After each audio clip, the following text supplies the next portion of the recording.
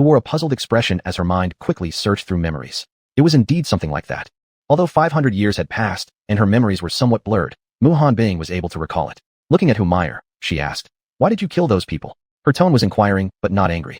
There must be a reason behind breaking a promise. After all, no one could avoid mistakes entirely throughout life. Whether a cultivator or a practitioner, they all defied the laws of heaven, struggling against the sky and the earth, often spilling blood. If one deliberately harmed innocents, however, it would be another matter. I have always been guarding Qinxiu Mountain, protecting the Yao and spiritual beasts there. However, 100 years ago, a Taoist came, or more accurately, a rogue monk came. He used the excuse that I would eventually harm the entire world, and sealed me inside a spatial realm. I remained trapped for 100 years until Junior rescued me 2 years ago. I discovered then that, under the guise of morality and virtue, he had not only sealed me away but had slaughtered all the Yao and spiritual beasts on Qinxiu Mountain, transforming it into a ghostly, eerie place. Anyone who passed through that mountain would leave behind their soul. If it hadn't been for Junior, I might still be living in ignorance.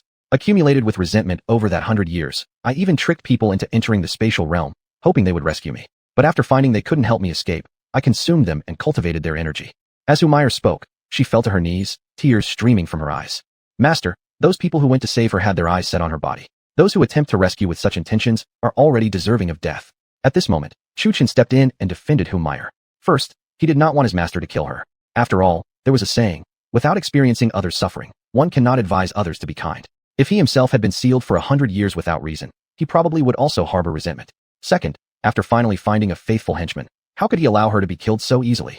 Mu Hanbing looked at Chu Chen, slight surprise flickering in her gaze. If not for the fact he had returned with Ji Yufei, calling her master, she might not have recognized this person as her own disciple. It wasn't surprising that she hadn't recognized him. Compared to a simple transformation, Chu Chen's appearance was more like a rebirth. His aura, appearance, and even the aura of his Jinyan had changed completely. What surprised Mu Hanbing the most was Chu Chen's cultivation stage, reaching foundation building peak within just 2 years. Because of this, among the recent outstanding figures of Wooden Peak, there were 2 prodigies. One was Chu Chen, the other being Chu Lingyue, who had advanced from the Qi condensation stage to foundation building in only 2 years. Although Chu Lingyue's cultivation speed was impressive, she still fell short compared to Chu Chen. Initially, Chu Chen had possessed a mortal root, the slowest type of root for cultivation. Most ordinary cultivators took 10 or 20 years even to break through a minor stage. But Chu Chen had broken through to foundation building within 5 years. His foundation was also astonishingly solid, and even back when he was at the Qi condensation stage, he was capable of defeating a Shisi, evil being, of 1 level higher. Chu Lingyue's progress was indeed fast, but she had an upper-grade spiritual root to begin with. During her cultivation journey, Mu Hanbing had instructed her many times, and she often accepted tasks from the mission hall to buy spiritual herbs and absorb their power, thus improving her cultivation. However, compared with Chu Chen, her foundation and the purity of her Zhan were nowhere close. Just now her attention had been on Humiliation, but now that she took a good look, she realized Chu Chen had changed quite a bit. What exactly had he gone through these past 2 years? What exactly did the two of you experience these past years? Mu Hanbing suddenly changed the topic and turned her gaze toward Ji Yufei. Reporting to Master, during these years Ji Yufei truthfully recounted all the events of the past 2 years, including their trip to the demonic realm and the hidden realm. After listening, Mu Hanbing looked at Chu Chen, her expression showing a hint of astonishment. A foundation-building cultivator killed a Qi condensation cultivator? And even defeated the Tao Tai in the secret realm? When he was at the 3rd layer of foundation building, he had been chased by a top-tier devil cultivator from the Lianma sect, and fell off a cliff yet survived. Even though she had an extremely calm temperament, she still found it unbelievable. A top-tier devil cultivator from the Lianma sect was comparable to a 5th layer Qi condensation cultivator. Back then, Chu Chen had only been at the 3rd layer of foundation building. Surviving under such circumstances could only be considered a miracle. As Mu Hanbing looked at Chu Chen, her eyes flickered, then her lips slightly lifted into a faint smile. Even someone as cold as her showed a smile. This expression stunned Chu Chen, though it wasn't the first time he had seen his master smile. Seeing an icy beauty smile was still breathtaking. I underestimated you. Didn't she underestimate him? When she accepted Chu Chen as her disciple, she hadn't expected much, but the news she heard now was beyond expectations. She had never looked down on anyone, nor had she ever placed too high expectations on anyone. But now, looking at Chu Chen again, it felt as though he was shrouded in mist, something even she couldn't see through. A tree that stands out above the forest will surely be destroyed by the wind. Although you possess certain strength now, there are many powerful cultivators in the cultivation world. Don't become arrogant and cause troubles just because you're a bit strong. If you ever develop such a mindset, your master will expel you from the sect without hesitation. Surprised she was, but there were still words she needed to say. The disciple she accepted must not only be powerful, but also have good temperament. Otherwise, a person with power and a wild heart would die easily. Just a small incident would be enough to kill them. Chapter 158. Building with the power of wood spirit. Disciple will remember that. Chu Chen answered without hesitation. He was well aware that with his current strength, even someone at the cultivation level of Mu Hanbing could kill him with just a sneeze. He might be powerful, but he wasn't stupid. Mu Hanbing turned his head and looked at Humiliation, asking, "You didn't go to Qinqiu Mountain. Why come here? Was it just to thank me?" "Of course not. Qinqiu Mountain is no longer what it used to be. There's no use returning. From the day the young master rescued me, I've promised to stay with him for 5 years. We have a master-servant contract. I should originally call him master, but he insisted I call him young master. I had planned to serve as his guardian for only 5 years, but since the young master helped me defeat that evil monk, and I've seen how powerful he is, I've decided to follow him forever." At this point, Humiliation's cheeks flushed slightly, as if embarrassed, and she continued, "I've never left Qinqiu Mountain my entire life, nor have I ever seen what the outside world is like. So I wish to follow the young master across the world to see the many faces of the world and experience its kindness and coldness. And another reason is personal. The young master's destiny is very mysterious, so mysterious that even I can't see through it. I simply want to stay close to him in hopes of gaining some chance at fortune." As Humiliation spoke, she seemed shy, like a blushing bride. Upon hearing this, Mu Hanbing first shot Chu Chen a strange glance, then sighed. "Fine then. Whatever reasons you have for following him, I won't interfere. But if you ever try to use him, don't expect me to be merciful." As he spoke the last sentence, Mu Hanbing suddenly unleashed his aura. A sharp gale blew forth, forcing the three of them to step backward. The surrounding air turned sharply cold, his tone a chilling warning. "You can rest assured, I will never do such a thing." Even someone as strong as Humiliation was oppressed by Mu Hanbing's overwhelming presence. "Good, then you may all go." Mu Hanbing closed his eyes and waved his hand. "Then we'll be on our way." Chu Chun bowed deeply to Mu Hanbing, then summoned Longing's sword, and carried Humiliation flying in the direction of Qingzhou Peak. "Master, then I." Ji Yufei saw Chu Chen leave and realized she had to return to Zilei Peak. "Wait, you stay? Your master has something to discuss with you. Go ahead." Ji Yufei stopped and listened attentively, curious why she alone was being held back. "We've gained a new disciple at our Wood Peak," Mu Hanbing said casually. "Oh." Ji Yufei's face briefly showed surprise. It had been years since the Wood Peak had accepted a new disciple after Chu Chun. In the past, during each sect recruitment, people would rather choose other smaller peaks than Wood Peak. How could this year be different? "A female disciple, though she has some connection with us." "Connection?" Ji Yufei looked puzzled. "Chu Lingyue's daughter." "She? Who is she?" Mu Hanbing fixed his gaze on Ji Yufei before softly uttering 3 words, "Lu Qingyao." Upon hearing the name Lu Qingyao, Ji Yufei's brows nodded slightly, an inexplicable anger rising in her heart. Seeing this, Mu Hanbing sighed. "I only want to remind you that what happened in the past should stay in the past. Chu Lingyue may carry the Chu family blood, but she is also Lu Qingyao's daughter. Don't drag an innocent life into matters between them." Ji Yufei hesitated, the anger in her heart dissipating like a deflated balloon. She murmured, "Yes, the matters between Lu Qingyao and him shouldn't affect the young junior sister." After a pause, she asked, "What about senior brother and Yunshen?" Returning to their peak, swordsmen of Qing Peak. Upon seeing Ji Yufei's expression, Mu Hanbing smiled faintly, uttering the 8 words lightly. Ji Yufei blinked at first, then smiled. "If they are like that, I have no reason to hate her either." After speaking, she displayed a curious expression, asking, "How is her talent? And why did she choose Wood Peak? She's no less talented than Qingyao, surpassing even the teacher." As to why she chose Wood Peak, probably for love. "Love? You mean she chose Wood Peak for Chu Chun?" Ji Yufei had also seen the mind-viewing mirror before and knew who Chu Chun had met previously. Mu Hanbing did not reply, only nodding slightly. Seeing this, Ji Yufei's lips curved upward slightly. So, this would be interesting. It seemed her young junior brother was quite popular among women. Meanwhile, on the way back to Qingzhou Peak, Chu Chen flew past Lingyun Peak and curiously glanced at it a couple of times. Not for any particular reason. Previously when he looked from Qingzhou Peak toward here, there were peach blossoms too, but today's blossoms were unusually vigorous, giving the entire mountain an otherworldly, dreamlike beauty. Chu Chun had initially wanted to go down out of curiosity, but upon seeing that the door to the inner mountain of Lingyun Peak was tightly shut, with true Yuan energy leaking out, a look of surprise appeared on his face. Someone was inside. Perhaps Wood Peak had accepted a new disciple during the selection. Thinking this, Chu Chun decided not to go down and disturb them. Not knowing whether it was a new junior brother or sister, Chu Chen thought to himself, a slight sense of satisfaction arising as he realized he had become a senior brother himself. Returning to Qingzhou Peak, Chu Chen noticed how clean the courtyard was, with no fallen leaves on the ground. He secretly thanked Meng Yao in his heart. Only she would be so thoughtful. She was the image of a virtuous wife and caring mother, though he wondered who would be lucky enough to become her cultivation partner in the future. What he didn't know was that ever since Chu Lingyue entered Wood Peak, it had actually been her who kept Qingzhou Peak in such good condition over the past 2 years. If he ever found out, he would surely feel differently about his gratitude. I'm home. Back at Qingzhou Peak, Chu Chen released Ahua and Xiaobai, who both became extremely energetic. Trapped inside for 2 years, they were finally able to stretch their legs. Wah! Humiliation, being a woman, saw the 2 small creatures and immediately felt a surge of maternal affection. Her eyes lit up as she hugged both Ahua and Xiaobai, rubbing her cheeks against them affectionately. Ow! Xiaobai struggled and jumped out of her arms, but Ahua wasn't so lucky. He ended up losing a few strands of fur from all the rubbing. Looking around the Qingzhou Peak courtyard and seeing only one room, Chu Chen's face turned slightly awkward. They were 2 people, and of opposite genders. Living together wouldn't be appropriate. Glancing at the empty space nearby, his eyes suddenly brightened. Got it. Humire looked at him with confusion. Chu Chun walked over to the open area, activated his wood spirit power, and placed both hands on the ground. Wood spirit power, grafting. With a shout, Chu Chun released his ability. Instantly, a tree sprouted from the ground. The thick trunk was so enormous that even 50 people might not be able to wrap their arms around it.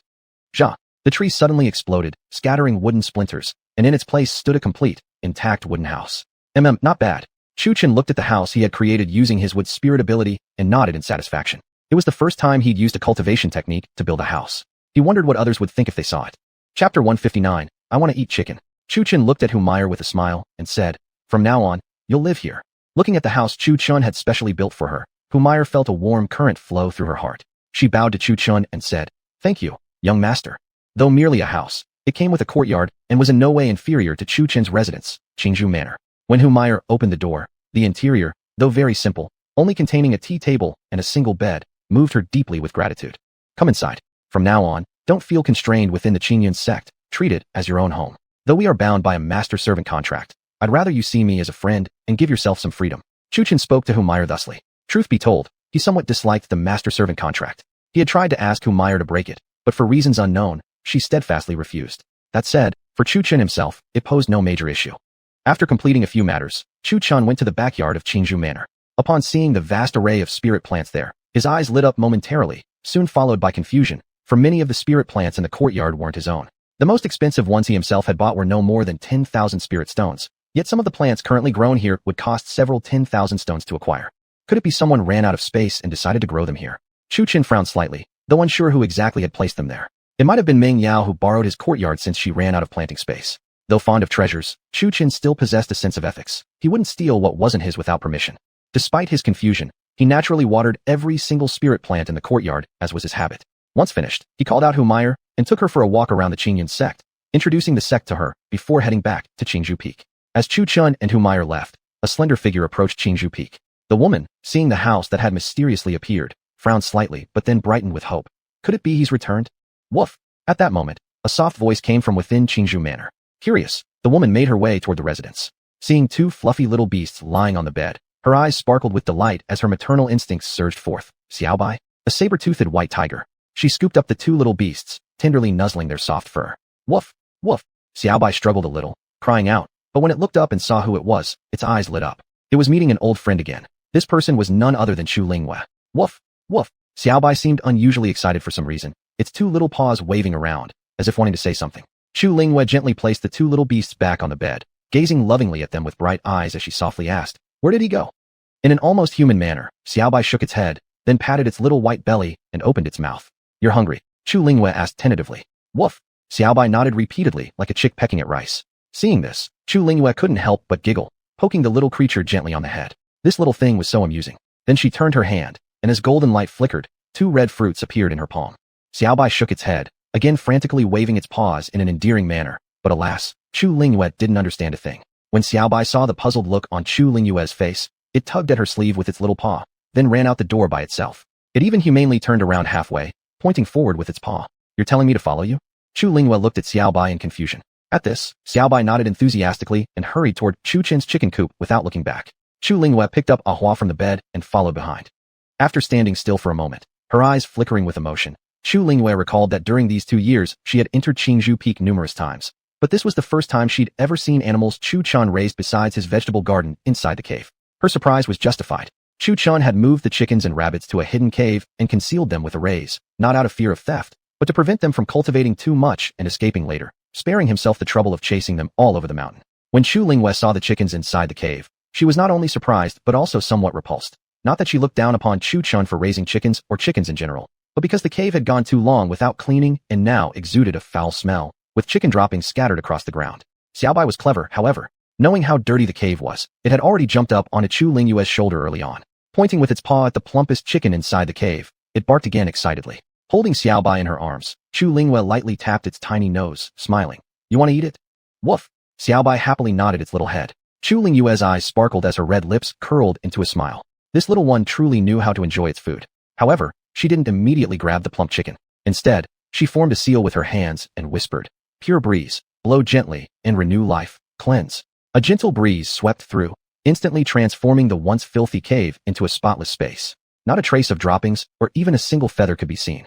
Only then did Chu Lingyue grab the plumpest chicken and offer it to Xiaobai. But Xiaobai shook its head, then jumped down from Chu Lingyue's shoulder and darted toward Qingzhou Manor's courtyard. Ahua followed closely behind, clearly having figured out what Xiaobai intended to do. Chu Lingyue watched the two little white creatures with great interest before following them.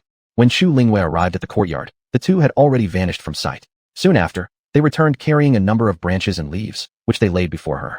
This left Chu Lingyue puzzled again. What exactly were they planning? Quickly, the two little beasts grew busy once more. Each grabbed a large forked branch, setting them upright.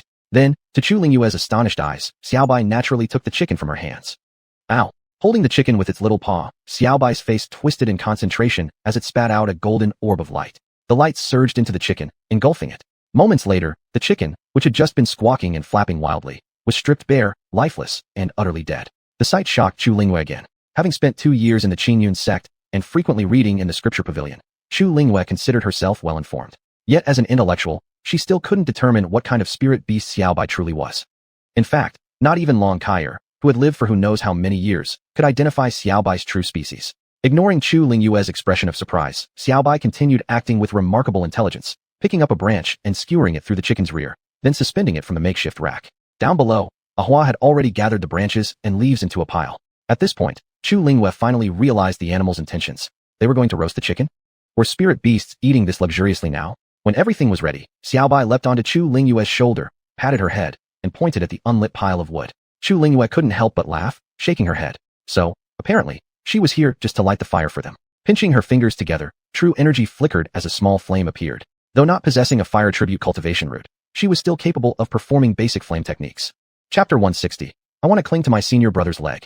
Who? As Lingyue Chu pointed her finger, the firewood on the ground ignited into a small flame. The flame grew stronger, and soon, the chicken on the rack began to sizzle with dripping oil. Look how dedicated those two little creatures were, occasionally rotating the chicken on the rack to make sure it roasted evenly. Before long, the roasted chicken had already released an enticing aroma. The two little creatures were quite considerate, tearing off a chicken leg to give to Lingyue Chu. Then, they each took half of the roasted chicken, chewing happily, their mouths covered with oil. Lingyue found this both amusing and touching. She had never seen such a funny sight. Unexpectedly, these two little creatures were so intelligent, especially Xiaobai. He was as white and fluffy as a snowball, with a pair of little horns on his head. Thinking about this, she placed her palm forward. A white glow emitted from a mark on her palm, and a small white dog suddenly jumped out. Looking confused, it glanced at Lingyue and then at the two little creatures eating the chicken. Wankai was also quite a character. Upon seeing chicken to eat, his eyes immediately lit up. He had originally planned to snatch some from the two little creatures. However, he found himself in an awkward position. Although he was a spirit beast, Ahua had been staying in Chuchen's sky-devouring gourd, possessing higher cultivation than him, so he couldn't stand a chance in a fight. As for Xiaobai, he looked innocent and harmless on the surface, but his bloodline was extremely domineering. In summary, both were trouble he couldn't afford to provoke. Ow! Wankai wagged his tail pitifully, looking longingly at the chicken leg in Lingyue's hand, drool dripping from his mouth to the ground. Seeing this, Lingyue gave a playful smile and took a clean bite out of the chicken leg. Naturally, she tossed the bone to him afterward. Wankai stared at the bone thrown onto the ground. His face was not a pretty sight to behold as he turned his gaze back to Lingyue. So you really treat me like a dog, huh? Looking at the bone on the ground, he hesitated for a while before finally swallowing it whole. Fine. Even a mosquito's meat is meat. Why not eat it? Though both humans and beasts here possessed cultivation, meaning they technically didn't need to eat food anymore after reaching the Bigu stage, not needing to eat didn't mean they couldn't eat. It was still nice to occasionally savor some flavor. After all, these tasted far better than pills and herbs. Suddenly, while Xiaobai and Ahua were happily enjoying their chicken feast, they both halted abruptly, as if sensing something. In a blink, they stuffed the whole chicken into their mouths and scurried onto Lingyue's shoulders. This sudden act left Lingyue stunned. At this moment, she slightly furrowed her brows, sensing two approaching presences, and instinctively put on her veil. Soon enough, a handsome young man and an extremely enchanting woman landed on Qingzhou Peak. The three looked at each other, creating a rather awkward atmosphere. You are... Chuchen looked at the graceful figure in the courtyard. Wait, didn't she seem oddly familiar? Though he had fiery golden eyes, surprisingly, he could not see through the veil to her face, which made Chuchen feel puzzled. Looking again, besides the veiled lady, Chuchen noticed the remaining aroma of roasted chicken on the ground. His gaze sharpened, instantly locking onto Xiaobai, who stood on the lady's shoulder. Sensing Chuchen's attention, the little guy quickly shook his head. Chuchen then turned to look at Ahua, who was also perched on the woman's shoulder. Ahua, upon receiving Chuchen's murderous glare, also frantically shook his head. Afterward, both creatures pointed their tiny paws directly at Lingyue. Seeing this, Lingyue was momentarily stunned. Her lips slightly parted, her mouth twitching slightly. Now she finally realized, apparently, they didn't bring her to start the fire. Instead, they dragged her over as a scapegoat. Junior sister Ling, by Ling, pays respects to senior brother Chu Chun. Ling Wei stood up and bowed to Chu Chun. Inside, she felt confused. 2 years apart had transformed Chu Chun so greatly. Fortunately, she could still recognize him, though not from his appearance, but rather the unique aura that always surrounded him. That's what true affection is. Others could hardly recognize Chu Chun, but she, relying on his aura, recognized him completely. It was undeniable, however, that Chu Chun's current looks had improved drastically. His appearance completely changed. Under Ling Yue's veil, her cheeks unknowingly turned red. At the same time, she exhaled in relief. Luckily, Chu Chun hadn't discovered her identity yet.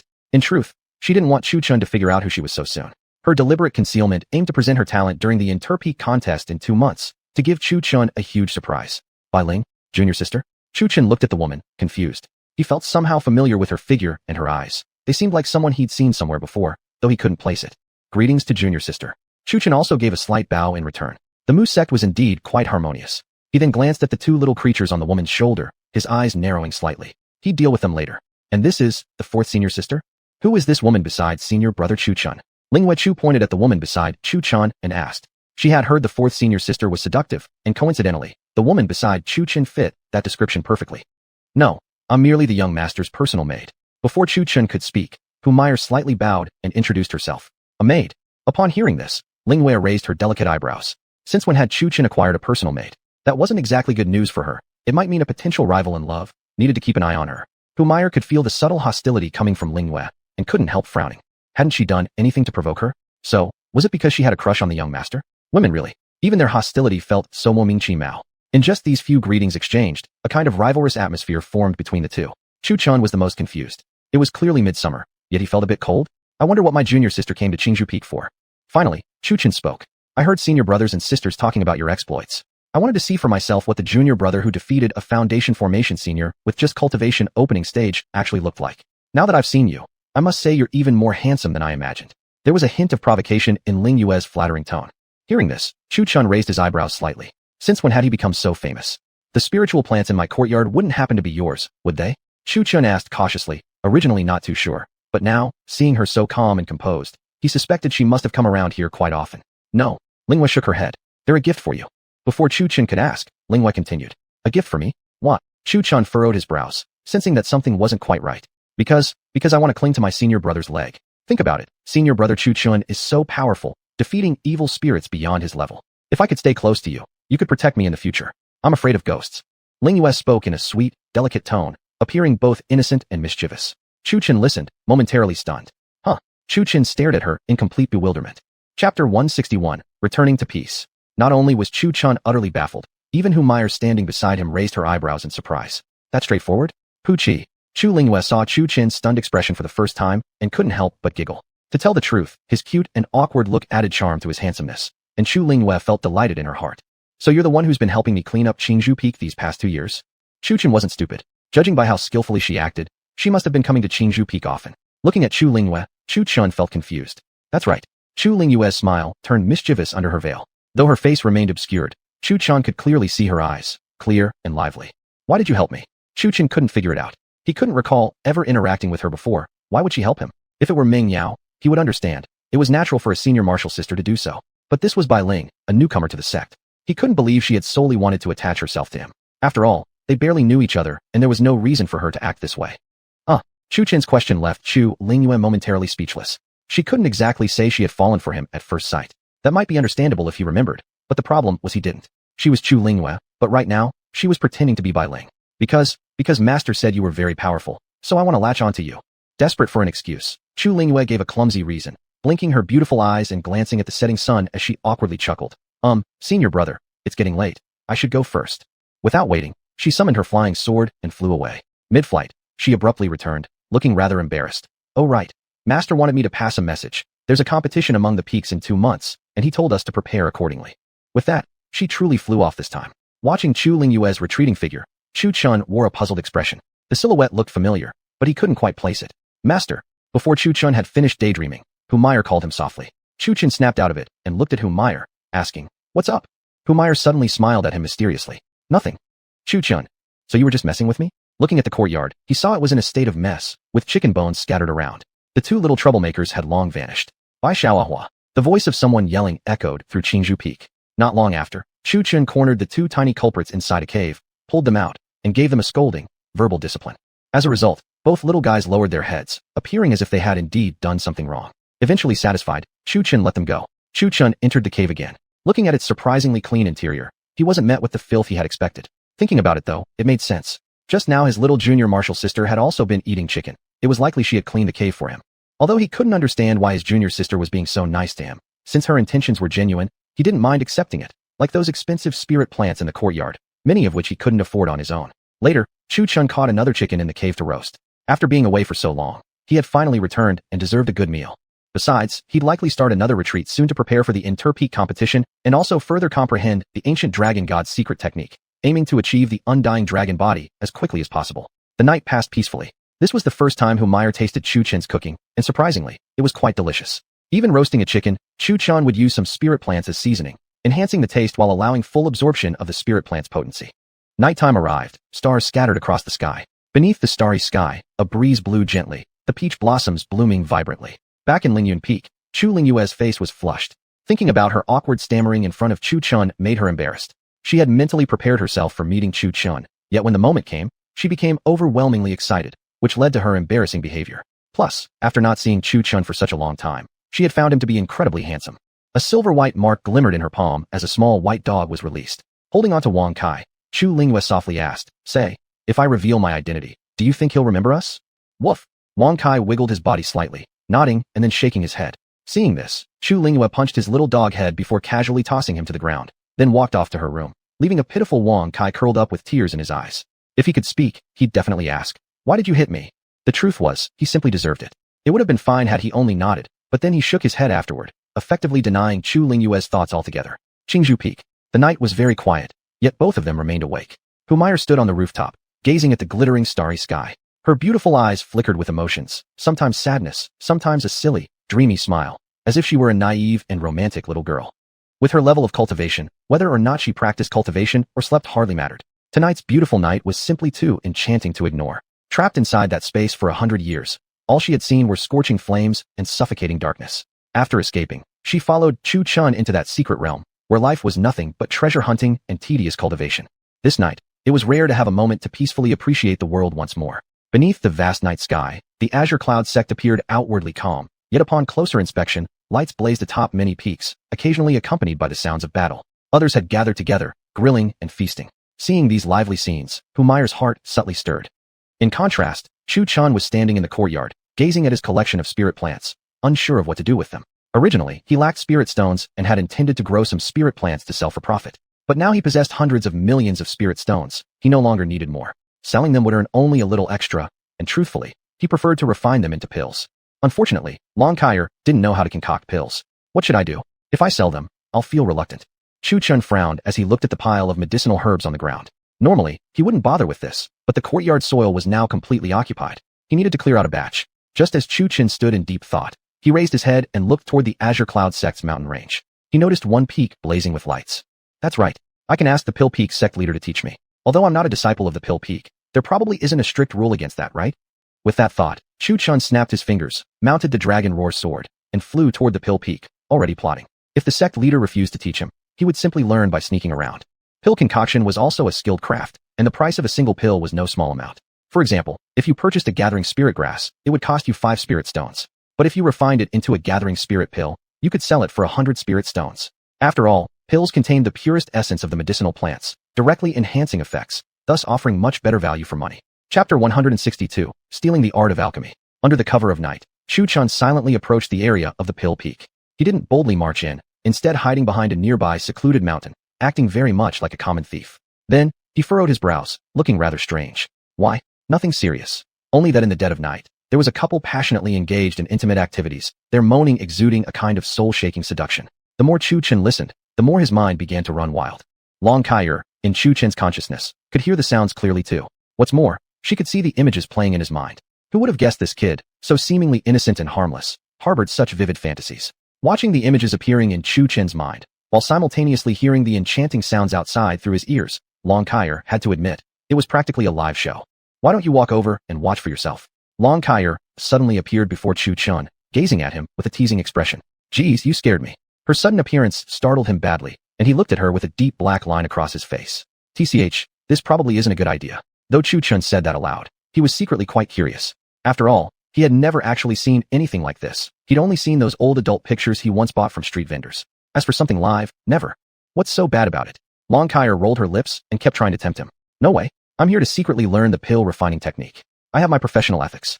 Even as he spoke those words, his feet were already quietly moving toward the source of the sound. Chu Chun stopped again and hit on a tree branch. What awaited him below was an intensely alluring scene. The two pale figures writhed sensually on the ground.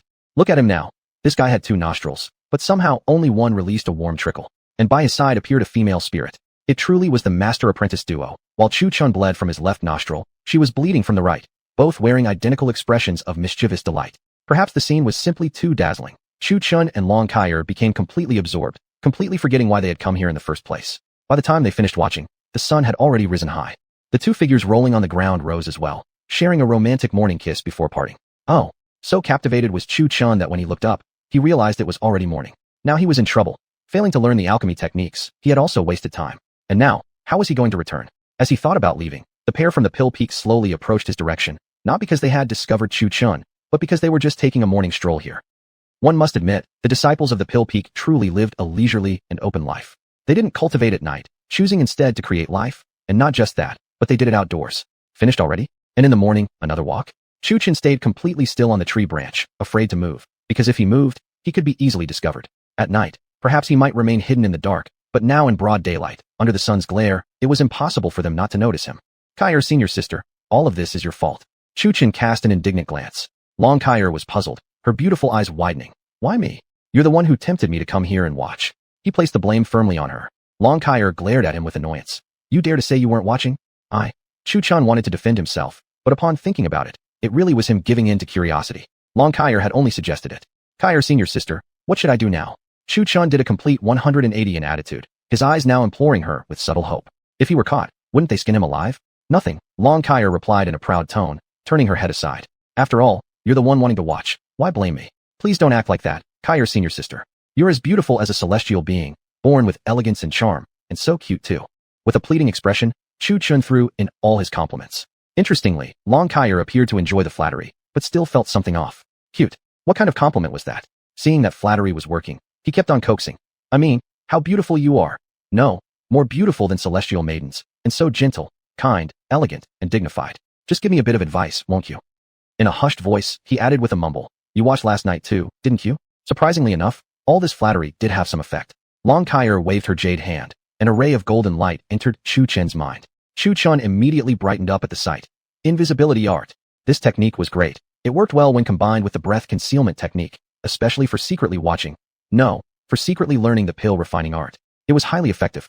Unless one had cultivated one's soul to the point of being able to sense spiritual auras, no one could detect him. Chu Chun quickly skimmed through the technique in his mind, and almost immediately disappeared from view atop the tree branch. When he reappeared again, it was on another peak of the Pill Peak, where a red-haired woman was refining pills. Before her sat a large pill-refining furnace, and in her hands rose a swirling mass of blue flame. She tossed the flame into the furnace, and soon, the entire Pillu was engulfed in roaring blue flames. Beast flame. Chu Chun recognized that the fire the woman wielded was true fire. Immediately afterward, she took out a storage pouch and pulled from it many spirit plants, tossing them one by one into the furnace. Many of these plants Chu Chun had never even seen before. As the medicinal herbs were thrown in, the blue flames inside the furnace burned even more fiercely. The red-haired woman's expression appeared somewhat fatigued, with large beads of sweat trickling down her cheeks. The herbs inside the furnace were completely burned by the true fire. The next step was to select the refined essence and condense it into pills. Chu Chun observed for roughly the span of an hour, his entire being immersed in what he was watching. Wong. In an instant, a humming sound came from the furnace. Soon after, a white pill flew out from within. The pill was white in color, smooth like a round pearl, with a single wind winding on its surface, resembling a small curling blade of grass. A grade 1 single-marked spirit-gathering pill. Perhaps too excited, Chu Chun suddenly blurted out in astonishment. Who's there? The woman quickly shoved the pill into her storage pouch and looked around Jingtid-ly, but found no one. Shaking her head, she muttered to herself. Could it be I imagined it from overworking? Wanting to confirm whether someone was really here, she strained her eyes scanning her peak, finding not even a single hair out of place. Scratching her head, she murmured, strange indeed. After that, the woman sat cross-legged once more beside her furnace to meditate for the time it took to burn a stick of incense before restarting the entire pill refining process again. As one spirit-gathering pill after another emerged, she spent the entire day refining, her expression worn out. Staring at the grade 1, single-mark pill in her palm, she felt a slight sense of disappointment creeping in. Still no progress.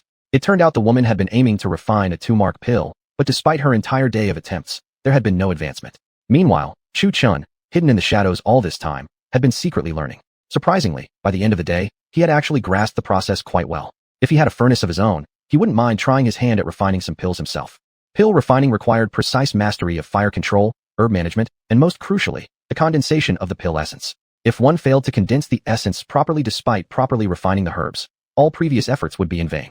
Chapter 163. Can Foxmayer refine pills? Chu Chun, who had been hiding in the shadows, narrowed his eyes. The entire day, he had been attentively watching someone refine pills and had memorized quite a bit in his mind.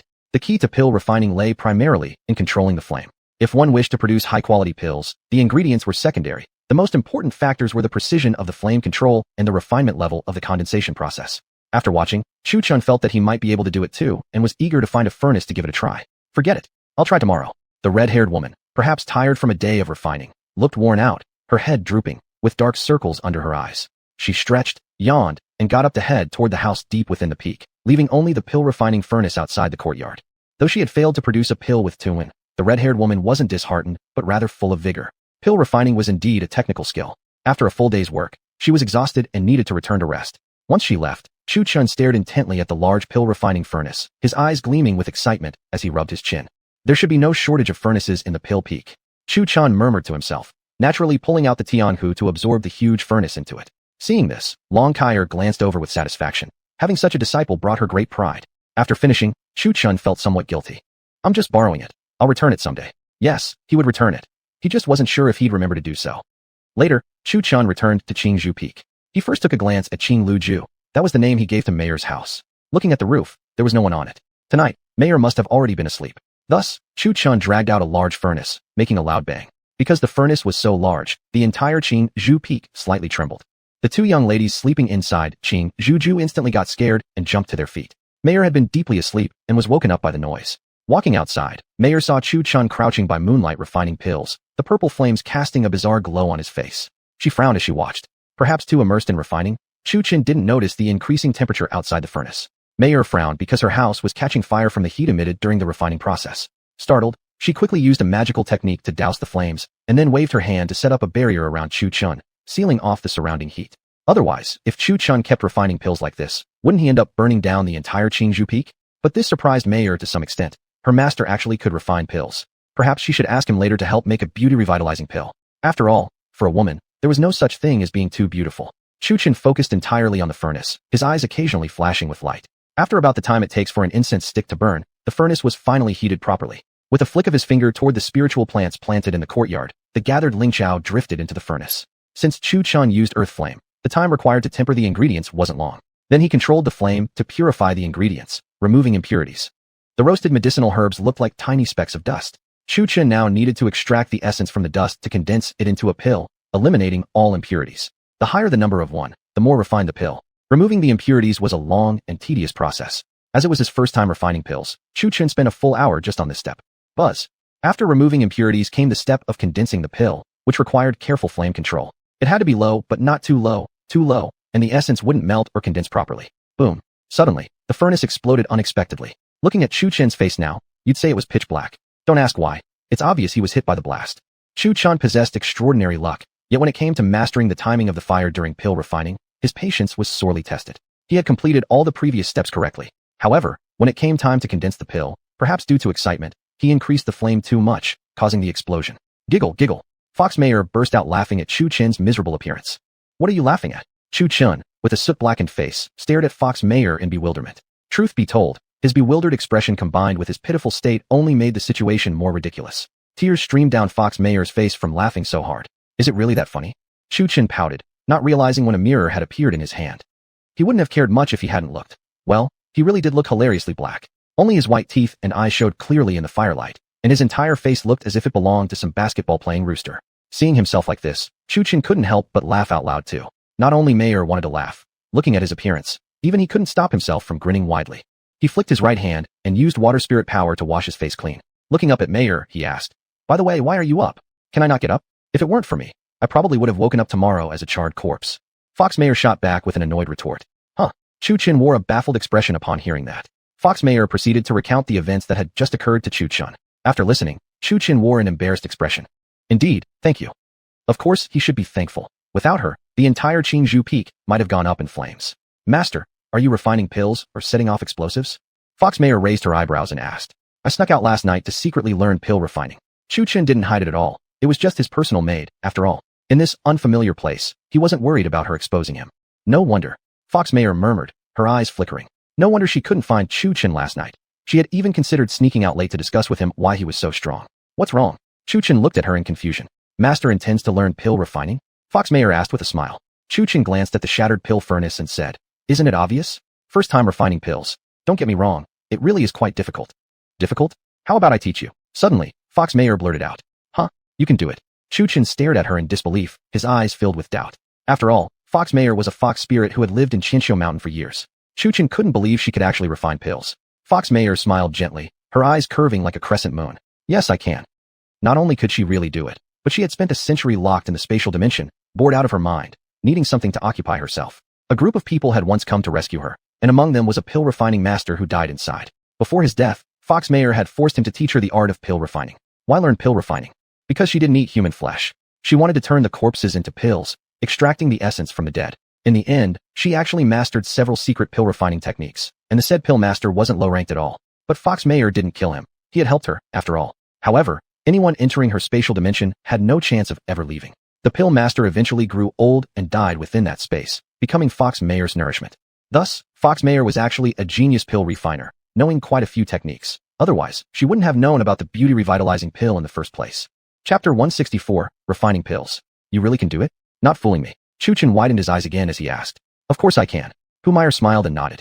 Worried that Chu Chan might not believe her, she glanced at the furnace that had exploded earlier in front of him and made a face of disgust. Then, with a wave of her jade-like hand, a large golden cauldron suddenly appeared before Chu Chan. It was extremely heavy. When it landed, the entire Qingzhou Peak slightly trembled again with a loud thud. Then she gently raised her delicate hand, and in her palm arose a flame of pink hue. Chu Chan was surprised once more at the sight. This was also a type of true fire, an earthly fire, a pink yal flame refined from peach blossoms. It was easy to tell that this flame must have been cultivated by Humire herself. She even knew how to cultivate true fire. Looks like his little assistant still had many secrets left. It was worth digging a bit deeper, considering she was a fox spirit who had lived for thousands of years. Strange if she didn't have some mysteries. Humire tossed the pink flame into the golden cauldron. With a buzzing sound, the cauldron emitted brilliant golden light upon contact with the pink fire, illuminating the entire Qingzhou Peak in golden glow. Soon, as the flame heated the cauldron changed from golden to red.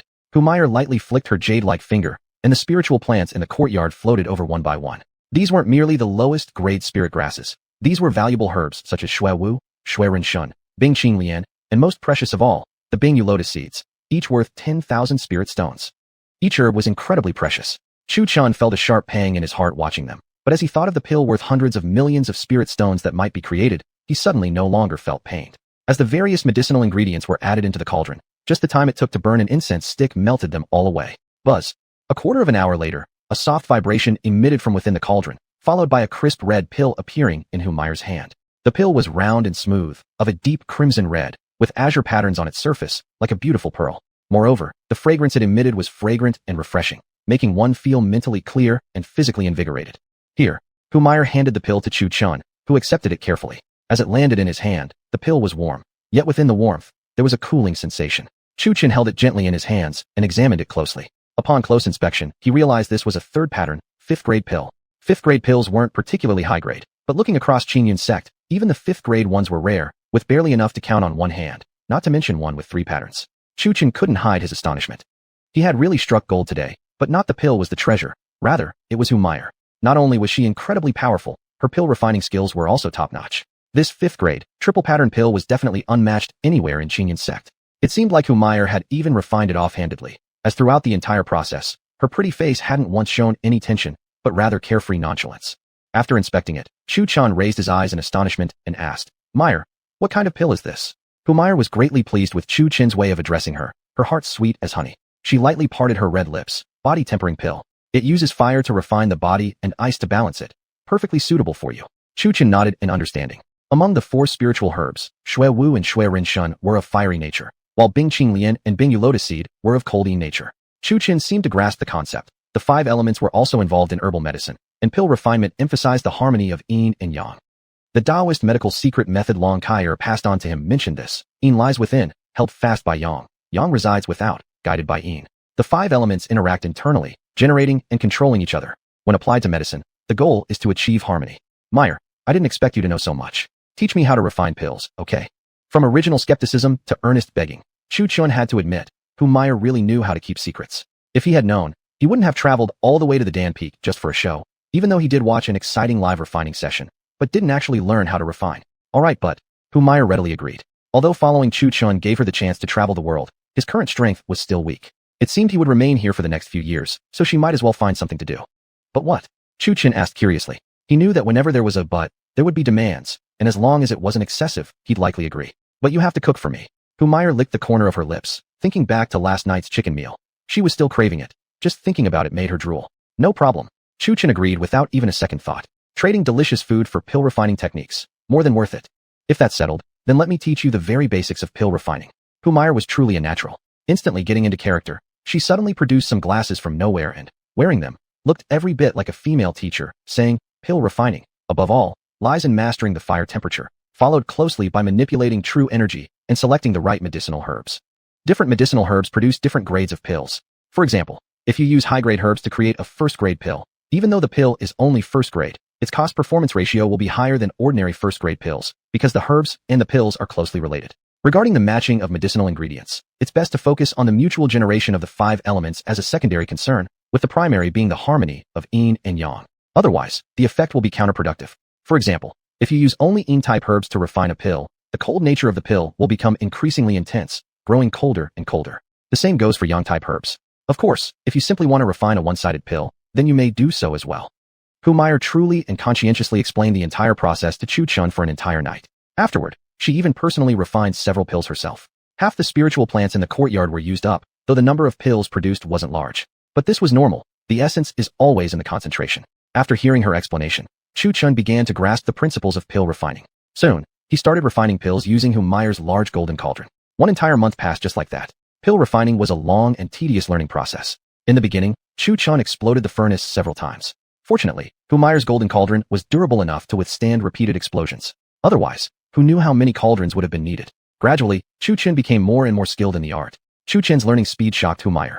Back when she was learning pill refining, she had taken a full year to successfully create even a single low-grade first-grade pill. But how long had Chu Chun needed?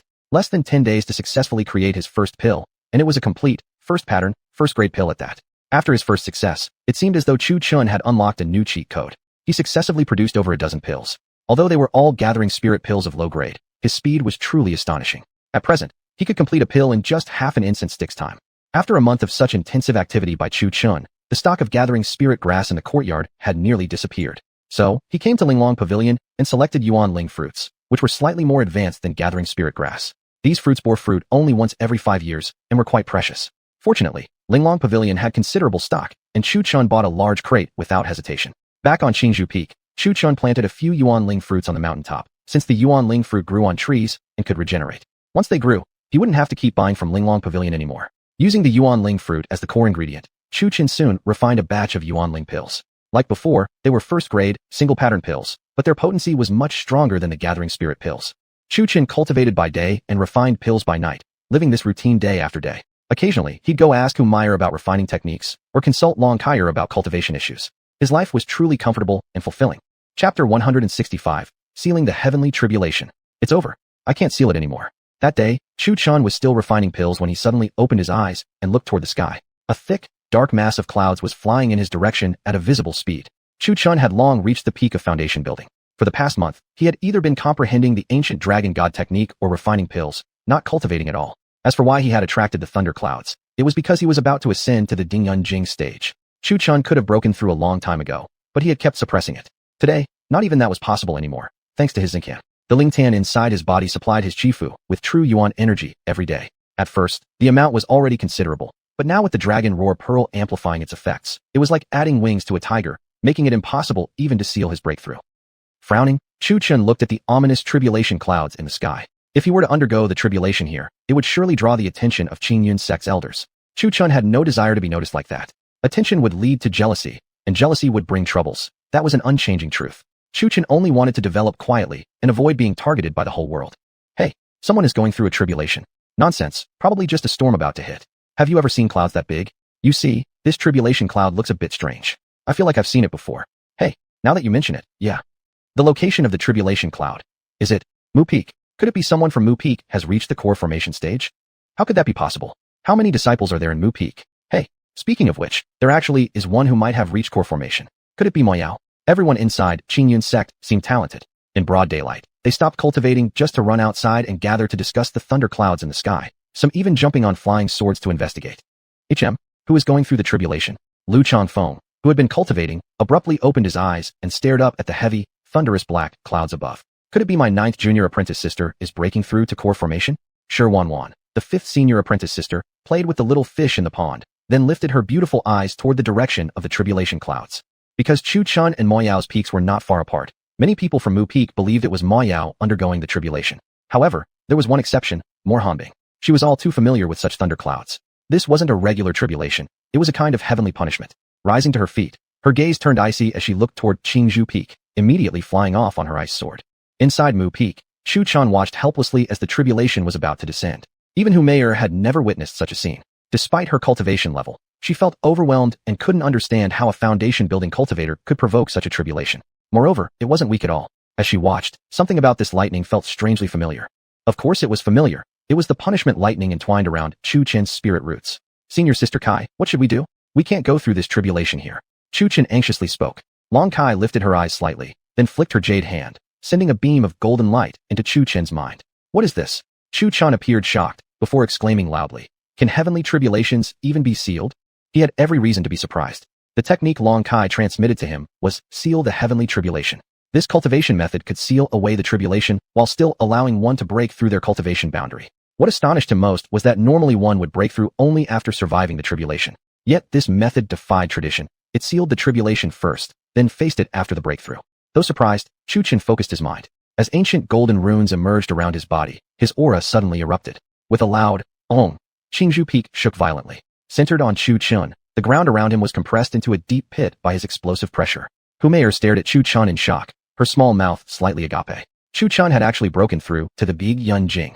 That in itself was not unusual. What truly shocked her was that the storm clouds gathering above had actually dispersed.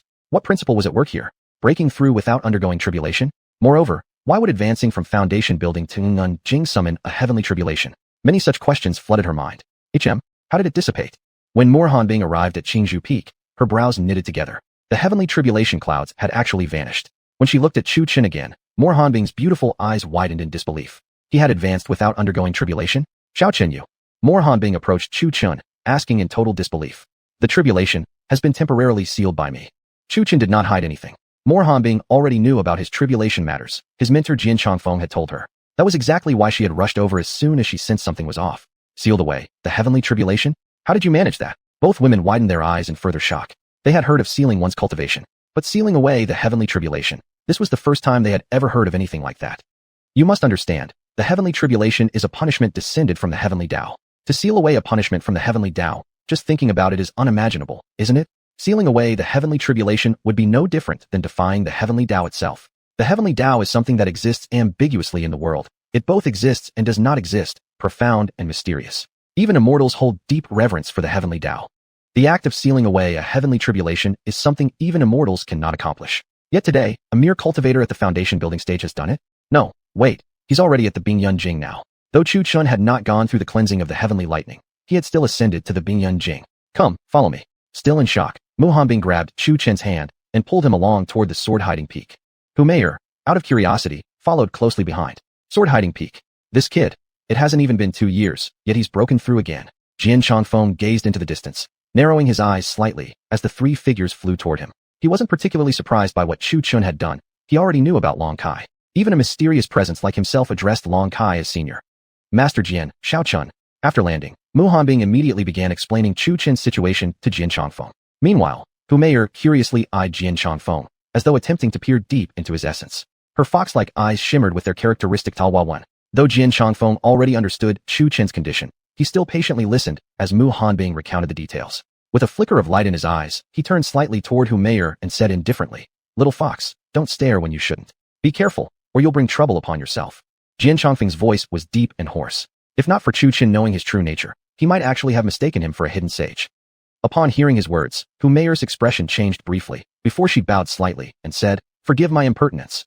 To Hu Meier, Jian Chongfeng's aura was even more enigmatic than Chu Qin's. Chu Qin's aura was merely indecipherable, but Jian Chongfeng's felt as though it would pull her into a vortex, threatening to swallow her whole. Jian Chongfeng, however, did not take offense. He thought to himself that it was only natural for a young one to be curious, but curiosity often leads to disaster. This was merely a warning. His fate line was not something anyone could freely examine. At his level, someone like Hu Meier stood leagues below him. She could be killed with just a single glance. He glanced toward Chu Qin, eyes narrowing slightly, his presence as imposing as ever, as he said with an indifferent tone, "Sealing away the heavenly tribulation, that's interesting. But since you're here now, why not just go through the tribulation here?" Chapter 166, Resisting Heavenly Tribulation Again. What the heck? What is that? Another heavenly tribulation? What a day? Why are so many people ascending today? Wait, that previous tribulation didn't strike down. It seemed to dissipate.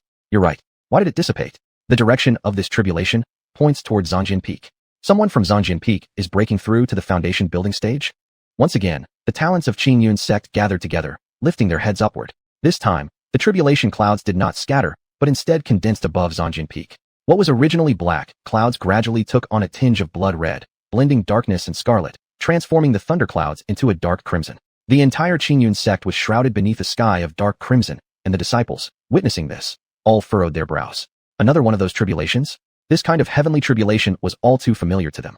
They clearly remembered seeing the same scene 2 years ago, also above Zongjin Peak. Inside Zongjin Peak, Jian Chongfeng had long since set up protective formations. Mu Hanbing had taken Hu Meier to a safe distance, fully aware of how devastating this lightning could be. In her heart, she couldn't help but feel a tinge of worry for Chu Qin. After all, luck wouldn't always be on his side. Chu Qin sat cross-legged atop the peak, his consciousness immersed, his body enveloped by increasingly intense dragon roars.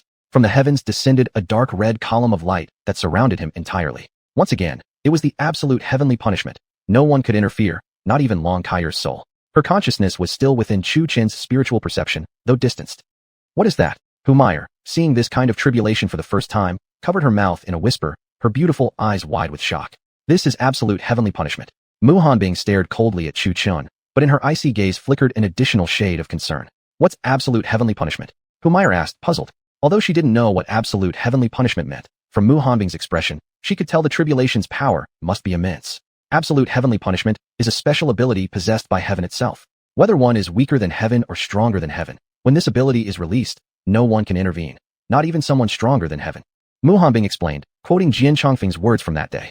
Hearing this, Hu Meier nodded in understanding, eyes wide again in shock.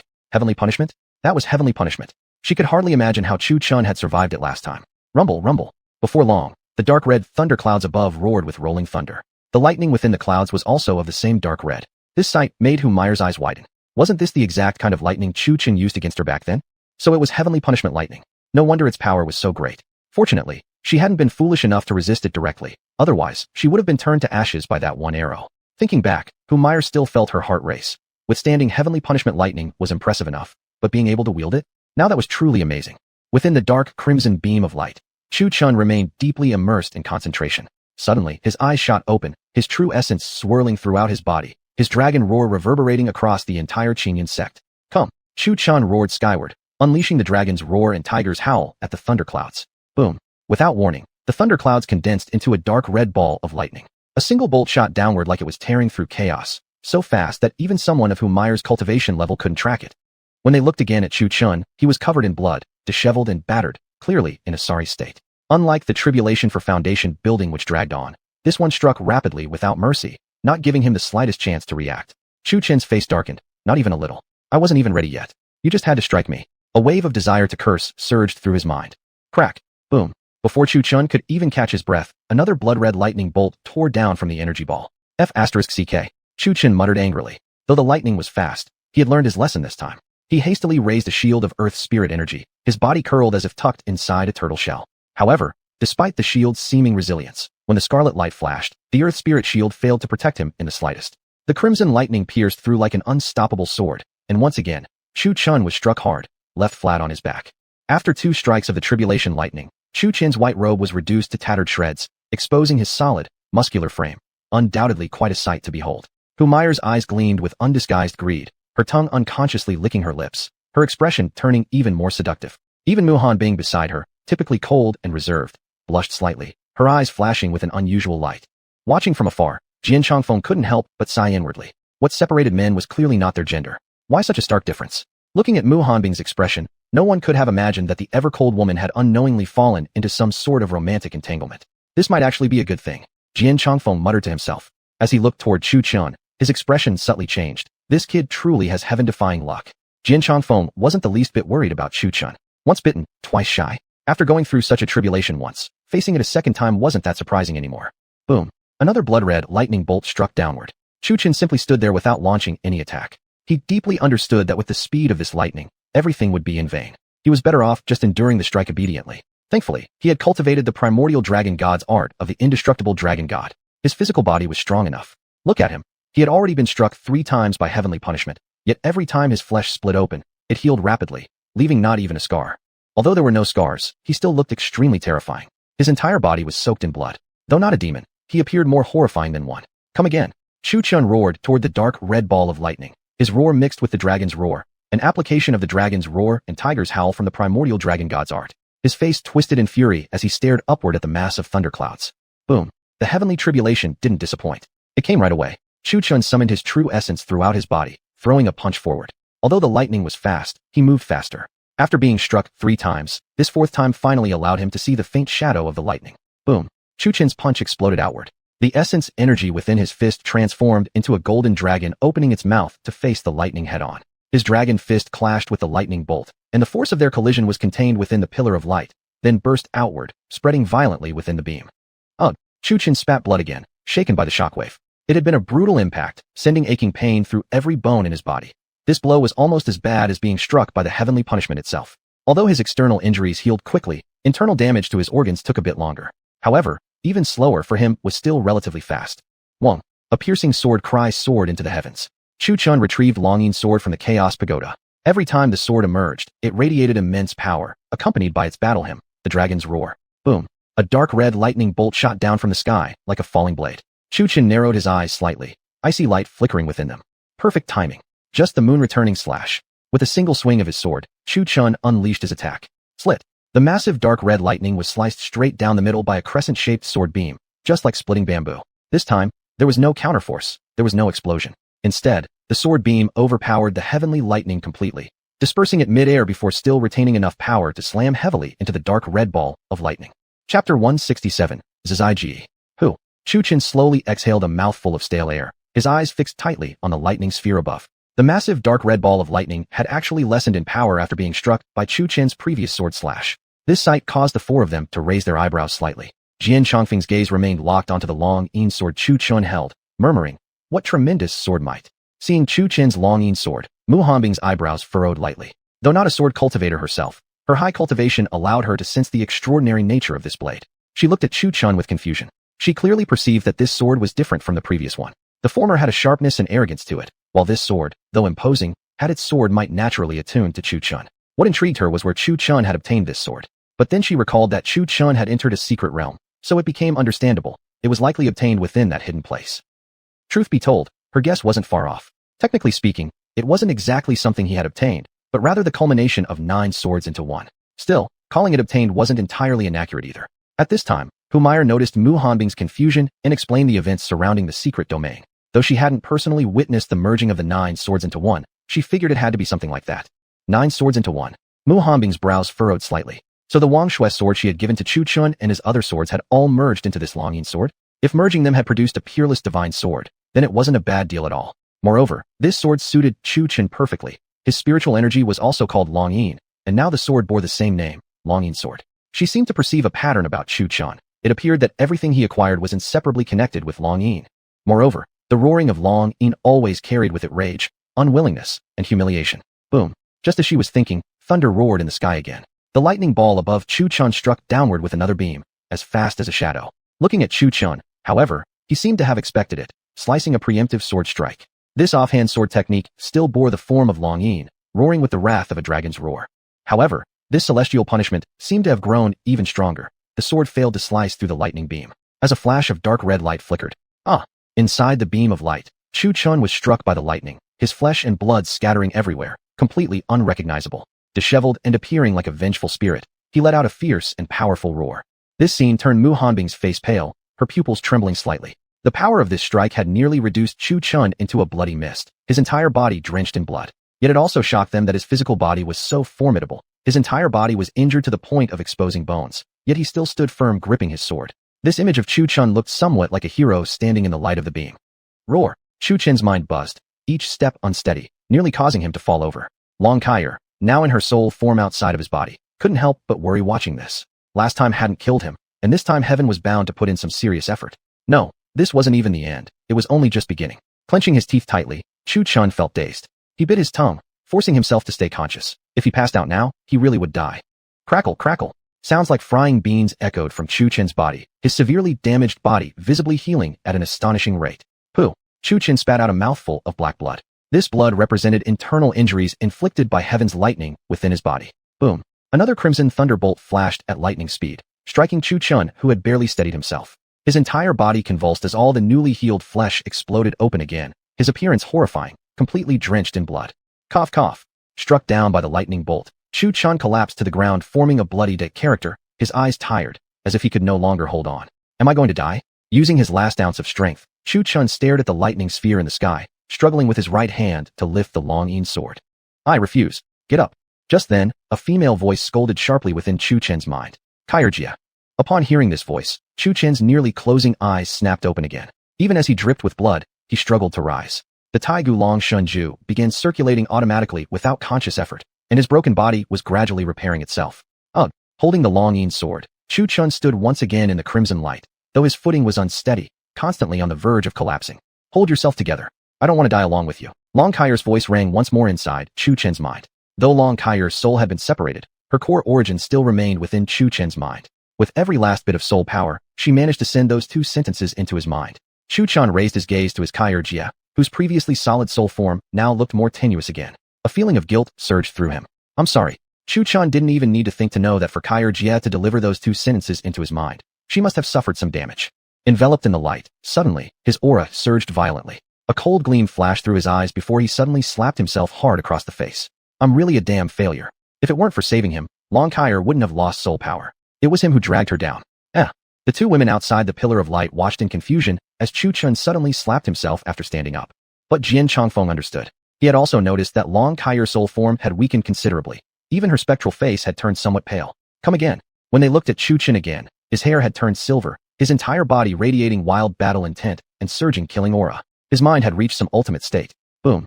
Heaven's punishment showed Chu Chun enough face. It came without delay. As if saying, Humph, I just hate to see you showing off. Hiss. Chu Chun exploded into a cloud of blood mist again, but his shattered body immediately began healing, and rather quickly.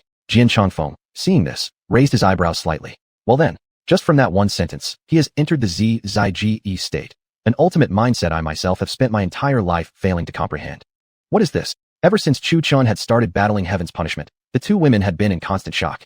This time was no different. Their lips parted slightly, faces stunned. What a fine young man. Long Kaier revealed a satisfied smile, her expression mixed with surprise. She hadn't expected that her soul power-driven reminder would awaken in Chu Chun a state of Zai-Ji, a realm that even gods might struggle to reach. Called both ultimate battle intent and ultimate mindset, it was a rare Jingjia realm. Come again. Clutching the long-yin sword tightly, Chu Chun roared loudly. He no longer looked disheveled as before. His silver hair and elegant, upturned face forming a sharp jawline made him look particularly handsome. Boom. Another crimson lightning bolt slashed downward. Boom, boom, boom. Then, 3 more streaks of lightning flashed right after. You really want to kill me, huh? Struck repeatedly by the crimson thunder, Chu Chun once again exploded into blood mist. Even with his Zai-Ji battle intent, he could not resist the impact of 4 consecutive lightning strikes. Look at him. He had once again become a bloodied figure. Chapter 168. Is Chu Chun a dragon? Roar. A dragon's roar erupted from within Chu Chun, and his body, once again visibly and rapidly healed, became whole and unblemished, although glowing faintly with a golden aura. That's the dragon's soul light. Long Kaier's beautiful eyes sparkled with shock once more. Never had she imagined that enduring a celestial tribulation alone would allow Chu Chun to achieve the Jingjia realm of Zai-Ji, Samsara's bliss, and even expel the dragon soul light hidden in his bloodline. Once this light emerged, after surviving the tribulation, Chu Chun would not only advance further in physical prowess, but his soul would transform into an immortal soul, a soul typical of immortals. Such a soul would not only greatly increase one's spiritual power, but as long as the soul remained intact, it could reconstruct the physical body even if destroyed, an ability unique to immortals. As for the dragon soul light itself, it implied that there was also a dragon within Qin Yun's sect, probably trapped. Dragon soul light? Sword Changfeng frowned as he spoke. Wasn't the dragon soul light exclusive to the dragon race? When dragons sensed another of their kind nearby, they protected them through the manifestation of dragon soul light. In other words, was Chu Qin actually a dragon? Hey, no, that doesn't make sense. This is really strange. After scrutinizing Chu Qin's bloodline through the glowing column, Sword Changfeng was surprised to discover that Chu Qin's bloodline wasn't of dragons, but purely human. He shot Long Kaier a puzzled glance.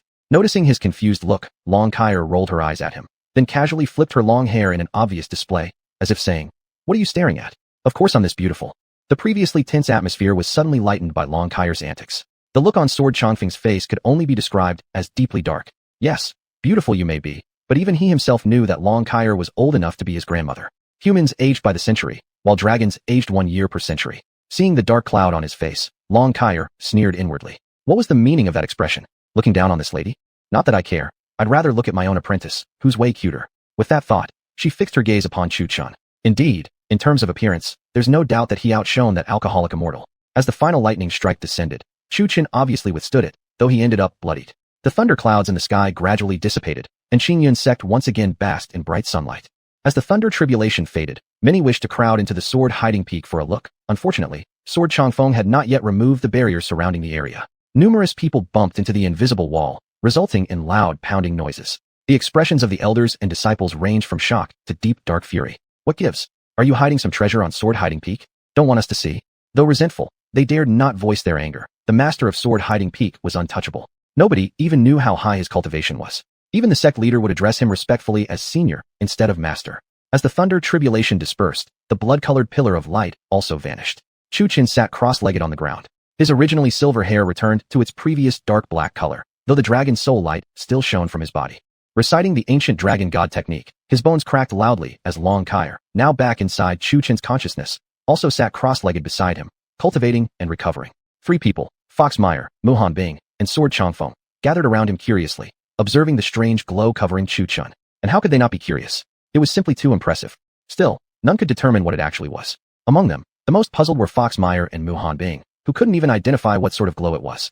By contrast, Sword Changfeng remained quite calm. He recognized it as the dragon race's unique dragon soul light. However, he was puzzled why it appeared on Chu Qin. Additionally, he was curious about the dragon roar sword Chu Qin used moments ago. Muhan Bing not knowing didn't bother him. With his own divine skills, he could calculate the answer. Yet, wouldn't directly asking Chu Qin be easier? The truth was divination consumed energy, and he simply couldn't be bothered. Roar. A roar of dragon-like chi surged from Chu Qin's body, instantly shaking the 3 curious onlookers. They felt dizzy and dazed, their minds ringing loudly. Judging by the reaction, once Chu Qin woke up, he was going to be in for a beating. Buzz. As if summoned, Chu Qin's eyes suddenly snapped open. But his eyes were not the original black pupils and irises. Now they had golden pupils with black irises. Both eyes looked exactly like this. Fire Eye Golden Vision? Sword Changfeng exclaimed in shock. Fire Eye Golden Vision was a type of divine eyes, which itself came in various forms, such as the King of Evil True Eye, Dark Flame Divine Eye, or Heaven Stealing God Eye. He happened to be familiar with Fire Eye Golden Vision because Long Kaier created it. He knew Long Kaier herself also possessed this eye power, which apparently allowed through X-ray vision, and more importantly, observation of energy flow over vast distances, which seemed a bit like cheating. Being able to view the precise movement of someone's energy could predict their next move and expose weaknesses. What exactly is Fire Eye Golden Vision? What exactly is Fire Eye Golden Vision? Foxmeyer asked. This wasn't the first time she had seen Chu Qin use the Fire Eye Golden Vision, but previously, when he used it, his entire eyes turned golden with golden flames dancing around the eye sockets. Now, though his eyes were golden, they looked more realistic. Mu Hanbing also turned her gaze towards Sword Changfeng. As his master, this was the first time she had witnessed Chu Qin's Fire Eye Golden Vision. She had to admit, she wasn't doing a very good job as a master. She couldn't understand or recognize a single one of Chu Qin's secrets. But then again, the wildest horses ran the fastest. As for someone like Chu Qin, mysterious as he was undoubtedly unrivaled among peers of the same cultivation level. If he ever unleashed all his hidden strengths, he might even be capable of killing someone an entire realm above him. Actually, Chu Qin truly possessed such strength now. With the ancient dragon god body and the dragon roar sword compensating for his cultivation deficiencies, in addition to his power, a single punch from him could reach 2 million gene. This number was terrifying. It could be described as divine strength. With such physical strength alone, he was already unmatched among those below the immortal realm. Of course, exceptions existed, such as prodigies. After all, there were still many body cultivators in the world, whose physical strength was no small matter. Only cultivators who pursued cultivation valued it the most, yet their spells were equally unstoppable. Every advantage came with its own disadvantages. Physical warriors couldn't match cultivators in cultivation, but their physical bodies were a different matter. The physical body of a cultivator might not surpass that of a martial warrior, but the strength of cultivation was another matter entirely. Body cultivators might have immense strength, but their fatal weaknesses were their lifespan and their physical forms. Having power alone was useless without sufficient cultivation to increase one's longevity. At most, one could remain unmatched for a year or two before their body eventually crumbled under the strain. Fire-Eye Golden Vision is quite a treasure. This ability allows one to see through things. Look at Sword Changfeng, always zeroing in on the key points. Seeing through things was indeed impressive. Upon hearing the word penetrate, both women instinctively covered themselves tightly. It's useless. Fire-Eye Golden Vision can see through 3 mountains to another. If he wants to see, you can't stop him. And just like that, with a meaningful remark, he couldn't resist delivering a cutting jab toward Chu Chun. Look at Chu Chen's face, truly darkened with embarrassment. Stared at by the 2 women, his scalp prickled, and he felt a cold chill creeping up his back. It had to be said, rather than looking at Mu Hanbing's cold expression, it was much cuter to see her blushing face, adding a touch of feminine charm. Still staring? Should I poke out your dog eyes? It was hard to imagine that sentence came from Mu Hanbing's mouth. The words themselves were harmless, but combined with her rosy cheeks, they carried a slight tone of bitterness. Sword Changfeng cast a meaningful glance at Mu Hanbing.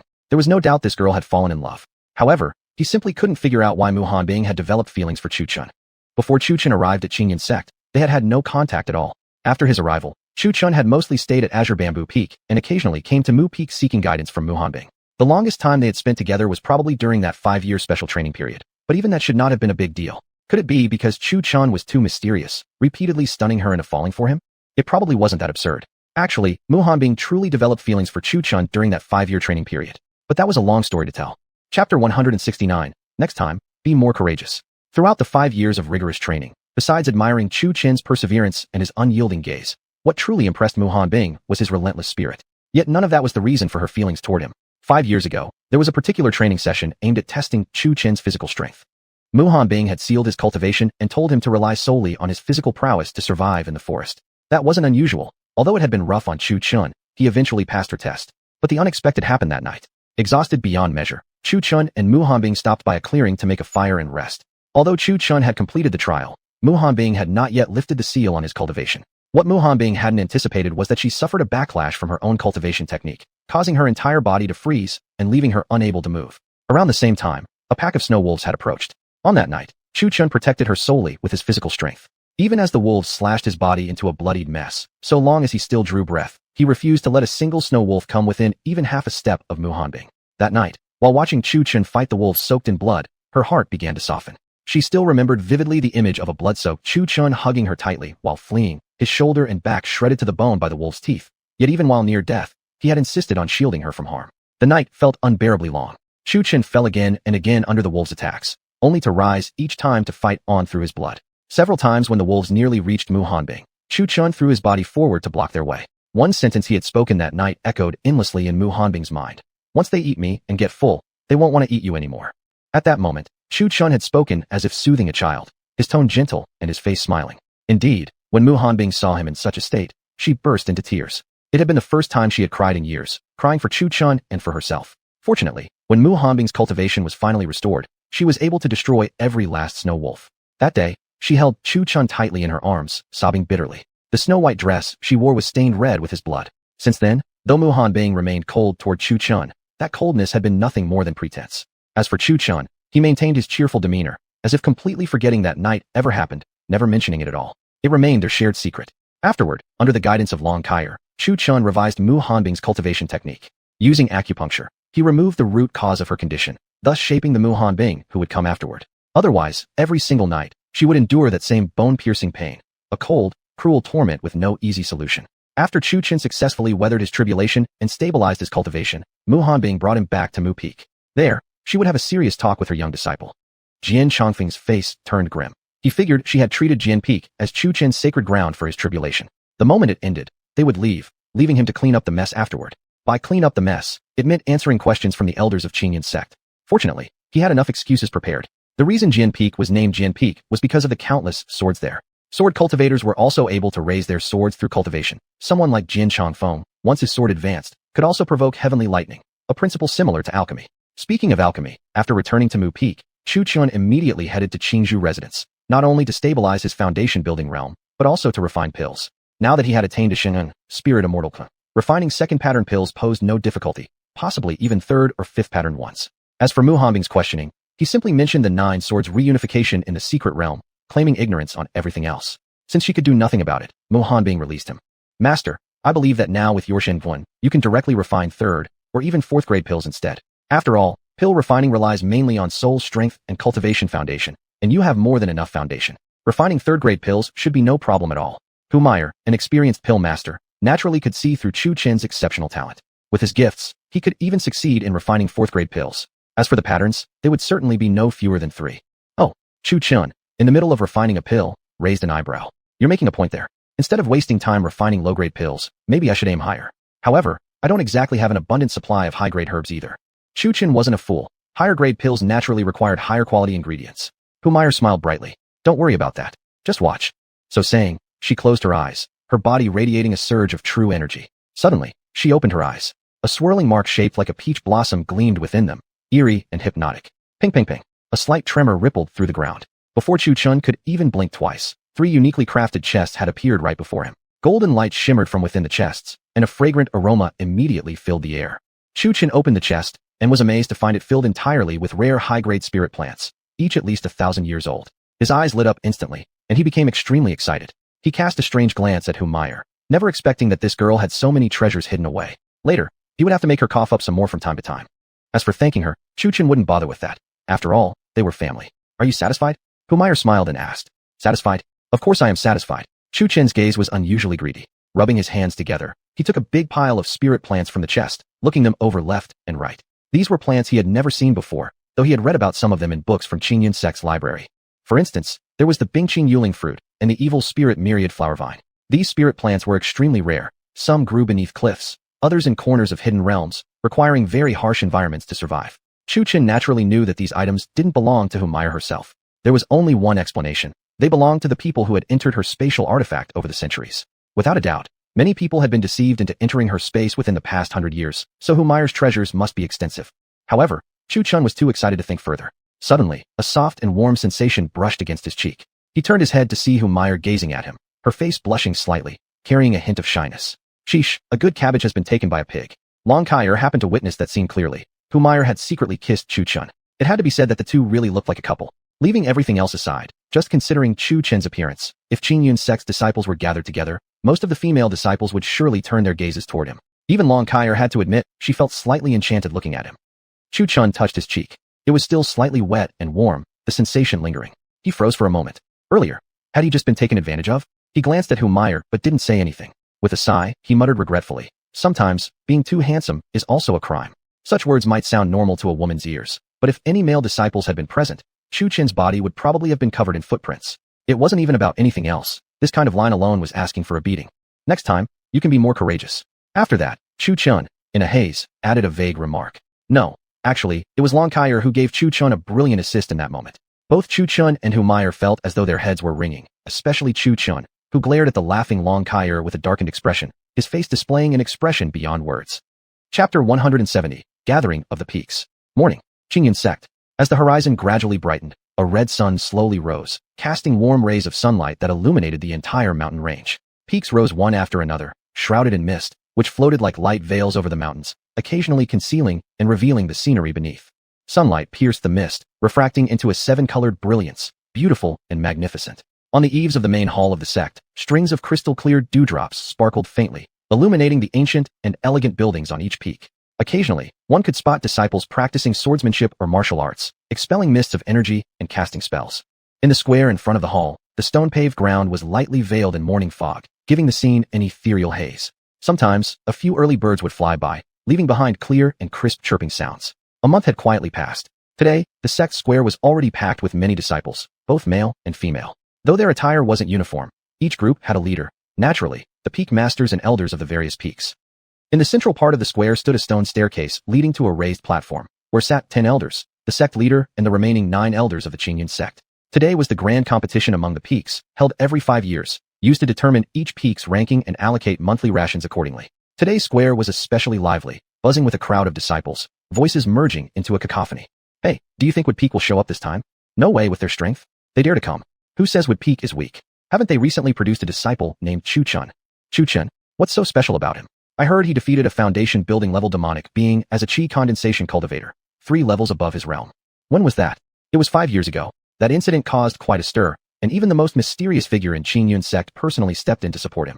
The most mysterious figure in Qingyun sect? Who's that? The sword-hiding peak master. They say even the wood peak master, Mu Hanbing, calls him senior. There's that too. The disciples' eyes widened at this. Everyone had heard of Mu Hanbing. It was because of her presence that Wood Peak had held its place among the top 5 peaks for so long. In fact, the young man continued, the disciples from Wood Peak used to be very strong. Well, for the last 50 years they were extremely powerful, but something happened. After that, the disciples of Wood Peak lost their will to cultivate and kept losing in battles. Oh, there's that story. This young man had joined the Qingyun sect 10 years ago and knew little about past events, always believing Wood Peak was the weakest.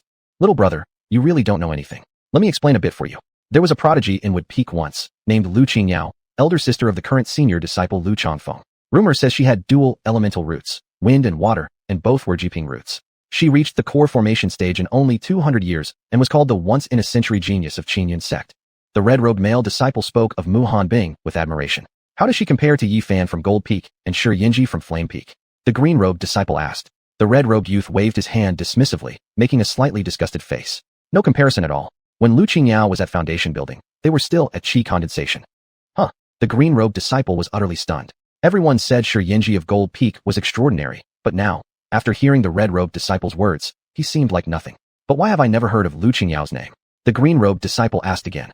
The red-robed disciple sighed heavily upon hearing that. Something happened. She was expelled from the mountain. Or rather, she chose to abandon her cultivation, return to a normal life, and eventually died. That's also why Wood Peak's power took such a big hit. Senior, tell me more, please. The green-robed disciple perked up, clearly very interested in gossip. Enough. If that female demon hears about this, my head may roll, the red-robed disciple said, and then pointed at his own head. Oh, isn't that a disciple from Wood Peak? The green-robed disciple glanced sideways and noticed a group of white-clothed figures flying toward the sect square. The woman leading them had a cold expression, her white dress flowing, and silver-white hair trailing in the wind. So beautiful. The green-robed man muttered in awe. I'm warning you, boy, don't get any ideas. She's the female demon. If you mess with her, your head might not be safe. The red-robed disciple reminded him, puzzled as well. Who knew Wood Peak would even show up this time? Greetings, sect leader. After landing, Mu Hanbing led her disciples forward and slightly bowed toward Tong Lichang on the platform. Greetings, sect leader. Greetings to all elders. Following Mu Hanbing's lead, Chu Chun and others paid their respects to Tong Lichang and the elders. The 12 disciples followed Mu Hanbing and moved toward the competition seating area reserved for Wood Peak participants in the square. Why were there 12 people? Because Humiliation had also come. Wood Peak's arrival once again sparked murmurs among the surrounding disciples. Wow, Wood Peak really has so many beauties. Look at that girl with the peach blossom eyes, so beautiful. And that one with the graceful figure, that must be Ji Yufei. The male disciples gazed intently, not without reason. Wood Peak had more female disciples than male, and each one was extraordinary in beauty. Even Mu Hanbing was adored. Chu Chen's seat was somewhat awkward. He had Mu Hanbing on his left, Bai Ling, also known as Chu Lingyue, on his right, Humiliation behind him, and Ji Yufei in front. Chu Chen seemed entirely surrounded by women, prompting other male disciples to quietly whistle in admiration. There was envy, and naturally, jealousy. Where there's jealousy, there is hatred. Senior brother, we meet again. Chu Lingyue smiled from beneath her veil, greeting Chu Chun. Haha indeed. Chu Chun looked embarrassed, unsure whether to sit or stand, constantly sensing something odd in the way his young junior sister looked at him. He glanced sideways at Mu Hanbing and still couldn't figure out her actions. Other peak masters either sat at the head seat or the front seats, yet here she was, choosing to sit directly beside Chu Chun. Chu Chun felt as though he stood in midsummer, yet felt a chill run through him. Whoa, that's sword-hiding peak. What? Sword-hiding peak has arrived too. All disciples raised their heads simultaneously as a black-robed elder, followed by 8 disciples, flew toward the square and landed beside Wood Peak's section. That was sword-hiding peak's reserved place. Everyone raised their eyebrows upon seeing this. What a day! 2 of the most mysterious peaks had appeared. It was understandable for Wood Peak to come, but sword-hiding peak had not participated in any sect activity since Tong Lichang became sect leader. This time, however, they surprisingly made an appearance. Greetings, Elder Sword. Mu Hanbing stood up first and bowed deeply toward Jin Changfeng. Ah, forget these formalities, no need to bow. Elder Jin Changfeng, however, was quite easygoing, waving his hand casually. His gaze landed on Chu Chun, a slight curve appearing on his lips as he murmured, "This kid's really blessed with beauty around him." As for Chu Chun, upon seeing the disciples from sword-hiding peak, he felt more excitement than meeting his own mother and wanted to run toward Elder Jin Changfeng's seat. Where are you going? Mu Hanbing's delicate white hand grabbed the edge of Chu Chen's robe. He chuckled awkwardly. Want to go play around with sword-hiding peak a bit. Chu Chen made up a unique-sounding excuse. Watching this, Jin Changfeng narrowed his eyes slightly. Looks like there would be an entertaining show after all. Chapter 171, The Undercurrents of the Battlefield. Don't go. Mu Hanbing's face was cold, but her tone carried a hint of grievance. Upon hearing her words, the other disciples of Mu Peak all cast strange looks at her. What was going on? Even Humayr was puzzled. In contrast, Jian Changfeng wore a meaningful smile. Why not? Chu Chen looked at Mu Hanbing in confusion. This was the first time he had ever seen her wear such an expression. It was almost like a jealous wife. Fair immortal, may I have the honor of inviting you to accompany me for a walk after the match? At that moment, a deep and mature male voice sounded from beside Chu Chen. The attention of the crowd that had settled on Mu Hanbing shifted to the man. He wore resplendent robes of emerald and gold. He was handsome, though compared to Chu Chen, there was still some lacking. And the person he spoke to was none other than Chu Lingyue. Chu Lingyue lightly raised her eyes and glanced at him. The path of cultivation is extremely long. Brother Junior, please return, I have no time. Chu Lingyue recognized the man. Wasn't this Gu Qingshu, the person who had climbed the mountain with her back then? It seemed he was a disciple of Jin Peak, judging from his garments embroidered with threads of emerald and gold. He had been making quite a name for himself lately. Chu Lingyue had even heard about his recent feats. He defeated a senior brother 2 minor levels above him and had become rather popular lately. However, Chu Lingyue regarded this with disdain. Compared to Chu Chen, he was far behind. This. Gu Qingshu narrowed his eyes, his expression growing unpleasant. As he glanced at the people around him, he found they were all watching like spectators at a play, making him increasingly uncomfortable. Since entering Qingyun's sect, he had been actively seeking the location of Bailing's peak, but no one seemed to know who Bailing was. Once, he even tried to sneak into the territory of Mu Peak, only to be ruthlessly expelled by Mu Hanbing. He never expected that, despite his current achievements, when he pursued Bailing again, he would be directly rejected, without even the pretense of politeness. A surge of anger arose in his heart. Foul bitch, don't reject a kind offer. Fair immortal, are you sure about this? I am a disciple of Jin Peak. If you become my Dao partner, I can guarantee you endless advancement. Gu Qingshu no longer feigned courtesy, clearly revealing his intentions. His words were an obvious hint. Being a Jin Peak disciple, if she followed him, her cultivation path would be paved with abundant resources. Don't act so high and mighty. As he spoke, Gu Qingshu reached out, attempting to grasp Chu Lingyue's delicate hand. Chu Lingyue withdrew hers instantly. There's no need. Please just leave. There was anger in Chu Lingyue's tone. Seeing Gu Qingshu still lingering, she suddenly reached for Chu Chen's hand and tightly interlaced her fingers with his. Smiling slightly at Chu Chen, she turned her icy gaze upon Gu Qingshu and said, Junior brother, I already have a Dao partner. Please stop harassing me. Chu Chen. Look at the guy. He was utterly bewildered. What the hell? Am I just a shield now? Though a bit confused, Chu Chen wasn't stupid. He could clearly see his little junior sister had no interest in this guy. As a senior brother, being a temporary shield for her wouldn't hurt him at all. Bailing, why do you despise me so much? Even if you won't accept my affection, why pull in just any disciple and claim he is your Dao partner? Gu Qingshu sighed, appearing dejected. The crowd really thought he was emotionally devastated, but a sharp glint flickered beneath his lowered gaze. Who says I picked him randomly? We truly love each other. Wherever you're from, go back there. If you dare to bother my woman again, don't blame me for being ruthless. Chu Chen stammered slightly as he said this, clearly unaccustomed to such dramatic speech. Then he unleashed the aura of a Yin Jing cultivator. His spiritual foundation was nothing ordinary for his level, and as his oppressive might surged forth, Gu Qingshu was not only forced back several steps, but blood spilled from his mouth as well. His face turned deeply gloomy. He was also baffled. When had the oppressive aura of a Yin Jing cultivator become so powerful? After all, he was at foundation building stage first rank. Today is not the day for showing off. Better to retreat first. You'll see. Gu Qingshu left with a final threat, and without turning back, heading straight for Jin Peak. Today, not only had he failed to win the heart of his desired girl, but he also suffered public embarrassment. TSK, what a little punk. Chu Chen cast a glance at the distant Jin Peak, then fixed his gaze on a certain man. The man wore white robes with golden threads woven into them, his hair also white. On the left side of his waist hung a gourd, and on the right, a sword. To Chu Chen's surprise, he couldn't detect the strength of this white-robed man at all. Although he seemed to be only at Daiyunjing, there was something mysterious about him. Back at the scene, the members of Mu Peak all wore meaningful smiles watching the previous scene unfold. Except for Humayr and Chu Chen, everyone else present clearly understood Chu Lingyue's identity. They all knew why Chu Lingyue had joined the Qingyun sect, why she had chosen Mu Peak, and understood her feelings for Chu Chen thoroughly. Seeing this, Mu Hanbing inexplicably felt a lump in her chest. Besides her, Ji Yufei felt the same. Jian Changfeng narrowed his eyes, smiled slightly, and muttered to himself, this kid certainly has great fortune with women. Afterward, he stole a glance at Bai Lingxue. Could this girl also have feelings for Chu Chen? Besides Jian Changfeng, Long Kaier also wore a pleased expression. Indeed, the more mysterious someone was, the more leisurely they appeared. They always needed some amusement to pass the time, such as these two. When Chu Chen narrowed his eyes and stared solemnly at the white-haired man from Jin Peak, his previously black pupils turned golden. Everyone else followed Chu Chen's gaze. Shi Yun. Lu Changfeng murmured softly. Brother Senior recognizes this person? Upon hearing this, Chu Chen couldn't help but feel interested. This white-haired man, named Shi Yun, who even with his fire-eyed insight he couldn't see through, was cloaked by a faint white mist, obscuring his vision. Forget about peering through that. He couldn't even penetrate the man's clothing. Of course I know him. This young man belongs to the same generation as us. What Lu Changfeng meant by same generation was that, long ago, he had entered Qingyun's sect around the same time as him. However, their time periods were different, separated by 2 years. Then why is he still only at Ning Yunjing? This was not only the question Chu Chen wanted to ask, but also the one Chu Lingwei wanted to voice. After all, they both came here aiming for the top peak during the competition. They had put their full efforts into it. Especially Chu Lingwei. Not only did she want Mu Peak to become the first peak, she also wanted to win first place herself. Though she didn't fully understand the rules of the grand competition, she knew about the rewards. The top 5 would each receive a magical artifact. 1 king tier artifact for first place and artifacts from 2nd to 5th ranked as king tier as well. It was said that the first prize was a pair of boots known as the Gale Striding Boots. Even without cultivating energy, one could walk on air with them, and they had the ability to increase speed. But she didn't intend to use them herself. She wanted to give the boots to Chu Chun as a gift to express her affection.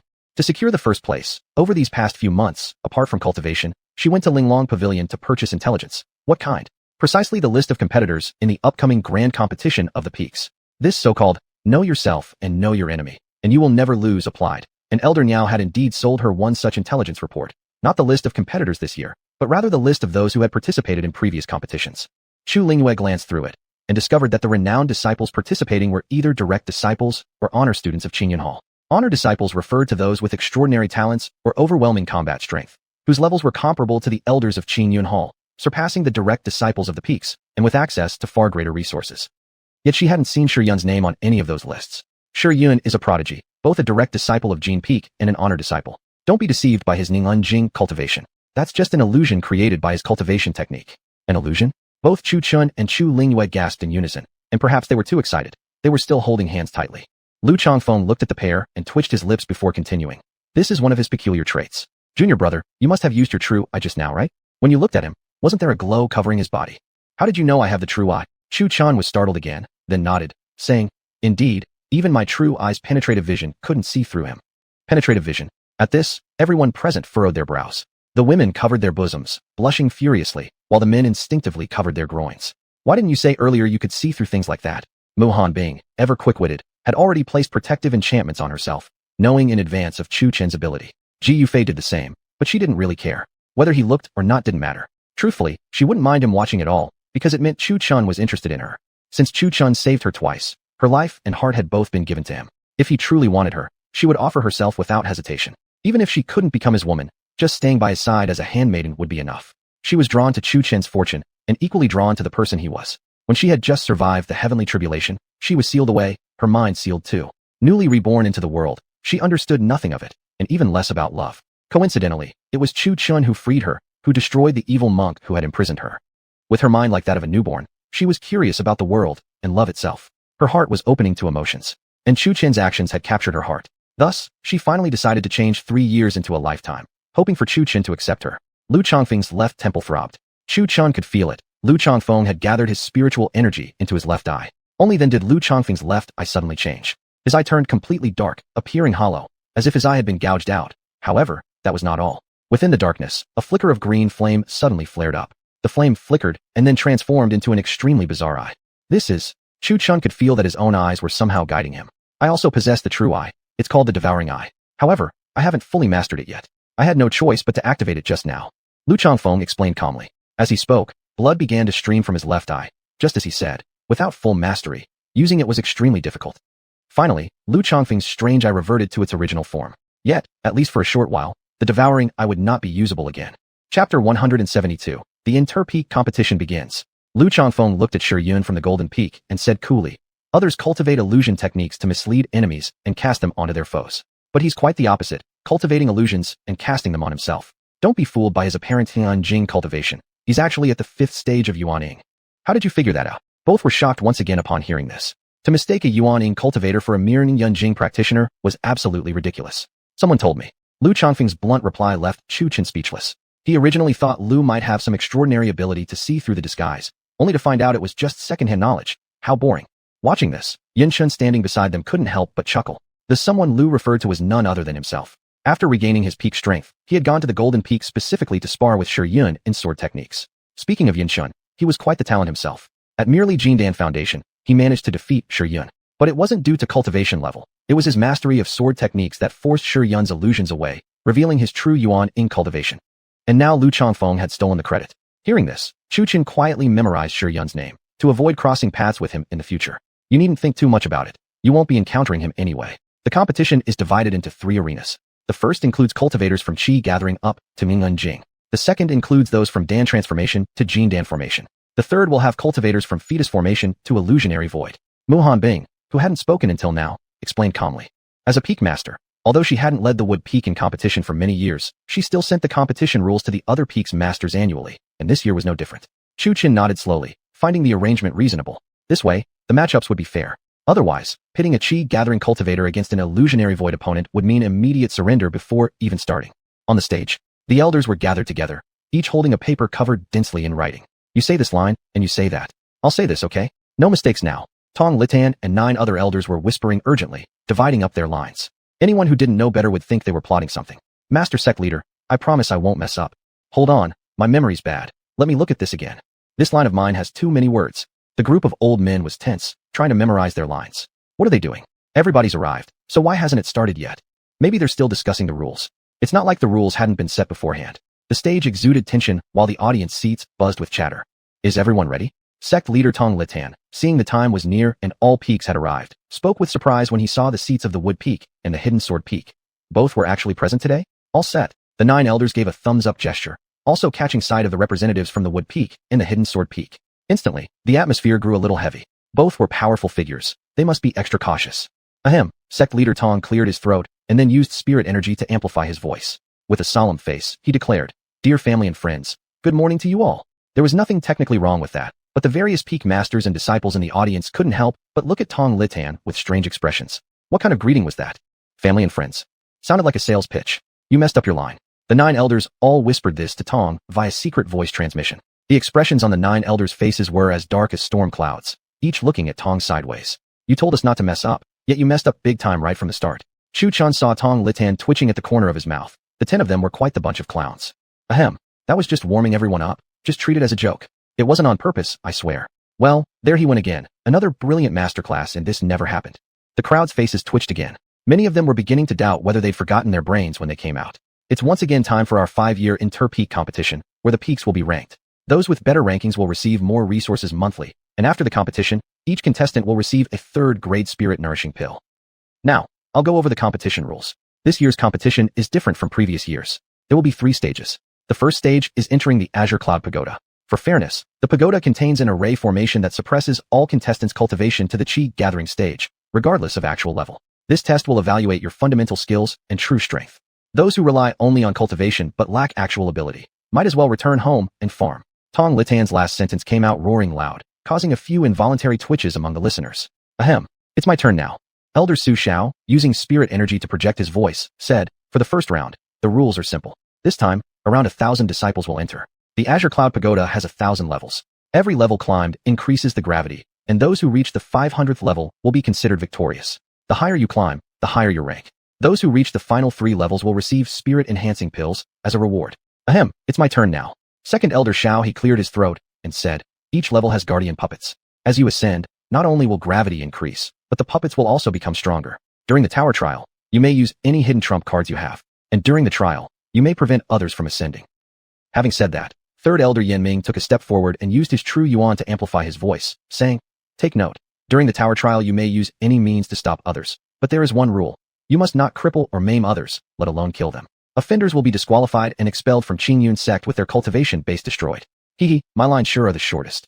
4th Elder Lu Zhun proudly took a step forward, his voice mighty as he projected with true yuan energy. The competition begins. Sure enough, among the 10 elders, his part was the easiest to remember, pathetically short. The disciples and peak masters in the audience watched the 10 elders' performance as if watching monkeys entertain. Was it really necessary to be so complicated? Couldn't they just say everything at once? Though they grumbled inwardly, none dared to speak out. They couldn't possibly oppose the sect leader and 9 supreme elders of Qingyun sect. Although they had just watched a performance worthy of monkeys, the rules were now crystal clear. Wong. Suddenly, a sound came from the platform below. The 10 elders formed a circle around the plaza, Tong Litan's true yuan rolling violently as an ancient golden sigil floated across his forehead. From between his eyebrows emerged a small golden tower. The tower landed in the plaza and began rapidly expanding before everyone's eyes, growing until its peak pierced the clouds above. Seal. Surrounding the golden tower, all 10 elders released rolling waves of true yuan. A formation appeared on the ground, its crimson runes glowing with light. With a deep wong, the formation and the tower flared simultaneously with red light. a column of radiance piercing the sky. Then, slowly, the red pillar shrank, until it disappeared entirely. Competitors, enter the tower. At fourth Elder Lu Zhen's words, the disciples all stood up. At first glance, there seemed to be quite a number, nearly 1,500 in total. All disciples from the Wood Peak and the Hidden Sword Peak had entered. No choice, their peaks had few people to begin with. Oh, the Hidden Sword Peak is participating too. Everyone curiously turned toward the Hidden Sword Peak. To be honest, for a long time no one had ever seen a Hidden Sword Peak disciple fight. This would be quite something to see. As the name implied, the Hidden Sword Peak housed only sword cultivators. Since they were sword cultivators, one couldn't judge merely by cultivation level. Sword cultivators were generally far more powerful than others. Compared to the disciples from the Golden Peak and the Flame Peak, it was the Hidden Sword Peak who were truly terrifying. As for the Wood Peak, no one gave them a second thought. They had already fallen into decline, their power greatly diminished. Chapter 173, Chang Ka. Xiao Xiao Xiao. The disciples who stood up emitted a column of light and disappeared from the scene. Half of the disciples were instantly gone. Sung tsung tsung. Then, many screens suddenly appeared on the scene, about thousands of them. The screens displayed the images of the disciples, though they all seemed to be in a dazed state. Could they not be confused? They hadn't even prepared themselves properly before being transmitted inside. Some disciples were especially baffled. They had only stood up to watch the commotion, but were mistakenly brought in too. Is this the inside of the tower? After getting over his shock, Chu-chun came to his senses. He had originally thought he would see a crowd, but instead, the tower was surprisingly spacious. This left him quite confused. Could it be he was the only one here? Where were the others? It wasn't just Chu-chun who felt puzzled. The other disciples who had been transmitted into the tower also shared the same bewilderment. Weren't there supposed to be thousands of people? Why was he alone? This tower has its own space. Indeed, thousands have entered, but they were separated into different spaces. The higher you go, the more people you'll encounter. Long Kaier knew everything. Chu-chun couldn't make sense of the tower's structure, but she seemed completely informed. I see. After hearing Long Kaier's explanation, Chu-chun clicked his tongue in amazement. Truly incredible. He examined his own cultivation, and indeed, as stated on the rules, it had been suppressed to the early stage of qi condensation. However, his physical strength remained completely unchanged. For Chu-chun, this was a great advantage. The pressure in the first level was negligible, or even non-existent for him. Since he never followed conventional rules, the suppression of cultivation that could impede others posed no obstacle to him. Thus, this tower was his domain where his physical prowess reigned supreme. Needless to say, on the viewing stands, watching through the screens, many disciples without cultivation looked extremely troubled. Naturally, there were exceptions, monsters among disciples, like personal disciples and honor disciples from different peaks. The troubled expressions of those disciples proved their foundations were unstable. Stripped of cultivation power, they were rendered helpless. Inside the tower, in the middle of the first level where Chu-chun appeared stood a golden figure, not alive, but a puppet. Chu-chun speculated that this was the puppet the elders had mentioned. Every level had one, but he didn't know whether the puppets on other levels looked the same. Well, just at that moment, the puppet's eyes suddenly lit up, flashing crimson. In a flash, it dashed to Chu-chun and threw a punch toward his face. Chu-chun raised his eyebrows slightly and quickly dodged with a reverse dragon step. Clenching his right fist, his dragon-like roar resounded. Then, he returned with another reverse dragon step.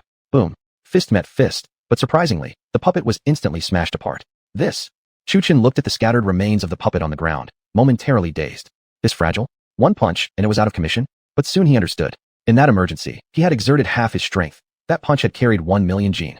Since this was only the puppet on the first level, the difficulty was low.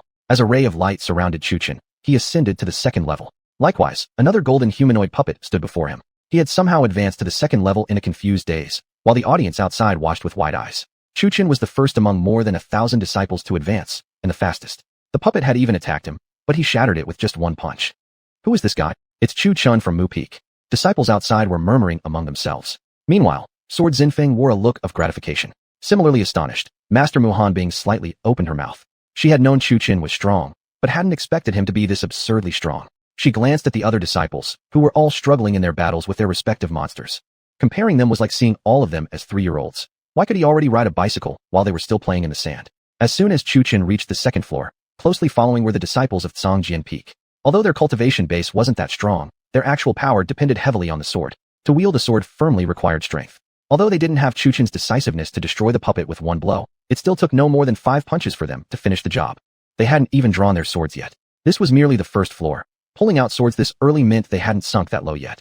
Time passed quietly. After just the time it took to burn a stick of incense, Chu-chun still emerged as the fastest, delivering 1-punch kills to each fragile puppet. In just that short span of a stick of incense burning, he reached the 25th level. Chu-chun appeared unaffected by the gravity inside, still smashing each puppet with a single punch. Outside, 10 old men observed and couldn't help stroking their chins thoughtfully, wondering if they had perhaps forgotten to increase the gravitational pressure. Other than Chu-chun, no one else was having an easy time. Not only were their cultivation bases suppressed, but by the time they reached the 10th level, they already started to feel some strain. Below the 10th level, gravity increased by 1 gene per level, but they couldn't even feel that yet.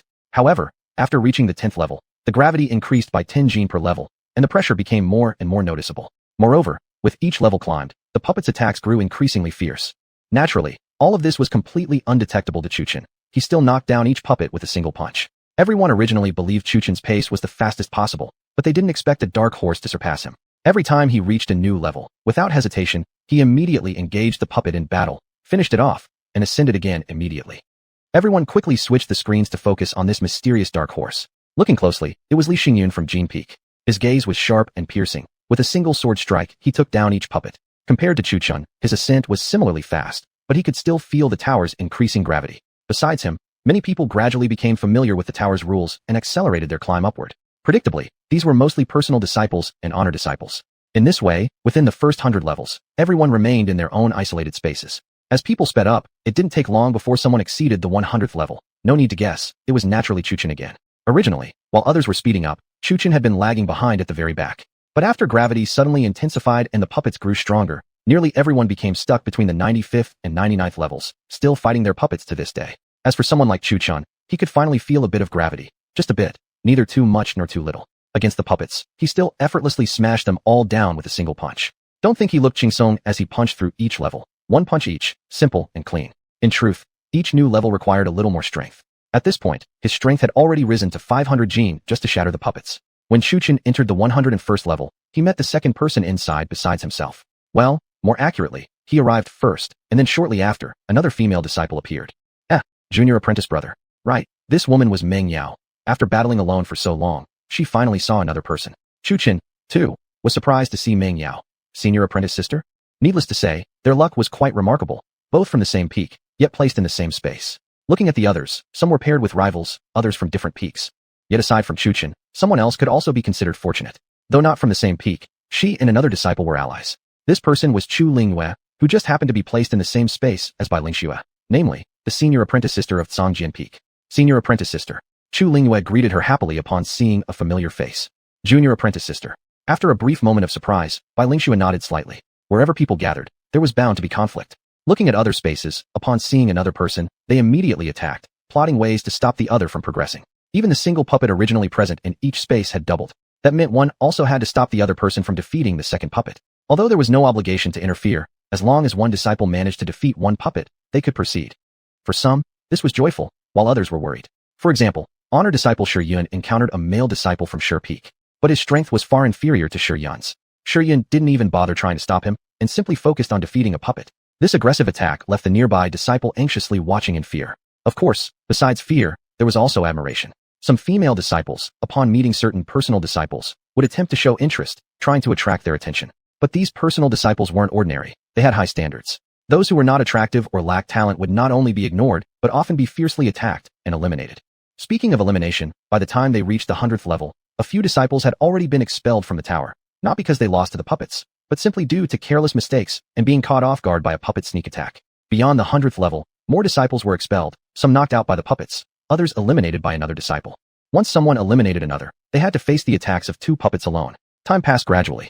Aside from 2 spaces where disciples cooperated together in unison, most others were focused on how to eliminate the rival beside them while progressing through the tower. Chapter 174, Climbing all the way up. As the group of disciples ascended, quite a few disciples from the audience seats were also transported out.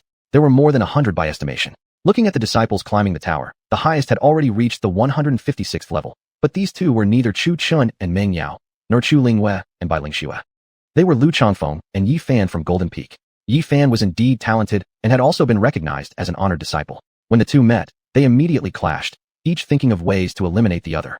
As they fought, the two rose to the first place, though naturally they themselves didn't know this. Chill Spear. Lu Changfeng lunged toward Yi Fan with a long spear. Yi Fan, unfazed, formed a hand seal with both hands, summoning a shield in front of him. Bang! The shield blocked Lu Changfeng's spear. Because their cultivation levels were suppressed, both were pushed backward by the residual force. Boom! As the two were fighting, 2 puppets, each wielding a spear, rushed in. They divided their targets clearly, one for each. Lu Changfeng reacted swiftly. As the puppet thrust its spear forward, Lu Changfeng leapt into the air, landing directly on the puppet's spear. Compared to Lu Changfeng, Yi Fan also dodged the puppet's attack. He didn't stand on the puppet's spear but quickly counterattacked with a sudden backstab, transforming his shield into a golden sword. Swinging it toward Lu Changfeng, however, the puppet behind him simultaneously launched its own attack. Pung! Lu Changfeng reacted quickly, standing on the puppet's spear and swatting Yi Fan's blade away with his own. As his cultivation method activated, the puppet moved again. Flames rose from the tip of the puppet's spear as it suddenly shook, throwing Lu Changfeng off, and then piercing toward him with its flame-covered spear. Great opportunity. Yi Fan sneered coldly. His weapon transformed again, turning into a long spear which he hurled straight at Lu Changfeng. The puppet behind him simultaneously launched a piercingly cold spear strike. The golden puppet stamped its foot, bursting with aura as the surrounding temperature sharply dropped. Crack! Crack! Icicles erupted from the ground, rushing straight toward Yi Fan. Yi Fan's expression changed. He quickly crossed his arms in front of him, and with a golden glow from his arms, a pair of golden gauntlets appeared. This was Yi Fan's talent. With his innate metal attribute, he could materialize his spiritual energy, using it both for attack and defense. Crack! Despite Yi Fan's fast reaction, he was still encased in the puppet's ice prison. Although Yi Fan was in a bad spot, Lu Changfeng had it worse. He dodged the puppet's icy strike with a flash, but immediately afterward, the golden spear Yi Fan had thrown came flying at him. Had he not reacted quickly enough, intercepting the spear with his own and breaking it in two, he would have been pierced through the forehead. Lu Changfeng's expression darkened as he stared at Yi Fan, but when he saw Yi Fan trapped in the puppet's ice, without hesitation, he lunged his spear forward. Boom! Yi Fan, trapped in the ice, narrowed his eyes, his spiritual energy surging. He shattered the icy prison and quickly summoned another shield. Bang!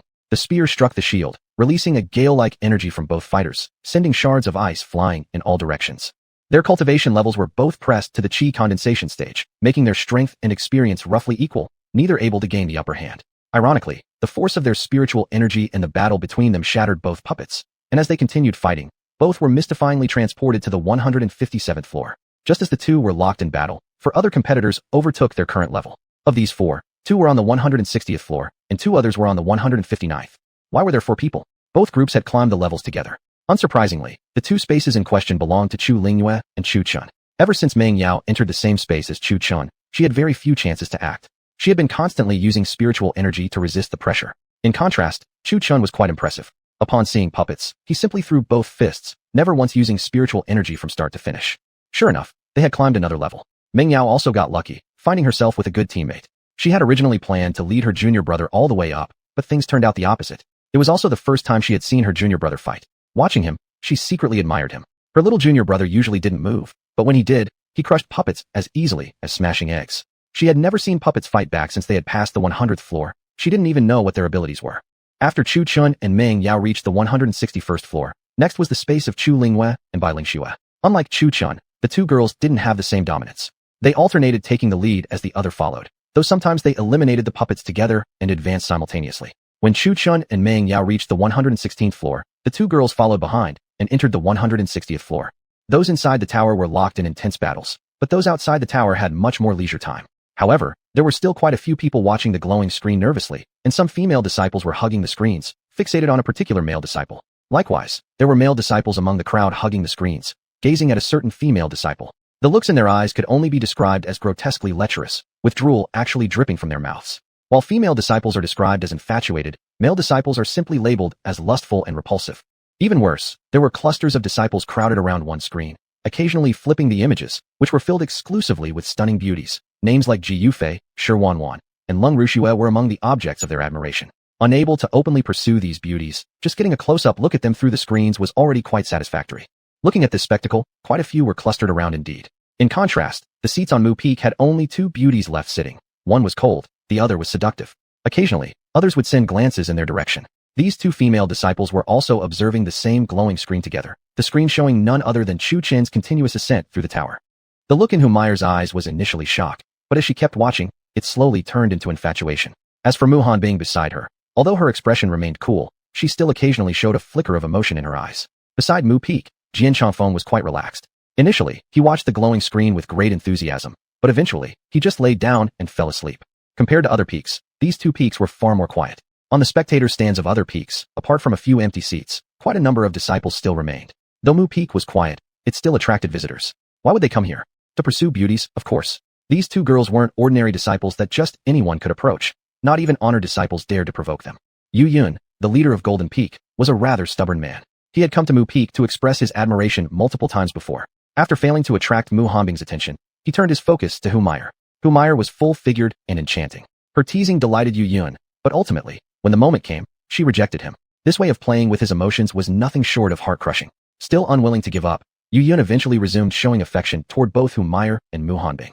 However, Jian Changfeng, who had been sleeping nearby, couldn't bear to watch anymore and erected a barrier around both Mu Peak and Zhangjin Peak. Yu Yun's face darkened with fury. He tried every trick in the book, but failed to break through the barrier created by Jian Changfeng. Meanwhile, within the barrier, Humiliation kept flashing him teasing smiles. Come on, if you break through the barrier, I might give it some consideration. Because of these words, Yu Yun kept ramming into the barrier. For an entire hour, he exhausted every method he knew but still couldn't penetrate it. At that moment, he looked nothing less than a clown. In the end, he had no choice but to return to Golden Peak in disgrace, casting murderous glances toward Jian Changfeng. A man like Jian Changfeng, of course, couldn't possibly have missed those looks, but from start to finish, he had never regarded Yu Yun as a threat. As previously said, Jian Changfeng's cultivation level was light years beyond Yu Yun's. Having lived for countless millennia, having slain countless opponents, the killing intent around him was unmatched by most. If he truly wished to, he could kill Yu Yun with just a single glance. But to him, Yu Yun wasn't even worth that much attention. In his eyes, Yu Yun wasn't even as significant as an ant, merely a speck of dust, barely worth noticing. If those on the spectator stands had enough time to lounge around, then the 10 elders outside were even more leisurely. They were grouped together, deeply engrossed in studying a painting scroll. What painting scroll was it? Judging by the situation, it might have been related to sect secrets. The 10 elders had their heads huddled together, completely absorbed in the study. Old Sixth, got any more? Give us a bit more. Tong Litong displayed his yellowed teeth, grinning lecherously. Even worse, a streak of red blood ran from one of his nostrils. Looking at the other 9 elders, the situation was no different. Ancestor, this is the last sheet, there's no more. Elder Yang Jiqian, Elder Sixth, wiped the blood from his nose and chuckled awkwardly. By the way, Old Sixth, where did you get this from? Elder Dechang Lao Su Xiao asked with visible interest.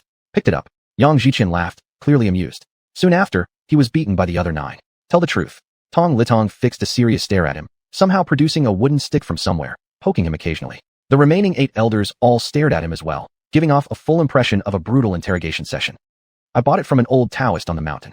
Unable to withstand their pressure, Yang Jiqian finally gave in and confessed. Hearing that, the other 9 elders grinned in the most lecherous manner imaginable. We should go grab a couple of these when we have time. Phew. A soft breeze blew, gently flipping open the painting scroll that had been closed until now. At a glance, the scroll depicted a group of naked figures engaging in primitive activities. Phew. It was actually an erotic painting. These old geezers really were something else, still obsessed with this stuff despite their advanced ages. If someone really said that, they would probably all retort. Exactly because we're old and can't find cultivation partners, we watch this kind of stuff. Chapter 175, Teammates. Inside the tower. Now the 2 highest individuals had reached the 200th floor. Huh? Senior brother Chu Chun, senior sister Meng Yao. Suddenly, Chu Chun and Meng Yao heard a startled exclamation. They turned around and saw, to their surprise, Chu Lingyue and Bai Lingxue, senior sisters. A look of joy crossed Chu Chen's face. Meng Yao was slightly taken aback as well. The 4 of them actually ended up grouped together? They had expected to meet enemies, but it turned out to be teammates. It wasn't surprising they encountered each other. Among over 1,000 participants, only these 2 spatial teams had broken through to the 200th floor, so they were naturally grouped together. Just by looking at the puppets in this space, one could tell that from floor 200 to 299, each team consisted of 4 members. Since the number of participants was determined based on the puppets, there were 4 puppets in this area, and each of them wasn't weak at all. This time, Chu Chen couldn't carry his teammates for easy kills. He could only take down 2 at most with a single punch, unless he used the Dragon Roar sword. Otherwise, there was no way he could handle them all. Junior brother, you've worked hard all the way. It's time for us senior sisters to do some work now. As Meng Yao spoke, she cracked her neck and wrists, looking like a tough gang boss ready for a fight. The most excited among the 4 was Chu Lingyue. She hadn't expected to run into Chu Chen again. Now she could finally show off her strength. No need. I'll carry you all to victory. Chu Chen suddenly remembered he had been relying purely on brute force this entire time. He almost forgot he was a cultivator who could use true spiritual energy. He stepped forward, his entire body surging with spiritual energy. The power of fire condensed into his right hand, and with one punch, he sent a flaming strike flying toward the 4 puppets rushing toward them. Boom. The flame fist caused the space to tremble. The incoming puppets were instantly blown into pieces. The 3 women's expressions were stunned, their lips slightly parted. With that, the 4 of them advanced together. What the heck? That actually worked? This guy's literally carrying us with his strength. Damn, what a talent. Wait, isn't that the quenching fire technique from Flame Peak? How does he know Flame Peak's quenching fire technique? Flame Fist. Numerous disciples who had fought against disciples from Flame Peak earlier watched the screen in confusion, then turned to look toward Flame Peak. Zhao Qian's expression was clearly sour. Flame Peak had always claimed its techniques would not be shared outside. Now Chu Chun had publicly used it, slapping Flame Peak in the face. But there was nothing Zhao Qian could do about it. After all, Mu Hanbing wasn't someone easy to deal with. Not to mention, there was another alluring woman whose cultivation level he couldn't even perceive, indicating that her power was above his. Looking at the barrier around Wood Peak and Sword Storage Peak, the barrier was set up by Jian Changfeng, clearly showing the close relationship between these 2 peaks. Looking back at Chu Chun on the screen, the disciples of Sword Storage Peak and Wood Peak hadn't even fought each other, clearly meaning they had formed an alliance. In this manner, Chu Chun and the three beauties cut through enemies all the way to the 280th floor before they finally paused. Why did they stop specifically at the 280th floor? Well, not exactly stop, more like a change in team members. Who was changing in? Chu Lingyue volunteered eagerly, and since Chu Chun couldn't talk her out of it, he finally gave in and let her take over. As for himself, he sat cross-legged on the ground, chanting something under his breath. Ancient runes floated over his body and formed a barrier around the two women. Thanks to the enhancement of Chu Chin's Linling method, the pressure inside the tower was neutralized. Outside the barrier, Chu Lingyue was now surrounded by ancient golden runes. The Linling method was an auxiliary technique. With its enhancement, Chu Lingyue's offense became more ferocious, and her spiritual energy was constantly replenished. Yet, as impressive as it looked, there was one mishap. Chu Lingyue only managed to kill 3 puppets and mistakenly advanced along with the other 2. Chu Chun remained seated. One puppet attacked with a sword, nearly eliminating Chu Chun on the spot, but the barrier protected him, giving him just enough time to react. After reaching the 291st floor, the situation grew awkward. Needless to say, Chu Chun looked extremely displeased. Chu Lingyue coughed awkwardly. Ahem. Mistake. Just a mistake. The disciples watching from outside couldn't help but sigh at Chu Chin's incredible speed of advancement. Other disciples were struggling inside their spatial zones, fighting 7 puppets at once, while also dealing with interference from others, advancing at a painfully slow pace. Yet here was Chu Chun effortlessly carrying his team upward with ease. Of course, there was one individual who stormed solo all the way to the 300th floor, Yun Shin from Wood Peak. He didn't bother stopping others from climbing the tower. He simply focused on defeating one puppet after another, advancing each time, and eventually reached the 300th floor single-handedly. Many inside the tower soon noticed this pattern. You didn't necessarily have to defeat other teams' puppets to advance. So naturally, more people started climbing alone, which proved much faster than wasting time trying to stop others from advancing. As a result, Chu Chun and his team, who originally led in climbing speed, now found themselves at the very end. The higher they ascended, the tougher the puppet challenges became. When Chu Chun and his team reached the 300th floor, they discovered that, surprisingly, there were still only 4 puppets. The same happened when they advanced to the 400th floor, still 4 puppets. Moreover, no new members had joined their space yet. It wasn't that there was no one else, but everyone else had charged upward solo, leaving only the 4 of them still grouped together. They were practically at the bottom of the rankings, which meant no matter how far they climbed, there would always be 4 puppets to fight. However, after Chu Chun reached the 500th floor, he finally saw someone. Just one person, not more, not less. After ascending, Chu Chun saw a young man fighting 7 puppets alone. The man had golden hair and black eyes, wielded a long sword with a bluish hue, had messy hair, was covered in wounds, and looked pale, constantly chased and attacked by the 7 puppets. Shanghai. Meng Yao recognized the man. He was a disciple from Pill Peak, also a distinguished disciple. Judging from his condition, things didn't look good for him. Why is he alone? And why are there 7 puppets? Chu Chun was confused, and so were the other 3. Boom. At that moment, 4 of the 7 puppets attacking Shanghai turned and charged toward Chu Chun and his group. Chu Chun raised an eyebrow, didn't even bother looking, and threw out a flame fist. Bang. A wave of heat swept outward, but the 4 puppets didn't collapse. They were only pushed back. This wasn't so bad before, but now that they'd been pushed back, take a look at Shanghai. He had barely gotten rid of 4 puppets, and now those little ones had returned. Shanghai's expression as he looked at Chu Chun and his group couldn't be described as anything but pitch black. You and I don't have any grudge, right? Clang. At that moment, one of the puppets thrust its sword forward. Shanghai's expression changed, his spiritual energy surged throughout his body, and he activated an extremely peculiar movement technique to evade. Then, dragging all 7 puppets, he charged straight toward Chu Chen's group. The 4 of them immediately grew serious. Seeing Shanghai rushing toward them, they all simultaneously attacked. Dragon Fist, Wind Blade, everything came out together. Holy crap. Shanghai, seeing the attack from both front and back, couldn't help but curse loudly. What the hell did I ever do to you? Honestly speaking, he was quite wronged. Originally, he wanted to rush toward Chu Chen's group to disperse the puppet's focus, but this action caused Chu Chen to think he was attacking the 4 of them, resulting in the scene that just unfolded. Shanghai's face tightened, then he activated the strange movement technique again to evade. As he dodged, the attacks from the 4 hit the puppets behind him. Bang, bang, bang, bang. The 4 puppets shattered, and bright lights surrounded the 4 of them. Whoosh, they disappeared in a flash. Holy crap, this actually worked? Shanghai landed, shouting in disbelief. However, he also had Chu Chen's group to thank, since they eliminated 4 of the puppets. Otherwise, he would have had to fight all 7 alone. With 4 puppets destroyed, the situation became much easier. A cold flash pierced straight into a puppet's head, eliminating it instantly. He was then wrapped in light and vanished from the spot.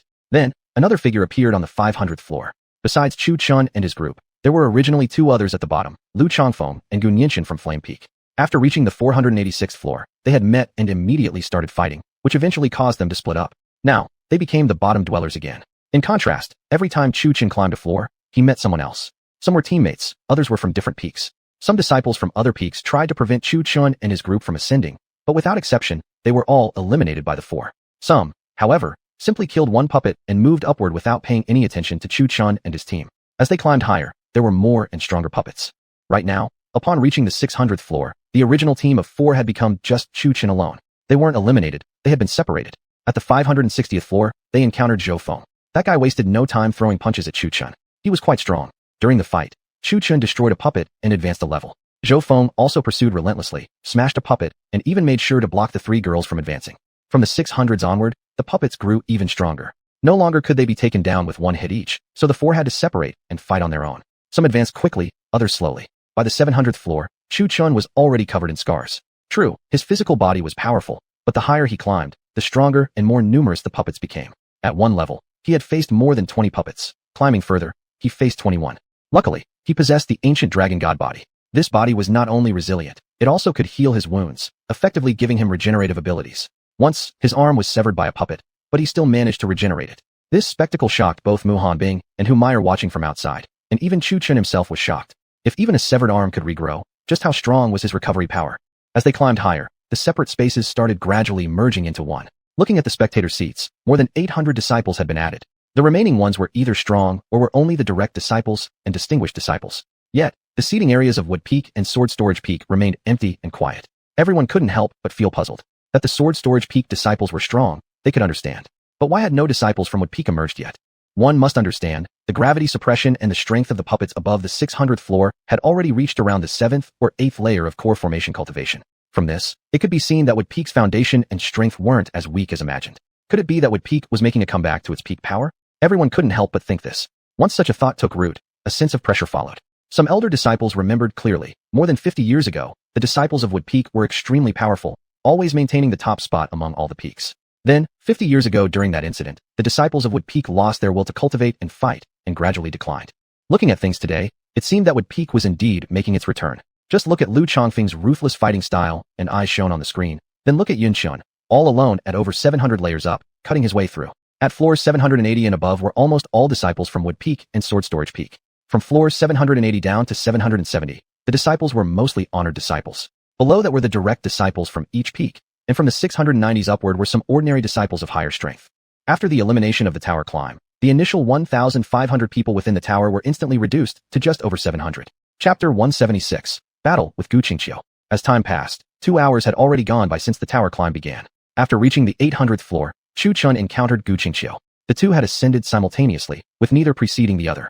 When Gu Qingqiu saw Chu Chun, he wore a twisted, fierce expression, snapped open his folding fan, and launched 3 waves of Cyan's spiritual energy directly at Chu Chun. Immediately afterward, the more than 30 puppets behind him also rose, turning their attacks toward Gu Qingqiu.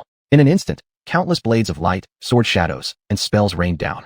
Chu Chun frowned, activated reverse dragon step, and narrowly dodged the 3 attacks launched by Gu Qingqiu. Gu Qingqiu, holding the fan, slashed a knife strike at Chu Chun.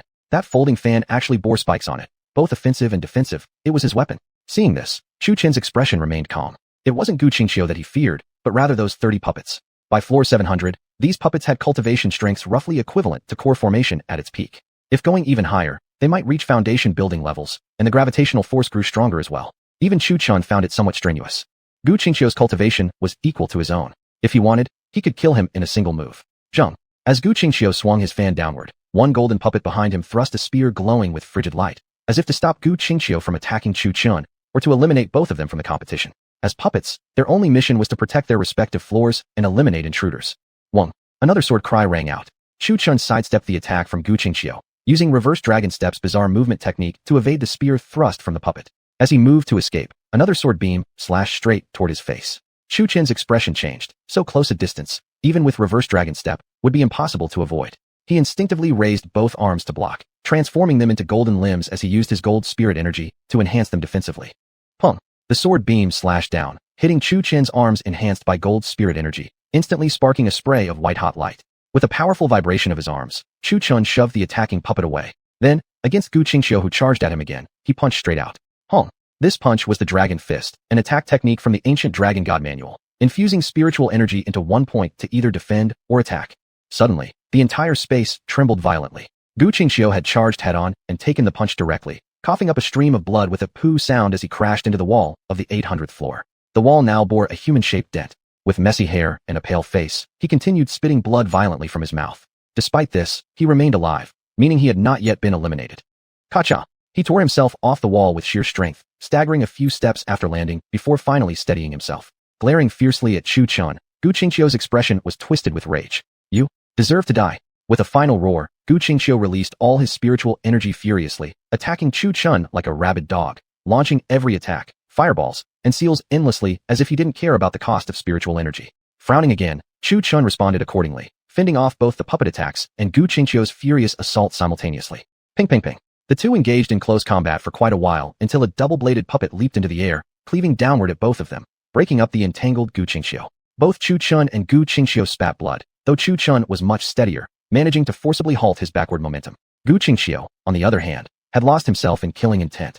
The impact from the puppet sent him flying into the wall once more. The audience outside the tower couldn't help but twitch their mouths, thinking with a sigh, what a pitiful kid. Looking at Gu Qingqiu, covered in blood from head to toe, howling like a rabid dog while attacking Chu Chun, one couldn't help but admit, he was truly durable. Chu Chun had tried countless techniques. Every time Gu Qingqiu nearly got eliminated, he forcibly regained consciousness and charged at Chu Chun again. This scene outside the tower left the spectators puzzled. These two shouldn't have any real hatred between them, so why was Gu Qingqiu insisting on fighting like this? But Mu Hanbing from Wood Peak knew the truth clearly. Gu Qingqiu had always had a crush on Chu Linghua. Not long ago, Gu Qingqiu had forcefully intruded into Wood Peak's domain, and she had expelled him by force. Now, finally spotting Chu Linghua, he'd been rejected by her with a random disciple casually chosen to refuse him. Well, not exactly random though. Chu Linghua had come here specifically for Chu Chun. She was truly devoted to him. Gu Qingqiu himself had decent talent, but questionable character. Comparatively, Chu Chun from Wood Peak had repeatedly held back during their fights, carefully avoiding delivering any fatal strikes. Chu Chun probably didn't know yet that dying within the tower wasn't real death, it simply meant elimination. Due to the rules, Chu Chun had been hesitant to put too much force into his counterattacks. Die! Roaring furiously, Gu Qingqiu lunged forward with another punch. Chu Chun's expression remained emotionless. Using the reverse dragon step, he moved fluidly through the puppets like a fish in water. Facing Gu Qingqiu once more, he coldly asked, what have I done to you? As long as you die, Bai Ling will be mine. In Gu Qingqiu's icy eyes burned madness and greed. Then, his folding fan flew from his hand like a throwing knife aimed directly at Chu Chun. Upon hearing this, Chu Chun furrowed his brows. He crossed his hands in a circular motion, condensing his spiritual energy into a protective barrier to block the fan. Ding ding ding. Spinning rapidly, the fan struck Chu Chun's energy shield, sending a burst of white-hot sparks flying. Seal. With a sharp voice, Chu Chun knocked the attacking fan backward. Grass and trees are soldiers. A wooden sword appeared in Chu Chun's hand, and soon a second, third, fourth, and finally a fifth appeared around him. Flower rain falls. With a firm shout, the four swords surrounding him shot forward like arrows. The wooden sword in his hand then slashed toward one of the 30 puppets. This sword energy appeared pink, scattering flower petals in its trail. Xiaxiuxiu. The four flying swords pierced through the air. Seeing this, Gu Qingqiu's pupils constricted. He summoned back the fan embedded in the wall, snapped it open, forming a spiritual energy defense across his entire body. Pung, pung, pung. Each sword struck like a fireball against him. Though he blocked the sword attacks, each impact forced him back a step, leaving two shallow marks scraped across the ground. Pung. The final sword bore a roaring dragon sound. Striking forward, it shattered Gu Qingqiu's defense. He was sent flying again, sticking to the wall once more. Meanwhile, from deep within the puppet cluster came a tremendous hug. A loud explosion accompanied by a dragon's roar. One puppet had been sliced clean in two, and with its explosion, a phantom golden dragon could be seen flying out from its body and vanishing into the air. Chapter 177, Meeting at the Summit. As one puppet disintegrated, a ray of light wrapped around Chu Chun, and with a whooshing sound, he vanished from the spot. Before advancing, Chu Chun didn't even glance at Gu Qingqiu in the smoke. Not because he was cold and aloof, but simply because he didn't care. If not for the restrictions of the rules, he would have punched him into oblivion already. When Chu Chun and Gu Qingqiu were fighting, he dared to use only 500 gene of strength. Any ounce more would seem like it could kill Gu Qingqiu outright. There's a question I wonder if I should ask, Long Kaier asked faintly at this moment. Chu Chun raised his eyebrow. What was this great expert going to say now? Speak. Chu Chun replied indifferently. Inside Chu Chun's spiritual consciousness, Long Kaier leisurely tapped her red lips with her jade-like hand and said slowly, actually, you could have killed him just now. What? Chu Chun exclaimed in surprise. In the tower, killing him wouldn't count as a real death. It just eliminates him from the trial. Long Kaier replied again with a calm tone. At this point, Chu Chun's expression turned unusually dark. Then why didn't you say this earlier? You didn't ask me either, Long Kaier responded. That single sentence made Chu Chun's forehead bulge with anger. Seeing how relaxed Kaier appeared within his spiritual consciousness, he had the strong urge to drag her out and do something unspeakable to her. This damned, annoying woman waited until he'd advanced before springing this on him. Cheater. Chu Chun cursed silently. Unfortunately, Long Kaier heard him. Immediately afterward, Chu Chun's mind swayed dizzily. All of a sudden, There were stars flashing before his eyes. Layer 800. After the smoke dissipated, Gu Qingxiu lay battered on the ground. He struggled to rise, staggering a few steps forward. Looking toward where Chu Chun had already disappeared in layer 800, Gu Qingxiu's face twisted in fury, like a vengeful ghost. Damn it! Bang! Chu Chun left layer 800, and immediately 29 puppets all launched attacks toward Gu Qingxiu. Blades of sword and knife flashed, and waves of forbidden secret arts barraged him in succession. Ah! Gu Qingxiu roared in anger, his aura exploding. A pale cyan flame erupted around him, and his hair turned green, flying wildly in the air. Boom! Gu Qingxiu stepped forward, grabbed a puppet's head, slammed it hard to the ground, and instantly formed a massive crater. The puppet's head shattered, its body disintegrating. A beam of light enveloped Gu Qingxiu. Sparkling with light, it vanished in a whoosh. When he reached layer 811, Chu Chun was nowhere to be seen. On the battlefield, there remained only 29 puppets. Damnable! With murderous intent surging from him, Gu Qingxiu's eyes turned completely red. Within the tower, Chu Chun ascended again. Although he continued to rise, it wasn't easy. Toward the later stages, he could no longer take down one puppet per punch. But he had plenty of moves at his disposal, and would only resort to the Dragon Roar Sword and the Dark Red Heavenly Punishment Lightning Tribulation as a last resort. These were his hidden trump cards, and similarly included were Zhu Tian's sword, the Heaven-Swallowing Gourd, True Flame, and others. This was merely the first stage of the grand competition. Who could possibly know what would come later? By the time he reached layer 854, he met a familiar face. It was a teammate, a woman in a yellow dress, his second senior apprentice sister, Fu Wanqing. Junior brother. Originally adopting a combat stance, Fu Wanqing, seeing that the incoming figure was her little junior brother, couldn't help but pause slightly, relaxing her tense heart. However, her eyes appeared slightly strange. After all, not long ago she had just encountered her little junior sister, Chu Linghua. Now this new challenger was her junior brother again. Was it really this coincidental? Hearing this, Chu Chun was slightly taken aback. Second senior sister? Chu Chun gave a greeting, and Fu Wanqing politely nodded back. Zung. A sharp sword flew forth to kill. Fu Wanqing's expression changed slightly, then she lightly leaped aside. Her delicate fingers wove into a seal, and two currents of fresh breeze shot forward. Pung pung. The breezes didn't strike any of the puppets directly, instead landing among the horde of puppets, creating a whirlwind that scattered them. Zung. Chu Chun thrust a sword at one puppet. It was still his wooden sword using the art of making swords out of blades of grass. Chi. The puppet caught in the whirlwind could not react at all before being pierced by Chu Chun's blade and disintegrated. Before the light beam landed on himself, Chu Chun immediately launched a fist attack toward the puppet in front of Fu Wanqing. Yet, an unexpected change threw him into chaos. The dragon fist had barely been launched when he was transported to layer 855. Roar. Although Chu Chun was carried away mid-transport, he still managed to unleash the dragon fist, which transformed into a golden dragon phantom, crashing into the puppet before Fu Wanqing. But the puppet didn't collapse. Instead, it stumbled back and stood up again, joining the remaining 44 puppets to launch another wave of attacks together. If Chu Chun had fully completed his dragon fist, he might have destroyed one puppet. Unfortunately, Chu Chun was already transported away, so this punch only carried half of its force. Fu Wanqing looked at the advancing puppets, then shifted her gaze to the position Chu Chun once stood in moments before disappearing. Fu Wanqing gave a gentle smile. Thank you, junior brother. We'll meet at the summit. After saying that, she lightly leapt backward while forming a mystical hand seal. Before her appeared a small formation, not engraved on the ground, but a floating, movable one. Within the formation before Fu Wanqing, several flame-covered flying swords gradually emerged. Go! With a jade finger pointing at one of the puppets holding a steel ruler, Fu Wanqing commanded.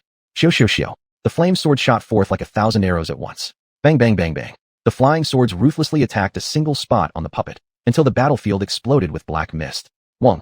A cold gleam shot out from the black mist, directly stabbing toward Fu Wanqing.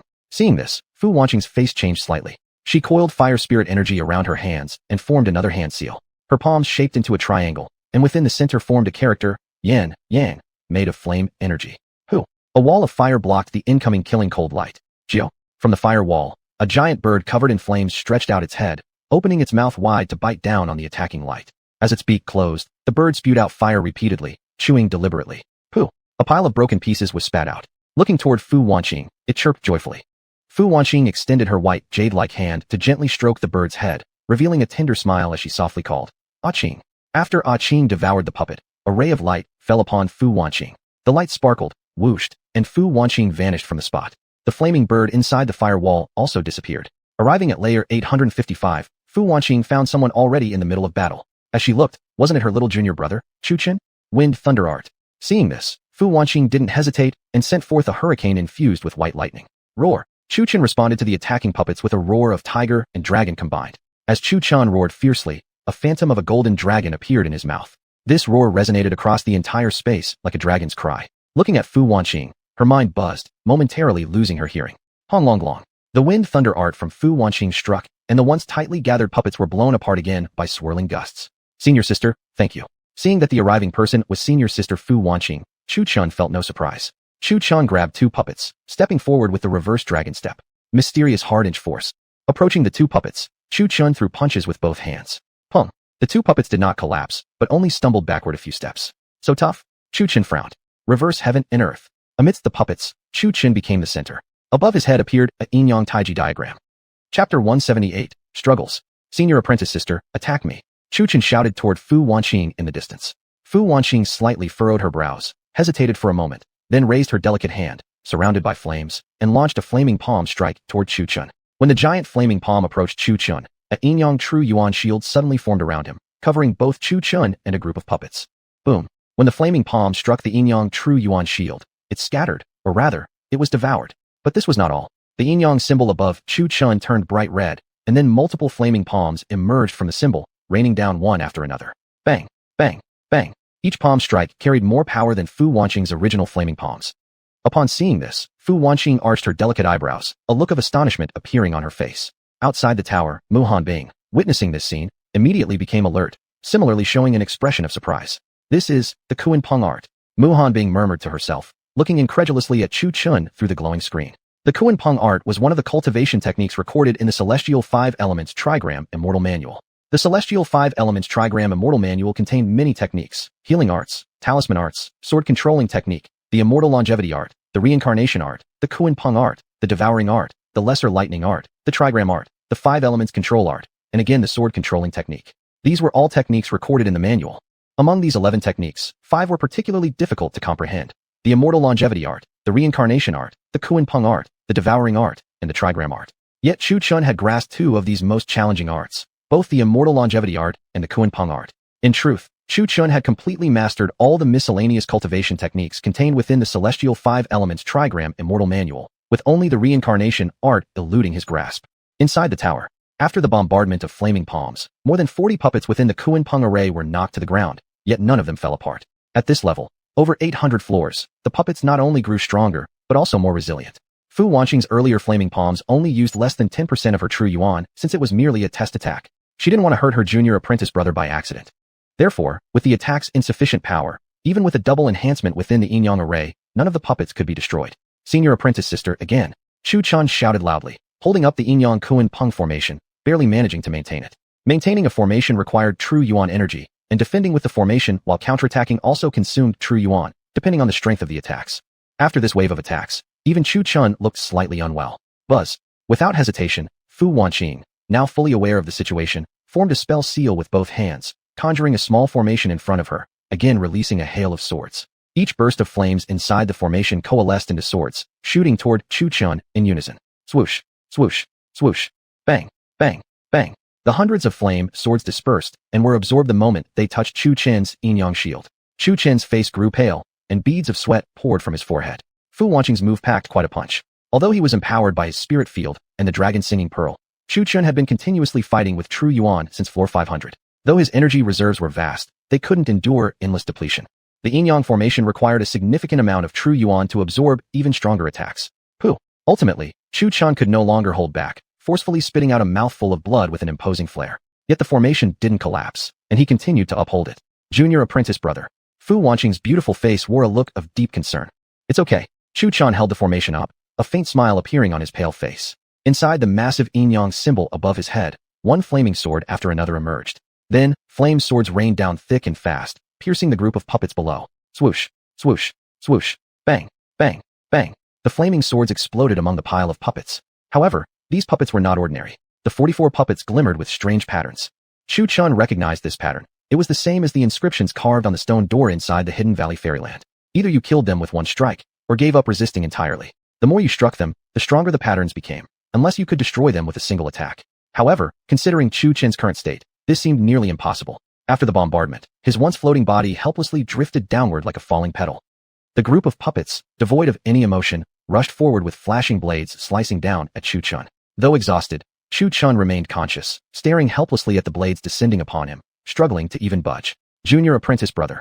Seeing this, Fu Wanqing leaped lightly and caught Chu Chun mid-fall, shielding him from the storm of blades. Her entire body surged with true yuan as she activated an enigmatic footwork technique. Fu Wanqing moved like a fleeting shadow among the puppets, carrying Chu Chun and leaping several times, instantly creating distance between them and the pile of puppets. Phantom steps. In the arena, someone recognized the footwork Fu Wanqing used and cried out in shock. In contrast, Mu Hanbing of Mu Peak remained calm. The phantom steps were techniques she had taught.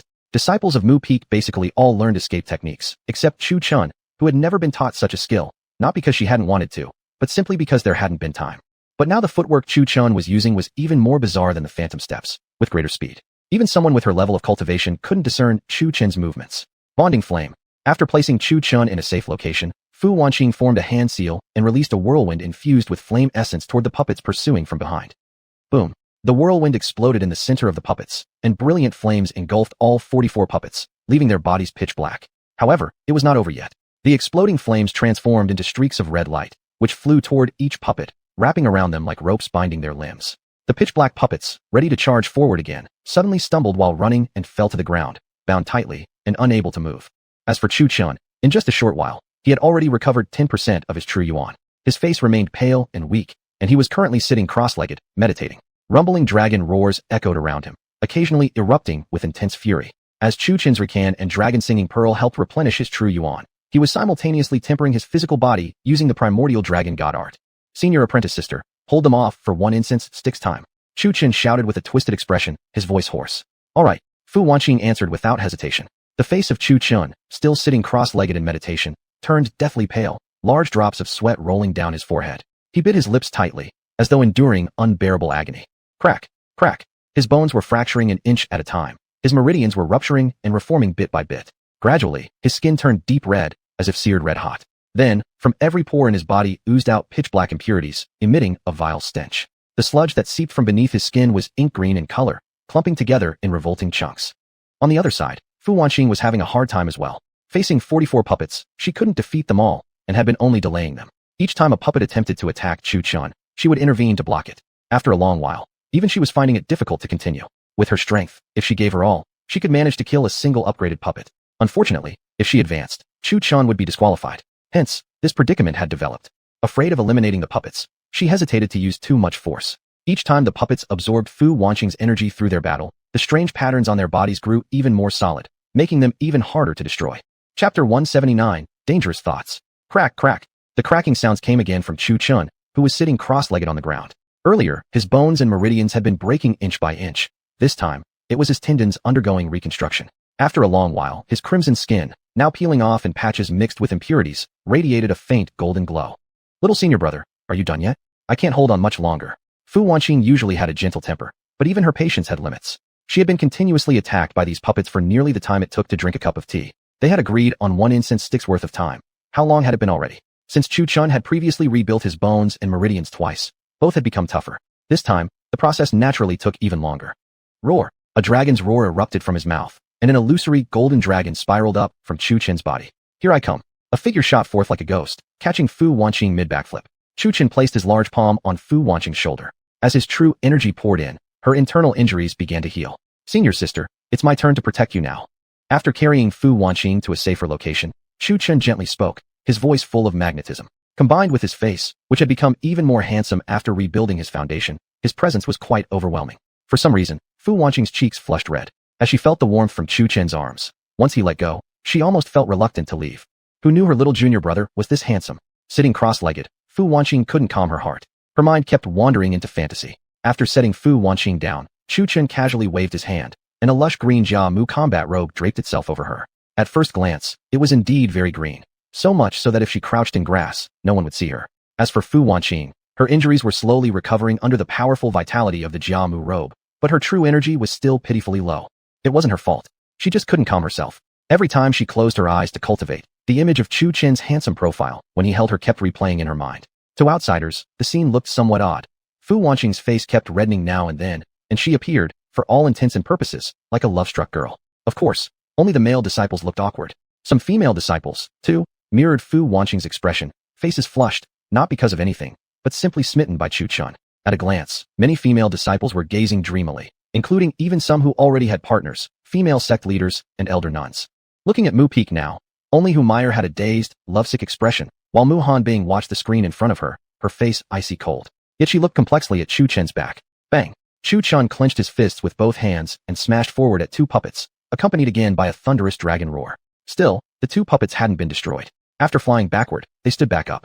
Their body runes flickered, and the other puppets launched another coordinated attack toward Chu Chen. Such thick defense. Frowning, Chu Chen thought. Although that punch wasn't his absolute maximum strength, it carried a power equivalent to 10,000 Jin. This was the strongest attack he had used since entering the tower. If even that couldn't destroy them, then the resilience of these puppets was truly amazing.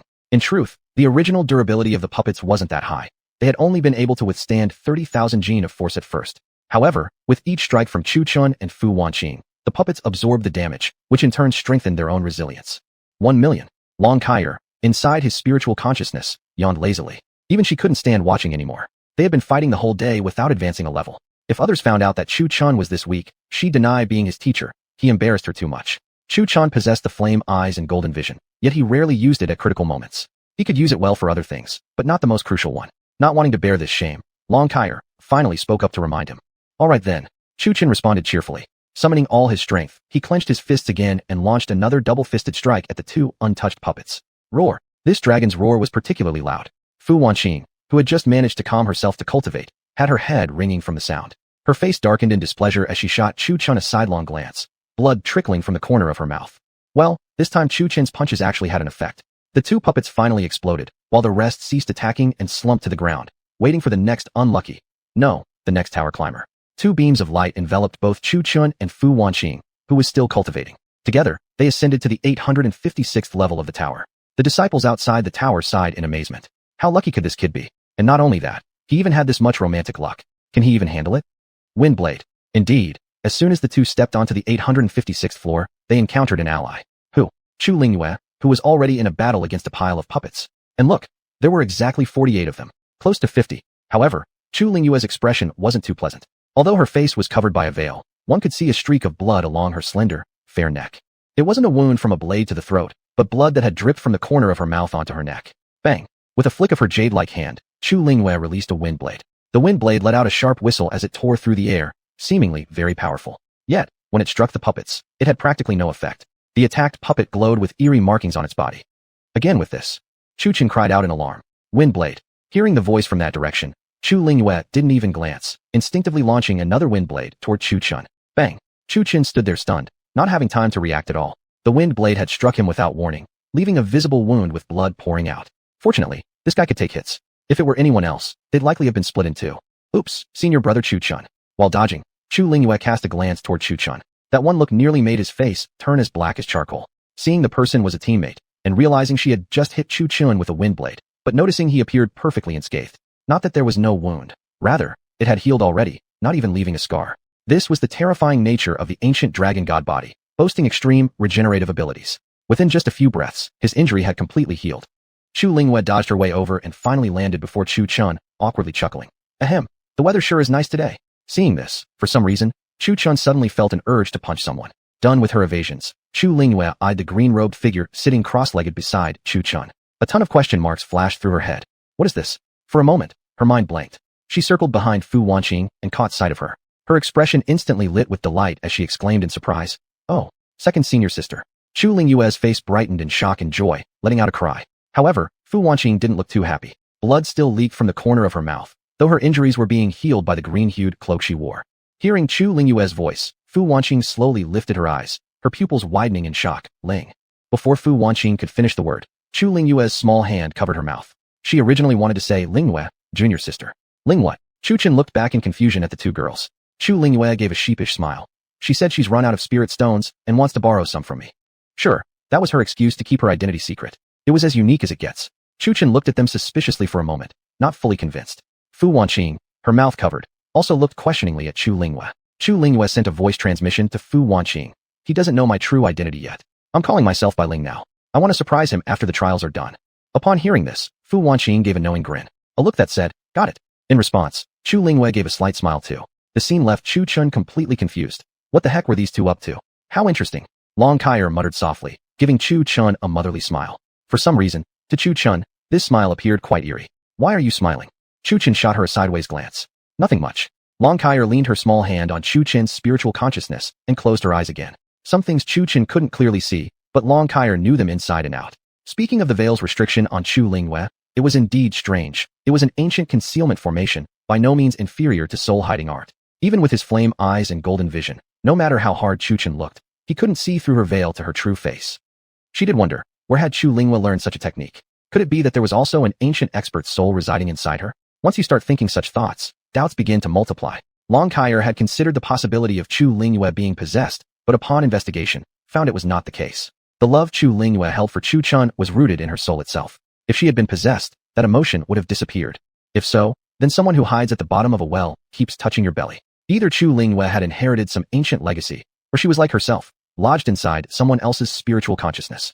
Long Kaier was Chu Chen's guardian, so she wouldn't seize his body as her own soul recovered. But others' intentions were unknown. After all, she had seen many instances where powerful spirits waited until their host's body grew strong before devouring their soul and seizing the body. That way, all the strength and resources the original host accumulated became someone else's gains.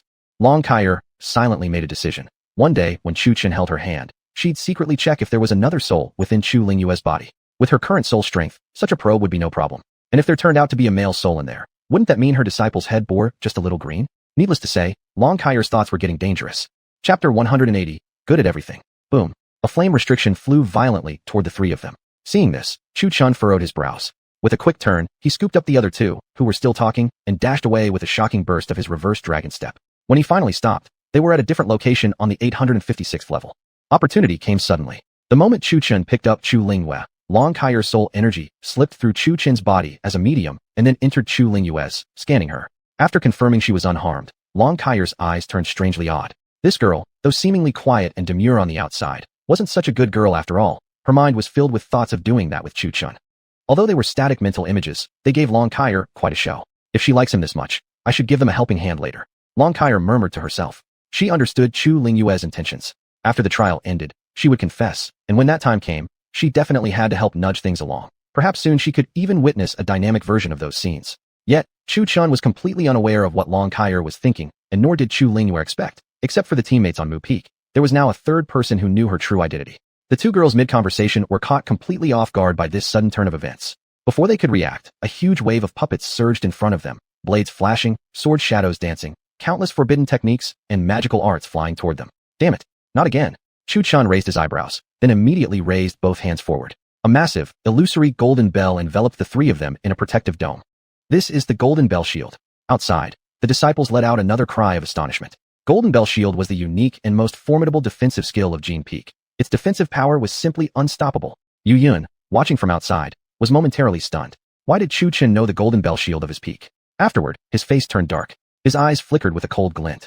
Regardless of how Chu Chen learned it, being able to use it in front of everyone was an outright slap to his face. As other Peak masters and disciples looked toward Jean Peak, the disciples from Jean Peak themselves were also dumbfounded. However, Mu Hanbing was not particularly surprised. Considering Chu Chen could do it, it wasn't strange that other disciples from Mu Peak knew it too. Anybody who studied the 5 elements deeply would be able to use this technique. It was a 5-element defensive art extracted from the heavenly and earthly 5 elements, Bagua, and Eternal Life Manual. And this move was also extremely simple. Meng Yao, for instance, who had deep expertise in talismans, had long since developed the Golden Bell Talisman. Simply crushing the talisman around one's body would produce a golden bell to absorb the fatal blow. However, it also had a drawback. If the opponent exceeded one's cultivation by a full realm, even if you crushed the Golden Bell Talisman, you'd still die unless you used multiple at once.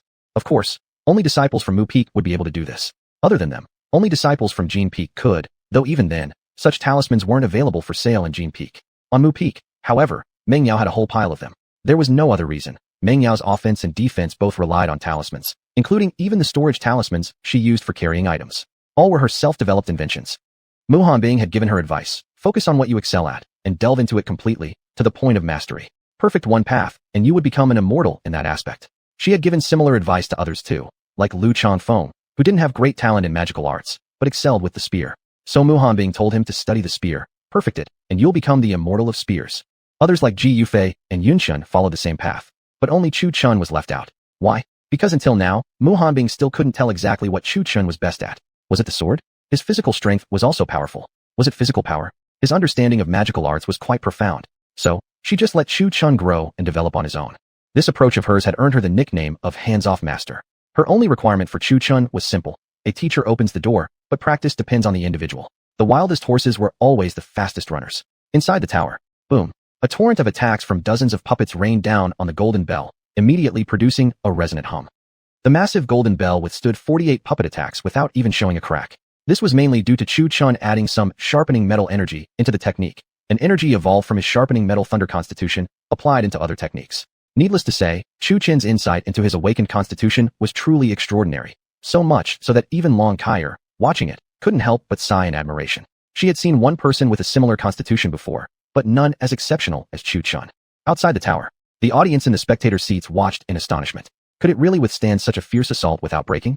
Then they simultaneously turned their eyes toward Jean Peak, their expressions clearly suggesting, "Seems like your golden bell shield isn't very sturdy. Could it be that you've been practicing a counterfeit version?" Yu Yun's face became even gloomier. Not only did Chu Chun know the golden bell shield, but he even performed it better than their own experts. Just how infuriating was that? His sect was supposed to be the legitimate version, but when compared to Chu Chun, it now looked more like a counterfeit imitation of the real one, perhaps even a fake replica. Come to think of it, the golden bell shield of Jean Peak really was a counterfeit. The version they cultivated was incomplete. The authentic golden bell shield was part of the 5-element defensive art included within the heavenly and earthly 5 elements, Bagua, and Eternal Life Manual. Speaking of this cultivation manual, it had actually been discovered by Mu Hanbing in a hidden realm back when Mu Peak had just been established. Back then, she hadn't had any techniques to teach the disciples, and didn't want to go to the library to look for one. After all, anything you found there had already been practiced by others. She wanted to possess a unique, secret skill that wouldn't be passed on outside the peak. Eventually, she simply made hundreds of copies of the heavenly and earthly 5 elements, Bagua, and Eternal Life Manual, which became the exclusive and secret martial arts technique of Mu Peak. This technique had remained unknown to outsiders, and yet it was also quite universal. Techniques like lightning arts, sword control arts, and so on, virtually all of them existed in the library too.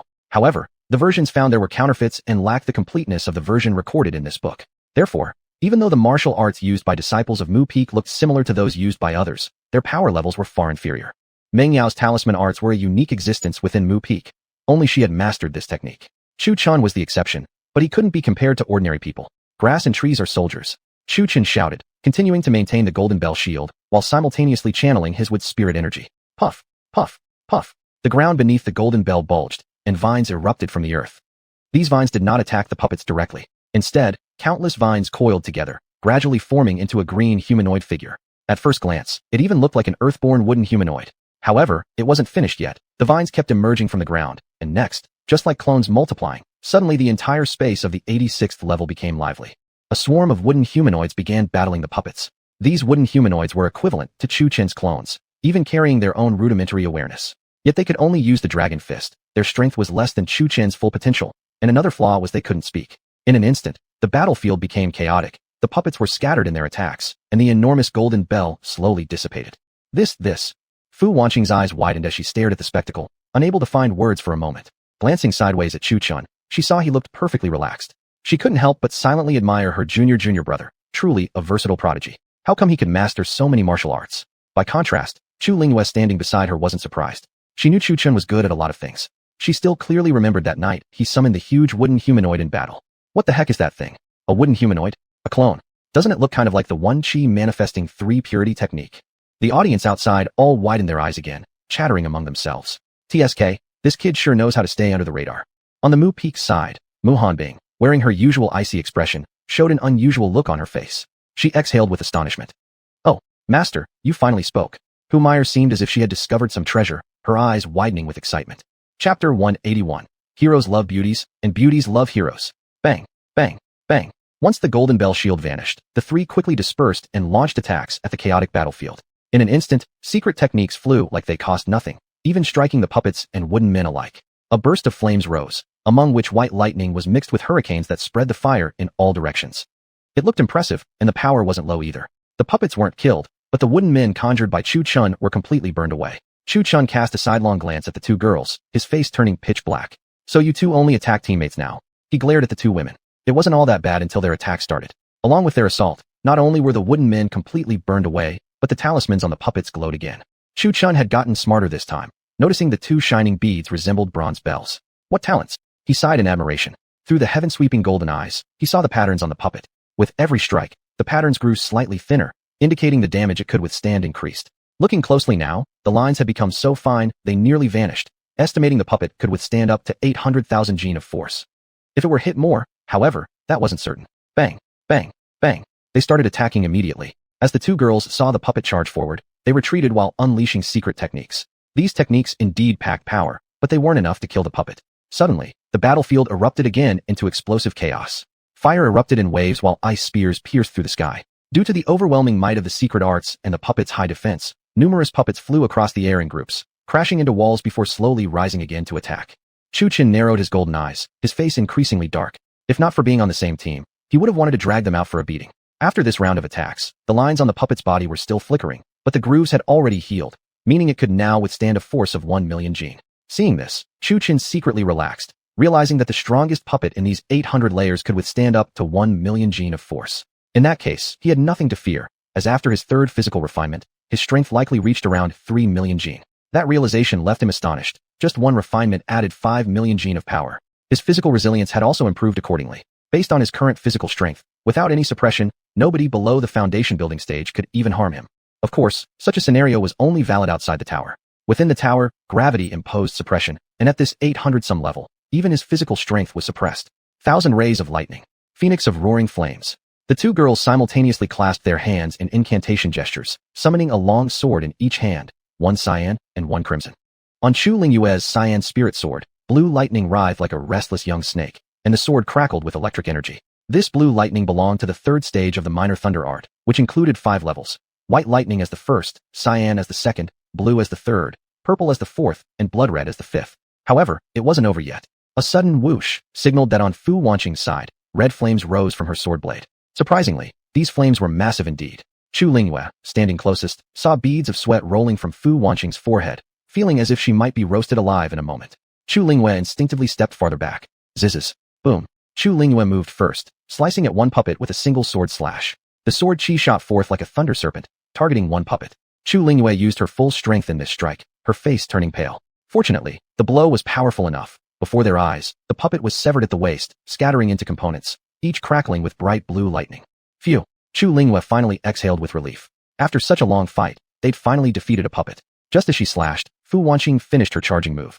Screech. She raised her hand and slashed. The flaming sword chi flew forward and transformed halfway into a flaming phoenix. The phoenix screamed a piercing shriek, shaking the interior of the chamber so violently that even Chu Chun, who hadn't yet entered the battle, felt ringing in his ears and his mind dazed. Boom. The fire phoenix crashed into a bow-wielding puppet, flames bursting forth. The entire 800th layer of the tower seemed like an oven radiating intense heat. Looking at Chu Chin's handsome face, beads of sweat trickled down his jawline. His throat dry, he gulped audibly, his Adam's apple visibly bobbing, causing countless female disciples watching from outside to indulge in reverie. Crack. The golden puppets cracked from the intense heat, and the golden spear puppet beside the bow-wielding one also snapped with a click. Both their golden bodies now bore visible cracks. Gradually, the two puppets rapidly swelled. Then, boom. With a deafening roar, the puppets exploded.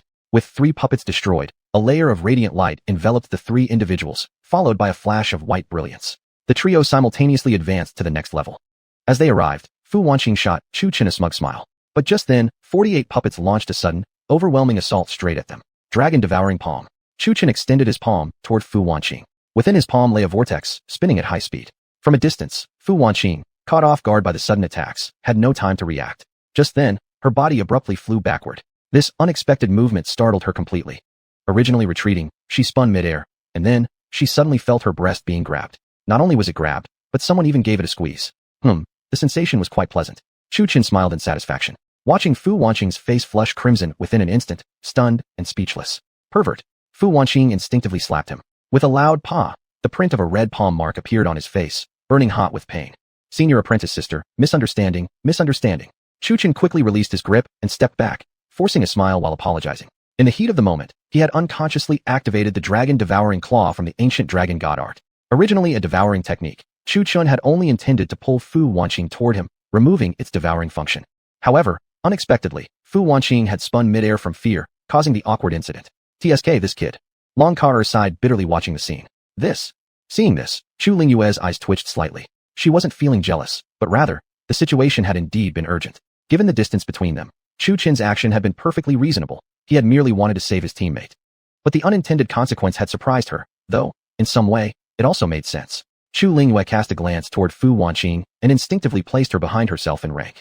Regarding Chu Chun, having multiple wives or lovers was never a problem. No matter how many women he ended up with, as long as he truly carried her in his heart, that was enough for her. With Chu Chin's talent, His future would surely tower above the heavens, and of course he would naturally attract many women. This she understood very well. Indeed, heroes love beauties, and beauties love heroes. Chapter 182, Layer 900, but different. Cough cough. Fu Wanqing also realized she might have misunderstood Chu Chen. Looking at the large palm print on Chu Chen's face, she felt a bit xinging. Xinging means xinkeng in Chinese, indicating she felt pity or xinkeng for him, slowly extending her delicate white hand. Just as she was about to reach out and caress his face, Chu Chen dodged quickly, like a frightened rabbit. Fu Wanqing's hand remained in midair, reaching for nothing but emptiness. Her face turned a bit red from embarrassment, awkwardly withdrawing her hand. Chu Chen stayed far away, staring at Fu Wanqing as if he had seen a ghost. Don't be fooled by this girl's pretty appearance. Her slap, in reality, had a 99,999 critical hit effect. It nearly knocked Chu Chen's handsome face crooked. How could he not be afraid? After this brief interlude, the three resumed their combined attack on the tower's puppets. So another hour passed. Outside the tower, the sky was painted with a light golden hue.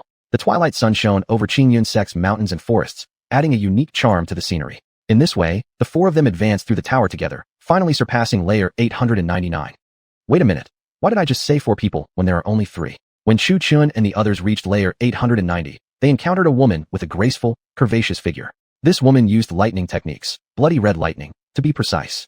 It was the 4th apprentice sister of Wood Peak, Ji Yufei. Upon seeing her, Chu Lingwen naturally placed Ji Yufei as the third party. It wasn't for any other reason than the fact that over the past 3 years, Chu Chun had often gone on missions with Ji Yufei.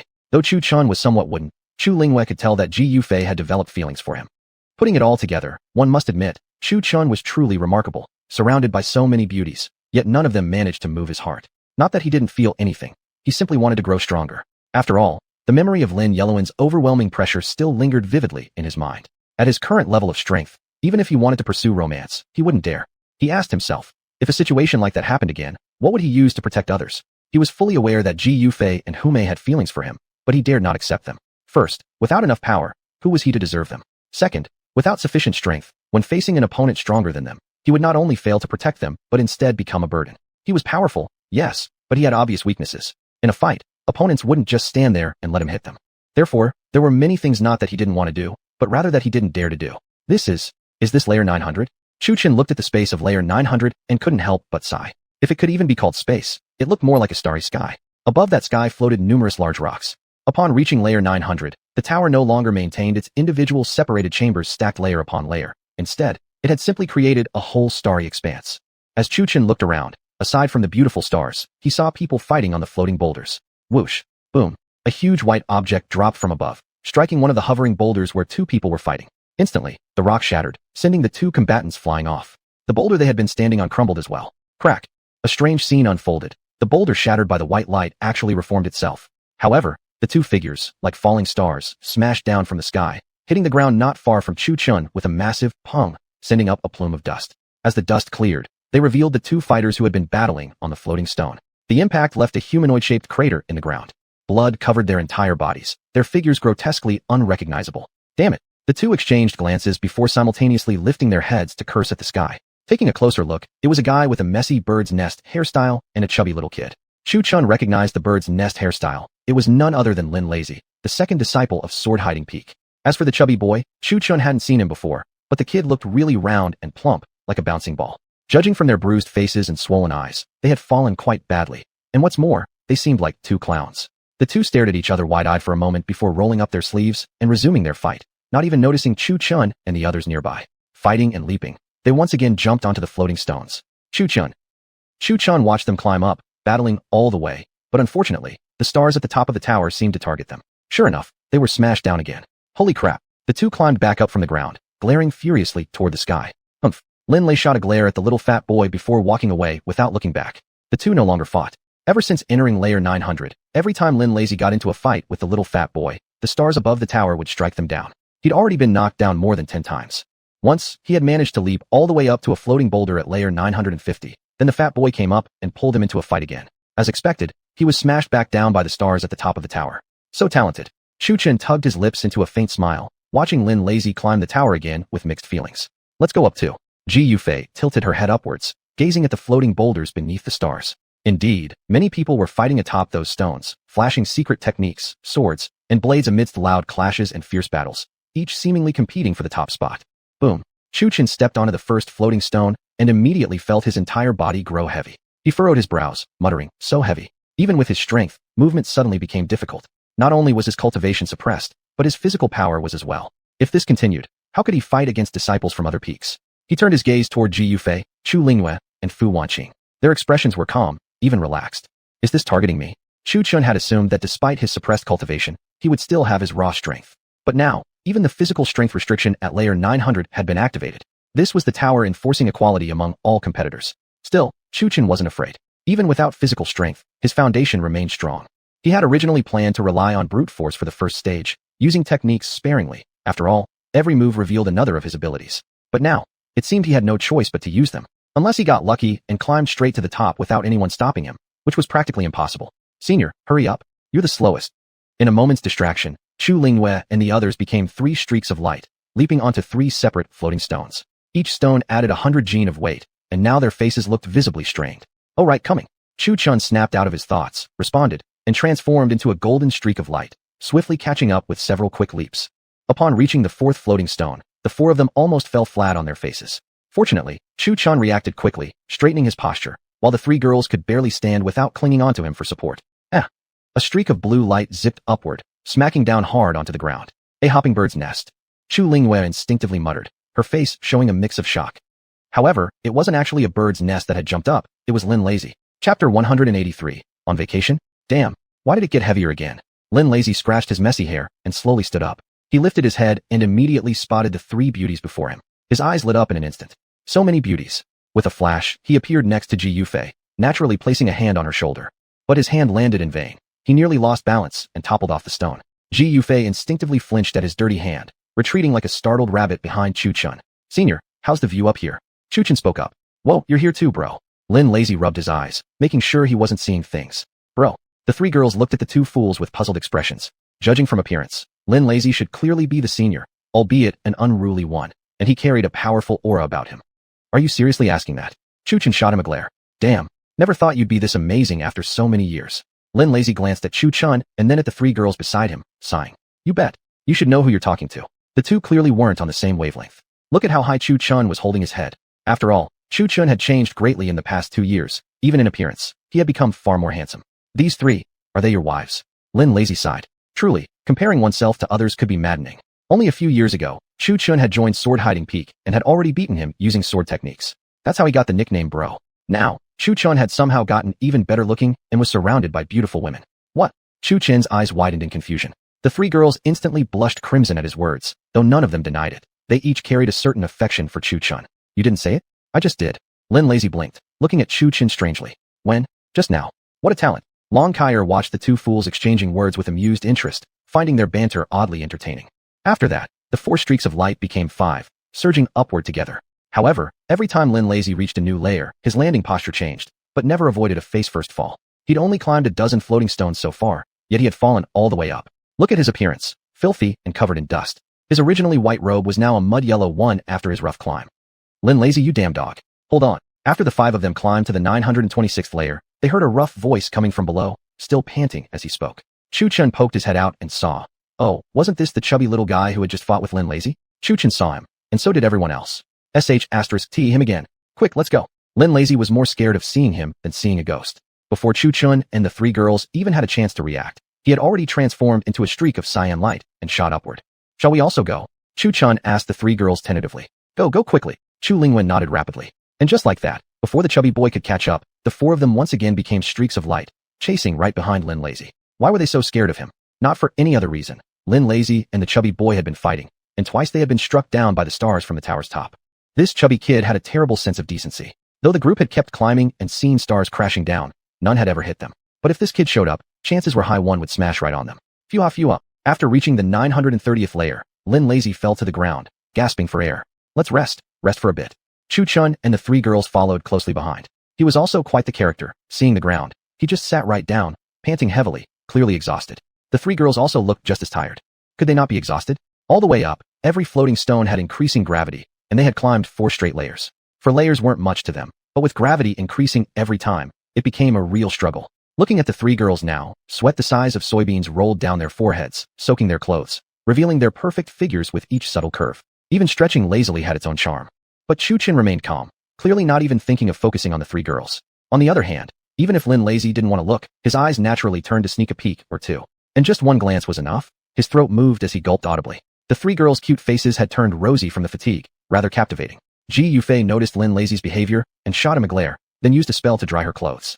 Afterward, she didn't forget to do the same for Fu Wanqing and Chu Linghua. At first, the two girls wore puzzled expressions, but after glancing at Lin Lazy, they both glared at him as well. If not for Chu Chen's presence and the need to maintain a proper feminine image, it wouldn't be a surprise if they gave Lin Lazy a good beating. They remembered this grudge well. Even teammates could get a good thrashing sometimes. Cough, cough. Lin Lazy felt slightly uneasy under the gaze of the three girls. Then he looked at Chu Chun, who was lying there like nothing was wrong. Lin Lazy really wanted to ask, faced with such a stunning view. Couldn't he appreciate it at all? Or was there some particular preference of his? Like, maybe he liked men? Thinking about that, Lin Lazy instinctively took 2 steps back. What's wrong? Chu Chun asked with a strange look. Cough, cough, nothing. Just resting. Lin Lazy rubbed his nose. Alright then. Chu Chun gave him a glance. Rest, then rest. Why'd you run so far? Are you scared I'm gonna eat you or something? While the two of them lay on the ground resting, the three girls had it much more comfortably. Using Wood's spirit energy, they conjured up 3 chairs, sitting peacefully with their eyes closed. And then, somehow, 3 cups of cool water appeared in their hands. Fu Wanqing handed a cup to Chu Chun and asked, Junior apprentice brother, want some? No need. You all drink it. Though he said he didn't want any, his hand quickly reached out to accept it. Then he conjured up a chair for himself, took a sip of the icy cold water. Comfortable. Ji Yufei and Chu Linghua shot Chu Chun a sidelong glance, then turned to Fu Wanqing. The cup she just handed Chu Chun appeared to be one she had already used. What a mistake. Beaten to the punch. The 2 girls sighed in disappointment. Mine. Look at this Lin Lazy, shameless indeed. If no one offered, he just reached out to ask. There's none left. The 3 girls said in perfect sync, then lay back down again. In conclusion, of all the people who had entered the tower, this group of 4 looked the most relaxed. Damn it, are they on vacation? How could this competition between peaks turn into something resembling a vacation for them? The audience outside the tower was also curious. The large viewing screens all quickly switched to the image of Chu Chun and the group of 5. TSK, what talents? Those 4 probably aren't from my wood hiding peak. Even Muhan Bing, usually expressionless and soft-spoken, couldn't help but twitch her lips at the sight, even making such an unexpectedly expressive remark. Senior, you're talking again. Humire looked as if she had seen something rare. Muhan Bing glanced at her and said indifferently, I'm not mute. Humire's eyes sparkled brightly as she blinked. That's exactly what makes it rare. Muhan Bing. Chapter 184. Where's the eldest senior disciple? Damn it, he ran way too fast. I'm completely worn out. The little fat boy was panting heavily, looking up at the floating stone above, his face dark as pitch. A group of people lounging on the floating stone in chairs heard him and curiously peered down. Oh, he's caught up. It was Chu Linghua who spoke, her voice oddly childish. Chu Chen glanced at her, thinking, why does my little junior sister seem a bit off today? Shall we go? Chu Chen looked toward Lin Lazy. I can't go on. Let's take a break. Lin Lazy struggled to say, his face bruised purple and blue. His eyes, big and puffy, resembled panda eyes. Well, that was because the 3 girls had beaten him up earlier. Originally, the 3 girls had been enjoying themselves peacefully, but when they saw Lin Lazy eyeing them suspiciously with his shifty gaze, well, they just couldn't help but beat him up a bit. Look at Chu Chun now. He was seated far away from the 3 girls, clearly terrified they might drag him out and give him a beating too. The girls had tried to explain, but he didn't believe them. So what do we do now? Chu Chun glanced down at the fat boy on the lower floating stone. He was still 4 floating stones away. It looked close, but actually wasn't. Should we get rid of him? Lin Lazy covered his face in pain, wincing. How? No idea. Can we kill him? No. After the 900th level, there's no more elimination. If someone dies, they truly die. The 900th level is where positions are determined. Lin Lazy said again. So how do we get rid of him? No idea. What a genius. The 3 girls watched the 2 exchanging their ridiculous conversation, and Fu Wanqing gave a thumbs up, her expression clearly full of gloom. As the 2 spoke, the fat boy climbed up another floating stone. Though strangely enough, the stars that had previously rained down on him hadn't appeared this time. He'd already reached the stone, numbered 950-something. Why not throw him down? Lin Lazy suggested. Great idea, but you go first. Chu Chun nodded in agreement as he watched the fat boy climb another floating stone. Why me? I'm still young. You're the senior. Lin Lazy glared at him. Looking at Chu Chen's seemingly innocent expression, he really wanted to punch him. He then looked at Ji Yufei and added, there's an even bigger one over there. That did it. The moment Lin Lazy spoke, Ji Yufei's eyes snapped toward him. As for women, first, you must never comment on their weight, which wasn't too bad, but the second taboo, never mention their age. Although she was over 900 years old, as a cultivator, she considered herself quite young. Before Chu Chun could speak, Ji Yufei had already picked Lin Lazy up and hurled him toward the fat boy. What the hell? Lin Lazy hadn't even finished reacting when, with a loud boom, he crashed onto the floating stone where the fat boy was. Whoosh. Look at this. When the 2 inevitably met, lucky things always happened. The moment they came together, it was as if they had activated a divine cheat code. A star from atop the tower locked onto them, and a beam of white light descended. Chu Chun raised his head, following the falling star with his eyes. As Lin Lazy rubbed his sore behind and stood up, Right before his eyes was that descending white light. Damn it! Lin Lazy swore furiously, unsure whether he was cursing the fat boy or Ji Yufei, perhaps both. Boom. The beam of light struck. The floating stone instantly exploded with a burst of white light, stones flying everywhere as a brilliant stream of energy plunged downward from the stone. At first glance, it was actually the pursuing fat boy. Indeed, look at his condition, covered in blood, deformed from the blast, falling as Chu Chun and the others could still hear the fat boy's curses. Where's the other one? Fu Wanqing, curious as ever, was staring at the floating stone that had just exploded and reformed. Maybe he got stuck in the cracks. Ji Yufei was also imaginative, and not seeing Lin Lazy around, she and the others were busy searching. You can betray your teammate, but not literally kill him. Bastard, I'm right here. Lin Lazy stood on the 955th floating stone, listening to the conversation, his face so dark it could pass for ink. So, you actually wanted to kill me off? Oh, you're still alive. Chu Lingyue blinked her big eyes, her expression mischievous. Upon hearing that, Lin Lazy's face turned even darker. Oh great, you guys really wanted to kill me. Chu Chun raised his eyebrows slightly after hearing that. This sounded a little off, but hey, he liked it. More, please. Indeed, when it comes to betraying teammates, they were true professionals. Naturally, exceptions applied to their own faction, depending on the case. Like Lu Changfeng and Yin Chun. Oh, absolutely. Those two would be betrayed. But others? Well, considering the entire Mu Peak had only 3 males, Chu Chun was irreplaceable. What if he got injured from falling? With such good looks, they couldn't bear to betray him anyway.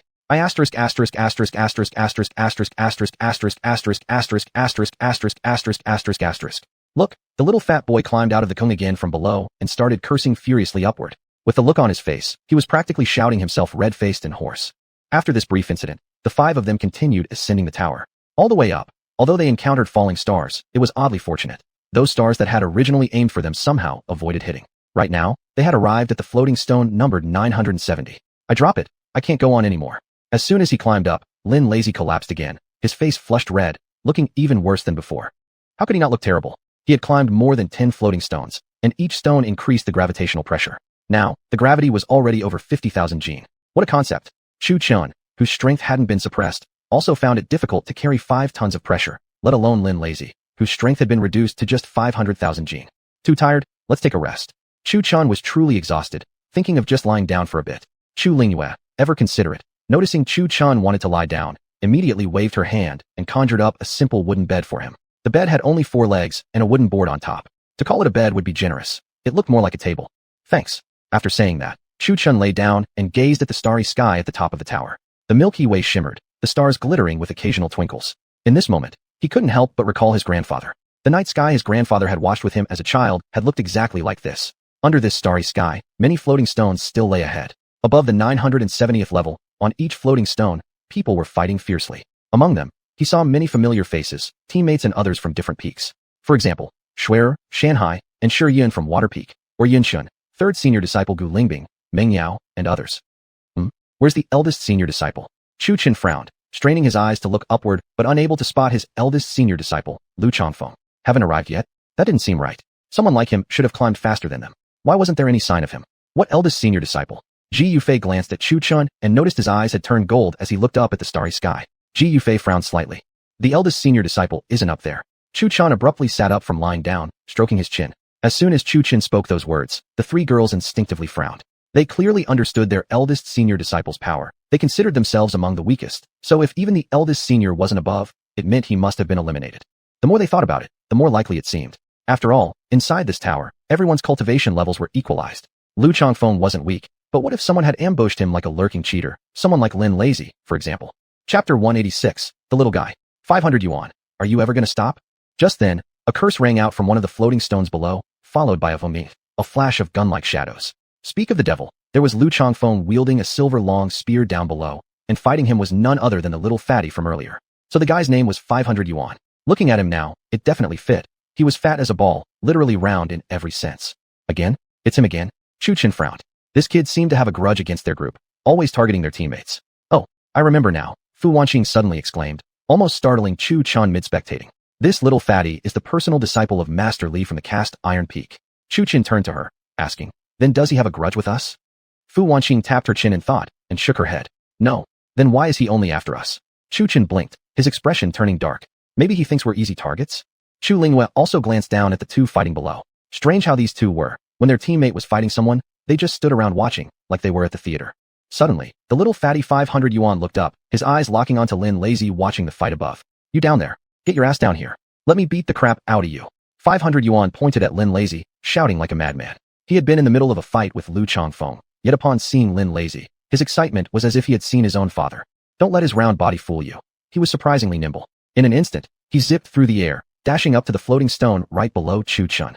Lu Changfeng was stunned. He had been fighting so well, so why had the guy just ran off? Looking up, he muttered, "Oh, he's one of our guys." Whether it was from sentimentality or what, Lu Changfeng's eyes appeared slightly moist. Damn it, finally seeing a teammate after all this fighting. What a dramatic moment. His tears mixed with snot, as emotional as it gets. How could he not be moved? On his entire climb up this tower, it had always been one fight after another. Either he stopping others from climbing or others stopping him. It had been a frustrating, suffocating ordeal. Once, he had even fought off 3 opponents alone, and all 3 had been allies. What a bitter experience that had been. Back then, he had nearly given his all just to break through a puppet guardian to get to the next floor. Chu Chun and the others exchanged glances toward Lin Lazy. It seemed they had misunderstood 500 Yuan. He wasn't after them at all. It was Lin Lazy who was his real target. Just look at him. Seeing Lin Lazy made him happier than seeing his own father. Why is he only after you? Chu Chun and the others didn't speak, but one meaningful glance was enough to convey their question. This, Lin Lazy, under the gaze of 4 people, turned a bit awkward. He scratched his head and said, "You know, I'm a sword cultivator, and my sword path is a little different from yours." "How different?" Chu Chun asked curiously. He had sparred with Lin Lazy many times before, but had never noticed anything unusual about his sword techniques. "Have you ever heard of striking an ox behind a mountain?" "Yeah, I've heard of that." Chu Chun raised his eyebrows, as if understanding something. The 3 girls, however, remained puzzled. "I have a sword technique called striking a person behind a cedar." Lin Lazy spoke while his face flushed slightly. "Striking behind a mountain?" Same pronunciation. Chu Chun looked just as confused as the girls. Lin Lazy cleared his throat and said, "Cedar, like the tree, not the mountain one." A real talent. Upon understanding, Chu Chun nodded appreciatively. Then he leaned in and whispered, "Did you strike his lower parts?" "Not exactly. I held back. Missed by just a bit." Lin Lazy waved it off, looking unconcerned. "Good for you." Chu Chun gave him a thumbs up. "You two whispering what?" "Mind translating for the rest of us." Fu Wanqing looked curiously between them, while Ji Yufei and Chu Linghua also stared, utterly confused.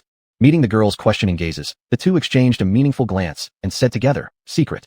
Moments later, all 3 girls rolled up their sleeves. Not long after, a deep pit had formed on the floating stone where they stood. A yellow-robed man crawled out of the pit, his face bruised and bleeding from one nostril, looking absolutely pitiful. "Why did you only beat me up?" Wiping his nose, Lin Lazy glared at Chu Chun and the girls, his face darkening. "You're ugly." They all answered in unison. Bang! Lin Lazy fell back into the pit again. The look in his eyes was pitiful, tears welling up as if ready to spill over. This was too much. Beating him was one thing, but calling him ugly? He didn't want to live anymore. Chu Chun watched Lin Lazy rolling around in the pit, secretly feeling relieved. At least he was good looking. "Lin Lazy, you damn dog. Take this hammer blow." Chu Chun raised his eyes and saw a huge spiked club coming down. At first glance, it looked quite massive, though no one could tell what other uses it might have. Damn it. Lin Lazy, who had been lying on the ground shedding silent tears, suddenly saw the dark shadow overhead. With a flash, he sprang up and vanished from the pit in an instant. Bang! The hammer struck. The deep pit was instantly blasted into a swirling cloud of dust by the enormous impact. Chu Chun was actually quite considerate. He had already used his water spirit energy to form a water barrier to block the dust, protecting the 3 girls behind him. This act was observed with great satisfaction by Long Kaier in his spiritual sense. Her disciple had finally seen the light. This wooden fish finally opened up. The 3 girls also revealed gentle, satisfied smiles. They exchanged meaningful glances, their expressions quite profound. Although the setting wasn't great, the atmosphere felt somewhat romantic. "What are you all doing?" An untimely voice suddenly came from behind them. "Senior brother?" Chu Chun lowered his water wall upon seeing Lu Changfeng, and once again, another pit formed, sending up a cloud of dust. This time, the 3 girls almost inhaled all the dust. Worse yet, a few flying rock shards came their way. "Lin Lazy, you damn dog. Stay right there so I can give you a good hit." Calm down. Calm down. Practitioner, you shouldn't think like that. Besides, I didn't even hit you. TSK. Thinking about it makes me mad all over again. I'm giving you a hit today, no matter what. You're gonna flatten me with that hammer. These 2 idiots chased each other, hopping and bouncing all over the place, pounding the floating stone they stood on until there was almost no room left to stand. "What are those 2 saying?" Lu Changfeng pointed at them with a confused look toward Chu Chun and the others. "Don't know." Chu Chun shrugged. The 3 girls were all giving him sidelong glances. "Don't know? Then why were you 2 chatting so intently earlier? Speaking of it, uncle, why are you below us?" Chu Linghua suddenly choked on her words halfway through. Just what?" Chu Chun looked puzzled as he turned to Bai Ling.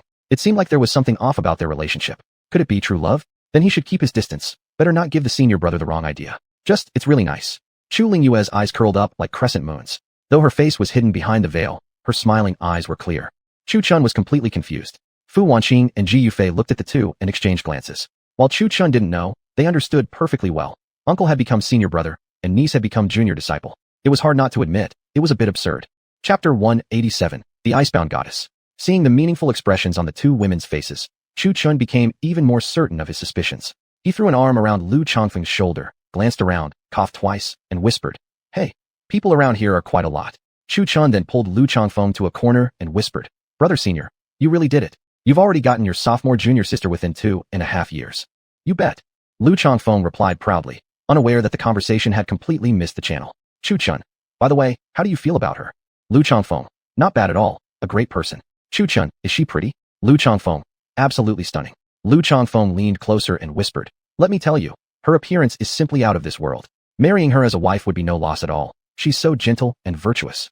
Long Kaier frowned and facepalmed, watching the two clowns chat away on entirely different wavelengths. Chu Chin meant that Lu Chongfeng had actually found such a beautiful wife. Well-deserved indeed. Lu Chongfeng thought he meant, how could their relationship not be close since she was his niece? After all, wasn't the last sentence essentially promoting his niece to Chu Chin? Didn't everyone on Wood Peak know that Chu Linghua had come for Chu Chin? In the end, one was congratulating, and one was matchmaking. Somehow, the two reached a consensus unknowingly. Lu Chongfeng turned his head, winked at Chu Linghua, and made an okay gesture. "That's all I can do for you. What happens next is up to you." When Chu Linghua saw this, she first looked confused. Seeing Lu Chongfeng's confident expression, she instantly understood. Then, she pursed her lips and smiled. Seeing this, Chu Chin revealed a knowing smile. "Looks like they're truly in love. I should probably keep my distance in the future. Should I even send a wedding gift?" However, he completely forgot about Chu Linghua's daily visits to Qingzhou Peak. "What the hell, you're good now. If you chase me again, I won't hold back this time." Lin Lazy was also out of patience with the chubby guy. He didn't fight back, since he started the conflict. But after such a long chase, whatever needed to be vented had been. Moreover, there was no real loss for Wabeiyuan. Hearing this, the originally furious Wabeiyuan instantly stopped chasing, scared, truly scared. After all, Lin Lazy's swordsmanship was terrifying. "Hey, see, there's no need to hold on to this forever." Lin Lazy picked his nose, then naturally placed his hand on the chubby guy's shoulder. A yellow palm print remained on the chubby guy's clothes, sticking to a black thing. Bang! Taking Lin Lazy by surprise, Wabeiyuan landed a sneaky blow on his head. He immediately fell down. So the reconciliation was just your lie. The real goal was the beating. "Ow, look at my temper. I just can't stand this anymore." Lin Lazy held his head, his mind buzzing. Glaring at the chubby guy, his face turned unusually dark. Then, rolling up his sleeves, he started fighting the chubby guy. A while later, one with a bird's nest hair, one chubby guy, both had black eyes and swollen faces. Not from the fistfight itself, but because Ji Yufei and the other two girls had finally seen enough and beat the three of them up. Why were they beaten? Well, they could fight if they wanted, but the dust was everywhere, and the floating stones they were on were full of craters. Therefore, they had no choice but to move to the next level. TSK, Bu Duobu So, Zhita Nangda Bao Han Lei. Chu Chun and Lu Chongfeng quietly commented, arm in arm. Definitely. Lu Chongfeng face-bombed, sighing with deep emotion. Unconsciously, both felt a chill up their spine, fearing the three women might beat them up next. Still fighting, Ji Yufei pilot Paisho, assuming the role of a big sister. No, no more, no more. The two seemed to have seen ghosts, wiping blood from their noses, faces black and purple. Just now they were at each other's throats fiercely. Now, after both were beaten, they became buddies. Looking at the way the two looked at the three females, not too harmonious, they thought to themselves, whoever marries these three will certainly suffer. Then, everyone transformed into streaks of light, rushing upwards. Fortunately, they were numerous. Even though the floating stone was full, it was still only them beating others up, and no one dared to fight back. Except a few idiotic exceptions. Boom. While Chu Chun and others were ascending the tower, two streams of wind spirit energy flew straight at Chu Chun. "Chu Chun, die for me." Everyone turned around simultaneously. Gu Qingqiu was charging toward Chu Chun, eyes bloodshot with rage. "It's him." Chu Linghua frowned slightly upon seeing him. "Junior sister, seems like you're quite popular." Ji Yufei whispered teasingly into Chu Linghua's ear. Chu Linghua rolled her eyes at her. "Junior sister, touched? Someone is jealous for you." Ji Yufei continued with the telepathic communication, and beside her, Fu Wanqing also joined in teasingly. As for Gu Qingqiu, they didn't hold him in much regard. He didn't look as handsome as Chu Chun, wasn't as strong, and most importantly, his demeanor couldn't compare to Chu Chen's either. Look at that bastard Chu Chun, almost like a monk. Now look at Gu Qingqiu. His so-called instant connection with Chu Linghua was clearly just lustful desire for her body. The way Gu Qingqiu looked at Chu Linghua contained a predatory gaze, mixed with a sense of arrogance, something that annoyed everyone greatly. It was as if a wealthy noble was toying with a poor peasant girl. "Do you really think I'm easy to bully?" Chu Chun had finally lost his temper. He'd let things slide several times already, but now this guy was getting even more aggressive. Chu Chun might have a good temper, but he definitely had his limits. Boom. Chu Chun transformed into a streak of light, and threw a punch. "Come on then." Gu Qingqiu smirked arrogantly, then clenched his fist, and threw a punch straight at Chu Chun. A greenish aura burst from his body, causing his long hair to fly about, also turning green. Boom. Their fists collided, instantly unleashing a powerful gust of wind that swept the dust cleanly off the floating stone. "I'll help you." At that moment, Lu Changfeng also pulled out his silver-colored long spear and was about to stab it into Gu Qingqiu. Bang! Both men were pushed back by the force of the impact. Chu Chun landed steadily on the ground, while looking at Gu Qingqiu, who had not only been pushed back, but also staggered several steps. Noticing that Gu Qingqiu's arm was still trembling slightly, and a flicker of shock in his expression, he couldn't help but wonder, what kind of abnormal strength was this kid possessing? Even though Chu Chen's powers were sealed, he still had 500,000 gene of strength. He had only exerted 6,000 gene this time. Clang! Lu Changfeng's spear point flashed with cold light as he launched forward aggressively. Bang! Gu Qingqiu, shocked, quickly formed hand seals and pressed them onto the ground, causing a sharp spike to suddenly erupt from beneath. Lu Changfeng's eyes narrowed, and he stabilized himself mid-air before lightly tapping the spike with the tip of his foot, propelling himself forward like a ghostly blur. Ghost Shadow stepping again. The spectators watching outside couldn't help but murmur in astonishment and once again turned their eyes toward Mu Hanbing. Her expression was quite fascinating, eagerly watching the light screen displaying the fight between Chu Chun and Gu Qingqiu. As the crowd looked on, they found their faces oddly conflicted. How come she looks like some kind of love-struck girl? Could it be teacher-student romance? Impossible, right? Who was Mu Hanbing anyway? Besides being known as the Demoness, she had another nickname, the Icebound Goddess. That name had actually been coined by some of her fans. Every time she appeared, she gave off a cold, aloof aura, always keeping others at a distance, hence earning that title. Chapter 188, Earth-Shaking. Lu Changfeng and Chu Qin stood side by side, facing Gu Qingqiu. Senior brother, you don't need to act. I can handle it. Chu Qin said coldly, his face dark as he glared at Gu Qingqiu. You can. Lu Changfeng didn't know much about Chu Qin's actual strength, only that he had great talent. Lend me a sword. Several would be better. Chu Qin repeated. Where's yours? I ate it. Lu Changfeng couldn't help twitching his mouth. Seeing Chu Qin so serious, he actually made a joke. How utterly uncool. Lu Changfeng took a glance at his niece, Chu Lingyue, and saw her staring at Chu Chun with a lovesick expression. Lu Changfeng. Fine, you're handsome and cool. Here. Without hesitation, Lu Changfeng summoned his flying sword, which flew straight into Chu Qin's hand. Buzz. As the sword landed in his hand, Chu Qin's entire aura changed, becoming much sharper, brimming with a deadly intent. Myriad sword tides. Chu Chun raised the sword vertically in front of his chest, his presence surging like rolling waves, his long robe flapping wildly, his black hair flying in the wind. Buzz. Lu Changfeng's Xingtian sword instantly split into many, 1 into 2, 2 into 4, and so on. Within several breaths, several 10,000 Xingtian swords had appeared behind Chu Chun. This sight made Lin Lazy and Lu Changfeng raise their eyebrows. He got even stronger. Lin Lazy murmured, staring at Chu Chun with newfound battle intent in his eyes. Not bad. Just entered the gate. Jian Changfeng, who had been sleeping, suddenly spoke. Mu Hanbing and Meyer turned to look, finding he was still lying there with his eyes closed. Was he sleep-talking? Or perhaps he could sense the sword aura inside the golden pagoda. You guessed it. Though he hadn't opened his eyes to watch the screen, he clearly perceived everything happening inside the golden pagoda, not through sight, but via spiritual sensing. Swish, swish, swish, swish. Chu Chun swung the sword, and the numerous Xingtian swords behind him shot forth like arrows. Seeing this, Gu Qingqiu's expression changed. His entire body exuded a mighty force, and oceanic energy surged around him. Instantly, an oceanic domain unfolded around him. The surging waves formed a wall, blocking the incoming swords. Well done. Yu Yun cheered excitedly. That's all. Gu Qingqiu snorted in contempt, and his oceanic domain dissipated immediately. Myriad sword tides. Look at Chu Chun, completely ignoring any pattern or strategy. Sure enough, he used the same move again. Seeing this, Lu Changfeng couldn't help but raise his brows. Is this all he knows? You don't have any other moves? Gu Qingqiu and Buju shouted angrily. You had just withdrawn your oceanic domain, and now you pull this again? You care? Chu Qin replied coldly, swinging his hand again. The swords behind him shot forth like a hail of arrows. Oceanic.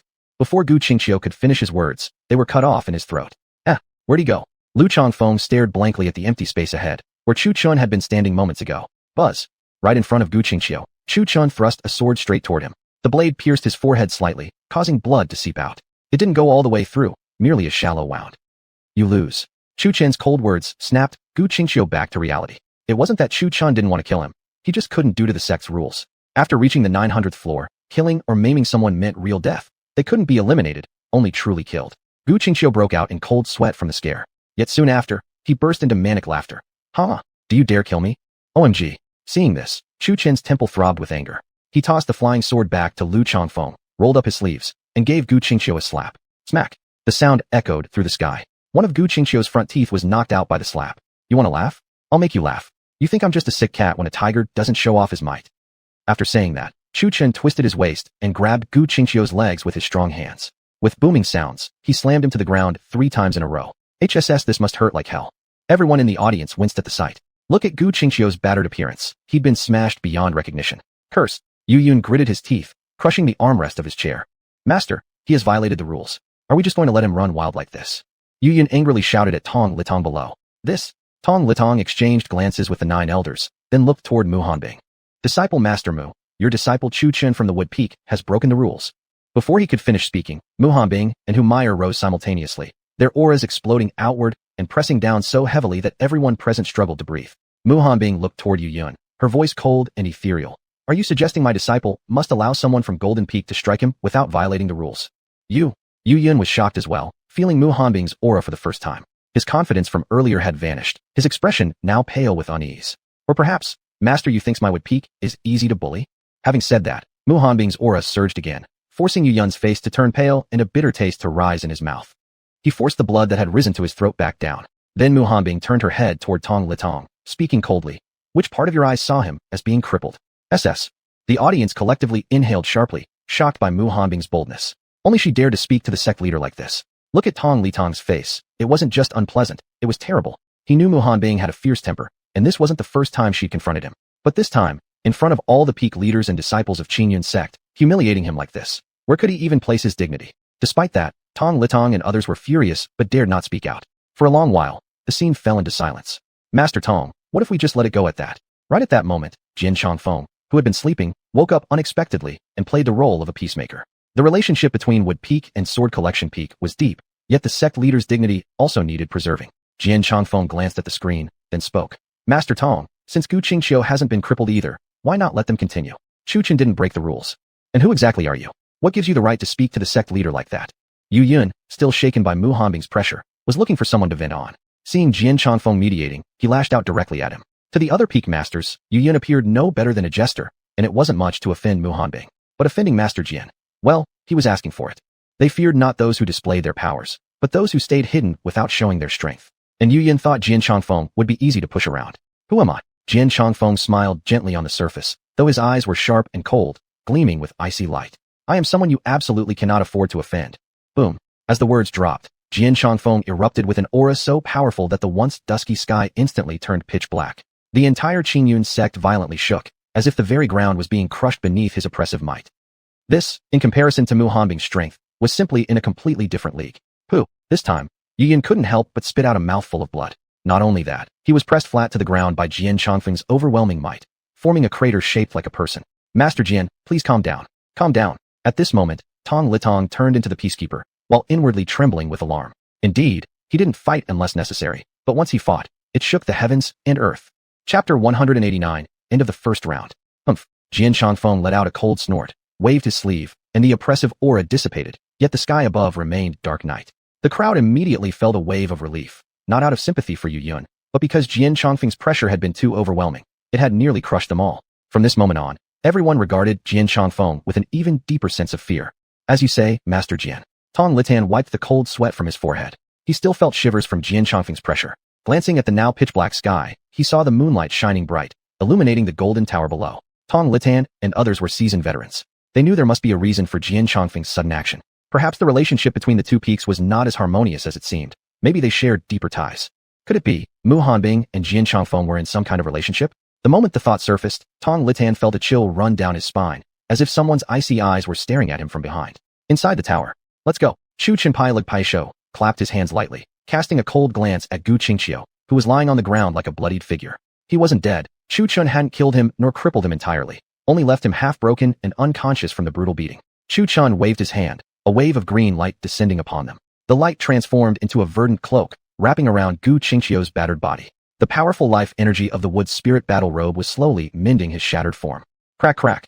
His body visibly began to heal at a rapid pace. Chu Chun glanced indifferently at him before wordlessly stepping onto the floating stone that led to the 971st level. So domineering. Watching Chu Chen's retreating figure, the crowd whispered in low voices. As for the three girls, their eyes sparkled, deep in thought. Their cheeks were flushed, especially Chu Lingyu's. This cold, fierce aura of Chu Chun reminded her so much of when they first met. After a while, they snapped out of their trance and followed after Chu Chun. When they came to a stop, they were already at the top floor. Here stood a huge white gate. It radiated a majestic presence tinged with the wear of time. About 500 disciples had gathered here. At this place, Chu Chen spotted many familiar teammates. Disciples from Mu Peak and Zongjin Peak were all present. No one had been eliminated. Upon meeting old friends, everyone exchanged greetings and were glad that all their companions had made it through.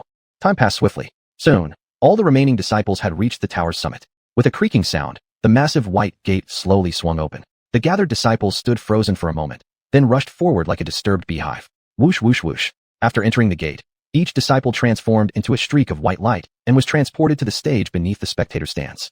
The disciples looked around in confusion, unable to process where they were. One might mistake it for entering a zoo and being gawked at like a monkey. Congratulations to all of you. You have passed the first trial. Master Tong's distant voice echoed into each disciple's ear, and at last, they understood. They had been transported out. You may all go rest now. The peak competition continues. 3 days from now, the second round will commence. Allow me to keep the second round's details a secret for now, to be revealed later. Master Su's distant voice reached their ears once again. Then, with a wide sweep of his hand toward the disciples on the stage, they all transformed into beams of white light and were teleported to the spectator stands of their respective peaks. Hichem, not bad. You didn't disappoint me. Jian Chongfeng cast a glance at the disciples of his peak, eyes brimming with satisfaction. These disciples weren't exactly the most serious bunch, but they were reliable. Master, are there any rewards? The burly Li Kuei asked with Han Ho innocence. There are. What are they? Do you want a smack across the face? I do. Unaware of what a smack across the face meant, Li Kuei readily agreed. The disciples from Mu Peak could only wryly twitch their mouths. Looks like this elder wasn't exactly a gentle soul. Moments later, a resounding *pa* echoed through the sky. Just as people were about to leave, they turned back to stare at the direction of Zongjin Peak. What they saw wasn't much, except a massive handprint clearly imprinted on Li Kuei's thick face, pain clearly shooting through it. Whoa, he really hit him. Chu Chen approached Jian Chongfeng with mock surprise. Jian Chongfeng turned to Chu Chun, raised his hand, and asked, want some too? Cough. No. Better leave it for third senior brother. Chu Chun fled hastily behind Mu Hanbing. Mu Hanbing slightly curled his lips. Two clowns. Master, why did you hit me? The stunned Li Kuei finally came to his senses, rubbing his burning cheek, still bewildered. Didn't you say you wanted a smack? Yes, so? You gonna give me one now? Looking at Li Kuei's sincere confusion, everyone involuntarily tugged at their lips. Jian Chongfeng rubbed his temple. He had never encountered such a strange request before. Sighing, he raised his left hand and slapped him again. The sound cracked through the sky, nearly knocking Li Kuei's teeth loose. Truth be told, these two slaps from Jian Chongfeng carried a hint of personal grudge. You see, Jian Chongfeng had a problem. Late at night, he liked to find someone to spar with. Luckily, Li Kuei wasn't stupid enough to challenge Jian Chongfeng. However, 2 years ago, Chu Chun had lived on Yujian Peak for several years. Yujian Peak was located just behind Zongjin Peak. Jian Chongfeng used to be sleeping peacefully in the middle of the night when fighting noises came from Yujian Peak, constantly tormenting him to the point of near madness, leaving him mentally dazed and confused. Master, why did you hit me? Give me that big smack already. Li Kuei, still clueless, shouted again. Forget it, old third. We don't want that big smack anymore. Finally, the big senior apprentice of Zongjin Peak, Bai Lingxue, could no longer bear to watch and pulled Li Kuei back. Master Jian, if you have no further issues, we'll take our leave first. Tong Litan hurried forward to apologize to Jian Chongfeng. The peak master himself had abandoned all dignity and pride, only hoping Jian Chongfeng would forgive him. After all, provoking such a terrifying deity and earning his wrath meant there was a real chance of losing one's head at any moment. Scram. Without even glancing, Jian Chongfeng waved his sleeve. Well then, Master Jian, we'll also be off. Mu Hanbing did not bow down like Tong Litan had. She had also been deeply shocked by Jian Chongfeng's aura earlier. She knew Jian Chongfeng was strong, but the oppressive pressure he released earlier had exceeded even her wildest expectations. As for Jian Chongfeng, she needed to maintain the proper respect. We'll meet again in 3 days. Jian Chongfeng's tone grew gentler toward Mu Hanbing as he nodded. Then, he took flight toward Zongjin Peak on his sword. Don't. Chu Chun, who had been hiding behind Mu Hanbing, suddenly felt a big hand grab him from nowhere. The disciples from Mu Peak turned their heads together, only to find Chu Chun had vanished from behind Mu Hanbing, which made everyone frown. Master, save me. Suddenly, a voice came from the sky. Looking up, everyone saw Chu Chun being held in Jian Chongfeng's grip like a little chicken. He flailed desperately, wailing in despair. What's that? I'm not your master. Jian Chongfeng's voice sounded behind Chu Chun. What? Chu Chun turned around and saw that the one grabbing him was actually his second master, Jian Chongfeng. Immediately, he felt relieved. Master, don't do this stuff. You scared me half to death. Hey, you kid. Others beg to become my disciple, and I won't take them. Yet you're being so disobedient. I'll throw you down from here in a minute. Jian Chongfeng got so angry that his mustache nearly bristled, appearing as if he were about to let go. No, I'm sorry, okay? I won't do it again. Chu Chun quickly turned around and grabbed Jian Chongfeng's arm, genuinely fearing that he would be thrown down. After all, his second master was nothing like Mu Hanbing. Jian Chongfeng could torture someone to near death. And Mu Hanbing seemed no different. But at least Mu Hanbing would openly supervise training, whereas Jian Chongfeng always pulled such sneaky tricks. Chu Chun still clearly remembered the night at Yujian Peak, when the ghost almost scared him sing his pants and beat him half to death. Luckily for him, he had a strong survival instinct. In summary, Mu Hanbing personally watched over his cultivation. There was an element of supervision, but also protection. As for Jian Chongfeng, He'd secretly create some brutal training scenarios without informing him and expect him to survive them alone. Master, he's been captured. Chu Lingyue looked worried, already mounting her flying sword to go rescue Chu Chun. Come back. Mu Hanbing summoned a giant hand formed from true essence and yanked Chu Lingyue back. Master, why are you? Chu Lingyue, not understanding the relationship between Chu Chun and Jian Changfeng, looked confused at Mu Hanbing. Jian Laosher is also his master. With this single, indifferent sentence from Mu Hanbing, Chu Lingyue's mouth dropped open in shock. Two masters. So that means Chu Chun is part of both peaks. Chu Lingyue exclaimed in astonishment. Mu Hanbing simply nodded slightly. No wonder. So powerful with two masters. Chu Lingyue murmured to herself, gazing at Chu Chin's retreating form. At first, she even thought Mu Hanbing was maybe Jian Changfeng's wife or something, given how close they appeared. Little did she know it was because Chu Chun was also a disciple from Zhongjian Peak, hence why these two peaks were so familiar with each other. If Mu Hanbing ever learned about Chu Lingyue's thoughts, he might drag her into some grueling training, perhaps even more brutal than the training he once gave Chu Chun. Wait. Lu Changfeng suddenly changed expression, blurting out this word. Everyone looked at him in confusion. What nonsense was he up to now? Oh no, my Xing Tian sword is still with him. It just hit Lu Changfeng. Chu Chen had taken his sword, but hadn't returned it yet. Even though Lu primarily used a spear, each disciple received a personal sword. Senior brother, just a sword, maybe we should forget it. Ji Yufei gently placed her hand on his shoulder, silently feeling sorry for him. Why? Not much really, but anything he gets his hands on, he basically won't give it back anymore. Over the past 2 years, Ji Yufei had come to understand Chu Chen's ways thoroughly. Anything that touched his hands, no matter its use, simply wouldn't come back. The fox-mimicking mayor understood this feeling all too well. What the heck am I supposed to do now? Lu Changfeng cursed under his breath, glaring in the direction Chu Chen left. A flash of green light gleamed from Ji Yufei's hand, and a delicate wooden sword appeared. She casually tossed it to Jian Changfeng and said blandly, "Chill out, this one works just fine." Lu Changfeng caught the wooden sword thrown by Ji Yufei, barely suppressing his urge to cry. "Chu Chun, you backstabbing snake." Lost in thought, his gaze suddenly fell on Yun Chun. In a flash, he appeared beside him and slung an arm around his shoulders. "Brother number 8, got a spare sword or two?" To be honest, I don't really like that title.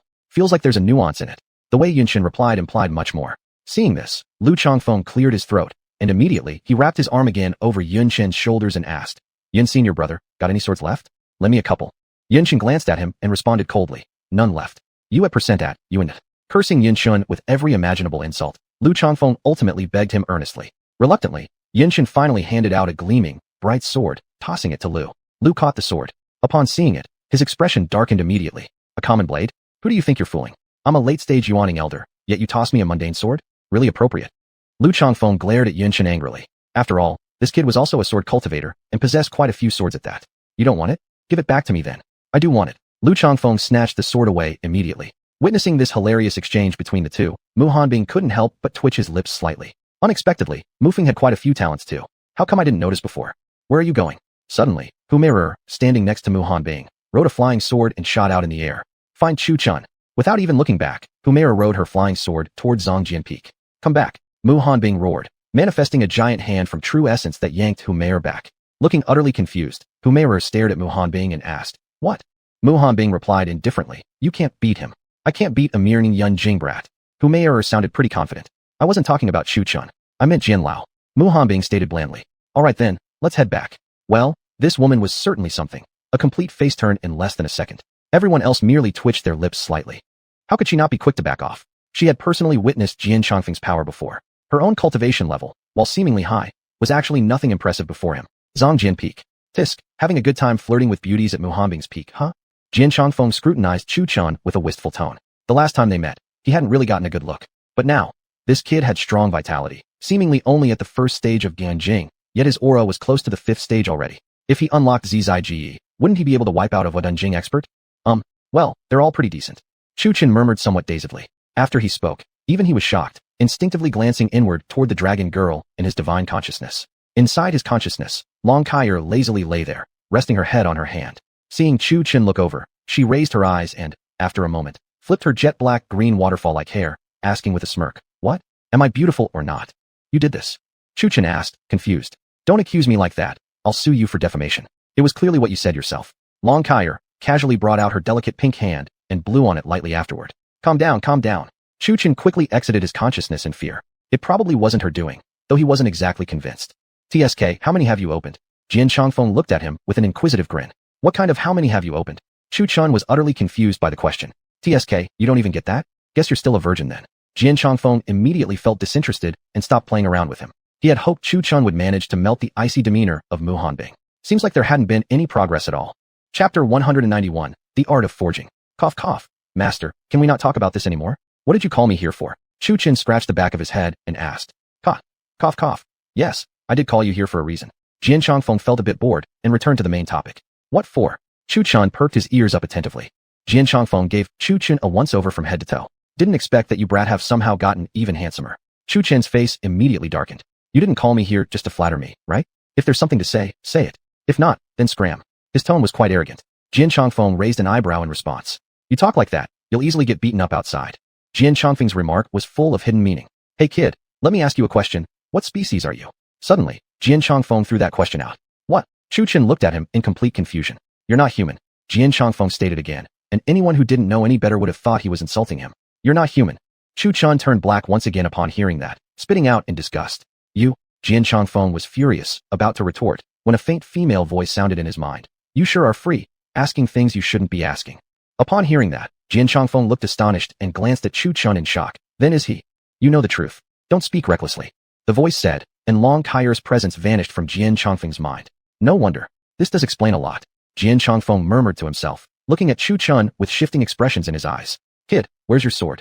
Jian Chongfeng changed the subject after knowing the truth. Sword? What sword? Chu Chun played dumb, looking at the suddenly and completely changed expression of Jian Chongfeng, who had just accused him of being non-human and now was asking about his sword, feeling completely bewildered. Don't pretend. The sword you used when resisting the heavenly tribulation the other day. Jian Chongfeng was quite angry with this kid. Are you afraid I'll take it away? Actually, Chu Chun did have such a fear. After all, wealth should not be flaunted. Longing's sword was no ordinary item, and someone like Jian Chongfeng definitely sensed something extraordinary about it. As long as he pretended not to know, he wouldn't give anything away.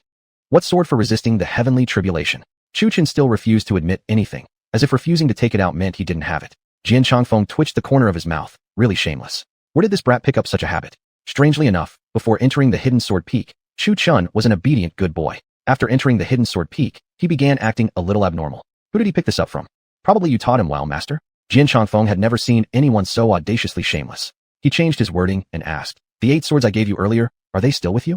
Yes, why? Chu Chun became immediately alert, stepping back a couple of paces protectively like a little chick guarding its food. No particular reason.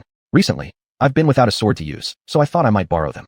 Jian Chongfeng smiled faintly, but the way he smiled looked a bit creepy. Chu Chun's face darkened again upon hearing that.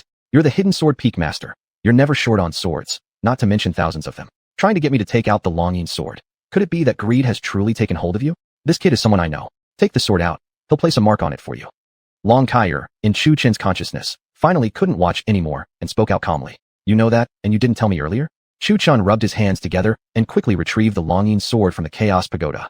At the same time, he regarded Jian Chongfeng with an even more stunned gaze. So this person is an acquaintance of Elder Sister Kai? His cultivation must be on par with hers. You're overestimating me. Compared to the elder who resides in your body, I'm still far behind. Jian Chongfeng took the Longing sword from Chu Chun and polished it gently as he spoke. *T. Can you read minds? Chu Chun immediately blocked his thoughts, hoping Jian Chongfeng wouldn't see any unsavory things from him. Yes. Jian Chongfeng casually swung the Longing sword a couple of times. It was a fine sword, though a bit noisy. The dragon roared continuously. Chu Chen's face was quite dark at this sight. If you have mind-reading abilities, why didn't you say so earlier? You didn't ask. Jian Chongfeng simply replied. Master, teach me, okay? Chu Chun gazed at Jian Chongfeng with bright, eager eyes. What? Now you remember I'm your master? A moment ago, you were scared I'd swallow your sword whole. Jian Chongfeng became intrigued by Chu Chen's comically amusing attitude. Chu Chen coughed dryly and smiled sheepishly. Misunderstanding. Who knew you actually knew Elder Sister Kai? Admittedly said, for Long Kai's spiritual state, Jian Chongfeng somehow knew about it. This is too noisy.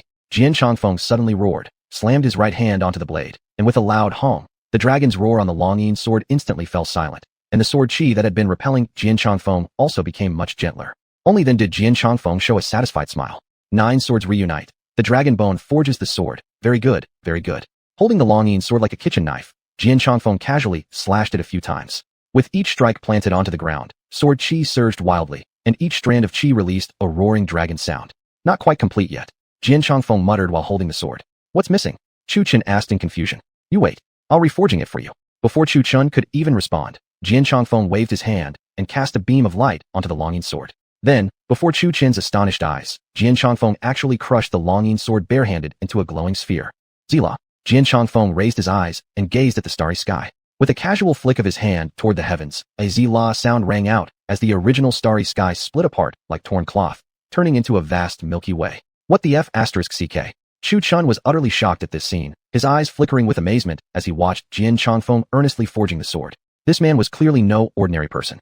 If even an act as casual as tearing open the starry sky was beyond even an immortal's capability, then who exactly was this guy? After tearing the sky apart, Jian Chongfeng raised his hand, and a massive, illusory hand appeared above the starry sky. With a grab from the hand, the power of the Milky Way appeared within Jian Chongfeng's palm, transformed into a glowing white color.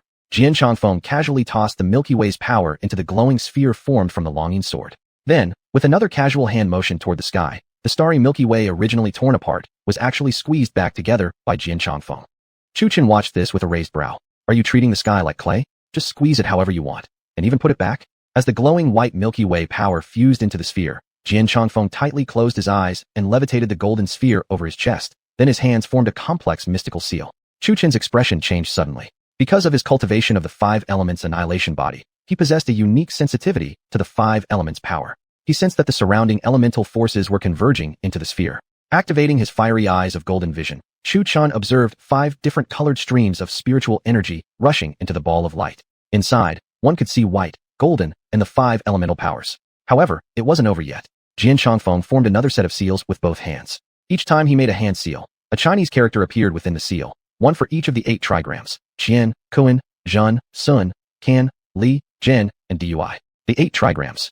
Chu Chen, having the Taoist techniques gifted by Long Kair, naturally recognized the trigrams. As the 8 characters fully emerged, the hand seal Jian Chongfeng held indeed transformed into the 8 trigrams containing a yin and yang fish. Chapter 192, Dragon Emperor Sword. Jian Chongfeng turned his hand, and the Bagua diagram, originally with the yang fish on the left and yin fish on the right, shifted as he moved, the yin fish now on the right and yang on the left. Reversing yin and yang. Chu Chen couldn't help but exclaim in surprise. Jian Chongfeng's expression turned solemn. He directly pressed the yin-yang array seal into the glowing orb. As the starry river, the 5 elements, and the reversed yin-yang bagua were inserted, the orb expanded slightly. The energies inside surged, as if repelling each other. At this moment, it looked like an unruly water droplet. Stabilize. Jian Chongfeng spoke in a voice devoid of emotion. With a mighty shake of his hand, he slammed it down. The previously turbulent orb calmed immediately. Jian Chongfeng exhaled a mouthful of turbid air, then his hands formed seals, murmuring incantations. The Wu Ji gives birth to Tai Ji gives birth to the 2 instruments. The 2 instruments give birth to the 4 symbols. The 4 symbols give birth to the 8 trigrams. The 8 trigrams transform into 10,000 things. Qian and Kun determine north and south. Kan and Li determine east and west. Dui is southeast. Zhen is northeast. Sun is southwest. Zhen is northeast. Qian has 3 continuous lines. Kun has 6 broken lines. Zhen is like an overturned bowl. Zhen is like an upright bowl. Li is empty in the middle. Kan is full in the middle. Dui has a gap on top. Sun is broken at the bottom. Wang. With Jian Chongfeng's chanting, the orb suddenly gave off a buzzing hum. Chu Chen, using his fiery eyes to observe closely, realized that the 4 energies inside the orb were actually fusing together. Then, a jet-black brick appeared before Jian Chongfeng. This brick, though black and dull, clearly showed patterns of stars on its surface, along with a bagua yin-yang emblem. It radiated 5 different colored glows, with a golden dragon coiled around it. Upon seeing this, Chu Chen's eyes immediately lit up. Though he didn't know exactly what this strange black brick was, he could tell it must be extremely powerful. Pum. Jian Chongfeng raised his hand, and instantly a phantom giant hand formed from true energy appeared. In the hand appeared a phantom hammer also made of true energy. With a deafening sound, the brick was struck with full force on the sword storage peak. Sparks flew as if stars rained down. These were not ordinary sparks from blacksmithing, but silver-white stardust falling like sparks. However, after Jian Chongfeng's hammer blow, the black brick remained largely unchanged, still as solid as ever. Pum. He lifted the hammer again, putting more force into the second blow. The sound reverberated, shaking Chu Chen's senses until he bled from all 7 orifices and turned pale. But Chu Chen did not choose to leave. He was using the vibration to temper his physical body, and also to learn the art of forging. If he mastered it, would he ever be short of weapons? Besides, if he ever ran out of money, he could always refine pills or forge artifacts to sell. What a blissful future that would be. When Jian Chongfeng's hammer landed the second time, the jet-black brick finally showed some change, but only a little. Without close inspection, the slight bending would be easily missed. Pum. Jian Chongfeng lifted the hammer again, striking even harder than before. This blow, apart from a sound echoing across the sky, unleashed a powerful gust of wind upon impact. This wind pushed Chu Chen back several meters, leaving 2 deep gouges on the ground of the sword storage peak. Pum, pum, pum. Time passed second by second. Jian Chongfeng struck hammer after hammer, each with increasing force.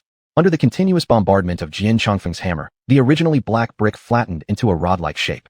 Jian Chongfeng continued forging, but watching this process wasn't easy on Chu Chun. He was already bleeding from all 7 senses, his skin cracked all over. Even with the regenerative power of the ancient dragon god body, he could barely endure such torment. The reverberations from Jian Chongfeng's forging not only tempered his body, but even his immortal soul was being refined. Ding, ding, ding. The original pung pung sounds gradually became sharp ding-dings. Jian Chongfeng's previously giant phantom hammer had now transformed into a small hammer, as he concentrated intently on shaping the sword blade. This step tested his patience. It was the most crucial stage. A single mistake could warp the edge, and the blade was both the most fragile and the sharpest, most resilient part of the entire sword. If any error occurred here, the sword would become useless, easy to bend or break with just a single strike. Jian Chongfeng exhaled toward the newly forged black sword, expelling with it a greenish liquid. As the green liquid sprayed onto the sword, it hissed like oil hitting fire. Under the dousing of the green liquid, the once black sword gleamed brilliantly. Especially its edge, now blindingly sharp, revealed strange Wenlu, or patterns. The thickness of the blade was precisely 3 inches. It was a double-edged sword, with both sides measuring just half a cun in width. The hilt was a dragon's head spitting out the blade. One of the dragon's eyes had a yin-yang bagua design, while the other combined all the 5 elements colors. The grip was formed by a coiled dragon's body, truly awe-inspiring. After observing Jian Chongfeng's forging process, Chu Chen didn't quite understand it, but with his incredible memory, he memorized every detail clearly. As long as he remembered it properly, it would be easy to comprehend later. With his wuxing, innate understanding, he could figure it out in about a year or half. Jian Chongfeng looked at the sword in his hand and nodded. Now this looks decent.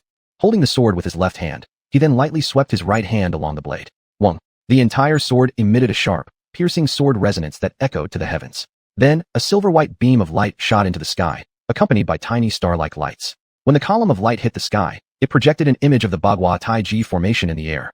A fine sword. Chu Chen couldn't help but marvel inwardly. Here, kid, take it. Jian Chongfeng extended the sword toward him. Chu Chen didn't take it immediately. Instead, he bit his finger, letting a drop of blood fall onto the blade. As the blood dripped down, the sword suddenly glowed with a snow-like brilliance. Wong, it vibrated, and Chu Chen's blood was absorbed into the sword. Only then did Chu Chen take the sword with both hands. Pung. Ah crap. Chu Chen crashed onto the ground like a falling tree. He had expected the sword to be heavy, but not this heavy. Unprepared, he immediately fell flat. Chu Chen stood up again, his face flushed red, veins bulging on his forehead and arms.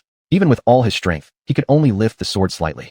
So heavy. Using every ounce of his power, Chu Chen finally managed to lift the sword by activating the extremely violent Zizai Ji technique. Even then, his steps were shaky when walking. Bear in mind, his current physical strength was equal to 3 million jin. Not 30,000, not 300,000, but 3 million jin. That's equivalent to 1,500 tons of force, yet he still struggled to lift the sword. Just how heavy was it? Zung. Jian Chongfeng clapped his hands together, then spread them apart, and a pitch-black sword sheath appeared in his grasp. Winding around it was a golden dragon that looked as if alive, moving slightly. Here, this is the sheath for the sword. Without ceremony, Jian Chongfeng tossed the sheath to Chu Chen. Instinctively, Chu Chen caught it, and then again came a pung sound. He crashed onto the ground once more. But that was no big deal. Chu Chen got back up and lifted the sheath. He had to admit, even the sheath was incredibly heavy. He had to use 1,000 tons of force to lift it. That's equivalent to 2 million jin. Chu Chen sheathed the sword, then sat down, panting heavily. This sword is so impressive. Haven't you thought about giving it a name? Seeing Chu Chen struggling, Jian Chongfeng couldn't help but feel amused, and teased him slightly.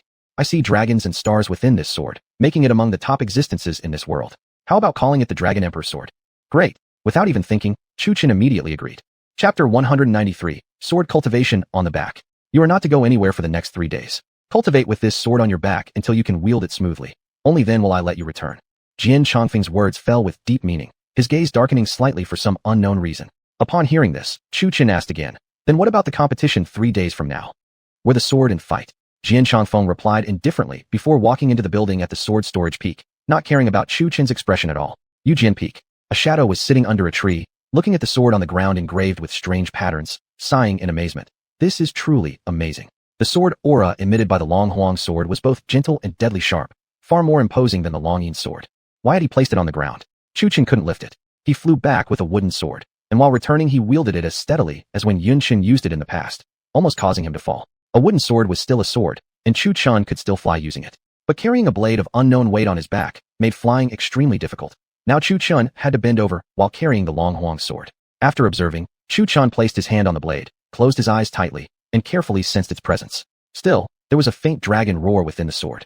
Chu Chen sent a strand of soul energy into it. What is this? Space. Chu Chen looked upon the space within the Long Huang sword, a space resembling the starry sky, with a giant Bagua diagram on the ground. Floating in the middle of the yin and yang symbols was a coiling golden dragon, roaring loudly amid its spiral. I wonder if the sword responds well after the modifications. Chu Chun withdrew from the long Huang sword space, speaking softly. By respond well, he meant complete obedience of sword intent and sword momentum, absolute submission, unlike the Zhu Tian sword, which, although obeying his command, did not allow him to use most of its power, and whose sword intent and momentum often rejected him. Chu Chun picked up the long Huang sword again, still in Xirenji state, his strength surging, allowing him to barely lift it. Though the long Huang sword wasn't a heavy blade by design, it was simply too heavy. Chu Chun tried to strike with the long Huang sword, but staggered and fell to the ground due to a loss of balance during the slash. This left Chu Chun baffled. Only 2 days remained before the second round of the competition. Although he didn't yet know the rules, undoubtedly there would be fighting. If necessary, he'd have to use some hidden trump cards, yet the long Huang sword was as if locked. He owned it, but couldn't use it properly. It seems I still need to increase my strength. Chu Chun murmured to himself, then sheathed the long Huang sword and slung it across his back, still needing to maintain the Xirenji state to carry it. Bang! Chu Chun took a step forward, his strides heavy, and this ordinary step covered a pitifully short distance, leaving a deep footprint at Yujian Peak, where his foot landed. Bang! Again Chu Chun stepped forward, still heavy-footed, and each step weakened his energy slightly. Looking at his face now, his complexion was pale as paper, large beads of sweat sliding down from his forehead. This sight clearly showed Chu Chun was in terrible shape. One could even say every step was painfully difficult. Kid, you're still far from it. Seeing this, Long Kaier couldn't help shaking her head. Having the innate enlightened body was good, but compared to Long Kaier's standards, Chu Chen's physical strength was still insufficient.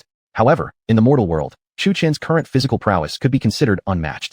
Watching Chu Chun struggling step by painful step, Long Kaier lightly supported her small hand, indifferent to worldly matters. Actually, she understood Jian Chongfeng's approach. Truthfully, the sword Jian Chongfeng forged wasn't that heavy, weighing merely 50,000 jin. However, Jian Chongfeng added a special seal on the sword precisely to train Chu Chen's physical strength. To be precise, it was training both his strength and speed. Therefore, Chu Chun was made to undergo sword cultivation while carrying it on his back.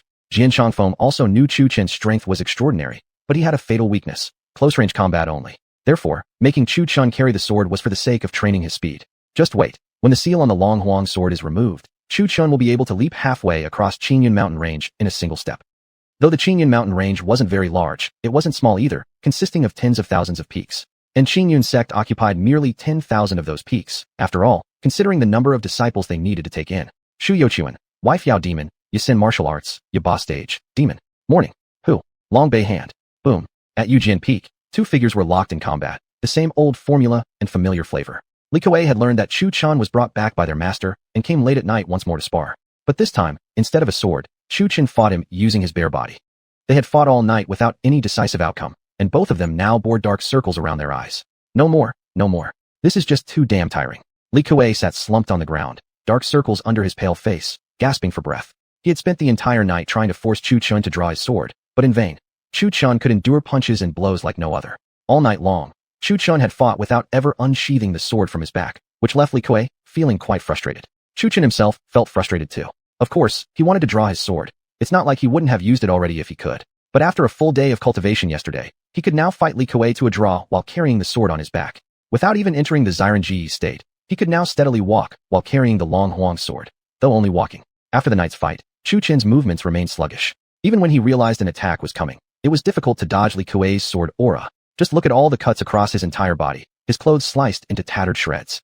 But none of that mattered. He had the ancient Longshin body's regeneration ability. If he wasn't dead, he could regenerate. No, now that he possessed an immortal soul, even if his physical body perished, as long as his soul remained, he could reshape a new body. That was precisely the supernatural power of an immortal soul. Otherwise, how could he possibly have endured Jian Chongfeng's forging process for so long? If he had still been in his ordinary mortal state, even a single hammer strike would have shattered his soul beyond repair. Li Kuei, you little brat. Just wait until I get my hands on you. From a distant mountain peak early in the morning came a hoarse, furious shout. Master. Li Kuei first looked puzzled, but the moment he figured it out, he jumped up and ran away faster than anything, feet practically sliding. Fast though he was, someone else was even faster, and that someone was naturally Jian Chongfeng. Even Chu Chun, with his fiery eyes and golden gaze, couldn't make out the figure clearly. He merely heard a loud whoosh as something shot past right before his eyes. When Chu Chun turned his head toward the direction Li Kuei had fled, he saw Jian Chongfeng standing there with his hair disheveled, clearly having run out without even bothering to groom himself. He held Li Kuei in one hand like a chicken, dragging him back effortlessly. Humph, master, morning. Li Kuei drew his head in sheepishly, offering a nervous smile. The look on Jian Chongfeng's face was exceptionally dark today. Somehow, he also had 2 deep black rings under his eyes, clearly having had little sleep. Sleep well? Huh, not a chance. The entire night you two bashed and clashed away, and I had no choice but to listen all night long. That must have been Jian Chongfeng's internal thought. Morning? Morning my foot. Jian Chongfeng glared furiously at Li Kuei. Then, with a loud quang dang, a swollen lump immediately rose up on Li Kuei's head, hot steam already wafting off it. Chapter 194. The moonlight is truly splendid tonight. Master, why did you hit me? Li Kuei was covering the large bump on his forehead with a very pitiful expression. Seeing this, Jian Chongfeng gave him another punch, creating a second swelling. Now he had two bumps, like horns growing on his head. Li Kuei covered his forehead with both hands, squatting there with tears welling in the corners of his eyes, just like a reformed prisoner. It hurt. Damned, it hurt like hell. Hit you? This is still going easy on you. Last night you were at it the whole night, making noise the entire time. Because of you, I couldn't sleep a wink. Now tell me, why wouldn't I beat you? Saying this, Jian Chongfeng rubbed his temples to regain his composure, clearly still a bit dazed. He looked at Chu Chun, who was standing in front of the cabin. Just like him, Chu Chun also had dark circles under his eyes. But what astonished Jian Chongfeng was that Chu Chun managed to carry a sword without entering the ultimate freedom state. Judging from the situation, it seemed that Chu Chun had fought with Li Kuei the whole night. The sword marks on Chu Chun's body made it easy to deduce. They had fought to a draw. After all, with his sword not allowed to leave the scabbard and his strength suppressed by the Dragon Emperor's sword, he could only rely on his cultivation base, which was just at the foundation building first stage. Not bad. You can actually lift it now. Surprised he was, but more than that he was satisfied. An existence like him, whose age was measured in tens of thousands of years, could only be surprised for a second by Chu Chen's talent, considering all the things he'd seen. By the way, the second round of the competition is tomorrow. Anything you want to say about it? Jian Chongfeng casually tossed aside the large figure of Li Kuei and walked up to Chu Chun for a closer look. His eyes gleamed slightly. Chu Chen's vitality was getting stronger, and his tendons, bones, and veins more resilient. Observing the faint golden glow on Chu Chen's body, he murmured, "Ancient Dragon God's Manual?" This soft murmur was audible only to Jian Chongfeng himself. Chu Chen merely saw Jian Chongfeng's lips quiver slightly. If he continues like this kid will also undergo transformation of his ancient dragon body. If that happens, I can rest assured. As Jian Chongfeng mused inwardly, for some unknown reason, he sighed. Master, are you alright? Are you in love? Chu Chen saw something odd in Jian Chongfeng's gaze. It kept lingering on him. What exactly was he looking at? Could he possibly have a peculiar hobby? Then Chu Chen drifted into a flurry of fanciful thoughts. Inside Chu Chen's consciousness, Long Kaier viewed the images forming in his mind like watching a TV show. She cast a glance at him. Those scenes were indeed pleasant to look at, yet dangerous. Seeing the old man Jian Chongfeng's face darkening, he stretched out a hand and grabbed Chu Chen up. Then, he blandly said, "Let's practice. I'll let you know what kind of peculiar hobby I have." Oh no, I forgot he can read minds. Realizing his mistake, Chu Chen's expression turned a shade of deep green. A beating didn't bother him, but he was terrified Jian Chongfeng actually harbored such a habit. Though to be fair, when he asked Jian Chongfeng about mind-reading techniques yesterday, he hadn't gotten a response yet. Bang! No sooner said than done. Jian Chongfeng smashed Chu Chen onto the ground, then proceeded to pummel him relentlessly. At that moment, a blood-curdling scream came from the sword-hiding peak, and the disciples undergoing cultivation simultaneously opened their eyes, all turning toward the direction of the sword-hiding peak. Later on, Chu Chen was tied to a tree, sunbathing with his face bruised and swollen. Looking at his nostrils, although clearly two, only one bled, which made him look particularly absurd. Fortunately, Chu Chen was released after only an hour under the sun. They couldn't afford to leave him longer. Time was limited and cultivation must continue. Night. Woo woo woo. From Yujian Peak came a cacophony of screams, which at first sounded quite creepy. Inside Yujian Peak, a human shadow was running at high speed, blurring into visible trails. Perhaps the wind howled too loud, but Chu Chen, running with a sword on his back, failed to hear those ghostly screams coming from the woods, simply dismissing them as wind noise.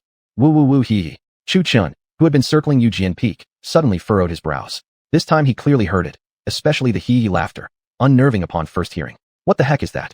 Chu Chen cautiously called toward the woods. Hey, is someone there? But there was no answer. Hee, are you not human? Suddenly, a sinister, mocking voice came from behind Chu Chen. Chu Chen's running stopped abruptly. His entire body stiffened as if petrified. Creak, creak, creak. Chu Chen slowly turned around, his throat convulsively moving as he gulped. Wah! As Chu Chen turned around, he suddenly saw a face covered in maggots and decay, an extremely horrifying sight. The whole face was rotten and messy, with blood all over it. From time to time, fresh blood dripped down, and worst of all, the maggots on its face were squirming, making it even more nauseating. As soon as Chu Chen turned around, the ghostly thing suddenly screamed loudly. Look, there was a puddle of water on the ground near Chu Chen. Obviously, he had been scared so badly he wet himself. Pissed twice. Long Kaier, inside Chu Chen's spiritual consciousness, didn't know where she had pulled out a little notebook from, and was now carefully writing in it. Perhaps the notebook had been taken from somewhere deep within her vast bosom, and it still carried a faint, pleasant fragrance. Then, Chu Chen, now realizing what had happened, immediately turned pitch black in the face. Damn it, he roared toward the heavens. Old man Jian, I might not be human, but you really are a dog. F***ck. In the courtyard of the sword-hiding peak, bright moonlight gently poured down. Under the tree, a figure was sitting there brewing tea. Jian Changfeng glanced at the moonlight, stroked his beard, and meaningfully said, "Tonight's moonlight is quite excellent. It's perfect for drinking tea." After speaking, he actually lifted the teacup and took a sip, then let out a satisfied breath afterward. "So refreshing." "Ah." From Yu Jian Peak came a shriek like a slaughtered pig. "Listen, how melodious that sound is." After saying that, Jian Changfeng took another sip of tea. Yu Jian Peak. Two figures darted through the forest, one chasing, the other fleeing, as streaks of light. Looking at Chu Chen's face, it wasn't just unattractive, it was jet black. Last time, he'd been scared so badly he wet himself once. This time, again, damn it, he had pissed himself again. He was utterly embarrassed beyond words. Last time, at least Jian Changfeng had given a hint. This time, not a single warning, no indication at all, and suddenly this damned ghost sprang out. Meanwhile, Yu Jian Peak was now shrouded in a dark red glow. Dragon God's tail strike. Chu Chen kicked violently. At a glance, his foot was actually covered in dragon scales. Bang! The monster was kicked flying by Chu Chen, who then didn't even turn his head, and fled with all his might. "Junior brother, let's fight 300 more rounds." A rough voice inappropriately rang out. Li Kuei had just stepped onto Yu Jian Peak, when something suddenly flew directly toward him. Being a considerate person, he reflexively reached out to grab it. That was a bad move. As soon as he grabbed it, he found himself holding a grotesque face covered in blood and rot. The most disgustingly shocking thing was the squirming maggots crawling across its surface. What the hell? What is this thing? Oh my god, oh no. Li Kuei instinctively threw it away and, upon looking at the blood-soaked forest surroundings, was instantly frightened like a child. He stomped his feet anxiously, tears streaming down. This big hulk of a man was actually scared into crying by a ghost. It was quite comically absurd to see. Chapter 195, The Intent of Jian Changfeng. Xiao. A figure flashed past like a startled wild goose, with a ghost chasing behind him. Chu Chen was being pursued by the ghost, and without realizing it, his latent strength was being pushed to the limit. Why wasn't Chu Chen fighting back? First, he simply couldn't beat it. Second, his physical strength was useless against the ghost. Although the ghost appeared solid, it was actually ethereal and illusory, while Chu Chen's power belonged to physical attacks. Moreover, the ghost was at the foundation building stage. Chu Chen simply wasn't its match. "Ah, fourth senior brother, why are you here?" While running, Chu Chen suddenly stopped, casting a strange look at Li Kuei, who looked like a child jumping anxiously on the spot. How had he gotten here? But thinking it over, he understood. Most likely, Li Kuei had come in the dead of night to spar with him. He gave Li Kuei a strange glance. Such a grown man crying like a child? Somehow, it was a bit ridiculous. Long Kaier lifted her gaze. "You still have the nerve to talk. His eyes are wet. Yours is your crotch. Whoa whoa whoa. Sixth junior brother, why are you here?" Li Kuei tightly hugged Chu Chen, nearly squeezing the breath out of him. Look at Chu Chen's face, black with anger like a pile of soot. "This is my house. Do I even need to explain why I'm here?" When Chu Chen saw Li Kuei, he immediately understood what was going on. Recalling Master Jian's punishment that morning, Chu Chen was certain he had something to do with this. He'd have to sit down for tea with him later. Long Kaier gave him a sidelong glance, her eyes seemingly warning him. "I advise you not to provoke trouble. You can't beat him. You let go of me first." Chu Chen desperately tried to pry Li Kuei's arms off him. This was just too gross. Two grown men hugging each other tightly like this? He definitely didn't have any such peculiar preferences. However, out of fear, Li Kuei only held on tighter, squeezing Chu Chen until his face turned red. Oh my god, Chu Chen was being squeezed so tightly that he could barely breathe. "Jijia, come here, my little treasure." At this moment, the ghost with maggots crawling on its face extended its sharp claws and lunged at Chu Chen. Just as Chu Chen was struggling to break free from Li Kuei's grip, the ghost suddenly struck. With such a short distance between them, there was absolutely no way to dodge. Chi! The claws slashed through. 3 deep gashes appeared across Chu Chen's chest, so deep that the bone beneath could be seen. Blood gushed from the wounds, staining him red. What the hell? Chu Chen instantly became furious. With his mood already bad to begin with, could he not be angry now? He clenched his fist, and the primordial energy surged. Ho! With one strike of the dragon fist, a phantom golden dragon opened its blood-stained maw and swallowed the ghost in one bite. However, when the golden dragon shut its mouth, the ghost swiftly disappeared. More accurately, it dodged. Shunshin, instant movement. Chu Chen's eyebrows lifted. This technique was extremely eerie.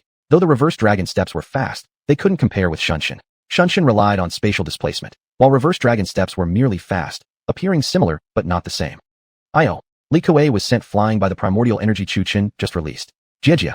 At that moment, the ghost's eerie voice rang out again. Upon hearing it, Li Kuei's hair stood on end.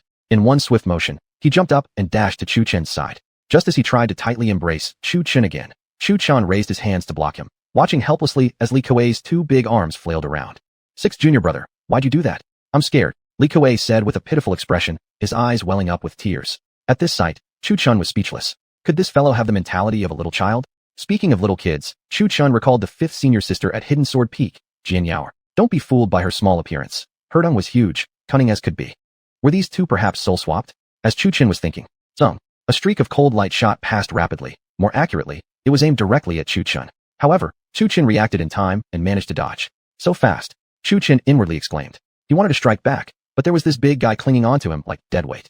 Jia, the ghost cackled again. Chu Chun furrowed his brows in annoyance because the voice of the ghost seemed to come from everywhere, south, north, all around, and he couldn't pinpoint the ghost's exact location from the sound alone. Meanwhile, the area of Yujin Peak was shrouded in a blood-red mist, visibility extremely low, even more eerie than the previous time. Master Jian, you really are a bastardly trickster. Chu Chun gritted his teeth, filled with resentment. If he were alone, he wouldn't be afraid. But the problem was having Li Kuei here with him. Letting go meant being suffocated again, and impossible to break free. Xiao, xiao, xiao, xiao. For sharp whistling sounds erupted from different directions, followed by 4 dark shadows dashing from all sides toward Chu Chun. Clones. Chu Chin's face darkened, his expression grim. Without hesitation, he activated the Fire Eye Golden Vision. However, his cultivation wasn't sufficient, unable to discern which was the real ghost. If that's the case, then let's attack all of them at once. Chu Chin supported Li Kuei with one hand while using the other to form a spell seal. A talisman resembling the 8 trigrams appeared in his palm. Then, he pressed 2 fingers together and pointed straight into the sky. 8 trigrams ultimate thunder technique, heavenly punishment seal. Xiao. As he pointed his 2 fingers together, a pattern shaped like the 8 trigrams appeared in the blood-colored woods. Boom, boom, boom. Dark red lightning flickered inside the 8 trigrams pattern hanging in the air. Boom. As the 4 shadowy figures drew closer to Chu Chun, suddenly a streak of dark red lightning flashed downward. The thunderous roar was deafening, indicating its tremendous power. At the same time, Chu Chun erected a reverse yin-yang shield that covered both himself and Li Kuei. As the lightning struck, only one of the 4 ghostly figures remained. Blood streamed from its body, dropping onto the ground chillingly, and the maggots crawling over its face weren't even scorched by the heavenly punishment lightning. This thing isn't even dead yet? What exactly does that old man want to do? Chu Chun wasn't stupid. He knew Master Jian was deliberately arranging this spectacle. Jian's intention couldn't merely be revenge. Otherwise, Chu Chun and Li Kuei would have already been strung up on a tree long ago. Therefore, Master Jian must have other intentions. What does that old man actually want? As Chu Chun was thinking, the ghost attacked again. Chu Chun snapped his mind back to the present and carried Li Kuei away with the reverse dragon steps, dodging the ghost's icy claws. Kid, haven't you noticed something strange about yourself?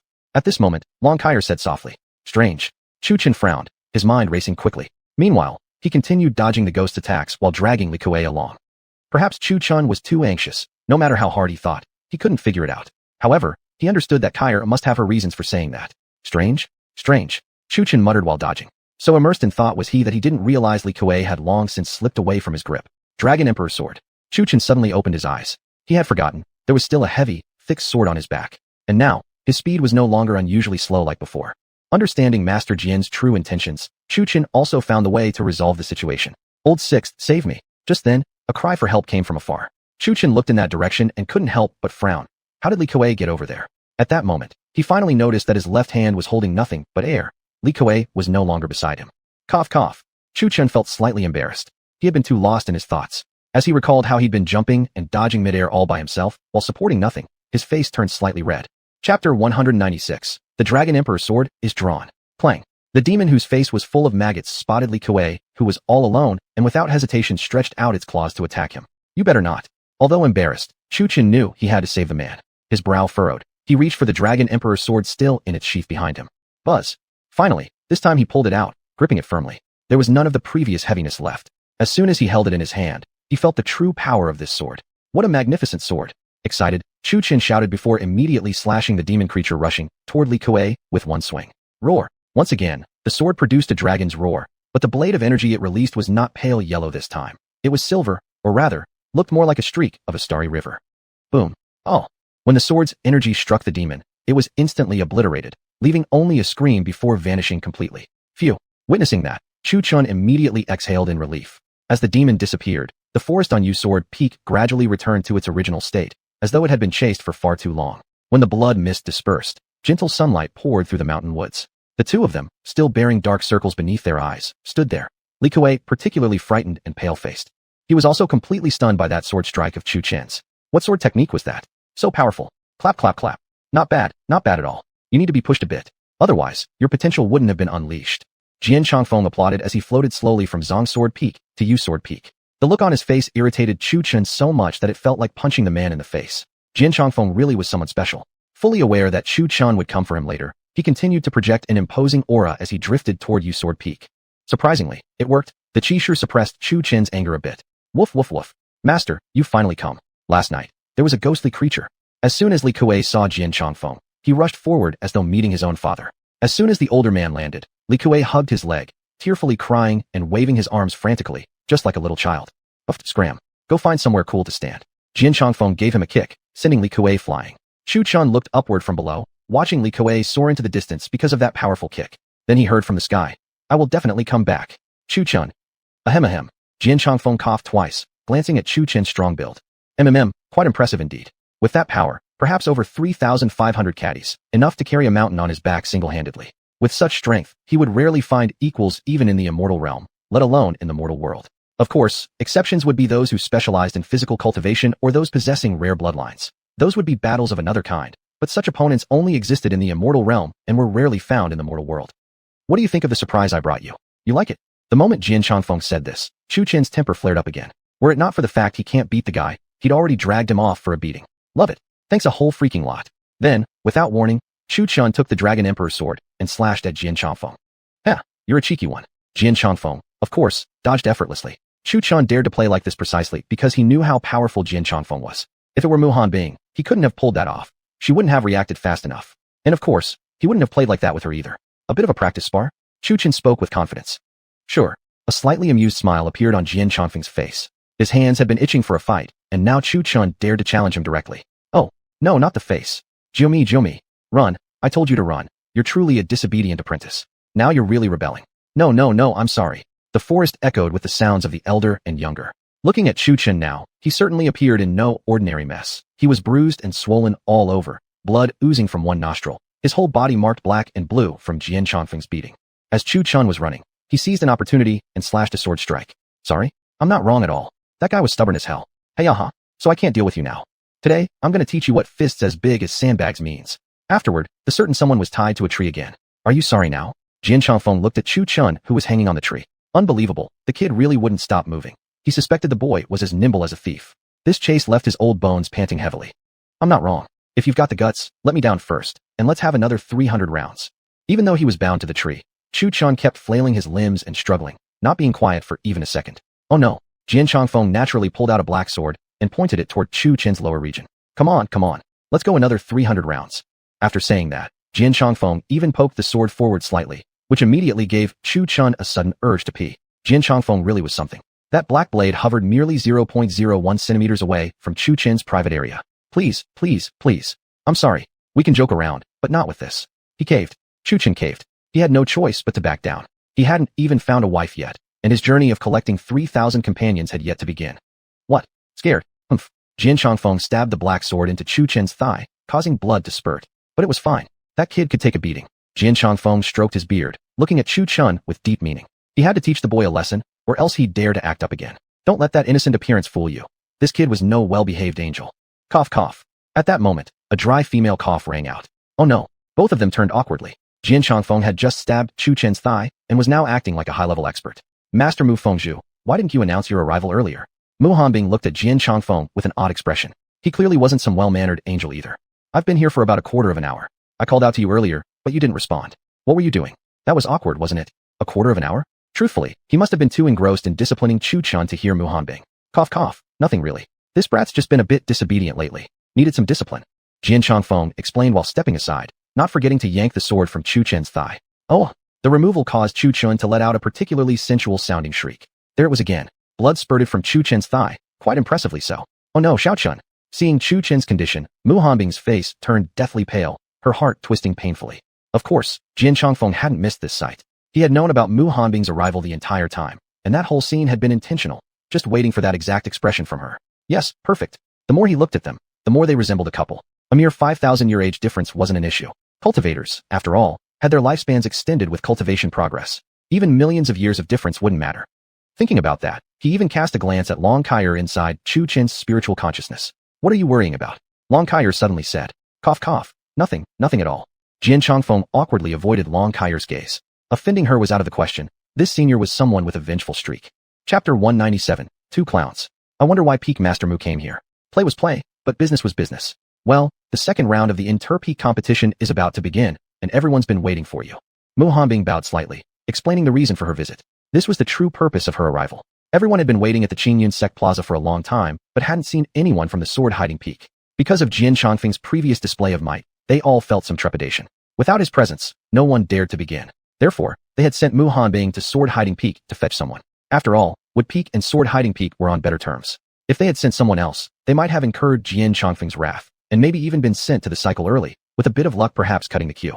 Oh haha, look at my memory. I almost forgot about this event entirely. Jian Chongfeng had finally remembered that there was such a thing as the inter-peak competition. To be honest, he wasn't particularly eager to bring his disciples to participate in this kind of event. After all, he was planning to leave shortly after the competition was over, which explained why he went to the trouble of forging the Dragon Emperor sword for Chu Chun in the first place. That had all been at Long Kaiyer's request, including his planned departure, which was also part of a mission assigned by her. After all, some figures lurking deep in the starry void still had their eyes on Chu Chun and Long Kaiyer. He needed to go and clean up that mess. As for what Long Kaiyer offered in return, it was simply an IOU. That alone was enough to move Jian Chongfeng to act. One must remember, favors owed by Long Kaiyer were extremely valuable. Finished speaking, Jian Chongfeng flicked his sleeve, releasing Chu Chun who had been tied to the tree. As for Chu Chun, having had his thigh stabbed with a couple of sword strikes, was still in pain. Once released, he unexpectedly fell face first into the dirt. Not even helping him up? Jian Chongfeng raised his eyebrow and looked at Mu Hanbing. Kid, seems like your plan didn't go so well. Long Kaiyer's voice, inside his consciousness, spoke meaningfully. Cough indeed. He had thought that Mu Hanbing would catch him, which would help deepen their emotional connection, but he had clearly underestimated how cold and unfeeling Mu Hanbing could be. No big deal. Chu Chun would just get back up on his own, and with his ancient dragon god body circulating, the injury to his thigh was as if nothing. Damn, what the hell? Looking at Chu Chun, leaning against the tree with a dark expression, the old man had clearly broken the rules of martial cultivation. You two go ahead. I'll gather everyone. Jian Chongfeng waved his hand, indicating that Mu Hanbing should take Chu Chun with her. Mu Hanbing nodded, then wrapped up the slouched Chu Chun in a flash, and without looking back, flew off on her sword. More and more well-matched they seem. Looking at the receding figures, Jian Chongfeng stroked his beard, his expression full of meaning. Although Mu Hanbing was already leaving, she still shot Chu Chun a peculiar glance. It seemed like, in these past few days, the kid had somehow become even more full of energy. Before long, Mu Hanbing arrived with Chu Chun at Wood Peak's spectator stand at the plaza. Everyone's gazes turned toward Mu Hanbing, their eyes asking wordlessly, what's the old swordsman's take? Mu Hanbing understood their unspoken message and simply stated, he'll be here shortly. Hearing this, everyone nodded in understanding. And where did you disappear to? Ji Yufei poked at Chu Chun and asked in a whisper. Went to take a piss. Chu Chun casually replied. The disciples of Wood Peak stared at him in unison. Kid, did you have kidney issues or something? Took you 3 days to take a leak? Was it fun over at Sword Hiding Peak? Chu Lingyue, also one who couldn't sit still, poked him and whispered. Chu Chun gave her a sidelong glance, instinctively moving a bit further away, and then cast a look in Lu Chongfeng's direction. A clear signal. Fangxian, Shishong de Shifeng, Edui Buhui Chang. Fangxian, I definitely won't take my senior brother's wife. Seeing this, Chu Lingyue couldn't help but frown. Why were you sitting so far away? As if I'd bite you or something. He did so out of genuine fear. Fear that Lu Chongfeng might stab him with his spear. That was a feeling he certainly wouldn't enjoy. The atmosphere immediately turned awkward. Every time Chu Lingyue moved closer, Chu Chun would retreat further. As he kept retreating, Chu Chun found himself suddenly in Mu Hanbing's arms. Their eyes met. It was awkward. Her gaze seemed to ask, what are you doing? Ahaha, what lovely weather today. Chu Chun scratched his head and chuckled, as if nothing had happened, then naturally stepped 3 paces away from Mu Hanbing on his own. Lu Chongfeng was someone you didn't mess with, but this woman? She was even worse. If she got angry, she might beat the crap out of you literally. Senior brother, why are you sitting so far from me? Chu Lingyue was clearly unhappy. The look on her face, with her little lips pouted slightly, was obscured by her veil. Chu Chun, seeing this, wore a strange expression. Why did she look so much like an offended little wife? Cough, this spot is nice. Quiet. Chu Chun came up with a flimsy excuse, making Chu Lingyue raise an eyebrow in disbelief. Whoosh whoosh whoosh. Just then, on the adjacent stand to Wood Peak, Jian Chongfeng arrived with his group of disciples. Huh? Why are there 3 extra people? Chu Chun raised his eyebrows slightly, looking at the 3 white-robed women seated on Sword Hiding Peak's spectator stand. He was certain he hadn't seen these 3 before, and hadn't they not been brought out during the first round either? Was this old guy bringing along stowaways? Chu Chun seemed to have forgotten that the old man he called Old Geezer could read minds. As he glanced at Jian Chongfeng's sideways stare at his back, why does it feel chilly at my back on such a hot summer day? Chu Chun couldn't help but feel a strange chill from behind, without knowing why. Putting it all together, Chu Chun suspected he would soon get beaten up and tied to a tree under the scorching sun again. Greetings, Elder Jian. Jian Chongfeng's entrance caused a stir. Everyone in the plaza immediately stood up, bowing their hands in salute. This scene left the people from Wood Peak and Sword Hiding Peak completely confused. Why was everyone being so courteous? Unaware of what was happening, Chu Chun looked from Jian Chongfeng to the crowd's expressions, his face displaying genuine perplexity. What did this old man do? Though puzzled, Chu Chun didn't ask aloud. Cut the formalities. Start the event quickly. Look at this weather. It's way too damn hot. After speaking, he waved his sleeve toward the sky, and the blazing sun was immediately covered by thick clouds. But curiously, the shade only covered the spectator stands of Wood Peak and Sword Hiding Peak, while the rest of the crowd remained under the merciless sun. Oh, this old man sure has some tricks up his sleeve. Chu Chen gave Jian Chongfeng a sidelong glance. Since someone was being particularly unruly, Jian Chongfeng snapped his finger at the clouds. A hole appeared right above, letting sunlight pour through, coincidentally, just over Chu Chen's seat. While the entire areas of Wood Peak and Sword Hiding Peak were under the shade, only Chu Chen sat in direct sunlight. Chu Chen's face turned pitch black in an instant. Damn you, old bastard. Though Jian Chongfeng's action looked amusing, not a single person dared laugh. This act was simply too incredible. Not only could he control the clouds, but he could also block sunlight for only a certain area. Even more incredible was the fact that within the cloudy shade, there was only one person being roasted under the sun. Just how precise was his control over power? Everyone looked at Jian Chongfeng with eyes full of awe, as if he'd just displayed something beyond imagination. Old man, cut it out. It's going to roast me alive. Chu Chen wasn't afraid of the sun per se, but the glaring light was irritating. Look at his eyes. Tears were streaming non-stop, like he'd been overwhelmed by sorrow. This sight made many female disciples cover their mouths to suppress giggles. Jian Chongfeng completely ignored Chu Chen's plea. Chu Chen's expression darkened further. Fine. Using his wood elemental power, he conjured an umbrella made of wood. It was opened with a snap and couldn't be retracted. Disposable, one-time use only. Chapter 198, X-ray vision. Seeing this, Jian Chongfeng waved his hand, and the sunlight, which had originally been blocked by Chu Chen's wooden umbrella, actually bent around and shone back onto Chu Chen. Hey, you bastard. Chu Chen immediately got angry, rolling up his sleeves like he was ready to pick a fight with Jian Chongfeng. What? You want to fight? Jian Chongfeng looked at him, his aura suddenly surging. But then Chu Chen backed down. He scratched his head with a sheepish smile and sat back down. Nothing. It's just hot, rolling up my sleeves to cool off a bit. Mu Hanbing glanced sideways at Jian Chongfeng and then at Chu Chen. Do these two have a grudge? Though joking and playing around was fine, Jian Chongfeng casually flicked his hand and patched the incomplete hole in the clouds, leaving Chu Chen's wooden umbrella blocking absolutely nothing. Hem. Now that everyone's here, I'll explain the rules for the second round. Tong Litong cleared his throat. In the second round of this competition among the peaks, disciples will draw lots to decide their opponents. For example, the disciple who draws number 1 will face the one who draws number 2. To prevent anyone from drawing an overwhelmingly powerful opponent in the first match purely by luck, everyone will have one chance at resurrection. It will continue until the top 10 are determined. Those who make it into the top 100 determine their rankings, with the peaks ranked higher in placement getting the chance to become the number 1 peak. Furthermore, if a disciple makes it into the top 10 and also wins the third round of competition, then that disciple's peak will be declared the number 1 peak. Another point, the battle is divided into 3 stages.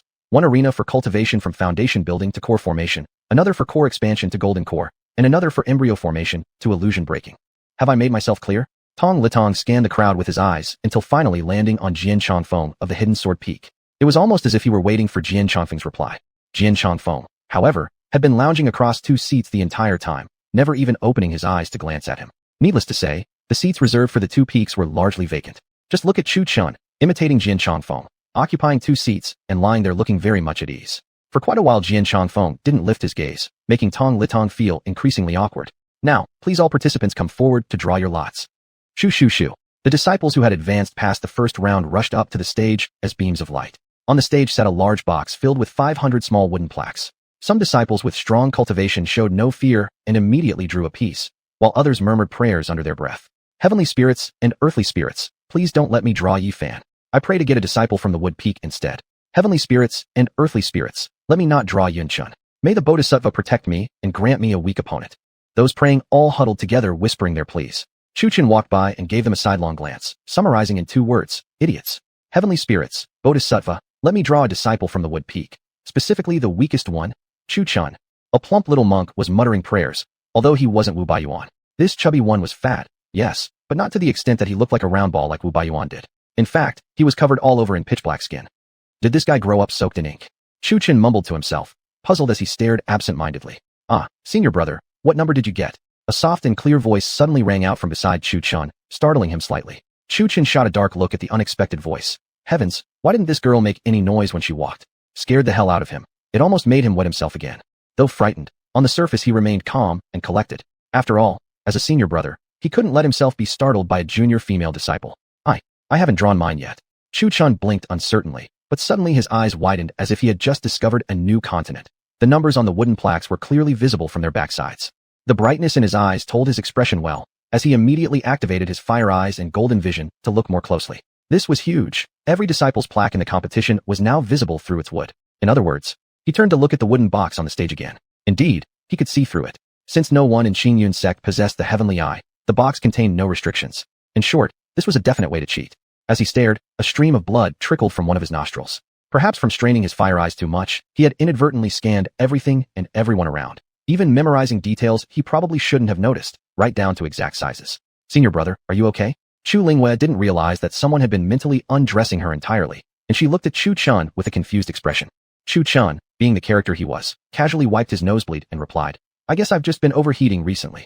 Yet no sooner had he spoken than another wave of blood dripped down, making Chu Lingyue think his demeanor looked slightly ridiculous, despite his otherwise good looks. Before long, it was his turn. He reached his hand into the wooden box, not drawing at random like others, but instead moving it around inside, stirring the contents. He was searching for a particular wooden plaque. Whoever's it was, as long as it wasn't one of his own sectmates, would be fine. Otherwise, it would be very awkward, even with a second chance match. Speaking of his own sect members, the battleground for Qi refinement and Inger Yuan was only him and Chu Lingyue. Chu Lingyue's number was 59, so he obviously couldn't choose number 58 or 60. There were more than 500 competitors, and their battlefield alone contained 100 disciples. Just by looking, most of them were at the core formation or foundation building stages, around the 5th or 6th level, while no Qi gathering cultivators were present at all. The number of disciples in his division was pitifully small. Other divisions had 200 participants each, yet this one had only 100. At a glance, it would be very easy to determine the outcome. Hurry up, what the hell are you feeling around for? Tong Litong grew impatient. Other disciples who saw Chu Chun taking so long also began grumbling. Almost there. I'm just trying to pick someone a bit weaker. Chu Chun chuckled awkwardly. Finally, he avoided number 58 and 60 deliberately and casually picked one. Tong Litong gave him a sidelong glance. Seriously, with your abilities, aside from those at the golden core formation stage, practically nobody else here could defeat you. Yet you still want to choose the weakest one? Oh, look at that. First draw is number 1. Chu Chun took a look. Surprisingly, it was number 1. Who wouldn't call that a lucky start? As for the disciple who had drawn number 2, the opponent facing Chu Chun, he was a thin and frail-looking young man. Must be kidney deficiency causing that, Chu Chun remarked with a meaningful stare. The thin young man felt confused and uneasy, as though someone was staring at him. Though Chu Chun didn't possess fire eyes and golden vision like him, that strange sensation must have been what he was feeling. Once the draw for their division was completed, Chu Chun considerately checked Chu Lingyue's opponent as well. Her opponent was a woman in a yellow dress. Though appearing merely at the first stage of foundation building, her true cultivation base was no low tier. Chu Chun silently transmitted a warning to Chu Lingyue. How do you know this? Chu Lingyue opened her eyes wide in curiosity. She was deeply intrigued by how Chu Chun could see through the wooden plaques. Chu Chun didn't conceal it. He pointed to his own eyes proudly and whispered, X-ray vision. X-ray vision? Upon hearing this, Chu Lingyue instinctively covered her body protectively.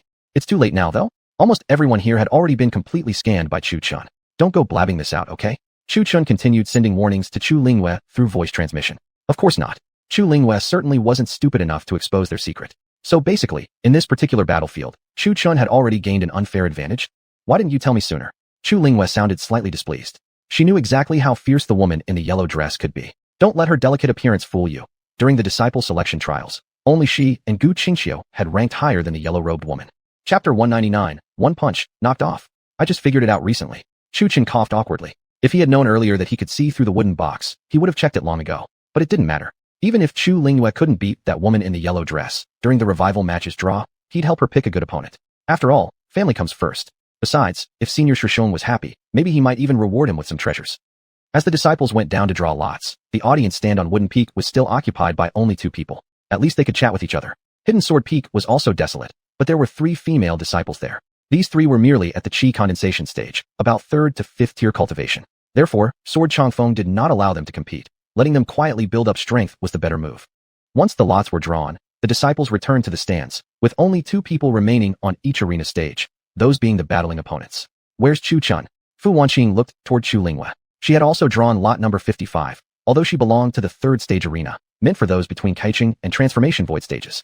Her luck didn't seem very good. She was at Taiqing stage but had drawn an opponent at the Nascent Soul formation stage. Although merely at the first layer of Nascent Soul, the gap in cultivation was too vast. Where indeed? Chu Lingyue kindly pointed at the first arena. Chu Chun and the skinny guy had already gone up the stage and were waiting for the battle to start. Lot number 1. Fu Wanqing glanced at Chu Chen's opponent. She knew him, it was Ma Dajiao. Don't let his thin body and monkey-like appearance fool you. He was actually at the 5th tier of Gingji Yuan stage, 4 stages higher than Chu Chun, and was known for ruthlessness in combat. Down below, every contestant on stage was ready to fight, some even looking ferocious, clearly having personal grudges. The battle starts now. Both sides, hold back and do not kill anyone, said Tong Lintang.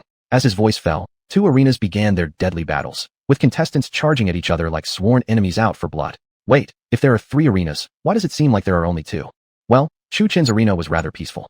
Neither fighter moved, both just preparing themselves. Seeing this, Tong Lintang furrowed his brow and shouted again, "Begin!" Yet both still stared at each other without moving, their gazes like lightning clashing in a silent battle of wills. "Begin!" Still no movement. Tong Lintang shouted again, even waving his hand in front of them. "Don't touch me. Step aside." Chu Chen pushed Tong Lintang to one side. His tone wasn't exactly respectful. "TSK, this brat." Tong Lintang's face darkened. He was the sect leader. If Mu Hanbing treated him like that, well, at least she was an exception. But even Chu Chun dared to show such arrogance. What astonished him was, he, a cultivator of 5th-tier Void Foundation, had actually been shoved aside by a junior, nearly stumbling backward a few steps before he could steady himself. This kid, could he be as strong as a bull? How is his strength this powerful? Tong Lintang gave both young people a strange look. What were they looking at each other for? Why not start fighting yet? Could they be lovers? Not just him, but most people in the audience shared this thought. Why are they standing there like that? Why aren't they starting yet? Yunshin, watching from the side, also found it puzzling. The others on Wooden Peak felt the same, and some even glanced back at Sword Changfeng, who was sitting with his eyes closed, seemingly asleep. Sword Changfeng raised his eyes slightly and gave them a glance that clearly said, "What are you looking at me for?" The group then turned back toward Chu Chun on the platform. The moment they looked back, damn it, the fight had already started. Both were going all out, seemingly evenly matched, although Chu Chun seemed slightly on the losing side. Ma Dajiao had taken out 2 chains, which must have been his weapons, with cleavers tied at their ends. A few people from Wooden Peak who knew the situation wore calm expressions. They were fully aware of Chu Chen's ability. However, there were also some worried faces, especially Li Qingxin, Gu Lingbing, Lin Ji, Shi Wanwan, and Yunshin. These 5 had never actually seen Chu Chen fight before, nor had they faced him in the first round. Worry was clearly visible on their faces. On stage, you're not bad in a fight. While dodging, Chu Chun used only 10% of his strength and fought back in close combat using the Xian Gang and Yin Yang techniques. Truthfully speaking, with one dragon fist, he could knock Ma Dajiao out. But he chose to fight him like this to practice his close combat techniques, Xian Gang and Yin Yang. These 2 techniques came from the treasure trove of the Chu family's library that Chu Lingwei once possessed. Though he had mastered them, he seldom used them in actual combat, so this was the perfect opportunity to train. Rattling sounds filled the air. As Chu Chen spoke, Ma Dajiao attacked again, one of the chains lunging directly toward Chu Chun, as if aiming to pierce or bind him. The distance between Ma Dajiao and Chu Chun was extremely close. To everyone else, it seemed certain that Chu Chun would lose. Oh no! Li Qingxin shot to her feet in alarm, her amber face filled with worry. Meng Yao, who knew a bit about Chu Chun, also turned pale. Chu Chun was strong, that much was true, but she only witnessed the first few hundred levels of the initial round with him. Don't panic. Fu Wanqing, wearing a calm expression, gently pressed the 2 girls back into their seats. She leisurely took a sip from a teacup she had pulled out from who knows where, showing no concern for Chu Chen at all. Not that Chu Chen needed her worrying, though. Right now, when the chain was only an inch from Chu Chun, he suddenly vanished from Ma Dajiao's line of sight. Where did he go?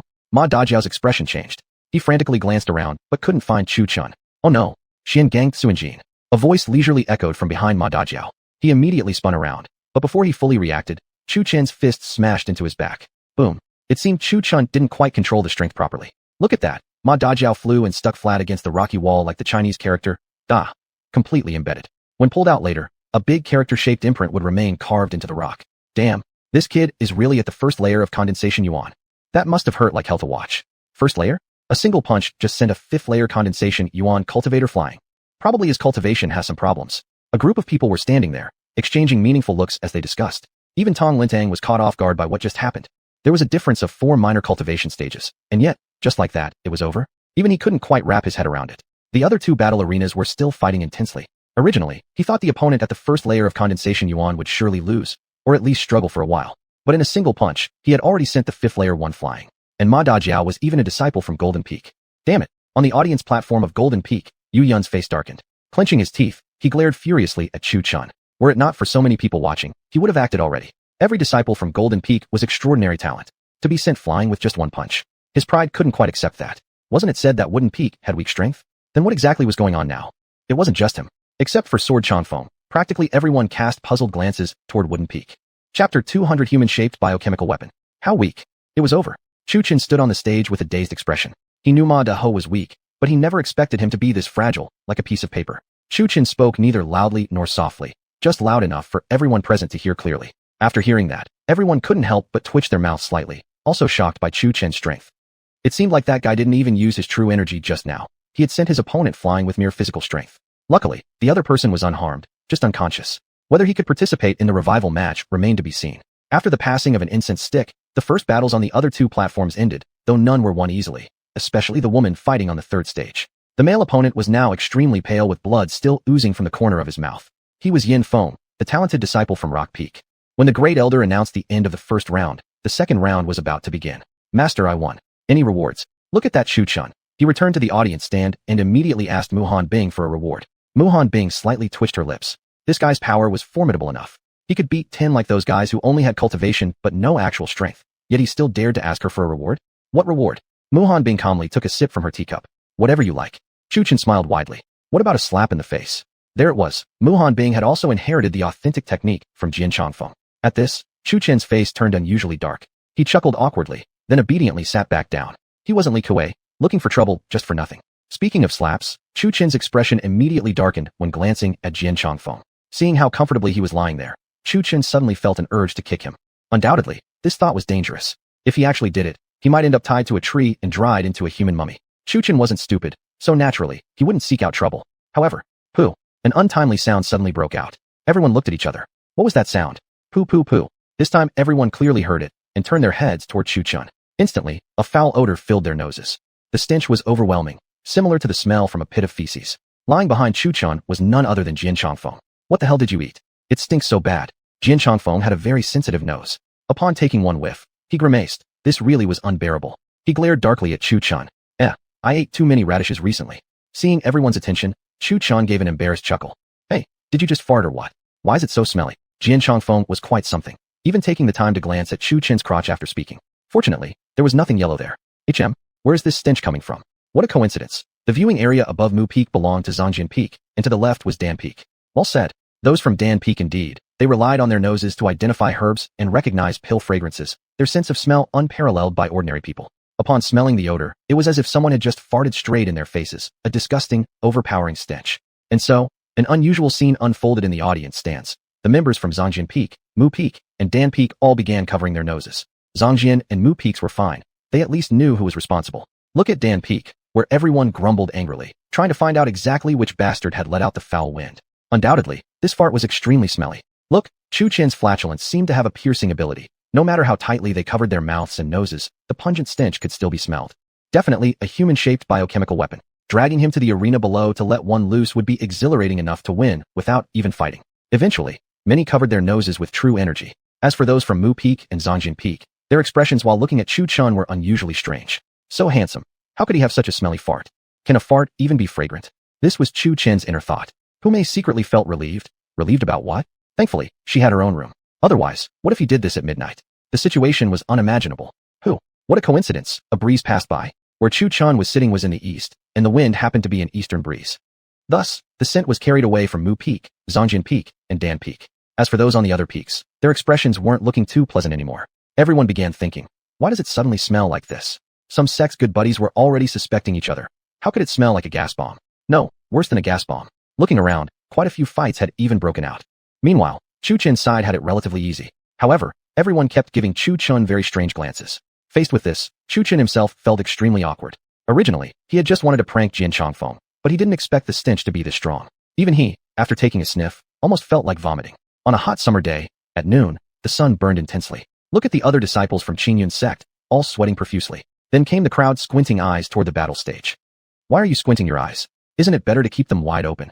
There's nothing one can do about it. The sun is so harsh it's almost painfully blinding. But look at Chu-chun, seemingly quite comfortable, sipping cold tea, and suddenly, clouds gathered above to provide shade. Come on, time to eat watermelon. Chu Lingyue, Ji Yufei, and Hu Meyer, who knows where they got the watermelon from, cut it into pieces and served it. Jian Changfeng, who had been asleep all this time, instantly perked up upon hearing about food, and took a slice to enjoy rather contentedly. Really good. Meng Yao took a bite of the watermelon, radiating pure happiness. Meanwhile, the other peaks' expressions weren't just slightly darkening. We're roasting here under the sun while you guys not only have shade, but are leisurely munching on watermelon. That sight is infuriating, but they can complain about it silently, not daring to speak their minds. However, the disciples of other peaks have begun nurturing a thought of switching factions. 2 hours passed, and the battles below continued in full swing. However, it wasn't the second round of battles. Over the past 2 hours, many batches had come and gone.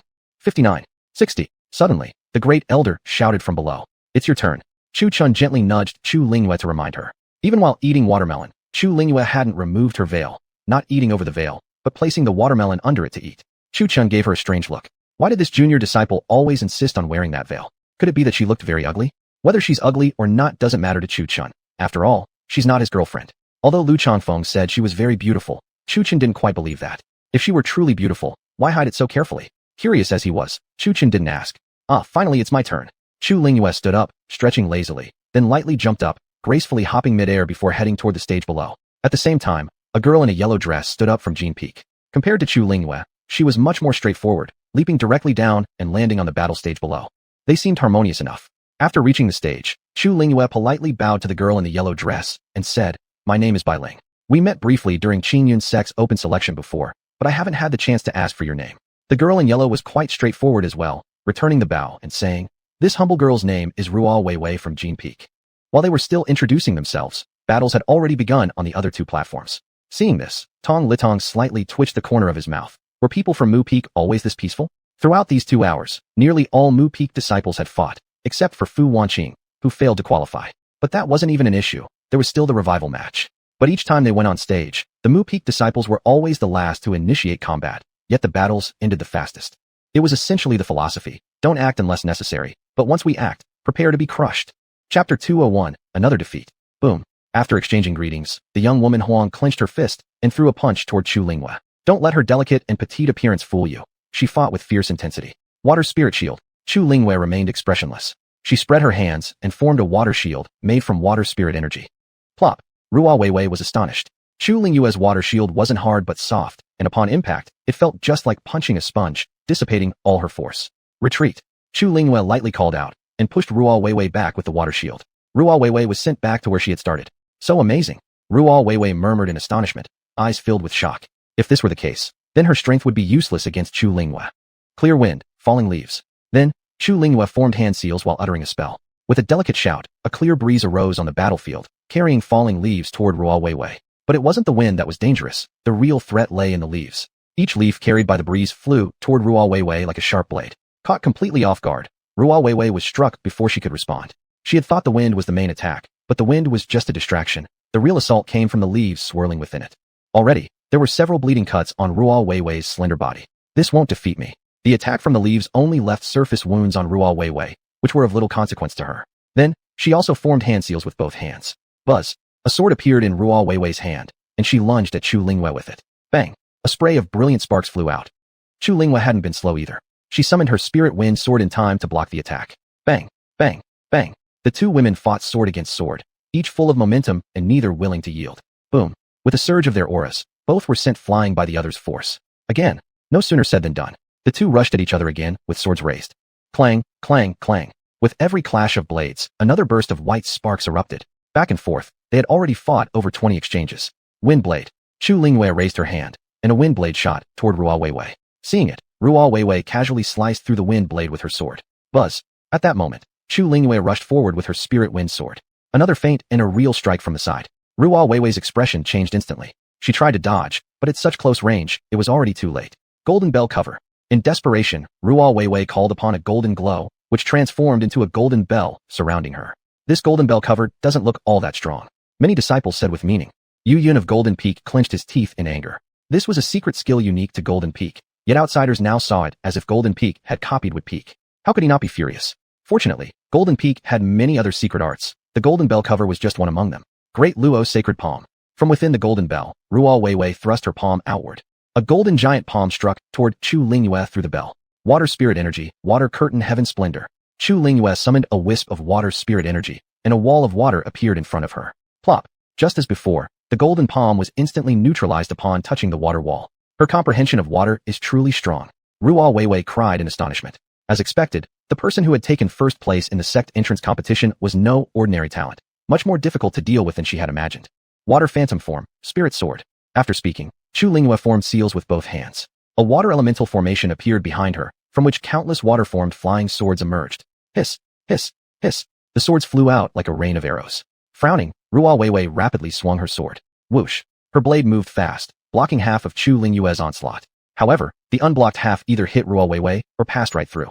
After several exchanges, Ruo Weiwei clearly found herself at a disadvantage. Look at her now. Her body was already stained red with blood. Chu Lingyue, on the other hand, bore no injuries at all, though her face was pale, and her true energy was weak. After all, she had only just entered the foundation building stage. Her foundation couldn't compare to Chu Chen's. It was clear she was expending her true energy recklessly with these constant magical attacks. Ruo Weiwei, however, was in a better condition. Although she was getting beaten up pretty badly, she still had some true energy remaining. Throughout the battle, most of the techniques used were ordinary sword skills or defenses, with little expenditure of power, except for the golden bell cover and the great Luo sacred palm, which had cost considerable energy.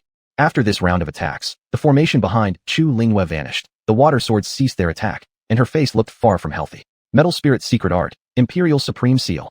Now it was Ruo Weiwei's turn to counterattack. This move was no ordinary attack. It was a powerful technique that consumed a great amount of true energy. A golden mark fell from the sky, aiming directly at Chu Lingyue. Chu Lingyue's brows furrowed. In midair, evasion was her only option. She activated her true energy and used an extremely strange body technique to dodge swiftly. In a flash, she appeared behind Ruo Weiwei. It's that ghost shadow stepping again. Disciples in the audience exclaimed in surprise once more. Again? Why again? Everyone from Wood Peak had used this strange technique before, except for Chu-chun, of course. This technique seems very familiar. Chu-chun narrowed his eyes. Familiar? How could it not be? This technique was actually an earlier version of the reverse dragon step, known back then as the wandering dragon step. However, this version only had the form, not the essence, and added an extra layer of eeriness. It appeared to be modified and significantly slower than the original wandering dragon step. Excuse me. Chu Lingyue was quite straightforward by nature. While Chu-chun had punched his opponent away, she simply kicked her opponent off the platform. One must say, her kick was full of domineering power.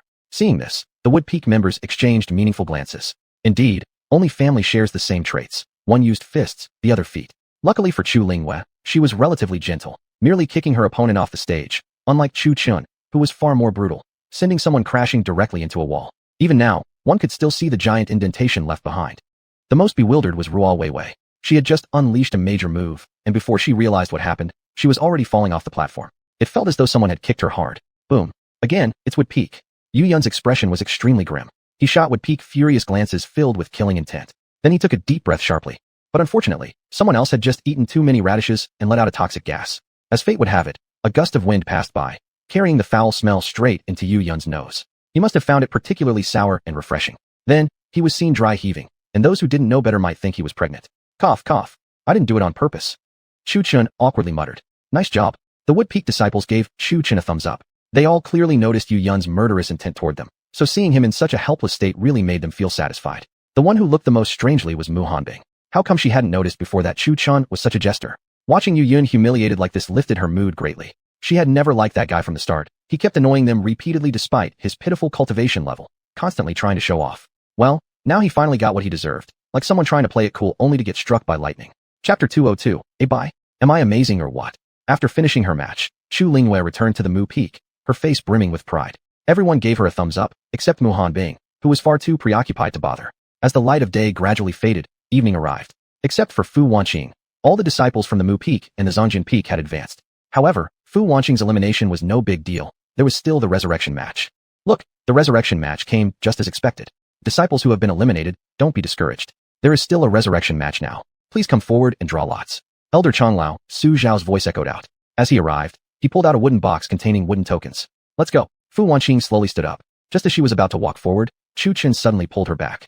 Wait a second. Seeing this familiar scene, everyone exchanged glances, suspicion flickering across their faces. Were they about to witness a tearful farewell kiss or a heartfelt confession? What's wrong? Truth be told, Chu-chun grabbing her hand with such a serious expression genuinely made Fu Wanqing believe he was about to declare something emotional. How sudden. But then, Chu-chun's words utterly shattered the mood. Wait for my voice transmission later. I have X-ray vision, so don't rush to draw your token just yet. The moment those words came out, everyone instinctively covered parts of their bodies. Some like Lu Changfeng and Yun Chun instinctively covered their crotches. Mu Hanbing, Hu Meyer, and Ji Yufei stayed calm, fully aware of Chu-chun's ability, and were already tightly guarded. Chu Lingyue also stayed calm, though not entirely at ease. She couldn't help but feel a bit annoyed that he had held someone else's hand first, especially when she herself hadn't even held his yet. No problem, we're all sisters. X-ray vision? Fu Wanqing exclaimed in surprise, but not too loudly, otherwise other peaks might hear. As for the Zhongjian Peak disciples, they were family, so it didn't matter. If Chu-chun had X-ray vision, didn't that mean he could cheat, essentially choosing his opponent himself? That indeed seemed to be the case. Though surprised, once she understood Chu-chun's intention, Fu Wanqing turned and gracefully strode toward the stage below. When she reached the ground, she stood in the square and looked at the tokens held in the other disciples' hands, unable to see through them. She didn't rush to draw her token. She was waiting for Chu-chun's voice transmission. When most of the disciples had drawn their tokens, she finally heard a voice in her ear. The token at the far left, top right corner, bottom of the pile. At once, Fu Wanqing perked up. She stepped forward and put her hand into the box, just as Chu Chun had done, feeling around inside for a while. What the heck are you feeling for? Hurry up, Elder Su Xiao impatiently urged. Earlier, Chu Chun had delayed things doing the same thing. Was there treasure hidden in the box now? Almost there, almost there. Don't rush. Let me feel around a bit. Maybe I'll find a weaker opponent. Well, her excuse was exactly the same as Chu Chen's. Humph, how strange. Elder Su Xiao shot her a glance. He didn't believe that she could actually draw a weaker opponent. The numbers on the disciples' tokens were invisible even to him. It was all a matter of luck. After Fu Wanqing drew her token, she looked at it and found it was number 125. She didn't know who her opponent would be, but she trusted Chu Chun. After everyone had drawn their tokens, they returned to the spectator stands. Each arena held 2 disciples. Originally, the resurrection match had 250 participants, but some had been badly injured and couldn't compete, and others had directly withdrawn, resulting in only 125 disciples taking part in the resurrection match, meaning one person would receive a bye. Coincidentally, that one person with the bye was Fu Wanqing, though she herself was unaware of this. Little junior brother, who did you pick for me as an opponent? Do you think I can defeat him? Fu Wanqing whispered softly. Chu Chin smiled playfully and replied, guess. That one word, guess, made Fu Wanqing's face darken. Such a teasing tone could be charming coming from a girl, but from Chu Chun, it somehow felt like an invitation to beat him up. Fu Wanqing wasn't the only one who thought so. Several other disciples shared the same sentiment. After all, he alone had the ability to see through the tokens, so no one else knew which opponent Fu Wanqing had drawn. The battles continued on the arena below in full swing, with each batch of fighters replaced after the burning of an incense stick. As time passed, half of the 125 competitors had already fought, but still there had been no call for number 125, Fu Wanqing's token. Since she was unaware someone had received a bye, she was still nervously wondering who her opponent might be. Just then, the bright moon slowly emerged from behind the clouds, casting its light over the earth, and the dark clouds that had hidden the sun were dispersed by Jian Chongfeng's sword wind. What beautiful moonlight! Pity nobody had brought an umbrella, as it had started to rain during the night. The night has already fallen. The resurrection match will be concluded today and resume tomorrow. At Elder Su Xiao's words, the crowd in the stands hurriedly mounted their flying swords and scattered into the distance. That's it. Fu Wanqing was a bit confused. She hadn't even stepped onto the battlefield yet, so how come she had advanced already? Let's go. It's over. You've advanced. Chu Chun said indifferently, his expression seemingly indicating he had known this all along. Weren't there supposed to be 250 people? Fu Wanqing looked puzzled, and the others also gathered around, curious. Out of the 125 who hadn't fought, some were too injured to continue. Others had forfeited voluntarily. How did you know this? Everyone asked in unison. Muhanbing was also quite curious. Even she, as the peak master, hadn't known this. How had he known? A secret. Chu Chen grinned. And in everyone's eyes, that grin was incredibly annoying. How had Chu Chen known? Honestly, even he didn't exactly know. Long Kaier had told him. That's the benefit of having a great master. Afterwards, Muhanbing picked him up and flew toward the Mu Peak. My heart feels greatly relieved. Jian Chongfeng watched the scene unfold with a meaningful look. Muhanbing might not know, but he did. After all, he could read minds. However, he couldn't see through things. He didn't have the true eye. Time to go. Jian Chongfeng stood up, patted his pants, stretched his waist lazily, and then stepped into the air without mounting his flying sword. Back at the Mu Peak, all the disciples had gathered here. Watching the uncooperative individual, they gave him a beating and tied him up tightly with ropes to a tree. Then, they lit a fire beneath him. Seriously, Chu Chen's crotch was getting hot, almost burning his little buddy to a crisp. But none of that mattered. He possessed the Nanhua Lihua physique, which made him nearly immune to the 5 elements. Unless it was genuine immortal fire or a special 5 elements force, ordinary elemental energy couldn't harm him. Precisely for this reason, the disciples had hung Chu Chun there to roast. Meanwhile, after Chu Chun returned to his bamboo dwelling, he saw Humiliation and his expression immediately darkened. After all, she was his mistress. She had been the most enthusiastic in beating him, and had hit the hardest. But it didn't matter much. Fortunately, Chu Chun was resilient. Most people wouldn't dare hit him like that. Chu Chun, then I sincerely thank you from the bottom of my heart. Oh, already healed so quickly. Humiliation saw her young master pondering something, and leaned in for a closer look. Needless to say, just moments ago he had bruises all over his face, but now everything looked completely normal. What are you doing here? Humiliation asked. Chapter 203, Refining Artifacts. Refining Artifacts. Chu Chun murmured, his mind immersed, giving a faint reply. Refining Artifacts. Humiliation gave Chu Chun a strange look. They hadn't even learned to refine pills yet, and now they were moving on to refining artifacts? What? You can do that too. Chu Chun raised his eyes, some hope flickering within. This refining artifacts business.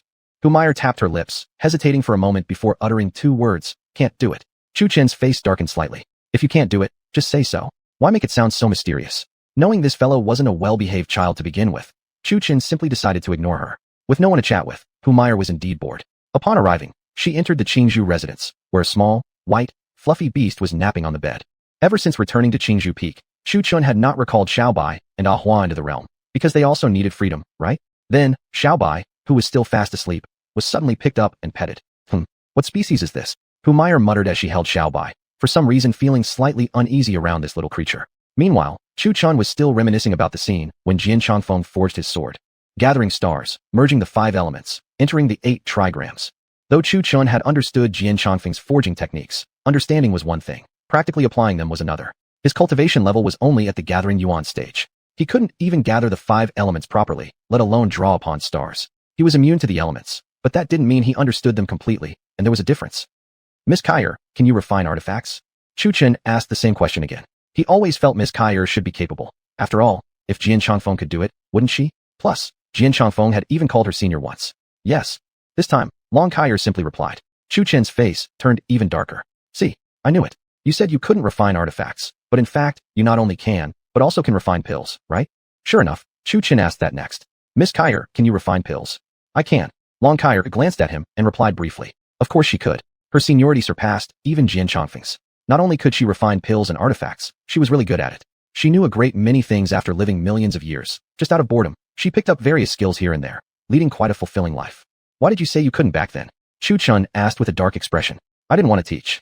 Long Kyer's calm response provoked a sudden impulse in Chu Chun to drag her outside and do unspeakable things. What a brilliant answer, didn't want to teach. If he had known earlier that Miss Kyer also knew, would he have sneaked off to Pill Peak to secretly learn? Thankfully, there was still compensation. Why not teach me? After all, I'm your disciple. Anything made by Miss Kyer must be of top quality. Though somewhat displeased, Chu Chun flipped his attitude as quickly as turning a page when it came to cultivation. Not in a hurry. I'll teach you later. It wasn't that Long Kyer didn't want to teach. It was because certain people were watching her. If her aura was detected, Chu Chun would be pursued by many. When she said later, what she meant was waiting until Jian Chongfeng left. Otherwise, if she took a disciple but didn't transmit anything, well, it wouldn't look right. That wasn't entirely accurate. Actually, she had passed quite a bit to him. But those techniques were just side hobbies of hers, not her secret, most advanced skills. Truthfully, some of these arts were either stolen or won from others. Chu Chun cast a glance at Long Kyer and frowned. Later, when was later? Considering that his master could be a bit of a con artist, he decided to just listen without truly believing her. Still, he believed Long Kyer could refine pills and artifacts. As for why she wouldn't pass it to him, there must be a reason. Since she didn't explain, he didn't press further. After thinking this through, Chu Chun entered the Chaos Pagoda. Cultivation there was extremely efficient. The passage of time inside moved much faster. One night here meant 5 or 6 days outside, as 1 hour inside was equivalent to a whole day outside. Within the Chaos Pagoda, time passed silently. Throughout this night, Chu Chun was constantly recalling Jian Chongfeng's method of refining artifacts, attempting to discover the secret himself since Miss Kyer refused to teach him. Right now, 5 things floated around Chu Chun in the Chaos Pagoda: scarlet gold flames, a piece of verdant wood filled with vitality, a golden brick with strange glowing patterns on it, which kept changing into various weapons, golden swords, golden spears, golden chains, you name it. Every kind of weapon had been transformed. Following that was deep blue water, constantly changing, freezing, melting back in a liquid, and finally, a plain-looking small stone, floating statically beside Chu Chun just like the fire in the wood. The 5 elements whirled around him as Chu Chun meditated deeply within the Chaos Pagoda, constantly visualizing in his mind Jian Chongfeng's technique of merging the 5 elements into his sword. Zung. Chu Chen's eyes suddenly flew open. He spread his arms wide and pulled all 5 elemental attributes hovering around him into one spot. Fuse. With a forceful cry, Chu Chun clenched his hands together, forcibly merging all 5 attributes into a single mass. Afterward, a colorful brick appeared. Saying it was multicolored was an understatement. It would be more accurate to say it contained all 5 colors. Each face of this brick bore one distinct color. Although it had 6 faces, it was said to possess only 5 colors. The bottom face also shone golden, but that wasn't the metal element. Chu Chun had infused this side with his own bloodline, which he called the Dragon's Cry bloodline. Look, the tiny golden dragon coiling at the bottom confirmed it. Tisk, damn impressive. Long Kyer, watching through Chu Chen's spiritual sense, sighed with awe. Jian Chongfeng's method of refining artifacts had been extremely profound and mysterious. Even she had spent a long time deciphering it. She hadn't expected Chu Chun to grasp it all in one night. Although many flaws remained, the first step was always the hardest. This kid was definitely capable of replicating it completely. Chu Chun examined the colorful brick in his hand and felt quite satisfied. This was just the beginning, the merging of the 5 elements alone. He had grasped this through his understanding of the 5 elements annihilation body. From here on out would come the real challenge. Forging an actual artifact required tempering through repeated trials. In other words, Chu Chun had merely gathered the raw materials for refining. The true refinement process hadn't even started yet. However, his unique method of treating the 5 elements as raw materials saved him a lot of spirit stones. Otherwise, proper artifact refinement would require purchasing many materials, which was incredibly expensive. Master? Master? At that moment, Humiliation gently nudged the absorbed Chu Chun, softly calling out to him. Chu Chun had been cultivating all night. Now dawn had broken, and Muhan Bing and the others had been waiting atop the wood peak since early morning. Yet, For a long time, there was still no sign of Chu Chen awakening. At this moment, a bold thought suddenly entered Humayer's mind. She licked her lips silently. She secretly thought to herself, one little kiss. He won't notice. So she went for it. Rising up on her toes, she planted a fierce kiss on Chu Chen's cheek.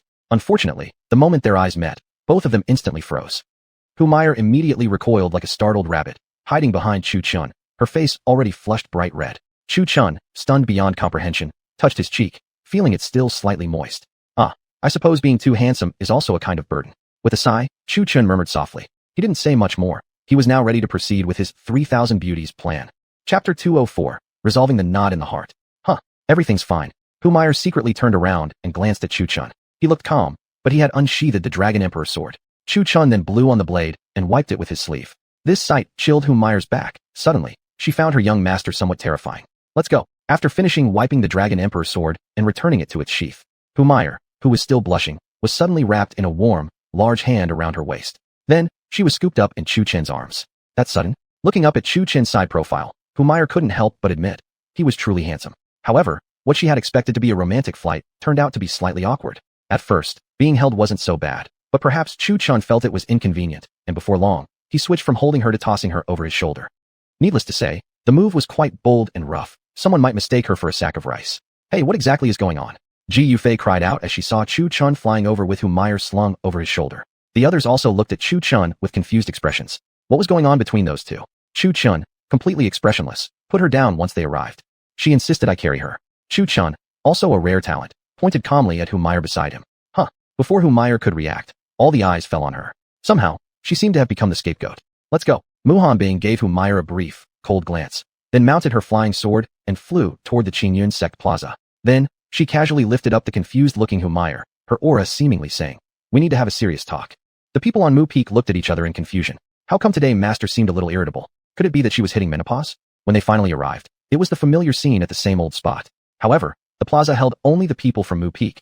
The rest of the area was deserted. Other peaks hadn't arrived yet. Not even the elders or the sect leader from Qingyun Hall were present. Master, did you miss a message? Why isn't there anyone here? Mu Hanbing couldn't help but feel embarrassed. Was it her mistake for sending word, or had they just come too early? Still, she wanted to ask. Don't be impatient. Wait a bit more. Though slightly embarrassed, Mu Hanbing remained as calm as ever. Then, a string of whispered messages entered Humayer's ears. Humayer cast a sidelong glance at Mu Hanbing. It seemed that this senior wasn't a pure and obedient little girl after all. Could it be a classic case of rebellious disciple rebelling against the master? Could it be that senior also has feelings for this kid? Humayer asked weakly. No, he's my disciple. I'm just worried you have bad intentions. Truthfully speaking, even though Mu Hanbing seemed cold and emotionless on the outside, she used voice transmission to chatter nonstop about Chu Chen. Humayer gazed meaningfully at Mu Hanbing. You like him, just admit it. So stubborn. Judging by that, the two could be friends. Scanning her eyes across all the women from Mu Peak, she thought, they were all pretty enough to become sisters. She wasn't the only one watching, though. Chu Lingyue, veiled, shared the same thought. Chu Chen might be clueless, but that was fine. She could make the first move. As they continued talking, another half hour passed. Still, there was no one in sight. Everyone simultaneously turned toward Mu Hanbing. This current situation was getting awkward for her. Where was everyone? Where was the inter-peak competition? Master, perhaps you should check. It feels like you missed some important message. Chu Chen quietly poked Mu Hanbing's arm and whispered, Little Chen, cultivating must first begin with cultivating the heart. Never be impatient. Then, Mu Hanbing started rambling on with a bunch of lofty philosophies. Frankly, even she was starting to get restless. They were the only ones sitting in the entire square, no other figures in sight. Could it be that I really missed the message? But as they waited, the sky gradually grew dark. Everyone looked at Mu Hanbing once more. Their eyes were no longer friendly. Such a master, how pitiful indeed. Today's weather was nice. I brought you all out for some character building practice. Mu Hanbing smoothly found an excuse to pass the blame. It had been an awkward day indeed, but at least it was only their people here. Otherwise, it would have been truly embarrassing had others witnessed. Damn it, if it's a holiday, why didn't you tell me? Inside, Mu Hanbing cursed even the ancestors of Tong Lixiang's family. Once cold and aloof, her appearance had become somehow silly because of one person. What a talent. Everyone inwardly gave Mu Hanbing a thumbs up, sighing with admiration. Eventually, Mu Hanbing led the group back. On Mu Peak, two graceful figures sat cross-legged, facing each other. Everyone else had returned to their respective peaks. Mu Hanbing had specifically kept Humayer behind. Senior, what is it that you called me for? Humayer asked. What are your intentions approaching Chu Chen? Mu Hanbing spoke in a cold and serious tone. There's no reason. I'm just repaying a debt. He saved me twice. Humayer honestly replied. That's all. Mu Hanbing continued in the same cold tone. He has great fortune. Sticking with him might lead me to become an immortal. Humayer smiled lightly. Upon hearing this, Mu Hanbing frowned slightly and asked, how long do you plan to stay with him? A lifetime. Humayer answered without hesitation. Did he suggest this? I offered it myself. The two continued their back-and-forth conversation. By the way, Senior, what exactly are your feelings toward him? Humayr looked at Mu Hanbing with a gossipy expression. Mu Hanbing's beautiful eyes rippled as memories of that night flooded back. Chu Qin fighting through blood and chaos just to protect her. Finally, Mu Hanbing glanced at the full moon in the sky. After a long pause, she sighed softly. It felt as though the chains on her heart had been severed. She wasn't truly cold-hearted. It was just that Lu Qingyao's incident had forced her to lock away her emotions. Now, she revealed a gentle smile. You'll have to stand in line behind me. That was all she said. Huh. Humayr looked confused. What did that mean? Never mind. Go back now. Mu Hanbing waved her hand and sent Humayr away from Mu Peak. Then, she sat cross-legged, closed her eyes, and expanded her spiritual consciousness. The entire Mu Peak appeared in her mind's eye. As her consciousness swept over Qingzhou Peak, she couldn't sense Chu Qin's presence. However, she detected a sharp-fanged white tiger's aura emanating from Qingzhou Peak. Where is he? Mu Hanbing furrowed her brow. Without delay, she mounted her flying sword and flew toward Qingzhou Peak. Meanwhile, Humayr looked into the depths of Mu Peak with a puzzled expression. She formed a hand seal, mounted her peachwood sword, and flew toward Qingzhou Peak. Swoosh! A blue figure dashed past like the wind, moving too fast for her to recognize. However, she saw that the figure was also heading toward Qingzhou Peak. Her brow furrowed as concern for her young master surged. Activating a burst of spiritual energy to accelerate, she returned to Mu Peak at an incredible speed. Upon arrival, she focused her gaze and saw a graceful figure hovering above Mu Peak. Dressed in a blue dress with long white hair, there was no mistaking it. This was Mu Hanbing. What was she doing coming to Qingzhou Peak this late at night? Could she be here to ambush me under cover of darkness? It had to be said. Humayr's thoughts were somewhat terrifying. At that moment, she recalled Mu Hanbing's earlier words. You'll have to stand in line behind me. Suddenly, she seemed to understand something. Coming to Qingzhou Peak late at night pretending to be looking for her wasn't her real purpose. She must be here to visit Chu Chun. Chapter 205, not the first one. Perhaps because Mu Hanbing was too immersed in watching, she completely failed to notice there was someone behind her. Humayr gave Mu Hanbing a meaningful glance, murmuring, so that's what it is. Hey! Humayr's delicate hand landed on Mu Hanbing's shoulder, scaring her slightly. Why are you here? Mu Hanbing's mind hadn't caught up yet, and she abruptly asked. Humayr's expression darkened a bit. This is my home. Tell me, if I don't come here, where else can I go? Rather, Senior, why aren't you sleeping in the middle of the night? What are you doing coming here? Humayr looked at her with a sly smile. I was sleepwalking. Sure, another genius here. Just sent me out earlier, and then immediately started sleepwalking. Are you kidding? Did you fall asleep instantly? Oh my, Senior, it's not good to lie. Now that you're already here, don't you want to go down and see what he's doing? Humayr's hands weren't too well behaved either, lightly and alluringly patting Mu Hanbing's shoulder, her tone playful, an image like a gangster forcing around a primary school student. A rare blush appeared on Mu Hanbing's face. Then, maybe we can just take a look? Perhaps the long-held knot in her heart had been released, making her nature somewhat more cheerful, not as cold as before. At this moment, if Jin Changfeng gave her a cup of Wenqin tea, she'd probably drink a warm and sweet tea instead of the cold, flavorless kind. Seeing this, Humayr felt slightly surprised. Then she curved her red lips upward. This was the real image of the senior who had saved her back then. Then let's go see him. Having said that, she grabbed Mu Hanbing's hand and flew toward the place. When they arrived and stopped, Chu Chun was still sitting cross-legged in the courtyard, immersed in meditation, yet his body emitted the aura of the 5 elements. Mu Hanbing furrowed her brows upon seeing this. Chu Chun was clearly on Qingzhou Peak, but why hadn't she sensed him before? What's wrong? Humayr asked upon noticing her frown. However, Mu Hanbing fixed her gaze on Chu Chun, then closed her eyes and spread out her divine awareness. This time, she could indeed sense the presence of all living beings on Qingzhou Peak, including the birds, insects, snakes in the woods, and naturally, a large group of chickens gathered together. Chickens! Mu Hanbing couldn't help but exclaim in surprise. It wasn't strange that Qingzhou Peak had chickens. What was odd was why there were so many of them clumping together. Woof! At that moment, the white little creature atop Chu Chen's head stretched lazily, still half asleep. Upon seeing Mu Hanbing, the little one looked surprised, frantically scratching Chu Chen's hair. Chu Chun was deep in meditation, forging something inside the Chaos Pagoda, unaware of anything happening outside. Soon, Shabby scratched Chu Chen's hair into a complete mess, but still he didn't wake up. Finally, the clever little guy waved his paw, as if indicating helplessly, there's just no waking him up. Afterward, Shagbada was once again scooped up and petted endlessly by Mu Hanbing, struggling to escape each time only to be tightly held back. The look on Mu Hanbing's face perfectly demonstrated what it means for women to be naturally maternal. What exactly is this kid doing? He won't even come to greet his master. Then, Humayr wanted to wake Chu Chen up. Don't disturb him. Mu Hanbing immediately stepped in to stop her. You came all the way here, at least have a deep heartfelt confession. Humayr looked at Mu Hanbing with confusion. Teased like this by Humayr, Mu Hanbing's face turned red again. Cough cough. There's no need to rush. Also, I can't be the first. Mu Hanbing said mysteriously. Humayr was totally confused. Why couldn't she be first? Was there someone else already? Cough. In short, this thing must go in line. I can at most be the second, you're third. The first spot has already been taken. Mu Hanbing spoke in vague terms, making it sound unclear, leaving Humayr thoroughly confused. Before Humire could ask further questions, Mu Hanbing had already mounted a flying sword back to Wood Peak. Only this time it wasn't made of ice, but of wood. Bang, bang, bang.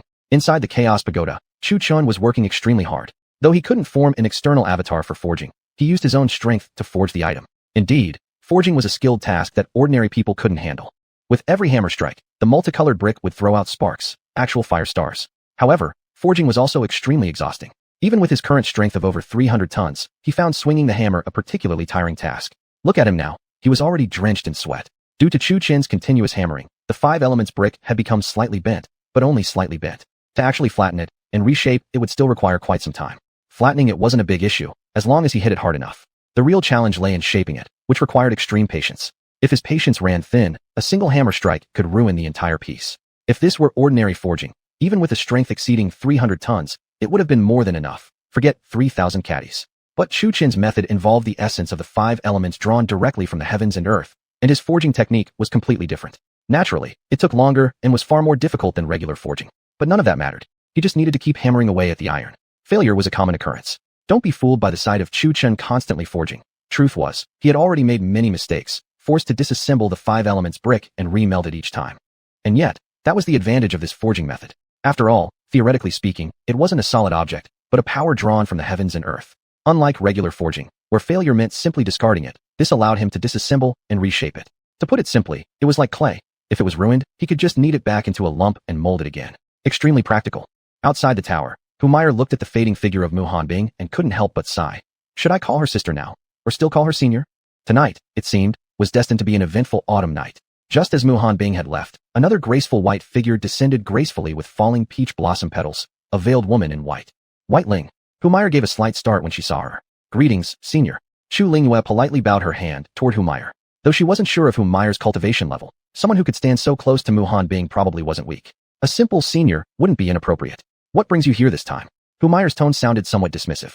Again, upon hearing that, Chu Lingyue slightly raised her brows. Had someone already come before? Or did she count as the second? Cough. I mean, what are you doing here in the middle of the night? Humire entered gossipy mode, eyeing Chu Lingyue curiously. Yet, even with her cultivation, she couldn't see through the veil covering the woman's face. What kind of power was this? She was about to take a closer look when Chu Lingyue slowly spoke up.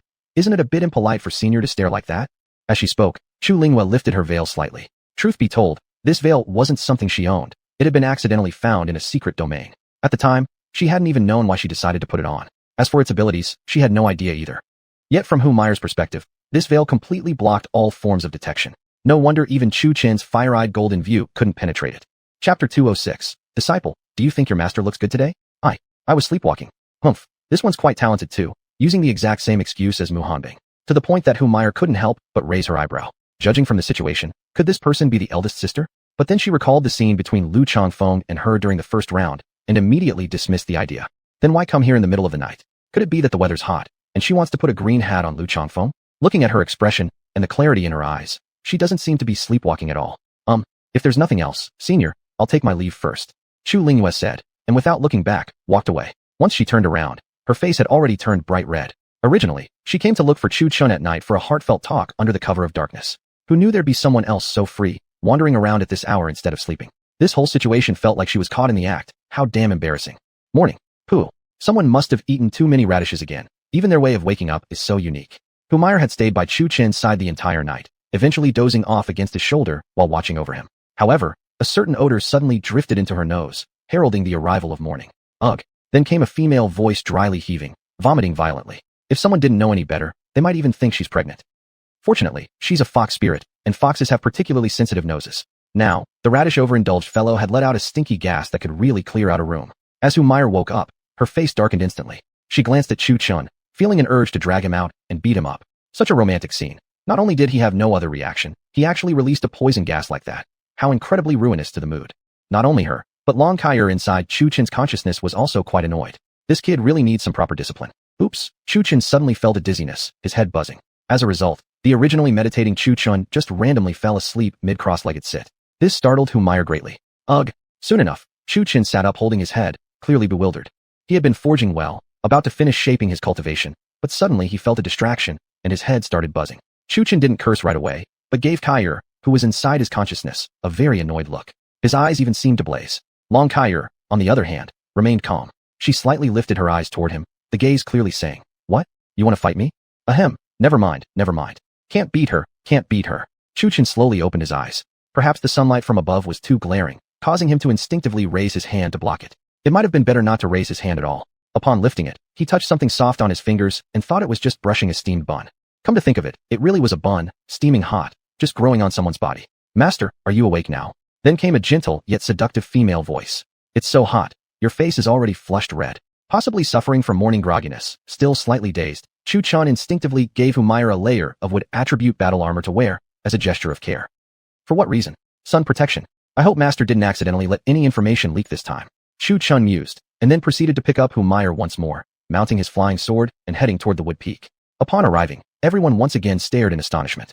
Mu Hanbing once again took Humayra alone, while the other disciples followed behind. "Have you noticed anything different about Master today?" Ji Yufei, a naturally curious person, leaned forward and whispered. "Different how?" Chu Chen casually asked, then yawned. "You didn't notice that she's using a wooden sword instead of an ice sword today?" As Ji Yufei spoke, everyone simultaneously turned to look at Mu Hanbing, who was walking ahead carrying Humayra. They noticed that the ice sword she normally rode on had now been replaced with a wooden sword. Yeah, really. Chu Chen became slightly puzzled. From the time he entered the peak until now, hadn't Mu Hanbing always ridden on an ice sword before? Why was it a wooden sword this time? As they stopped, Chu Chen once again arrived at the Qingyun Sect Plaza, just as empty as yesterday. "Master, did you accidentally leak something again?" Chu Chen leaned close to Mu Hanbing and softly asked. Probably not."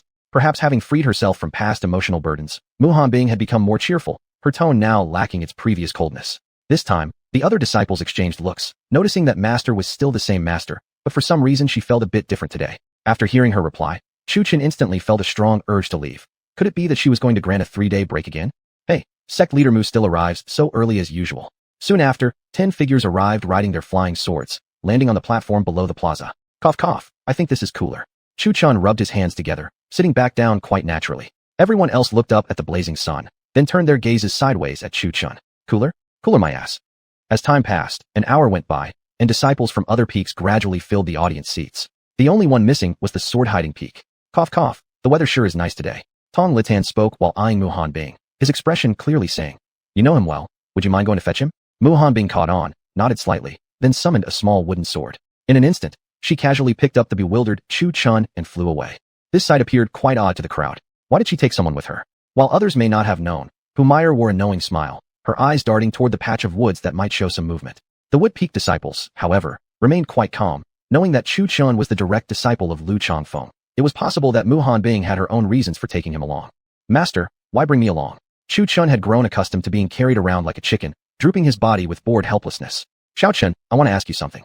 Mu Hanbing's voice remained icy and stern. Upon hearing this, Chu Chun immediately straightened up, his tone full of eagerness. "Whatever my master asks, your disciple will answer without holding back." Mu Hanbing stared at him deeply, a gaze that left Chu Chun feeling a bit awkward.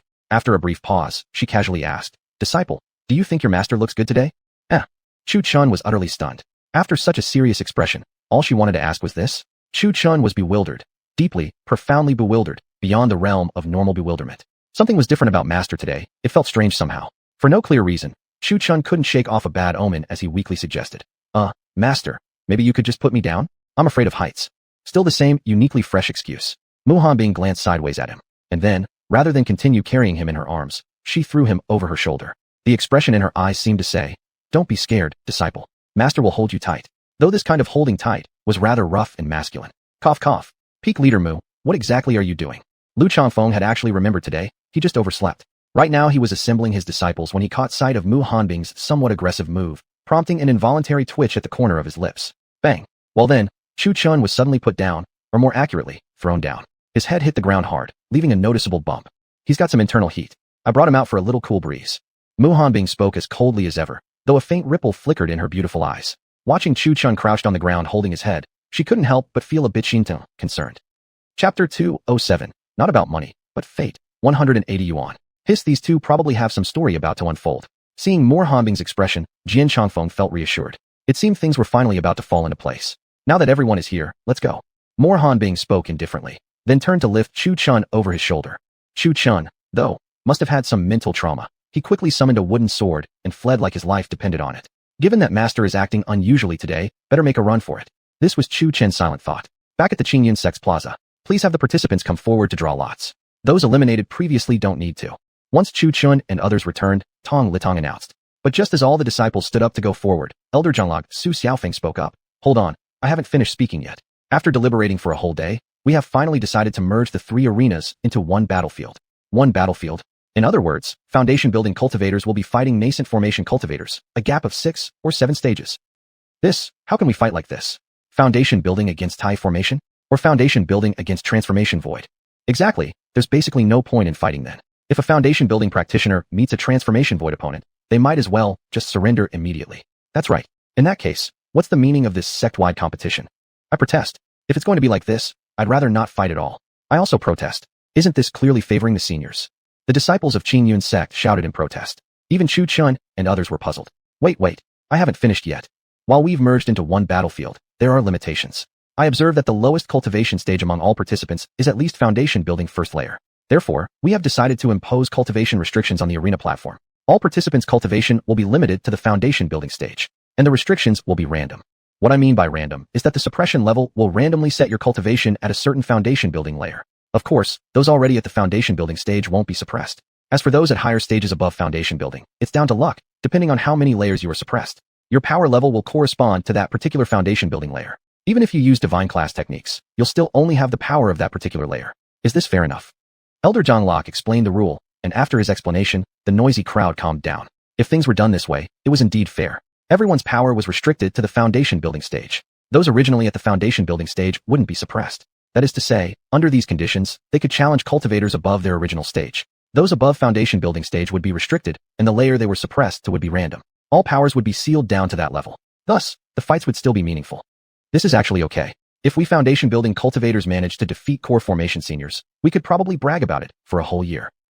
Seems like that's actually possible. Might even be able to brag for 3 years. Some of the foundation building disciples began fantasizing endlessly. However, challenging someone from a higher stage wasn't easy at all. Although the opponent's powers were restricted, they still had stronger foundational reserves, more techniques, and greater combat experience.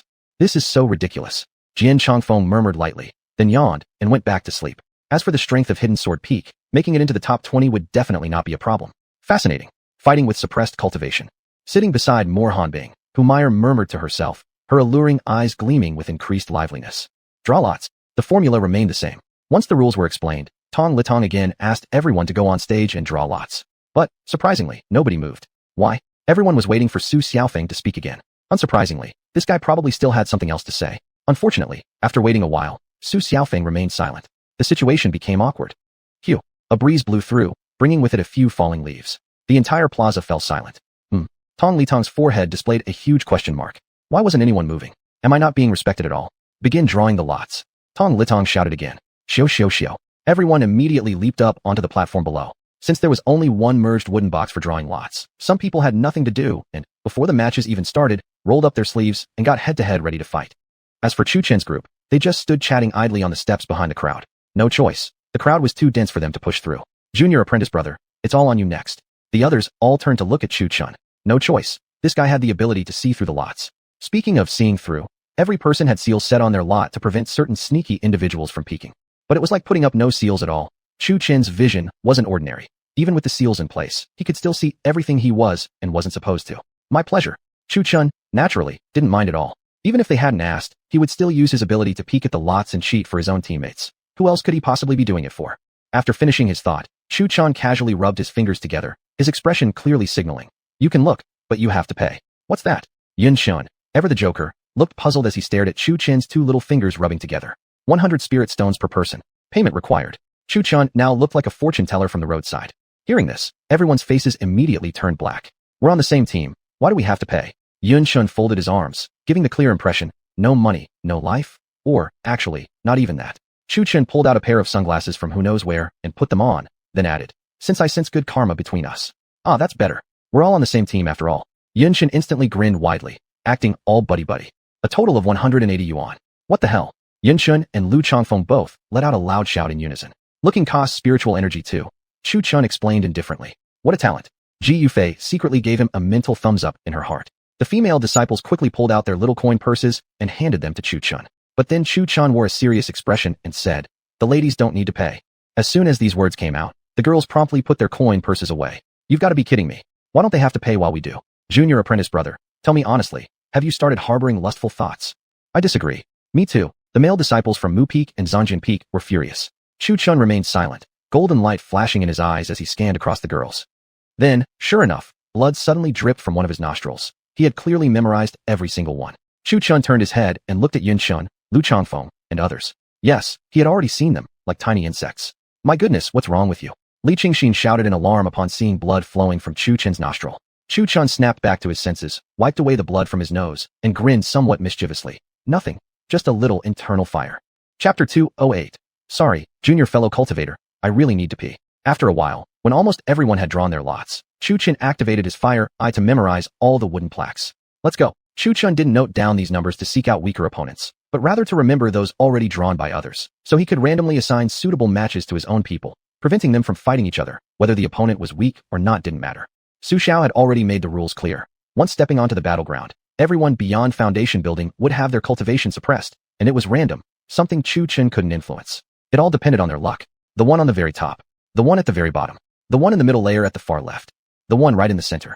Chu Chun's voice transmitted directly into the ears of his senior brothers and sisters. Lu Changfeng and the others selected their plaques accordingly. They trusted Chu Chun unconditionally. Avoiding internal clashes was enough. As for strength, they weren't picky. Once Lu Changfeng and the others had all chosen their respective opponents, only two people remained, Chu Chun himself and Chu Linghua. Chu Chun glanced inside the wooden box, comparing what remained with the plaques others already held.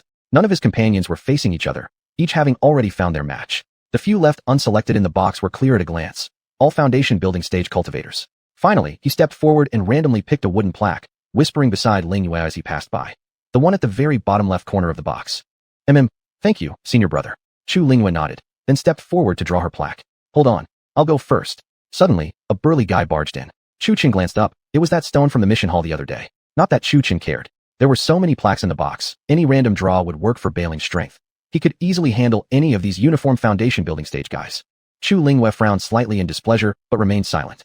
Earlier, only their own people were choosing, and members from other peaks couldn't squeeze in any way. Besides, this burly guy looked like he was in a huge hurry. Sorry, junior fellow cultivator, Anauji, need to pee. Stone grabbed a wooden plaque with a wide grin, and then rushed off as if fleeing. Seemed like he was really in a hurry, probably really needed to pee. Chu Linghua said nothing, and Chu Chun gave her no instructions either. Following Chu Chun's earlier direction, she drew the plaque at the very bottom left corner. Meanwhile, Chu Chun had drawn his own plaque, and kept activating his fire eye. Looking at what? Naturally, trying to spot his future opponent. He scanned the crowd, but couldn't find number 181 anywhere. Of course, he couldn't help but take another look at some other things, which proved quite pleasant to the eye. Strange, where is he? Chu Chun muttered to himself, examining the wooden plaque. Shit, could that guy have gone to take a piss? Rubbing his chin, Chu Chun swept his gaze around once more, still no sign of number 181. Oh well, doesn't matter. Whoever comes is fine. Chu Chun stuffed the wooden plaque into his robe. Once all the draws were completed, everyone returned to their seats. On the only battle platform on the stage, two figures now stood. Judging from the dragon-shaped pattern on one's robe, this was a disciple from the Holy Dragon Peak. As for the other, Chu Chun recognized him, his old friend, Gu Qingqiu. Gu Qingqiu was a newly accepted disciple with only foundation building stage 1, while the Holy Dragon Peak cultivator stood at core formation stage 3. As both stepped onto the battle stage, Gu Qingqiu remained unchanged in power, whereas the Holy Dragon Peak cultivator suddenly grunted, his cultivation instantly suppressed down to foundation building stage 2 upon entering the battlefield. TSK, what great luck for this guy. He only fell 1 level. Chu Chun gazed at Gu Qingqiu with a flicker of killing intent in his eyes. Originally, Chu Chun and Gu Qingqiu were strangers, but that guy seemed to have a personal vendetta with him. Every time he saw Chu Chun, he charged like a long-lost family member, casting spells before even exchanging greetings, which always made Chu Chun rather depressed. Pum, pum, pum. Magic lit up the battleground. Up close, it seemed impressive. From afar, it just looked like flashy fireworks, peacock display fireworks, which burst spectacularly in the sky. With no restriction suppression in play, Gu Qingqiu forced the Holy Dragon Peak disciple into a full retreat, clearly losing ground. The audience gasped, but Chu Chun remained calm. Gu Qingqiu was a powerful opponent both in strength and cultivation heritage, somewhat on par with his little junior sister, Bailing, though she still held the upper edge. Dual element supreme spirit root. If he were a new disciple back then, he'd be jealous indeed. But now, dual element supreme spirit roots were nothing compared to the Dragon Roar spirit root. The Dragon Roar spirit root wasn't just a single spirit root, but a field of them. Furthermore, the number of usable elements seemed to have no upper limit. Although others could also use techniques outside their own roots, their strength seemed to pale compared to specialists. But with Chu Chun, it was different. Regardless of which elemental attribute he used, the effects rivaled those of professionals. Of course, this was different for those of higher cultivation levels. About the time it takes to drink a cup of tea passed, and the battle on the arena finally ended. The result was clear. Gu Qingqiu emerged victorious.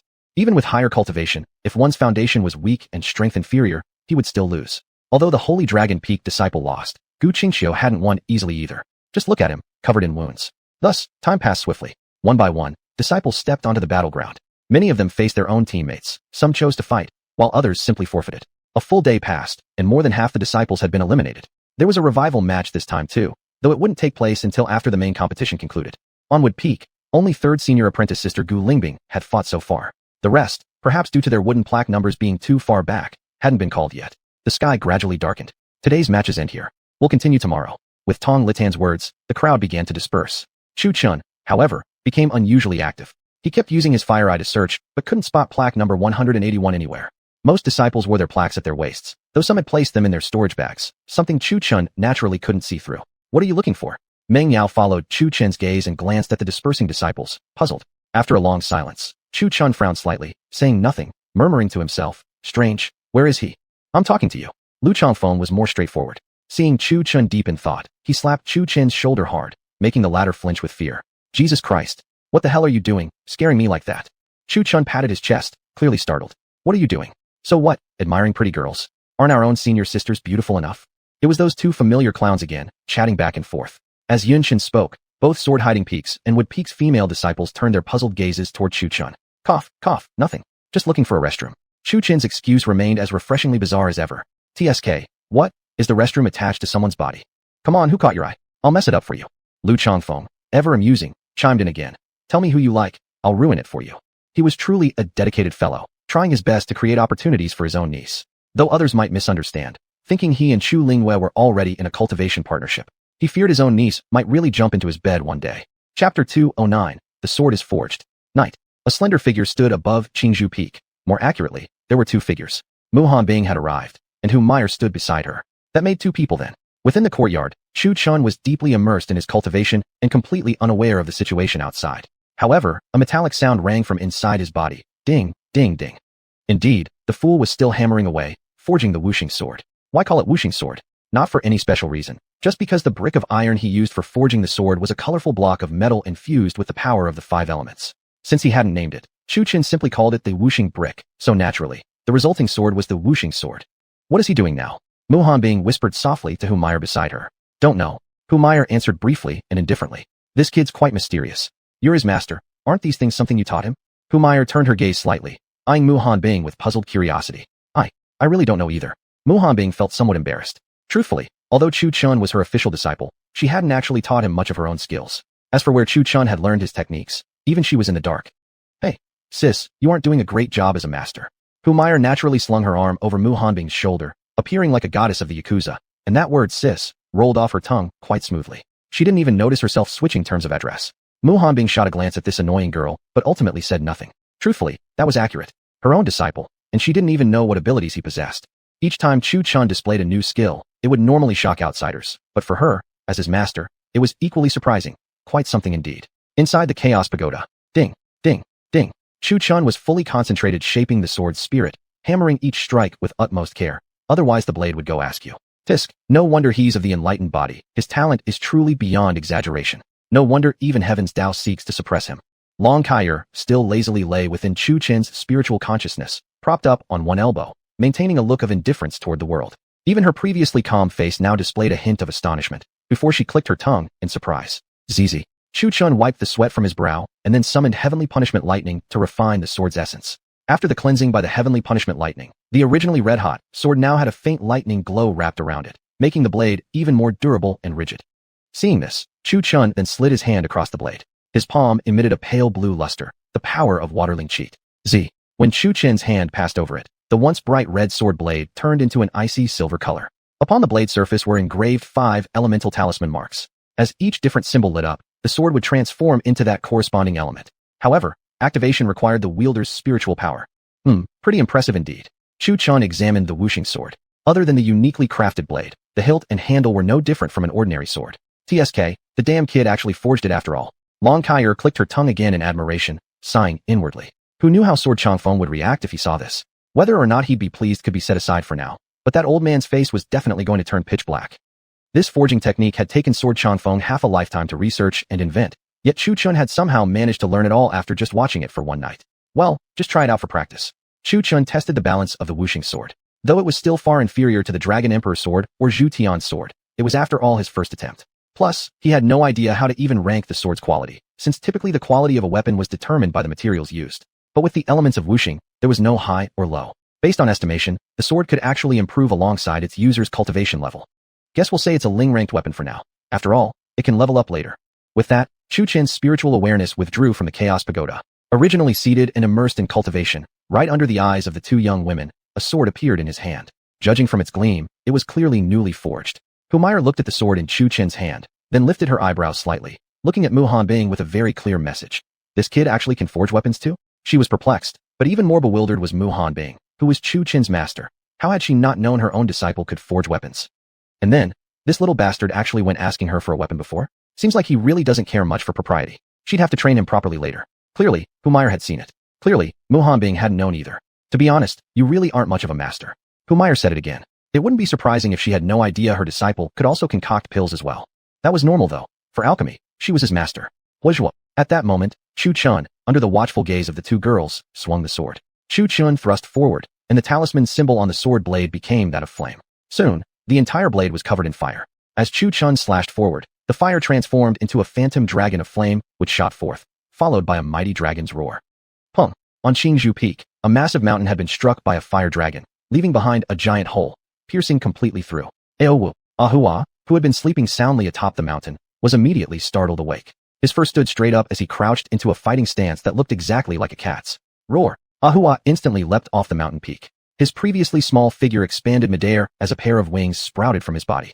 What? Want a beating, huh? Thinking it was an enemy attack, Ahua instinctively launched an offensive toward the direction. But as soon as he recognized Chu Chen's voice, he immediately lost his nerve and jumped into Chu Chen's arms, reverting back to his tiny, adorable white cat form. Seeing the mountain he lived in pierced by a hole made by Chu Chen, Ahua's face darkened as he let out pitiful howls. One could clearly tell it was a protest. What's there to fear? I'll fix it later. Chu Chen patted Ahua's head, then casually tossed him into the courtyard of Qingzhou House. Ahua turned his head to glance at Xiaobai, who was lying on the bed inside the house, letting out a pitiful "Ao Wu" sound. His expression was full of grievance, like he was saying, "Boss, I've been bullied." Xiaobai was also quite intuitive. With a casual glance, she looked at him and then shut her eyes again, expression suggesting, "He bullied you? You go bully him back." This only left Ahua feeling even more depressed. He wanted to as well, but simply couldn't beat him. He ran into the house and obediently hopped onto the bed. However, he flew out the door soon after. Asking how he flew out. Well, it was Xiaobai's kick that sent him out. Look at Xiaobai's little face, angry and annoyed, as if saying, "Don't touch this old lady. I'm really angry." Kakik. Looking from the sky, Mu Hanbing and Humayr both burst into clear and tinkling laughter like wind chimes. These two are simply too amusing. Mu Hanbing laughed as she spoke. "Sister, actually, when you smile, it's really beautiful. I think you should smile more often," Humayr said with deep meaning, and then handed Mu Hanbing a small notebook with a pale yellow cover. Mu Hanbing glanced at her in confusion.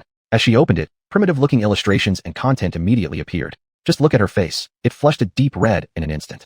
Chapter 210, Tips for Attracting Men. So how is it? My little secret tips for attracting men must be really useful, right? Guaranteed to make him fall head over heels for you. Humayr spoke proudly. She cast a glance at Mu Hanbing. Why is she blushing so much while reading these tips for attracting men? She leaned over and took a peek at the content of the book, and her face flushed bright red immediately. Just as Mu Hanbing was engrossed in reading, the book in her hands was swiftly taken away by Humayr and hidden. Cough, cough. Wrong one. It's this one. Needless to say, Humayr felt extremely embarrassed. She had intended to take some study materials, but mistakenly picked the wrong book. It was acceptable for her to read such a primitive book alone, but being seen by others was somewhat awkward. Therefore, she found a perfect excuse. "Sister, I'm just a young fox who has just taken human form. I don't really understand human knowledge, so I have to study, right?" After she finished speaking, she even raised her eyebrows at Mu Hanbing, her expression extremely sincere. So sincere, even pearls couldn't compare. "I believe you." Mu Hanbing gave the girl a sidelong glance, then said with a calm tone. Then, she picked up the Tips for Attracting Men book that Humayr handed her and started reading it very seriously. The book said, Step 1, to capture a man's heart, first capture his stomach. Mu Hanbing set herself a goal. Tomorrow she would go to the kitchen to learn cooking. In the bamboo forest of Qingzhou Peak, Chu Chun was also a hard-working individual. Although he wasn't reading books, he was testing his sword techniques. Ice River. Chu Chun slashed again with his sword. The sword Qi transformed into a vast ocean, Shan sheep giant waves. Roar. Following this, the furious waves within the ocean formed into a dragon's head, releasing a fierce roar from inside. Crack. Then, the ocean froze before everyone's eyes. Eventually the sea dragon was solidified into an ice dragon attempting to rise from the ocean. The power of this move was tremendous. As a result of Chu Chen's technique, half of Qingzhou Peak was frozen over. Oh no, Chu Chen himself hadn't expected this sword strike to be so powerful. In this case, it could be used as a wide area attack move. Again, however, it wasn't finished yet. Chu Chen joined his hands and swiped them over the blade. Buzz. The 5 elements sword released a melodious ringing sound, piercing straight into the sky. Following that, a golden beam of light emerged. Within the golden light, a golden dragon spiraled upward like a golden pillar into the heavens. People from the other peaks of the wood sect all raised their eyes in annoyance. They were about to complain. Who the hell was making so much noise at this late hour? But after recognizing it was their own person, everything was fine. As everyone stared at the beam rising into the sky, they also glanced at Qingzhou Peak. Was there something resembling 2 small dark dots? Eventually, everyone resumed their cultivation, muttering, "Must have been a late-night hallucination. Didn't get a clear look." Coiling dragon. After the golden beam receded, Chu Chen slashed the ice dragon with his sword, which emitted golden radiance. The blade shimmered with a golden glow. Boom. With the sword energy slicing through, the dragon's head shattered. Then, accompanied by the sound of cracking ice, the originally pale blue ice blocks looked as if they had been gilded, shining with brilliant golden light. Moreover, the shattered dragon's head reformed into golden version, and simultaneously as the sword energy sliced through, a phantom golden dragon soared into the sky, letting out a mighty dragon roar. That's pretty good. Humiliation hadn't paid much attention to Chu Chen's sword techniques, but when she saw the shiny golden dragon sculpture, her eyes gleamed brightly. Indeed, not bad. After Humiliation's exclamation, Humiling's, who had been carefully studying, also glanced at the golden dragon before Chu Chen and murmured, "Disperse." Chu Chen waved his hand, restoring the half-destroyed Qingzhou Peak back to its original appearance. However, there were still 2 elemental properties left for the sword to test. Chu Chen once again gripped the sword. The runes on the blade transformed into a green little grass symbol, and the entire sword blade was coated in a green glow. Humiling's placed the book in her hand down this time, carefully observing the sword in Chu Chen's hand. She hadn't really paid attention before, but now she just realized. "What's the matter?" Humiliation, who was busy watching the scene, looked confused and asked, while munching on some unknown sunflower seeds. "Did you see that sword?" Humiling's asked, looking at the sword in Chu Chen's hands. "You're stating the obvious." Humiliation shot her a glare. Just because she had a bigger peak didn't mean she was stupid. "This sword seems to be one he forged just now." As Humiling's said this, astonishment filled her tone. Humiliation realized what she meant, stunned for a moment. Then her eyes blinked, and the sunflower seed she was about to bite dropped from her mouth. She seemed to freeze completely. After a long while, she slowly said, "Looks like that's exactly the case." Gulp. Both women involuntarily swallowed hard, their faces filled with shock. He's only at the Yuanning Jing stage, right? This sword seems to be of the spirit grade. How could it produce such immense power? Humiliation was utterly at a loss for words. "No, this sword contains the 5 elemental properties." Humiling's furrowed her brows. If that were the case, then Chu Chen's sword wasn't forged from ordinary metal. Hiss. Both women involuntarily inhaled sharply. If things went as expected, this boy was destined to become an existence at the Immortal King level. Again, Deadwood revived in spring. Chu Chen looked around. Although Qingzhou Peak had been restored, the trees in the forest seemed a bit bare. He slashed his sword at the woods. Roar. The sword Qi transformed into a gigantic green dragon charging toward the forest, brimming with powerful vitality. Boom. The green dragon exploded within the forest. However, the woods did not collapse as expected. As the dragon burst apart, the previously bald trees in the forest visibly sprouted one bud after another, quickly turning into lush green leaves. Finally, the trees even bore fruit. Are those ice lotus fruits? Humiling's finally noticed that the trees on Qingzhou Peak were no ordinary trees. She racked her brain but couldn't figure out why Qingzhou Peak had ice lotus trees, and they had even produced fruits. You must know, even the Linglong Hall of the Qingyun sect only had a few ice lotus fruits stored away. This kind of item was of tremendous help to those with ice lingun talent. So much so that it could be called a catalyst for transformation. Since its effects were so potent, naturally it was extremely rare and required incredibly harsh growing conditions. Yet Chu Chen not only grew them, but actually got them to blossom and bear fruit. This was ridiculous, absolutely, mind-bogglingly absurd. What? Is this thing really that rare? Humiliation didn't understand much about it. After all, she'd been sealed shortly after taking human form and hadn't seen much of the world. Rare? More than you can imagine. Later on, ask him to give me one. Humiling's sighed, then couldn't resist asking Humiliation to get her one. Humiliation shot her a look and asked, "Why don't you go ask him yourself?" Cough, cough. "I just feel too embarrassed to ask. He can grow them, but they're probably still very scarce." Humiling's, it seemed, had also somewhat abandoned her sense of modesty. "Truthfully, I've eaten quite a lot of them. They're sweet." He's got a whole basketful in his gourd. Humiliation didn't find it that impressive. She had eaten these fruits almost every day, picking a few here and there whenever she felt like it. They tasted pretty good. Why didn't you say so earlier? Then, in an instant, Humiling's was gone without a trace. Chapter 211, The Simplest Way. At this moment, Chu Chen, who was practicing sword techniques, suddenly raised his eyebrows. The temperature on Qingzhou Peak plummeted abruptly, turning the entire peak icy cold. The flowers and grass on the ground were coated with a thin layer of frost. Startled by the sudden cold, Chu Chun instinctively drew his sword and slashed outward. Buzz. However, the sword thrust by Chu Chun was firmly pinched between two fingers. Is this how disrespectful my disciple has become? Master. Seeing the figure was Mu Hanbing. Chu Chun wore an expression of confusion. Why would Master skip sleep just to come here tonight? Though puzzled, he didn't ask. Greeting, Master. Chu Chun bowed to Mu Hanbing with clasped hands. After descending, Mu Hanbing appeared icy cold, brimming with a formidable aura, completely devoid of her previous playful demeanor. My dear sister is truly imposing today. Foxmire also descended from the sky. Chu Chun cast her a sidelong glance. Where the hell have you been tonight? And what's with sister? May I ask what business has brought Master here tonight?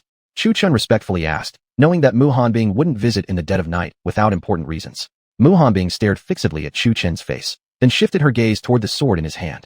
Earlier she had sensed unease, but only up close did she realize the sword exceeded her expectations by far. Where did you get this sword? Mu Hanbing asked coldly. Chu Chun looked at the sword in his hand and awkwardly smiled. Master, you might not believe me, but I forged it myself. After examining the sword, Mu Hanbing quietly nodded and uttered two words, I believe you. The conversation stalled again. Chu Chun glanced at the sword in his hand, then at Mu Hanbing. He gritted his teeth and handed the sword to her. If you like it, Master may have it. As he spoke these words, Chu Chun felt pained. Though only a spiritual tier weapon, this was the first sword he had ever forged. Truth be told, he felt reluctant to part with it. For a long while, Mu Hanbing remained silent, her expression still cold. Outwardly calm as ever, she actually had butterflies flying chaotically in her heart, her composure completely lost inside. What should I do? What should I do? Did he just offer a love token already? This is so sudden. That would be Mu Hanbing's inner thoughts. TSK. Foxmire looked at the awkward silence between the two, Mu Hanbing acting coldly while secretly flustered, and Chu Chun, clueless, with a baffled expression. Truly, it was unbearably awkward. So, you didn't even look at the guide for wooing men I gave you? Seeing Mu Hanbing's state, Foxmire couldn't help silently transmitting her thoughts. I did read it. The first step says to capture a man's heart, you must start with his stomach. Tomorrow I'll go learn to cook at the stove house. Mu Hanbing transmitted, her voice like a timid little girl. Observing this, Foxmire couldn't help but rub her temples and continue transmitting. Then look at the situation now. Embarrassing enough. Look at how frightened your disciple looks. But, I don't know what to do either. Can you give me a suggestion? Mu Hanbing truly was unique, having lived longer than Foxmire, even though Foxmire had been trapped in an imprisoned state since her infancy. And yet this elder still asked her junior for advice? No help for it. Her heart had been sealed for too long, and she simply couldn't change quickly, especially in front of her disciple. She needed to maintain her strict and awe-inspiring image, otherwise known as being aloof yet secretly yearning. What if you simply reveal your purpose directly? Foxmire hadn't thought of any good idea either. In such a scene, what's there to salvage? Salvage what? The awkwardness is so bad that Toes could dig out a 3-bedroom, 1 living room apartment from sheer discomfort already. Just forget salvaging, and get out while you can. Oh, I'm sure we could chat a while longer. Outwardly cold, Mu Hanbing's transmitted thought carried a hint of cuteness. Chat. Then go ahead and talk already. What do I say? They resumed their whispered transmissions, unaware of how long had passed. Meanwhile, Chu Chun still held his elemental sword, not knowing whether to retrieve it or hand it over. Someone please just say something. This is unbearably awkward. Chu Chun muttered complaints internally, but within his spiritual sense, someone, Lady Kyre, was far more animated, watching their whispered exchanges with amusement. It didn't hinder her listening pleasure one bit. Then, Long Kyre mysteriously pulled out a notebook, on which she wrote, adds 1 to the harem. No, wait, adds 2. She corrected, striking through the previous note. TCH, just 3 now. Still far from reaching 3,000. With the notebook in hand, Long Kyre's expression couldn't have looked more melancholy. Master? Master? Seeing that Mu Hanbing remained silent, Chu Chun softly called out a few times. This master shall accept it. With that, Mu Hanbing actually reached out and took the sword. How could she not take it? That was a gift from her disciple, and deep down, she had already accepted it as a token of affection. Afterward, she swiftly dripped a drop of her blood onto it. Buzz. The 5 elements sword continuously flickered with 5 different colors, the runes on the blade glowing as well, until finally it calmed down, and the blade turned back into a snowy silver. This scene infuriated Chu Chun so much that his teeth itched. He was still in a daze when, just like that, Mu Hanbing had already accepted the sword. Chu Chun felt like crying without tears. Damn it, it hadn't even warmed in his hands yet. Inside, Chu Chun mentally slapped himself a few times. Why couldn't he keep his mouth shut? Why couldn't he keep his mouth shut? If he hadn't called out to Mu Hanbing, she'd still be silently chatting and bantering with Foxmire. But now, after being called, she accepted it. He couldn't really blame anyone else for that. Looking at the 5 elements sword, now blood bonded by Mu Hanbing, Chu Chun felt a deep pang of heartache. Well then, whatever, she was still his master. She had given him a earth tier weapon before, so giving her back a spirit tier sword wasn't too bad of a deal. Plus, he could always make more. Thinking thus, Chu Chun finally felt slightly better. He lifted his gaze to look at Mu Hanbing, only to find her intently studying the fruit trees in his grove. Chu Chun instantly felt uneasy. She wouldn't really plan to strip every leaf from my trees, would she? Xiao Chun, how exactly did you grow these fruit trees? Mu Hanbing asked calmly. Foxmire also stepped closer, showing clear interest. Truth be told, she had eaten many different fruits before, but never truly understood how Chu Chun had grown them. Chu Chun felt quite embarrassed. If he told them the truth, he was afraid he might get beaten up. The finest ingredients often only require the simplest preparation methods. Growing fruits was no different. He used the most ordinary planting techniques, fertilizing, watering, selecting suitable soil, and then, well, he just planted them. If others learned of this method, they'd probably die of rage. Others carefully selected the finest soil, used the rarest spirit water to water their plants, and yet failed to grow a single fruit. It's okay. If it's a secret, I have no right to ask. Mu Hanbing noticed Chu Chen's slight embarrassment. As a master, she was quite considerate. But right after that, she stared fixedly at that particular tree bearing white leaves, the ice lotus fruit tree, her true purpose in descending here. Chapter 212, Balancing Yin and Yang. There's something I must ask of you, Xiao Chun. Mu Hanbing stared at the ice lotus fruit tree for quite a while before turning back to look at Chu Chun. Chu Chun immediately felt uneasy in his heart. So it has finally come? Chu Chun forced a smile and said, since it's a request from Master, your humble apprentice will go through fire and water to fulfill it. His words were bold and noble, but there was a second half he didn't say. He feared getting beaten up if he did. Anything but taking my fruits, please. Mu Hanbing turned back toward the ice lotus fruit tree, looking at the fruit that grew upon it. Ice-like fruits resembling lotus blossoms. This was the ice lotus fruit, growing on a tree yet shaped like a lotus flower. May I have one ice lotus fruit? Mu Hanbing softly asked, her red lips parting slightly. Your humble apprentice will pick them right away for you. When Chu Chun heard she only wanted one ice lotus fruit, he exhaled in relief. There were quite a few on the tree, about a dozen or so. Picking one wasn't a problem. What he feared was that Mu Hanbing would pick the tree clean, as he still needed the fruits for refining pills. Refining into what pills? Beauty-nourishing pills, in exchange for the bronze cauldron that Humiliation had sold him, and not just one. He had to refine one every month. However, for Chu Chun this wasn't a big deal at all, since he only had to do one per month, something easily accomplished in a day. Master, here is the ice lotus fruit you requested. Chu Chun, considerate as ever, gave her two instead of just one. He had his reasoning, just hoping she wouldn't keep staring at them. If she grabbed a few more, it'd hurt his feelings terribly. Of all these trees, only the ice lotus tree bore plentiful fruits, while the rest had merely 3 or 5 each. Now that he thought of it, it was rather strange. Ice lotus fruits ripened in summer, which was truly bizarre. Seeing the two lotus-like fruits Chu Chun handed over, Mu Hanbing flicked her sleeve, storing both inside her spatial bag. Thank you. I won't take your fruits in vain. Her cold voice spoke briefly before she joined her jade-like fingers and pointed at Chu Chun's forehead. Chu Chun felt a chill sink into him and sensed instantly within his mind an icy cultivation method appeared. Oh, I shouldn't really accept this. Chu Chun rubbed his hands together and, all in all, felt quite satisfied.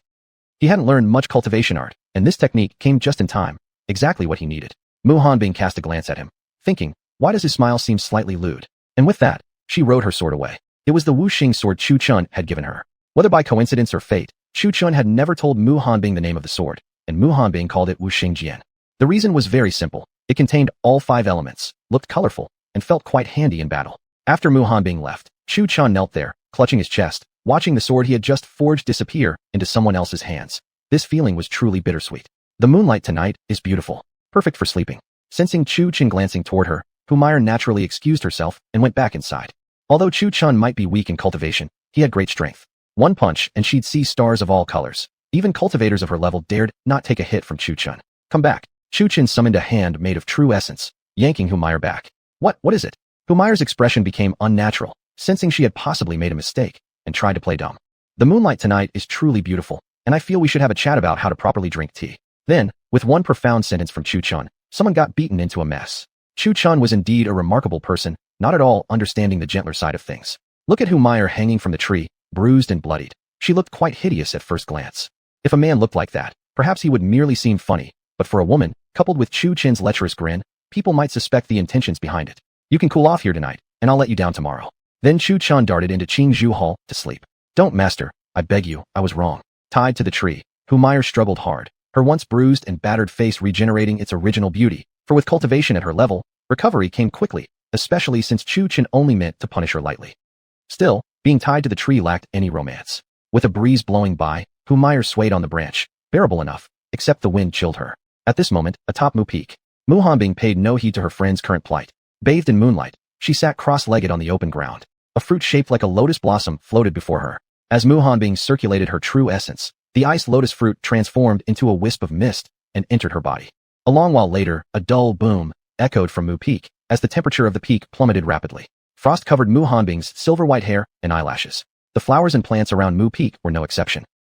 At this moment, Mu Hanbing, who had been cultivating, suddenly changed expression drastically, her face turning grim. Cold, icy chi invaded her body from all her limbs and bones, making her feel extremely uncomfortable. Then, she collapsed there, convulsing. For a long time, she didn't move at all. She indeed possessed an ice spirit root, but her mistake lay in cultivating a flawed cultivation method.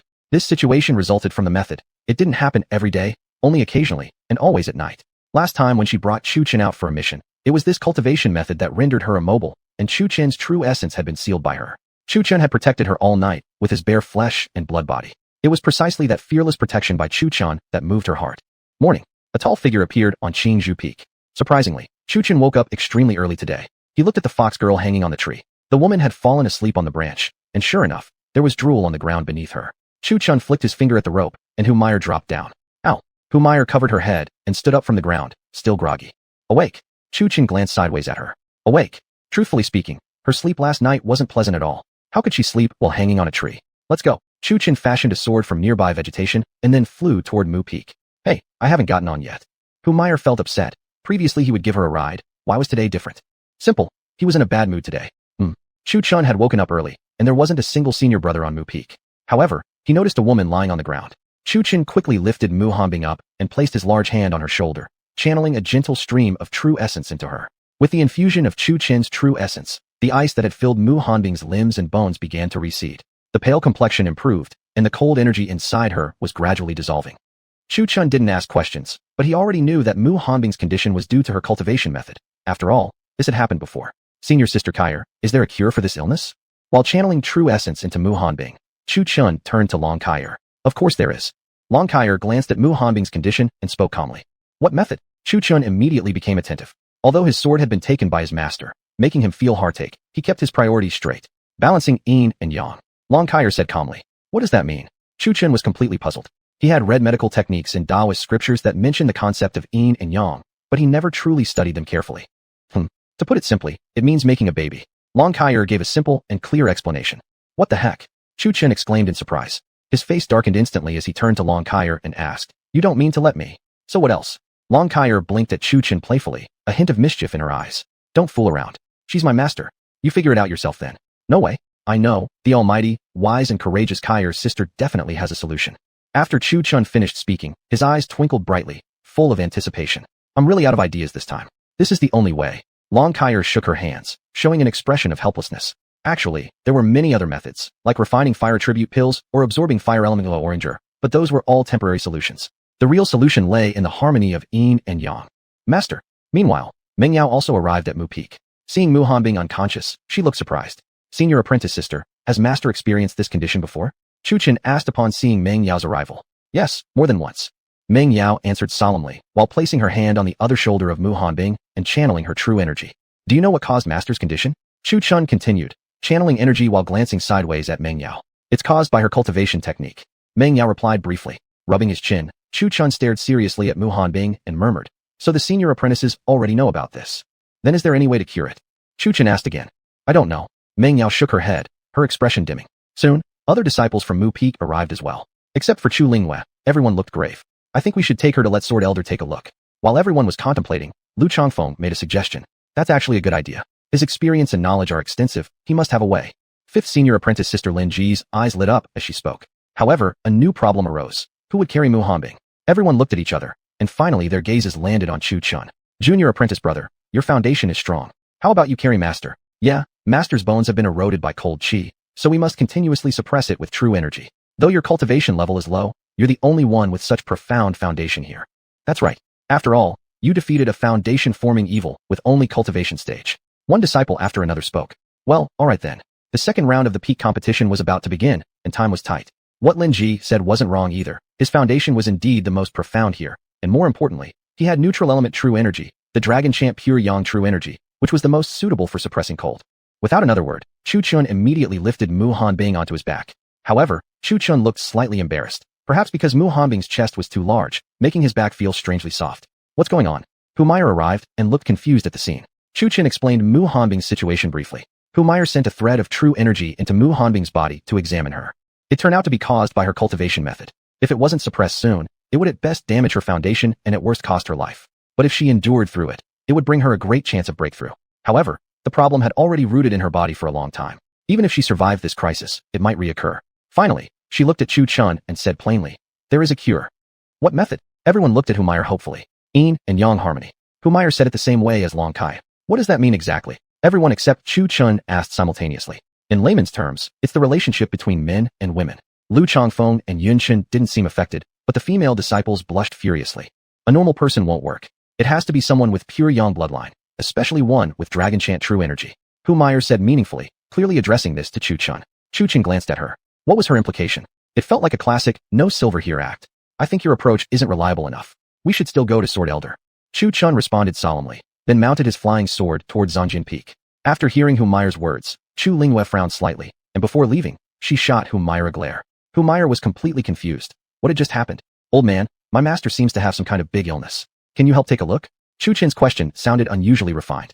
Everyone glanced at him sideways. It somehow sounded a bit like an insult. "TSK, does that mean you no longer consider me your master?" Sword Elder didn't answer immediately. He had already figured out the nature of Mu Hanbing's condition at a single glance. "Don't mess around. It's urgent to cure her." Chu Chen rolled his eyes, just about to set Mu Hanbing down, when he noticed she was tightly clinging to him in her sleep and wouldn't let go. At first glance, she even looked a bit like a little affectionate wife. Except for Humire and Lu Changfeng, everyone else looked at Chu Chun in confusion. Chu Chen himself wore a bewildered expression. What did this mean? She was depending on me now? Truth be told, with Mu Hanbing clinging so tightly, Chu Chen's back had become slightly warm. What exactly is going on here?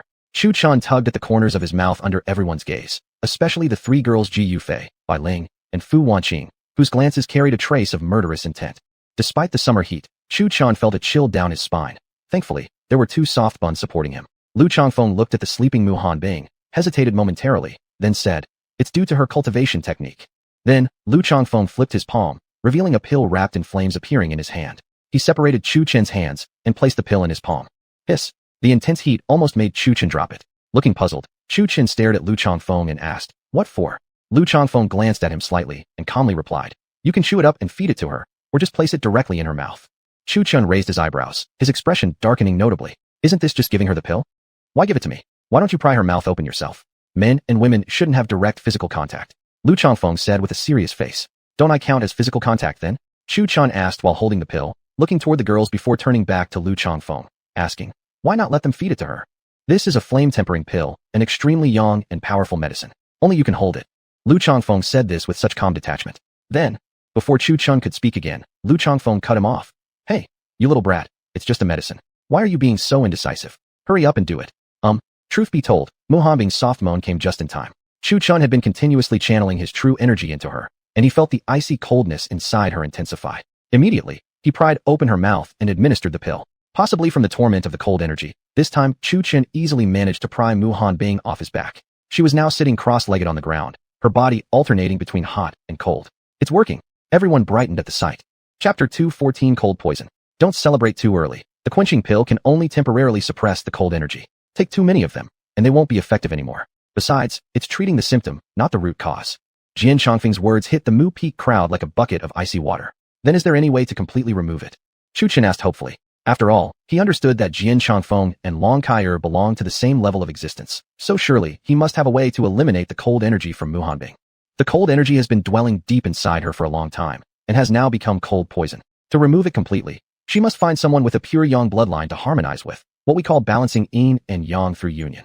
The same words came out of three mouths. Considering the first method wasn't decent, and the second wasn't very reliable, this third method seemed to be the only effective choice left. Jian Chongfeng looked straight at Chu Chen as he spoke, making his meaning quite obvious. In Chu Chen's spiritual consciousness, Long Kai gave him a big thumbs up, wearing a proud expression. Stay low, stay low. Though this was within Chu Chen's spiritual consciousness, he still could transmit voice to Long Kai, something Chu Chen himself couldn't hear. But with his abilities, even such cold poison was easily dispellable. As he'd said, Mu Hanbing had grown up under his watch, and Chu Chen was his disciple, possessing a similar personality. Plus, Chu Chen's background was anything but ordinary. He could clearly see Mu Hanbing's feelings for Chu Chen, even if she never showed them outwardly. Apart from Chu Chen, it seemed there really was no other person in the entire Qingyun sect who matched her better. As for Yin, go cool off in some corner. What kind of status comparison could he even make? Dreaming to eat swan meat like a toad? It wasn't just that his cultivation was low, his attitude ranked lowest in the room, with his head held higher than anyone else. Seriously? Jian Chongfeng wouldn't even bother killing that fool. It was already more than enough just watching how much he disliked the guy. Still, better keep him around to help Chu Chen gain some combat experience. Although Chu Chen's cultivation was at the Mingyun Jing stage, in reality, he had barely fought before. Everyone turned their gazes to Chu Chun. The murderous intent in the eyes of Ji Yufei, Fu Wanqing, and Chu Lingyue was also gone. If this was about saving a life, then fine. It didn't really matter. What's one more sister anyway? Chu Lingyue already had this realization. Chu Chen's future path would surely be accompanied by many beautiful companions, which he could never stop. No matter how many beauties were by his side, as long as he still had her in his heart, it would be enough. Besides, it hadn't even officially begun yet. Success wasn't guaranteed anyway. I don't believe it. There must be another way. Their intentions were very clear. They wanted him to accept Mu Hanbing. If Mu Hanbing was awake and the affection was mutual, it would have been acceptable. But now, with Mu Hanbing unconscious, taking advantage of her, well, wasn't that essentially violating her? Chu Chen wasn't an animal. He just couldn't bring himself to do such a thing. Though he might dream of having 3,000 beauties in his harem, he still had his limits. Besides, he didn't even know Mu Hanbing's feelings toward him. Boom. At that moment, Mu Hanbing suddenly erupted with power. Chu Chun and Chu Lingyue weren't prepared and were sent stumbling backward. Then came a skyfall of oppressive might, pouring down upon everyone like a storm. The pressure forced both of them to spit blood from their mouths. Xiao Mingyao didn't fare much better either. Her cultivation was only one stage higher than Chu Chen's. Still, her complexion was pale, and no blood dripped from her lips. The others didn't look good either. With a wave of his big hand, Jian Chongfeng created a barrier covering them all, improving everyone's expression slightly. As the cold poison was suppressed and the ice lotus fruit was absorbed by Mu Hanbing, she advanced by one cultivation stage. Stuck for years at the peak of transformation stage, she had finally ascended to the body integration stage. At the body integration stage, a faint lunar-like halo appeared behind Mu Hanbing, hovering indistinctly around her. That was the Tao manifestation typical of this stage. Crack. Then, a thin layer of ice spread over Mu Hanbing's body. It wasn't trying to cover her, but instead condensed into an ice armor snugly fitting over her body. Frankly, after this armor clung to her, it perfectly outlined Mu Hanbing's sexy figure. Looking at her, Chu Chen suddenly felt a warmth in his nose, for some unknown reason. Luckily, there was no blood dripping from his nostrils, or he'd have been really embarrassed. Not only embarrassed, but probably also quite chilly. After a long while, Mu Hanbing's aura finally stabilized, and the barrier Jian Chongfeng had set up over the group dissipated accordingly. Mu Hanbing suddenly opened her eyes. Whoosh. Her gaze shot forth two icy rays. Damn, how unlucky. Chu Chun was right in front of Mu Hanbing and got hit directly. Two bloody holes appeared on both his shoulders, and then he was frozen. Crack. Boom. No problem though. This guy had cultivated the ancient dragon god technique, and his bloodline was extremely young and dominant. In a few moments, he dispersed the icy energy inside his body. The icy energy that had frozen him also dissipated, and the two wounds on his shoulders healed visibly at an astonishing speed. I'm sorry, I didn't mean to hit you so accurately, Mu Hanbing said with some embarrassment. Truthfully, she hadn't intended to be so precise, but Chu Chun had just happened to be right in front of her. Recalling how he had carried her all the way, her cheeks couldn't help but blush slightly. Though the cold poison was painful, his back had been quite warm. In simple terms, she had suffered in warmth and pleasure. As for why she had held on to Chu Chun so tightly earlier, it was intentional. After all, she had been unconscious, and no one would ever know. Wasn't it only fair to sneak in a bit of affectionate touch? After advancing to the body integration stage, Mu Hanbing's temperament also changed. She had shed some of her former coldness, now bearing a gentle softness. Perhaps it was due to changes in her personality, but she now looked even more beautiful. Not bad. Jian Chongfeng looked at Mu Hanbing's aura in satisfaction, which had indeed grown stronger. When Mu Hanbing saw Jian Chongfeng, she hurriedly rose to her feet and bowed deeply to him. Thank you, Elder Jian, for saving me. It wasn't actually me who saved you. It was this young man. If it weren't for this boy constantly stabilizing your cold poison with his pure energy throughout the journey, you wouldn't have just been injured. You might have even lost your cultivation base. Jian Chongfeng's words carried hidden meanings, and he looked at Chu Chun while speaking. Thank you.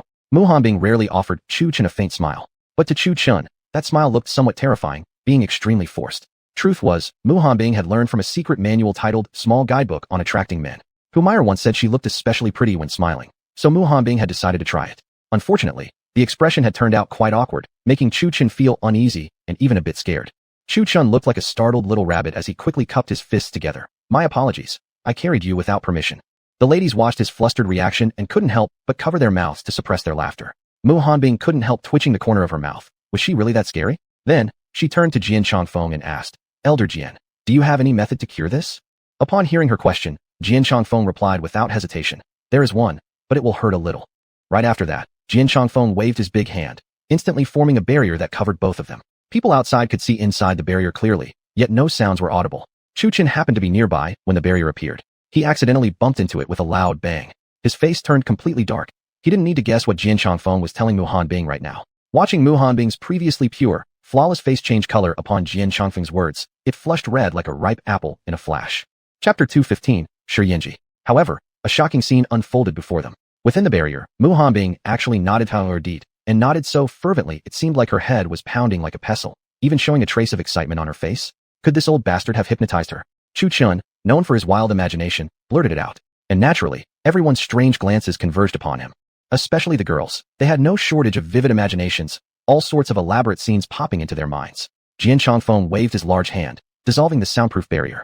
Mu Hanbing returned to her usual icy demeanor. Though cold, there was now a touch of gentleness compared to before. Perhaps Mu Hanbing didn't know the barrier was only for soundproofing and thought Chu Chin couldn't see inside. It was why she still acted so icy and untouchable. Well, as long as Chu Chin knew the truth, he wouldn't speak up. That would be like lighting a lamp in the toilet looking for shit. Soon after, everyone refocused to find themselves already seated in the audience stands of Qingyun Sex Plaza. Tong Litong's expression was dark beyond usual. Last time was somewhat understandable. Only the sword-hiding peak had arrived late. But now, even the Mu peak was late. He was, after all, the sect leader, and such treatment was a bit too disrespectful. Though angered, he remained silent. He couldn't provoke Jian Chongfeng, nor could he afford to anger Mu Hanbing. If they were to talk about seniority, he even needed to respectfully address Mu Hanbing as senior. After all, even before the old sect leader ascended 5,000 years ago, Mu Hanbing already existed, though back then, she was a mere 20-something woman. Everyone knows the rules already, so I won't go into detail. Following yesterday's competition, continue. At Tong Litong's command, two disciples appeared on the stage once again. Chu Chen stared intently at a graceful figure on the platform, his gaze fierce, with a faint killing intent radiating from him. Beside him, Chu Lingyue couldn't help but shiver involuntarily. Glancing at Chu Chun, she found him watching with solemn intensity the young woman fighting below. This woman dressed seductively, her waist swaying like a snake's slithering motion, exuding sensuality at every step. Her deep blue long hair flowed like ocean waves cascading down. This woman was quite alluring, walking with a sexy charm. Chu Lingyue had observed her. There was nothing suspicious, but why was Chu Chen emanating such killing intent toward her? Wanting to figure it out, Chu Lingyue stood and slowly approached Meng Yao, whispering, "Senior sister, who is she? Why is he?" Chu Lingyue stole another glance at Chu Chun as she spoke. Meng Yao looked at Chu Lingyue, her expression complex, then sighed and said, "This matter is related to you." "Related to me?" Chu Lingyue was utterly confused, her bright eyes blinking rapidly. Of course, the story goes like this. Fu Wanqing, overhearing their conversation and probably bored of merely watching the fight, naturally joined in. Fu Wanqing recounted to them the story of Chu Chen's mission off the mountain. So that's how it was. After hearing it, Chu Lingyue looked up at the stage at Shue'er fighting, her expression strange. "If we meet on the battleground, I'll have to show no mercy." That was Ji Yufei who spoke. She had also been bored watching others fight. Naturally, even without Ji Yufei's reminder, Chu Lingyue had already decided to be ruthless. After all, this involved her. Although she didn't personally experience the excruciating pain Chu Chun endured from the heart-reflecting mirror, an ordeal akin to soul-shredding agony, it was clearly unbearable for most people. Otherwise, just looking into the heart-reflecting mirror wouldn't have damaged one's cultivation foundation at all. Luckily, Chu Chen's foundation was exceptionally solid. Otherwise, she would feel immense guilt, as it was her who triggered everything. Originally, Chu Chun could have just completed his mission and left. It was because she desperately begged him to stay and help that the following events occurred. While the group chatted casually, the battle on stage had already concluded, with a predictable result. Shue'er won. Her opponent was a male disciple at Foundation Building 6th stage, unknown whether it was pure luck or coincidence. Though suppressed, her true cultivation was at Foundation Building peak, and her actual realm was the same as Chu Chen's, refining Yuan 1st stage. After Shue'er's battle, another hour and more passed, and the current number had already reached the 120s. The majority had already been eliminated. 126. 127. Tong Liting shouted loudly on the platform. At moments like these, many disciples among the audience seats would look around, trying to spot who would fight next. "Oh, finally, it's my turn." Lu Chongfeng twisted his neck and wrists, then stood up, glancing around at the gathered disciples. He too was curious. Who would his opponent be? If it were 5 nameless disciples, he would go easy, knocking them down until they surrendered. But if it were an enemy, he would beat them without mercy. Boom. In the middle of the Yin Peak group, a muscular disciple stood up. Before Lu Chongfeng could even see who it was, the man had transformed into a streak of flame and landed on the stage. Seeing this, Lu Chongfeng's eyes lit up with fighting spirit. No matter who it was, disciples from the Jin Peak and Yin Peak had bullied the Mu Peak disciples for a long time, always trying to trip them when they saw them. The Yin Peak often did this. Because they couldn't beat the Mu Peak disciples in fair combat, they always resorted to underhanded tricks. Lu Chongfeng leaped into the air, and in one swift motion, landed on the stage. As soon as he set foot on stage, he clearly felt an invisible pressure. Then, his cultivation was forcibly restricted to the 6th stage of foundation building. Looking at the opponent from Yin Peak, he recognized him immediately. It was Rongyu disciple Shi Yanji. At the sight of him, Lu Chongfeng's fighting spirit surged, and fury ignited in his eyes. Back then, when his older sister Lu Qingyao was still around, because of her exceptional talent, many male disciples had pursued her, including Shi Yanji. That alone was acceptable. But in an attempt to force his older sister into becoming his cultivation partner, Shi Yanji had once captured him and used him as leverage to pressure Lu Qingyao when she had been out on a mission. Thankfully, Fu Wanqing had been there accompanying Lu Qingyao. While Lu Qingyao provided the distraction, Fu Wanqing secretly rescued him, breaking the crisis. Don't let Shi Yinji's seemingly upright appearance fool you. He was actually a cunning and vicious man. Thinking of that humiliating incident from years ago, Lu Changfeng clenched his fists until they cracked loudly, and bulging veins popped out on his arms. Oh, it's actually Lu Changfeng.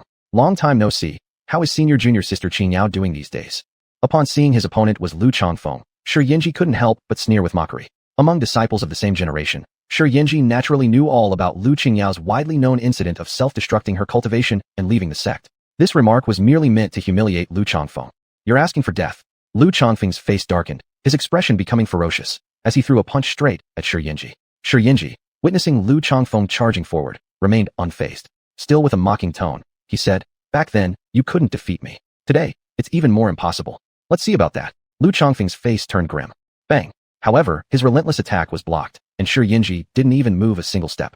To be precise, it was blocked entirely by the protective qi surrounding Shi Yinji's body. Get lost. Shi Yinji released a powerful wave of true yuan energy, sending Lu Changfeng flying away. So strong. Blood seeped from the corner of Lu Changfeng's mouth.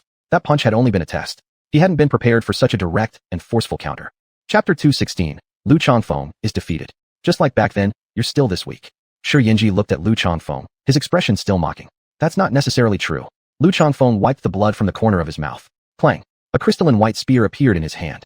Fight. Lu Changfeng roared furiously, channeling his true energy and thrusting the spear forward. Overestimating yourself. Shi Yinji scoffed, opening his palm toward the charging Lu Changfeng. Within his palm shimmered golden, strange patterns. Rattle, rattle. Then, 5 or 6 golden chains of true energy emerged from his palm. Damn it. Realizing the danger, Lu Changfeng turned to retreat, but those golden chains followed him closely. Lu Changfeng dodged frantically while cutting the chains with his spear. However, more chains continuously sprouted forth. For every one severed, 2 more appeared, endless and unceasing. Run, keep running. I wonder how far you can escape to. Shi Yinji sneered as he stood rooted in place. With just a surge of true energy, chains endlessly sprang forth, launching attacks toward Lu Changfeng. Because Lu Changfeng wasn't skilled in sorcery, he was tightly countered by Shi Yinji's chains. While dodging, many of the chains had already locked onto and wrapped around his body. But he used his brute strength to snap them. Damn it. Lu Changfeng spat, channeling his true energy without restraint into Ghost Shadow's step to evade the chains. The situation doesn't look good. On the Mu Peak, everyone wore grave expressions. Clearly, Lu Changfeng was overwhelmed by the suppression. Dragon of Thunderclap. Suddenly, Lu Changfeng bellowed. Previously evading, he now leaped high into the air. Then, he dove downward toward Shi Yinji, spear pointed straight ahead, crackling with purple lightning. Seeing this, Shi Yinji's expression changed instantly. The chains he had extended were rapidly withdrawn as he leaped backward. Boom. Lu Changfeng descended with his spear, creating a deep pit in the platform, splattering the bluestone bricks. Then, seizing the opportunity, Lu Changfeng pressed forward, gripping the spear and charging once more toward Shi Yinji. With speed like a fleeting shadow, Shi Yinji barely managed to react, his pupils shrinking sharply. Hiss. Instantly, Lu Changfeng pierced through Shi Yinji's chest, blood spurting out. Pooh. Clutching the spear tightly, Shi Yinji tried to pull it out of his chest, but Lu Changfeng refused to let him. Retreat. Shi Yinji shouted, surging with true energy, forcefully expelling the spear from his chest. Lu Changfeng, too, was impacted by the counterforce. His grip on the spear trembled continuously, and he staggered backward, blood seeping from the corner of his mouth. But he gripped the spear once more, sweeping it around. Bang! Before Shi Yinji could react, he was struck flying once more, now lying flat on the ground. Damn it! Wiping himself up, Shi Yinji glared furiously at Lu Changfeng. Suddenly, Shi Yinji spread his arms wide and shouted, "Purple Qi manifests a cauldron." Lu Changfeng saw a large shadow on the ground beneath him and quickly raised his head. Above him appeared a massive cauldron. Fall. At Shi Yinji's command, the purple cauldron plummeted from the air. Clang. The cauldron landed, though no bluestone bricks scattered as expected. Under the cauldron, Lu Changfeng braced his arms to support the descending cauldron, exerting strength while Shi Yinji also poured effort into it. His face now looked hideous, twisted like a vengeful ghost. Be suppressed. Like a madman, Shi Yinji increased the cauldron's weight. Senior brother. The people on Mu Peak looked on with worried expressions. Let me break free. From beneath the cauldron, Lu Changfeng bellowed furiously, then his entire body's true energy surged. Boom. The stage quivered slightly, shaking apart under Lu Changfeng's power. Now shirtless, his muscular torso exposed, all the female disciples couldn't help but gaze, entranced. Clang. Then, another silver-white spear appeared in Lu Changfeng's hand as he rushed forward with the spear. Damn it. Snarling with fury, Shi Yinji hastily darted backward with a bizarre maneuver. Grand Luo hand. While retreating, a massive flaming hand surged toward Lu Changfeng.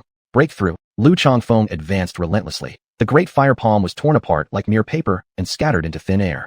Ghost Shadow Step. Continuing the attack, Lu Changfeng pursued Shi Yinji with his spear. Easterly wind shatters. Lu Changfeng thrust his spear forward at Shi Yinji. The thrusting motion was so swift it appeared as if there were dozens of spears at once. Damn it! Inferno flame. Leaping high into the air, Shi enveloped his fist in flames before launching a powerful punch. Boom. As the punch launched forth, waves of fire surged forward in a massive inferno. Lu Changfeng barely started retreating when, unfortunately, the speed of the flames was too fast. Bang! Lu Changfeng was blasted away by the wave of flames, and the force sent him flying. Looking down, Lu Changfeng nearly fell off the platform. He stopped abruptly, finally halting at the very edge of the battleground. Barely made it. Lu Changfeng exhaled in relief, as did everyone else on Mu Peak. This must end now. Grand Flame Palm. Before Lu Changfeng could recover, Shi Yinji's enormous flaming fist came rushing toward him. The distance was dangerously close, and escape was no longer possible. Boom. Lu Changfeng staggered backward, struck hard by the fiery palm strike, and sent crashing into the ground. Pu. Lu Changfeng rose slowly, covering his chest as he spat out a mouthful of blood. Damn it. From afar, his silver spear returned to his hand, and he was ready to strike back at Shi Yinji. Enough. You have already lost. Tong Litan placed his large hand on Lu Changfeng's shoulder, and instantly, an invisible pressure weighed down on him. Lu Changfeng cooled himself, then glared coldly at Shi Yinji on the platform and snorted. I told you, today's defeat means eternal defeat. You'll never surpass me again. Shi Yinji wore a mocking expression once more, looking as arrogant as ever. Yet, he himself wasn't faring much better. Pooh. He spat out a burst of blood, then collapsed onto the ground. Senior brother. Lu Changfeng's juniors from Mu Peak rushed to his side, their expressions full of concern. I'm sorry. I've brought shame to our peak. Lu Changfeng's face was filled with guilt. As the eldest disciple, he had failed to uphold the honor expected of him. It's all right. You've done your best. And there's still the revival match. Chu Qin spoke while injecting pure true energy into Lu Changfeng's body, purging the lingering malevolence within and stabilizing his turbulent energy. Then, under the eyes of the crowd, Lu Changfeng returned to Mu Peak, supported by Chu Chun and Yun Chun. With shame, Lu Changfeng bowed to Mu Hanbing. Master, I have brought you disgrace. For once, Mu Hanbing softened his usual icy demeanor and replied gently, no matter. You did your best. Then, Lu Changfeng sat down in a quiet corner to recover his strength. Finally, Chu Qin also draped an Uthwood battle robe over Lu Changfeng, making him look completely green from head to toe. Chapter 217, Golden Spirit Armor. Compared to Lu Changfeng, Shi Yinji fared far worse. He was carried back by someone from Yen Peak. Yen Peak's master, Zhao Qian, shot a glare toward Mu Peak, his eyes sharp and flashing, but although Shi Yinji's chest had been pierced through, he was still barely breathing. After all, they were cultivators. As long as there was still breath left, there was still a chance of survival. Such situations were common in these matches. Many had been crippled or had their cultivation destroyed.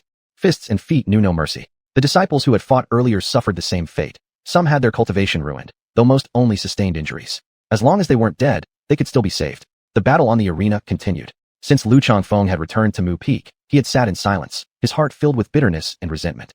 Firstly, as Mu Peak's senior disciple, he should have led the way in winning the matches, but instead, he had been eliminated. Secondly, it would have been bearable if he had lost to anyone else, but he had lost to Shi Yinji. Remembering how Shi Yinji had once used his own life to force his sister, Lu Qingyao, into becoming his Dao companion, the more he thought about it, the angrier he became.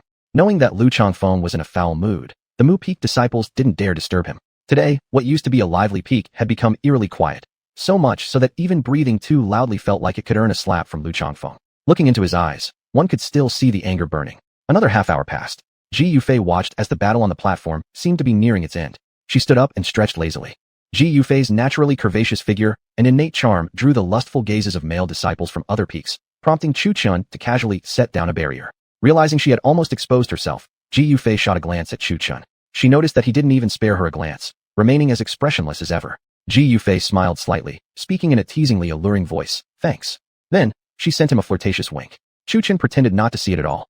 It didn't bother him not to look, but somehow his back suddenly felt a bit chilly. Mu Hanbing, Hu Meier, and Chu Lingyue all cast a glance his way, their eyes practically bursting into flames. Not only did Chu Chun feel cold, but Ji Yufei's back also felt icy. She offered Chu Lingyue an apologetic smile. However, she noticed that apart from Chu Lingyue, there were two others. Looking at Hu Meier, the latter glared at her, prompting Ji Yufei to cough awkwardly. This wasn't strange to her. After all, Hu Meier also had feelings for Chu Chun. What puzzled her was that Mu Hanbing, who stood beside Hu Meier, was also giving her a cold stare. This left Ji Yufei completely confused. What did this mean? Could it be that the master was also?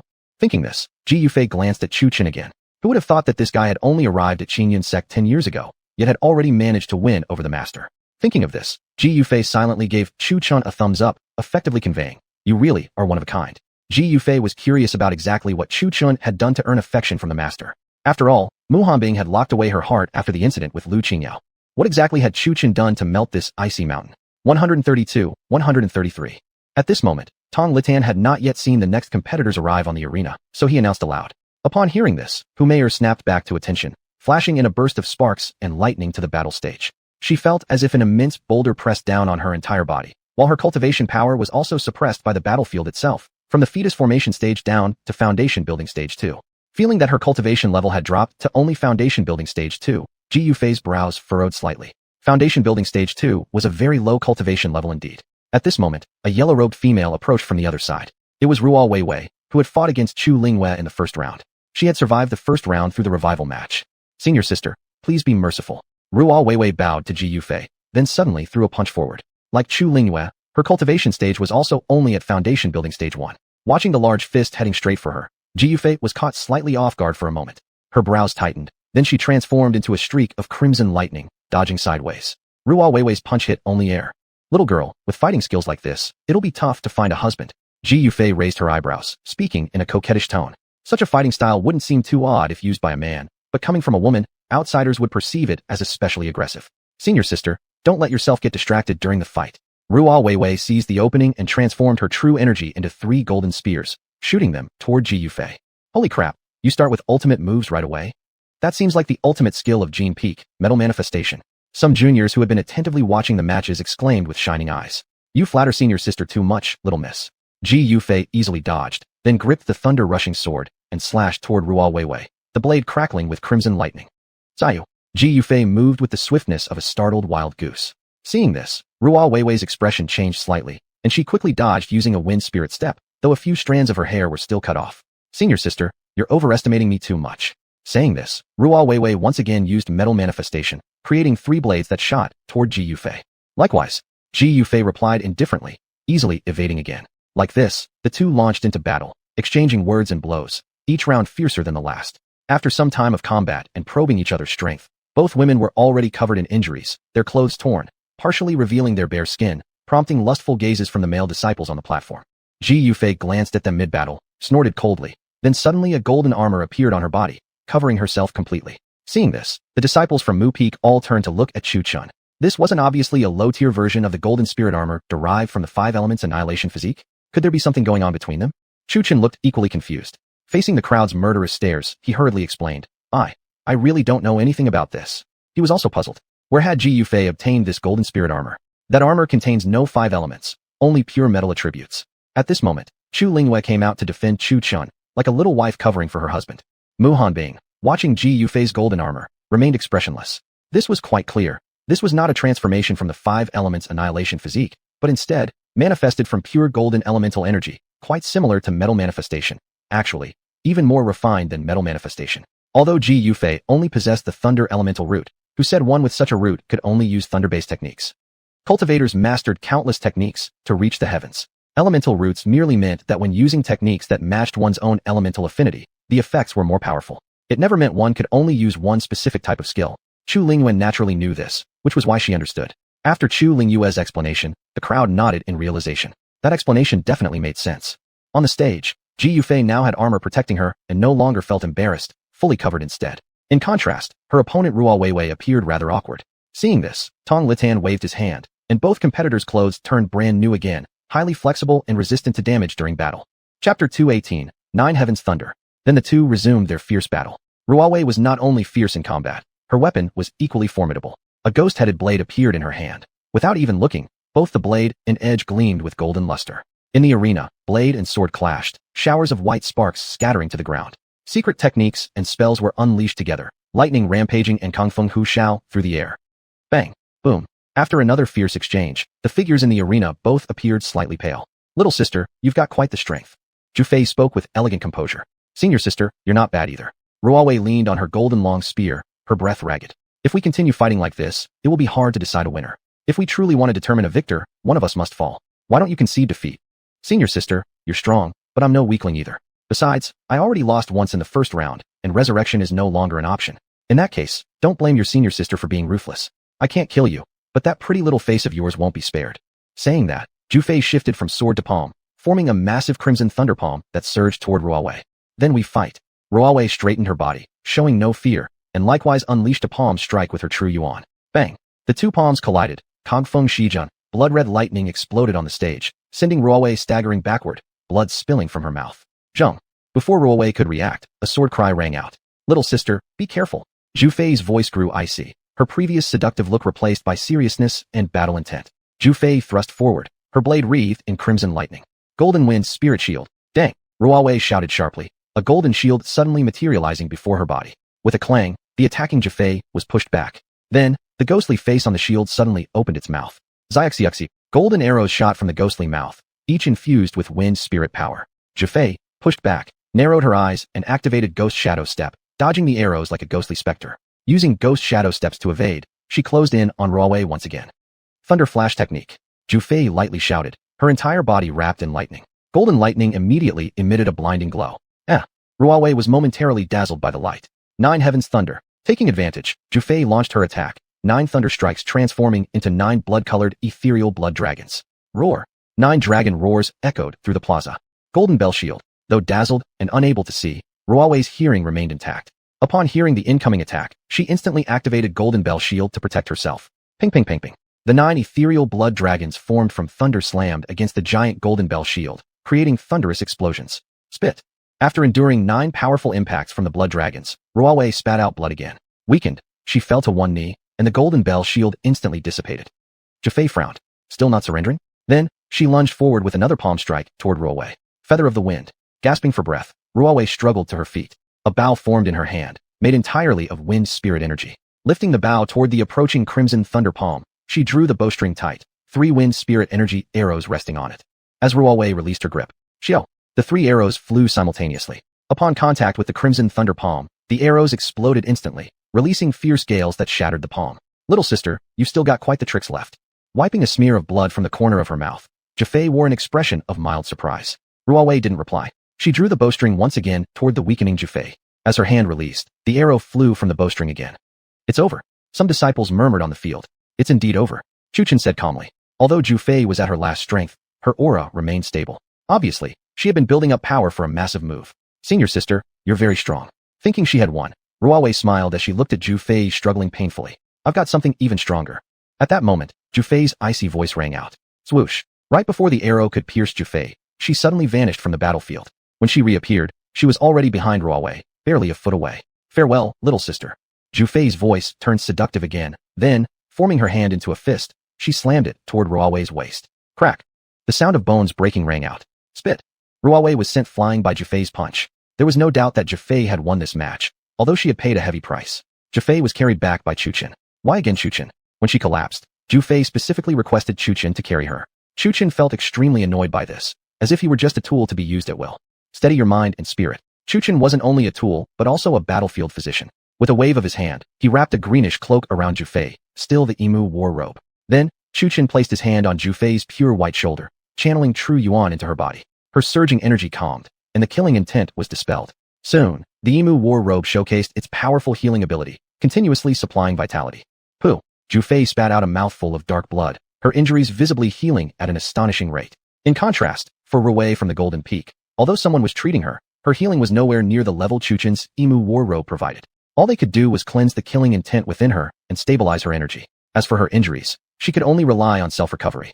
Shi Yinji from the Flame Peak was no different. After these 2 battles, the disciples couldn't help but click their tongues in astonishment. Wood Peak was just like Hidden Sword Peak. One didn't fight unless necessary, but once they did, the opponent would either be severely maimed or even half paralyzed. Previously, they had wished to draw opponents from Wood Peak, but now everyone prayed their future opponents absolutely wouldn't be from Hidden Sword Peak or Wood Peak.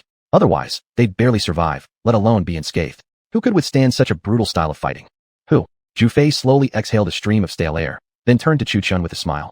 I won. The smile was harmless, but it sent a chill up Chuchen's spine, leaving him utterly bewildered. Out of so many people, why was she smiling at him? And just like that, in the middle of summer, Chuchen felt a chill run down his back. Realizing this place wasn't suitable for lingering, Chuchen glanced around before setting his gaze toward a forested area of Qingyun's sect, saying, I gotta pee. Gotta go take a leak. With that, he turned and ran off without looking back. Somehow, he just felt today was strange at Wood Peak. Better to hide away for a bit. However, what he didn't know was that after he left, 5 shadowy figures emerged from Hidden Sword Peak, Golden Peak, and Flame Peak, and quietly trailed behind Chuchen.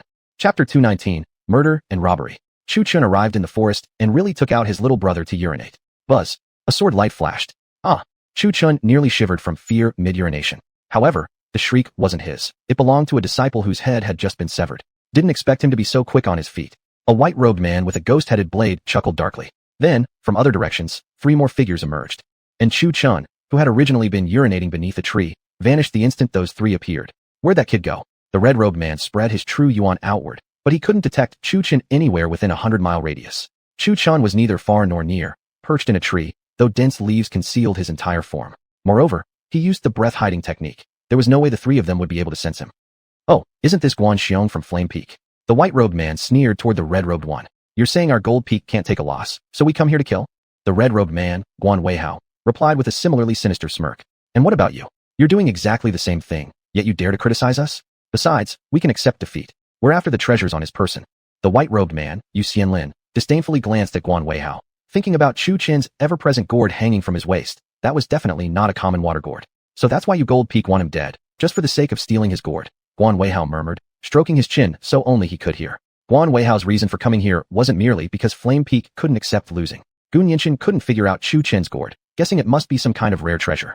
As Gun Yinshin's subordinate and a core formation cultivator at the 3rd stage, Guan Weihao was more than capable of dealing with Chu Chun, so the opportunity was seized. But he hadn't expected to run into disciples from Gold Peak. That complicated things. Even more unexpected was that Chu Chun had dodged an attack from a core formation expert, and not only dodged, but counterattacked and killed in an instant. This made Guan Weihao cautious. Chu Chun clearly wasn't as simple as he appeared. If he were, he couldn't have become Mo Hanbing's personal disciple. Everyone knew how difficult it was to even become a regular disciple under Mo Hanbing, let alone her favored one. Enough talk. We're all just doing what someone told us to do. Since our goals align, how about we team up? A 3rd man, dressed in silver robes, acted as a peacekeeper in the discussion. His name was Cao Cao. Needless to say, his name was as wild as his nature, probably the type to fancy married women. Guan Weihao recognized these two. They were apprentices under Lin Bing of Gold Peak. Although not a personal disciple, Lin Bing was the 2nd senior apprentice of Gold Peak, with an extremely rare and remarkable talent, incredible achievements, and had mastered the golden body transformation to the extreme. Team up fine. After deep thought, Guan Weihao finally agreed. One of his apprentices had just died under the hands of Chu Chun. That opponent had been at the same core formation stage, yet had been instantly killed by Chu Chen's sword. Guan hadn't even seen when Chu had drawn his sword. He had seriously underestimated Chu's strength.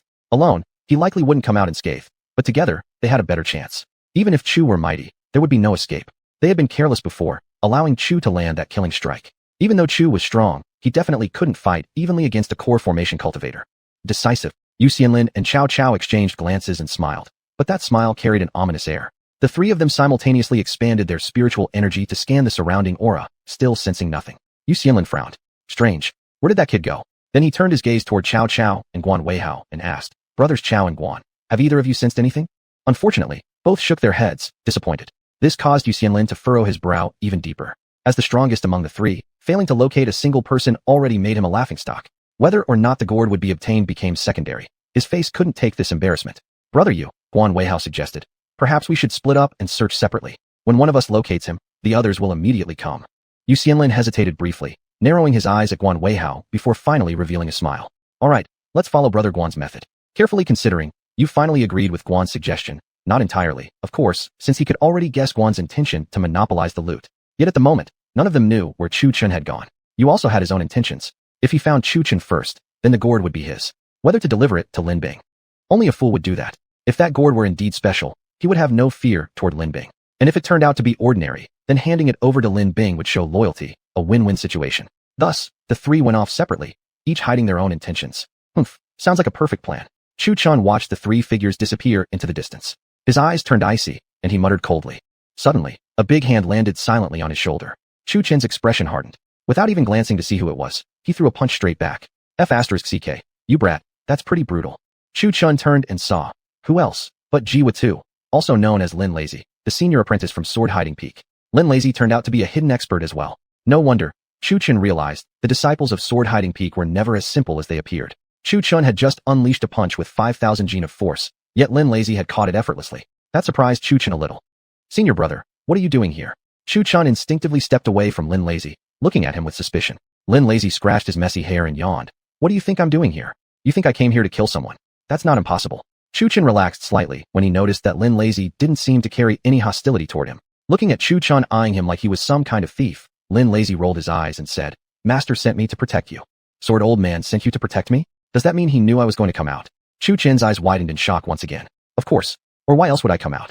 Lin Lazy gave him another eye roll, then suddenly vanished from sight and snatched the gourd hanging at Chu Chen's waist. Before Chu Chen could react, Lin Lazy was already turning the gourd upside down, trying to pour something out of it. The moment Chu Chen realized what was happening, his body tensed once more. Whatever, Lin Lazy muttered after trying in vain for so long to get a drop of wine out. He tossed the gourd back at Chu Chen like trash.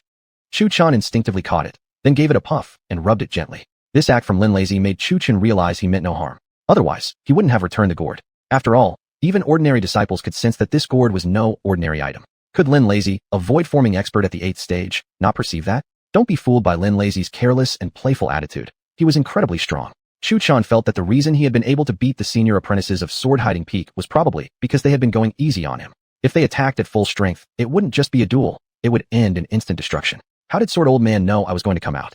Could it be that he can see the future? Chu Chen leaned closer to Lin Lazy like a curious child asking questions. Lin Lazy's gaze turned a bit distant, his usual joking manner briefly fading. He simply said, very strong. Lin Lazy looked at Chu Chen again and said, he knows so much more. What he taught you is less than a 10,000th of his knowledge. Upon hearing this, Chu Chen's eyes widened again. Then, he glanced toward Kai'er in his spiritual consciousness, and things finally clicked into place for him. Chapter 220, The Comedic Duo. Although Chu Chen had never actually seen Long Kai'er fight, the only time she did was in mocking, battling evil spirits using his own body temporarily. After that, he never saw her fight again. Not fighting didn't mean she was weak. He firmly believed that if Long Kai'er acted personally, she would be even stronger. It was likely related to some family secret or enemy that kept her from doing so. The techniques she had taught him were quite ordinary, lacking any powerful offensive abilities. Chu Chen couldn't help but wonder whether his family might come from the 9th heaven above. After all, someone capable of forging a sword from stars couldn't possibly be an ordinary person, either an immortal or even a god more powerful than immortals. However, while Chu Chen had heard of immortals, he had never heard mention of gods. Don't talk so much. Kid, what the hell are you doing here anyway? After a while, Lin Lazy casually put one hand on Chu Chen's shoulder, as if they were best buddies. I really need to pee. Tell the truth. I seriously need to pee. Chu Chen said with utmost sincerity, but unfortunately, Lin Lazy simply refused to believe him. Then, Lin Lazy pulled out his sword, breathed on the blade, and wiped it with his sleeve, saying indifferently, if you don't talk, I'll cut off your little brother. Don't worry, my sword is fast, there won't be any pain. As he spoke, Lin Lazy pointed the sword straight at Chu Chen's lower body, preparing to deliver the cut. No, let's talk. Chu Chen immediately jumped away, covering his crotch with both hands, looking terrified. Talk then. Lin Lazy withdrew the sword, then again exhaled and wiped it with his sleeve. The meaning was clear. Mess with me again, and I'll really do it. Senior brother, please don't spread word of what happens here. Considering Lin Lazy was part of their clan, Chu Chen revealed the truth, though he still held back a bit. Initially, when Chu Chen first arrived at the Qingyun Sex Plaza, the character Lin, within his body constantly guided him in this direction. Chu Chen guessed there must be one of the 9 sacred words somewhere in this forest, and he'd been waiting for the right moment to leave. Before, he was constantly forced to fight on stage, but now everyone was gathered at the plaza, offering a rare chance for him to unnoticedly sneak away and look for the treasure. He made up an excuse and left. However, unexpectedly, his Tiantian gourd was exposed, drawing pursuit from Jin Feng and Yin Feng. Even more surprisingly, Lin Lazy followed him as well. Fortunately, he was a family member. If he had been an outsider, Chu Chen would definitely not have been able to win. However, what Chu Chen told Lin Lazy was that there were people in this forest practicing yin-yang cultivation, and he was hurrying over to witness it. Lin Lazy unconditionally believed this, because Chu Chen had the fire-eye golden vision. If he wanted to, he could see 1,000 miles away. Plus, Chu Chen's acting skills weren't bad either. He had managed to fool Lin Lazy so completely that the lies nearly turned into truth, even making himself almost believe it too. Where? Lin Lazy was also quite eager to learn, looking at Chu Chen with bright eyes. Perhaps because he had lived too long without ever seeing such things. Watching his excited expression, Chu Chen looked somewhat annoyed, but, well, he'd finally managed to pull it off. There, Chu Chen randomly pointed in a direction. It was precisely the direction Yu Xianlin had gone exploring. Great. Then, just as Chu Chen was about to break away and go treasure hunting after Lin Lazy left, Lin dragged him along. Long Kai'er saw this and couldn't help but cover her mouth, stifling laughter. Well done, you dug a pit for yourself. Lunging through the forest, Lin Lazy held Chu Chen like a little chicken, dragging him along. Chu Chen's face was beyond furious. He didn't just look angry, he looked utterly hopeless. Clearly, this situation was already something he'd become accustomed to. Clearly, Lin Lazy wasn't as easy to fool as he'd thought. Clearly, Lin Lazy's loyalty to Jian Chongfeng's orders was unwavering. Dragging Chu Chen through the forest, Lin Lazy suddenly encountered someone ahead. Indeed, it was Yu Xianlin, the disciple of Jin Feng who had been chasing Chu Chen earlier. Hey, where's the naked beauty? Lin Lazy rushed forward in front of Yu Xianlin like an idiot, spouting a refined and elegant sentence like that. Maybe he had once been a mountain bandit. Chu Chen glanced sideways at this guy, feeling a bit ashamed, as if he didn't even want to admit knowing him. However, this wouldn't have been a big deal, except the tense Yu Xianlin was frightened to the point of nearly pissing himself. He was searching for Chu Chun and guarding against anyone else coming in this direction. Actually, he even expected someone to come. And wasn't that exactly the case with Lin Lazy in front of him? Looking at Lin Lazy's uniquely refined opening line, Yu Xianlin muttered internally, where the hell did this idiot come from? However, when he saw who Lin Lazy was holding in his hand, his eyes lit up. What a case of painstaking search with no results, only to find it without effort. The person he had been seeking was right here, in this idiot's hand. Too excited to sense Lin Lazy's cultivation level clearly, he gripped his sword and charged toward Lin Lazy. What are you doing? Where's the beauty? Lin Lazy effortlessly dodged aside, his steps graceful and fluid, so much that Chu Chun couldn't even see clearly. Everything seemed to spin, and suddenly he was 10 zhong away from Yu Xianlin, his head still feeling dizzy. Initially, he was quite surprised by Lin Lazy's footwork, but once he thought about how his senior was Jian Chongfeng, he understood immediately. The stepping technique Lin Lazy used was in no way inferior to the reverse dragon step. Both its speed and essence were quite impressive. Senior brother, what kind of step is that? So fast. Chu Chun, though being carried around, still opened his mouth to ask. Lin Lazy glanced sideways at him and said, "Want to learn it?" "Of course." Chu Chun nodded without hesitation. "Then call me Dad.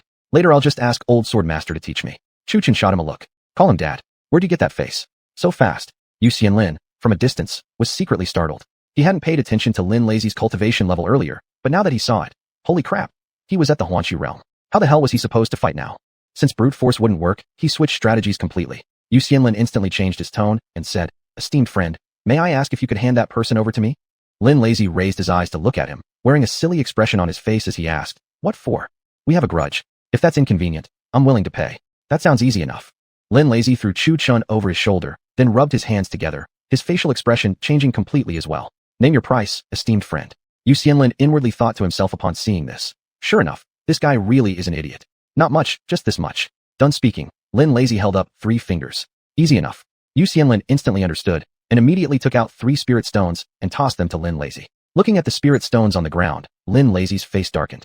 3 spirit stones? Do you actually think I'm an idiot? Yu Xianlin twitched his lips again and asked, "Then how much do you want, esteemed friend?" "Not much, 30 million. Lin Lazy's answer stunned everyone. "Old Lei, you're really going to sell me out?" Upon hearing this, Chu Chun immediately started struggling. Seems like this second senior brother wasn't that reliable after all. Why don't you just go rob a bank? Yu Xianlin flew into a rage instantly. Angry as he was, he didn't dare attack. Just say whether you're willing to pay or not. Eugene Feng disciples are all filthy rich anyway. 30 million spirit stones is nothing. Lin Lazy said indifferently, then reached over to lift Chu Chun's chin, as if teasing a young girl. Chu Chun immediately became furious and bit down hard on Lin Lazy's finger. "What the F***, are you a dog?" Lin Lazy shook his finger, nearly bitten through. Chapter 221. Calabash, I've eaten it. Chu Chun whistled casually, ignoring everything. Lin Lazy's face darkened dramatically. "Well then," he muttered, raising a single finger and unleashing his ultimate move. 1,000 years of death directly at Chu Chun. "Oh!" The shriek echoed through the sky. Chu Chun's face turned pitch black. "Are you freaking out of your mind?" Afterward, Lin Lazy mimicked Chu Chun's earlier expression and whistled away, pretending nothing happened. Chu Chun's earlier scream, however, had drawn the attention of the other 3 people who were still searching within the woods. They were on their way now. Yu Xianlin's face changed slightly. He gritted his teeth and threw out a storage bag. 3 million, fine. Just hand him over to me. Lin Lazy caught the bag, looked inside, and saw piles of stones glowing blue. He quickly sealed the bag away.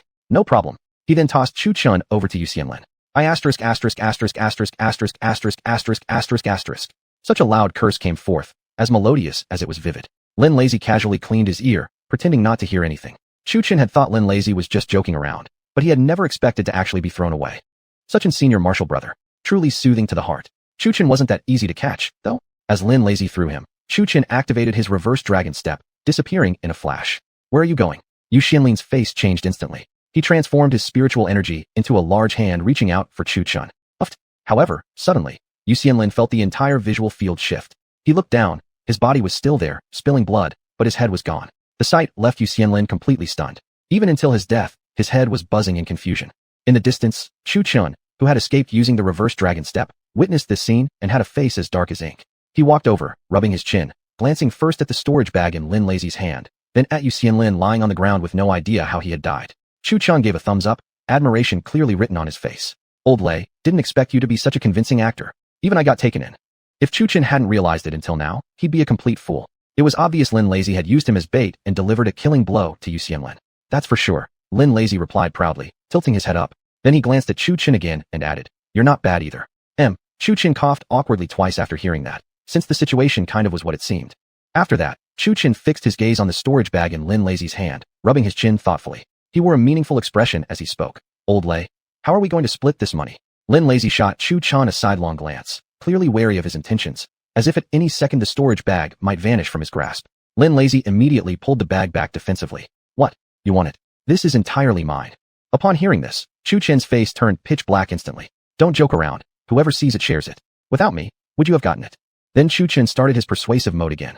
Listen, Old Lei, let me be honest with you. The reason I'm here is for treasure hunting. Definitely a real treasure. I have a special treasure-seeking method. Let's split the treasure 50-50 when we find it. Deal. Lin Lazy looked at Chu Chen and then at the storage bag in his hand. Is that true? Chu Chen inwardly grinned. Hooked. As true as a pearl in an oyster. Otherwise, did you really think I came out just to look at pretty girls? After hearing all of that, Lin Lazy looked at Chu Chen suspiciously, but, considering Chu Chen's words, they indeed made some sense. After thinking it over with the logic of a Conan-like deduction, he believed Chu Chen was right. Otherwise, why would Chu Chen take this opportunity during the Interpeaks competition, obviously hoping for a chance when the elders and the sect leader were absent? From this perspective, that treasure was certainly something precious. Then Lin Lazy took out the storage bag, poured its contents onto the ground, a shining pile of spirit stones, and said to Chu Chen, 3 million spirit stones, half for you and half for me. Deal. Deal. Chu Chen agreed without hesitation. He took out the Tian calabash. Suck. Immediately, the pile of shining spirit stones was sucked into the Tian calabash, an act that caught Lin Lazy's surprised gaze as he stared at the calabash. Old Six, let's talk about something. What is it? As Chu Chen spoke, he hung the Tian calabash back on his waist. Lin Lazy pointed at the calabash on Chu Chen's waist. How about you lend me your calabash for a couple of days? You think I won't return it? I will. Lin Lazy nodded familiar. Ly. No way. What? Lin Lazy felt a strong impulse to drag Chu Chen out for a good fight. Old Sixth, the way you speak really makes you an easy target for a beating. Lin Lazy said meaningfully. Please. Chu Chen secured the calabash tighter on his waist, just to make sure nobody stole it carelessly. Yet, still not feeling safe enough, Chu Chen stuffed the calabash into his shirt, and suddenly, the calabash disappeared. This sight stunned Lin Lazy completely. Old Sixth, where did your calabash go? Lin Lazy looked at Chu Chen in confusion. His belly hadn't bulged. Clearly it wasn't hidden beneath his clothes, so it must be stored in some spatial pocket within his body. This realization left Lin Lazy completely stunned. This junior brother truly was full of hidden surprises. The calabash. I've eaten it. Chu Chen's response was refreshingly unique. After hearing that, Lin Lazy's face turned pitch black again. He leaned close to Chu Chen and pointed at his own face, asking, look at this. Chu Chen, equally puzzled, glanced over and saw nothing special, just the usual lewd expression. What's up? Do I look like an idiot to you? Yep. Old Sixth, there's something I've wanted to say to you for a long time. Go ahead. I want to pin you to the ground and beat you up. Don't mess around. You can't beat me. Upon hearing that, Lin Lazy immediately became boo-foo cheap. What do you mean I can't beat you? Wait till I hit you with a right spinning kick and a left-right combo, so hard your mom wouldn't recognize you. Look, there's a naked beauty over there. Chu Chen's acting skills shot through the roof again as he suddenly came alive and pointed behind Lin Lazy. Where? Upon hearing that, Lin Lazy's spirit instantly perked up. He stopped arguing with Chu Chen. Looking at beauties came first. However, the moment he turned around, he found absolutely nothing behind him, just an empty, vast space. At that very moment, Chu Chen instantly activated the reverse dragon step and fled. Given his senior brother's unstable mental state, keeping some distance was better to avoid catching the madness. Hey, you little hey, where'd he go? When Lin Lazy turned back again, Chu Chen had vanished into thin air. Damn it, you old Sixth. Lin Lazy immediately got angry and used the starlight step passed down by Jian Changfeng to chase after him. Soon enough, two dark shadows darted like fish through the forest, one chasing the other, in a rather romantic manner. Eventually, Chu Chen was dragged back by Lin Lazy. Why'd you run off? Lin Lazy's face darkened. He gasped for breath heavily. I really had to pee. Hey, watch me land 1,000 years of death on you. Ugh. The two troublemakers resumed their playful antics again in the woods. What a pair of talents. This came from Long Kaier, who watched the two fools bicker back and forth. It was actually quite entertaining. Whoever raised Chu Chen to be this way must have been some kind of idiot. Achoo. Long Kaier sneezed, and at the exact same time, Jian Changfeng, who was napping in the audience, also sneezed. Afterward, both of them gave themselves a perfect excuse. Too hot. Caught a chill. Chapter 222 The Old Demon of Black Mountain. Follow me, bro. I'll take you to seek treasure. The two finally quieted down, with Chu Chen leading the way. This time, he truly took the right path. The call of the character, lean, within his body grew more urgent, clearly indicating that the source was nearby. Lin Lazy was indeed someone special. He really followed Chu Chen all the way here, curious about what kind of treasure could possibly interest Chu Chen so much, even going so far as to send away the elders and the sect leader of Qingyan sect. Once again, Chu Chen came to a stop at an open space within the woods. This is it. Chu Chen spoke confidently. Lin Lazy's face darkened. This place was empty, not only devoid of any treasure, but not even a single hair could be found. Are you messing with me? Lin Lazy clenched his fists until they cracked, wanting to give Chu Chen a taste of his ultimate love-based ultimate secret technique, the Millennium Kill. Patience, just watch me. Chu Chen didn't even seem the slightest bit flustered by Lin Lazy's threat. He knew there was something here, though not on the surface, beneath it. Closing his eyes, Chu Chun reached out with his spirit as his vision, his aura spreading outward. He could see a dilapidated, abandoned palace buried underground, clearly sealed away for quite some years. What is it? Lin Lazy asked as he saw Chu Chun open his eyes. Underground. Chu Chun pointed to the ground beneath them as he spoke calmly. I think I should give you a good millennium kill instead. Lin Lazy was unconvinced. Underground? How could you even see that? Don't doubt me. It really is underground. Chu Chun replied, his expression turning somewhat serious. Seeing that, Lin Lazy eyed him suspiciously again before asking, how do we get down there? Can you dig underground? Chu Chun asked. You saying you can? Lin Lazy glanced at Chu Chun with suspicion. Then you can just stay up here on lookout. Without further explanation, Chu Chun activated the earth diving technique and vanished beneath the ground. Oomph, you bastard. Am I just your tool here? Lin Lazy's face darkened beyond normal levels. Receiving no response from Chu Chun, he threw himself down to the ground and started tapping the surface. Bro 6, can you hear me? However, after a long silence, there was still no response from Chu Chun. Lin Lazy suddenly felt a surge of urgency in his bladder. Now what? A full-grown man just vanished into thin air like this. Going back would surely earn him a gender-mixed, double-person assault combo. With that thought, Lin Lazy shouted again. Bro 6, bro 6. If you hear me, type 1. If not, rupture your eardrums. Demon. Actually, a voice did rise from below the ground. But because the underground palace was too large, the sound that reached above was far from clear. Okay, still alive then. Lin Lazy breathed a sigh of relief, then found a stone to lie down beside. When he stabilized himself, Chu Chun had already arrived inside the underground palace. This place was broken and crumbling, long since corroded into ruins, though there were still some structures remaining. Dragon Fist. A shout rang out from inside the palace, followed by a thunderous roar. What the hell? Where did old Lei go? Chu Chun's face was anything but pleasant to look at, particularly as behind him was a pitch-black creature. It looked like a monkey, but its entire body was covered in jet-black fur, its face monstrous and grotesque, with white powder on its face. Though it seemed like powder, it was actually just the color of its skin. Roar. The monster swung a paw at Chu Chun, who barely managed to leap away in time using the reverse dragon step. He held the Dragon Emperor's sword in his hand. His entire body, however, was already covered in scars and wounds, bloodied and mangled. The guy was truly unlucky, landed directly at the monster's weak spot. By sheer coincidence, as soon as Chu Chun dove underground, he landed directly on top of the Black Mountain Demon, who had been sleeping peacefully until he was rudely awakened, and consequently beaten mercilessly. If not for his ancient dragon body, he would have likely perished after just 2 hits. And the reason why he didn't teach Lin Lazy the earth diving method was because Chu Chun assumed he already knew. It was originally passed down to Lin by Long Kaier, and wasn't even that complicated a technique.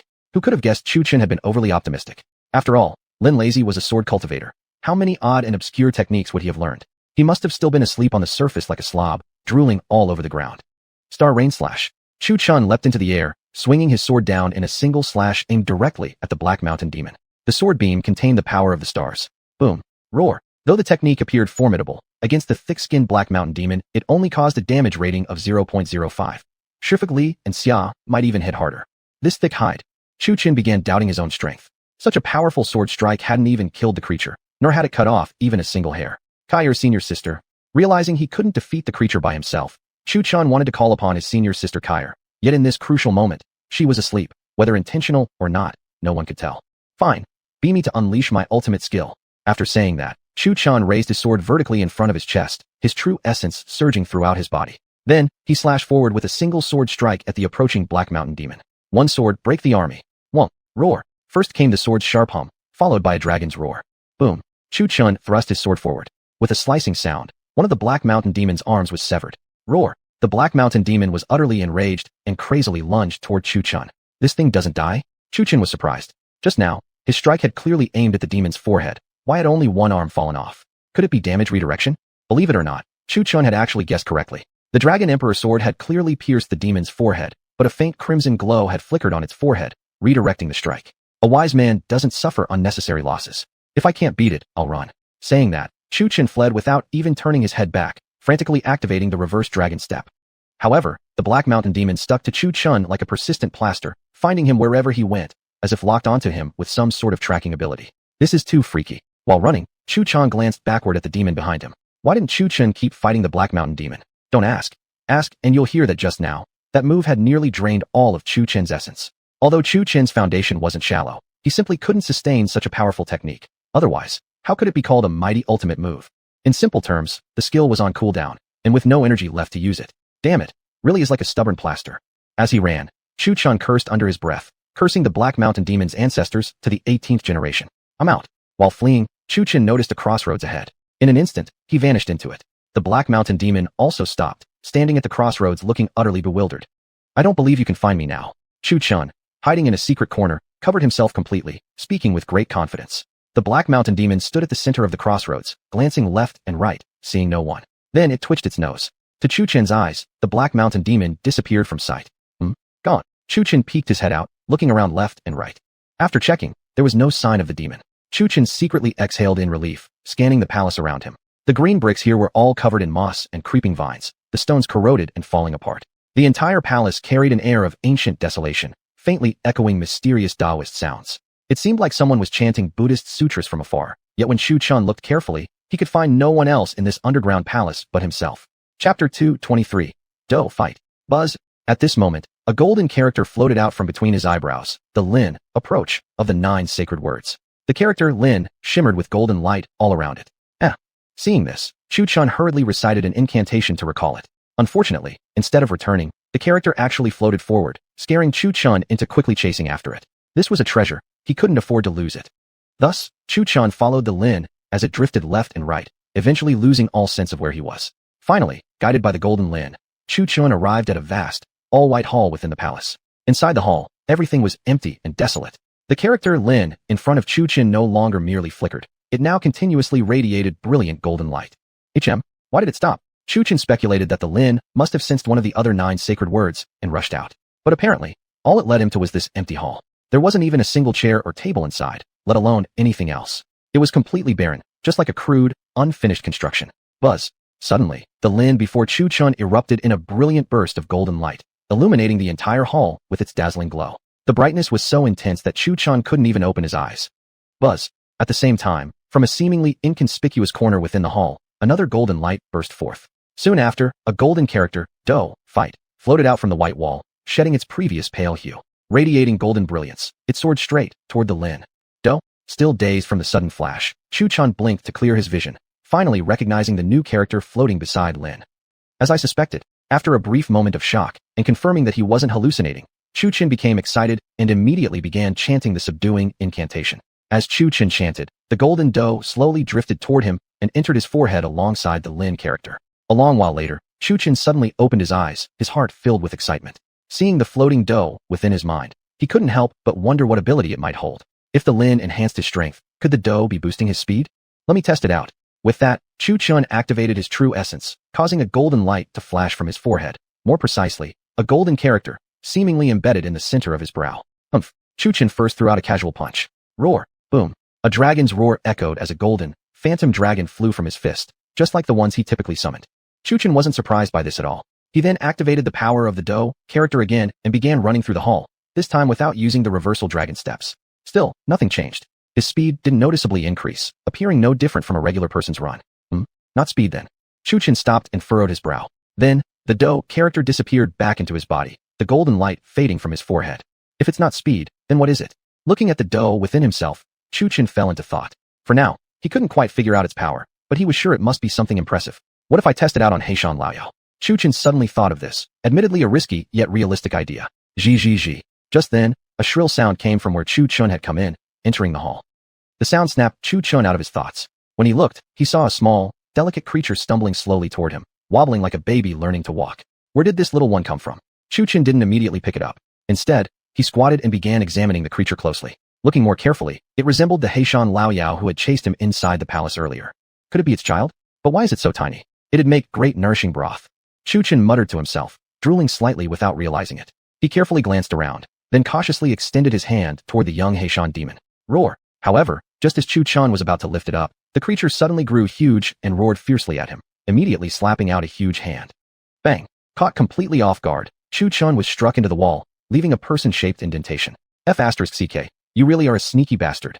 Rubbing his head, Chu Chun looked up, stunned at how the tiny creature had instantly transformed into this giant. The little Heishan was no longer present. It was just Heishan Laoyao disguising himself. At this point, Chu Chun's face was pitch black with fury. Who could have imagined that the monster could play tricks like this?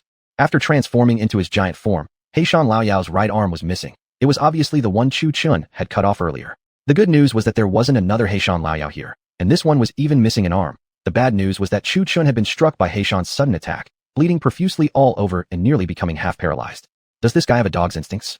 How did he find me here? Could it be that Kair's breath hiding technique was fake?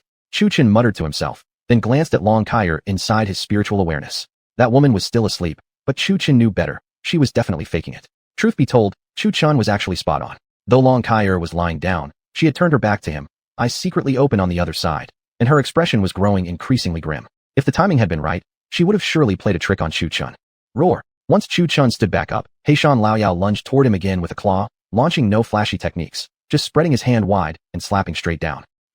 King Hell. Still, the power behind the strike was enormous. Seeing this, Chu Chen's expression changed, and he immediately activated the reversal dragon steps to create distance. Then, he threw out a punch, an ordinary dragon fist. Because of his cultivation of the primordial dragon god manual, each of Chu Chen's regular attacks turned into dragon fists. After all, this was the body of an ancient dragon god. Roar. Just like always, a golden phantom dragon roared and burst forth, carrying immense might. Boom. Though Heishan Laoyao lacked refined techniques, he swiped his palm and shattered the golden dragon into nothingness. Dragon Palm Strike. Chu Chen shifted from palm to claw, sweeping a sky-obscuring wave downward toward Heishan Laoyao's crown. Pum. Despite the intimidating appearance of the move, the damage was barely 0.05. Nowhere near enough to scratch Heishan Laoyao, barely even a tickle.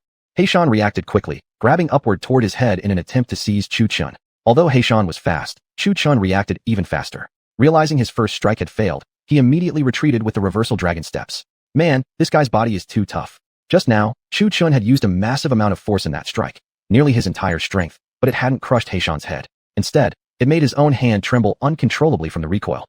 Now, Chu Chen was at an impasse. He wanted to use the longevity sword technique again, but unfortunately, that previous sword strike had nearly drained all his true essence. Even with the Dragon Sound Pearl enhancing his Dragon Sound Spirit Root, his energy reserves weren't refilling that quickly. His chi reservoir was just too vast, as if holding an endless ocean. And every time he cultivated his true essence, it had to be compressed and refined. How could it possibly recover that fast?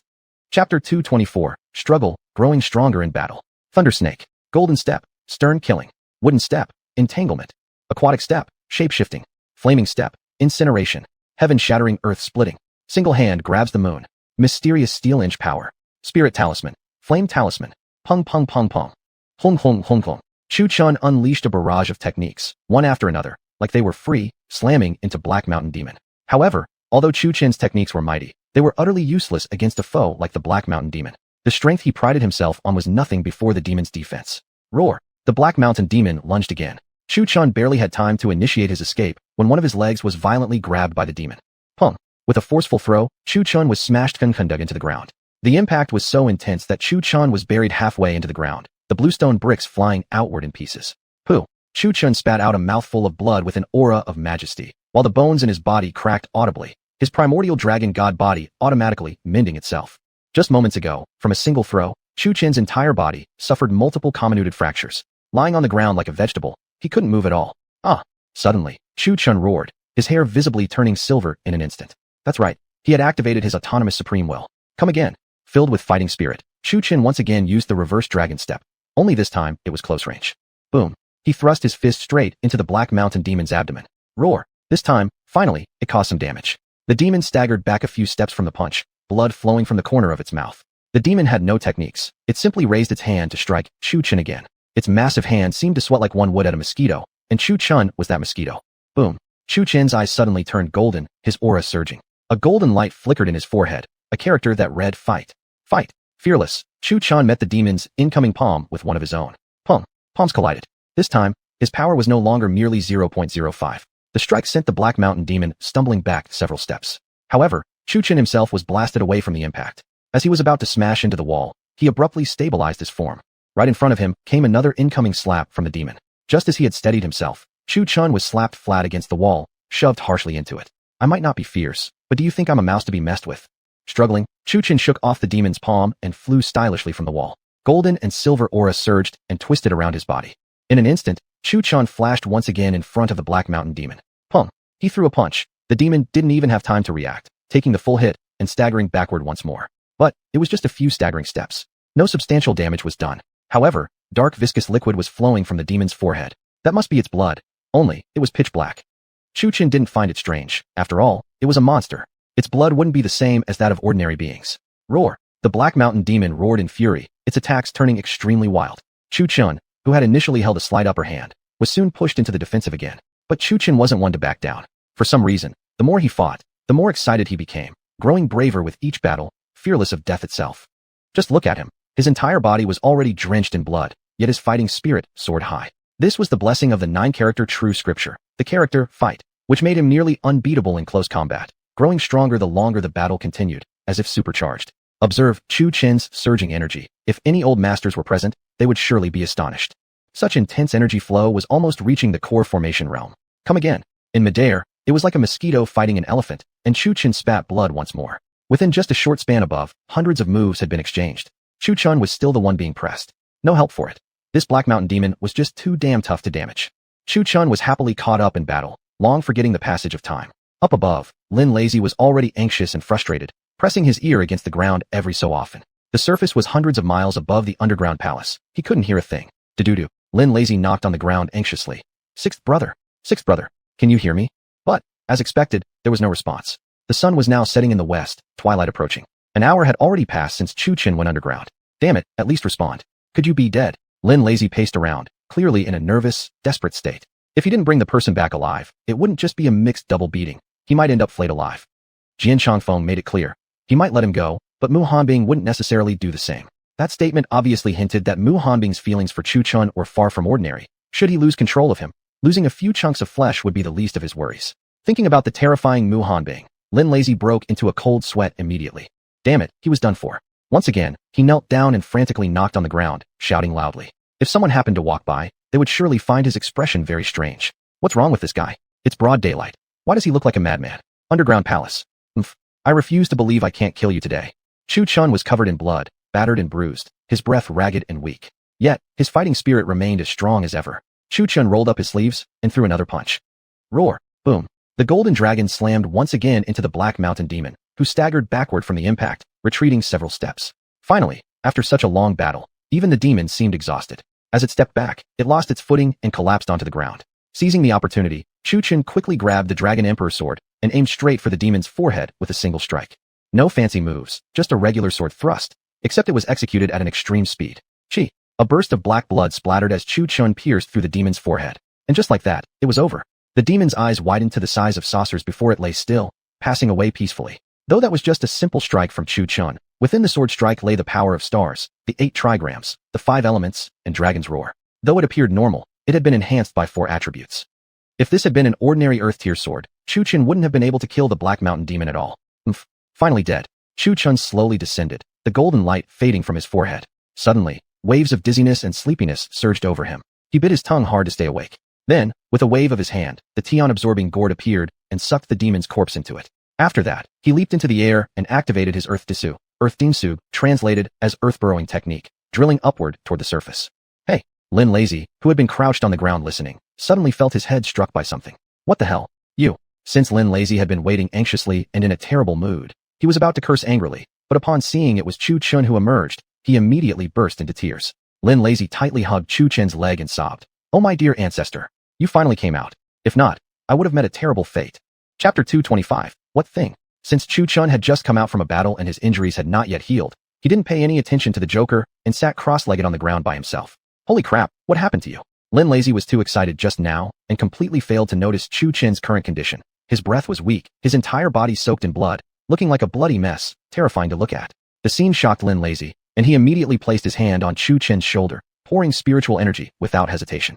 After some rest, Chu Chen, who had been pale, began to regain some color in his face, and his injuries were slowly healing visibly. Seeing this, Lin Lazy finally exhaled in relief. After a long silence, Chu Chen exhaled a breath of stale air.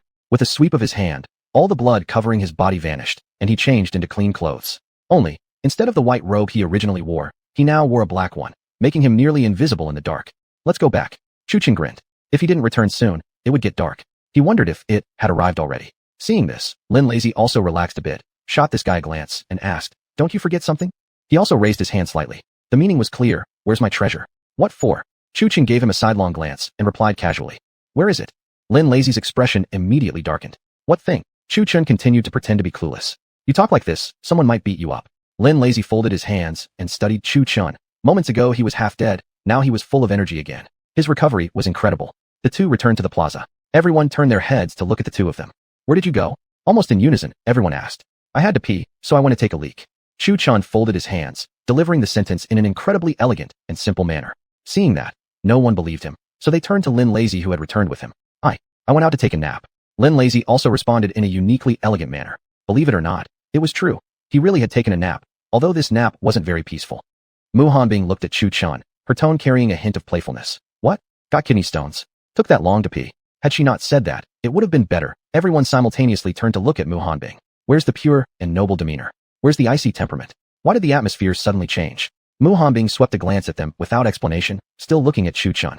Well, after finishing the small one, the big one came all of a sudden. Chu Chun said without a hint of embarrassment. Next to him, Lin Lazy glanced sideways. This guy's acting skills were really amazing. He lied without even drafting a script. Everyone frowned disbelievingly, but, seeing that he wasn't going to tell the truth, stopped prying and turned back to looking at the battlefield.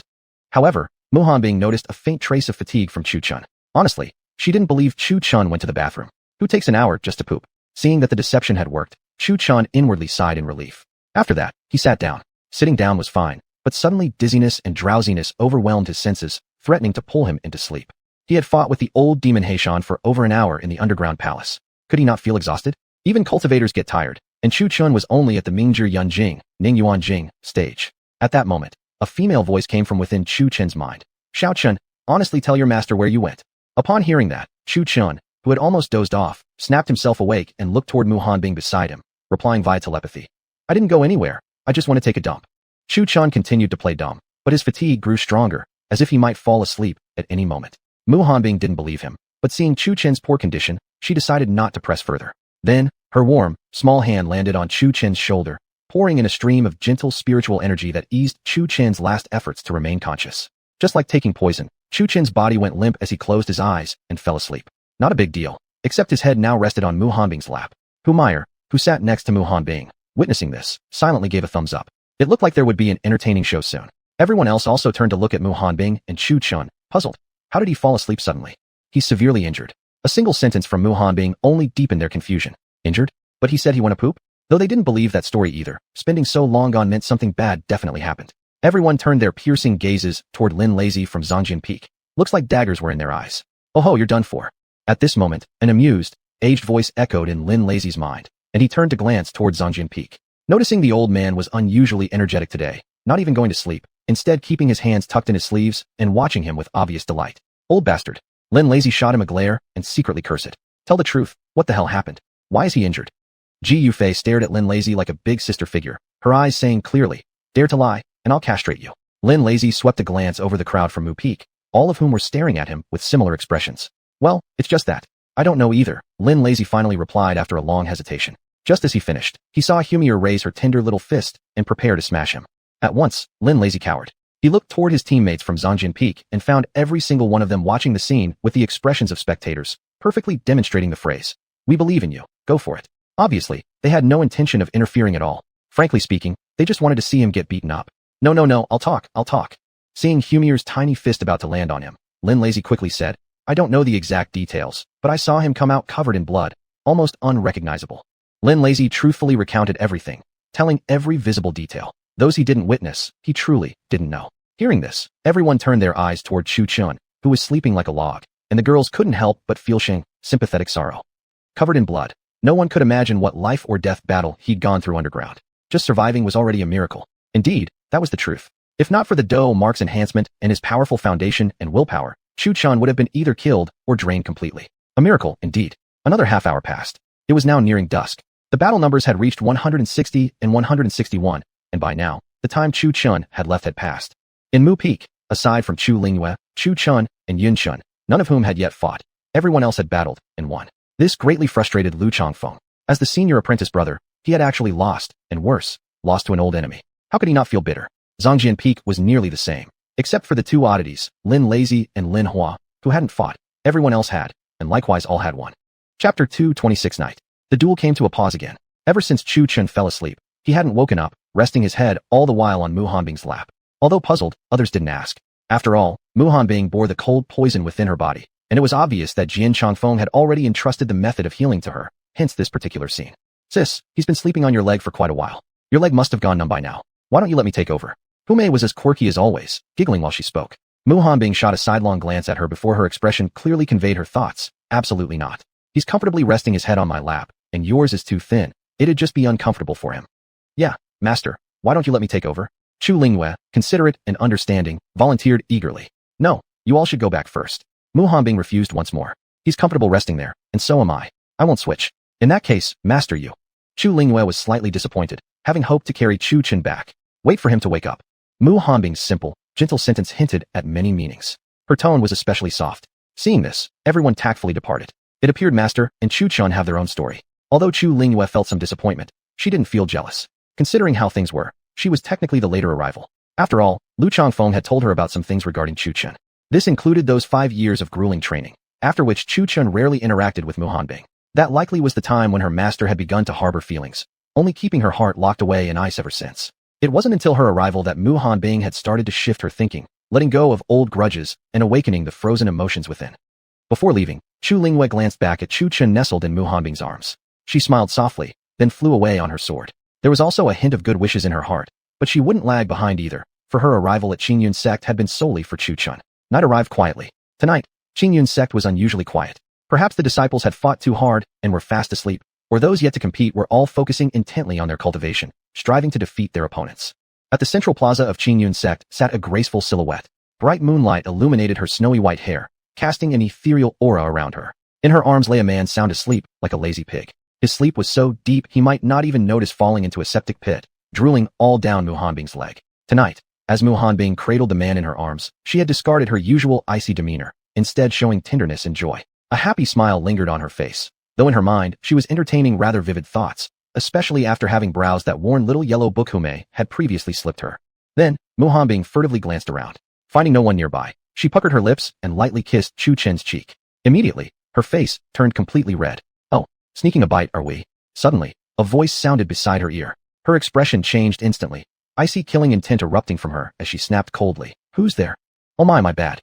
Oops, a shadow figure appeared, a woman covering her face and directly plopping down beside Mu Hanbing. 2 fox ears atop her head twitched adorably. How did you get here?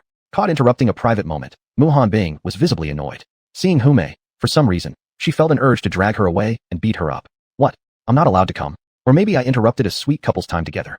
Hume smirked meaningfully. Then, staring at Chu Chen's handsome face, she licked her lips like a lovesick girl. Seeing this, Mu Hanbing bent over protectively and pulled Chu Chen closer, giving Hume a suspicious stare. I'm warning you, don't you dare try anything funny. The way Mu Hanbing acted, so possessive, somehow seemed rather cute, causing Hume to chuckle. You're the one to talk? I saw what you did just now. Hume chimed in teasingly, watching Mu Hanbing's face instantly burn red again. Though talking, Hume's hands weren't idle either, already wandering all over Chu Chen's body. Don't wake him up, or I'll punch you. At this moment, Mu Hanbing really resembled a love-struck little girl, threateningly raising her delicate, pink fist. Oh ho ho, not even acknowledged yet, and you're already taking sides. Hume laughed again, her expression exuding an even more alluring charm. The two continued chatting back and forth, though not a single word of their conversation was remotely serious.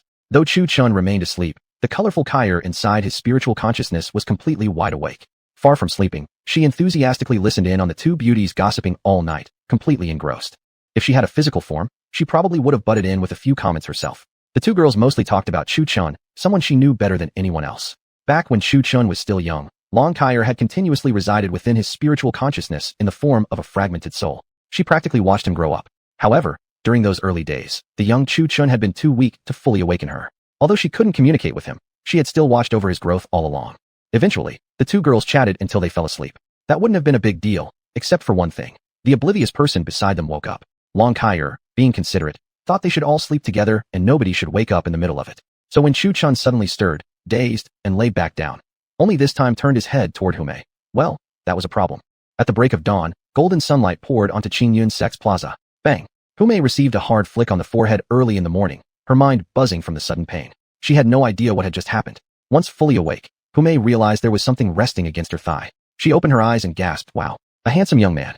She glanced at Mu Hanbing beside her, whose beautiful eyes were flickering with angry flames. What's going on?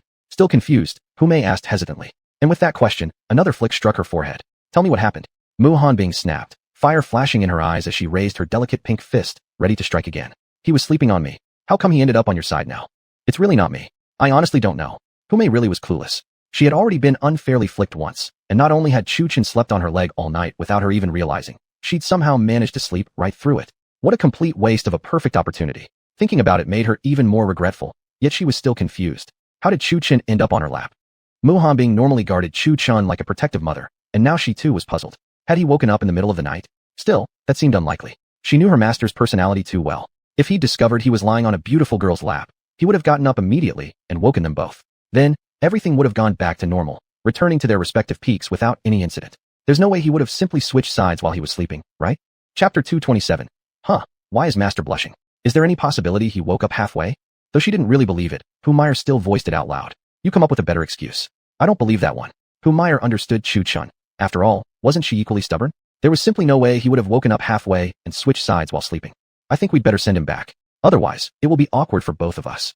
As Humiliation spoke, she glanced toward Chu Chun, who seemed like he might be waking up. After all, it was already daylight. After sleeping so long, could he not wake up? Upon hearing this, Humiliation looked at Chu Chun, and then thought about her secret kiss from the previous night. Her face flushed bright red in an instant. I believe your suggestion is wise. Without further delay, Humiliation picked up Chu Chun and flew extremely fast toward Qingzhou residence. All the way there, she was full of anxiety, fearing that Chu Chun might wake up, which would make the situation extraordinarily awkward. Luckily, Chu Chun continued to sleep like a log. Upon arrival, the two quickly moved the little boy who was sleeping on the bed. Startled in his sleep, Xiaobai let out a protesting howl, causing both women to panic and hurriedly cover his mouth. Eventually, after settling Chu Chun down properly, Humiliation sped off to Wood Peak, while Humiliation entered her wooden hut, acting as though nothing had happened. Indeed, nothing really had. Although the matter was small, the two handled it like common thieves. Cock-a-doodle-doo. Finally, a rooster's crow broke the morning silence, and Chu Chun slowly opened his eyes, stretching his neck, which was incredibly sore. Chu Chun glanced at his bed. It seemed fine, so why was his neck hurting so badly? A woo-woo. Then he noticed Xiaobai, bound tightly to the bed with a chicken leg stuffed in his mouth. The fuzzy little creature now resembled a round, snowy ball tied up with ropes. What? Who was so cruel to tie you up like this? Chu Chun quickly untied the ropes binding Xiaobai. After being freed, Xiaobai neither cried nor made a fuss, instead happily gnawing at the chicken leg that had been stuck in his mouth. Amused, Chu Chun gave Xiaobai a pat on the head, which the little one clearly enjoyed. How did I get back here anyway? Recalling the previous day, Chu Chun remembered falling asleep. Then who brought him back? Considering his own good looks, Chu Chun immediately checked his clothes for any disorder. Thankfully, nothing was messy. Otherwise, it would have been quite concerning. While his clothing remained untouched, he had no idea how many times his face had been kissed in the night. The intermountain competition continued. Chu Chun called for Humiliation to wake up. Little did he know that this woman had barely slept all night. Though Humiliation had returned to Wood Peak, when it came to her turn, Humiliation arrived without rest and didn't sleep at all. She had been constantly running into Qingzhou residence. What she was doing there was unknown, though the tight bindings around Xiaobai could give a clue. Perhaps Humiliation hadn't really fallen asleep at all, because when Chu Chun called her, she got up immediately. Together, the two of them made their way to Wood Peak once again, where the crowd had gathered as before. However, when Humiliation saw Chu Chun's clueless expression, her mind involuntarily returned to the stolen kiss from the previous night. Although she tried to maintain her icy demeanor, she couldn't hide the slight flush on her face. Why is Master blushing? Ji Yufei, observing Humiliation and recalling the sight from yesterday of her holding Chu Chun, asked with obvious interest. At her exclamation, everyone turned their gazes toward Humiliation, which made her quite uncomfortable, and she shot Ji Yufei a glare. Then she glanced at Chu Chun again and noticed his dazed expression, still looking clueless, almost cute in his confusion. Let's go. With a simple command, Humiliation summoned her 5-element sword and flew directly to the Qingyun Sect Plaza, taking someone with her as she left. Naturally, it was the little fox girl. Considering that this chatterbox might talk too much, it was better to take her along, safer that way. Is she acting a bit strange today? After Humiliation left, Chu Chun looked confusedly at the others and asked. Yet, everyone's expressions upon looking at him were all subtly filled with meaning. By the time they arrived, the Qingyun Sect Plaza was already packed, buzzing with unusual liveliness, as if everyone had either eaten crap or had taken some kind of stimulant. Today wasn't only strange for one person. Chang Jianpeak, known for often being late, had arrived early. Master Jian Changfeng found this even more interesting. Seeing Humiliation land, he wore a knowingly amused expression, before sending a voice transmission into Humiliation's mind. So, how did it go? Jian Changfeng might have said nothing otherwise, but just this question brought another blush to Humiliation's face, leaving her visibly embarrassed. She sent back through voice transmission, Master, please do not tease me. Upon hearing this, Jian Changfeng gave a little sneer. Since she refused to speak, he had no intention of prying further, but judging from Humiliation's shy expression alone, it was clear enough. Something had indeed progressed.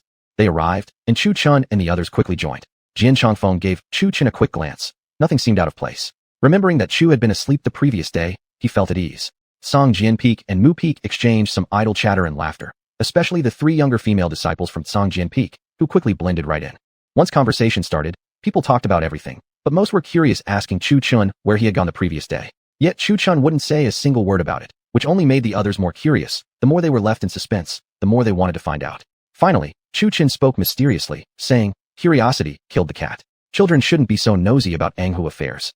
Upon hearing this, everyone threw Chu Chun a disapproving glare. Today, Chu Lingyue was also unusually enthusiastic. Instead of chatting with her disciples, she went to talk with Mu Hanbing, and once they started talking, it seemed impossible to stop. This left Mu Hanbing no choice but to put on a veil. Could she not wear it otherwise? Her face had already turned completely red from the embarrassing words from Chu Lingyue and Hu Meyer. Without a veil, her reputation as a cold and pure cultivator would suffer, though the real reason was that she feared Chu Chun would find out she was the kind of person who secretly enjoyed those primitive little stories.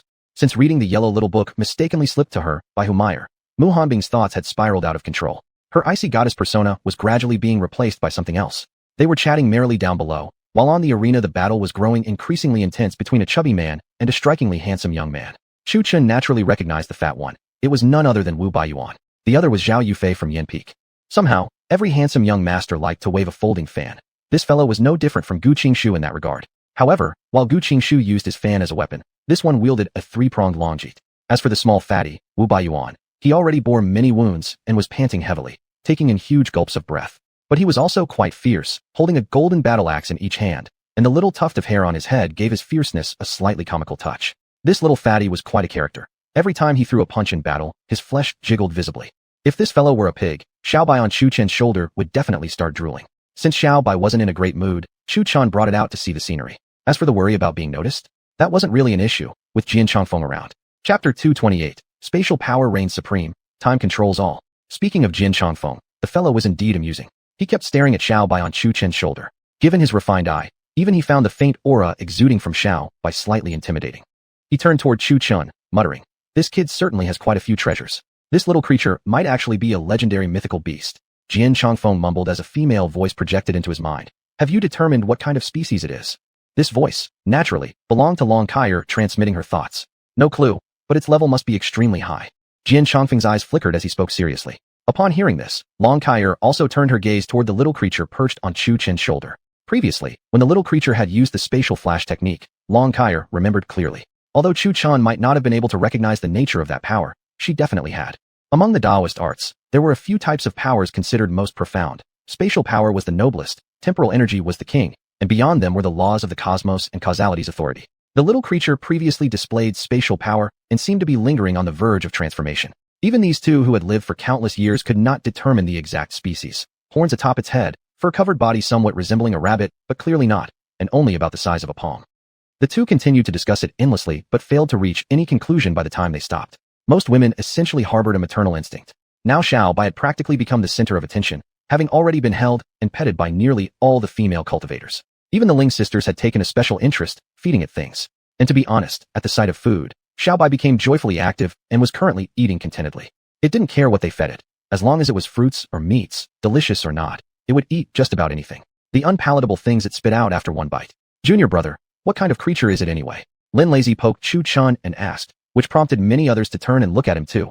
Also very curious, they had never seen such a species before.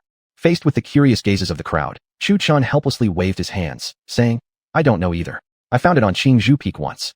Meng Yao looked at Xiao Bai with a puzzled expression. Before Chu Chun arrived, she had visited Qingzhou Peak many times for scenery, never once seeing this kind of creature. Though strange, she didn't ask further. After all, she only went there occasionally to enjoy the scenery, not to dig the earth 3 feet deep. It would have been strange if she had discovered anything. Chu Chun himself didn't know either, so now, everyone who had been happily playing with Xiao Bai suddenly changed expressions, all staring at Xiao Bai with intense curiosity.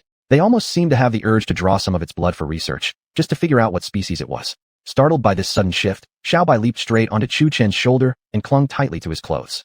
"Humph, this is indeed quite interesting. I've got a suggestion." Lin Lazy's voice broke through the strange atmosphere, and everyone turned their eyes toward him. Once the attention was on him, Lin Lazy spoke solemnly. "How about we just cook it up?" The moment these words came out, the atmosphere instantly turned silent, so silent, in fact, that Lin Lazy even felt a chill run through him. How chilly. Chilling enough to make his body shudder. The women were all staring at him with icy glares, as if perfectly expressing, "I think cooking you up would be far more delicious." "Ahaha, just kidding. Just kidding." Terrified, Lin Lazy hurriedly tried to brush it off. Only then did the women gradually shift their gazes away from him, refocusing once more on Xiao Bai. Fu Wanqing asked, "So what abilities does it have? Does being cute count?" Chu Chen's response was uniquely refreshing. Truth be told, even he didn't exactly know what Xiao Bai's abilities were. If he had to say something, there was the teleportation technique, but he didn't even know what kind of ability that was. Once again, everyone resumed playing joyfully with Xiao Bai. Back on the arena, another voice rang out from the stage. 178. 179. Su Xiao must have been bored, so she just shouted once since it had been too long without anyone stepping forward to fight. Oh no, it's already my turn. From among the Mu Peak disciples, a young man in a green robe lazily stood up, still holding a sword in his arms. That man was Yunshun. Speaking of Yunshun, Chu Chun glanced sideways at him. This guy really was a jokester. Now, recalling how he had once flown Chu Chun up the mountain using his sword riding technique, Chu Chun still felt a bit horrified. Fortunately, he hadn't fallen. At the same time, Yunshun also glanced sideways at Chu Chun, with an expression clearly stating, "What are you looking at? I know I'm handsome." Chu Chun gave him a cold stare before watching him fly down on his sword. Earlier he hadn't really paid attention, but now, upon closer look, he realized Yunshun's sword flying was actually no longer wobbly. But that wasn't the main point. The key thing was that Chu Chun, as a sword cultivator, could sense the sword aura of another sword cultivator, and he had just sensed an incredibly powerful sword presence from Yunshun, one not weaker than those from Songjian Peak's senior brothers and sisters. This shocked Chu Chun. When did he become a sword cultivator? Chu Chun turned toward his senior brothers and sisters, his face full of confusion. He's always been a sword cultivator. Didn't you know? The one who replied was fifth senior sister, Shirwanwan. She looked puzzled at Chu Chun, who, if memory served, had been brought back to the sect by Yun Chun, yet he didn't even know Yun was a swordsman? Judging by Chu Chen's now darkening expression, sword cultivators were supposed to be reliable and stable, yet that bastard had nearly shaken Chu Chun to death on the way up. Just thinking about it made him feel dizzy. Now that he was a swordsman, well and good. Later he would have to have a little talk with Yun Chun about life goals. Knowing what was going on, Mu Hanbing and Meng Yao couldn't help but cover their mouths with a smile at the sight of Chu Chen's expression darkening. Since it was a friendly duel between sect disciples, they all thought it necessary to stay and watch. Seeing this, everyone turned serious, watching the arena closely. Unfortunately, Yun Chen's opponent was also a swordsman, an exceptional one from Jin Peak, named Yi Fan. The two exchanged glances filled with sparks, clearly indicating they had clashed before. As fellow sword cultivators, a match between them would certainly be interesting. Long time no see, Brother Yun. Compared to other Jin Peak disciples who often carried an air of superiority, Yi Fan was far more amiable. After all, sword cultivation was also a cultivation of the heart, and he was a prodigy from Jin Peak, but despite his talent, he remained humble and steady. He spoke little, a sharp contrast to Yun Chun, who was the chatty type. Likewise, 50 years has passed, we haven't dueled in ages. Polite as ever, Yun Chun returned the greeting. Their conversation remained quite amicable. However, as they talked, both naturally drew their swords. Yun Chen's sword was plain and unadorned, a 3-foot-long black blade with a simple elegance. Though it seemed worn with rust, its sword pressure was immense. Only fellow sword cultivators could sense such a sharp and powerful sword intent. In Yi Fan's hands was also a sword, newly forged, its blade shimmering with golden light. Apparently, golden was the standard color for Jin Peak swords, while green or cyan was typical for Mu Peak, though there were always exceptions. Then today, let us finally decide who is superior. I won't take advantage. You abandoned sword techniques 50 years ago to focus on spells. I shall willingly lower my cultivation by a single stage to face you fairly. Chapter 229 has some skills, but not many. Yi Fan himself was in a pretty good state. Perhaps this was the kind of standoff the world of Changjia demanded, fought with fairness and justice. On the battle stage, the two of them suppressed their cultivation, both at the peak of foundation building, and if Yi Fan were to lower himself another level, he'd be at foundation building 9th heaven, one stage below Yun Chun. No need. Since it's a fair duel, this works just fine. I shall also see whether you've grown stronger in these 50 years. Yun Chun said, his fighting spirit surging. Tightening his grip on the Qingfeng sword, he slashed at Yi Fan with a sword strike. Well done. Yi Fan responded with equal fervor, countering with his own sword slash. Boom. A streak of black and a streak of gold crossed through the air, then exploded. The two were evenly matched in this round. Not bad. Keep going. Without further ado, the two resumed fighting, moving so fast they vanished from the platform. Not truly invisible, but simply too fast to follow, with only the flashing sword energies occasionally visible. This speed made even someone like Chu Chun have to use fire eyes and golden vision to see clearly. Those with lower cultivation bases could barely see anything, like watching a bunch of Lan Ling Wangs fighting, and even those were using invisibility techniques. This made the disciples of lower cultivation feel quite frustrated, and Chu Lingyue was no exception, unable to see anything either. Yet, even though they couldn't see, they could still feel the clash of forces. 3 feet of frozen ice. Yun Chun roared and slashed at Yi Fan with a sword that carried an icy aura. Fight! Stars, rivers, interdream. Yi Fan's eyes glinted, his hands grasping his sword and holding it in front of his chest. Focusing his gaze, he swung upward in response to Yun Chen's incoming sword energy. This slash carried traces of the Tao of Stars. Only Chu Chen could recognize it. His Dragon Emperor sword had been fused with star power, and he had some understanding of stellar energy. Boom. The clashing sword energies surged and a massive shockwave erupted outward, sending both fighters flying back, both spitting blood. Suddenly, everyone could see them again, and both were covered in blood, with cuts and gashes across their bodies. Although both were already injured, the fighting will in their eyes remained unshaken. Brother Yi, looks like you haven't improved much in these 50 years, Yun Shin said, wiping the blood from the corner of his mouth, smiling. Of course not. How could I compare to Brother Yun? In 50 years without touching a sword, your sword techniques have only become more domineering. Yi Fan replied unsteadily, blood spilling from his mouth again. He looked at the heavily wounded Yun Chun with rekindled battle fervor. Then, the two began their mutual praise session. Another round? Come. Once again, swords were raised in combat. This time even fiercer than before. The heavens and earth darkened, as if they might tear the sky itself apart. What a pair of lunatics. A few powerful juniors muttered in admiration. This, truly, was what real fighting looked like. Qing Feng's sword formation. Tianyu sword method. Great setting sun. Yun Chun unleashed over a dozen sword energies in succession, each laced with piercing gales, filled with a bloodthirsty, killing chill. Upon closer look, they also contained a slight malevolent aura, not the demonic kind, but likely accumulated from killing too many foes. What strong malevolence. Chu Chen secretly marveled at Yun Chen's onslaught. From the beginning, each strike from Yun Chen aimed straight for Yi Fan's vital points, making it seem less like a sparring match and more like an actual death match. Looking up at the battle above the platform, the crowd witnessed two suns appearing in the sky. Actually, the second sun was merely a sword technique employed by Yi Fan. He raised his sword high and then swung downward. Setting sun. Boom. The sky sun seemed to follow his blade downward, heading directly toward Yun Chun. And looking at Yun Chen's expression, he wasn't the least bit afraid of the massive blazing sun above. His expression clearly said, "Don't worry, let the sword energy fly for a bit." Pung, pung, pung. True to form, the green sword energy Yun Chun had previously released struck the sun. Before the artificial sun fully descended, Yun Chen's sword energy shattered its form. The observing disciples found their vision momentarily distorted. That hadn't been a real sun. It was an illusion crafted purely from sword intent. Old Master Jian Changfeng stared at Yi Fan and muttered, "He has some skills, but not many." This seemingly ambiguous comment carried deep meaning. To receive such praise from him meant Yi Fan was truly a genius, though still far behind Chu Chun. It's time to end this. Jian Changfeng now turned his attention toward Yun Chun. He also admired this fellow quite a bit. Exceptionally gifted in sword cultivation, but trapped by emotions. Though Jian Changfeng hadn't formally accepted him as a disciple, he had offered guidance. Pooh! The illusion shattered, and Yi Fan, the one who cast it, suffered a backlash. Blood dripped from the corner of his mouth. His energy was chaotic and weak, his face already pale as paper. Still want to fight? Yun Chun stood before him with sword in hand, floating above the ground, his entire demeanor filled with presence, a sight that made Chu Chun sigh inwardly. Of course, Yi Fan, supporting his weakened body, stood up. Gripping his sword tightly, he instantly flashed to Yun Chen's side. Yun Chen's pupils contracted sharply as he blocked the incoming strike by swiftly raising his sword and deflecting the blade. Kirin Phantom Knight. Taking the advantage, Yun Chen advanced again, lifting his sword high. Behind him appeared a phantom azure Kirin. The Kirin roared furiously at Yi Fan, who was already in a weakened state, causing him to spit blood again from the oppressive pressure. Clutching his sword, Yi Fan slammed it into the ground, then formed hand seals. His previously feeble aura began to slowly surge again. Star Rain descends. With a sudden pull, Yi Fan yanked his sword from the ground and slashed upward at Yun Chun, who was hovering in the air. Though the slash seemed ordinary, it actually carried immense power from the Tao of Stars. Go! Yun Chun similarly swung his sword forward. Behind him, the phantom azure lightning Kirin charged at the sword energy. Boom! The two sword energies collided, causing cracked blue stone bricks to scatter and thick smoke to rise. Who won? The surrounding disciples looked toward the battle stage anxiously, but due to the heavy smoke, no one could clearly see what was happening. Roar! At that moment, a fierce roar erupted from the arena below. Then, a huge silhouette appeared in the smoke, clearly the shadow of the phantom azure Kirin. There was no need to guess further. Yun Chen had won. Yun, brother, excellent skills. I concede. The smoke finally dispersed, revealing both men standing in an unusual position before the crowd. Yun Chen's sword was pointed at Yi Fan, its tip embedded half an inch into his forehead.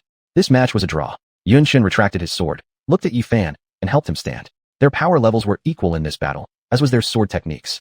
Yun Chun had narrowly defeated Yi Fan, and he fully recognized this. If the two truly wanted to determine a victor, it would have required them to fight until death. Only when the winner was decided could their lives be determined.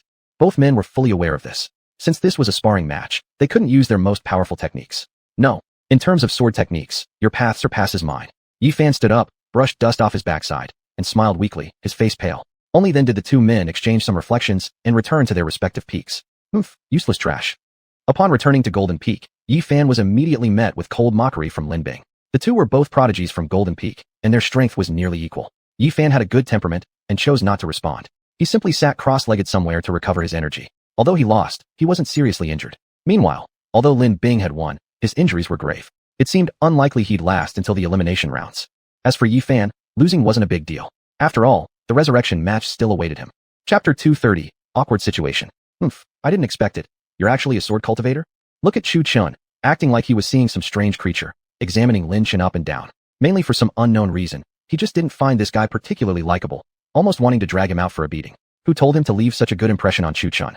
Joking aside, Chu Chun once again took on the role of battlefield medic, draping a greenish cloak over Yun Chun. After that, he turned and walked toward the arena platform. After Yinshen's match, naturally, it was his turn next. However, he walked away so coolly without even looking back. Naturally, Chu Lingyue also stood up and walked toward the stage. When they arrived, both were utterly confused. 180, 181. Both stared wide-eyed at each other. This left the two feeling very gloomy. Chu Chen slapped himself twice. Damn, what a sin he'd committed. At the time he drew the lot, he shouldn't have walked off so confidently. Glancing back even once would have avoided this embarrassing situation. The two were confused, and the crowd on Mu Peak were even more baffled. What was going on here? None of us clashed with our own teammates. How come it turned out like this for you two? If it had been someone else, it wouldn't have been so bad. But the problem happened specifically with someone who seemed to be cheating. People who didn't know might think it was intentional. Look at these two. They sure were fated, not bumping into anyone else but colliding with each other. After stepping onto the arena platform, the two just stared at each other, delaying the fight for a long time. This made others anxious, as many were eager to see the strength of this direct disciple of Mu Peak. Pig. Sect leader. If someone voluntarily forfeits, can they still participate in the revival match? Chu Chen must have choked on his saliva slightly. He couldn't speak very clearly. Looking at Tong Litong's aging face, it wasn't just generally dark. He glanced at Chu Chen and said, no, forfeiting doesn't equate to losing. There's no chance of revival. Considering this kid's terrible way of speaking, Tong looked rather displeased. Oh, like that. Chu Chen rubbed his chin, staring at Chu Lingyue. This left Chu Lingyue slightly blushing. Then she heard a voice transmission. Later on, just poke me a little bit. I'll immediately lie down and concede. You'll advance, and I'll go to the revival match. How's that? No, I'll go to the revival match. Chu Lingyue replied firmly. Junior sister, listen to me. Otherwise it'll be awkward since I didn't see clearly. Upon hearing this, Chu Lingyue's eyes shifted, somewhat hesitantly. Look, my strength is so great. I can easily win in the revival matches. And I'm your senior brother anyway, so it'll be fine. Chu Chen continued transmitting voice messages when he saw Bai Ling's hesitation. After a long pause, Chu Lingyue simply said, all right, what are they two doing? In the audience seats, some people always had too much time to spare. In my opinion, sparks of love have flown. A disciple murmured meaningfully. Fight. Suddenly, Chu Chen bellowed unexpectedly. Not only was Chu Lingyue startled, the previously quiet plaza also seemed to shiver from that scream.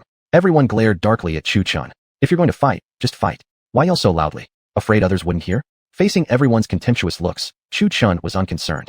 He was indeed going to lose, but his momentum needed to be shown. When the order came, they simultaneously drew swords and thrust at each other. Then came a truly amazing scene. Neither sword touched the other, yet both fell to the ground instantly. Everyone watching looked perplexed. What on earth had happened? Tong Litong's mouth twitched. These two were certainly special. Even if you intended to forfeit, could you at least act serious about it? They fell down without even touching each other. That's obviously fake. Moreover, even conceding a match wouldn't require both fighters to collapse at the same time. What exactly were they trying to pull? Originally, they had planned things out, but Chu Lingyue wanted Chu Chen to win. In the end, she barely moved her sword before falling. She hadn't expected Chu Chen to be faster, swinging his sword slightly before collapsing immediately. Here they were, lying on the battlefield during broad daylight. People might have thought they were sleeping. Since both had closed their eyes, no one knew exactly what had happened. After a long while with no movement, both simultaneously opened one eye. Then they saw the other still lying there. Given the highly awkward scene, the two simultaneously closed their eyes again and lay still. The most baffled person was Chu Chen himself. The plan was for me to fall so you'd advance. Why are you still lying there? In fact, Chu Chen really did ask that. And Chu Lingyue proved herself talented too, saying elegantly, my stomach hurts, and I didn't stand steady. This explanation left Chu Chen with a grimacing face. Eventually, the two still laid there, neither willing to get up. First, it was too awkward. Second, both wanted the other to win. I think putting the two of them together looks more appropriate. Su Xiao was a talent, and Tong Litong was also a talent. Both acted like, I won't tell you two to get up. Let's see who feels more awkward. Finally, the elders started chatting away, not knowing when sunflower seeds had appeared in their hands, cracking them happily. Looking at Mu Peak, everyone covered their faces, clearly expressing a single phrase. We don't know them. They aren't from our peak. Whoever wants to claim them can take them. I think putting the two of them together to sleep is even more appropriate. Lin Lazy looked at the two funny guys lying on the stage, uttering a line solemnly. When others heard this, they nodded thoughtfully with deep expressions. Are you two done sleeping yet? Eventually, Tong Litong could no longer bear it, looking at the two on the ground. Oh, this cool weather just makes it so easy to fall asleep. Indeed. Look, I even got heat stroke. Both stood up at the same time, saying such unusually refined lines. Tong Litong glared at them and asked, are you still going to fight?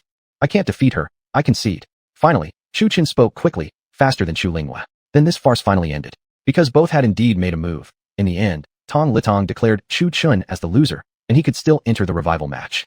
Under normal circumstances, if both fighters gave up, they'd both be disqualified. But who asked them to have such a good master? He absolutely dared not offend Mu Hanbing, that female devil. After the two returned to Mu Peak, everyone instinctively shifted sideways, expressing, we don't know them. Chu Chen's face turned dark. What exactly did this mean? Although, Although things had taken some unexpected turns, the ending also turned out unexpectedly.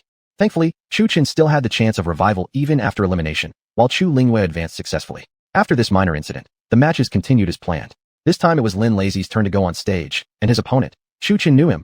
Chu Lingwei knew him too. It was none other than the big guy who had interrupted Chu Lingwei when drawing lots earlier. Seeing this bulky opponent, both turned grim. If it wasn't for him, would the two of them have gotten into such an awkward situation? Senior brother, go easy on me. You hit me once, and I'll immediately concede. Sure Tu was also a special talent, knowing he couldn't beat Lin Lazy, yet clever enough to beg for mercy. Lin Lazy had very good luck, being matched against someone only at the foundation building peak, while Stone was merely at foundation building stage 2. He simply stood no chance. Chapter 231, Primordial Power. The sun set in the west, casting its golden glow as dusk arrived, marking the end of the second round of the second competition. Excluding those who had voluntarily withdrawn, 126 participants had been eliminated, while only 38 managed to advance. Why were there so few? Simply put, some had won but were severely injured, already lacking the ability to continue, thus they gave up on advancing. As the matches continued, only 38 people managed to progress. Tomorrow will be the second round's revival match. After that, there will be no more revival matches in the third and fourth rounds.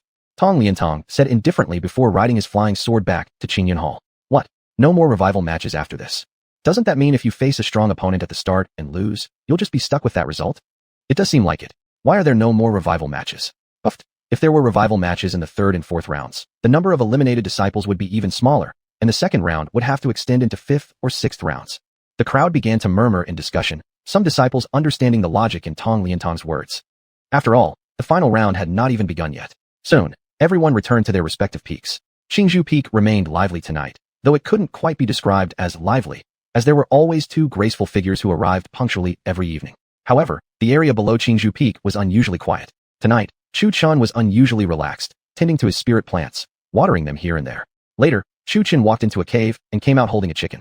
The two little creatures' eyes lit up with excitement the moment they saw it, as if knowing exactly what Chu Chen intended to do. They quickly divided tasks and darted into the woods with surprising agility. What for? Mu Hanbing watched as the two little beasts diligently picked up fallen branches and leaves in the forest and carried them back to the courtyard of Qingzhou residence. This scene left Mu Hanbing looking rather askew-eyed. Those two were actually quite intelligent. Before long, Xiaobai stood there like a boss, directing Ahua in building a rack. Ahua, playing the role of a loyal sidekick, dutifully carried thick branches and constructed a simple frame. Then, Ahua opened its mouth and exhaled toward the pile of branches and leaves below. Whew! Instantly, the branches and leaves caught fire. Soon after, Chu Chen approached, holding a well-prepared chicken. Seeing the two little ones so energetic, Chu Chen's expression turned especially dark, especially toward Xiaobai, who had rushed toward the food faster than anyone. Suddenly, a golden light flickered from between Xiaobai's brows. Then, a drop of golden liquid emerged from there, rapidly wriggling before transforming into a thick, elongated skewer. Xiaobai hovered in front of Chu Chen with the skewer in its mouth. The message obvious. Asked him to thread the chicken onto it and roast it. The sight left Chu Chen quite shocked. Not only could Xiaobai teleport, but it could also create things. Perhaps he had remained stunned too long, only coming back to his senses when Xiaobai poked him with the skewer. Admittedly, Xiaobai was quite a genius. It pricked Chu Chen's hand so hard that it drew blood. Not a big deal though. Chu Chen was tough. The wound healed quickly. Coming back to himself, Chu Chen looked at Xiaobai with curiosity, then accepted the skewer the little creature offered. Because the skewer appeared so small, Chu Chen almost stumbled forward the moment he grabbed it. Don't let the small size fool you. The skewer was surprisingly heavy, difficult for even Chu Chen to lift with ease. Chu Chen threaded the whole chicken onto the skewer and looked at Xiaobai again. You think these sticks can hold this? Xiaobai had been so excited about eating that he hadn't considered the question at all. The little beast looked from the chicken Chu Chen held to the frame Ahua built. Then, not understanding the situation, Ahua received a slap on the head from Xiaobai. Xiaobai pointed at the frame it had built and howled, clearly scolding Ahua. Ahua stood there, puzzled and receiving Xiaobai's scolding with confusion, having no idea what it had done wrong. This whole scene made Chu Chen both amused and helpless. Those two little creatures were truly interesting. Perhaps Xiaobai misunderstood what Chu Chen meant, thinking that Ahua's rack was unstable. Eventually, Xiaobai scolded Ahua fiercely. Look at Ahua's expression. He was clearly feeling very dejected. Xiaobai glared angrily at Ahua, then at the frame, and finally at the chicken in Chu Chen's hand. Then, it opened its mouth toward the rack. Golden liquid flowed out, and upon contact with the thick branch, it transformed the entire thing into gold. WTF. Chu Chen blurted this out suddenly, startling both Xiaobai and Ahua, not to mention the two graceful figures on Qingzhou Peak, who nearly had their bladders scared empty. After letting out that exclamation, Chu Chen instinctively covered his mouth. That hadn't actually been his voice. It was Long Kai-er in his divine consciousness, though it was exactly what he was thinking. What's wrong? Chu Chen looked toward Long Kai-er and asked, his expression somewhat strange. Whatever had made Sister Kai-er exclaim like that must be extraordinary. That's chaos golden liquid. Long Kai's beautiful eyes widened with shock, staring at the branch that had turned golden. What's chaos golden liquid? Chu Chun placed the skewered chicken onto the rack to roast, looking at Long Kai as he asked. To put it simply, it's the primordial form of gold, the very source of metal essence. Everything has its origin. For instance, the source of fire is the original flame, the source of water is the primal water, and so on. Long Kai gazed at the golden branch transformed from chaos golden liquid, offering a quiet explanation, though astonishment was clearly visible on her face. However, perhaps Chu Chun didn't quite grasp it, and the explanation didn't sound particularly impressive to him. He continued, so what can it do? Chu Chun knew there was more to it, otherwise Sister Kai wouldn't have been so surprised. Soon, his gaze shifted towards Xiaobai. The little creature stared at the roasting chicken with shining eyes, drooling profusely. It's incredibly useful. You see, the metallic essence most people use today is heavily diluted. It's essentially a weak version of true metal essence. However, chaos golden liquid is different. It is the most primitive form of metal essence. Its purity far surpasses ordinary metal essence, and weapons forged from it can become legendary artifacts. Legendary artifacts. Upon hearing this, Chu Chun suddenly blurted out in shock. The chicken he was turning in his hand slowed down. Perhaps because Ahua's flames were too intense, and Chu Chun had neglected to rotate it. Some parts of the chicken had begun to char. Ow woof ow woof. Xiaobai tugged at Chu Chun's sleeve to remind him. Only then did Chu Chun snap out of it, looking at Xiaobai again with a strange gaze. If this truly was the original metal essence, then just a drop absorbed into the body could completely transform one's own metallic spirit essence. As Chu Chun was thinking this, Long Kai gave him a slap of reality, saying, don't even think about it. Since it's the original metal essence, how fierce do you think its power is? Not just you. Even at my peak, I wouldn't be able to endure absorbing even a drop of it. Then, Chu Chun was about to ask if it could be used to forge tools when Long Kai cut in again. Forget about it. Primitive metal essence. You can imagine how hard and dense it is. However, if you really want to make a weapon, you should try to pamper this little one. If it feels happy enough, maybe it'll be kind enough to forge one for you. Chapter 132, An Argument? As he spoke, Long Kai glanced at Xiaobai through Chu Chun's body, her expression complex. How rare the chaos golden liquid was. It was a primordial force, and naturally, there was only one. She hadn't expected to see it manifest on Xiaobai. From the moment this little creature appeared, it had been cloaked in mystery, puzzling even to her.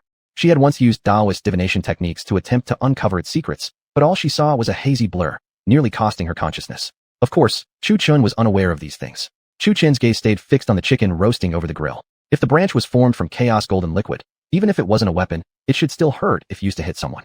He had experienced the weight of the chaos golden liquid firsthand. A mere pick had nearly knocked him over. If forged into a sword or other weapon, it would probably take immense strength just to lift it. Still, what intrigued him more was where Xiaobai had obtained such power. First came the instantaneous movement ability, then the chaos golden liquid, followed by the heaven-devouring gourd, heaven-sundering sword, and chaos pagoda. The first two emperor-tier treasures, Chu Chun figured, were just lucky finds. But as for the chaos pagoda, he didn't believe Xiaobai had simply picked it up. Anything bearing the name chaos wasn't forged by human hands. It originated from heaven and earth itself.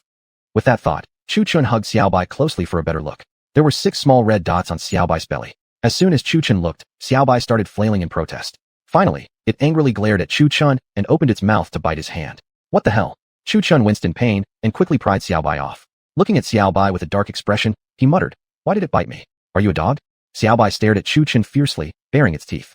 "Fisk, haven't taken a bath in ages. You'd probably make a good towel." Chu Chun delivered the comment with poetic elegance. Meanwhile, Ahua continued turning the chicken, and Chu Chun grabbed Xiaobai and walked toward the lake. Upon reaching the lakeside, Chu Chun dove straight into the water, still holding the squirming Xiaobai in his hand.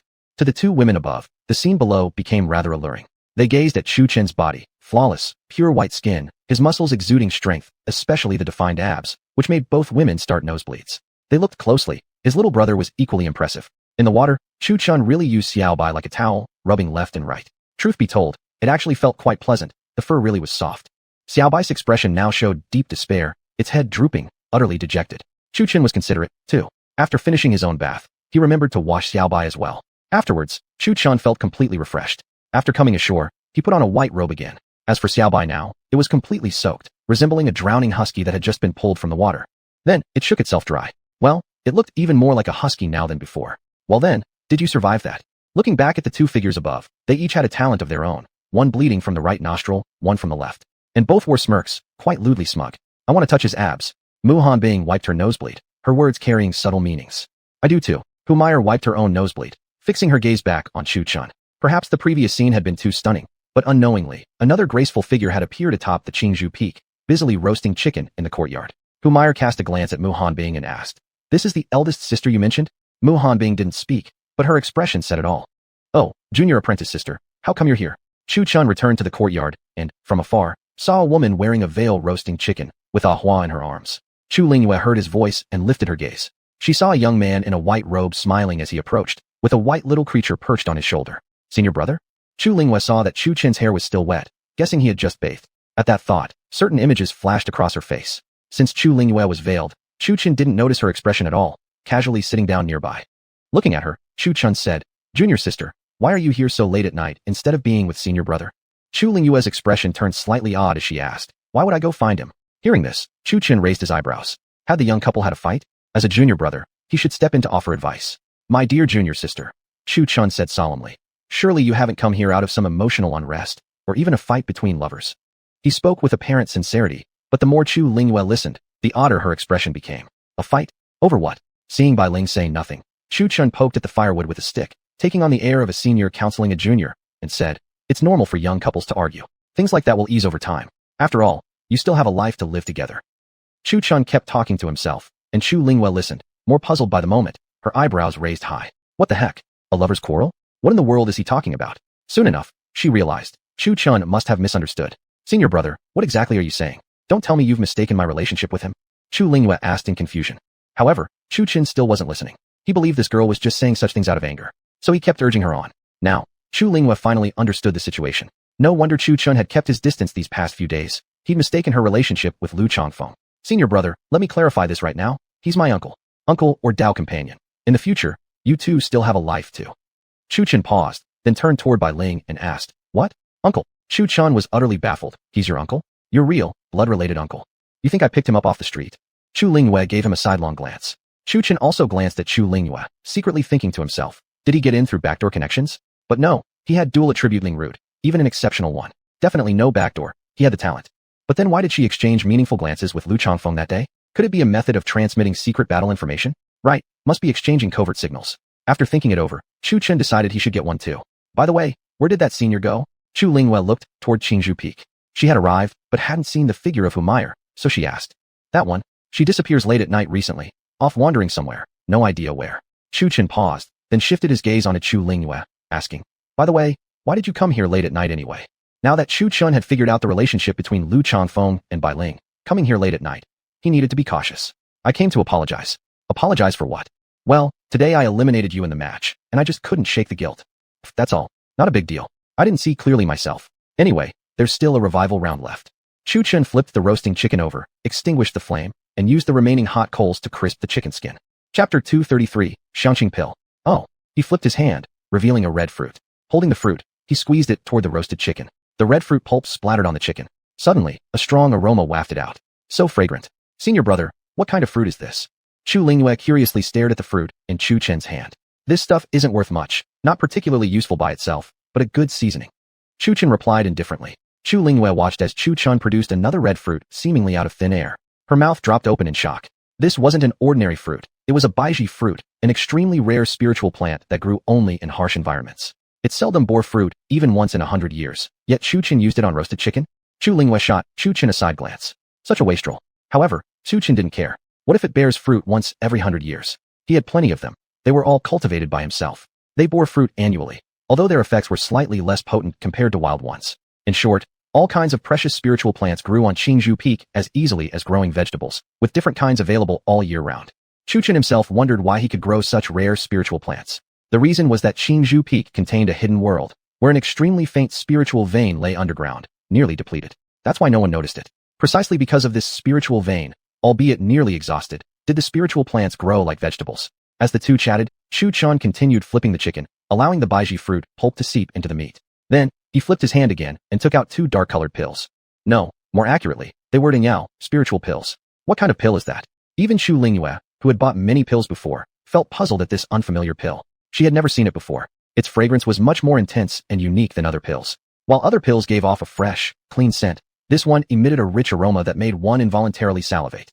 "This is the Xiangqing pill." As Chu Chen spoke, he crushed the pill and sprinkled it over the chicken like seasoning salt. Xiangqing pill. Chu Lingyue was confused again. She had never even heard of it, and its appearance was awful. Most pills were either golden or translucent white, whereas this one resembled a blackish medicinal pill. Although it looked unappealing, it smelled genuinely good. When crushed and sprinkled on the chicken, it made Chu Lingyue almost want to take a bite herself. If even she felt this way, Then the same went for Xiao Bai and Ahua. They stared greedily at the chicken, eyes shining and drool dripping. Self-made, exclusive to me. Want some? I can give you a 99.9% discount. 1,800 spirit stones per pill. As Chu Chun sprinkled the powdered pill, he gave Bai Ling a meaningful glance. Even family must pay. At the price mentioned, Chu Lingyue's face darkened instantly. 1,800 spirit stones for just one? Are you robbing? Still, glancing sideways at Chu Chun, she secretly admired him. Such a multi-talented guy, even knows alchemy. Oh, roasting chicken? Just as the two were chatting idly, whether due to the chicken's aroma or something else, two silhouettes floating mid-air finally decided to come down. Mayor, Master, Chu Chun, busy roasting the chicken, glanced at the two. Well, Furong Mei was understandable, but why would the master come so late at night? Chu Chun wasn't the only one wondering. Chu Lingyue thought the same. But recalling how someone had slept in Mu Hanbing's arms 2 days ago, she seemed to have an inkling. What? Don't you welcome me? Since Mu Hanbing had become enlightened, her temperament subtly shifted. She grew a bit playful, perhaps influenced by someone. On the contrary, how could I not? Please, have a seat. When the master comes visiting, the apprentice naturally shows respect. Although confused, Chu Chin thought since they were already here, might as well join him for a bite. He just wondered whether one chicken would be enough. No worries. He had plenty more chickens. Then Chu Chan turned to Furong Mei and sent a voice transmission asking, "Where did you go?" "Went to play with my older sister." "Older sister?" "She." Furong Mei pointed at Mu Hanbing beside her. Chu Chin looked over, noticing that Mu Hanbing's former coldness was gone. Instead, her face bore a gentle, graceful expression. He couldn't help but feel surprised, yet after a moment of reflection, he realized it must be from a transformation of heart cultivation. She had finally seen through everything. This softer Mu Hanbing caught Chu Chin's attention for a few extra glances. Truth be told, she was quite pretty this way, definitely less forbidding than before. Good looking. Mu Hanbing gently flipped her silver-white flowing hair, offering Chu Chin a faint smile. Beautiful. Chu Chin coughed dryly and averted his eyes. Sis. At that moment, the roasted chicken on the grill crackled with oil, filling the entire Qingzhou Peak with its fragrance. Look at the two little ones, already pa there early. Oh well, they were just too cute. Bai and Hua were each being held by Mu Hanbing and Furong Mei, and the more they looked, the more adorable they found them, especially Xiao Bai. Covered in soft fur, only about the size of a palm, it had a pair of tiny horns on its head, and when curled up, looked just like a little snowball. Perhaps her motherly instincts had kicked in. Mu Hanbing gently tapped its nose and kept teasing it. She was enjoying herself, but Xiao Bai wasn't happy at all. It struggled unwillingly, still unable to resist the scent of the roasted chicken and wanting a taste. Where did you get this little creature? Mu Hanbing finally put Xiao Bai down on the ground, where it suddenly became lively, nearly jumping straight into the fire pit. Luckily, Chu Chin grabbed it back in time. Then, Chu Chin picked up Xiao Bai and scolded it. As for Xiao Bai, it clearly hadn't been listening, still dreaming of the roasted chicken. This left Chu Chun rather speechless. Found it in the backyard. Chu Chin placed Xiao Bai on his shoulder and replied with a casual tone. Mu Hanbing gave him a sidelong glance. She believed half of that. Before he came up the mountain, Chu Chin definitely hadn't had this creature before. Master, why come to senior brother's place so late at night without sleeping? Chu Lingyue sure was talkative. Mu Hanbing couldn't explain right away. Then, she casually looked up at the moon and said meaningfully, I came to admire the moon. Mu Hanbing had a talent for improvisation, saying whatever came to mind, and telling lies so smoothly, without even blushing. Chu Lingyue and Furong Mei exchanged glances, barely suppressing a smirk. Time for roasted chicken. Chu Chin shouted cheerfully. The chicken was finally ready, steaming with oil and an enticing aroma. So fragrant. Mu Hanbing sighed in admiration. Originally, she had intended to go to the fire kitchen to learn cooking, since books said you must capture a man's stomach to capture his heart. But she hadn't even found the time to learn, and Chu Chin's cooking had already captured her stomach. The roasted chicken smelled amazing, yet her nose caught another scent too. The smell of char, the kind usually found only in pills. Because when pills were formed, intense fire was needed, which would produce this charred aroma. She turned to Chu Chun and asked, you know pill refining? Of course. To be honest, he's even half my apprentice. Before Chu Chun could even speak, Furong Mei, the old fox, spoke proudly and energetically instead. Chapter 234. Looks good? Had enough? How long have you been refining? Ignoring Hu Meier's self-praise, Mu Hanbing went straight to the point and asked. Not long, just a few months, Chu Chin replied casually. The speaker didn't mean anything by it, but the listeners raised their eyebrows. Mu Hanbing and Chu Lingyue stared at Chu Chun as if he were some kind of monster. Months to learn how to refine pills? After all, even the disciples from the pill peak needed at least a year to produce a single flawed pill. Shock aside, Mu Hanbing asked again. How many when have you achieved now? 3. At Chu Chin's casual reply, Hu Meier, who had been drinking water, suddenly spat it all out, dousing him in her spray. When did that happen? Chu Chin's face darkened with annoyance as he looked at her. You did that on purpose, didn't you? Wiping his face, Chu Chun casually wiped it off on Ahua, who was in Hu Meier's arms, saying blandly, a very, very, very, very, very long time ago. At this move by Chu Chun, Hu Meier, who had been hugging Ahua tightly, instantly threw it away. Truth be told, it wasn't as fortunate as Xiao Bai. This one fell straight into the fire pit. Luckily, it was its own flame, so it couldn't get burned, but when it climbed out, it was already covered in soot and ash. Since one chicken wasn't nearly enough to go around, Xiao Bai devoured most of it, while the others barely had a bite. Afterwards, Chu Chun just grabbed another chicken, prepared it, and tossed it onto the grill again. Thus, everyone continued feasting and drinking, and the night passed without further incident. Morning came. The green bamboo peak was in chaos, scattered with chicken bones. The group of four lay sprawled on the ground, sleeping soundly. Moreover, the yard still bore the charred remnants of the barbecue. Wood Peak. Everyone had gathered early atop Wood Peak. Where's the master? And the junior apprentice isn't here either. No idea where the little apprentice sister went either. Muhan Bing, who usually arrived early to wait for everyone, was missing today, along with Chu Linghua, Chu Chun, and Hu Meyer. They scoured every corner of Wood Peak, but couldn't find any trace of Muhan Bing. Maybe we should check somewhere else. Meng Yao offered a good suggestion. Where? Li Qingxin asked. Let's first search through the other peaks within our territory. And if we don't find them? Fu Weining asked. Let's look first. Meng Yao replied indifferently. Soon after, everyone dispersed. It was said that within the domain of Wood Peak, excluding those already occupied, there were more than 100 other peaks. Of course, they wouldn't be foolish enough to search the unoccupied ones first. After checking, Lingyun Peak had no one. The group then rushed together to Qingzhou Peak. Upon arrival, they all couldn't help but twitch their lips. What a sight. Lying on the ground were the 3 women and 1 man, sleeping sprawled out in a rather bold manner. Had it only been Chu Chun, maybe, but why were the other 3 women also lying like that? What shocked them most was that Muhan Bing not only fell asleep, but had also grabbed Chu Chen's hand in her sleep. Did we miss something last night? Yun Chen's words carried a deep undertone. Just wait for my signal. Since the 4 of them were sleeping so peacefully, the Wood Peak disciples turned into a bunch of mischief makers. Somehow, someone produced a loudspeaker and pointed it downward. 3, 2, 1, wake up. The sun's shining on your ass. They kindly shouted with compassion. Besides amplifying it through the loudspeaker, they added cultivation force to project the sound, so loud it almost shook heaven and earth. Luckily, each peak had its own domain restrictions. Otherwise, everyone in Qingyun sect would have come running this way. Indeed, that voice worked wonders. The 4, who had previously been sleeping peacefully, shot upright, clearly startled. Who the F*** CK? Chu Chan shouted loudly as he stood up, but halfway through his sentence, he swallowed the rest. At that moment, they all seemed to be on display, stared at like monkeys. Oh master, why are you here? Ji Yufei, always the lively one, looked at Muhan Bing with an amused expression, making the latter visibly uncomfortable. It felt exactly like being caught in the middle of something inappropriate.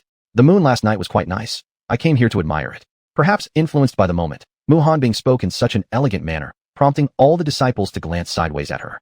Why had their master become so mischievous? Afterwards, Ji Yufei turned her attention toward Chu Linghua. And you, junior apprentice sister? I came here last night to see the moon as well. I happened to run into senior brother roasting a chicken, so I stopped by to take a look. I must have started eating while sleepwalking. Well then, this one was quite something too.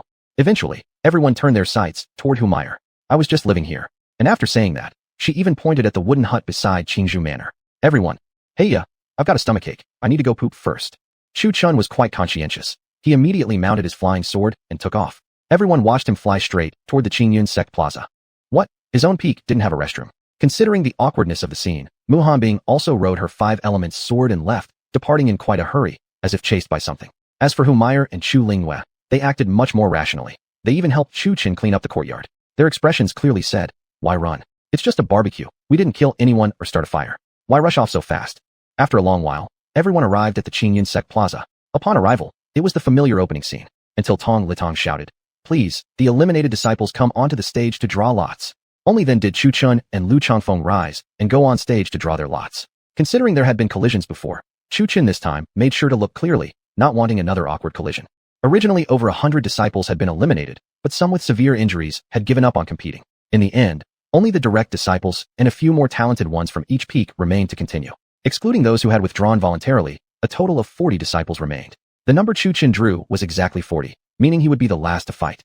Eventually, only 2 fighters remained on stage. Looking closer, both were graceful female figures, one dressed in a blue gown, the other in white robes with a small golden dragon emblem on the chest. Both women were extremely beautiful, making the disciples in the audience seats envious. They were watching, and Chu Chan was watching too, specifically, watching the superficiality of Water Peak. He seemed to have noticed a pattern. All disciples from Water Peak appeared to be stunning beauties with curvy figures, walking with a swaying gait. Probably, this was due to the cultivation of water attribute techniques, making their bodies more flexible. At this moment, Chu Chen looked again at Shuer, feeling a burning embarrassment on his face, awkward beyond measure. He finally understood why Shuer had targeted him back then. Indeed, one shouldn't judge a book by its cover. Like the view? Had enough staring? Just then, Mu Hanbing's voice quietly sounded from behind Chu Chun. Her tone carried a chill and a hint of jealousy. Chapter 235, Lost Again. Mu Hanbing was slightly annoyed watching this kid. It would be one thing if he were admiring their own beauties, but how could he look at other sex girls? That was what angered her. What? Was their own beauty not attractive enough? Or did he think that wild flowers smelled better than domestic ones? Beautiful, naturally beautiful. Chu Chun, completely oblivious to the seriousness of the situation, kept staring. One had to say, she did have a great figure, curves in all the right places. As soon as Chu Chun said those words, not only did Mu Hanbing's expression darken, the other female disciples from Wood Peak also couldn't help but turn cold. TCH, why does it feel chilly all of a sudden? Chu Chun looked up at the sky. The sunlight was perfect, yet for some reason it felt a bit cold. He even wrapped his arms around himself tighter. Chu Chun, do you think she's prettier, or am I prettier?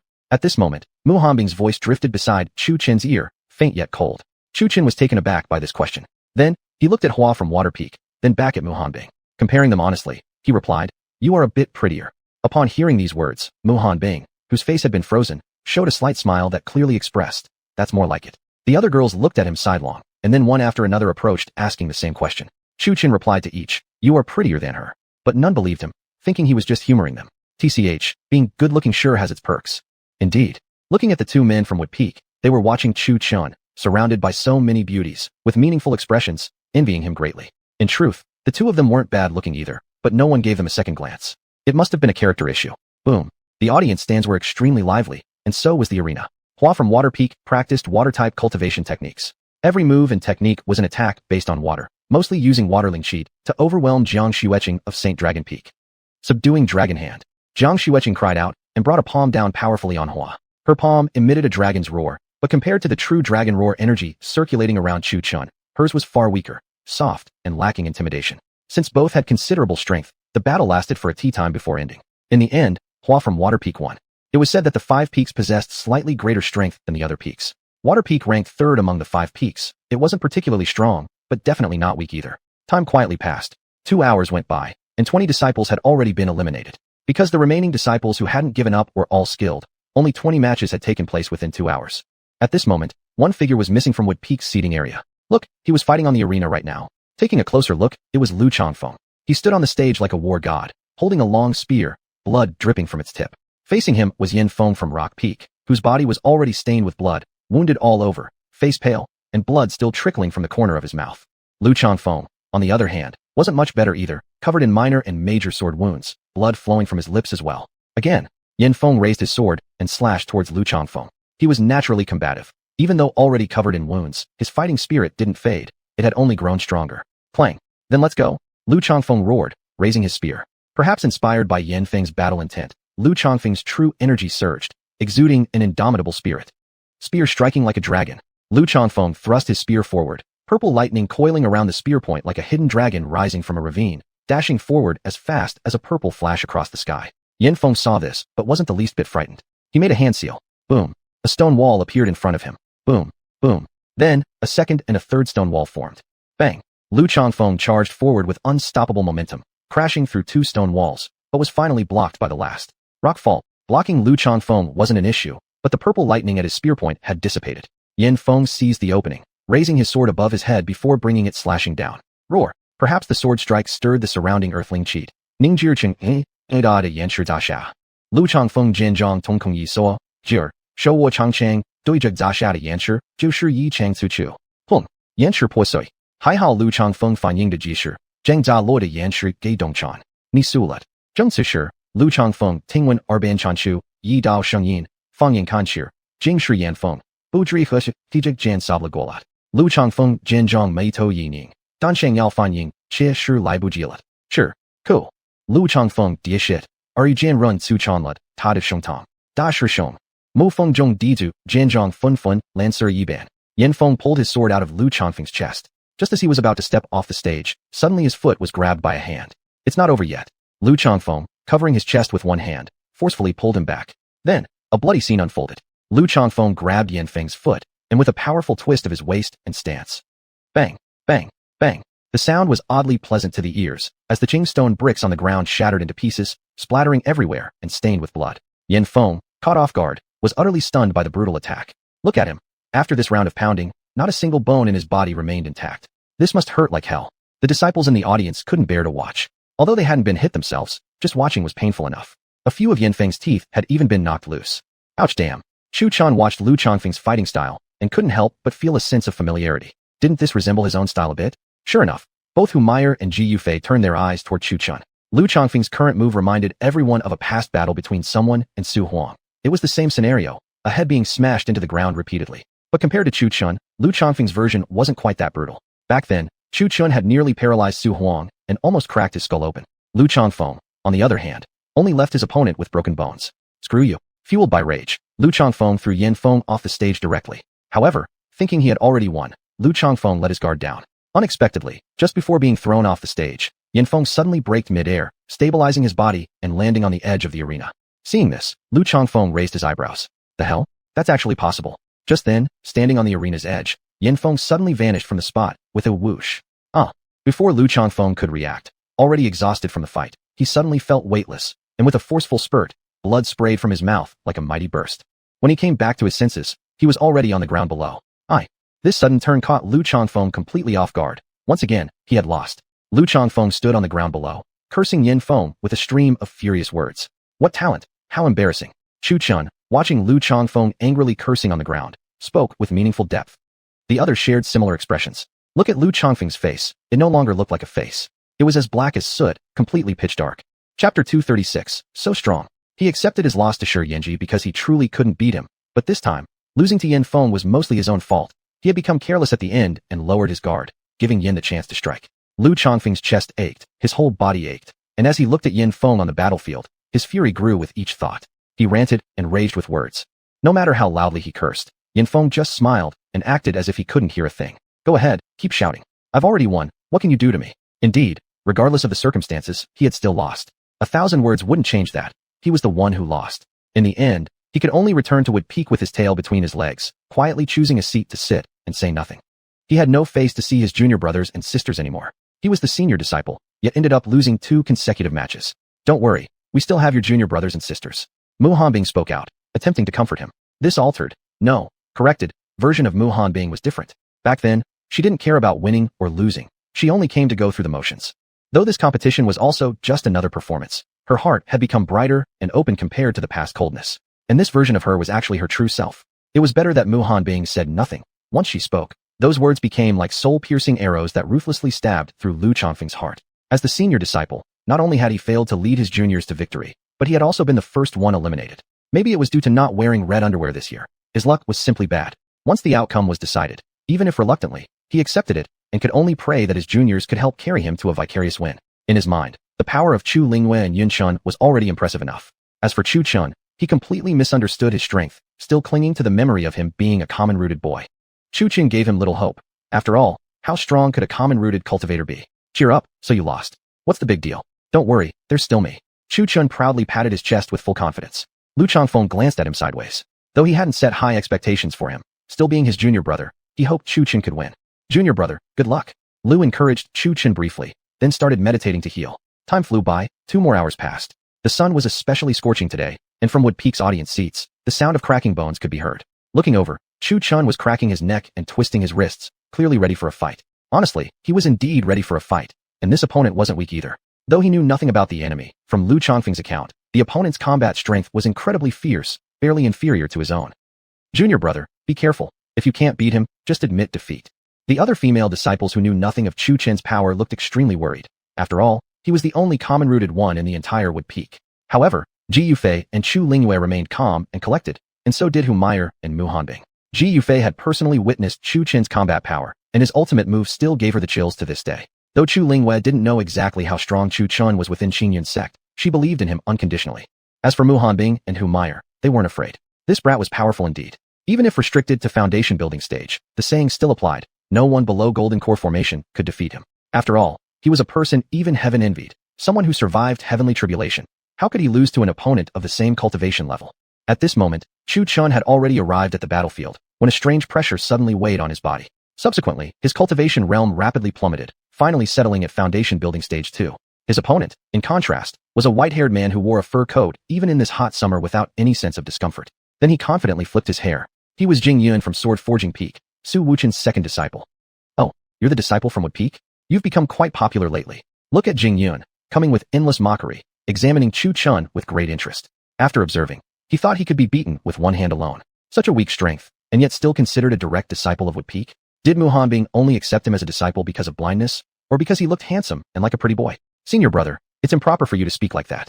You should, at least, be addressed as senior. If that is so, how could you act so shamelessly? Chu Chun was also sharp-tongued. Don't let his loud and boisterous manner fool you. He could be ruthless with his words. Kid, aren't you afraid of getting beaten up by speaking like that? Jing Yun narrowed his eyes, a murderous glint flickering in his pupils. You were the one who started insulting me, you idiot.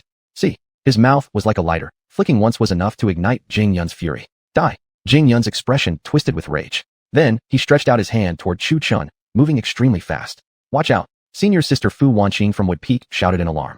Boom. Indeed, her warning came a moment too late, as the condensed spiritual energy palm had already struck down. Junior brother. The female disciples gasped in shock, their faces filled with worry. Even if he survived that blow, he would certainly be crippled. So fragile. Jing Yun sneered, not even bothering to look as he swept his spiritual energy palm over the spot where he had just struck. The bluestone bricks on the platform shattered and were swept off the stage, but there was no sign of anyone being hit. Well now, senior brother, you're so diligent, fighting without forgetting to sweep the floor? At that moment, a lazy voice came from behind Jing Yun. Upon hearing it, Jing Yun turned his head sharply, only to see Chu Chun, who knew when he had appeared behind him. Looking at him like that, not only had he not been injured, but his white robe remained completely spotless and dust-free. He sat behind Jing Yun, yawning lazily with a look of complete idleness and ease. Right when Jing Yun had made his move earlier, Chu Chun had used the reverse dragon step to dodge, and what had stood on the stage was nothing more than an afterimage. Damn it! Jing Yun's face twisted in rage as he once again hurled a punch at Chu Chun. Whoosh! The Chu Chun sitting before him vanished again without a trace, leaving Jing Yun puzzled and clueless. But the audience seats were filled with spectators who saw it all clearly. Just a moment ago, Chu Chun had instantly reappeared behind Jing Yun. This left the entire crowd awestruck. So fast, not even the ghost shadow steps of Wood Peak could match this. Don't forget, he is a direct disciple of Wood Peak. Disciples whispered among themselves, and as for Wood Peak itself, aside from a few who already knew Chu Chen's strength and remained calm, the others had their mouths agape, practically wide enough to fit an egg. This kid has gotten even better. Jian Chongfeng stroked his beard thoughtfully, sighing with deep meaning. Is senior brother 6 really this strong? Not only were the disciples of Wood Peak stunned, even the 3 girls from Sword Forging Peak were taken aback. As newcomers who had never seen Chu Chun in action before, they displayed open surprise. The other disciples of Sword Forging Peak weren't nearly as shocked as them, but they too were astounded by Chu Chen's speed, reaching the same conclusion as Jian Chongfeng. Where'd he go? Jing Yun was confused again. How did he disappear once more? Chapter 237. Meyer in the fight with Jing Yun. Hey fighting, could you at least try a little harder? Chu Chan went on the offensive, delivering a kick from behind, not forgetting to add insult to injury. Upon hearing the voice, Jing Yun first flinched, then his face twisted into a grotesque expression of rage. Damn it, how did he get behind me? The mocking look Jing Yun had earlier changed to fury after getting kicked by Chu Chun.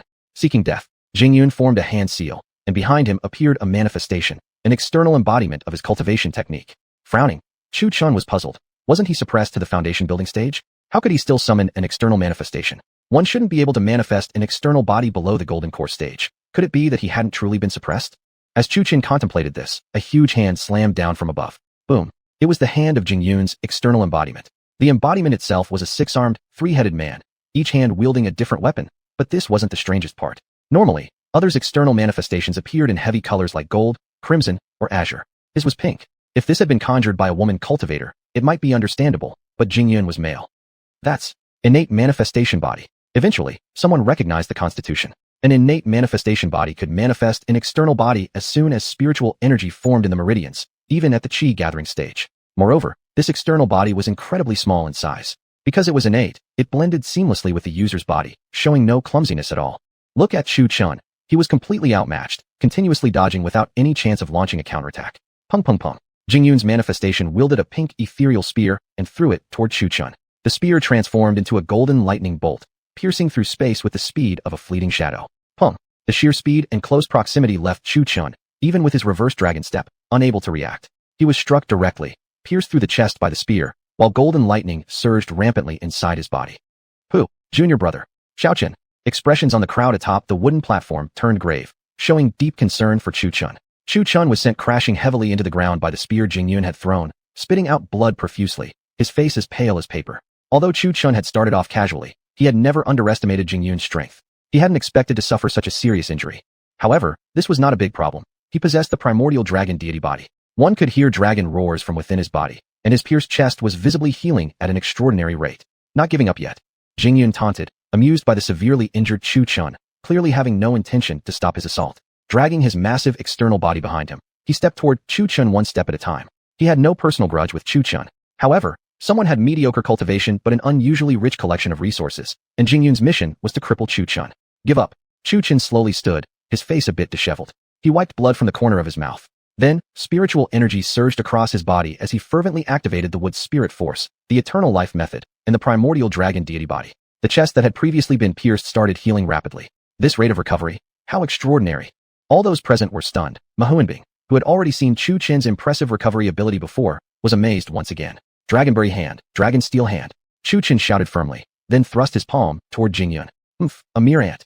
Jingyun sneered contemptuously. Then he thrust his own palm forward, and his external manifestation did the same.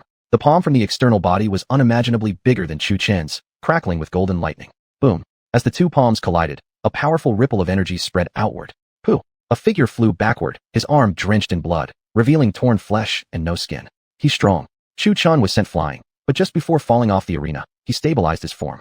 Fight! Chu Chan cried out with a withered aura, golden light suddenly flaring from his forehead, and a mysterious rune glowing between his eyebrows. Chu Chun had unlocked the fight character's battle intent. Again, fists clenched, Chu Chun launched alternating punches, dark red divine punishment lightning coiling around his fists. What lightning is that? How terrifying. Doesn't that lightning seem somewhat familiar? What Badal lightning? The group of elders on the platform were no longer calm upon seeing the lightning within Chu Chen's fists. Pung pung pung pung. As the two re-engaged in battle, Chu Chun grew fiercer and more excited as he fought, his eyes taking on a bloodshot hue, as if he had gone mad. At this point, even though Jingyun had manifested his embodiment, with 3 heads and 6 arms, he was still being pushed back by Chu Chen's fists. Damn it, how did he become so strong? While retreating, Jingyun couldn't help but curse under his breath. Feng Wuhan. Seeing himself about to be forced off the arena, Jingyun suddenly unleashed a burst of true energy. Then, from the fist of his manifestation, surged forth a whirlwind interwoven with golden lightning. Ugh! Chu Chen was pushed back by the sudden explosion of force. As soon as he steadied himself, he moved like a ghost and rushed toward Jingyun once again. His punches became faster with each strike, integrating the yin-yang and xian-gang fighting techniques into the battle intent of the fight character, using softness to overcome hardness. Witnessing this, Jingyun's eyes narrowed. Then, his manifestation behind him raised a hand and slashed out with the sword. Chi! The sword Chi struck Chu Chan just as he was dashing toward Jingyun, cleanly cutting a deep, bloodied gash into his chest. Looking at his left arm, only a few bone fragments were barely holding it together, threatening to snap off entirely. Clearly the result of that sword strike. And the Chu Chun who had just nearly reached Jingyun was sent flying once again by the sword Chi. Though Jingyun wasn't a sword cultivator by nature, he still had a little sword skill. In truth, across the Qingyun sect, or even the entire cultivation world, even non-sword cultivators generally could use swords, unless they were blade cultivators, for blades and swords essentially belong to the same category. However, blades pursued dominance and ultimate physical strength, while swords relied on spiritual consciousness. Both required mental cultivation. Blade cultivators refined the heart of invincibility, while sword cultivators refined the understanding of inner consciousness. What a sword Chi! Chu Chun was now soaked in blood, barely able to stand upright. Crack!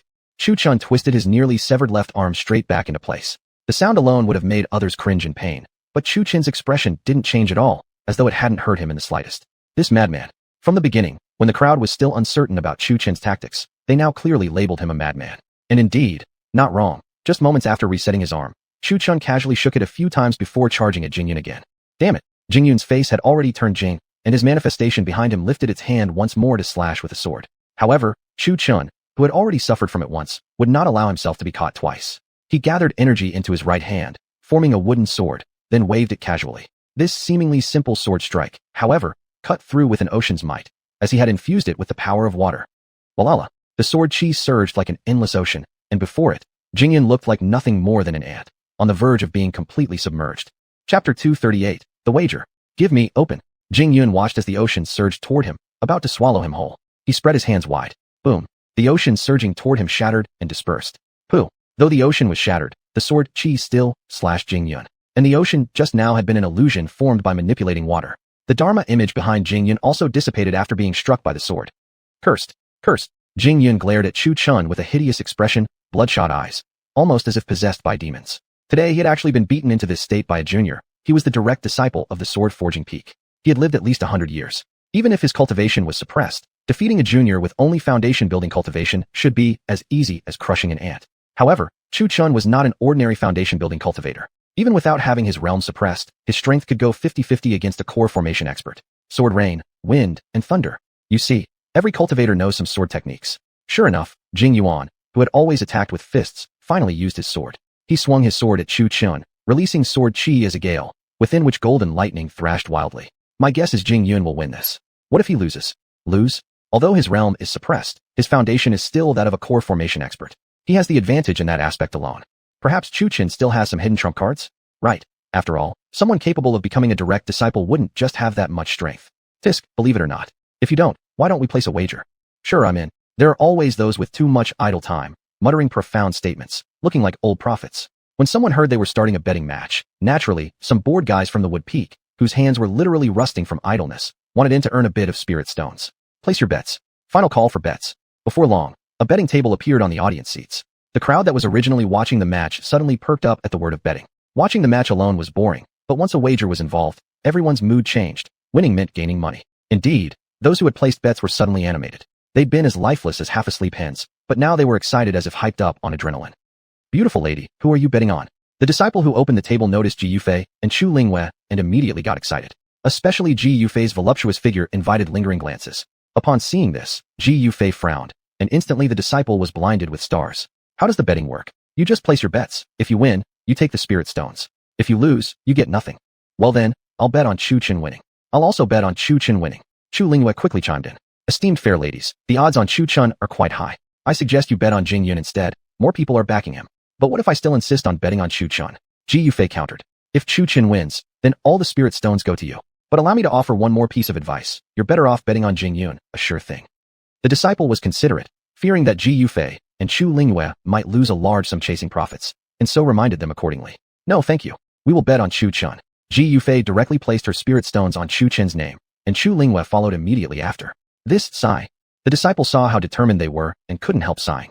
At this moment, back on the battlefield stage, the two were locked in fierce combat. Jing Yun slashed forth a powerful sword qi, a flame, within which golden lightning coiled and twisted. But in contrast, Chu Qin remained impassive, using his wooden sword once again. He didn't show the slightest intent to draw the Dragon Emperor's sword. It simply wasn't worth using against such attacks. Ice fire slash. Holding his wooden sword, Chu Qin cried out decisively and slashed forth a wave of sword qi. Although it was also sword qi, it carried a unique sword intent exclusive to sword cultivators. And what he slashed forth was particularly strange. The qi combined water and ice, seemingly cold, icy sword qi, yet burning fire surged within the ice. Bang! The sword qi clashed, and once again an extremely powerful shockwave burst across the stage. SHSH.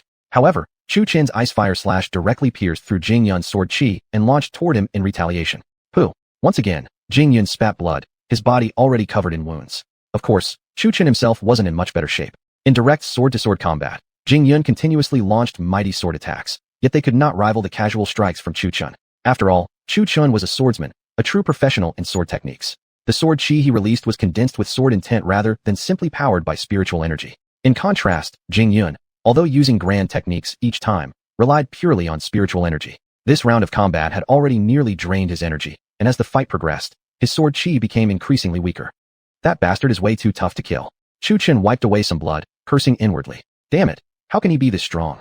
Jing Yun's face was still twisted with fury. Compared to his arrogant confidence at the beginning, he was now beaten to a pale shade of himself. He had originally thought he could take Chu Qin with one hand tied behind his back, yet now they were practically at a draw. A draw? And Chu Qin hadn't even used his full strength yet. If Ji Yufei had known Jing Yun's thoughts, she would likely have said exactly that. Indeed, from the beginning until now, Chu Qin still hadn't used his full strength or revealed many of his trump moves. Yet even like this, Jing Yun had already been beaten to his knees. Get ready to collect your winnings. Ji Yufei glanced at the 3 incense sticks burning on the platform. 2 had already burned out, and the 3rd was nearly gone.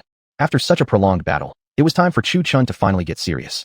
It's time to end this, Jing Yun said, raising his sword in front of his chest. His hair floated as he clearly began gathering his power for a mighty strike. Indeed, it's time. Chu Qin's eyes flickered, then suddenly unleashed a simple but powerful palm strike. Dragon Steel Palm. This technique is useless against me. Jing Yun's eyes narrowed. Then he thrust his sword forward. Whether it's useful or not, only a test will tell. Chu Qin's voice was cold as he kept his attack unchanged, directly clashing with Jing Yun's sword. Boom. A bloodstained figure flew out of the battlefield. Junior brother. Fu Wanqing stood up in shock. Sit down. What's all the excitement for?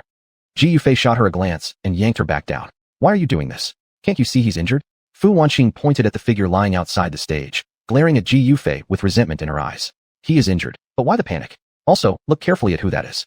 That's junior brother. Upon hearing this, Ji Yufei gave her a glare before speaking again. That is indeed our junior brother, but not from our peak.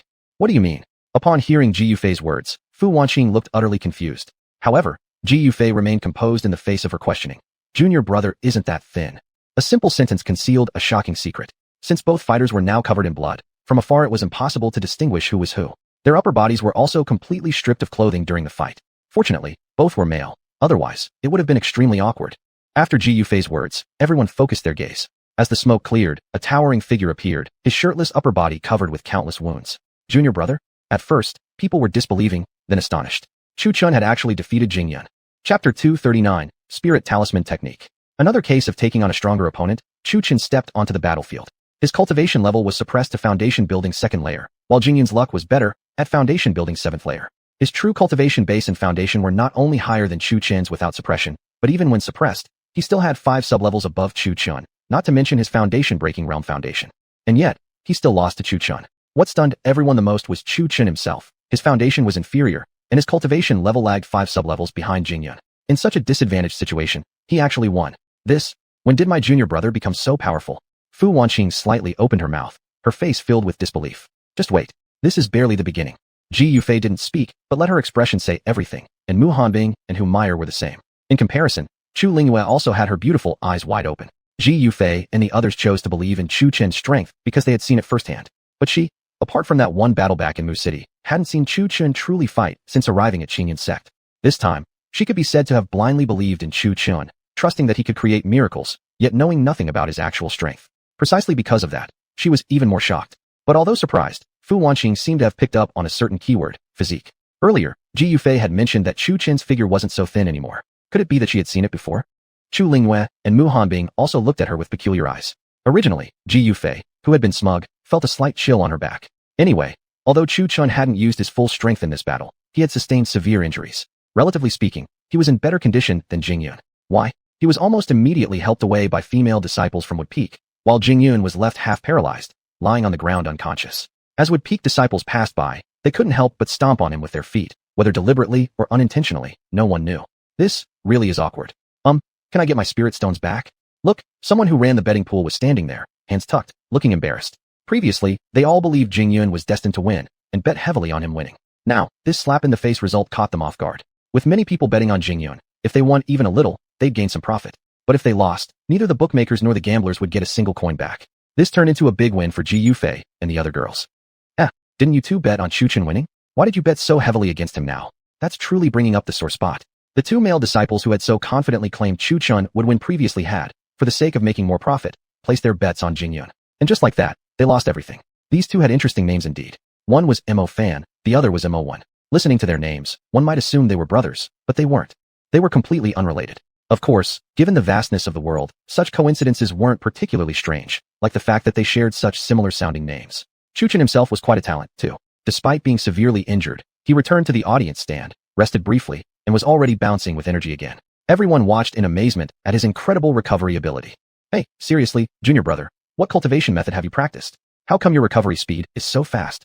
Ji Yufei was no stranger to mischief. She poked Chu Chun's arm and asked. Chu Chun gave her a serious gaze. Then, he stretched out his finger and rubbed it against his thumb. His expression was obvious. If he was going to explain, there'd be a price. If you and I are fated to meet, then I'll give you a discount of 100 spirit stones. Ji Yufei rolled her eyes at him. In the past, she certainly wouldn't have paid. But now, things were completely different. She just won 10 million spirit stones, didn't she? Fine. Ji Yufei casually tossed a talisman over to him. Chu Chun looked perplexed, staring at Ji Yufei as he asked, "What am I supposed to do with this?" Ji Yufei gave him a very disdainful sideways glance, looking at him as if he were a country bumpkin, before explaining, "You really don't know, huh? Don't let this talisman fool you. It's actually a storage talisman, a creation by Xiaojiu. It's exclusive to Wood Peak only." Wow, I see. Chu Chun took the talisman and carefully examined it. As spiritual energy was injected into it, the talisman emitted a glow, and then 100 spirit stones appeared before him. A storage talisman. Talisman. Chu Chun murmured thoughtfully. This wasn't a disposable item, meaning it could be used just like a storage bag. If he were to draw techniques into the talismans, wouldn't that allow him to launch unexpected attacks on his enemies? Hey, what are you daydreaming about? Ji Yufei poked his arm again, a question on her lips that echoed what everyone else was wondering. Although they already knew his regenerative power was terrifying, it now seemed even more terrifying than ever. Lu Changfeng, who was injured less severely than Chu Chun, was still resting and healing. Yet Chu Chun had completely recovered from both internal and external injuries. He looked so energetic and vibrant that no one doubted his recovery was genuine. That's why everyone was so curious. Hey, let me tell you a story. Once upon a time, there was a mountain, and in that mountain, there was a temple, and inside that temple, there were 2 old monks. Look at Chu Chun. He'd already switched into his persuasion mode, leaving everyone bewildered and confused. Honestly, his acting was so convincing that the more they listened, the more they were inclined to believe him. Senior sister, Your disciple is exceptional. How did you train such a living treasure? Humayr gently poked Mu Hanbing and whispered. Mu Hanbing, watching Chu Chun still going on with his act, couldn't help but feel speechless. She thought to herself, I don't recall ever teaching him this way. When did my disciple turn into such a living treasure? He used to be such a pure-hearted young man. I think it must be old Master Sword's influence. Mu Hanbing truly was a talent. Her expression clearly said it all. I'm not taking responsibility for this. It was his teacher who taught him that way. Truth be told, it wasn't even him who taught Chu Chun. More accurately, it was that colorful sister with the surname Long who changed his style. Of course, someone like that sort of old man was definitely involved as well. He was quite the exceptional figure too. If we really wanted to find the earliest anomaly, it would be that sort of old man. He always appeared deep and unfathomable in front of outsiders, yet in private, he was nothing but a humorous old man. As dusk fell again, after the second round of matches concluded, the elders on the platform were busily occupied. What were they doing? Naturally, sorting out the list of those who advanced. Believe it or not, the number was quite large, 55 in total. The peak with the most advancement was Wood Peak. Except for Lu Changfeng, all the others advanced. And the peak with a full advancement in the second round of matches was Hidden Sword Peak. Although they had only 5 participants, not a single one of their disciples was eliminated. Then came the peak with the fewest promotions, Holy Dragon Peak. They had entered 8 participants but were eliminated 5, leaving only 3 who advanced. These 3 disciples had rather mediocre strength. Chances are, they won't make it past the third round of the second stage. Chapter 240, Returning to Glory. As for what came next, Jin Peak lost 1 disciple, Wei Wei. Shui Peak was eliminated 2. Yin Peak lost 1. And the most shocking part was that Yafeng, who had always been the weakest among the 5 peaks, only lost 1 disciple. In previous competitions, whenever Mu Peak exerted its full strength, it always took first place. Naturally, Yu Peak had always been the weakest of the 5 major peaks. Finally, with Mu Peak slacking off, they were no longer the weakest, but this year, Mu Peak's overall strength returned. It made Yafeng feel quite gloomy. Fortunately, while Mu Peak improved, Yafeng also progressed. In comparison, Shui Feng, who had always ranked 3rd among the 5 peaks, didn't fare too well. As the 3rd strongest among the 5 peaks, they had 2 of their disciples eliminated. Fortunately, compared to the Holy Dragon Peak, this wasn't too bad. As for the other peaks like the 100 Flowers Fairy Peak, Jian Peak, Alchemy Peak, and Judiciary Hall, they all lost 3 disciples each. After the first round of eliminations, the elders of Qingyun Hall re-ranked all the peaks. Naturally, Jian Peak was 1st, followed by Mu Peak in 2nd, Jin Peak 3rd, Yin Peak 4th, and Yu Peak 5th. As for Shui Peak, it no longer ranked among the top 5. This ranking was temporary, just for the distribution of treasures. The true ranking would be announced after the final competition. As the second round of the second competition ended, everyone took another 3-day rest, and the peaks that had been re-ranked now received corresponding offerings. The most joyous one was definitely Mu Peak, as many elders were seen shedding tears of happiness. How many years have passed? 1 month, 5,000 spirit stones per person. We are finally no longer stuck at 5 spirit stones per person. Look at that young master surnamed Chu, so excited that he almost pulled down his pants to dance, though he still had a little self-restraint. How many years has it been? Our Mu Peak has finally returned to its former glory. Looking at the medicinal pills, spirit stones, and spiritual plants inside his spatial pouch, Yun Shun felt emotional. This was just the beginning. They would firmly hold on to 2nd place. Just wait and see. Why not aim for 1st? The disciples of Jian Peak were simply too strong for them to defeat, and besides, they were all on the same team. Coming in 2nd wasn't so bad. Although the amount of spirit stones was slightly less than the 1st place, it was still much better than getting only 5 spirit stones per person every month. Once again, night fell. All other peaks were pitch black. Either their lights were out for meditation, or they had gone to sleep. Except for Qingzhou Peak, where tonight was exceptionally lively. To celebrate their victory, everyone, including Mu Hanbing, came here. What were they doing? Barbecuing. Though at first glance Qingzhou Peak seemed plain and unremarkable, upon entering, they discovered a hidden treasure trove. Rare spiritual plants, some bearing fruit or blooming only once every 100 or 1,000 years, were all planted here like ordinary cabbages without any care for their rarity. Chuchen wasn't stingy at all. Whatever they asked for, he gave. After all, these plants were not meant to be merely admired but eaten. Whoever could use them was welcome to pick them, as these rare spiritual plants helped with transformations and breakthroughs, enhancing the strength of their own disciples. So why hold back? They ate until their mouths were dripping with oil. However, the chickens and rabbits that Chu Chan raised suffered. Dozens of them were boiled or grilled in just one night. Perhaps they had been on the mountain for too long, having already opened their energy palaces and no longer needed food regularly. But once they started eating, their appetites were enormous. Xiaobai wasn't about to be left behind either. Thus, the originally harmonious and joyful atmosphere turned into a fierce food scramble. If you were quick, you got it. If you were slow, you missed out. And these chickens weren't exclusive to Qingzhou Peak. Other peaks within Mu Peak's domain had them as well, although most of these peaks were uninhabited. Most of Chu Chen's chickens had actually been caught from those peaks. After gorging themselves to satisfaction, the group sprawled out like ruffians, sleeping on the ground of Qingzhou Peak. They were quite down to earth. No one went looking for a bed. They just laid flat on the ground with arms and legs sprawled out. All of them were girls, true prodigies who clearly had no concept of modesty whatsoever. But as they slept, certain girls who weren't too well-behaved crept closer to Chu Chun in their sleep. almost making him forget how to breathe. Morning came. The moon shone brightly, and the flowers were beautiful. Well, actually, it was a bright, sunny day with gentle winds and clouds swirling in the air. Qingzhou Peak, however, resembled a junkyard now, everyone sleeping in the most awkward of positions. Some had even slept hanging on the trees during the night. As for Chu Chun, now he was quite the sight to behold, like a coveted delicacy, surrounded, hugged, and embraced by a group of beauties. One of them was even directly lying on top of him fast asleep. A long while later, everyone gradually woke up. The first to awaken was Mu Hanbing, who happened to be the standout one among them, literally sleeping on top of him. Look at her, face flushed red as she took in the scene. Fortunately, no one else was awake yet. She was the first to wake. Then came Chu Lingyue, Ji Yufei, and Hu Meyer. These were the women who had all been sleeping right beside Chu Chun, or more accurately, treating him like a teddy bear and cuddling him the entire night. Oh wow. Chu Chun was the last to wake up. He had fallen asleep first last night and hadn't known anything of the events afterward. When he finally awoke, his limbs felt like they no longer belonged to him. He didn't know why, but he also felt slightly dizzy, with a stuffy feeling in his chest, as though something, or rather, someone, had been lying on him the whole night. Yasi, what's wrong with you? It was Li Qingxin who spoke. Seeing Chu Chun lying on the ground spread out like a big Z character and remaining motionless for a long time, she couldn't help but ask. This question wasn't a big deal, but it caused some clueless fellows to turn and look at him with confusion. Meanwhile, certain people turned their backs, their faces blushing red. Last night they must have had a wonderful dream, a story about a pig gnawing at Chinese cabbage, and not just a little cabbage either. For a brief moment of silence, everyone returned to their ordinary routines. Those who cultivated resumed cultivation. Those who refined pills went back to refining pills. Chu Chun was a dedicated person. These 3 days he either practiced enlightenment, forged artifacts, or refined pills. Speaking of his talent, it was indeed impressive. Just in these few days, refining grade 1 triple-marked pills had already become effortless for him. Starting from producing flawed pills, to complete ones, then occasionally failing once in a while. Finally, he could perfectly create flawless grade 1 triple-marked pills without a single failure. Even more impressively, he could refine 2 pills at the same time, and they weren't just ordinary pills that simply replenished spiritual energy.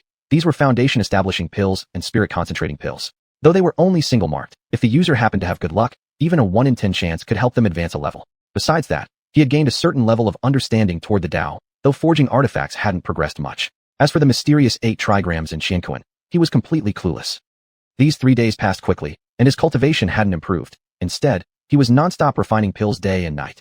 Meanwhile, Qingzhou Peak had become quite lively, turning into a roadside stall open at night, with people coming to eat and drink freely every day. But they weren't impolite. They still remembered to buy ingredients from the lower mountains. Otherwise, how could the chickens Chu Chun raised possibly satisfy their endless consumption? Although the ingredients from below the mountain hadn't absorbed spiritual energy and were slightly worse in taste, it hardly mattered. The quality of the ingredients wasn't important, as long as the chef's skills were good. The most dedicated among them was definitely Mu Hanbing. Although she was eating, she was also learning. Learning what, of course, was cooking. She could already imagine herself wearing an apron in the kitchen as a wife in the future. She wasn't the only one indulging in such daydreams. Girls like Chu Lingyue and Ji Yufei, who loved learning, often did too. Of course, there was also the uniquely charming Hu Meyer, who was actually dreaming of Chu Chun wearing an apron, becoming a house husband for her. Chapter 241. Chu Chun and the Heart-Questioning Mirror. The rain falls heavily during the Qingming festival. The travelers on the road are filled with sorrow. When one asks where a tavern might be found, a shepherd boy points far off, toward the apricot blossom village. Qingyun City, located beneath Qingyun Mountain, is always filled with the scent of incense. But today, the aroma burns even stronger. Looking at the people gathered at the foot of the mountain, they all kneel on the ground, some praying for blessings from their ancestors, others wailing in grief. Since it is the Qingming festival, naturally, spirits and evil entities will be active. Within Qingyun Mountain's forests, a grotesque face flickers among the trees. During this time of ancestral worship and offerings to gods, people seem to have lost some of their yang energy, leaving everyone in Qingyun City dazed and listless today, as though their bodies had been hollowed out. Sister, I've come to pay my respects. If it hadn't been for me back then, you wouldn't have been humiliated and killed by those by clan people. Sister, don't worry. Once I enter Qingyun sect, I will make sure those by clan people wish for death but cannot find it. Under a tree, a frail figure knelt before a tombstone, crying loudly, tears pouring like rain, while a look of bitterness and hatred twisted his face. Jijit. As the boy knelt in mourning, he didn't know if he was hallucinating, but he suddenly heard a woman's laughter, and it sounded exactly like his deceased sister. Sister. Startled, the boy turned around and saw a woman in white with disheveled hair. She was incredibly beautiful, yet her smile seemed eerily twisted. You killed me, dear brother. So now, come with me to the underworld. Just then, dark energy surged around the woman. Her mouth stretched open widely, revealing a gaping bloody maw as she lunged toward the boy. Qingyun Sect Plaza. After 3 days of deliberation, the rules for rounds 2 and 3 will remain unchanged. However, this round will have no resurrection matches. Whoever loses will be eliminated immediately. Lastly, this battle will continue until only 10 people remain and qualify. As Tong Litin spoke, Whispers broke out among the crowd. The most concerned one was Chu Chun. If only 10 people would advance, that meant they would inevitably fight against their own. Wood Peak's disciples and Hidden Sword Peak's disciples together numbered 15. Even if all final matches were among sect members, 5 would still be eliminated. It was going to come to this eventually. Junior apprentice brother, no need to do any scouting this time. Facing anyone is just fate. Besides, I haven't sparred with the junior apprentice sisters in a while. Fu Wanqing, as if understanding Chu Chen's worries, patted his shoulder to comfort him. Chu Chen stood still and stared at the stage in silence, not knowing what he was thinking. Indeed, that was just how it was supposed to be. Logically, there was no avoiding it, but surely there was a way to avoid teammates meeting early among over 50 participants. Cheating might still be necessary. At Tong Litan's command, the remaining contestants who hadn't been eliminated stepped onto the platform as usual. Once again, it was time for the draw of lots. Compared to the previous round, this time, Wood Peak's disciples did not wait for others to draw first. They stepped forward as soon as their turn came. After all, they were bound to clash anyway. Who it was didn't matter. As the lot drawing went on, Chu Chun had originally planned to warn his fellow sect members to avoid facing each other, but the draws happened too quickly, leaving him no time to check. With his flame-eyed sight scanning the lots held by his companions, Chu Chun could only sigh. Whether by coincidence or by fate, in this first round, they hadn't even drawn against any of their own without Chu Chen's intervention. As for Chu Chen himself, one might call it fortunate, though perhaps it wasn't quite that. After all, being able to see through the lots allowed him to pick the number 55 deliberately, making him the one with a bye in this round. Everyone then returned to their spectators' stands. One silhouette was missing from Wood Peak, and another from Water Peak. Coincidentally, or perhaps not, Chu Lingyue had drawn lot number 1, and her opponent happened to be Shuer, who had a personal grudge against Chu Chun. It is said that when enemies meet, their fury is unmistakable, and this situation was no exception. Actually, Chu Lingyue was the only one who fit that description. Shuer of Water Peak looked on, confused and dazed, clearly not understanding the intense hatred flashing in Chu Lingyue's eyes. She recalled that she hadn't offended this young junior sister before, at least not that she could remember. They had barely even seen each other previously, so why the immense hostility? Junior sister, why do you hold such hatred toward me? I believe we have never met before. Out of curiosity, Shuer asked, a teasing and seductive smile on her lips that unintentionally seemed mocking toward Chu Lingyue. Chu Lingyue simply gazed at her quietly and spoke only 5 words. Chu Chun, the heart-questioning mirror. Upon hearing those words, Shuer's once charming face darkened with a frown. Chu Chun. She turned her eyes toward Chu Chun, buried among the female disciples of Wood Peak, and a flash of malice passed across her face. Not only had she failed to get him into trouble before, she had also offended the elders of the Qingyun Hall and the Law Enforcement Hall. They had even gone to Water Peak to visit Yen Ruyu and shared a cup of tea. What they discussed, she did not know. But afterward, Yen Ruyu no longer paid her the same attention as before. When she spoke, she received only cold indifference from her master. It must have been because of her. Her master had abandoned certain treasured artifacts to rectify her mistakes, and that was why she was no longer valued. In truth, that was indeed the case. The second elder of Qingyun Hall used the excuse that Yen Ruyu, a direct disciple of Water Peak, had offended Mu Hanbing, and demanded that Ryu's most treasured artifact, the Ryu Talisman, be confiscated to appease her anger. But in reality, it was only to seize it for himself. After all, the Ryu Talisman was a powerful magical artifact. Once activated, it could crush enemies like a mountain falling upon them, killing them outright or leaving them crippled. Of course, its abilities were not limited to simply smashing opponents. It possessed many other functions. So it's that good for nothing again. What are you to him? Shuer scoffed disdainfully at Chu Chun. In contrast, Chu Lingyue calmly replied with just 3 words, unwed fiancé. Junior sister, does someone like him truly deserve this much from you? Shuer tried to provoke discord. Whether he deserves it or not is not for you to decide. Chu Lingyue shot back defiantly. She didn't care who Chu Chun was or what he had done. Back then, he had saved her, and from that moment, her heart had belonged to him. Anyone who plotted against Chu Chun would find no mercy from her. Especially considering Shuer's role in that incident, she definitely wouldn't forgive her. What are those two talking about? Why haven't they started fighting yet?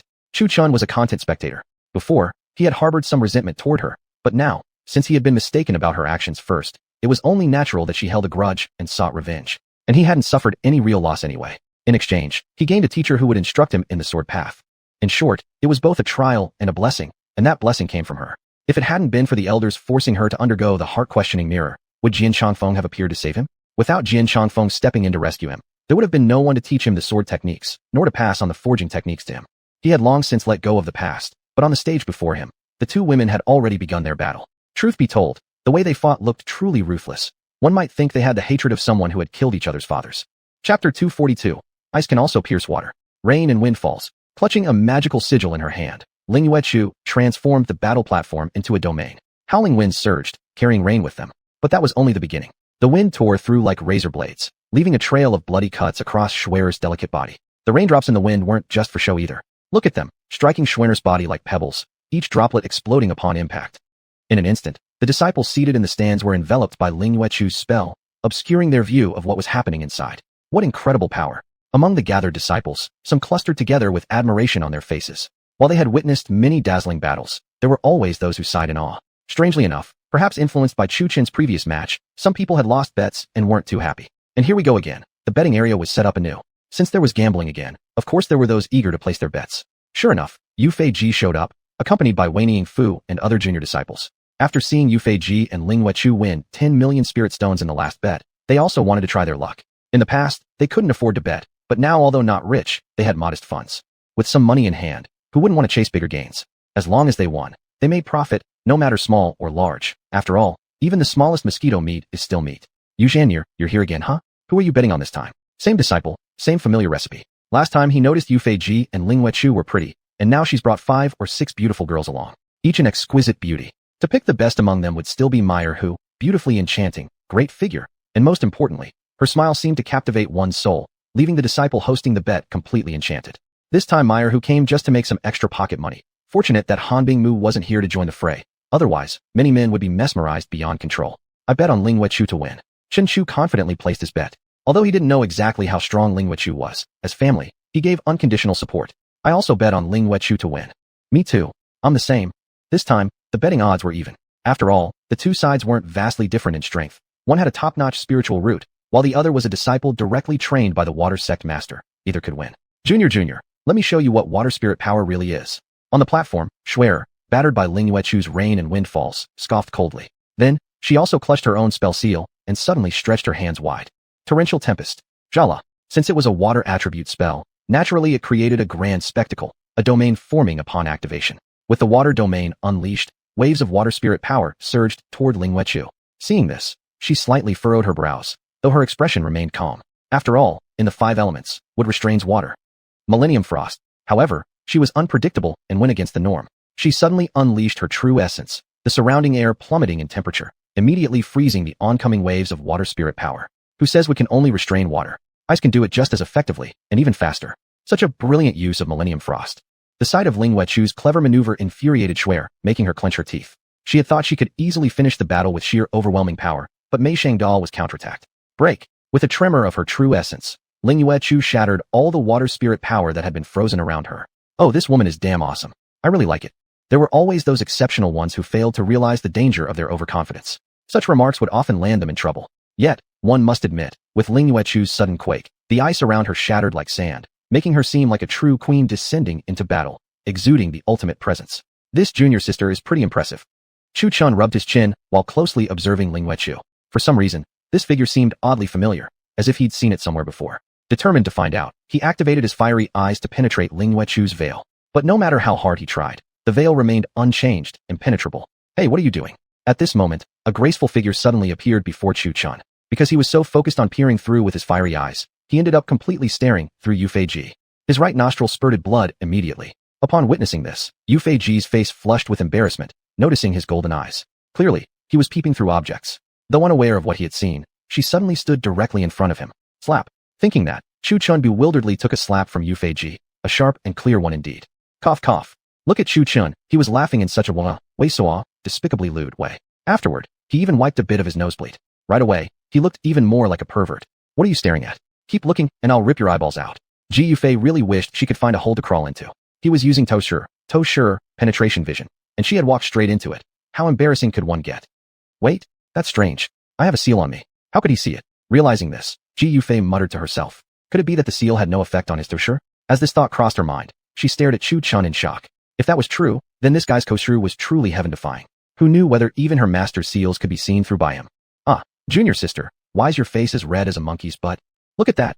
Mu Feng's beauties really knew how to speak. The third younger junior, Gu Lingbing, had been corrupted too. Upon hearing this, Ji Yufei's expression darkened significantly. Who in the world would describe someone like that? Was her face really that similar to a monkey's butt? Ji Yufei wasn't someone who forgot a grudge easily. Seeing that Chu Chun was still staring with his fiery eyes, not knowing exactly what he was peering at, she suddenly got an idea. Since the third junior was clever and hard to trick, she shifted her gaze toward Mu Feng's group, eventually landing on Fu Wanqing. The second junior was a good target, simple-minded, practically pig-like. Senior sister, want to make a bet with me? Ji Yufei suddenly leaned toward Fu Wanqing and said. Fu Wanqing glanced at her. That girl was cunning, and making a sudden bet definitely meant she was plotting something. Calmly she replied, what kind of bet? Dare you walk in front of little junior brother? Ji Yufei blinked her eyes as she asked. Do you think I've got something wrong with my head? Not to mention why I should go waving in front of him. He's using Toshir, right? I may be innocent, but I'm not stupid. Fu Wanqing rolled her eyes at her. Oh, how come everyone had become so crafty?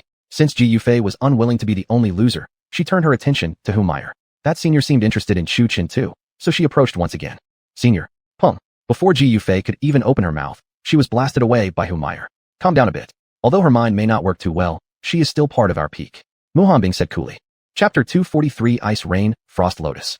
Foxmire clenched her tender fist and said, no choice. She was kind of asking for a beating. Having said that, she poked Mu Hanbing again, and, seeing Chu Chun using his fiery eye technique to observe, she asked, what's your apprentice looking at over there? Hearing that, Mu Hanbing looked toward Chu Chun and found that he had indeed activated the fire eye Jingu, looking intently at the two women locked in combat. It wouldn't be so bad if he was just watching Chu Lingwei. After all, they were destined to become cultivation partners. It seemed like Mu Feng had basically already determined this relationship. However, she noticed Chu Chun seemed to be staring at Shuer. Seeing this, flames flickered in Mu Hanbing's eyes. Unaware of the brewing storm, Chu Chun continued observing through his fire eye Jingu, determined not to stop until he pierced through Chu Lingyue's veil. He simply didn't believe in things he couldn't see with his own eyes. True, he was indeed looking at Chu Lingyue, but certain people misinterpreted his intent. Seeing Chu Chun still staring, Mu Hanbing grew irritated, then stood up and walked over to where he stood. That wouldn't have been so bad, but before she could even speak, Chu Chun, who had been squinting hard, suddenly saw a rather erotic scene. Before long, a stream of blood shot from one of his nostrils. Ji Yufei, who had just risen in the distance, happened to witness this and immediately felt much better about herself. She glanced sideways at Foxmire and quietly gave a thumb up, her expression clearly stating one word. Brilliant. Seeing Chu Chun suddenly spewing nosebleed, Mu Hanbing was momentarily puzzled. How on earth had he suddenly bled like that? A moment later, when she finally understood, her face flushed bright red. She realized she had been tricked by this Foxmire character. Still, the fact that Chu Chun could even bypass the veil's restriction was impressive enough for Mu Hanbing. Master, what did you come here for? Chu Chin's question wasn't wrong, but Mu Hanbing, now aware of the situation, slapped him hard in response. The sound was clear and crisp. What did you see? Mu Hanbing asked, her little face flushed red. Nothing at all. Chu Chun, too, was a born liar, face calm, heart steady. Smack. Mu Hanbing raised her hand and slapped him once more. Now, on Chu Chen's face, two fresh red handprints glowed. Blood remained near his nostrils, slightly dried but not yet completely, giving him a somewhat ridiculous appearance. What was up with today? Why were so many people walking right in front of him? This was making him very embarrassed. It wasn't that he wanted to peek deliberately, but others kept coming to offer entertainment. Wiping his nose blood with one hand, Chu Chun grinned shamelessly, and seeing this, Mu Hanbing's face darkened. Thinking back to the previous moment, her cheeks flushed again with a touch of red. She mentally slapped herself. Damn it, knowing he had the fire eye Jingu active, why did I still go forward? The more Mu Hanbing thought, the angrier she became. Her mood was definitely bad now. She turned her eyes toward Foxmire, flames dancing within her gaze. If it weren't for this troublemaking bastard, would she have walked over in the first place? Meanwhile, Foxmire, who was quietly enjoying the scene, suddenly felt an icy chill running down her spine despite the hot summer weather. When she turned to look at Mu Hanbing, she instinctively lowered her head, then quickly turned her face away, perfectly explaining, it wasn't her fault. Mu Hanbing had insisted on stepping forward. Seeing this, Mu Hanbing's face darkened even further. This little brat, without a beating, she'd go off tearing off the roof tiles. Very soon, a certain vixen named Foxmire learned what true female power was. A little hand reached over from her side and grabbed the soft flesh at her waist, twisting it hard. Oh wow, okay sis, I was wrong. At that pinch, Foxmire instantly came to her senses. If it weren't for the crowd in the square, she might have yelped in pain. Mu Hanbing gave her one last glance. If not for the crowd, she'd be swinging from that tree right now. Meanwhile, Chu Chun finally stopped looking. The veil had such a powerful concealment technique that he could see nothing despite exhausting his visual strength. The deeper his curiosity grew, the face under the veil remained a mystery. Intrigued, he couldn't help wondering where his junior sister had acquired such a veil. The concealment technique was so potent it even blocked the fire eye Jingu's piercing vision. This special technique taught by Kyer, though its rank was unknown, was certainly top-notch.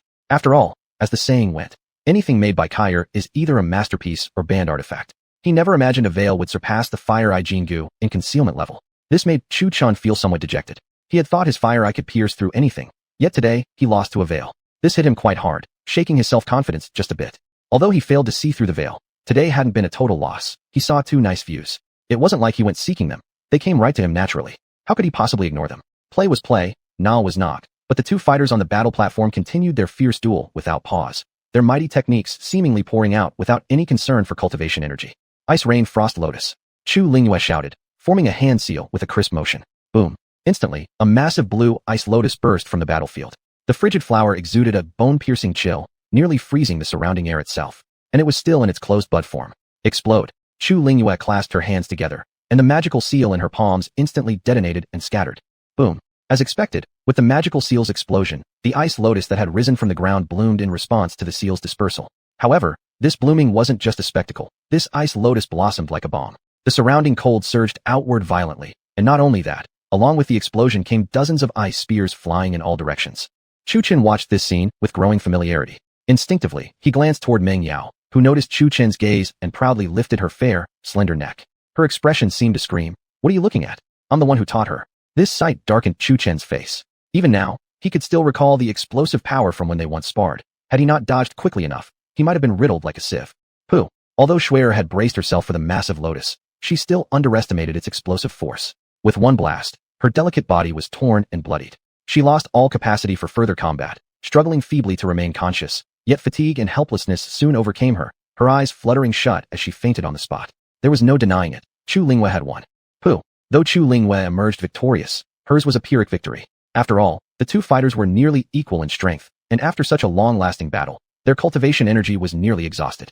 Her forced execution of such a powerful technique exacted a heavy toll, leaving her pale with blood still trickling from the corner of her mouth. Despite everything, she remained upright and conscious, like a true woman warrior, staggering toward the direction of Mu Feng.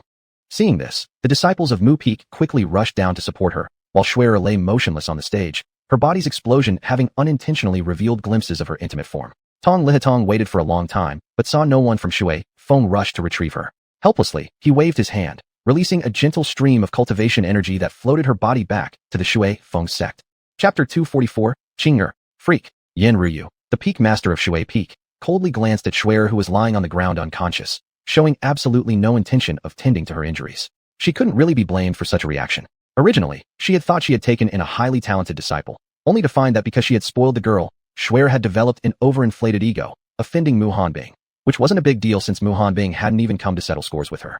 However, because of that incident, an elder from Qingyun Hall had found an excuse to take the treasure she had discovered in a ruin years ago. For someone like Yan Ruyu, whose combat capabilities weren't that strong, this artifact had been the perfect complement. Now deprived of that precious treasure, her strength had been cut in half as if her waist had been struck by a blade. Now, even though she possesses the Dongshu cultivation stage, her power doesn't even match that of Yu Yun at the 5th level of Kuei-Su. The disciples of the Water Peak aren't like those of other peaks. At best, they're merely support-oriented, the squishy kind, with weak defenses and little damage. Would peak, after being supported, or rather, carried back to the audience seats by the crowd, more accurately, by Chu Chun. Lingyu's face was still pale. Chu Chun very thoughtfully draped a small green robe over her shoulders. Chu Lingyue remained seated quietly, healing her injuries, while Chu Chun continued his supportive role. Since he had received a bye in the advancement round from 55 to 26 participants, he didn't have to fight. He gently placed his warm and broad palm on Lingyue's shoulder, channeling a continuous flow of spiritual energy into her. Surprisingly, as Chu Chen's energy poured in, Chu Lingyue, who had originally been pale, gradually regained color in her face. This battle hadn't inflicted any real injuries, just a severe depletion of spiritual energy. Coincidentally, Chu Chun had an unusually abundant supply of spiritual energy, enough to nearly fill Lingyue's spiritual reservoir, while he himself seemed perfectly fine. "Senior brother, you still have a fight coming up later. I can recover on my own." Ever considerate, Chu Lingyue understood that Chu Chen still needed to fight later, urging him not to waste his spiritual energy on her. After all, it was only a depletion of energy without any threat to life, something she could recover from gradually. "Don't worry, I have a bye." Chu Chen smiled with his palm still resting on her shoulder, continuously pouring in spiritual energy.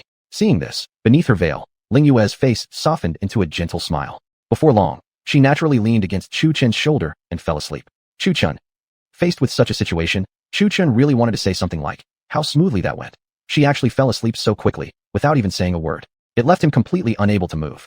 Seeing this, the rest of the Wood Peak disciples all wore expressions of knowing amusement. Chu Chun felt rather perplexed. He had wanted to collect his gambling winnings from the betting table, but reluctantly, he could only ask someone else to collect them for him. Considering the habits of his peers, who would absolutely not return anything once it had been taken, as expected, not only did Chu Chen's wager go to waste, but the winnings were also shared among the senior apprentices. Chu Chun was practically on the verge of tears.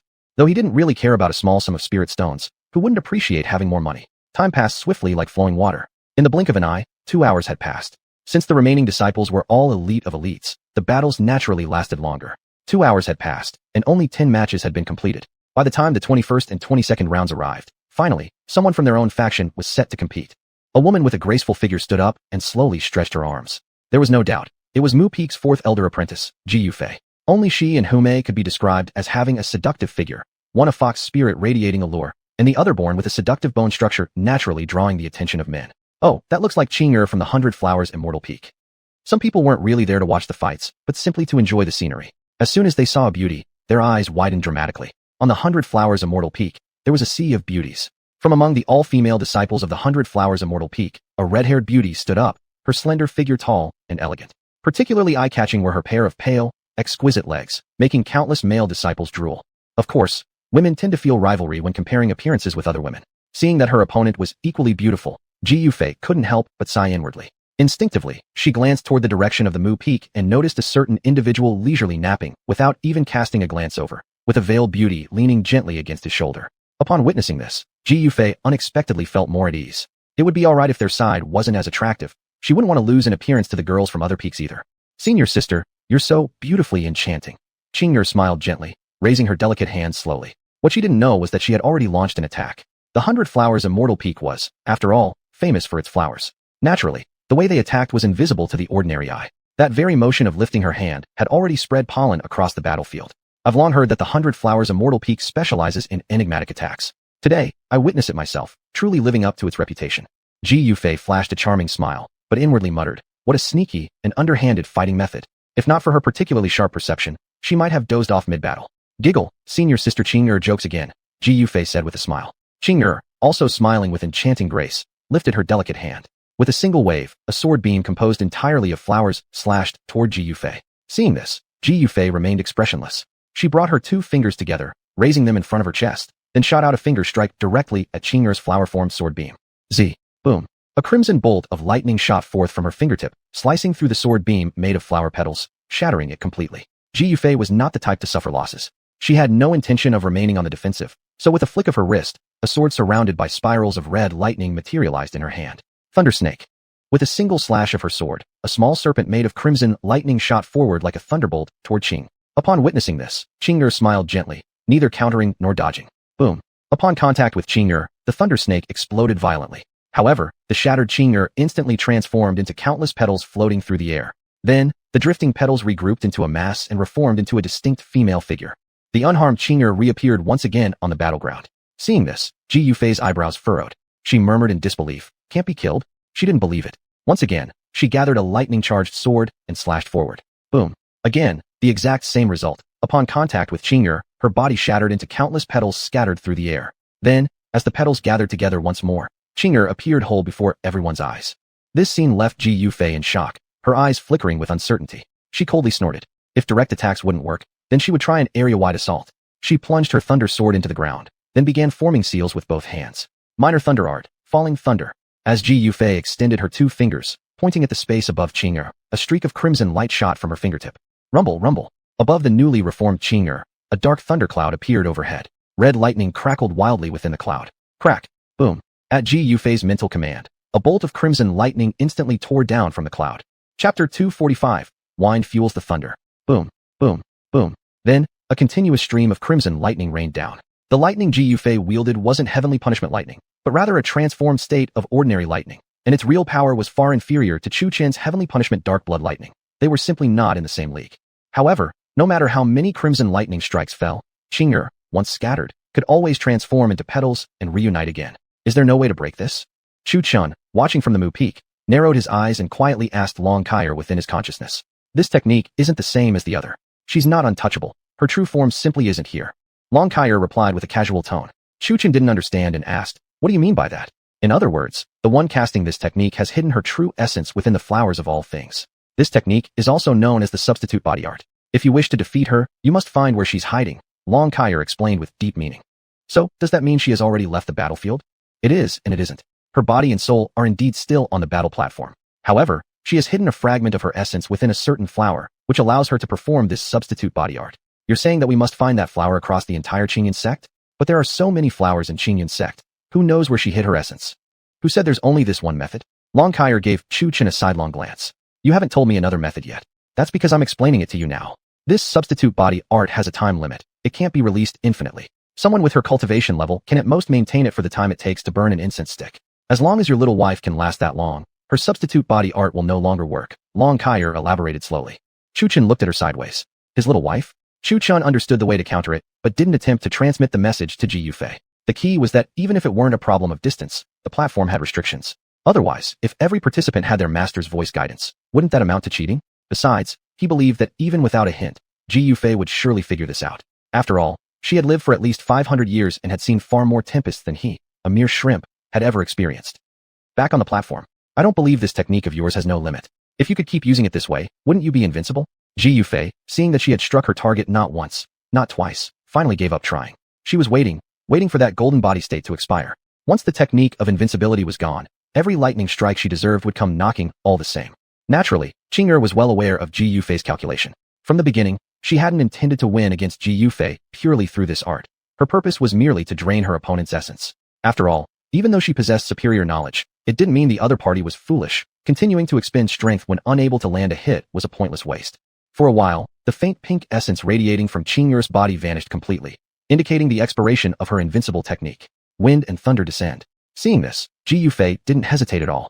She pointed her finger straight into the void, and blood-red lightning shot toward Qing'er like an arrow. Qing'er, anticipating this moment, certainly had her own contingencies.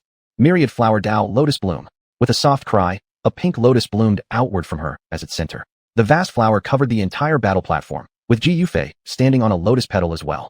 Standing atop the lotus core, Qing'er gracefully wielded a sword in a dance, resembling a flower fairy, with this lotus forming her domain. Her dancing in itself wasn't concerning, but Ji Yufei remained alert while standing on the petals of the lotus. Bang! Sure enough, the dance was a deception. Qing'er intended to use her lotus domain to attack Ji Yufei. Within this domain, her magical technique's power was enhanced, and each sword strike launched floating petals toward Ji Yufei. Don't be deceived by the beauty of these petals. In reality, they were like little knives, sharp and deadly. Once struck, one could consider oneself fortunate even to survive unscathed. Take a look at Ji Yufei. In just a short while, her delicate figure was already scarred all over with cuts. These wounds weren't quite sword slashes, but injuries caused by the flying petals. Thankfully, she was wearing plenty of clothing today. Otherwise, using this technique would inevitably result in embarrassing exposure. Though Ji Yufei was always in a defensive position, she wasn't idle. Besides parrying the incoming petals, she also slashed out several crimson thunderbolts toward Qing'er. Unfortunately, within this flower, Qing'er was an invincible presence. Her invincible technique may have vanished, but inside her domain, she moved like a ghost, leaving behind nothing but flickering pink silhouettes impossible to trace. In my opinion, Ji Yufei has already lost this match. Some gambling-loving onlookers seriously declared, looking just as solemn and prophetic as an old fortune teller. At the start of this match, few people placed bets. However, as things developed, people started taking positions. By now, the odds were about 7-3, Qing'er 7, Ji Yufei 3. After all, since Ji Yufei had been constantly pressured and overwhelmed, the crowd had already decided she would lose and began placing their bets on Qing'er. But there were always some people who supported their own. Look, the members of Mu Peak, seeing a big opportunity arise, started placing their bets one after another. That 3-7 ratio was actually the combined wager from Zongjin Peak and Mu Peak. Chu Chun also wanted to place a bet, seeing the chance to make a big gain. Unfortunately, Chu Lingyue, who had originally been leaning sideways on his shoulder, had gradually fallen asleep and naturally ended up lying across his legs. This girl truly was bold, not fearing that Chu Chun might lift her veil. Speak of the devil, he was about to lift it, but as Chu Chen's hand barely touched the veil, his head suddenly felt heavy, his face turned dark, and his eyes shut tightly. Long Kaier saw this and couldn't help smirking. That woman was like a thief. Her battle power might not be strong, but even she had to admire her techniques of concealment. She just didn't know why her artifact had ended up in this mortal realm. Long Kaier's beautiful eyes glanced toward the sky, filled with oddity after oddity. She couldn't help but wonder what had happened in the ancient times. After thinking this, she looked at the sleeping Jian Chongfeng. This kid came down earlier than her, so he probably knew nothing either. Still, Long Kaier was quite curious. Why had he remained here all these years? Was he still waiting for that dead drunkard? Or perhaps for someone else? 8 trigrams Thunder Art, Thunder Shock. Boom. Ji Yufei had been fighting like this for so long, and Qing'er kept flashing in and out before her like a mouse, making Ji Yufei rather annoyed. Since you're activating your domain, then I'll activate mine too. Suddenly, a faint and illusory 8 trigrams symbol gradually expanded from her side, then overlapped with the blooming lotus. Ji Yufei flashed her body, instantly arriving at the Sun trigram. In the 8 trigrams, Sun represents wind and is located in the northwest direction. Since she couldn't locate Qing'er's position, Ji Yufei rotated the 8 trigrams, causing the Zhen trigram to appear at the center of the lotus flower. In the 8 trigrams, Zhen represents thunder and is located in the northeast direction, precisely opposite to the Sun position. Oh, using wind to boost thunder, using a domain to attack another domain. Lin Ji, who had some understanding of the 8 trigrams, instantly saw the subtlety. Wind could aid fire, water, and even thunder. It made sense. Thunder and rain must come with strong winds. Chapter 246, Heavenly Thunder. As Ji Yufei's hands continuously shifted through seals, a thunder sigil was formed. Fall thunder. Ji Yufei extended her joined fingers toward the sky. Whoosh. Suddenly, fierce winds howled across the arena, and rain seemed imminent. The once sunlit sky was now completely covered in dark clouds. Crack. Boom. A streak of crimson lightning split the sky and crashed down, laced with the power of wind. Pooh. The lotus flower on the battlefield was instantly shattered by the blood lightning. A graceful figure flew backward, spitting blood repeatedly, her face pale as paper. Could it be anything but pale? After all, she had just been struck by lightning. If it had been thunder formed from mere spiritual energy, she wouldn't have feared. But Ji Yufei had actually used her spiritual lightning to summon heavenly thunder. Heavenly thunder was nothing like lightning forged from spiritual energy. One strike of it would result in death or severe injury. Luckily for her, she was among the fortunate ones. Although struck by heavenly thunder, she hadn't died or been crippled, though her condition wasn't far from it. Originally, she had thought that unleashing her ultimate move would surely secure her a win. Who could have imagined Ji Yufei was even more monstrous, actually summoning heavenly thunder through her spiritual lightning. Struck by the heavenly thunder, she had already fainted. Yet, the crimson lightning above the storm clouds continued to churn violently, showing no sign of dispersing. Truthfully, Ji Yufei would not have used this move unless it had become absolutely necessary. After all, this move was no ordinary technique. Summoning heavenly thunder meant harming the enemy, while also damaging oneself. Not only did the practitioner exhaust all spiritual energy, the heavenly thunder itself had a fierce temper. Once summoned, if it hadn't satisfied its appetite for destruction, it would strike the caster as well. If not for the restriction binding Ji Yufei's strength at the foundation building realm, everyone present would have ended up struck by lightning. Heavenly thunder wasn't something just anyone could survive. Not even a nascent soul cultivator could take it lightly. However, among everyone present, there were two exceptions. One was Jian Chongfeng, the other was Chu Chun. Jian Chongfeng's strength alone was enough to dissuade even the fierce heavenly thunder from striking. As for Chu Chun, if he had survived the absolute heavenly calamity, how could mere heavenly thunder intimidate him? Though heavenly thunder was powerful, it was nothing compared to a heavenly jia. And while heavenly jia was fierce, it still couldn't compare to heavenly calamity, much less the thunderstorm of absolute heavenly calamity. Oh no, Senior Fourth. Lin Ji looked at Ji Yufei with deep concern. At the moment, Ji Yufei was still standing on the stage, but her entire body was weak, drained of all energy. Her face was pale as paper, yet she stubbornly remained upright, refusing to fall even for a moment. Rumble. Thunder rolled across the sky, as though about to crash down. Child Li Chongtang, will you just let it be? Mu Hanbing could no longer bear to watch. Once this woman's temper flared, the entire Qingyun Sect's plaza grew unusually cold. Could it be anything but cold? In a moment, the entire plaza might freeze over. Once Mu Hanbing released her spiritual energy, frost burst from her surroundings, the air became corrosive, and temperatures rapidly dropped. This I can't handle.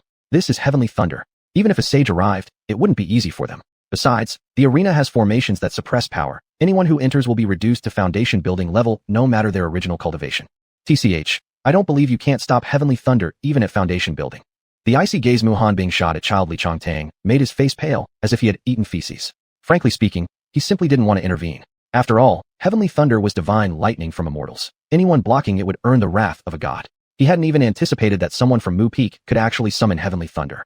Boom. While the two were talking, the blood lightning inside the storm clouds finally could no longer hold back. A streak of crimson lightning descended, aiming directly at Ji Yufei. Damn it. The faces of everyone in the plaza immediately changed drastically. In her current state, Ji Yufei would die for certain if struck directly by heavenly thunder. Mu Hanbing reacted immediately and wanted to rush forward to save her, but it was already too late. Hiss. At that moment, a figure dashed past her side at extreme speed, so fast that even she couldn't see clearly who it was. Standing beneath the storm clouds, Ji Yufei watched the descending heavenly thunder and revealed a tragic smile. She had won this battle, yet the price was her life. At that moment, she felt a pair of warm, steady hands placed upon her waist. Then she felt herself lifted off the ground and carried horizontally into someone's arms. She raised her eyes and looked into a delicate, handsome face. Junior apprentice brother. After speaking, she lost consciousness in Chu Chen's arms. But Chu Chen didn't have time to dwell on this romantic scene. He lifted Ji Yufei and rushed off immediately. Boom. However, his speed still fell just a step behind. The heavenly thunder crashed down. He formed a protective spiritual shield with his remaining power, shielding Ji Yufei entirely, while using his physical body to absorb the lightning's blow.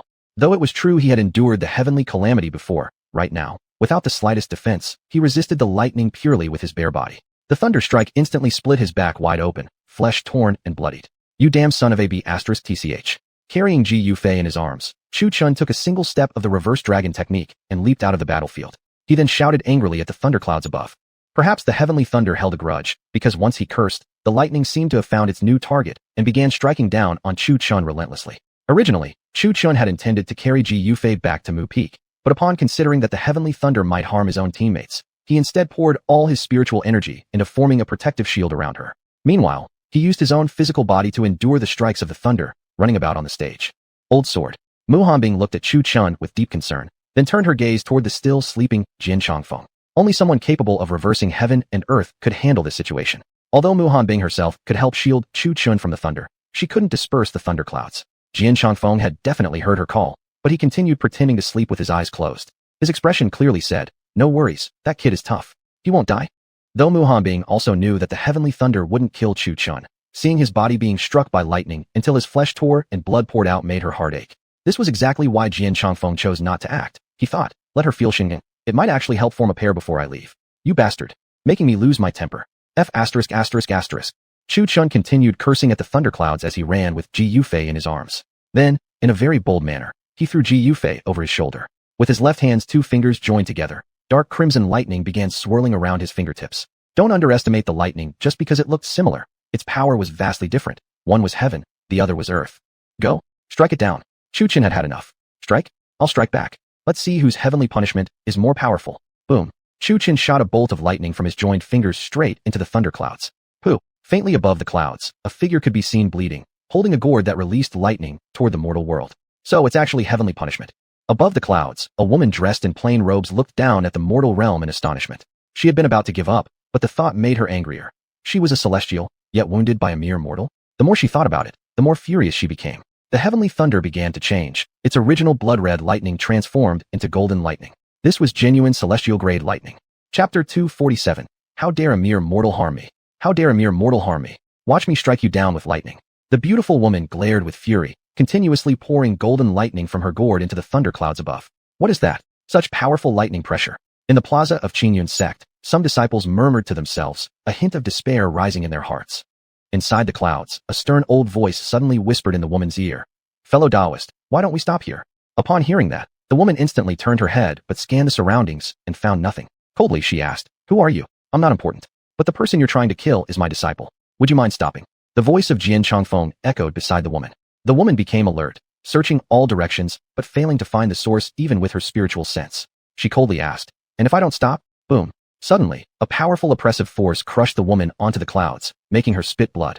The injury was even worse than what Chu Chun suffered from heavenly punishment lightning. A sense of despair spread through her heart as Jian Changfeng's voice resonated with coldness and authority.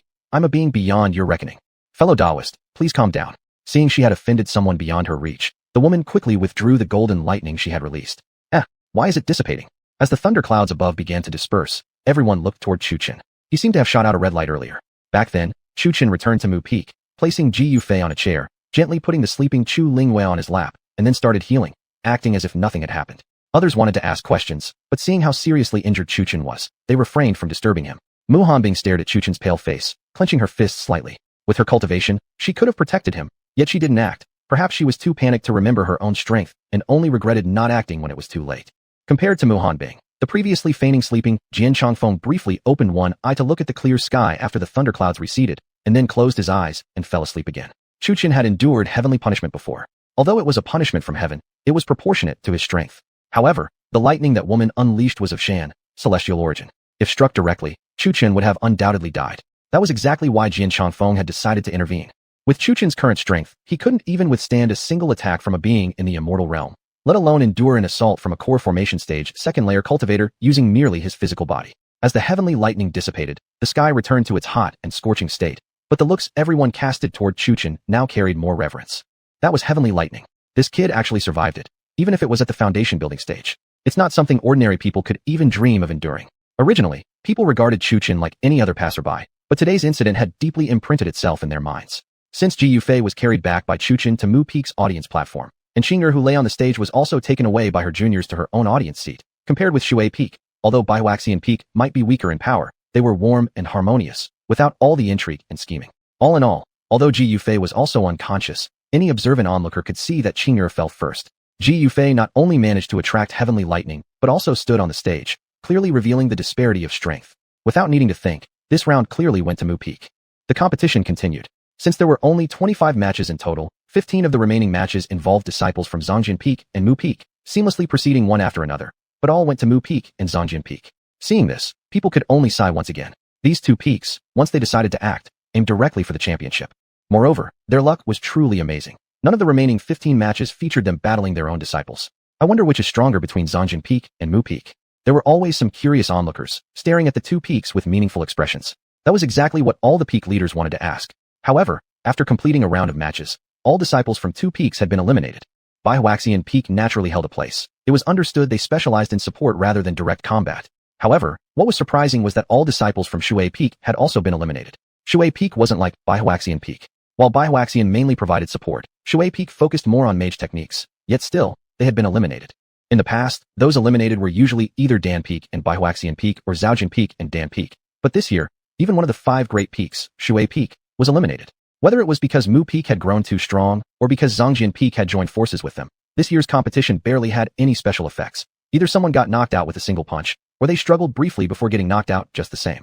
Overall, the strong were overly powerful, and the weak were excessively weak. Whenever the strong met the weak, the match ended in an instant. Those of moderate strength became the weak before the truly strong, and were knocked out with a single punch upon stepping onto the stage. Presumably, only the next 2 rounds would offer truly spectacular fights. Still, this 3rd round wasn't bad either. Someone had even attracted heavenly lightning, and another had proven fearless against it. Initially, they hadn't paid much attention, merely curious as to why a mere foundation-building cultivator could become Mu Hanbing's direct disciple. After today's incident, everyone viewed Chuchen with new eyes, mostly in awe. Huff. After only a short while, Chuchen's previously lightning-scarred back had completely healed, leaving not a single trace of injury. Tisk, brother, I never expected you to be such a hidden expert. Look at Lu Changfeng. He had barely recovered from his injuries, and was already so cheerful. He kept staring at Chuchen, eyes wandering again and again. Not only did he stare, but he rubbed his chin as well, watching Chuchen as if admiring a beautiful woman. A passerby might think there was something going on between the two. In response, Chuchen cast a sidelong glance at him, dying to say, if I revealed something, you wouldn't even have noticed. Besides Lu Changfeng, several female disciples who had previously underestimated Chuchen's strength now looked at him with astonishment. They had thought their junior apprentice was ordinary, someone weak in battle prowess.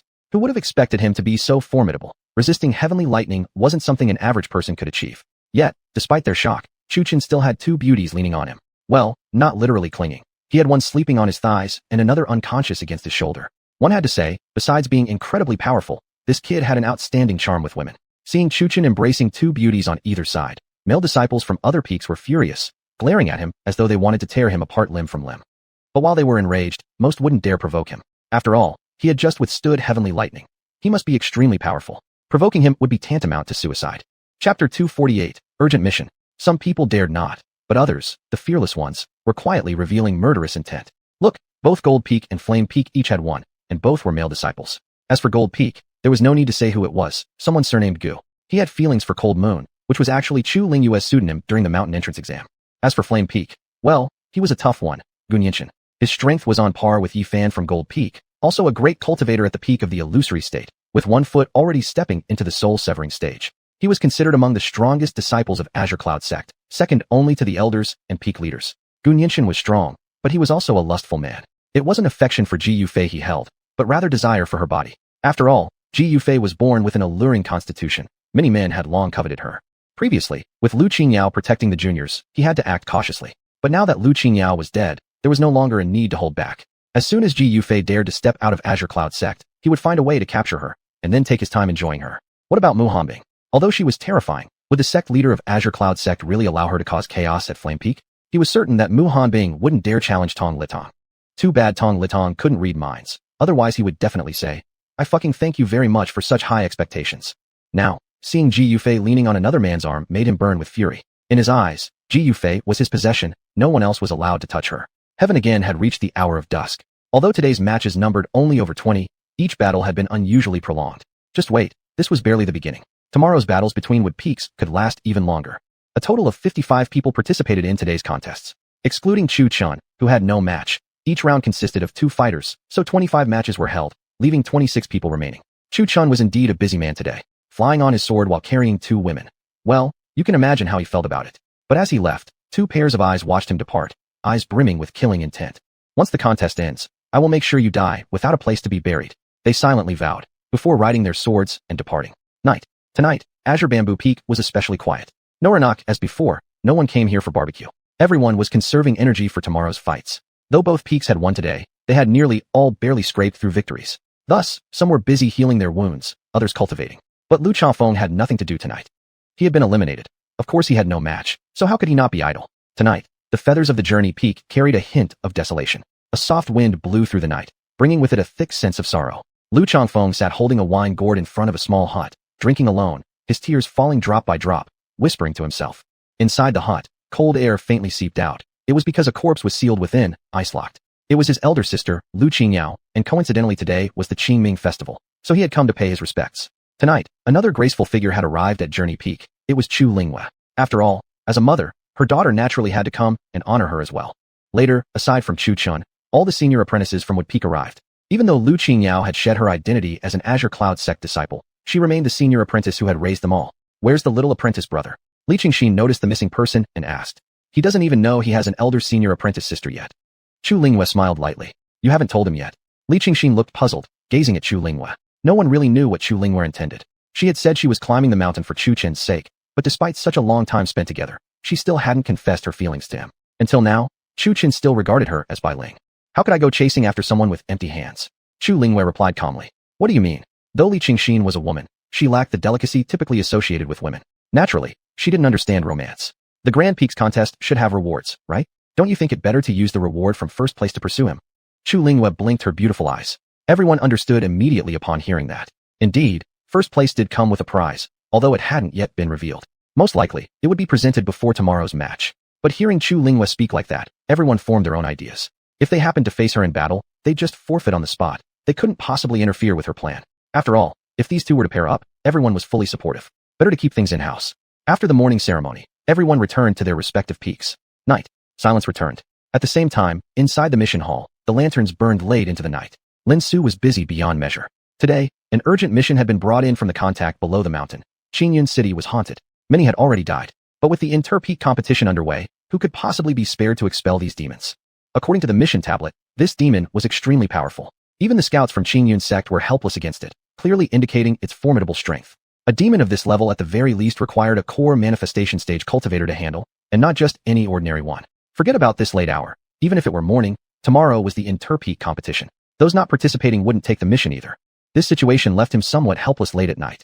When it came to core manifestation stage cultivators, he actually knew one person whose strength was unquestionably formidable. Thinking about it, with so many innocent lives in Qingyun City hanging in the balance, he mounted his flying sword and sped toward Wood Peak. Pum! Before entering Wood Peak, Lin Su had already crashed into its barrier, leaving his head buzzing. Mistress Mu, I beg for your help. He had to be humble before Mu Hanbing and quietly asked. What is it? Mu Hanbing's calm voice drifted from inside the barrier. I wonder if your disciple is still awake. I have an urgent mission, one that concerns lives, right in Qingyun City. Lin Su's tone was hurried. Moonlight bathed Mu Hanbing atop Wood Peak. Upon hearing his words, she frowned slightly and asked again, what exactly happened? Perhaps because today is Qingming festival, some evil spirit has awakened in the cemetery outside Qingyun City. The civilians who went to mourn either had their yang qi siphoned off, leaving them listless, or were outright killed while paying their respects. Lin Su gave a full account, withholding nothing. What's the cultivation realm of this evil spirit? Mu Hanbing asked again without reacting. Naturally, how could she act without clarity? If her disciple were hurt or even killed by this demon, who would she blame then? Lin Su also sensed something off in Mu Hanbing's behavior. Normally, she would either immediately agree or firmly refuse, but why so many questions today? Still, he didn't overthink it. Everyone in Wood Peak doted on their own, so he shook his head and said, unknown. But this demon has already killed so many people, absorbing countless resentful spirits, so its power likely reached foundation building 9th layer. If you're concerned, Mistress Mu, you can send another disciple with Chu Chun. Lin Su's words carried an underlying implication. For other urgent missions, it might not matter, but Qingyun City was under Qingyun sect's jurisdiction. Refusing to assist might damage Qingyun sect's reputation. Chapter 249. What a coincidence. It had been a long while, yet Mu Hanbing had not responded. Faced with this, Lin Su was already somewhat anxious, and he spoke once again. After all, Qingyun City lies under Qingyun sect. If we delay too much, I'm afraid. Why do you need to seek a disciple from Wood Peak specifically, and why Qinshun? Mu Hanbing, for some unknown reason, sensed something fishy and questioned again. Upon hearing that, Lin Su became slightly irritated, furrowing his brows and muttering inwardly with annoyance. Damn it, why does he keep prattling on like this? Still, he replied. Wood Peak lies closest to the mountain gate, and is also nearest to Qingyun City. Among those within the Banger Yuanjing, only your disciple Qinshun can arrive the fastest, and I can't call upon disciples from other peaks. This statement deliberately belittled himself while elevating Wood Peak. Interestingly, Mu Hanbing couldn't help feeling secretly pleased upon hearing these words. She hadn't felt this way in years. It must be her changed mindset that had altered her perception of things. After a long pause, Mu Hanbing finally said, in that case, wait here a moment. I'll go find someone for you. Mu Hanbing rode her flying sword toward Qingzhou Peak, already deciding who she'd send to fetch Qinshun. There were only two prodigies among the new recruits at Wood Peak, Qinshun and Linghua. Besides being able to watch out for each other on the journey, there were naturally other intentions behind her decision. The reason Mu Hanbing hadn't yet confessed her feelings to Qin Shun was because she was waiting for someone. And who might that be? Of course, it was Lingyue.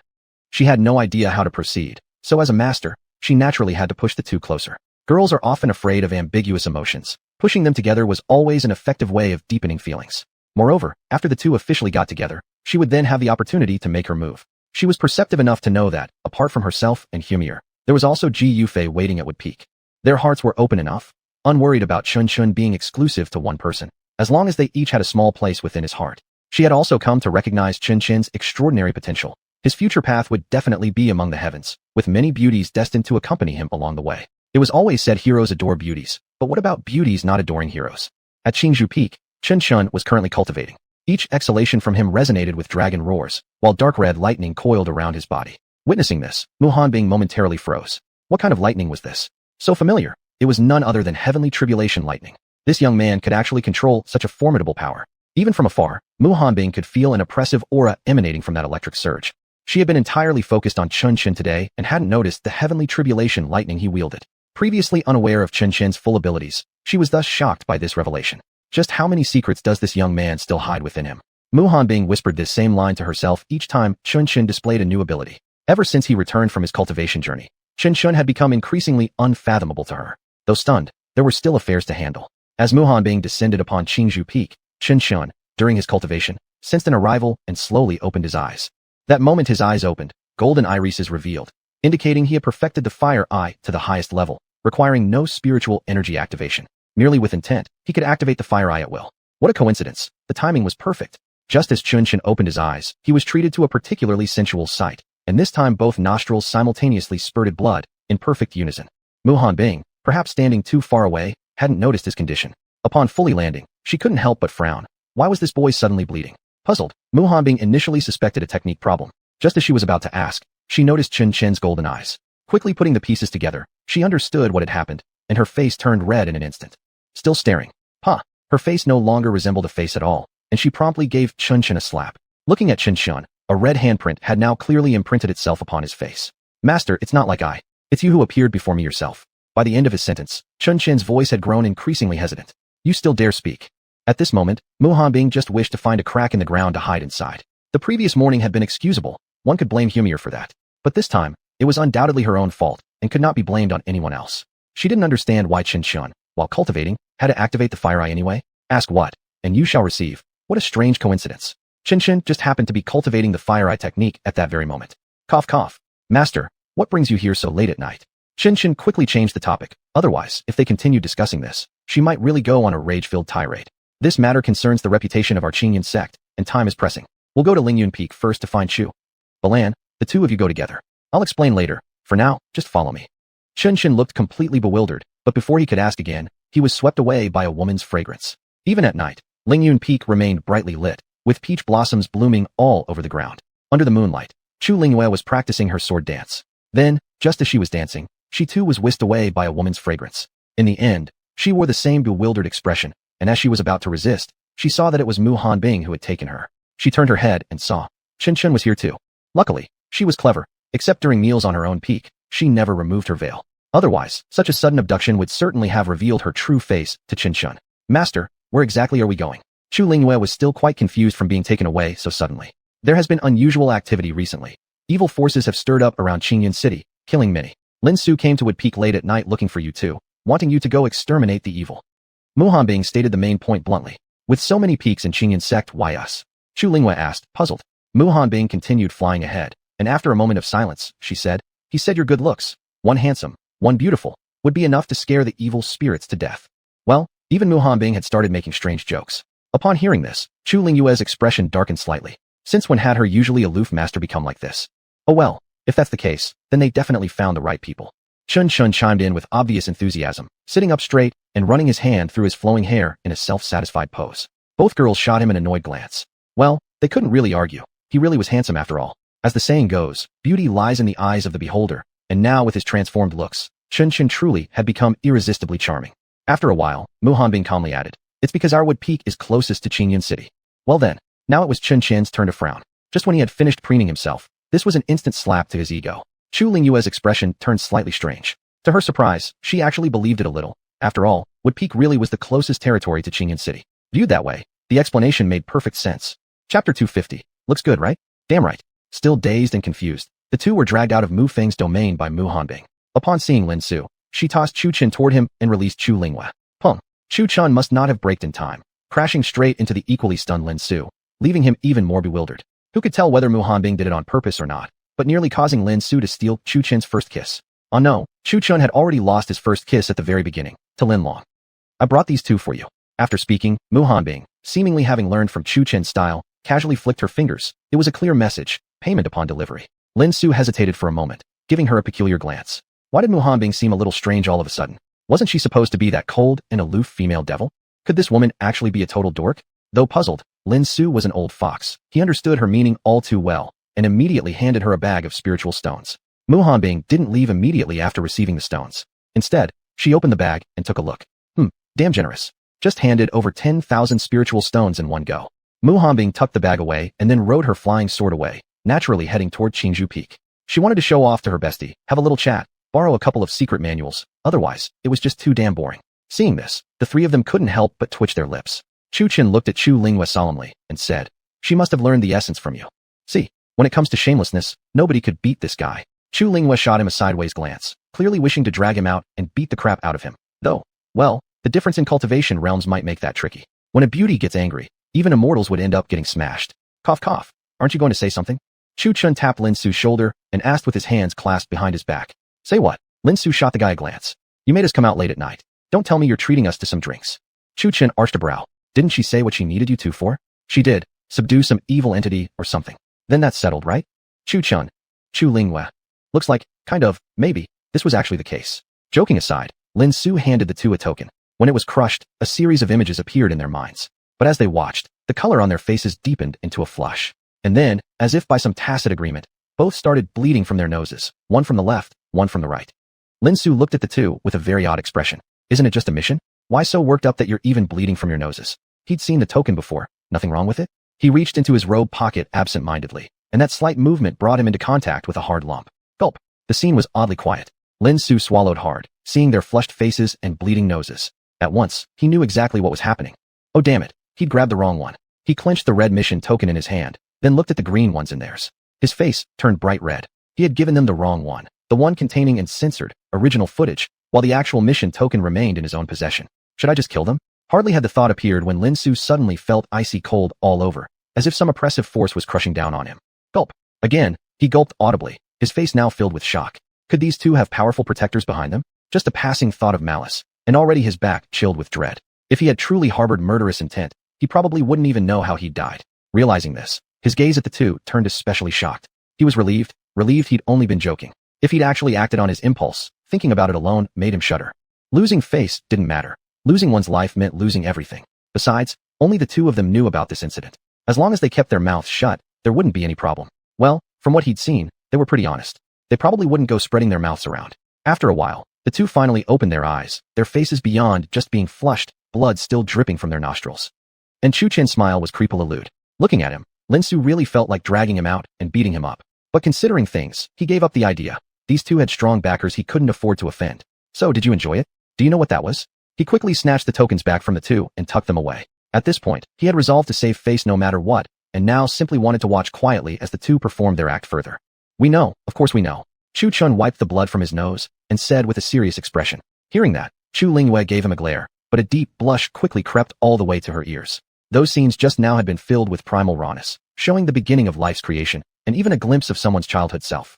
Tisk, you're asking for a beating with that kind of talk. Was it hot, or what? Lin Su shook his hands, then handed over the red mission token. Hot. Chu Chen answered instantly with a grin. The two accepted the red token with suspicious looks toward him.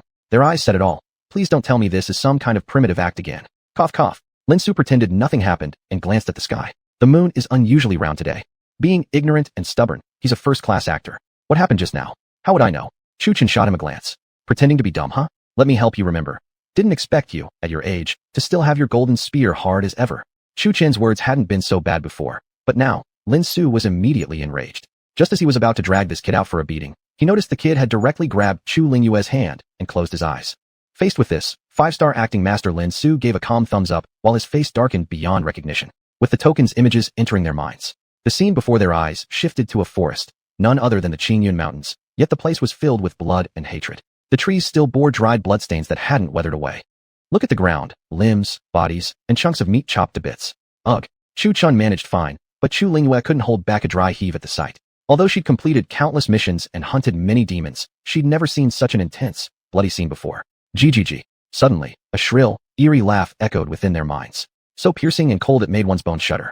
Chu Lingyue immediately broke out in goosebumps, naturally leaning toward Chu Chun for comfort. See, Mu Hongbing's method works great. No matter how strong you are, every woman still has fears, especially young girls who've barely touched the world. Wasn't she completely under Mu Hongbing's thumb? And they hadn't even set off yet. This kind of clear reaction already happening. Lucky she wasn't here, otherwise she'd probably be grinning like an Annie seeing this. The vision continued. Following the strange laughter, a hideous ghostly face appeared within their minds. Grr. The ghost grinned at the two, then opened a bloodthirsty maw wide toward them. Ugh. They both groaned silently, waking up at the same time. The vision ended here. Chapter 251, The Eerie Mountains. Is that the evil spirit we're supposed to deal with this time? Chu Lingyue looked like she hadn't recovered from the shock. Her face had turned deathly pale. Scared, Chu Chun suddenly asked, then added, if you are, you don't have to go. I can go alone. Although Chu Chun was often not serious, he was genuinely kind to others. Obviously, he noticed his junior apprentice sister was terrified. Though he couldn't see her entire face, the fear in her eyes couldn't escape his notice.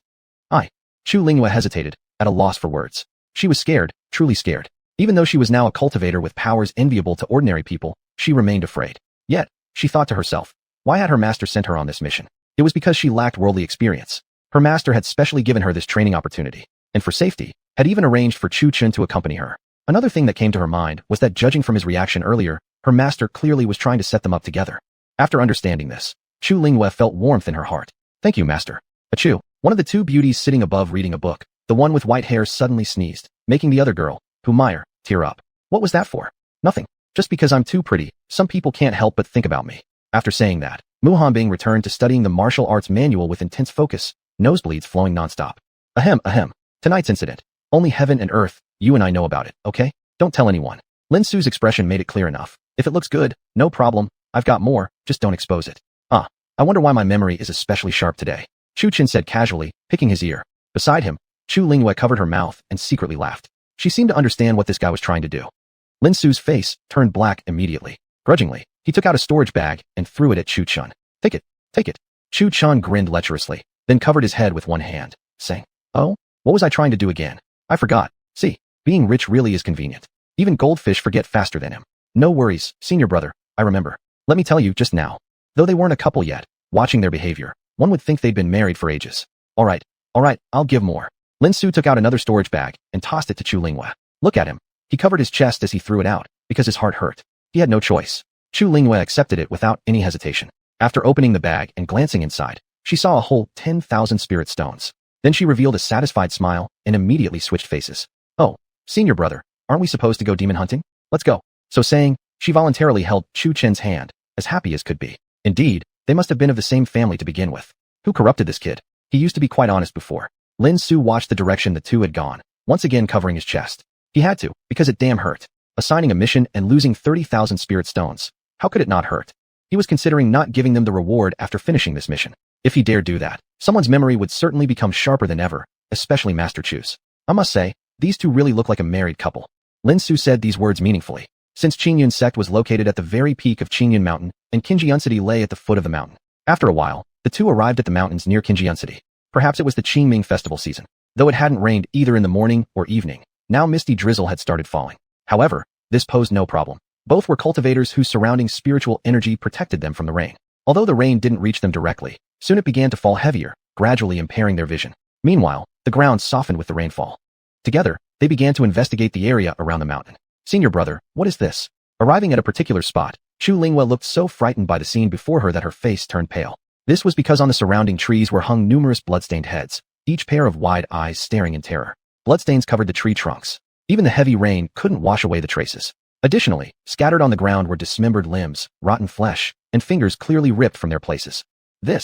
Even Chu Chen felt fear upon seeing such a sight. Heavy resentment. Chu Chen said, furrowing his brows. On the ground, rain had washed some blood trails outward, proving these people must have been killed only today. Boom. Phew. The rain came with Ongfeng He Shandan, and the originally pitch-black sky flickered with the sudden lightning, casting an eerie and terrifying glow over the entire mountain forest. Senior brother, Chu Lingyue, frightened by the scene, edged closer to Chu Chun. Don't be afraid. See, don't look down on someone just because they're usually carefree. When it counts, they can be very gentle. Since entering the forest, Chu Chun had kept his brows tightly furrowed. He noticed that despite so many deaths and the surrounding resentment, there wasn't a trace of malevolence. Logically speaking, with the Qingming festival approaching and so many people dead, evil presences, naturally drawn to such negativity, should have appeared, yet this place was oddly quiet. Maybe we should go check the city? Perhaps driven by fear from the scene, Chu Lingyue weakly suggested. Chu Chen didn't answer immediately. Instead, his eyes turned golden. His fiery golden eyes could perceive true energy and the flow of auras. Yet, after scanning the entire forest thoroughly, he found nothing suspicious. In fact, he was momentarily distracted by Chu Lingyue's veil technique, his vision slightly blurred as a result. Observing this, Chu Chen frowned. Everything here clearly exuded something strange, yet nothing was visible, no sign of any evil presence. After a long pause, Chu Chen murmured, "Let's go to the city first. We should also calm the people down." Upon hearing this, Chu Lingyue felt relieved. This place was too eerie. She didn't want to stay even a moment longer, especially not those severed heads hanging from the trees. Just looking at them was bone-chilling. Boom. Phew. All the way, the two remained mostly silent. Chu Chun had spent the entire journey sensing for malevolent forces and hadn't spoken. His silence was agony for Chu Lingyue, who flinched with every thunderclap. Not because she feared the thunder, but because the eerie atmosphere suggested that any moment something horrifying might jump out. Nothing. Still nothing. Chu Chen muttered to himself. Chu Chun withdrew from his thoughts, or rather, was interrupted by Chu Lingyue. Look at this girl, so scared she had nearly pressed herself against him. Actually, she already had, clutching Chu Chen's white robe tightly, her expression full of caution and fear. Chapter 252, A Mountain of Corpses and a Sea of Blood. Seeing this, Chu Chen couldn't help but feel pity. Naturally, he reached out and patted her head, smiling as he said, "Little junior apprentice sister, why don't you head back first?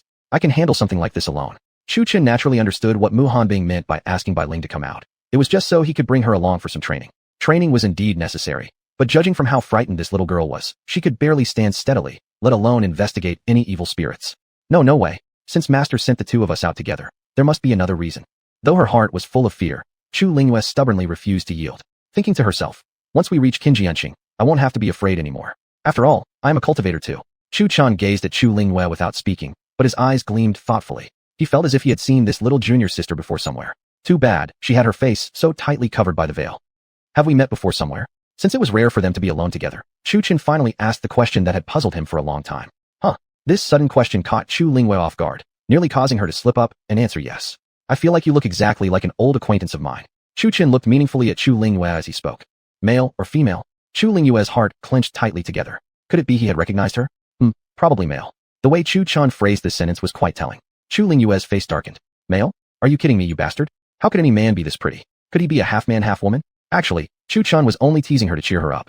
After all, now that she was his junior apprentice sister, he needed to look after her a bit. Being scared wasn't a big deal. Distracting her attention was all that mattered. See, that method worked pretty well. There is strong malevolent energy 80 miles to the south. At that moment, a female voice sounded by Chu Chen's ear. It was none other than Long Kaier. How come you're so free tonight? Chu Chen glanced sideways at Long Kaier with a light tone. None of your business. Long Kaier haughtily raised her chin. Truthfully, she feared she might oversleep and miss out on what could be a special show tonight. Even though they were joking around, Chu Chen still trusted what Kaier said. Isn't 80 miles south exactly Qinjianqing? Muttering to himself, Chu Chen spoke softly. Since Long Kaier had said it was at Qinjianqing, he believed it without question. With a clear goal in mind, their journey became much more harmonious. Originally, the two had been silent throughout their journey, but now, with Chu Chen's teasing, Chu Lingyue slowly started to dissipate the gloom of fear. When the two stopped again, they had already reached a city, whose city gate bore 3 large characters, Cheng Yun Qing, appearing ancient and carrying a trace of vicissitude. However, what lay before them wasn't the scene they had expected. It was raining heavily, and the originally bustling street market had become eerily quiet. The raindrops hit the bluestone pavement with a splatter sound. Although there was no one on the streets, various kitchen items like pots and pans were scattered about. Some baskets were blown all over the streets by the wind, making the ground look extremely messy, as if bandits had looted the place. Walking through the deserted market street, the buildings all remained intact. Yet if they really had been looted, the houses would show signs of burning. Bandits usually set fire to towns or destroyed houses after looting. Yet these houses remained not only undamaged but also brand new, bearing no sign of robbery whatsoever. But if they hadn't been looted, why hadn't they seen a single person since entering the city? Chu Chan had his fiery eyes constantly open, and while walking, he had already peered through the houses, but hadn't spotted any people inside. Chu Chan furrowed his brows, while Chu Lingyue, unable to see through walls, naturally didn't know what was happening indoors. Thinking the people were simply inside their homes, she asked, "What's wrong?" Chu Chen didn't answer. His face had turned extremely dark and gloomy, as if it could drip water. He felt more and more uneasy. Originally planning to tell the truth, He then thought again and simply replied, "Nothing." Seeing this, Chu Linghua looked puzzled. With such a gloomy expression, there was no way nothing had happened. He was just trying to comfort her. "Sister Kyer, where exactly is this malevolent energy you mentioned?"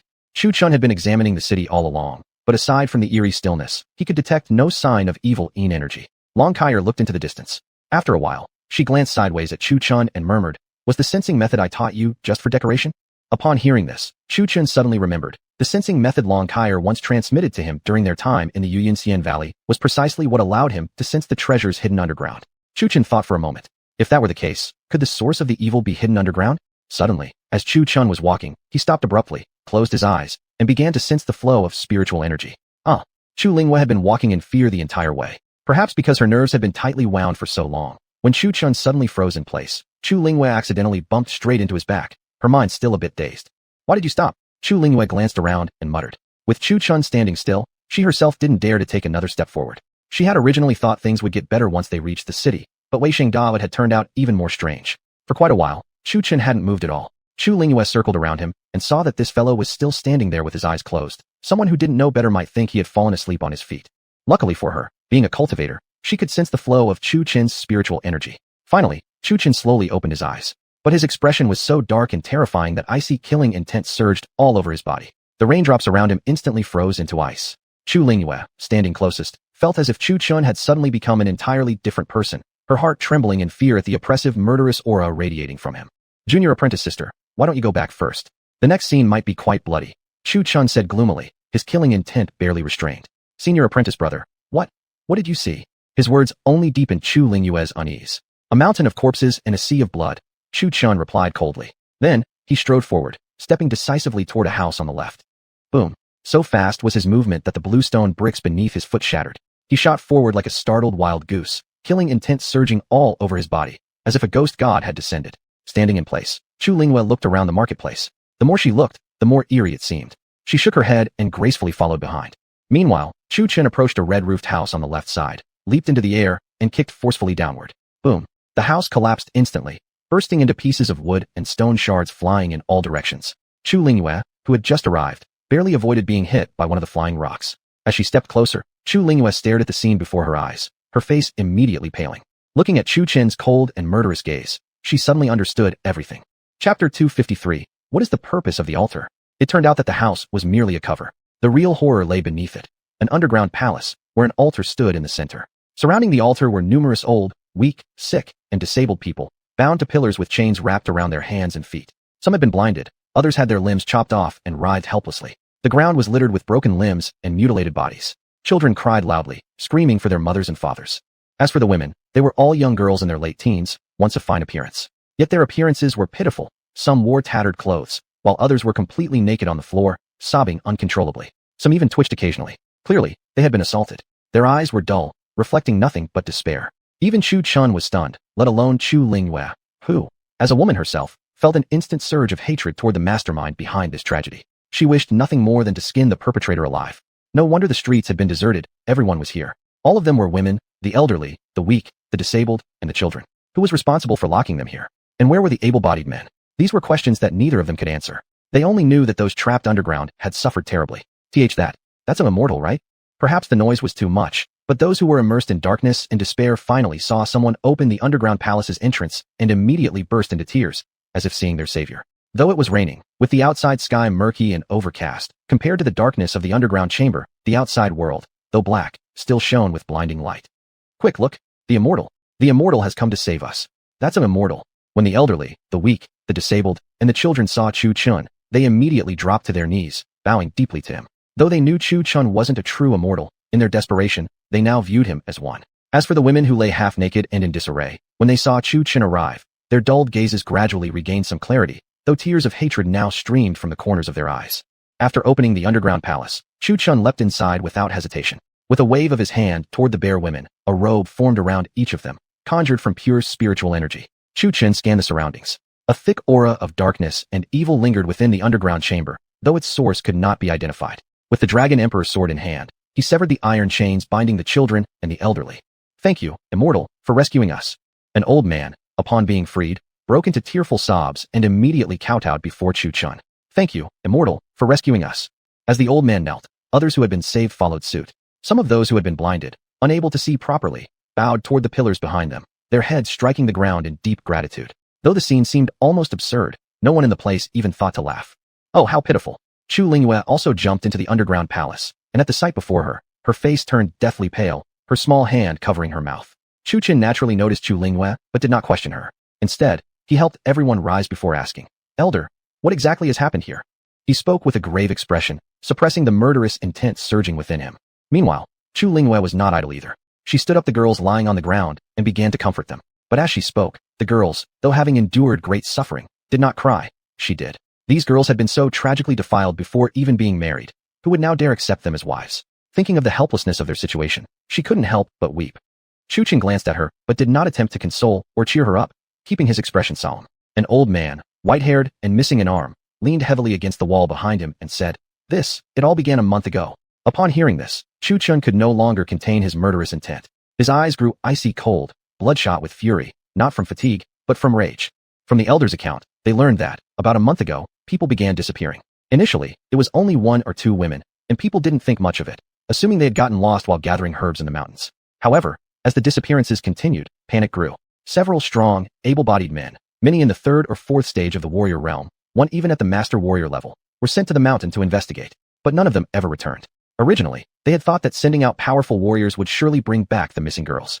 However, after waiting anxiously for 3 or 4 days, they still saw no one return. At that point, they became panicked and sent even more people into the mountains, elite experts at the Grand Warrior level, along with 5 cultivators at the 5th Saint stage. These were the most formidable fighters in Qingyun City. However, just when they thought nothing unexpected wouldn't happen, another disaster occurred. Not a single one of these powerful experts returned after entering the mountains.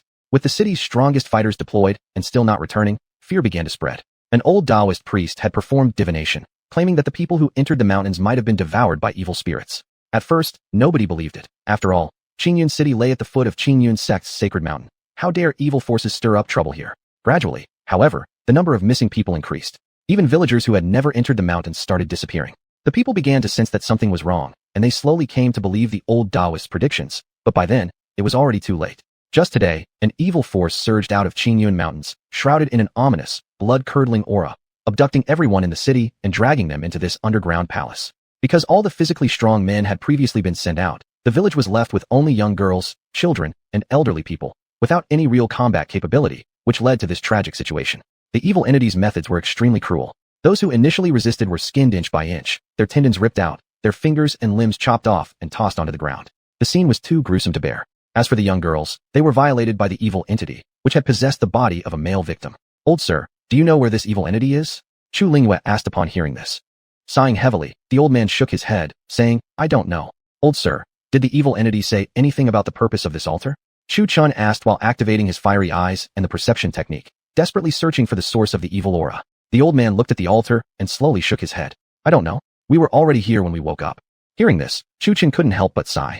Just then, a little child excitedly raised his hand and ran toward Chu Chun, shouting, I know. Seeing this, Chu Chun picked up the child and gently asked, "Little one, tell brother everything you know." Okay. The child nodded eagerly, his big eyes blinking rapidly as he tried to recall, and then he said, "I don't remember very clearly. Before I fell asleep, I think I saw that monster turn into a wisp of black smoke and slip inside here." Wriggling free from Chu Chen's arms, the child walked up to the altar, pointed at it, and spoke with a very innocent expression on his face. Chapter 254, Strutting Out Only to Get Pounded. Upon hearing this, Chu Chen closed his eyes briefly to sense the energy. Sure enough, just as the boy had said, the aura of evil spirits within the altar was significantly more intense than its surroundings. If so, the evil entity was likely hiding inside the altar. Reaching this conclusion, Chu Chun felt certain. "Let's go outside first." Saying so, Chu Chun waved his hand, and his true Yuan energy transformed into a gentle breeze that swept everyone in the underground palace upward. "Thank you, Immortal, for saving our lives. We will never forget this kindness." Everyone sincerely expressed their gratitude to the two of them. The women who had been violated regained a bit of their spirit, though some still couldn't bear the shame and took their own lives. Faced with this, Chu Lingyue could only sigh helplessly. Then, she turned to Chu Chan and asked, "Senior brother, did you find anything?" Chu Lingyue was desperate to find the evil being and tear it into 1,000 pieces. Chu Chun stared at the altar, silently for a long time, before finally speaking. As the boy said, it should be inside the altar. Upon hearing this, Chu Lingyue's killing intent surged. Boom. Chu Chen hadn't moved yet, but Chu Lingyue did. Unable to suppress her anger any longer, she thrust her palm at the altar. However, it turned out to be much ado about nothing. Chu Lingyue's palm strike not only failed to destroy the altar, but left it completely unscathed. Moreover, a glowing aura appeared around the altar. It was the protective light of the altar. Seeing this, both furrowed their brows slightly. Let me try again. Unwilling to back down, Chu Lingyue especially didn't want to embarrass herself in front of her beloved. She summoned her flying sword and poured her true yuan energy into it. Buzz! The Lingfeng sword let out a pleasant sword hum. Cut! With a light shout, Chu Lingyue slashed the sword, its chi amplifying with the power of wind and water, directly chopping toward the altar. Boom! As the sword chi struck the altar, a massive splash of water erupted, followed by a tremendous rumble. The impact was so strong that the underground palace subtly trembled. Yet still, it was all thunder and no rain. The altar remained unscathed, and its surrounding glow only intensified. Chu Lingyue gritted her teeth. She simply refused to believe this. Though she wasn't a stubborn woman by nature, she couldn't afford to lose face in front of her beloved. Wait, let me do it. Just as she was about to strike again, Chu Chun grabbed her hand, interrupting her attack. Chu Lingyue didn't understand why Chu Chun had stopped her, but she asked no questions. From the solemn expression on Chu Chen's face, she could tell the altar was no ordinary object. While she couldn't tell, Chu Chen could. The protective glow on the altar was just a decoy. The real reason it couldn't be broken lay in the intricate patterns engraved upon the altar itself.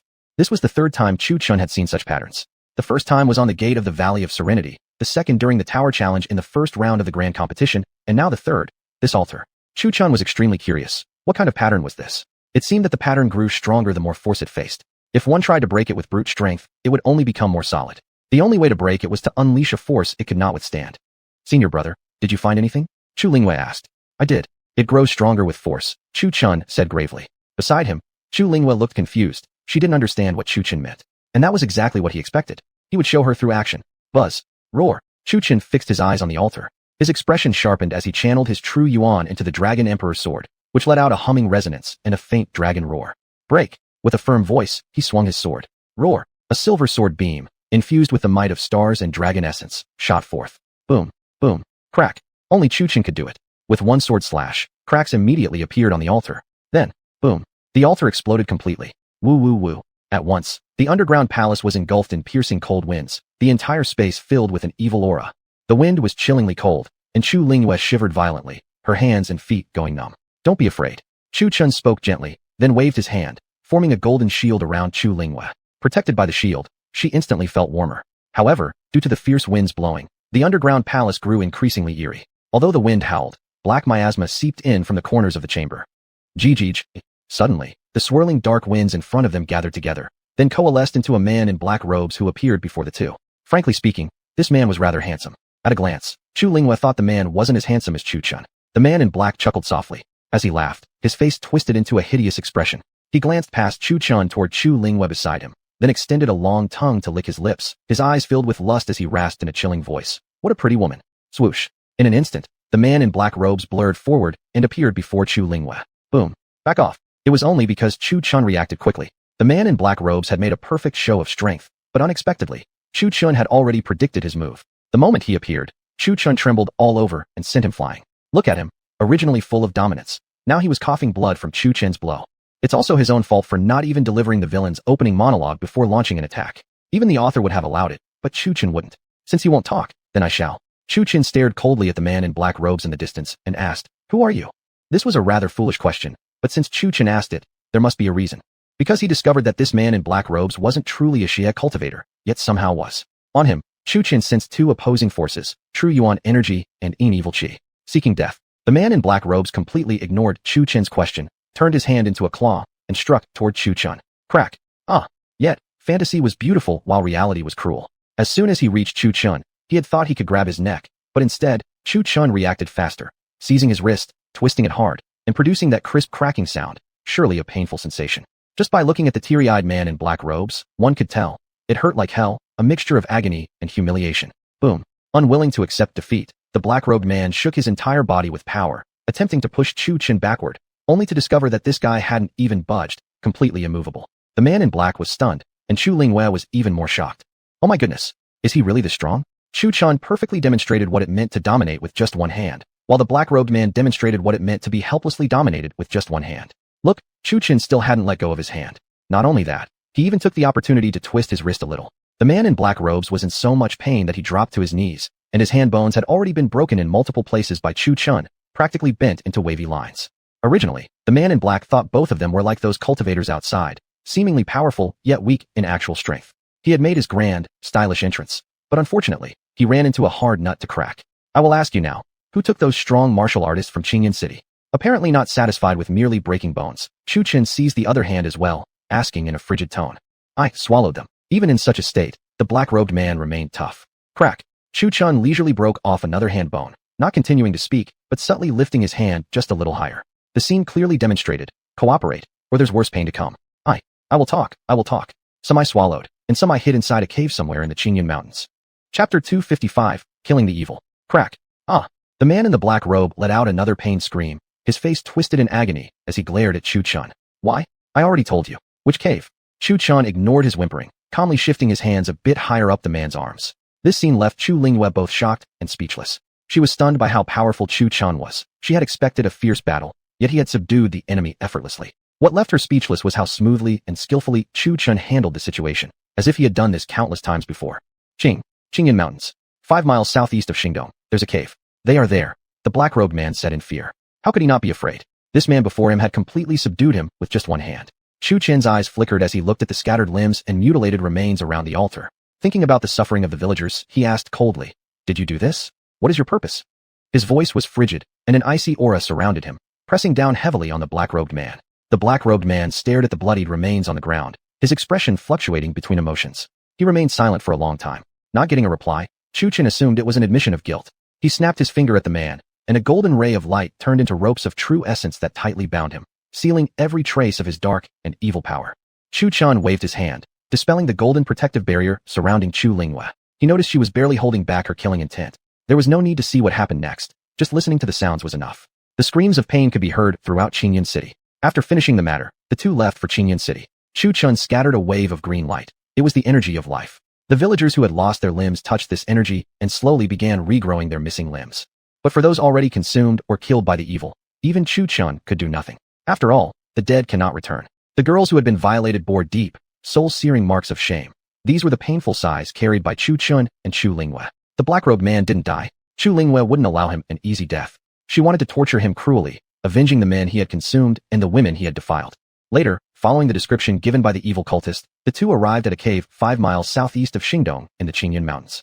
Inside, rows of iron cages were lined up.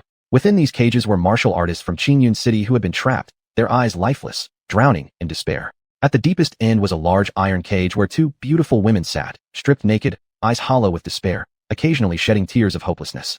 Seeing this scene, Chu Lingyue tightly clenched her small fists hidden in her sleeves, her gaze burning with killing intent. She immediately punched and kicked the evil cultist again, severing the tendons in his hands and feet, rendering him immobile. Thank you, Immortal. Thank you, Immortal. Stand up. Chu Chen released all those trapped in the cages. The men were saved relatively easily, but the women were in a worse situation. For the past month, they had been repeatedly abused by the evil cultist, and most had long lost the will to live. Immortal, please kill me. One of the naked women knelt before Chu Lingyue, sobbing and begging. Torn but helpless, Chu Lingyue could only restore their physical purity. However, the shame branded deep in their souls was an indelible stain. She could not bring herself to kill them. Chu Lingyue came up with a better idea. Looking at the black-robed man in Chu Chen's grasp, she snatched him away and threw him in front of the crowd. At first, Chu Chen was puzzled, but when Chu Lingyue explained, he quickly understood. Do as you wish. Kill or punish him however you desire. Chu Lingyue sighed helplessly, hoping this would calm the anger within their hearts. It's you. I'll kill you. Return my wife and child. Restore my wife's purity. You despicable monster, restore my dignity. When the crowd saw the black-robed man lying on the ground, their expressions twisted with rage, and their eyes burned with endless fury. What followed didn't need to be seen, just listening was enough. Chu Chen finally spoke in a calm tone. Leave him alive with just enough breath. He had no intention of saving the evil man. He would heal his wounds and display him publicly in the city, giving the violated girls and the people a chance to vent their anger. With such crimes, death was far too light a punishment for this evil monster. Chu Lingyue's approach gave Chu Chen an idea on how to help the people vent their anger, and more importantly, it would significantly reduce the number of women resorting to suicide out of shame. Later, by restoring their purity, they could find some comfort. All they wanted was to release their pent-up anger, so he decided to give them a chance. The two returned to Qingyan City with the rescued villagers, and the black-robed man was displayed in the city center for the citizens to express their wrath. What followed was a gruesome scene. Just listening to the sounds was enough. At dawn, the sky was dimly lit, the rain had stopped, and a thin ray of sunlight broke through the clouds, shining into Qingyan City. Looking at the city center, there was a pool of bloodied flesh, extremely bloody. The anger of the people was finally relieved, the honor of the women restored, and their mission successfully completed. The people were grateful once again, bowing and kowtowing to the two. After they left, the city lord immediately ordered the construction of 2 statues in the city, depicting none other than Chu Lingyue and Chu Chun. The people revered them with the title Divine Couple. Of course, neither of them knew about this. On their way back, the two remained silent for a long time, until they finally arrived at the task hall. Although they pitied the people, they still had to claim their mission rewards. Otherwise, who would feel sympathy for them?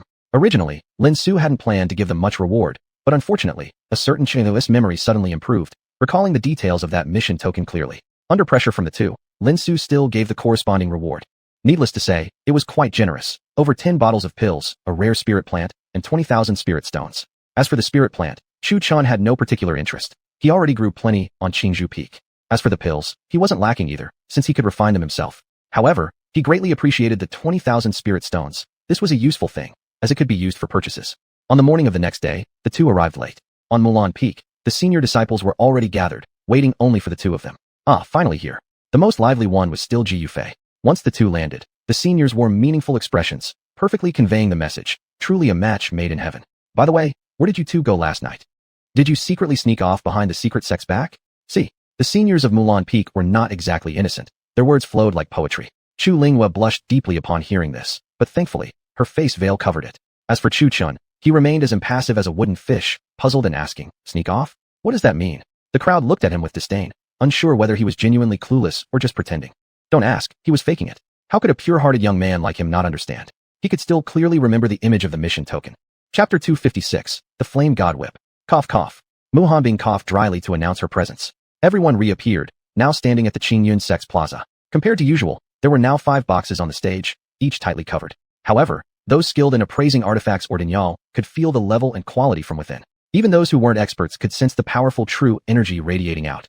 These must be the rewards for the top 10. For the third match of the second round, the format will change. No longer will it be randomized through draw, but instead, all 26 competitors will take the stage together. The top 10 winners will enter the final round of the competition. Tong Litong's voice echoed like a gong across the plaza, filled with authority. No way, they're changing the rules again. And all of us together on the same stage? How are we supposed to fight? Are Mu Peak and Zhangjin Peak ganging up on everyone again? Exactly. Among the remaining contestants, their peaks have the most representatives. Looks like Mu Peak is set to take first place. The disciples murmured in disarray. Even some of the peak masters, upon hearing the announcement, expressed dissatisfaction. After all, with 15 contestants alone from Zhangjin Peak and Mu Peak, never mind the possibility of sneak attacks from other peaks, how is there even a fight left to have? Patriarch, this arrangement feels improper. There are 10 disciples from Mu Peak, and the disciples from Zhangjin Peak are still their allies. Is this rule meant for Mu Peak and their group to gang up on our disciples? Yu Yun saluted respectfully, his expression gravely serious. Yes, Patriarch, please reconsider. This approach is inappropriate. You know, where there is a dragon, there must be a phoenix. Gold Peak and Flame Peak had held the first and second peak rankings for many years. With this move by Tong Litong, he was essentially forcing them to relinquish their positions. Tong Litong sighed, giving Yan Ming a fierce glare, as if saying, look what a foolish suggestion you came up with. Now you expect me to take the blame. In short, Yan Ming was a real backstabber. Tong Litong's eyes rolled, appearing to others as if he were considering whether to revise the rule. But in truth, he was wondering how to make Yan Ming bear the blame instead. The happiest person by far was Su Xiao. Earlier during the Qingyun sect selection, he had been betrayed by Yan Ming. Seeing the patriarch get shafted this time brought him particular joy. Now, it wasn't only him who had been wronged. The weather's so lovely today. I gotta pee. Off to the toilet. Having betrayed his comrades, Yan Ming quickly made an excuse and disappeared like a gust of wind, his expression clearly saying, I just offered a suggestion. You all decided on it. What's it got to do with me? After Yan Ming slipped away, Tong Litong's eyes darted around. Yan Ming was clever, but so were the other elders. Amidst the protests from everyone, they had also discreetly left. All peak masters, calm yourselves. I was already prepared. When Su Xiao originally proposed this idea, I was the first to disagree. However, when he questioned changing the rules, I anticipated this outcome and have brought the lottery box along. He spoke with an air of righteousness. It wasn't me who changed the rules. So saying, he truly took out the previous wooden box used for drawing identity tokens. The performance was impressively convincing. Look at that. Su Xiao, who walked slowly and looked confusedly like an accidental victim once again. Judging by this, after the competition concluded, a lively chase would surely unfold inside the Qingyun Hall. Su Xiao, Yan Ming, I percent at percent dollar. He had wanted to curse Tong Litong, but upon realizing he was the sect leader, and thus untouchable, he settled on bullying the weakest one instead. Jokes aside, matters aside. With the rules changed back, everyone sighed in relief. Still, the disciples of Mu Peak and Zhangjin Peak remained calm, eating and drinking as normal. In the end, only 10 people would remain. The senior disciples from Mu Peak already had plans in place. If they faced juniors from their own sect, the elder ones would yield. Of course, friendly duels were also acceptable. Of course, Chu Lingyue and Chu Chun remained unaware of this rule. Now, Yun Chun and the other senior disciples could only pray that Chu Chun and Chu Linghua wouldn't draw each other again. Everyone familiarly went forward to draw their lots. It was inevitable that Mu Peak would clash within themselves. The first match was Fu Wanqing against Ji Yufei, and the following 5 matches were all internal affairs. Chu Chun drew number 15, while Chu Linghua drew number 17. Separated by number 16, there would be no collision. Same old, same old. After drawing the lots, everyone returned to their seats, while 2 graceful figures stood upon the stage. I've long heard of your mastery of thunder arts, little junior sister. Today, senior sister shall test them firsthand. Fu Wanqing opened with a sharp challenge, and both their cultivation stages were restricted to foundation building 5th layer. Of course, I've also long heard of your exceptional flame arts. Senior sister, allow junior sister to learn from you as well. The 2 immediately stood opposed, like drawn blades. Those unaware might think they harbored ancient grudges. Good thing, the aura coming from them was purely martial, not murderous. That still depends on junior sister being merciful, I'm afraid. Otherwise, if lightning falls from the sky and scars my face, I won't be able to get married anymore. Fu Wanqing smiled gracefully, yet her hands kept forming seals nonstop. Since this was an internal matter and bound by the match rules, the 2 were only engaging in a restrained duel, not one to the death. Then I also hope senior sister holds back. If you end up ruining my unparalleled beauty, I'm afraid little junior brother won't want me anymore. Ji Yufei smiled casually. All gazes turned toward Chu Chun simultaneously. This kid really knows how to play the field. He's even captured her. Chu Chun, meanwhile, had a completely baffled expression. He was just watching the spectacle, so why did the spotlight suddenly land on him? Luckily, this time he didn't feel chills down his back. Everyone in the know understood that Ji Yufei was essentially declaring her feelings indirectly. The first spot already had its occupant, so now they were all competing for the second. Poor clueless Chu Chun didn't realize he was the unseen reason behind this invisible battleground. It hadn't even been his choice, yet they had already begun vying for their places in his harem. Strictly speaking, the first should be Lin Long. Thus, they were merely fighting for the third. However, due to her prolonged absence, Chu Linghua had instead become number 1. Burnt flame, fears burning. Fu Wanqing softly cried out, her fist striking forward, unleashing twin flaming dragon fists toward Ji Yufei. Piece of cake. Thousands of lightning beams. Ji Yufei waved her hand, conjuring a purple lightning eye before her. Wong. The lightning eye suddenly radiated bloody light, blocking Fu Wanqing's incoming fists.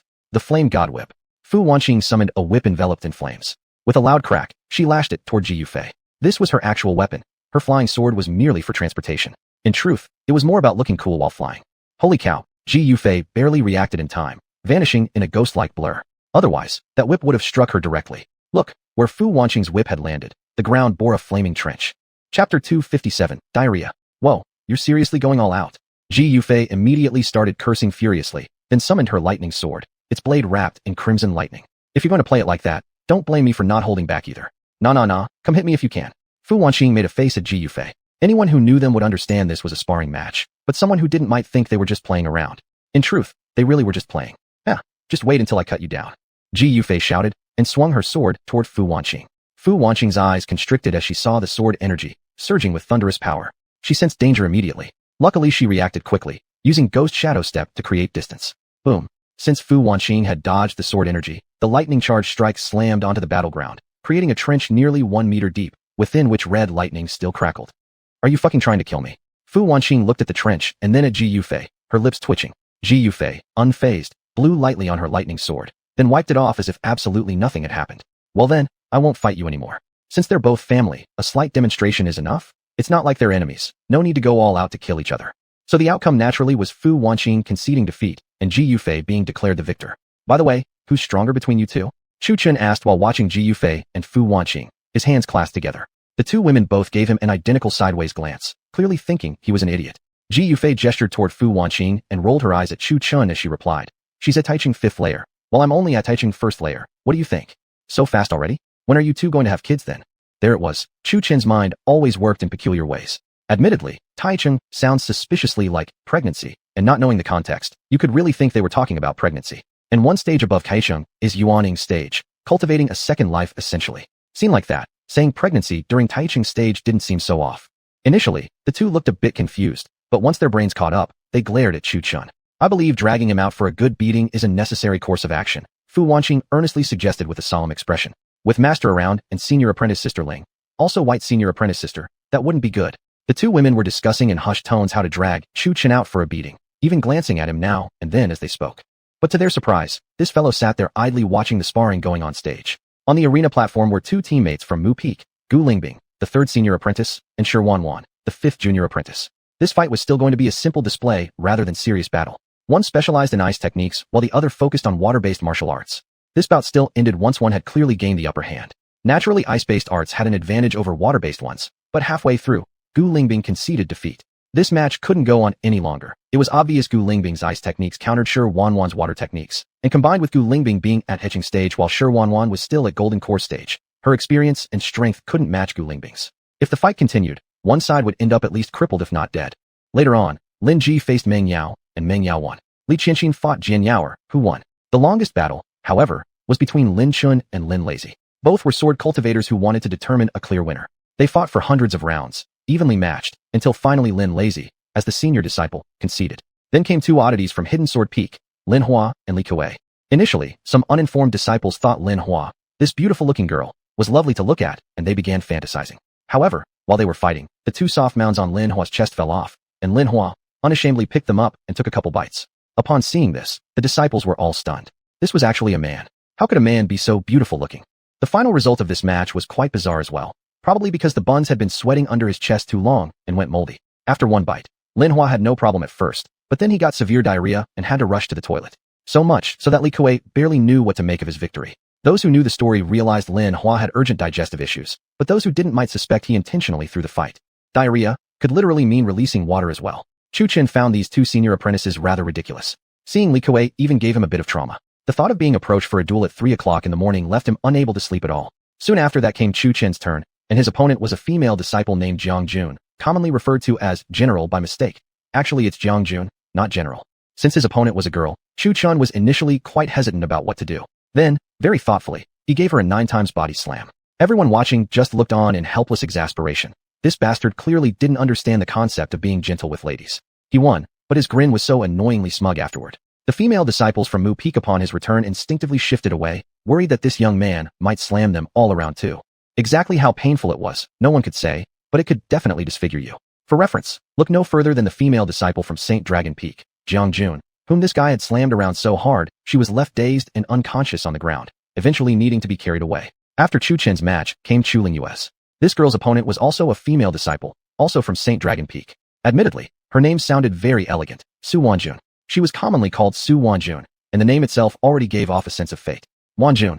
It sounded just like a woman trying to hold back a general rushing into battle. Senior apprentice sister, what a great name you have. Chu Lingyue politely bowed slightly to Su Wanjun, who smiled at her respectfully in return. Then, naturally, the fight began, with both sides exchanging attacks evenly. Not everyone treated intrasect matches like jokes. Chu Lingyue, for instance, did not. Even though she had been restricted to foundation building realm upon stepping onto the arena, she was still driven by an unyielding will. She was determined to claim first place in this grand competition, and in her heart, there was only one thought. Fight on no matter what, as long as she didn't die. St. Dragon Peak now had only Su Wanjun left as a fighter, making this a clash of strong convictions between both sides, resulting in wounds that left bloodstains on the battlefield. Eventually, it was still Chu Lingyue who came out on top, barely managing victory over Su Wanjun. Junior apprentice sister, you truly deserve my admiration. This match, I, Su Wanjun, have lost with a fully convinced heart. From the bottom of her heart, Su Wanjun admired Chu Lingyue, unable to comprehend how Chu Lingyue had persisted in fighting while standing on the brink of collapse, even nearly having her cultivation base destroyed. Chu Lingyue revealed a gentle smile and said, Senior apprentice sister, you were truly amazing too, but I'm sorry, I simply could not afford to lose this fight. After speaking, Chu Lingyue staggered off the arena stage, nearly tripping as she stepped down. Fortunately, Chu Chun was quick to act. He stepped forward with his reverse dragon step and caught her before she fell, eventually carrying her back himself. After all, as Mu Peak's battlefield healer, he would carry anyone back for treatment after they were injured. Look, the wood spirit battle robe was now being creatively used by Chu Chun. No longer was it just a green cloak. He had even thoughtfully transformed the wood spirit robe into a skirt draped over Chu Lingyue's body. The powerful vitality from the wood spirit robe healed Chu Lingyue's wounds, cleansing the murderous aura inside her body. Chapter 258, Prize Reveal. And this girl also proved her worth, healing up pretty well in less than half an hour. After all, not everyone was like Chu Chun, cultivating a heaven-defying technique like the ancient Dragon God manual. Following that was a match between Bai Lingxue from the Hidden Sword Peak and Li Taishe from the Rock Peak, while Li Beichen from the Flame Peak faced off against Yan Feng, also from the Rock Peak. As expected, Bai Lingxue and Li Beichen emerged victorious. After one round, the rotation began anew. The winners fought again, eliminating one by one. The first match of this round was Yun Chun versus Yi Fan from the Gold Peak. The two were quite interesting. In the past, Yun Chun had defeated Yi Fan, but this time, he was actually beaten by him. The second match was between Ji Yufei and Li Beichen. Knowing she couldn't win, Ji Yufei exchanged only 2 moves before conceding. This wasn't letting him win easily. It was simply because she truly couldn't beat him. Only someone like Lu Changfeng or Fu Wanqing could handle him, or even the third elder, Gu Lingbing, who at least had the power to challenge Li Beichen. But as a newly advanced Tai Chung stage cultivator at only the first level, her foundation was far inferior to Li Beichen, who was at the Yuaning stage. Then, Shi Wanwan faced Gu Nianxin from the Flame Peak. This guy was genuinely at the Hua Su stage, and naturally possessed a deep cultivation base, so another defeat was inevitable. This time, the balance seemed to shift away from the Wood and Hidden Sword peaks. Meng Yao, one of the last 3 remaining from the Wood Peak, was also eliminated. She faced Shi Yanji, whose original strength was at the Yuaning stage before being suppressed. Meng Yao wasn't particularly skilled in battle to begin with, and her cultivation was merely at the Hua Dan stage. She simply had no chance. Next, among the remaining 3 from the Hidden Sword Peak, Li Kuei and Jian Yue were quite unlucky, running into Gu Qingqiu and Lin Bing from the Gold Peak. Gu Qingqiu was originally expected to lose without a doubt, but Li Kuei, who clearly hadn't used his brain, ended up being tricked by Gu Qingqiu, who was as crafty as they come, to the edge of the battle stage, where he was kicked off with a single foot sweep. This guy was the most pathetic loser of the match. Even after being eliminated, he still wore a bewildered expression. Facing Mu Hanbing's questioning glance, Jian Changfeng rubbed his forehead and wanted to say, "I don't know this guy. He isn't actually my disciple."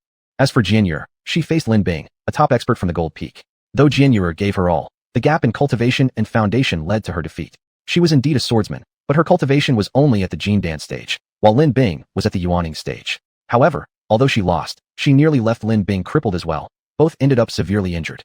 Luckily, with Chu Qin present as a battlefield healer, any injury could be healed. But surprisingly, Lin Bing's recovery speed was also quite fast. Finally, the second round came to an end. The top 10 disciples who emerged victorious were Wood Peak, Chu Chun, Chu Linghua; Hidden Sword Peak, Bai Lingxue; Gold Peak, Gu Qingqiu, Yi Fan, Lin Bing; Flame Peak, Li Beichen, Gu Nianxin, Shi Yanji; Rock Peak, Shi Tu. Members from other peaks had all been eliminated, and unexpectedly, this year the Rock Peak still had a survivor, a proverbial lone wolf. Whether it was good fortune or strong power, this guy Shi Tu, a cultivator of only Lingjing Sunsheng, condensing essence stage, 3rd level, managed to make it into the top 10, second only to Chu Chun. Once again, dusk quietly arrived. At first, everyone thought this day would end hastily like usual, but Tong Litan had a major surprise in store. The 5 sealed items originally contained in the boxes were now revealed to the crowd. Tong Litan opened the red box, revealing a golden light sword inside. He lifted the sword and announced, "This is the reward for first place. Its name is Xianyuan." Tong Litan explained, pouring his essence energy into it. As expected, the Xianyuan sword emitted a sharp, ringing sound, followed by a powerful sword aura sweeping through the air. Sword cultivators especially could sense that this sword was no ordinary treasure. Everyone was filled with amazement after seeing it. Then, Tong Litan pulled away the red cloth covering the second box, unveiling a square-shaped purple box. Despite its purple exterior, a faint greenish glow surrounded it. Chu Lingyue clearly recognized it as the power of the wind element. As Tong Litan opened the purple box, a green fan appeared inside.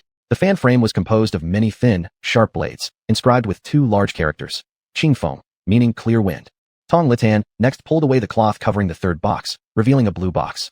Before it was even opened, everyone could already smell a fragrant aroma. If I'm not mistaken, this box must contain either a precious pill or a rare spirit plant, one disciple confidently proclaimed.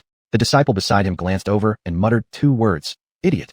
Well, obviously, with the fragrance wafting out, did anyone really think it would be a weapon? Even a commoner could have guessed this much.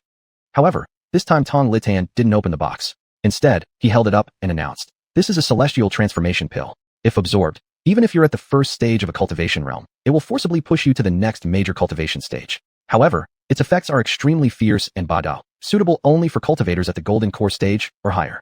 Those below the golden core stage need not even think about it. Even if you could absorb it, you would still endure its effects. One misstep and you'd explode from the inside out." After finishing his explanation, Tong Litan lifted the 3rd red cloth, revealing a green box. As always, even before being opened, a fragrant aroma spread out. I, with a mere calculation using my fingers, can tell. The last item was a pill, so this time, it's definitely a rare spirit plant, one disciple proudly stated. The disciple beside him gave him a sidelong glance and muttered 2 words, "Idiot." Well, obviously, with such fragrance wafting out, did anyone actually think it would be a weapon? Even an ordinary person could guess that much. However, this time, Tong Litan hesitated no further and promptly opened the green box. Upon seeing its contents, many people couldn't help but twitch their lips. This is the prize for 4th place, an ancient sword manual named the Evilife Sword Method. Tong Litan introduced it in a calm tone. Others weren't particularly moved by the announcement, but Chu Chun, who had been merely watching casually, immediately shot to his feet, his eyes gleaming as he stared intently at the sword manual inside the box. This sudden reaction startled Chu Chin's nearby companion, Chu Linghua, who glanced sideways at him and asked, "What's wrong with you?" Perhaps too excited, Chu Chun had completely forgotten they were in the plaza of Qinyan sect. As he stood up, all eyes were drawn to him. I need to pee. Claiming to urgently need a bathroom break, he didn't head to the restroom, but sat right back down instead. Chu Lingwei gave him another sidelong glance, as if clearly saying, I wonder if you'll really wet yourself? As Tong Litan lifted the final red cloth, a white box was revealed beneath. However, though the box was white, it was surrounded by a faint red glow. This time, Tong Litan didn't open the box, whether he couldn't or simply chose not to remain unknown. Holding it, he explained, this is called the buried scarlet leaf. It belonged to the 9th ancestor of the Qinyan sect. What's inside, exactly, even I do not know.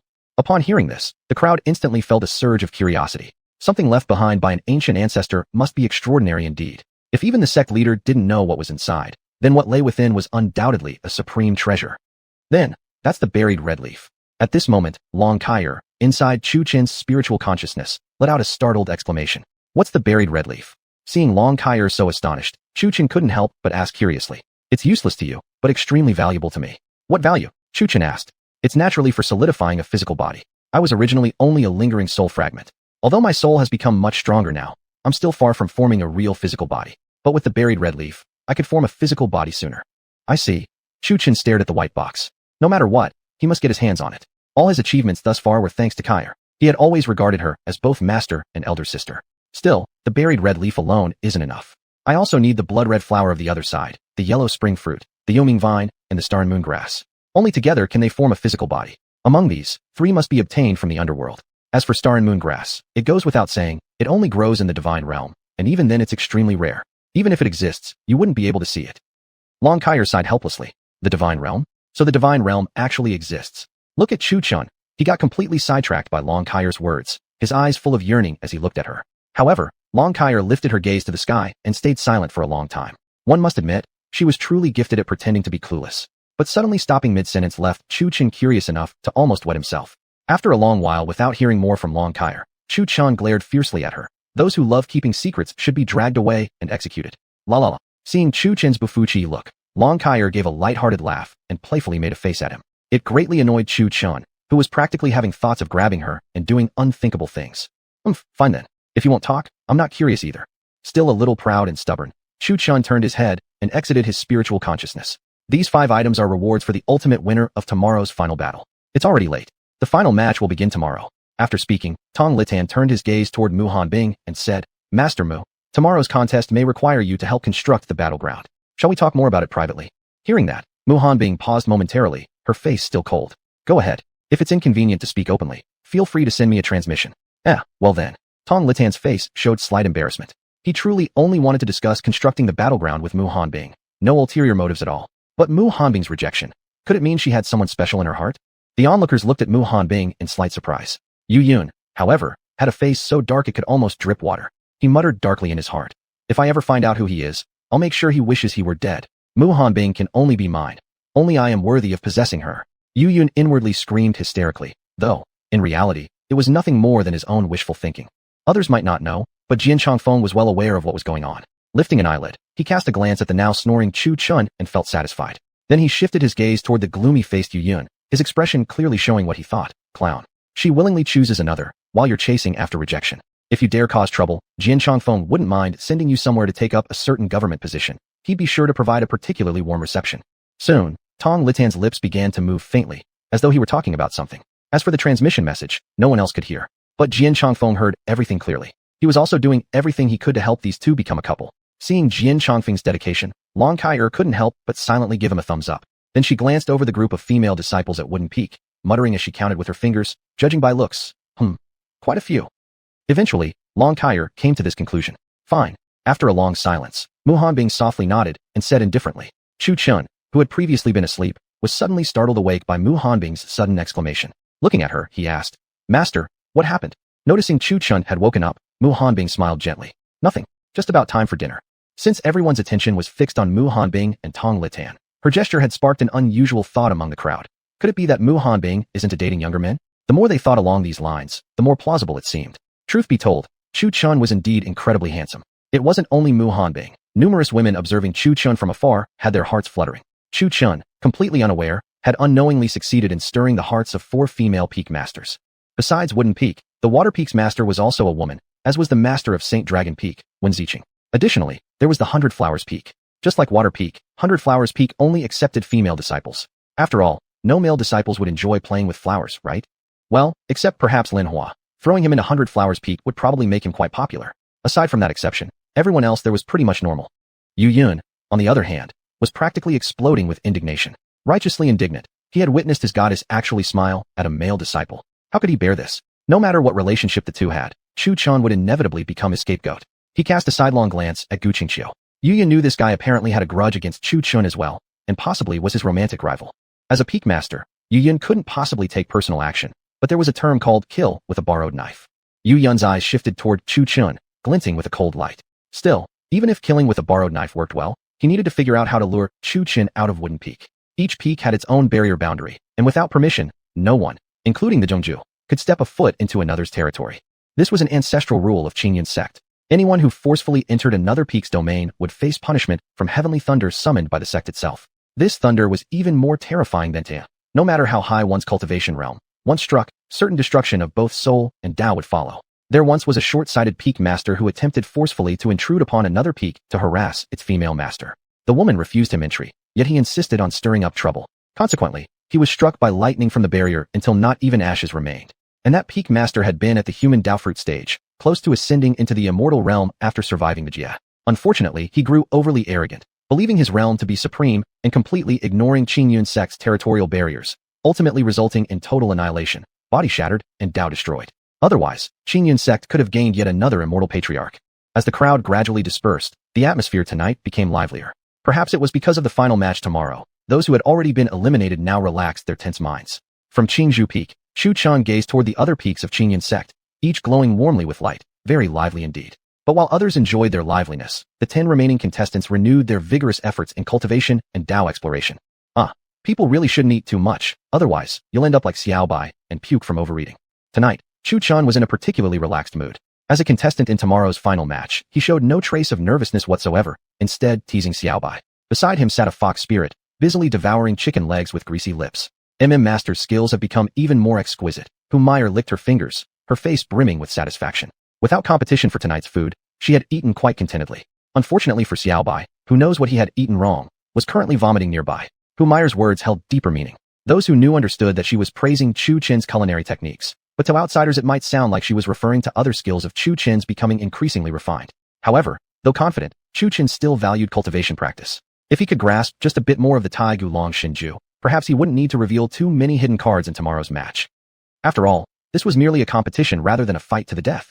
He'd rather not use excessive measures if unnecessary. Hidden cards were meant for protecting his life, to be used sparingly unless circumstances demanded otherwise. It must be said that all the opponents Chu Chun had faced on his path had been of moderate strength, so much so that he hadn't even used the Dragon Emperor's sword, relying instead solely on wooden swords conjured from grass and trees.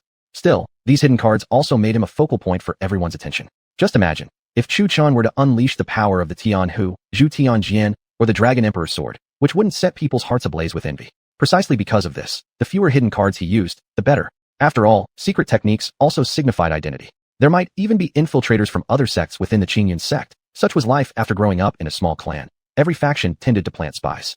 An uneventful night passed into dawn. In the early morning, Qingyun sect was wrapped in curling mists that drifted through the mountain ranges. The first daily activity for people in Qingyun City was lighting incense before the statues of Chu Chun and Chu Lingwei. Anyone who knew would understand that Chu Chun and Chu Lingwei were saviors of Qingyun City. But to those who didn't, this behavior might make people think they were deceased and the citizens were praying for protection. Though prayers for protection were indeed genuine, as for death, that was far away yet. At Qingzhou Peak, Master, is that comfortable? Humiliation's alluring voice sounded next to Chu Chen's ear. Chu Chen nodded, showing signs of satisfaction. Acceptable. How about if Meyer gives you a hair comb every day? Who knows what mood struck Humiliation today? She had suddenly suggested combing Chu Chen's hair early in the morning. Actually, it wasn't bad at all. It turned out quite comfortably. Just look at Chu Chen's expression full of enjoyment to know. Upon seeing this, Humiliation revealed a bright smile, as though having just obtained a secret access code. Today, the plaza of Qingyun sect was particularly lively. On the platform below stood 5 boxes covered with red cloth. Although the crowd had already seen their contents yesterday, the atmosphere was especially enthusiastic as people clamored to attain the top 5 spots.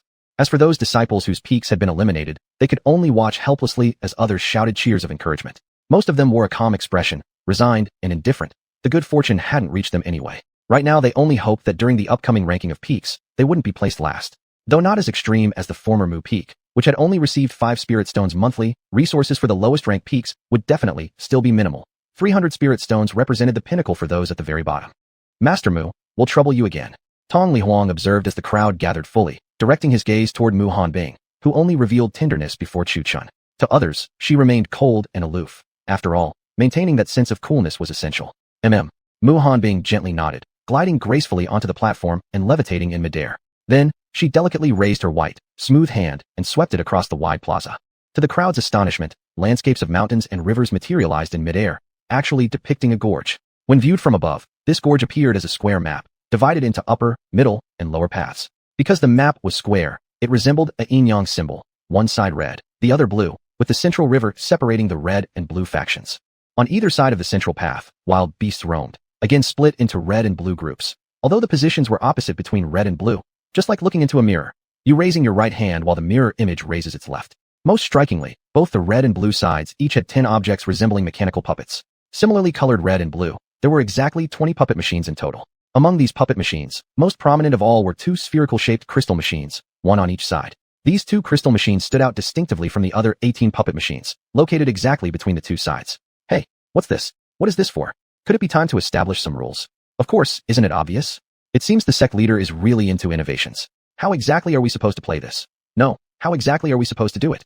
No wonder it's the final stage. It's different indeed. Makes sense that it's the top 5 and not just the first place. TSK. Brother Mo, have you figured out what the sect leader is planning? The man known as Brother Mo stared intently at the gorge displayed across the plaza and said solemnly, judging from what I see, I think they'll send 10 people inside, divide them into 2 teams of 5 each, and let them fight each other. He pointed toward the 2 crystal machines located at either side of the gorge and asked, did you see those 2 balls over there? Yeah, I see them. They look kind of soft. Chada Pautilat. That must be it. The fiery-haired disciple nodded along, blushing slightly as he seemed to imagine something amusing.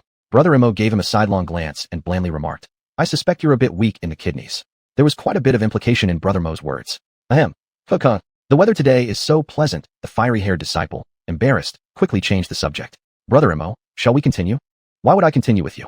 Brother Mo instinctively stepped half a step away from the disciple. The red-haired disciple gave him a sideways glance. When it came to imaginative theories, Brother Mo was truly unmatched. Back to the subject then, Brother Mo. Please continue.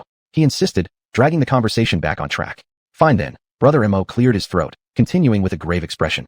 I think those 2 balls are key to winning. The goal of each side will be to destroy the other's ball. Okay, the disciple gave him a sidelong glance. Ball. That does sound a bit strange, doesn't it?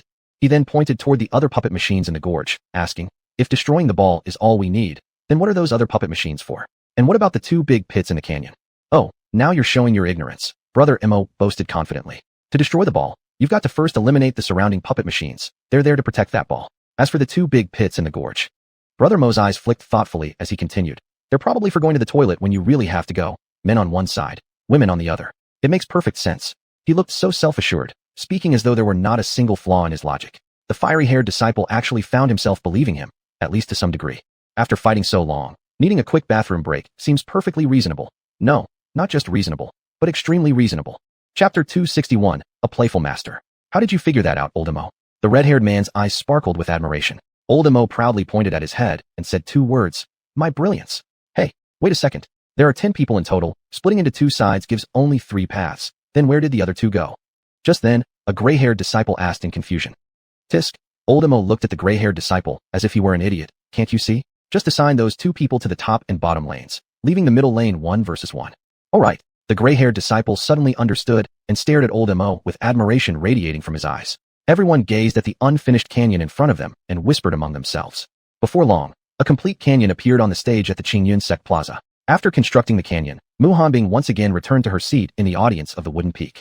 Master, what is this for? Chu Chan poked Mu Hanbing's arm, asking curiously. Since he and Chu Lingwei were participants, it wasn't unreasonable for Mu Hanbing to grant some favor. When she saw it was Chu Chen asking, the coldness on Mu Hanbing's face quickly faded, and she playfully smiled. Guess.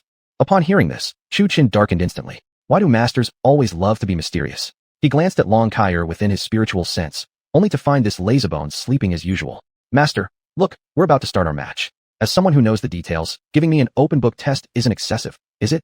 Chu Chen coughed slightly, continuing to blag. Seeing this, amusement rose in Mu Hanbing's heart. Her eyes curled into crescent moons as she smiled. Not excessive. Chu Chan pointed at the canyon again and asked once more, so, wait till Tong Lihong speaks. Mu Hanbing answered him like this. Chu Chen's face turned black in an instant. What was the difference between asking and not asking? After a long while, Tong Lihong looked at the perfect canyon on the stage and said, "This canyon will be the venue for the best match. To increase the teamwork coordination capability, the rules will be..." After his lengthy explanation, everyone understood. Indeed, as old Mo had said, they were divided into 2 teams of 5 each, and whichever team destroyed the enemy's crystal mechanism would be the winner. But old Mo was only half right. It wasn't necessary to destroy all the puppet mechanisms to attack the crystal. Once the 3 puppets on a single path are destroyed, the crystal can be directly attacked. If all 9 puppets are intact, the crystal mechanism cannot be attacked directly, and the participants here must prevent the other side from destroying their own puppet mechanisms and the crystal. Anyone who dies in the canyon won't actually die, but will instead be eliminated directly. If all the members of a team are eliminated, then the other team can win without having to destroy the crystal. Of course, eliminating the enemy team isn't that simple either. There is a spring inside each crystal mechanism. As long as one comes into contact with the spring, any damage sustained will be healed. The 2 pits in the canyon each house a giant illusionary dragon. They aren't visible now, but after a while, they will appear. As for these illusionary dragons, if one person in the team defeats one illusionary dragon, it will unlock a small cultivation stage for the entire team. After entering the canyon, everyone's cultivation will be suppressed to Qi Condensation Foundation, and this restriction is even stricter than the second round. In other words, powerful cultivators will be unable to unleash some trump cards due to insufficient true energy. This troubled the 4 of them, especially Lin Bing, while Chu Chen wasn't too bothered. In short, it's still a battle of resources. Fortunately, there was one upside. Participants could choose their teammates voluntarily. Those who didn't make a choice would be randomly assigned to one of the 2 sides. This delighted Chu Chen. As long as he doesn't meet his own people, it wouldn't be awkward. Thus, Bai Lingxue and Chu Lingwei were in the same team as Chu Chen, while Lin Bing, Gu Qingqiu, Li Beichun, and Shi Yinji formed another team. As for the remaining 3, having not chosen a team voluntarily, they would be assigned randomly. After everyone had selected their teammates, with a wave of her hand from Mu Hanbing, the 10 participants turned into beams of light and flew into the canyon. Chu Chen and his team were the blue side, while Gu Qingqiu and others naturally became the red team. Whether intentionally or not, Mu Hanbing's arrangement made Chu Chen look at his teammates, and besides the 2 he had selected, the other 2 made Chu Chen and Chu Lingwei open their eyes wide in astonishment. Gu Nianchen, Yi Fan, Chu Chen and Chu Lingwei looked at each other, stunned. One was a genius from Flame Peak, and the other was a genius from Gold Peak. Yi Fan was fine enough, his character was reliable. But bringing Gu Nianchen to our team, was this definitely not throwing the match? Bringing in Shi Yin wasn't bad either. After all, Chu Chen knew him well. The guy was quite straightforward and trustworthy. But as for Gu Nianchen, Chu Chen really feared that this guy might sabotage the team. Chu Chen lifted his eyes and looked at Mu Hanbing, his gaze filled with great confusion. That expression clearly conveyed the message. You weren't going to go easy on us anyway, but now you've brought in a teammate who'll sabotage us? What's the meaning of this? However, Mu Hanbing simply shrugged helplessly, expressing that she was powerless in this matter. Her eyes flicked toward Tong Lihong, whose expression clearly said, "There's nothing I can do about it," he insisted. Although Mu Hanbing wasn't afraid of Tong Lihong, she wouldn't start a fight over such a trivial matter either. Moreover, it was just one person. She believed Chu Chen could handle him. This fellow was capable, and from the start of the competition until now, he hadn't even revealed any of his hidden cards. In response, Chu Chen could only helplessly accept the situation. He glanced at Yi Fan and Gu Nianchen, hesitated for a moment, then asked, "Say, you 2 won't try to mess us around behind our backs, right?" Yi Fan glanced at Chu Chen, his eyes calm and unmoving, then looked up at the prizes on the stage and said, "No." Receiving such an affirmation, Chu Chen nodded slightly. Yi Fan's character was indeed reliable. Then he turned to Gu Nianchen and asked, "How about you?" As Chu Chen looked at Gu Nianchen, the latter stared directly into Chu Chen's eyes for a long while, silent, as if making a decision. Seeing this, Chu Chen activated his EO mode, bluffing/convincing mode, pointing at the 5 prizes above and saying, "See those things up there? We can only get them if we win. If we lose, we get nothing. Also, do you think after those 2 idiotic rivals from your peak get the prizes, they'll give you half? Don't even think about it. History is rewritten by the victors. If you throw the match on our team and we lose, your peak will still keep praising those 2 idiots, ignoring your act of leniency. But if we win, maybe people from your peak might criticize you. But compared to those treasures, which is more important? Think it through carefully. Just imagine, even if you are criticized for winning, you still obtain those treasures, and as your cultivation improves, your power increases. Even if they resent you, who would dare to say much in front of your strength? On the contrary, with such power, you might even gain a group of admirers." Chapter 262. Life is just 2 words. Kidding. See, once someone starts the mode of bluffing, even the wrong becomes right. Look, Gu Nianchen eyes were full of bewilderment as he glanced at the prize on the stage and thought back to what Chu Chen had just said. Clearly, Yi Fan wanted to win too. Out of the 4 of them, only he had been acting as a troublemaker, making himself insignificant, and if they lost, there would be no prize for him, while the glory would still go to Shi Yinji and Li Beichun. And he understood their nature very well. They always gang up on someone weaker, stomping them into dust. Moreover, he and those 2 were competitors for the status of Yinfeng's genius. It was hard to imagine how they would use Yinfeng's power to oppress him fiercely if they won, completely forgetting the fact that he had let them off easy during the trial. After a long time, when Gu Nianxin finally saw through everything, his gaze gradually turned determined. He nodded slightly and said, "Fine, I'll cooperate with you." What a talent! Bai Lingxue and Chu Lingwei gave Chu Chun a mental thumb up, amazed that he actually talked him into this. Judging from this, Chu Chin's persuasion skills were nothing short of incredible. If he used such talent to flirt with girls, every girl would surely fall for him instantly. And considering his incredibly good looks, perhaps he wouldn't even need to flirt. Girls would fall for him on first sight anyway. In the face of this, the two could only feel admiration after admiration. Even Yi Fan, who had always been emotionless, cast a glance at Chu Chun and couldn't help but admit, this guy's persuasion skills were for real. In his view, what Chu Chun had said made a lot of sense. Cultivators must always struggle against heaven and earth, and as for fame and honor, once you have the power, no matter how hard you try to avoid it, people will give it to you anyway. Even if you are a villain who has committed every possible sin, as long as you have the strength, no one would dare to object. That's the truth. Strength crushes everything. That was exactly why, when Chu Chen asked him, Yi Fan nodded without hesitation. Also, to him, Jinfeng was merely a temporary place for cultivation, not somewhere he needed to stay forever. He didn't care about honors and reputation. Seeing both of them agree, Chu Chen silently let out a breath of relief. If that's settled, then let's discuss our strategy. Fine, we'll all follow your lead. Who would have thought those words came from Gu Nianxin himself? He felt that since Chu Chun had convinced him, he surely must have a plan. Don't forget, he was Mu Hanbing's direct disciple. And who created this canyon? It was, of course, Mu Hanbing. So, if that's the case, he definitely knew something, making him the best choice as team leader. We will too.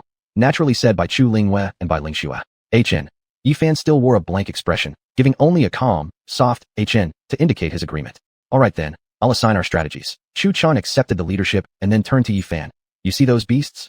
Although the sect leader didn't explain their purpose, they must be here for a reason. You will go kill the beasts, roaming around and supporting everyone.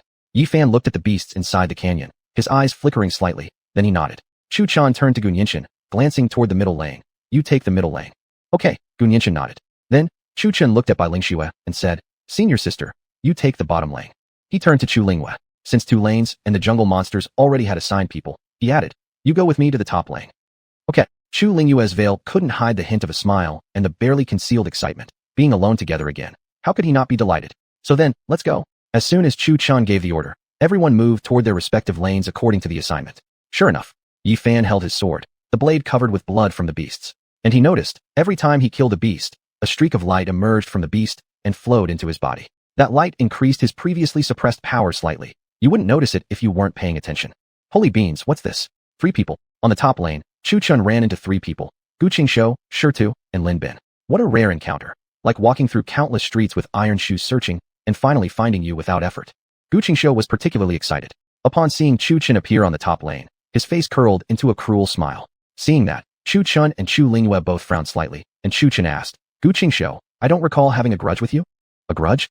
Ha ha ha. Joke. Gu Qingshou laughed crazily. Then, his eyes grew cold as he focused them on Chu Lingwei. He declared icily, I will make you understand.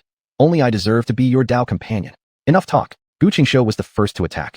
This time, his weapon wasn't a fan, but a golden spear, one Chu Lingwei recognized immediately. During the Green Cloud sect selection trial, Gu Qingshou had used this spear to help her farm monsters. But although Chu Lingwei was grateful, she had no romantic feelings for Gu Qingshou. Her heart belonged only to Chu Chun. Stop already. Gu Qingshou, I suggest you give up this idea. Who on earth wants to be your Dao companion? I'm a person, not an object for you to claim as yours. As Chu Lingwei spoke, waves of water power radiated from her body. Forcefully twisting a melon won't make it sweet. Your Jinfeng has so many beautiful girls. Why specifically come after our little Batsai? Chu Chun said while clenching both fists, throwing a punch toward Lin Bin, who had attacked from the side. Take this punch. However, before Chu Chun could land a hit, Shitu rushed in with a punch from the side. Seeing this, Chu Chun slightly frowned. Swift wind sword rang. A cold voice rang into everyone's ears. At that moment, Yi Fan arrived and swung his sword directly at Lin Bin. Boom. Crash. Bang. The battle at the top lane exploded into a small-scale team fight right from the beginning, with secret techniques, sword arts, spear illusions, and flashing sword lights flying everywhere. The surrounding forest was reduced to chaos and destruction. Yi Fan, as a Jinfeng disciple, are you now becoming a traitor? Look, Lin Bin, unable to defeat Yi Fan, started accusing him from the moral high ground. Yet Yi Fan's gaze remained icy cold. Without a word, he unleashed another round of furious sword strikes upon Lin Bin. Spit, spit. Gu Qingshou spat blood, narrowly avoiding drowning under Chu Lingwei's violent water tempest technique. Lin Bin also bled, too. His cultivation level was 2 minor stages higher than Yi Fan's, but in terms of combat strength, he was simply no match. However, what shocked everyone the most was Chu Lingwei. They had thought Gu Qingshou could easily crush her, considering his strength, but clearly underestimated her. Surprisingly, she had dual elemental roots, wind enhancing water's might. driving Gu Qingshou into a helpless defensive stance without any opportunity to strike back. Chu Lingyue's weapon was neither a long sword nor a long spear, but a ribbon, soft enough to defend, yet sharp as a blade to pierce through chests, perfectly combining offense and defense. Her ribbon moved as gently as flowing water, but every swing sent rippling wave-like sword chi, forcing Gu Qingshou backward again and again. Chapter 263, The Little Wooden Man with Aqua Force. Break. Chu Chun unleashed a dragon fist, roaring like a dragon across the top lane. Shi, on the other hand, activated a protective barrier, wrapping himself tightly within it. Although Jin Feng specialized in the famed Golden Bell cover, its primary focus remained on offense, while Rock Peak was completely different. Rock meant turning all things into earth, specializing in both defense and brute strength. Boom. Chu Chen's fist smashed against the shield surrounding Shi, causing a crack to form. Seeing this, Shi frowned. He knew precisely how durable the rock defense was, so how could it develop a crack now? He stared at Chu Chun in shock. How immense was that force? Recalling their earlier direct confrontation, even now his arm was still numb. In the end, he had no choice but to activate the rock defense, which still ended up cracked. He was glad he hadn't gone head-to-head with Chu Chen any further. Boom. Bang. Boom. Noticing the crack in the barrier, Chu Chen concentrated his attacks relentlessly at that single spot. Fire fists, water fists, ice fists, dragon fists, all came one after another like magic tricks, constantly changing. Crack. Boom. Ultimately, Chu Chun infused a tiny bit of Heaven's Punishment lightning into his dragon fist to finally shatter Shi's defense. Pooh. The defensive barrier shattered like broken glass, and a massive figure flew backward, spitting out a powerful jet of blood midair. Damn it. Gu Qingxiu witnessed the defeat of Shi, who specialized in the path of rock, his face contorted with rage. He glared viciously at Chu Chun and others, tightly gritting his teeth. They could no longer afford to fight. If the battle continued, all three of them would be eliminated. In that case, it would become 5 against 2, and this match would undoubtedly be lost. Retreat. Finally, it was Lin Bing who gave the order. It seemed he was the team leader of the red faction. Pooh. As the top lane members of the red team retreated, Yi Fan could no longer suppress his internal injuries and spat out a mouthful of blood. Watching the three disappear into the distance, his eyes shifted ominously. Although he was stronger than Lin Bing, they were both freakishly talented, and Lin Bing definitely wasn't someone weak. Just as he was thinking about whether or not he should return for some healing time at the base, Chu Chun waved his hand, and a green cloak materialized around Yi Fan. Frowning slightly at the green cloak draped over his shoulders, Yi Fan looked toward Chu Chun intending to question it, when he suddenly felt a thick surge of vitality from the garment. His external wounds began visibly healing at a steady pace, and soon his internal injuries also began recovering. Noticing this, Yi Fan gave Chu Chun a sidelong glance. Indeed, this fellow was full of surprises. Who knew a warrior could also double as a healer? Truth be told, the healing made him feel significantly better. Ignoring Yi Fan's gaze, Chu Chun made sure he treated his teammate fairly. Look, Chu Lingyue had also received a piece. However, whether intentionally or not, while Yi Fan wore a green cloak, Chu Lingyue had received a colorful little dress. Truth be told, it actually looked quite good on her. When someone is down, press the attack. Saying this, Chu Chun conjured a golden rod shaped like a horn. Though small, it strangely looked quite similar to a barbecue skewer. Don't ask. Heavens, yes, it was a barbecue skewer. However, the one in Chu Chen's hands was no ordinary stick. It was condensed from chaotic golden liquid. Whoever got struck by it would definitely experience a crisp clang like a monk tapping a wooden fish. They say that work goes easier with the cooperation of both genders. Look, Chu Lingyue even displayed that feeling of a devoted wife following her husband's lead, sword in hand, charging up alongside Chu Chun. But everyone already left, so why charge up again? To demolish the turret? No, to destroy the puppet automaton. Pooh, boom, what the beans? What the hell just hit me? Looking quite powerful, Chu Chun charged forward. This wasn't a big deal until he approached the puppet automaton. Its eye atop the automaton instantly targeted him. Then Chu Chun was blasted away by a fireball fired from the automaton. With such a disheveled, blackened appearance, the sight was actually quite ridiculous. Next to him, Chu Lingyue couldn't help but cover her mouth and softly giggle at the sight. Oh my goodness. Groaning, Chu Chun struggled to stand while holding his waist. His face, already blackened before, was now completely sooty. Inside, he cursed Tong Litang 1,000 times over. Why didn't you tell me earlier that the puppet automaton could attack too? This embarrassment was so damn shameful. But regardless of the embarrassment, the attack from the automaton barely hurt him. It was just ugly to look at. No big deal. A rinse with the aqua elemental force, and everything would be fine. Holding his aching waist, Chu Chun gazed thoughtfully at the automaton, thinking, what methods could he employ to destroy it? Demolish the tower. Damn it, destroy the automaton. Without getting injured himself. A flurry of mastered techniques flashed through Chu Chen's mind. Senior Shushong, I remember you have a little wooden man clone, right? Why don't you send it to take the damage from the puppet automaton while we focus on destroying it? At this moment, Chu Lingyue's voice echoed in Chu Chen's mind. Right? How come I didn't think of that? I almost forgot about my wood spirit clone. Thanks to Chu Lingyue's reminder, Chu Chen suddenly understood, nearly forgetting about his wood spirit ability. Wood spirit ability, clone. Without hesitation, Chu Chun unleashed his true energy. Instantly, a tiny wooden man emerged from around his body. Looking at the small wooden man before him, Chu Chun was very satisfied. He casually pointed at one and said, "You, go destroy that puppet automaton." The wooden man nodded vaguely, then strutted arrogantly toward the automaton. Pooh, boom. Indeed, as expected, something went wrong. The moment the little wooden man approached, it was blasted to ashes by a fireball from the puppet automaton. Seeing this, Chu-Chin slightly furrowed his eyebrows. So fragile? Senior Shishong, according to the 5 elements, your wooden man is wood type, while the automaton is launching fireballs. Fire overcomes wood. Chu Lingyue explained again. So what should we do? Chu-Chun was stumped and turned his gaze toward Bai Ling. Douse it with water. Although fire overcomes wood, water nourishes wood and also overcomes fire, Chu Lingyue said. With a casual wave of her hand, a pale blue glow enveloped one of the little wooden men. Chu-Chun could sense it instantly. It was aqua elemental force. You, go give it a try. Chu-Chun pointed at the water-soaked wooden man. Pooh, whoosh, hiss. Surprisingly, this time the wooden man was quite durable. The automaton's fireball exploded the moment it touched the wooden man, but the protective aqua elemental force surrounding it quickly turned the flames into steam, dissipating into the air. Following Chu-Chin's instructions, the wooden man walked beneath the automaton and punched it twice. The puppet automaton truly deserved its name. Those 2 punches dealt nearly no damage, yet one could clearly see that the automaton wasn't as bright as before. Its surrounding luster had grown noticeably duller, although the change was too subtle to notice at a glance. Fortunately, Chu-Chin's fire eye was no decoration. Despite the subtlety of the change, nothing could escape his sharp observation. Chapter 264, Heated Battlefield. Pooh, bang. Before the 3's eyes, although the small wooden figure was protected by the power of water spirit, it still couldn't escape being blown to ashes. Seeing this, everyone felt no surprise at all. After all, the small wooden figure was made of wood, and the water spirit force on it would also weaken as it was hit. Although the wooden figure couldn't avoid ending up as ash, the spirit-enhanced wooden puppet successfully withstood 10 fireballs launched from the puppet mechanism. That was already enough. To be safe, Chu-Chin summoned 2 wooden puppets at once into the attack range of the puppet mechanism. Sure enough, the attacks from the puppet mechanism were singular. The fireballs wouldn't lock onto 2 targets. They would just choose one and keep attacking it until that target died, then move to the next one. If that's the case, let's get started. Chu-Chin rolled up his sleeves and rushed into the area with his golden staff. Sure enough, with the wooden puppets drawing fire, even when the puppet mechanism was damaged, it still focused on attacking the first wooden puppet that entered its range. Seeing this, the 2 finally relaxed. Chu Lingyue also took out the Lingfeng sword and started slashing the puppet mechanism. The clashing sounds echoed across the upper lane as the 3 industriously worked on dismantling the puppet mechanism. Undeniably, this puppet mechanism was extremely durable. Plus, because the wooden figures could only take limited damage, when the first puppet was nearly destroyed by 2 more hits, the trio quickly retreated from the attack range and sent the second puppet in. As a result, the pace of dismantling the puppet device significantly slowed.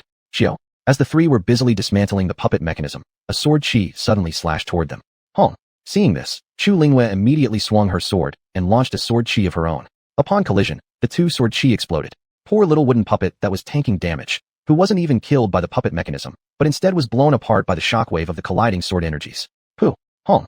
Oh my gosh. It couldn't be helped. One Mr. Chu had been too immersed in his role. When the sword energy exploded, Yi Fan and Chu Lingyue had already exited the puppet's attack range, but he wasn't aware, which led to the death of the wooden puppet tanking the hits. Then, naturally, the puppet mechanism turned its attention directly onto him.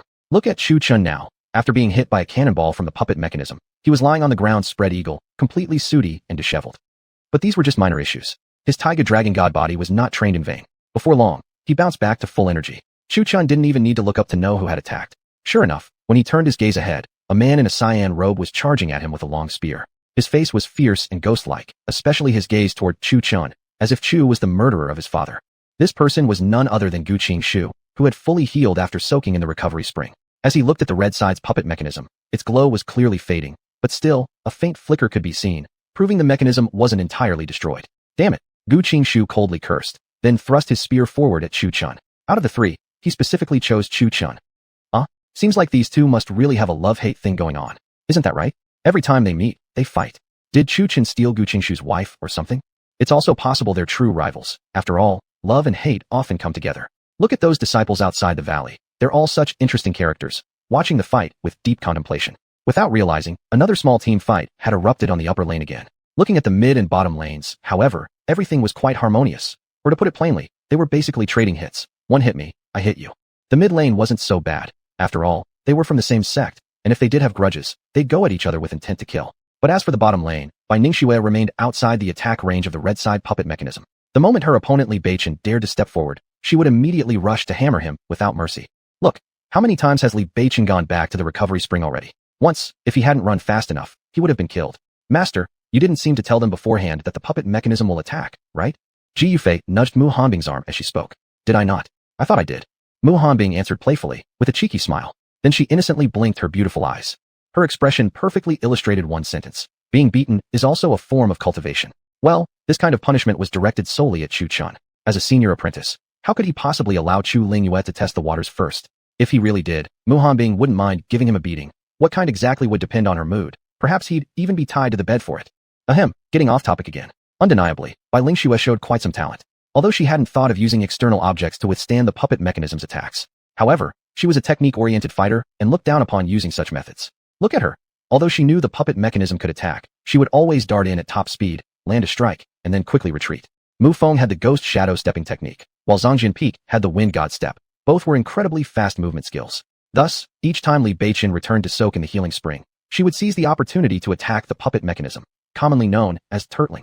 As she kept at it, grinding away bit by bit, eventually the Red Faction's lower lane puppet mechanism exploded. The Red Faction members were utterly baffled by this outcome. Finally, as the battle raged on, the Red Faction's upper lane puppet mechanism also blew up. There was no helping it. Chu Chun was just too sneaky. He had appeared as if preparing for a melee fight, yet while fighting, he realized he didn't actually need to approach the puppet mechanism directly. After all, every cultivator had their own long-range attacks. By then, Red Faction had already lost 2 puppet mechanisms. Afterward, as the fighting continued, the battlefront moved from the upper lane all the way to the mid lane. Thanks to Chu Chun, the Blue Faction's healing nursemaid, they practically never needed to return home to soak in the healing spring. In contrast, the Red Faction had to retreat every so often. Someone unfamiliar with the situation might even assume they had a bladder problem. Eventually, when Shi Yanji was in the middle of fighting Gun Yinshin, he found himself utterly bewildered. What had started as a fair match had somehow turned into a 4-against-1 brawl. He was probably the most confused. Look at him now, dragged all the way out of bounds, sitting right in the audience seats. Indeed, for versus 1, and he didn't even have time to retreat. He was completely pierced through by Chu Chun. Needless to say, he was frustrated. Just look at that dark expression on his face. Originally, he had been evenly matched against Li Beiqin, but his own team's 3 useless members were practically dead weight.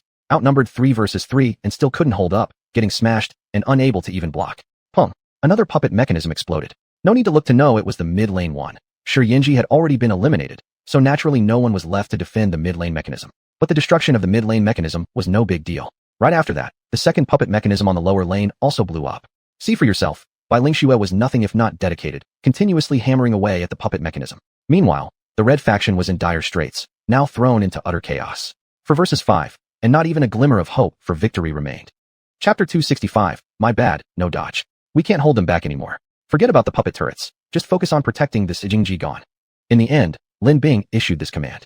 Even if they lost more outer puppet turrets, as long as they held their Sijingji Gon, there was still a chance to eliminate the enemy all at once. After all, Tong Litan had explained that there were 2 ways to win: destroy the opponent's Sijingji Gon, or completely eliminate all their members. Although it was a 4 versus 5 scenario they couldn't win, judging from Bai Lingxue's speed, she would likely be the first to reach the Sijingji Gon. Then, they could gang up on her and eliminate her. Then the fight would become a fair 4 versus 4 match. If you dare to come, we'll make sure you never leave. Lin Bing's face twisted in a grimace. Watching the puppet turrets being destroyed one by one, he remained entirely unshaken. Luckily, his teammates were obedient, literally 4 blockheads who simply stayed behind on their high ground, guarding the Sijing. Meanwhile, Chu Chun and the others worked diligently. 4 of them pushed the middle lane, while 1 dedicatedly pushed the bottom. They were all conscientious. The red team was equally conscientious. What were they doing? Setting traps, commonly referred to as leaving a backup plan. For the unlikely scenario, all 5 would come at once. Why haven't we seen anyone for so long? Chu Chun said aloud as the 4 of them together destroyed the second puppet turret on the mid lane. This feels fishy, Chu Lingyue replied, slightly frowning as she felt something wasn't right. Maybe since they're at a disadvantage for versus 5, they've just given up fighting back, Gun Yinshin said nonchalantly, wiping sweat from his forehead. After all, their blue team had 5 people while the red team only had 4. A 5 versus 4 scenario meant they could completely wipe the red team out. Through many battles, he'd found that besides Yi Fan, whose power he already knew, Chu Chen's strength was terrifying too. Take the rock-aided stone shield for instance. Even against that, he might not have been able to break it unless his cultivation hadn't been fully suppressed. Yet, Chu Chen broke that shield with just 1 punch, and he had been reduced to only the strength of a foundation-building cultivator. What shocked him most, however, was that red-black lightning wrapped around Chu Chen's fist when he threw that final punch. Even in his prime, he wouldn't dare block Chu Chen's red-black lightning head-on. While the 4 were conversing, Bai Lingxue had already soloed and destroyed the high ground's puppet turret on the bottom lane. However, what met her gaze wasn't the sitting Ji-Gon, but 4 people hiding there. Except for the big guy, Shi, who looked a bit simple-minded, the other 3 stared at her with eerie smiles. Even Lin Bing, upon seeing Bai Lingxue and her beautiful appearance, couldn't help but lick his lips. Seeing this scene, Bai Lingxue furrowed her brows. What were these people doing here? Hee hee, finally, a big fish arrives, Li Beiqin said, a sinister grin growing on his face. Having been dominated on the bottom lane by Ling Xue for so long, his frustration had built up. Now, seeing Ling Xue finally coming alone, his expression looked almost like he wanted to skin her alive. Hearing this, Ling Xue was momentarily stunned and hadn't yet recovered before. Buzz! A red light suddenly flashed on the ground beneath her, then a formation appeared, trapping her within. Only now did she realize she had been deceived. The reason they hadn't come out was because they had laid this trap to catch them all at once. Whoosh, whoosh, whoosh. Then, red chains sharply protruded from the formation's edges, wrapping around her tightly in a peculiar pose that perfectly highlighted her shapely figure. Damn it! Ling Xue struggled desperately against the chains at first, but the more she resisted, the tighter they bound her. TSK, such a beautiful body indeed. Lin Bing looked at Ling Xue with shining eyes full of greed. If it weren't for the inappropriateness of the situation, he would definitely enjoy it. Farewell. Lin Bing's lips curved upward smugly. Damn it! Ling Xue knew that at this point, escape and being eliminated were inevitable. She wanted to transmit a message to Chu Chun, but unfortunately, the array had suppression. Neither her voice nor transmissions could escape beyond it. It appeared Lin Bing and the others had prepared for this all along. Too bad, they realized too late. Hiss! A golden chain sharply rose from the ground, followed by a kunai blade on the chain that pierced straight through Ling Xue's chest. And Ling Xue turned into a ray of white light, vanishing from the valley. When she reappeared, she was on the audience seats at the hidden sword peak. Under the eyes of the gathered crowd, Ling Xue blushed faintly and felt quite embarrassed. Why? My bad, no dodge. If she had been a little more cautious, she wouldn't have ended up in this situation. It's okay, our little junior brother is still there. In the end, Shi Wanwan very dutifully spoke up to comfort everyone. Immediately, everyone's gazes shifted back to the arena displayed on the platform. When Ling Xue looked now, she finally realized how small the valley she had just been in really was. Thinking about it though, the plaza wasn't that large either. How could it possibly contain a real valley? Upon closer inspection, it was actually just a miniature canyon, and from outside, one could clearly see the people inside. Right now, Chu Chun looked as tiny as an ant, still diligently dismantling the puppet turret in the middle lane. However, this was already the third one. Recalling the ambush that Lin Bing and the others had prepared, Ling Xue instinctively clenched her fist tightly. She could only hope that Chu Chun and the others wouldn't be wiped out all at once.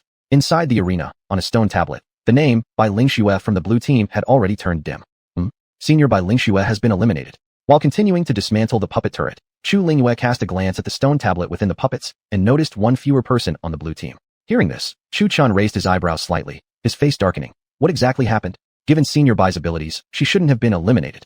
Gun Yinshin, who had been confident earlier, saw that one of his teammates had gone missing too. His face turned dark green. Originally, he had believed that a 5 versus 4 scenario meant a guaranteed win, but now, suddenly, it had become a fair 4 versus 4. Still, it wasn't too bad. Losing one teammate was acceptable. If it became a 4 versus 3, that would be another matter entirely.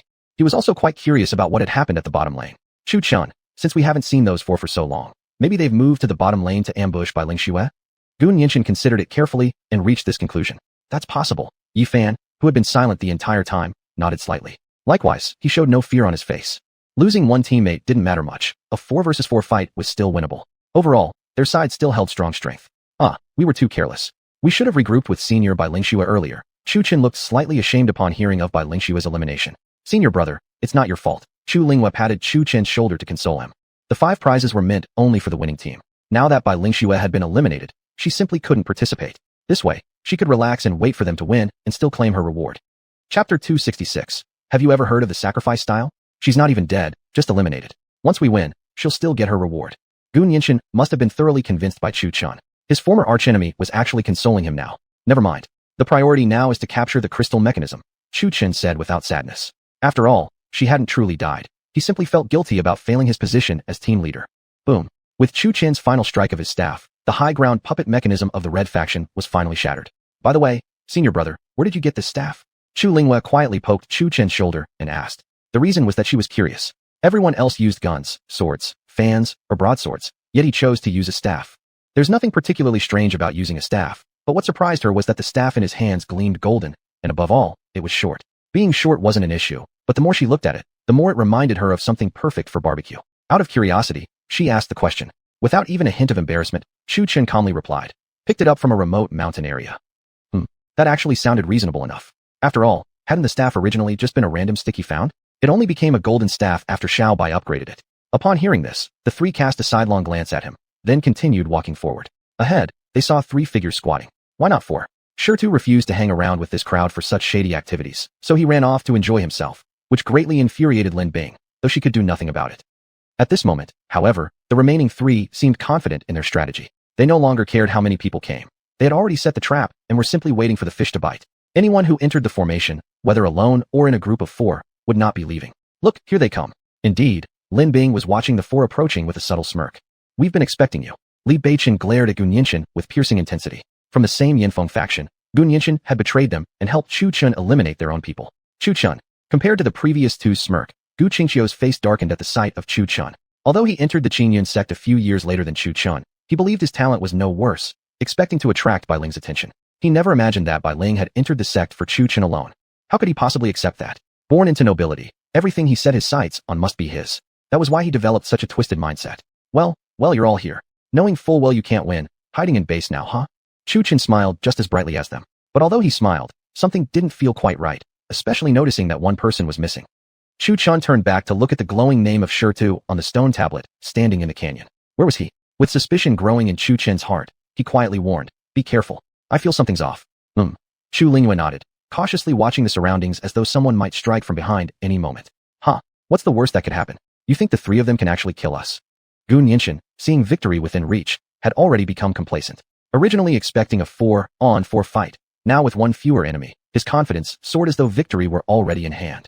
Though Yan Fan remained silent, he was still alert, because he knew the closer you were to success, the more likely something could go wrong. Cowards. Seeing the other 3 hesitant to act, Gun Yinshin instead bravely took the lead, swinging his flaming saber at the crystal mechanism.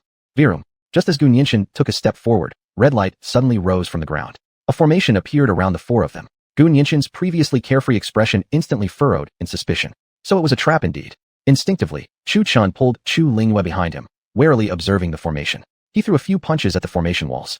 Yan Fan slashed at them with his sword, and so did Gun Yinshin. He had been too quick to celebrate, never imagining the opponent still had a hidden move. Ha ha ha. Struggle. This is exactly what I love to see, the look of despair. Seeing Chu Chun desperately fighting within the formation, Lin Bing suddenly cackled maniacally. Chu Chun, today I will show you whom you can and cannot mess with. Of course, Gu Qingqiu wasn't going to miss this scene. This was the day he'd been waiting for, the chance to show off his might. Watching them struggle helplessly within the formation was like watching ants. If not for the inappropriate setting, Bai Ling could have already been his junior brother, junior sister, Chu Chun. Seeing this, the people from Mu Peak and Sanjin Peak all changed expressions. So, in the end, was there no escape from this fate? Bai Ling Xue was filled with regret. Regret over her carelessness. If only she'd leapt out of the formation a moment earlier before it activated, she wouldn't be anxiously watching the battle unfold from here. Now die all of you. Lin Bing's face instantly turned jank, then his right hand slowly lifted, and suddenly clenched into a fist. Chi chi chi. From the ground around the formation, chains embedded with kunai blades shot out violently. We've lost.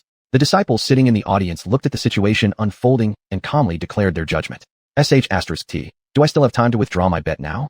A disciple saw all 4 of them trapped, and his face immediately turned pale. Just a moment ago, he had believed a 5v4 battle would surely be a win, yet now the situation had turned out like this. It's not decided yet. You should still be able to withdraw. A nearby disciple patted his shoulder and said, then I gotta hurry. Without another word, the disciple immediately ran toward the gambling table. Hey, what are you doing? A disciple who had set up the gambling table shouted as he saw someone coming to withdraw their bet. Gambling buddy, since the outcome hasn't been decided yet, can I place another bet? The disciple tightly clutched his spirit stone, unwilling to let go for fear of losing it. Sure, but if you bet again, you can't take it back, the gambling disciple said, realizing the other wasn't here to retrieve his stone. No problem. This spot is good, it feels safe. The disciple grinned, placing his spirit stone on the red faction's side. Kai. Gun Yinshin was momentarily distracted and immediately pierced through the chest by a kunai-embedded chain. Yan Fan, slightly more alert than him, reacted instantly, slashing the incoming chains with his sword. Senior brother, what should we do? Chu Lingyue also dodged the flying chains, her expression tense as she asked. Ping ping pang. Chu Chun used his staff to block the attacking chains as well, his face gloomy and his eyes flickering as if contemplating a major decision. Suddenly, Chu Chun turned to Chu Lingyue, his expression serious. Bai Ling, listen to me. Wait a moment while I create an escape path. I'll send you and Yan Fan out. This battle will rely on the 2 of you then. What about you? Upon hearing that, Chu Lingyue immediately asked. Chu Chin remained silent for a long time, then finally said, have you ever heard of the sacrifice style? Chapter 267. The Dragon Emperor's sword is drawn. Chu Lingyue listened, completely baffled. What in the world was sacrificial style? But before she could recover from her confusion, hiss, a golden chain pierced through Yi Fan's forehead, and his entire body vanished in a flash of white light. This. Chu Lingyue's face turned pale. With this, only she and Chu Chun remained from the blue faction. Buzz. At that moment, a sword's cry rang out. Chu Lingyue turned her head to look. Wow, what a blinding sword. Chu Chin's expression was grave as he held the Dragon Emperor's sword. The sword roared with dragon cries. Chu Lingyue could faintly sense a strong aquatic spiritual energy from the sword. It contained the 5 fundamental elements' powers. Yet the moment Chu Chun drew this sword, everyone in the plaza's eyes lit up, including Elder Tong Litan and the other elders and sect masters, all gazed with sparkling eyes. Some even revealed greed in their gazes. After all, the Dragon Emperor sword fused the powers of stars, dragon energy, the 5 elements, and the 8 trigrams. With their high level of cultivation, how could they not recognize its true value? But Mu Hanbing's expression darkened as she saw the greed in others' eyes. Once they left Chu Chen's side, even a step away, there would be no guarantee she'd see her disciple again. She wasn't the only one observing closely. Jian Changfeng was also watching, though his eyes were calm. Clearly, this was not the first time he had witnessed such a scene. As the old saying goes, an ordinary man commits no crime, but his possession of a treasure brings guilt upon him. Humph, insects. Jian Changfeng muttered under his breath, watching the greed flashing in their eyes. Of course, only he himself could hear these words. The expressions of those from Mu Peak also turned extremely grim. Foxmeyer leaned close to Mu Hanbing and whispered, "What should we do?" Mu Hanbing glanced at her and replied coolly, "Deal with it however." See, influenced by someone's unique way of speaking, even her speech had become so cultured. Yet, though she joked, Mu Hanbing's expression remained icy. She would need to prepare for a life hidden behind closed doors from now on, and then leave at a later date with the person. Otherwise, he would become the center of everyone's attention here, walking with constant caution wherever he went. In the canyon, Chu Chun held the Dragon Emperor's sword in hand, his expression serious, his eyes sharp like blazing torches. When Lin Bing and the others saw the sword in Chu Chen's hand, they were briefly stunned, then openly revealed greedy expressions. They weren't sword cultivators, but that didn't mean they couldn't wield a sword. If they couldn't control it with their energy, couldn't they just use it like a machete to hack through? Oh well, I originally just wanted to get along with you all as a normal person. But, you forced my hand. I'm laying my cards on the table now. Even in such a dramatically imposing scene, Chu Chen's words still sounded unusually undignified. But immediately after he spoke, his aura erupted violently, and a powerful pressure spread out in all directions. It was true that Chu Chun had been suppressed to the Qi condensation stage in this canyon. By normal standards, this stage, Qi gathering, was the phase of energy formation and flight was not possible. Yet Chu Chun had broken this rule. Now, he hovered slightly above the ground, holding the Dragon Emperor's sword vertically in front of his chest with both hands, his robe fluttering, long black hair flowing without any wind. Starfall. Chu Chun suddenly opened his eyes, speaking coldly and emptily. His aura burst out like an exploding bomb, shattering all the chains near the formation trying to approach him. The formation instantly lost its power. Cut. In a tone devoid of warmth, Chu Chun spoke once more, then swung his sword toward the 3 opponents from the red faction who were clustered together. Boom. As the Dragon Emperor's sword came down, it visibly grew in size, becoming as large as a mountain range. When Chu Chun slashed downward, a deep, huge trench instantly appeared in the ground. However, his attack didn't kill them all immediately. One unlucky fellow lay within the trench, spitting blood. Sword chi from the trench continued to corrode his body. Then, Li Beichen transformed into a ray of white light and disappeared. Lin Bing and Gu Qingqiu, who had dodged quickly, looked at the massive scar left by the sword slash and couldn't help but swallow hard, fear in their hearts refusing to fade. But they could clearly feel Chu Chen's spiritual energy rapidly depleting after this sword strike. Indeed, this was also one of his ultimate moves. However, unlike the powerful sword techniques of the Eternal Sword method, this move was his own invention, commonly known as a lesser ultimate technique. Since it was a lesser ultimate move, it consumed an incredibly terrifying amount of spiritual energy, though not as terrifyingly fast as the techniques from the Eternal Sword method that instantly drained all power. This one merely consumed half of his spiritual energy. If there were no suppression, that would be manageable, equivalent to about 2/10 of his total. But due to this canyon suppressing his cultivation to the Qi gathering stage, this strike drained fully half of his current energy. In other words, this was exactly the sacrificial style, right now. If he were to face these 2 opponents again, he could only fight them to a standstill, not kill them outright. More importantly, now that the Dragon Emperor's sword had been revealed, those old experts outside would surely no longer sit still. So the real reason he had delayed drawing his sword was precisely because of this. Consuming spiritual energy was manageable since it could be replenished later. But now that the sword had been drawn, Chu Chun could only silently apologize to Mu Hanbing in his heart. After all, those old experts outside, if they truly desired this sword, would have to go through a person first, and that first line of defense was Mu Hanbing herself. Junior sister, we must leave quickly. With what little spiritual energy remained, Chu Chun activated the reverse dragon step, snatching up a still dazed Bai Ling and leaving before Lin Bing had even reacted. They had already lost 3 people, and now only 2 of them remained.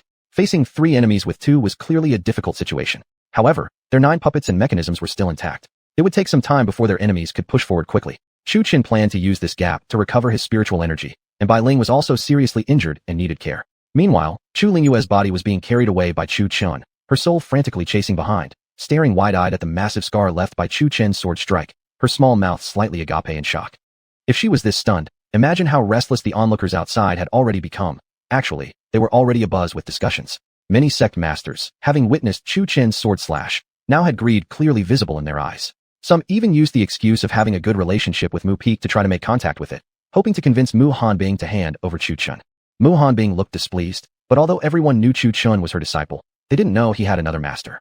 Thus, her outward display of reluctance was just for show. As for actual fear, she didn't know what it was, nor did she need to. Because as long as there was Jian Changfeng, whose true strength remained a mystery, he was so powerful that even someone like her, who had reached the unified body stage, felt as insignificant as an ant before him. And even if things came to the worst, both Mu Hanbing and Humayer were no pushovers. Mu Hanbing was at the unified body stage, while Humayer had recently ascended to the transformation stage.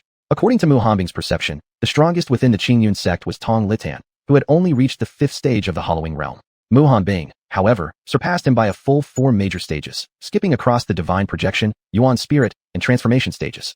As cultivation advanced, even the smallest differences in stages created chasms as wide as the heavens and earth, let alone 4 entire major levels. Chapter 268, The Method to Break the Restriction. Not to mention, with the addition of Humayer, this fox spirit was actually Chu Chen's servant, bound by the master-servant contract. Even if Mu Hanbing and Jian Changfeng were unwilling to get involved with Chu Chun, she had no choice but to take up the fight. Otherwise, if the master died, the servant wouldn't survive either.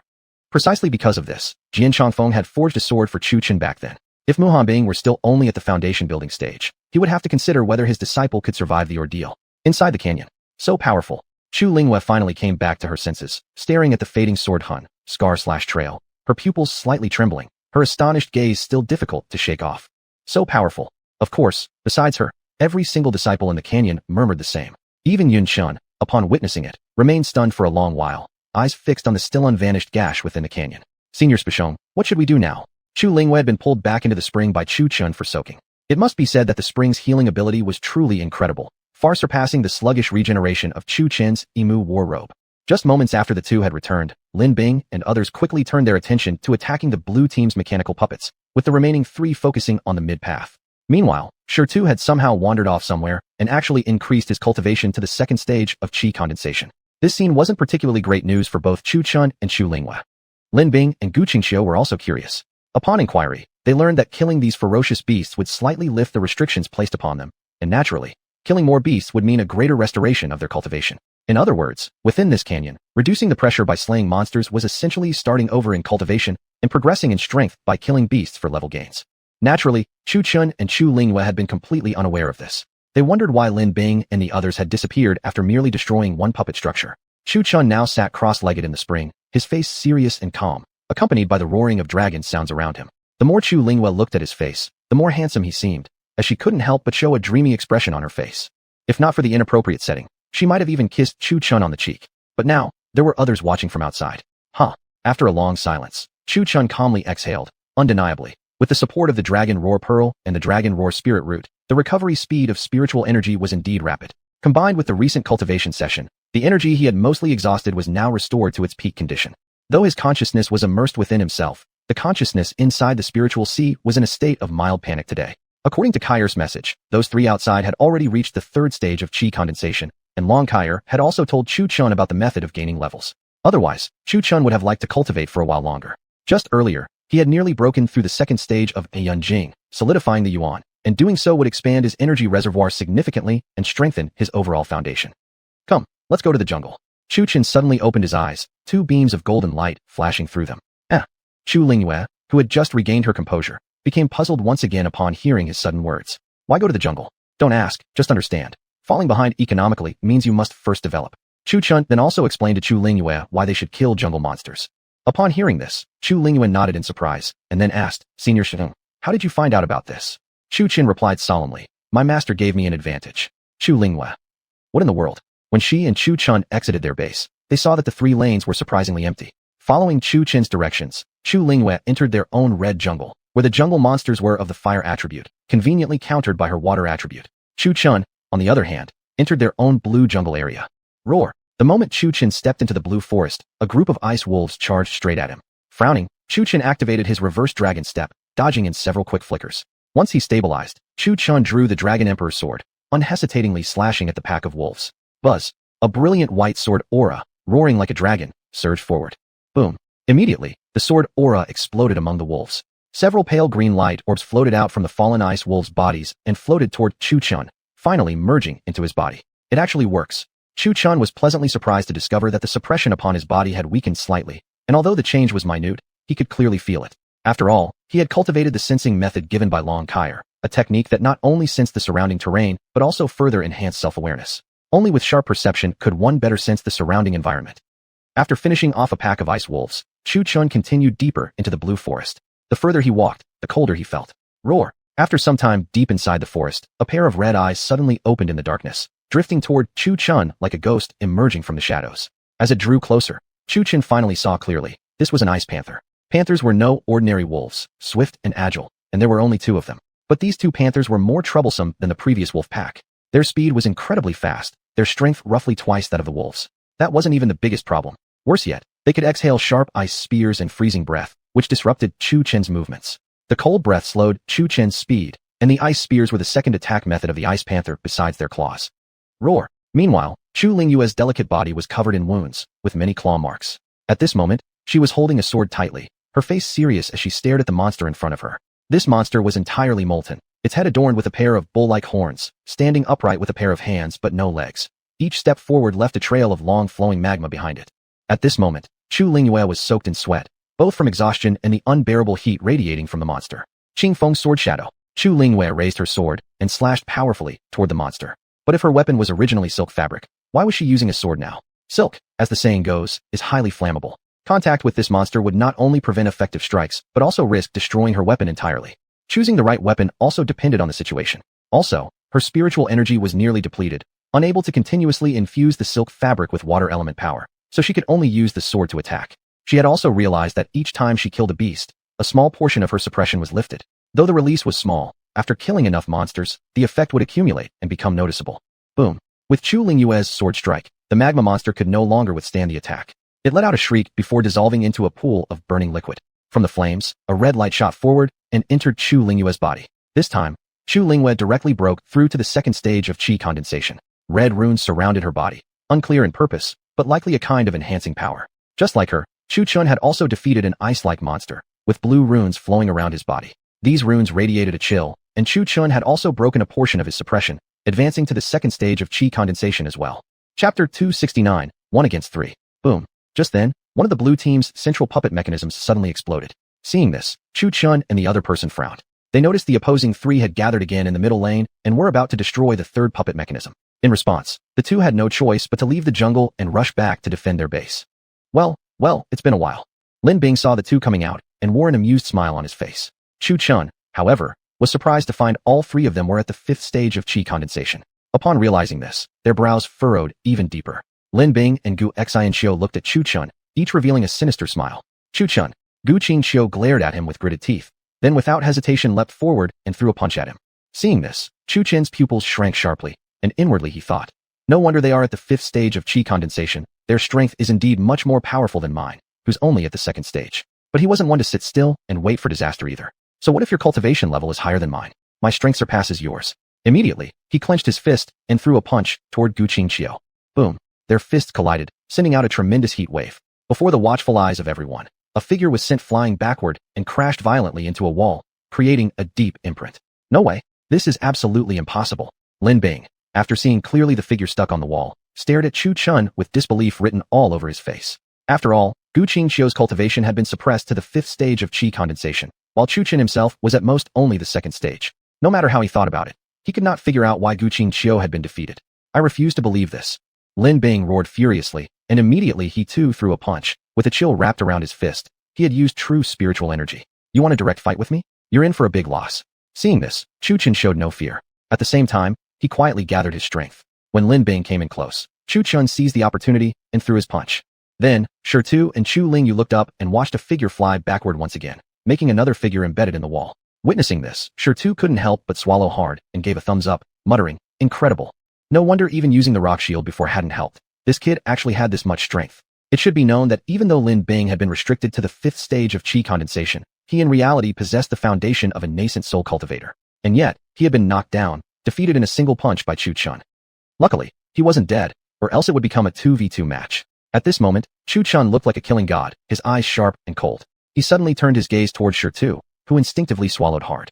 At that moment, Shirtu thought of an old saying, Those who recognize the trend are the real elites, and the best strategy is to retreat. So, he lifted the two unconscious men over his shoulder and fled at full speed. One reason was that he held no grudge against Chu Chun. He had once even hoped to be close friends with him. Secondly, there was no need to fight to the death with Chu Chun. Someone with such talent would definitely achieve a far greater height than the top cultivation realm within the mortal world. A person like that was best befriended if possible, or else, better left undisturbed. Unlike these two hotheads, who seemed to regard others as if they were enemies who had killed their fathers.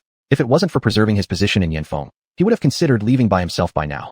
Chu Chun intended to chase Shirtu, who was escaping swiftly, but alas, the other's speed surpassed his own, so reluctantly, he had to give up and return to the jungle to farm monsters. Ah, what a pity for this round. We almost made it. Some disciples lamented. Phew, thank goodness, thank goodness. While some showed their subtle relief, one particular disciple was especially thankful that Shirtu had escaped quickly. Earlier, he had proposed changing the stakes. If Chu Chun had won, he would have lost his bet, so he was quite glad Shirtu had run off. In the blue forest, thunder crescent slash, buzz. Inside the forest, a moon-shaped sword aura crisscrossed, sweeping all around. In sight, a tall and mighty figure was wielding a golden sword, mercilessly cutting down the beasts, launching wave after wave of attacks. Phew. Meanwhile, in the red forest, a graceful figure staggered backward from heavy blows, and a stream of blood jetted out like a blade. The beautiful eyes glaring angrily at the two men before her. You are despicable. Once fully recovered, Lin Bing and Gu Qingqiu thought to themselves, if we can't beat Chu Chun, perhaps we can first eliminate Chu Lingyu from the competition. Despicable? The winner doesn't care about honor or disgrace. Gu Qingqiu smirked and grabbed Chu Lingyu's chin, a very playful expression on his face, looking at the beauty before him as if she was an object to be played with. Let go of me. Chu Lingyu spat at him, and the others sitting at the canyon seats, including Muhan Bing, also frowned. If Gu Qingqiu dared to go too far, they would bring Chu Lingyu out even at the risk of breaking the rules. Humph. Let go. Gu Qingqiu tightly gripped Chu Lingyu's chin, revealing a sinister grin. Just as he was about to make another move, the Chu Lingyu before him turned into a flash of white light and vanished instantly from sight. Gu Qingqiu was stunned. He didn't seem to have killed her. Why had she been eliminated? Matriarch Mu, aren't you breaking the rules? Tong Li Tang, witnessing the scene, wore an extremely displeased expression. Rules? Are you saying I must wait and watch helplessly while my disciple is raped by this beast before I can be accused of breaking the rules? Muhan Bing's aura was sharp and cold as she fired back. You? Tong Li Tang had no words to respond. He raised his head to look at Yu Yun, only to find the man leisurely sipping tea, as if everything were under his full control. Suddenly, something clicked in Tong Li Tang's mind. He looked toward the canyon and realized that on the blue team, only Chu Chun remained. In other words, just now, Gu Qingqiu's actions were all part of a scheme orchestrated by Yu Yun, using human desires to force Muhan Bing's hand into eliminating Chu Lingyu, leaving only Chu Chun remaining in the arena. No wonder that guy had been so confident. And Muhan Bing's intervention had now redirected Gu Qingqiu's hatred straight toward Chu Chun. What a genius. Yuan Wanming, the fifth elder and a master strategist himself, couldn't help but silently give Yu Yun a nod of approval. Master, I'm out. But as for senior brother, Chu Lingyu looked at Muhan Bing with deep concern, only to find the latter's face cold as ice, exuding a chilling aura. Only now did she realize she had fallen into someone else's trap. Chu Chun was indeed powerful, but against him were three people now, undoubtedly pushing Chu Chun into the fire. But if given the same choice again, she would still choose to save Chu Lingyu. It was acceptable to lose a match, but her dignity could not be compromised. After all, she was his senior sister. In the canyon, Chu Chun raised his head and saw that Chu Lingyu's name on the stone tablet had also dimmed. Seeing this, Chu Chun furrowed his brows. Does this mean I'm completely alone now? Realizing this, his expression changed. If that were the case, these three might very well be attacking his base at this very moment. Boom. By the time he arrived, the central Highland puppet mechanism had just exploded. Luckily, he returned in time. Otherwise, even the core crystal mechanism would have been destroyed. Chapter 270. With thunder, shatter the darkness. Yo, you're back. Same old recipe as always. Now it's just Chu Chun alone, against three. Even if Chu Chun is strong, can he really take down three opponents at once? That's what he couldn't believe. Right now, Chu Chun was like a fish on the chopping block in front of the three of them, with nowhere to run. Either he had to defend the crystal core, or fight them head-on. But either way, he wouldn't escape elimination. Regardless of which choice he made, he'd have to face a 3-on-1 situation. At this moment, Chu Chun's expression was extremely grim, especially when seeing the smug and mocking smiles on Lin Bing and Gu Qingqiu's faces. The more he thought about it, the angrier he became. It wasn't hard to imagine that his junior female senior disciple had definitely been ambushed by these two bastards. Only these two bastards were capable of doing something so despicable. Although he himself wasn't exactly a man of honor, he'd never do such a despicable thing. Woohoo, we're safe. A disciple who had placed a bet jumped up excitedly at this sight. What a twisty situation it had been. This time, with 3 against 1, even if Chu Chun was powerful, there's no way he could defeat Lin Bing and others this time. Moreover, the three of them had power levels 2 tiers higher than his. Come on, this was clearly a guaranteed win now. A desperate situation? Chu Lingyue looked at Chu Chun, who was desperately defending the crystal mechanism, muttering to herself. However, even under suppression by 3 opponents, Chu Chun was still able to fight them evenly, though he had been at a disadvantage all along. Damn it. Are you be what Jiaohuisuren be to Wafui, Jiaohuisu people to call forth the tree giant army, or what? Standing in front of the crystal, Chu Chin's body was covered with wounds, fist marks, and sword cuts. His upper body was already in tatters, fluttering in the wind like a piece of red rag. Damn it. Still not dead. Blood was trickling from Lin Bing's mouth. The condition of the 3 of them wasn't much better either. Although Chu Chun was heavily injured, they couldn't defeat him either, so it was more or less a 50-50 stalemate. Useless. Lin Bing spat. 3 against 1, yet still couldn't take him down. Shirtu and Gu Qingqiu glanced at him. Their eyes seemed to be saying, if you're so capable, then why don't you give it a try yourself? Why are you barking for? When Lin Bing noticed their looks, he quickly shut up. Gu Qingqiu was more or less okay to deal with since he had a grudge against Chu Chun, but he was afraid that Shirtu would simply throw in the towel and walk away. Come on. Lin Bing roared furiously. His golden spirit energy surged, and a spear appeared in his hand as he thrust it towards Chu Chun. So you want to gang up on me? If you enjoy ganging up, then I'll let you experience what real gang up feels like. Chu Chun gritted his teeth. His aura surged, and the wood spirit energy continuously separated from his body. Then, a bunch of wooden giants appeared around Chu Chun. It didn't matter if there were too many wooden giants. Even their hands were ablaze. Surprisingly, despite being made of wood, the flames didn't consume them but instead kept burning steadily in specific spots on their hands. Gang up on you? Let me show you how real gang up works. Chu Chun gritted his teeth and loudly commanded, attack. Boom, boom, boom, boom. The wooden giants began throwing the flames in their hands. The flames formed into fireballs in midair and fell toward the people below. Damn it. Same words, same source. Gu Qingqiu spat again and immediately unleashed Golden Peak's famous defense, Golden Bell Cover. Crash, crash, crash, crash. The fireballs struck the Golden Bell Cover, producing a thunderous resonance like a giant bell. Compared to them, Shida's stone shield remained relatively quiet. Like before, the Golden Peak specialized in attacks, while the Rock Peak was the strongest in defense. Look, soon enough, the 2 gleaming Golden Bell covers began to crack, while Chu Chin's wooden figures were also gradually decreasing. The main reason was the insufficient spiritual energy. After all, Chu Chun was just one person. Although many wooden giants were attacking, they still consumed Chu Chin's spiritual energy. Keep holding on. His spiritual energy is nearly drained. Seeing this, a fierce light flashed in Lin Bing's eyes. Once Chu Chin's spiritual energy was exhausted, there would be no need for them to act. Chu Chun would be eliminated automatically due to depletion of spiritual energy. Phew. Just then, the wooden giants suddenly ceased their attacks, and Chu Chin's eyes turned golden. His entire aura didn't diminish but instead soared. Seeing this, Lin Bing and Gu Qingqiu frowned. What was going on? Wasn't his spiritual energy almost gone? Where did such a strong power come from? ZZ. Not only did Chu Chin's aura grow stronger, but now dark red lightning surged around his body, giving off a terrifying aura. When darkness covers all, I am the final ray of light within the darkness. With thunder, shatter the darkness. Chu Chin spoke coldly and emptily. The last sentence was practically shouted at the top of his lungs. Boom. Suddenly, under the astonished gazes of the 3, Chu Chin's previously slowly rising aura exploded like a bomb. His originally black hair turned silver, as if sprinkled with a layer of the Milky Way. The blood-red tattered cloth that was hanging on him was instantly shredded by Chu Chin's sudden explosive aura. Now he stood bare-chested. His hair turned silver white as if dusted with stardust. Dark red lightning coiled around his entire body, giving off an aura of immense dread. His eyes were completely consumed by golden light, and on his chest was a silver crescent moon mark etched across his fit torso. So handsome. This was practically the inner scream of every female present. At this moment, Chu Chun looked just like a god king descending from heaven, raising the coolness factor to the maximum. For this level of awesome, I give full marks. Jian Chongfeng murmured with admiration. One could say that combining the Zen state of extreme ease, the initial awakening of the ancient dragon god body, and the enhancement of his innate thunder ability truly made him look like a thunder sage king descending from the heavens. Thunder resounded through 9 heavens. Even though Chu Chun was still at the foundation building stage, he could now hover low in the air. He raised his hand and pointed down at the 3 below. Boom. A streak of dark red lightning shot from his fingertip, striking directly another unfortunate target. I refuse to accept this. See, the villains always have that sense of awareness, and their cries are always so loud and dramatic. With the red team's leader eliminated, the next target was Gu Qingqiu, who had time and again attacked Chu Chun without provocation. Don't come closer. I'm a disciple of Golden Peak. Look, where was that cruel and mocking look now? Gu Qingqiu's face had completely changed, his complexion drained of color as he cowered on the ground, scrambling backward in fear of Chu Chin's terrifying presence. Die. Chu Chin's voice was like that of the Yan Wang from hell, cold, lifeless, and merciless. Boom. As for this guy repeatedly provoking him, Chu Chun decided to unleash a divine punishment thunder orb upon him, trapping him inside to suffer an agonizing demise. I will never let you go. Gu Qingqiu hadn't been eliminated yet.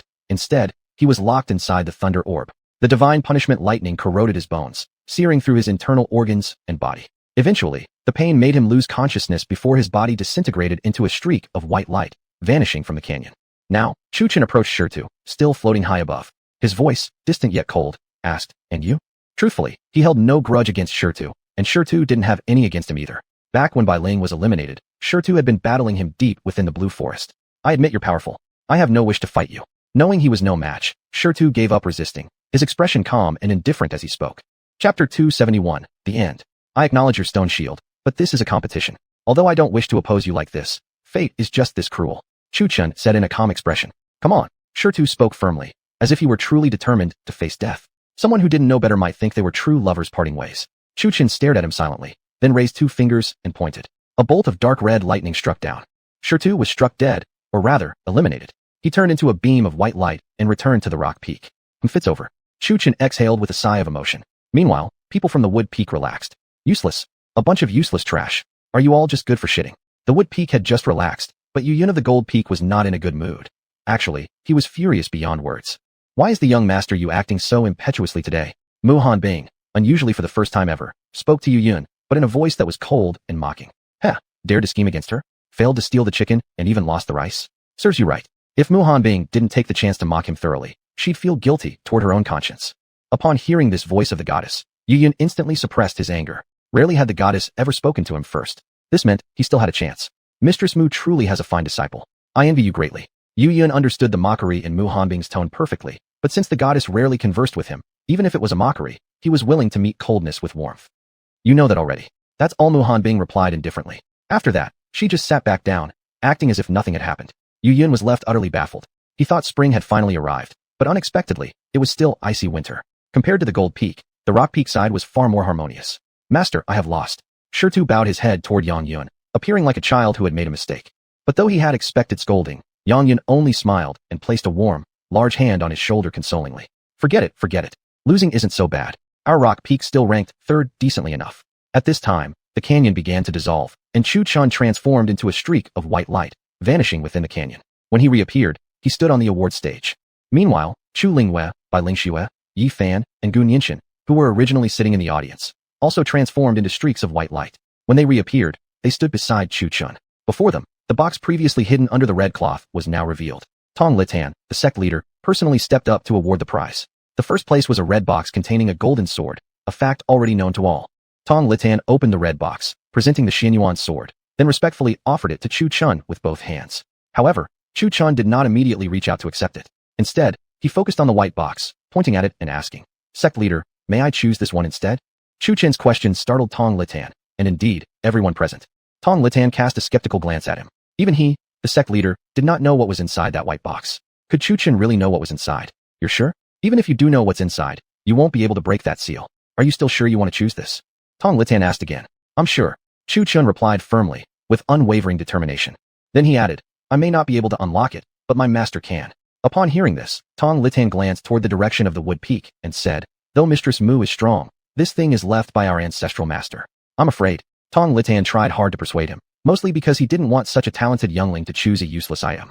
Considering Chu Chen's displayed strength, if properly cultivated, Qin Yun's sect's position among the 7 peaks wouldn't always remain at the bottom. Who said I only have one master? Although Mistress Mu can unlock it, Old Master Sword certainly can. As Chu Chen spoke, his big eyes blinked mischievously. Chu Chen did this mainly to deter any greedy souls. After his Dragon Emperor sword appeared, he knew his future would be plagued with endless pursuit and assassination attempts. Thus, he directly mentioned Sword Chongfeng's name, openly calling him Old Master Sword, clearly expressing, "I'm on close terms with him. Dare to lay hands on me. You'd better think twice." Upon hearing this, Tong Litan hesitated for a moment before glancing at the sword storage peak, where Sword Chongfeng was dozing on a chair. Remembering that technique of his that could shift day into night, Tong couldn't help shivering inwardly. "You mean, you are young Master Sword's direct disciple?" Tong Litan asked in disbelief. Nodding seriously, Chu Chen didn't respond further. Sword Chongfeng didn't object either, but secretly thought, "Finally, this kid is admitting I'm his master?" Gulp. The expressions of the people present were uglier than having eaten shit. With such a powerful figure backing him, who the hell would be stupid enough to go after Chu Chen's Dragon Emperor sword? No wonder. Tong Litan looked at Chu Chen with complex eyes, murmuring inwardly. No wonder Sword Chongfeng had intervened when Yu Yun caused trouble during the first round. It was all to protect his protege? Fine then, since you made the choice yourself, you may take this one. Tong Litan sighed helplessly. No choice. The boy had powerful backing. Forceful seizure was out of the question. Even this sword was probably crafted by Sword Chongfeng himself. Otherwise, how could Chu Chen have such an extraordinary weapon? With that thought, everything suddenly made sense. Chu Chen chose the white box, though it was sealed.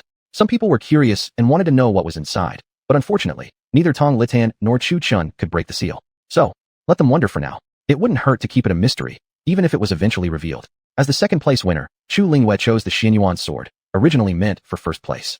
Yi Fan picked up a fan, which wasn't particularly useful for him. He had originally wanted to trade with Chu Lingyue, but she refused. That made sense. There was no comparison in quality between the sword and the fan. Although Chu Lingyue refused to swap with Yi Fan, she did trade with Chu Chun. Not using the white box, of course, but another sword. After all, in the Yogo Vijing, he had gathered many treasures, including a collection of swords of no less than earth-tier quality. Don't ask where Chu Chun got them. Just say several foolish fools gave them to him when rushing to their deaths. Indeed, those 10 idiots dropped quite a lot.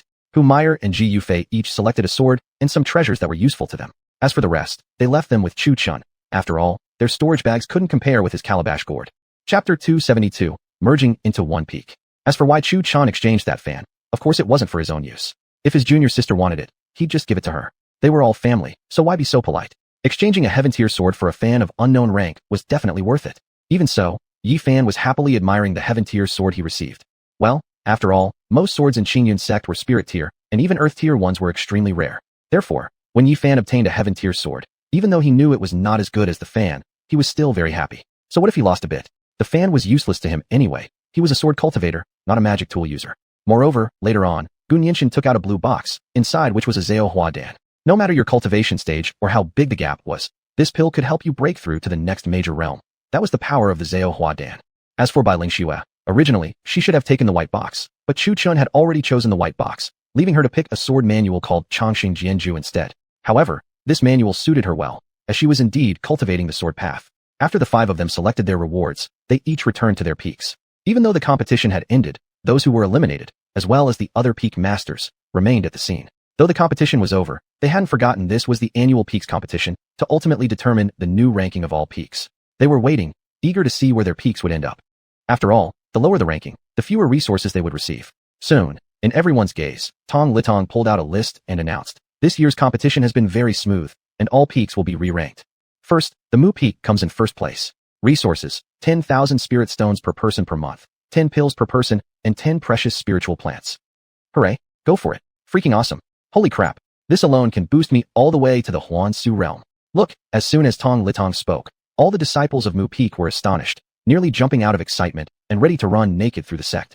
As for this, Tong Litong simply gave them a light glance. After all, over the past 50 years, the Mu Peak had seen fewer spirit stones each year, eventually being reduced to only 5 per month.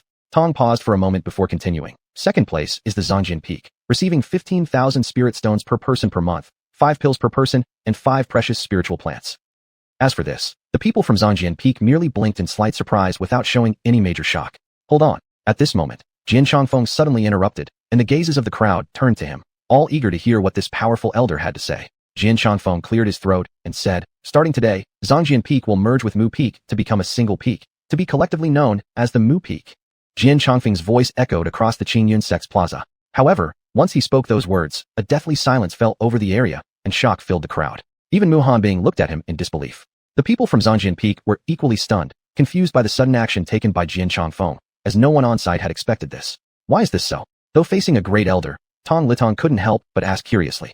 However, Jian Chongfeng lifted his gaze to the sky, looking solemn, his brows furrowed.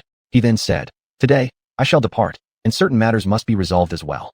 Upon hearing this, the crowd first froze. Then their eyes turned burning hot as they looked toward Chu Chun. Without Jian Chongfeng, even someone as powerful as Mu Hanbing wouldn't be able to withstand the combined forces of so many people, right? Old Swordy, why the sudden decision? Chu Chun's expression changed as he looked at Jian Chongfeng and asked. Jian Chongfeng looked at Chu Chun, rarely showing a kind, fatherly smile. He pressed his hands together and pointed toward Chu Chun's forehead. At once, a shocking aura erupted from Chu Chun, shaking the heavens and earth. After a long time, the aura slowly dissipated, actually condensing into Chu Chun's body. Jian Chongfeng cast a glance at the heated crowd before turning back to Chu Chun and saying, "Your master has left you with a single power. If anyone tries to harm you, it will automatically retaliate on your behalf." Jian Chongfeng's voice drifted faintly in the air. However, he didn't speak the last part, that this force could only be used once and only in times of life-threatening danger. In other words, as a last means of survival. Naturally, Jian Chongfeng wouldn't openly say that but instead conveyed it to Chu Chun mentally. Upon witnessing this scene, those people's faces turned even darker. What a dramatic, turbulent roller coaster of events. Thus, once again, nobody dared to lay a hand on him. "Master, where are you going?" At this moment, Chu Chun was no longer his usual lazy self, but instead looked serious. He could feel that this farewell might mean a permanent separation. Even if they met again, it might be after a very long time. Although he hadn't spent much time with this master, the man had sincerely taught him many things, more devoted than even Mu Hanbing. Chu Qin suddenly felt a sense of emptiness inside. If even he felt this way, how much more painful must it be for the disciples of Zongjin Peak? Dad, are you going to take me with you this time? Jian Yao's little face was already soaked with tears as she tightly gripped Jian Chongfeng's long robe with her small hands. Jian Chongfeng turned his gaze toward Jian Yao, his expression still gentle and kind. Yao, this time you'll stay here. Father has to go somewhere very far away. Then will you come back? Jian Yao stared at Jian Chongfeng hopefully. Though she had been picked up by him as an abandoned child, he was closer to her than any blood relative. From teaching her to read to training her sword techniques, he had raised her from childhood. In her eyes, Jian Chongfeng was her real father. Jian Chongfeng gently stroked her head and softly replied, yes. Hearing this, Jian Yao's face immediately lit up with joy as she wiped away her tears. Then Dad can't lie to me. Jian Chongfeng nodded. Master, thank you for your guidance. Please accept one last bow from Lin Lazy. At this moment, Lin Lazy had none of his usual slackness. He knelt down without hesitation. Boom. I've been looking for you for a long time. Right at this moment, a blood-red eye suddenly appeared in the sky, accompanied by eerie laughter echoing across the heavens and earth. All the disciples looked up toward the eye in the sky, filled with despair, as if death itself had locked its gaze upon them. Jian Chongfeng frowned. He hadn't expected it to come so soon, and even faster than he had anticipated. Immortal Realm. What is that? Quickly, raise the barrier. So powerful. What exactly is that thing? Mortal World. Xianling Sect, Daoxian Sect, Tianjian Sect, Bingshuang Sect, Tianhua Sect, Xixia Sect, Liuli Sect. All the disciples, elders, and peak masters looked up at the red eye in the sky, sinking into boundless fear and despair. Some sects even activated their protective grand formation. Qingyan Sect. Inyu, the evil lord. Inside Chu Qin's consciousness, Long Kaier stared at the blood-red eye in the sky with a surge of hatred, gritting her teeth as she spat out the name, each word filled with venom. Disperse. With a soft shout from Jian Chongfeng, the people who had been plunged into despair suddenly regained their senses and dispelled the pressure emitted by Yin Yuxiejun. Oh, the old drunkard's apprentice. Those eyes instantly locked onto Jian Chongfeng, scrutinizing him with amusement. Not bad. Your cultivation has improved somewhat, but compared to the old drunkard, you're still far behind. Yin Yuxiejun let out a mad laugh. Of course my strength cannot match my master's, but defeating you is more than enough. Buzz. A black sword appeared in Jian Chongfeng's hand. Under the gazes of everyone present, Jian dashed into the sky like a startled swan. Ha, old talk. Yin Yumo sneered coldly. Then, the sounds of battle gradually faded. And after that, Jian Chongfeng never returned. Today, Mu Peak remained as quiet as ever. Although Jian Chongfeng had left, before he departed, he left behind a lingering shadow clone, specifically to fuse the domains of both Jian Peak and Mu Peak. On that day, Qingyun Sect shook the heavens and the earth, awakening cultivators deep in meditation. Upon inspection, everyone couldn't help but exclaim inwardly in amazement, all wondering curiously why the sect's restrictions hadn't struck Jian Chongfeng with lightning for tampering with the laws of heaven and earth, but instead allowed him to fuse them. Even more bizarre, when the domains merged, there was no resistance from the Qiankun. Now, not only had the domains of the two peaks expanded, but also the protective barriers around Mu Peak had grown stronger. Some had once thought that without Jian Chongfeng, even with whatever he left behind and the barriers in place, they could still attempt a forced breakthrough. But now that the two peaks were fused, those ideas were immediately abandoned. After all, Jian Peak's protective formation had originally been stronger than those of the other peaks. Now combined with Mu Peak, anyone daring to force their way into Mu Peak would be struck down with lightning before even having to activate Mu Hanbing's defenses. Indeed, since the inter-peaks competition, Yu Yun had changed completely in demeanor. Those unaware thought he must have gotten his period. But who could blame him? Once the top peak, now relegated to the fourth place. Due to the merging of Jian Peak and Mu Peak, which became collectively known as Mu Peak, its original top reward was naturally doubled. As for the second place, it went to Yin Peak, since in the end the last one remaining on the battlefield was a stone. According to the rules, Yin Peak was placed second. Yin Peak, which had long held fourth place steadily, was overjoyed at the news and held a celebration banquet the very same night. The whole peak glowed with lights the entire night, making outsiders think it had caught fire. As for third place, that belonged to Yin Peak's rival Yin Feng, who, once the eternal second, had now slipped to third, but at least now stood above Jian Peak. Besides, the rewards between second and third weren't all that different. Just 2 fewer bottles of pills, 2 fewer rare spirit plants, and 1,000 fewer spirit stones. Being in the top 3 naturally counted, even if it was third place. The fourth place went to Jian Peak, where its rewards suffered a drastic drop. While Yin Feng merely had 2 fewer bottles of pills and spirit plants, Jian Peak only had 2 of each. Interestingly, the 5th-ranked peak wasn't Shui Peak, but rather Shenglong Peak. Unfortunately, although Shui Peak was mostly a support peak, it mainly acted as a spellcaster. As for raw offensive power, Shui Peak far surpassed by Huaxian Peak. If blame was needed, it could only be placed on their weak strength and bad luck. Shenglong Peak had finally made its debut into the top 5 peaks, although its rewards weren't as generous as Mu Peak's in earlier days. Back then, Mu Peak was too weak to fight, always being the first eliminated. Had it not been for Tong Litan considering Mu Hanbing's Mianzi, Mu Peak's strength would have been lower than even the disciples from the Servant Peaks, let alone competing among the top 5. Thus, over time, a situation developed where the peaks remained the top 5, but the rewards decreased year by year until, eventually, each disciple received only 5 spirit stones and had to fetch them themselves. Now, however, seated at the first position, one didn't have to fetch anything. They were personally delivered every month. After all, in the cultivation world, every sect had several immortal cranes. With Mu Peak ranked first, and now combined with the disciples from the former Jian Peak, there were only a mere 17 disciples total. However, being few had its advantages, as everyone from Mu Peak could access certain cultivation grounds, such as Deng Xianta, Tower to Ascend to Immortality, Yuangu, Valley of the Medicine King, where the sect grew its spirit plants, and the Yin Yang Jing, a cultivation secret realm, not a cultivation stage. In addition, Mu Peak was also granted access to levels 6 through 9 of the Scripture Pavilion. The Zongjing Pavilion had a total of 12 levels. The higher the level, the rarer the cultivation techniques. However, in the mortal cultivation world, the highest grade of techniques was Jifeng, Jipin, and Qingyun sect possessed only one such technique, which could only be learned by disciples with honor status. The techniques on levels 7 to 9 were considered high-grade techniques. Although disciples of Mu Peak could freely access levels 7 through 9 of the Scripture Pavilion, no one had ever been seen coming here. Because for the most part, the disciples of Mu Peak had already cultivated all the Jipin techniques. Don't forget, 50 years ago, Mu Peak had always been the #1 peak. As for Chu Chun and Chu Linghua, each had their own extraordinary fates. As for Lin Lazy and others, was it that Jian Changfeng wasn't powerful enough? Or did these disciples simply believe that such supreme techniques wouldn't be available to them? The disciples of Mu Peak treated these supreme techniques as merely supplementary practices, because they found that none of the Jipin techniques were more effective than the heavenly 5 elements Trigrench and Kanjue, taught by Mu Hanbing. It included within it a collection of countless superior techniques. Thus, whether it was Jin Peak's Golden Bell Shield, or Yin Peak's Rock Shield, or even Yin Feng's Flame-Scorching Arts, in the eyes of Mu Peak disciples, they were like children playing with mud, nowhere near half as powerful as what they could produce. On this summer solstice, cicadas chirped noisily under the blazing sun. Inside Qingzhu House, a tall figure sat cross-legged on the bed, cultivating. A golden glow wrapped around him, and upon close inspection, a golden dragon shadow could be seen swirling around Chu Chun. On his arms was a shimmer resembling fish scales, barely noticeable. 7 days had quietly passed since the competition between the peaks. While others celebrated, the disciples of Mu Peak were either cultivating, or leisurely fishing, planting, playing chess, refining talismans, or tempering their swords. As for Chu Chun, he immersed himself deep inside the Chaos Pagoda, comprehending Tao, merging all the techniques he had cultivated into a single unified whole. The 5 elements body cultivation art and the primordial dragon god body shared similarities, allowing Chu Chun to successfully fuse the primordial dragon god body with the 5 elements annihilation body.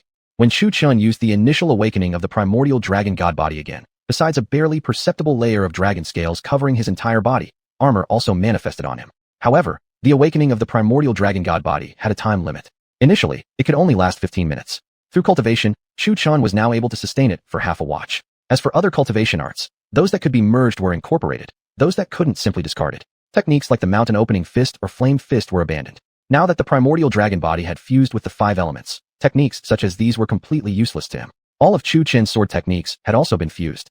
Except for the Chongqing sword art, which was a heaven-defying technique that couldn't be merged, all of his previously created sword arts had been condensed into 2 final forms. One named Star Falling Blossom, the other Meteor Star Dragon Roar. As for the rest of the ordinary techniques, they were simply based on insights gained from the Tao of the sword. Chapter 274, Got Caught.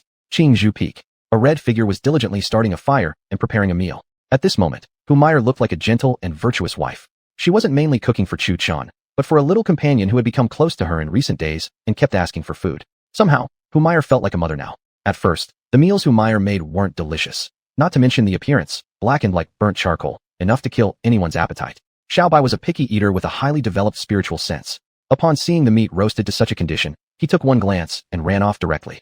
Although Xiaobai ran away, Ahua wasn't as smart as Xiaobai and ended up being tricked into eating it by Humayr. Ever since then, Ahua saw Humayr like a ghost and would run at the sight of her. Faced with this, she went to consult her best friend Mu Hanbing. When she went to Mu Peak, she found that the woman wasn't even there. After searching around Qingyun's sect, she finally found her planting bombs in the fire kitchen. Compared to her, Mu Hanbing's cooking skills were not just bad, they were outright terrible. If it weren't for her reputation, the fire kitchen staff would have kicked her out long ago. Eventually, the two diligently studied in the fire kitchen and improved the presentation of their food, but they still confused oil with vinegar and salt with sugar. The soup they made nearly sent the fire kitchen master to an early grave. The once obese master even successfully lost weight thanks to the soup they cooked together, no exercise required. Feeling they had no talent for cooking, the two returned gloomily. Returning to Mu Peak wouldn't have been a problem, But as they entered Mu Peak's territory, they caught a whiff of a tantalizing aroma. Following the scent, the two discovered Lingyun Peak was hosting a feast. Chu Lingwei had specially prepared a banquet to welcome the elder brothers and sisters from Zongjin Peak to officially join Mu Peak. Thus, Mu Hanbing and her companion not only piggybacked on the feast, but also had Chu Lingwei teach them how to cook. Since the two young women were either a master or senior, Chu Lingwei didn't refuse and patiently instructed them. Initially, their cooking wasn't very good. However, due to the 2 days' practice in the fire kitchen, the appearance of the food had improved, though the taste remained questionable. Finding the two lacking in talent, Chu Lingwei decided to share her 2.5 years of experience and taught them carefully. After an intensive 3-day and 3-night session, Mu Hanbing and Hu Meyer finally grasped the basics. Their food now looked presentable and, although not delicious, was no longer inedible even for a dog, as it was before. Thus came the scene today. Mu Hanbing wanted to learn cooking as per a manual which said to capture a man's heart, one must first capture his stomach. As for Hu Meyer, it was simply because she was bored stiff. Staying in Qingyun's sect day after day, how could she not be? She had originally thought that traveling with Chu Chun would let her roam the 8 wilds, but unfortunately, his strength was weak. He had the desire but not the power. Therefore, she was helpless. She wasn't familiar with the outside world and dared not go out to play. After all, her good friend Mu Hanbing would often tell her horror stories to scare her, like how some beautiful girls were sold to brothels and abused by hundreds of men, or how certain secluded old monsters would steal a girl's virgin essence. Such stories scared Hu Meyer's little heart to bits. The outside world was dangerous, and nothing was safer than home. Whoa! At this moment, a scream echoed from Qingzhou residence, scaring Hu Meyer, who was roasting meat. Looking back, she saw a white-robed man stretching lazily as he walked out from Qingzhou residence. Chu Chun had finally emerged from his cultivation. Indeed, he had ended his retreat, but his entire body exuded a stench. Of course, it was the impurities from cultivation. After so many days of training, going through bone reshaping again and again, Chu Chun finally stepped into the first stage of ancient dragon god body. However, to proceed into the second stage, he needed a special herbal bath to reform the bones again. Regardless of how painful or potent it was, the main problem lay in the rare ingredients. Qingzhou Peak was already filled with precious spiritual plants, but none of them were useful for this herbal bath. The required ingredients were red dragon blood, extreme thunder fruit, spirit wind vine, tai fruit, a single drop of 3,000 drowning water, earth spirit blood, red tiger inner pellet, dark wolf blood, not the hardest parts. The last one was the void spirit fruit. Looking at this list, Chu Chun felt his scalp tingle. He had barely heard of these before, let alone knew where to find them. If it came down to blood, probably they came from Yao Shog, and wandering outside for a few rounds might yield some. But what the hell was 3,000 drowning water? And earth spirit blood? Was that from a Yao Shou or something else? Kai'er's sister, where can I find these things? Helplessly, Chu Chun asked the encyclopedic figure in his spiritual sense. Long Kai'er gave him a glance and said, "Do you think I'm some kind of all-knowing? A god?" Chu Chun nearly blurted out without hesitation. "No, you're treating me like a dog." Long Kai'er said something completely out of context. "What do you mean?" Chu Chun was completely confused. However, he received another icy glare from Long Kai'er. "Aren't you clearly putting a spiritual stone in front of a dog's nose and asking it to find this kind of thing for you?" Upon hearing this, Chu Chun understood. Immediately, he really took out a spiritual stone and handed it to Long Kai'er. "Go, find me 100 of these." Bang! In an instant, someone was holding his ringing head and splashing in the water. Meanwhile, on a tree, 2 beautiful figures in red and white were secretly watching. Built like a beast. Really nice. Look, Mu Hanbing and Hu Meyer were drooling over Chu Chen's physique, resembling lovesick girls. "By the way, how is our big sister doing with her preparation? If she doesn't act soon, I'll go ahead," Hu Meyer asked while wiping some blood from her nose. "I don't know." Mu Hanbing blinked her eyes as she answered truthfully. In fact, she was anxious too. After all, there was a saying, long nights bring more dreams. "Hey, where'd he go?" The 2 girls lost focus for a moment, and Chu Chun, who should have been soaking in the water, was gone. "Damn, don't tell me he sank underwater?" Hu Meyer asked, her face turning pale. "Good looking." At that moment, the 2 women looked across the entire lake and an indolent voice sounded beside their ears. "Good looking." The 2 innocent girls answered in unison without even looking back. At that moment, the 2 reacted simultaneously, staring at each other with wide eyes, and realized they now had a pair of additional eyes beside them. *T. Both women shouted in shock. Bang. Done. The 2 peerlessly beautiful girls fell from the tree like a dog's meal, landing in an elegant, yet disheveled manner. "Talk, what's going on with you 2? Chu Chun held a wooden stick, tapping it against his palm as he stared at the 2 girls, just like an adult scolding children. As for Mu Hanbing and Hu Meyer, they felt nothing but extreme embarrassment. Their faces were so red they could almost drip blood, presenting a completely flustered expression. Chapter 275, Punishment. Chu Chen looked at Mu Hanbing with a mischievous grin as her face flushed red. "Master," he said, "I never thought you'd be that kind of person."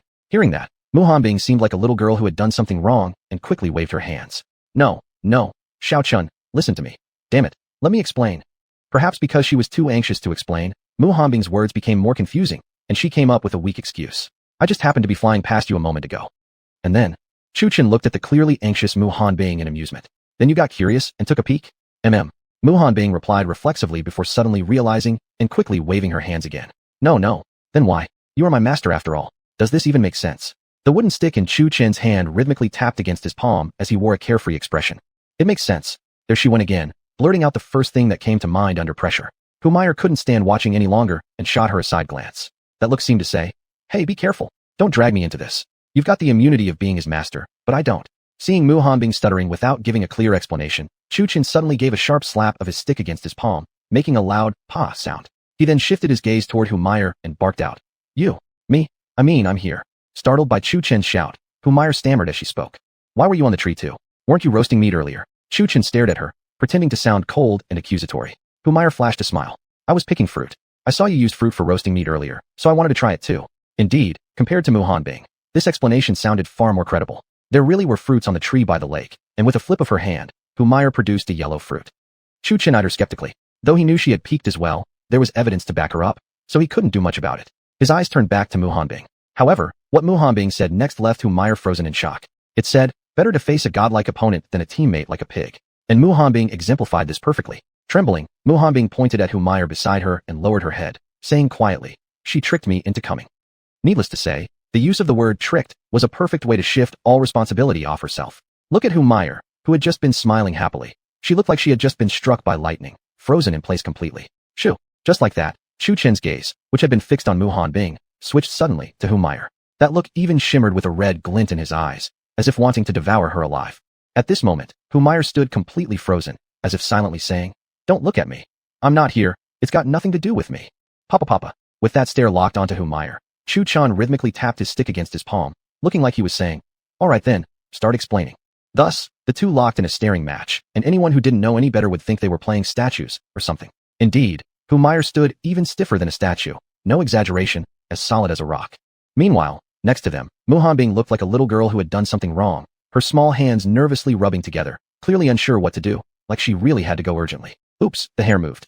Just then, a breeze blew through, lifting the long hair of the two women. Yet even so, Humire didn't budge an inch. Chu Chun took the stick and lightly tapped her on the head. "So no explanation, huh? Then tell me, do you want to be hung on this tree tonight, or tied to it? Choose for yourself."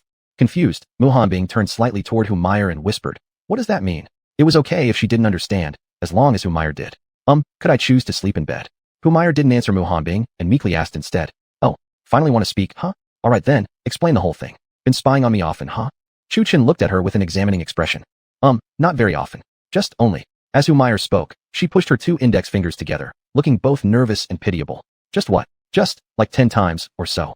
Upon hearing that, Chu Chen's expression darkened, and next to him, Muhan Bing's eyes widened significantly. Wow, so she even dared to sneak peeks alone? "I'm done. I'm corrupted now."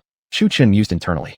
If it weren't for this time breaking through his cultivation and merging all his techniques into one, significantly improving his senses, he wouldn't have discovered this deception at all. "Then tell me, how should I punish you?" Chu Chen glanced at Humire, then at Muhan Bing. "Well, why don't we just forget about it? I think today's weather is nice and sunny, perfect for drying cabbages," Chu Chan said meaningfully, looking up at the sky. No, please don't." Humire frantically waved her hands in refusal. If she were really dried out in the sun for a whole day, wouldn't she become a dried-up corpse? "Then tell me, what should I do?" Chu Chen fixed his gaze on her and asked, "Why don't you take a peek at her too?" Muhan Bing mumbled with a slight pout. Chu Chen's eyes instantly shot back onto her, and the look in his eyes startled Muhan Bing with a shiver. "Wait, what?"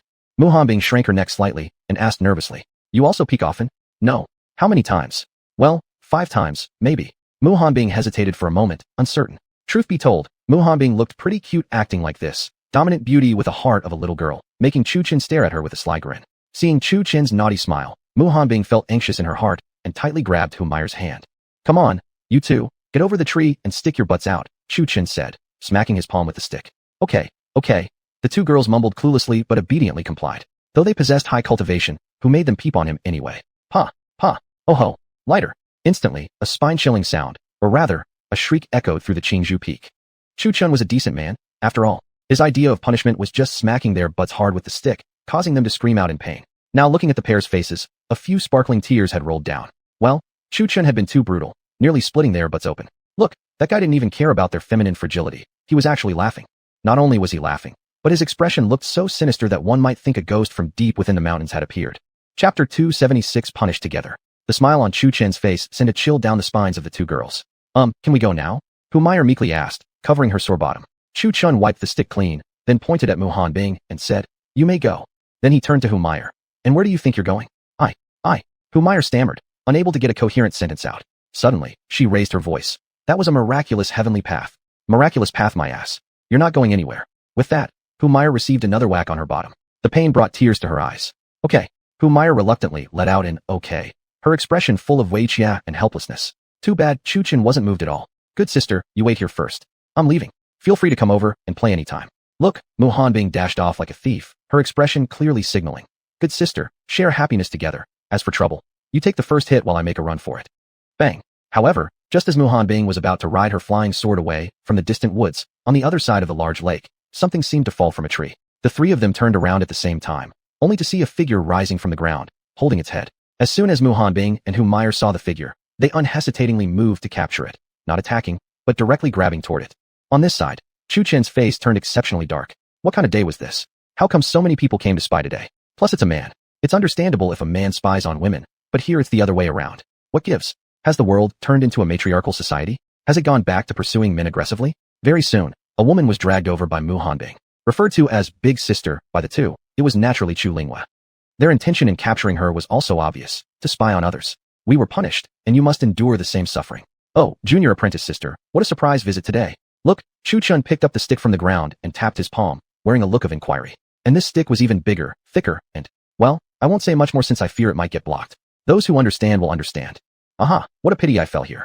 Oh well, I haven't practiced my sword riding technique well enough and fell down again. Look, compared to Humayer and Mu Hanbing who stammered and hesitated, her little head quickly reacted. Then she casually pulled out a fruit, naturally popping it into her mouth and munching contentedly. Chu-Chun watched, speechless, while Mu Hanbing and Humayer secretly gave a thumbs up. She's awesome. Originally intending to make her suffer together since they're good sisters, Mei Shengda, the excuse she gave sounded actually quite reasonable. Newcomers make mistakes, it's normal. Young people think fast, it's understandable. In contrast, Mu Hanbing and Humayer seemed somewhat foolish. Not to mention, Chu-Chun looked suspiciously at Chu Linghua who was chewing the fruit, and actually believed her a bit. "Do you like the fruit?" Suddenly Chu-Chun asked. "Very tasty." Look, Chu Linghua was still eating contentedly, completely unaware of how serious the situation was. As soon as Mu Hanbing and Humayer heard this, they immediately rolled up their sleeves, as if knowing exactly what Chu-Chun was about to do. "If it's tasty, then eat more. Come on, go all over there." Although Chu Linghua seemed reasonable, alas, Zhang Haisher Laudillah. Chu-Chun wasn't someone who made excuses lightly. Key point, he had the nickname, the Master of Words. Chu Linghua's hand paused with the fruit, looking at Chu-Chun with a puzzled, innocent gaze. Then, Humayer and Mu Hanbing got to work professionally. It didn't matter if you didn't know why, just pin her against the tree. Pa, pa, pa. Oh, instantly, another seductive sound echoed within Qingzhou Peak, and one would probably mistake it for something else. Humayer and Mu Hanbing were amazing too. Originally trying to pin Chu Linghua down, unexpectedly, each took another lash. As the saying goes, trying to steal a chicken, only to lose a handful of rice. Now look, the other person took just one lash, while they received more than Chu Linghua. Seems like a raw deal from any angle. After everything, the three girls stood in front of Chu-Chun with pitiful expressions. Chu-Chun looked at the three girls and felt a sudden headache. Humayer was fine. After all, this old fox wasn't very serious to begin with. But he was curious, how did Mu Hanbing become like this again? Wasn't she supposed to be the aloof goddess? She was certainly tall.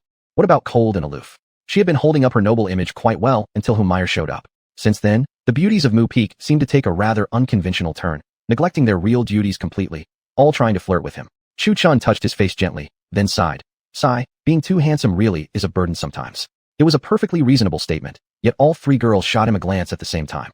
Playtime was over. It was time to get back to business. What kind of business? Winning first place and joining a new peak. Of course they should celebrate, right? Even if not a formal celebration banquet, at least a barbecue to welcome everyone. After all, Jian Changfeng had left, and the senior apprentices must be feeling down. Judging by age, Lin Lei and the others were even older than Lu Changfeng. They had entered the sect earlier too, meaning even Lu Changfeng had to respectfully address them as senior apprentices. In that case, Lu Changfeng's position at Mu Peak dropped to 6th in rank, while Chu Linghua gained 3 new junior apprentices. Actually, these 3 had joined the sect around the same time as Chu Linghua, but their talents were simply lacking, so they were taken in by Jian Changfeng. At that time, they didn't even realize how powerful Jian Changfeng truly was. Jian Changfeng, of course, didn't mind and accepted the Ling sisters, the so-called Ling Shuanger, Ling Shuer, and Ling Binger. Hearing their names alone, one could tell the Ling family was icy cold. Over here, the 3 who had just been punished moments ago were already chattering noisily about when to start the banquet tonight. And they had a special surprise performance prepared for Chu-Chun, something he knew nothing about, and had to be kept secret. After a bit of discussion, the 3 finally decided on the time and the place. As for the place, no need to even think. It had to be Qingzhou Peak. Not only was it large with great scenery, but primarily because Chu Chun had many chickens and rabbits raised there, which made things more convenient. Arriving there, Mu Hanbing and Hu Meyer learned some skills and now looked like obedient little housewives, busily killing chickens and rabbits. They were surprisingly dedicated to the task. Upon hearing there would be food, Xiao Bai and Ahua worked harder than anyone else. One was furiously digging a pit, while the other gathered firewood and set up the stove. What was Chu Chun doing? He was refining pills. After all, if they were going to eat well, some advanced technology, meaning pills, would be needed. Of course, the Qingxiang pill was an essential ingredient for the evening banquet. Besides salt and oil, it was the best seasoning there was. Chapter 277, Chu Lingwa. By the time all the preparations were completed, it had already turned to dusk. Originally, Chu Chun had intended to go call everyone himself, but Hu Meyer volunteered. In her opinion, the new disciples had no idea there was a special event tonight, so it was necessary to remind them. Chu Chun found it a bit strange, but he didn't say anything against it. At this time, there was still some time before dinner. Everything had already been prepared, and Mu Hanbing had left too. What she went off to do was anyone's guess. Now, Chu Chun held a sheet of white paper in his hand, covered with dense scribbles. These were all the materials he needed to break through to the second stage of the ancient dragon body. He stared at the list in deep thought. Worth mentioning was that although he hadn't heard of these materials before, Hu Meyer, who had grown up in the mountains, should know something about them. As for Master Mu Hanbing, she had lived an awfully long life. She must have heard of them too. As the sun gradually set, a bright full moon silently rose into the sky. Moonlight shone like an ancient light bulb, casting a pale white glow over the entire world. The Qingzhou Peak under the moonlight was quite lively. 3 or 4 large fire pits burned with roaring flames, each fitted with a large grill. On these grills were skewered whole chickens, rabbits, and fish. In an instant, the aroma filled the Qingzhou Peak, as people gathered around the bonfires chatting and laughing joyfully. Including Mu Peak, Master Mu Hanbing, and Hu Meyer, there should have been a total of 22 people, but clearly, there were only 21 present. Someone was missing. Where did my junior apprentice sister go? Chu Chun, conscientiously grilling his fish, looked toward the other bonfires and noticed someone missing. Among the girls, Chu Chun was the one with the highest seniority, and for some reason, even Mu Hanbing and Hu Meyer chose to sit by his side. It wasn't too strange for Hu Meyer. After all, since she was unfamiliar with this place, Chu Chun was the only one she could rely on. But Mu Hanbing's choice was a bit strange. Normally, in the past, she wouldn't have even shown up at such events. Now, not only was she enjoying the meal heartily, but she even looked a bit like a demure little wife. For this reason, the others gave Chu Chun a thumbs up, hooking even his master. Looks like being handsome really makes it easier to flirt with girls. As for the male disciples like Lu Changfeng, their appearances weren't bad per se, but they lacked the refined aristocratic demeanor and charm of a real young noble like Chu Chun. Most of them were simply burly and rugged. As for Lin Hua, that guy had gone to sit with the girls' group. To be honest, those who already knew his gender recognized him as male, but those unfamiliar with him might actually mistake him for a beautiful young lady. Lin Hua's cross-dressing truly deserved admiration. His looks in Zhang were genuinely of the pure and innocent type, and though his walk didn't quite do it justice, it was still passable. By the way, senior, why do you always dress in Zhang? Lin Ji, poking at the chicken roasting over the fire, curiously asked beside Lin Hua. Lin Hua stared at the chicken being roasted by the fire, his eyes filled with complexity. He remained silent for a long time before softly smiling. Because, Zhang is pretty. Upon hearing this, all the girls couldn't help but give him disapproving glares. That explanation was practically useless. Although cross-dressing was a bit strange, they all understood that he was someone with a story behind him, so they didn't press further with questions. Master, why isn't my junior sister here yet? This fish is almost done. Chu Chun stroked the soft fur of Xiao Bai while occasionally flipping his grilled fish. Mu Hanbing glanced at the sky, gently patted Ahua's fur, and calmly replied, she should be here soon. By the way, what did you send her out to do? Chu Chun glanced at Mu Hanbing and asked. What? Concerned, Mu Hanbing looked at Chu Chun with a teasing smile. Chu Chun rolled his eyes and said, nonsense. I was just curious. After saying that, he crushed a fragrant pill and sprinkled it over the fish. That small act released a sudden burst of fragrance. At that moment, Mu Hanbing felt someone tugging at her sleeve. She turned to look at Hu Meyer, whose gaze seemed to ask, what do you want? But Hu Meyer merely raised her eyebrows slightly, signaling her to look toward the distant woods. Mu Hanbing understood immediately. She glanced at the woods behind Chu Chun and noticed a faint glow of light. Seeing that, Mu Hanbing slightly pressed her lips together. So it had finally begun. Except for Chu Chun, who was still diligently grilling fish, everyone else turned their gazes toward the glowing woods, all of them looking at Chu Chun with meaningful smiles. What? Do I have something on my face? Chu Chun felt a bit uncomfortable under the strange looks from everyone else, and even reached out to touch his face. Cough. Xiao Chun, is there something else on your Qingzhou Peak that we should know about? Mu Hanbing, playing the role of the first supporter, was the first to speak. Chu Chun was momentarily stunned by Mu Hanbing's words. Look over there. Hu Meyer gazed at the woods behind him, her expression full of shock. What the hell is that? Following Hu Meyer's pointing finger, Chu Chun looked into the woods. Almost immediately, his eyebrows knitted together, because he spotted 2 flickering lights within the forest. At first glance, they even resembled eyes. Then, he stood up holding Xiao Bai, and started walking into the woods. However, he hadn't taken a few steps when Mu Hanbing interrupted. Wait, give Xiao Bai to me. Upon hearing that, Chu Chun became even more confused. But thinking about it, if there was something dangerous ahead, and Xiao Bai didn't have much offensive capability, bringing him along might just be a burden. After considering it carefully, he hesitated for a moment before handing Xiao Bai over to Mu Hanbing. Then he continued walking into the woods. Halfway through, he felt increasingly uneasy, sensing that everyone was hiding something from him. Yet, when he entered the woods, he discovered a large glowing area inside. The lights were not eyes, nor any creature, but a vast cluster of fireflies. Chu Chen looked at this huge swarm of fireflies and felt an immense curiosity arise. He had lived on Qingzhou Peak for so many years. There were fireflies, yes, but he had never seen such a massive gathering before. Truth be told, the scene was quite beautiful. However, just as he was admiring the scenery, a figure emerged from the depths of the woods, instantly causing Chu Chen's heart to tense up and furrow his brows. Then, he saw a graceful figure holding a golden sword. At the sight of this person, Chu Chan was first taken aback. Junior sister? Upon recognizing the newcomer, Chu Chun immediately relaxed a bit, yet still kept his guard up. Yes, it was indeed his junior sister, but since she came all the way here, why not show up earlier in the woods? And why was she holding a sword like this? Did she mean to fight? Seeing Chu Chen's alert expression, Chu Lingyue slightly lifted the corners of her red lips, giving a gentle smile, before sticking the sword into the ground. Then she spoke softly, "Senior brother, actually, my name isn't Bai Ling." After saying that, she slowly removed the veil she had worn over her face all this time. Chu Chen stared at the familiar face before him, his pupils shrinking sharply. He felt like he had seen this woman somewhere before, but couldn't quite recall due to the sudden shock. "Who are you?" Gazing at the face before him, Chu Chun asked in a daze. Upon hearing Chu Chen's question, Chu Lingyue's originally smiling face slightly turned into a look of disappointment as she softly said, "Chu Chun, it seems you don't remember me anymore. I am Chu Lingyue." Chu Lingyue. Upon hearing this name, Chu Chen's head felt as though it had exploded with a thunderous noise. You are Chu Lingyue?" Chu Chen's eyes widened in shock. Never in his wildest dreams had he thought that his own junior sister was the girl from the Chu residence in Mu City 5 years ago. Looking at Chu Chen's stunned expression, Chu Lingyue smiled gently and slightly nodded. "Yes, I am." Chapter 278, The Master of Playing Dumb. This.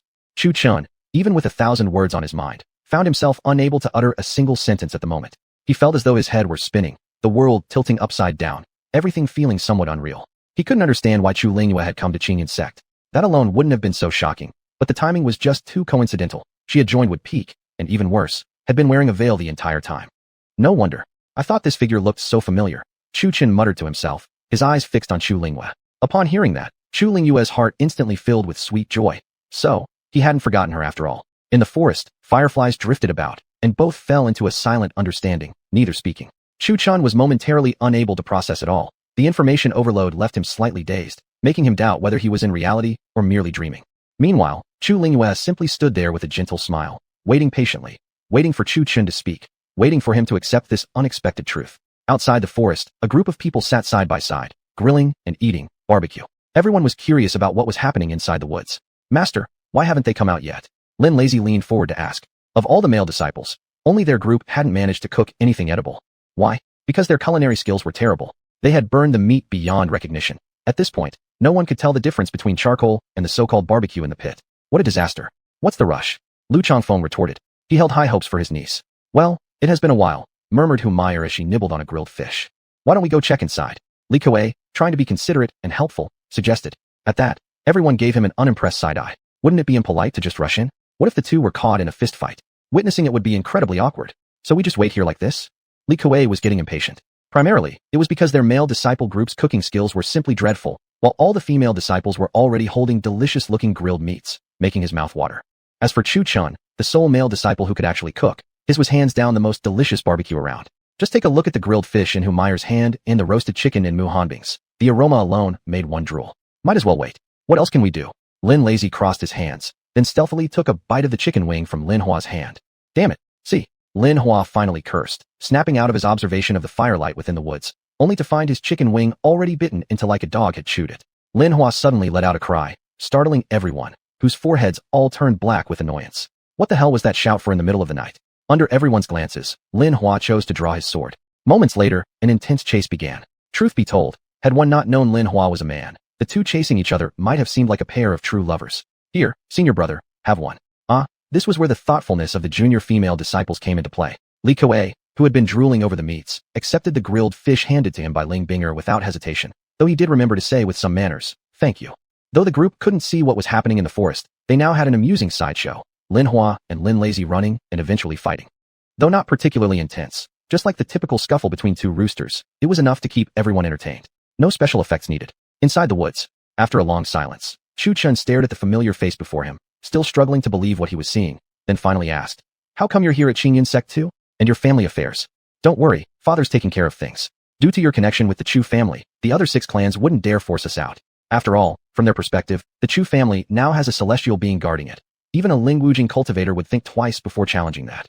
"I see." Chu Chun, being born into a prestigious family himself, wasn't surprised. In the eyes of the aristocracy, strength is the final authority, and the other 6 families were already wary of his relationship with the Chu household.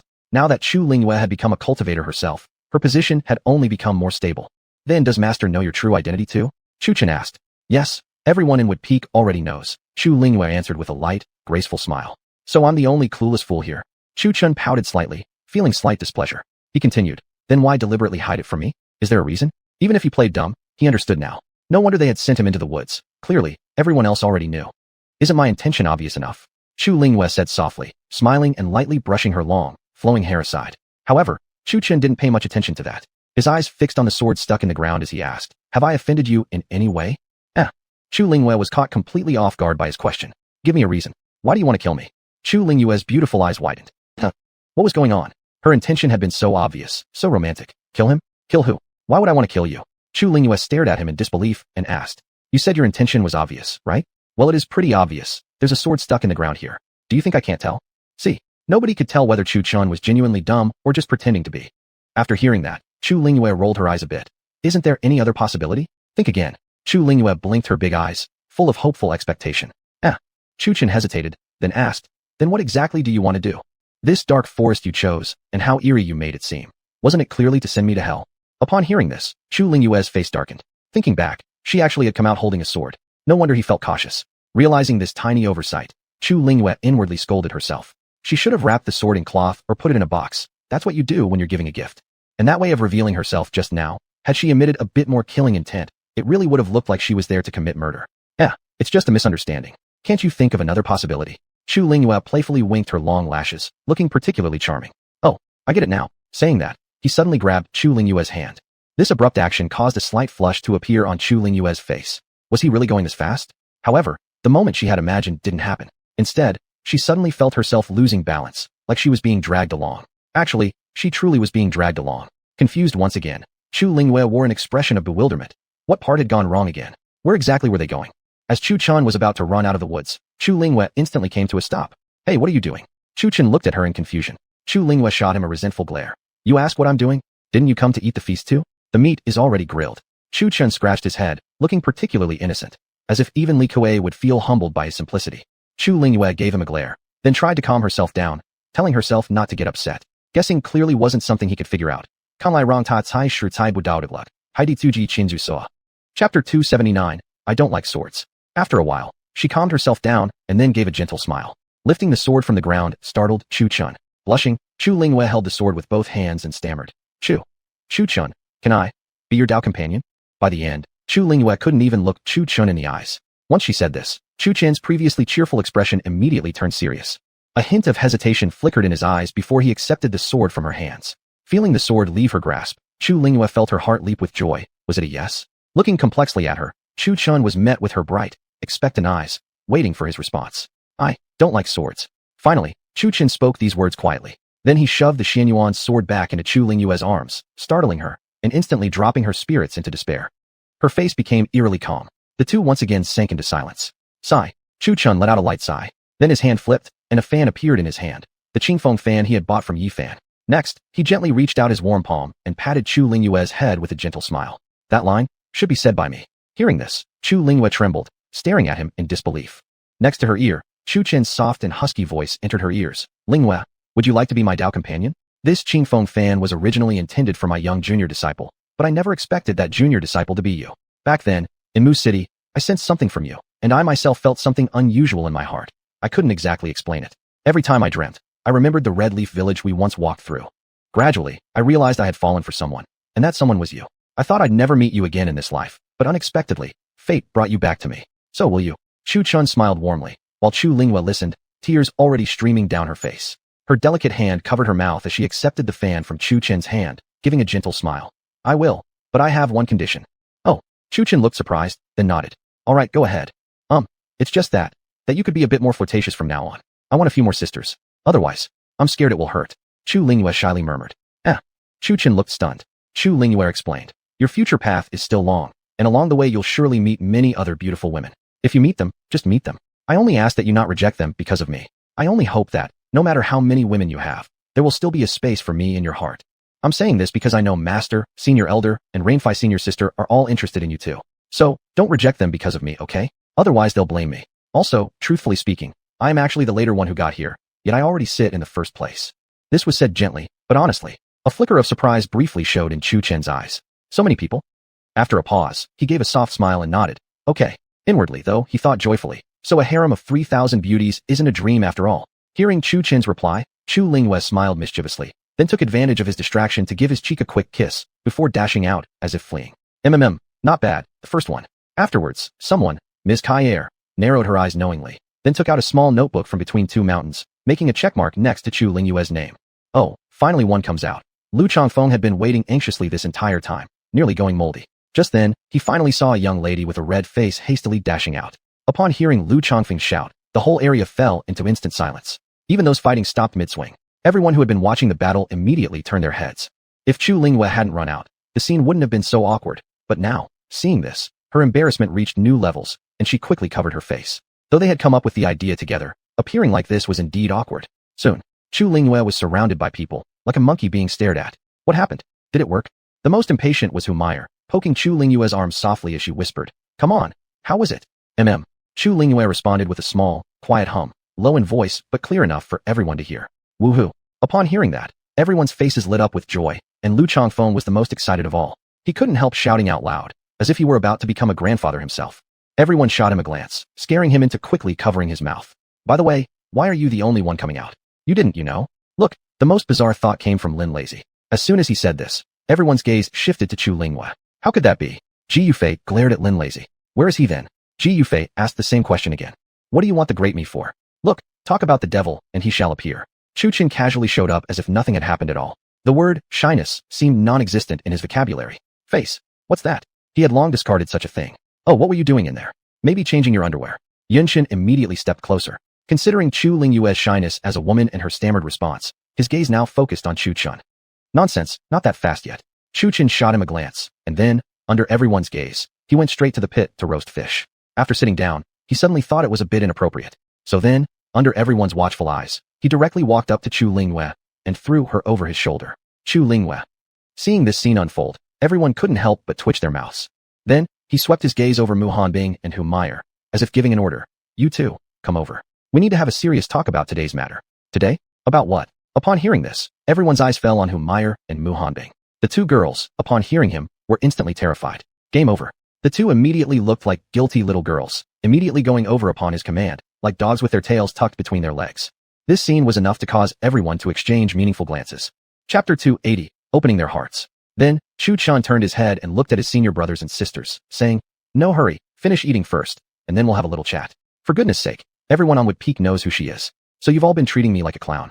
Humph, you little brat. Don't think I won't beat you up just because you have a fiancé now. Lu Changfeng immediately rolled up his sleeves. It's not even about being a fiancé or not. You all kept this from me so thoroughly. The real kicker is, her method of veiling her face even escaped my fiery golden eyes. Chu Chen said casually. So what are you trying to say? Yunshin asked. Nothing much, just happened to get a good look at everyone's package, that's all. Chu Chen finally said indifferently. Though his voice was low, every person present heard it clearly. What the hell? See, Chu Chen's words were like a bomb dropped among them. Everyone instinctively covered themselves, and male disciples like Lu Changfeng immediately shielded their groins. Well, I can't help it. It's not my fault. She covered herself up too well, and you never told me anything.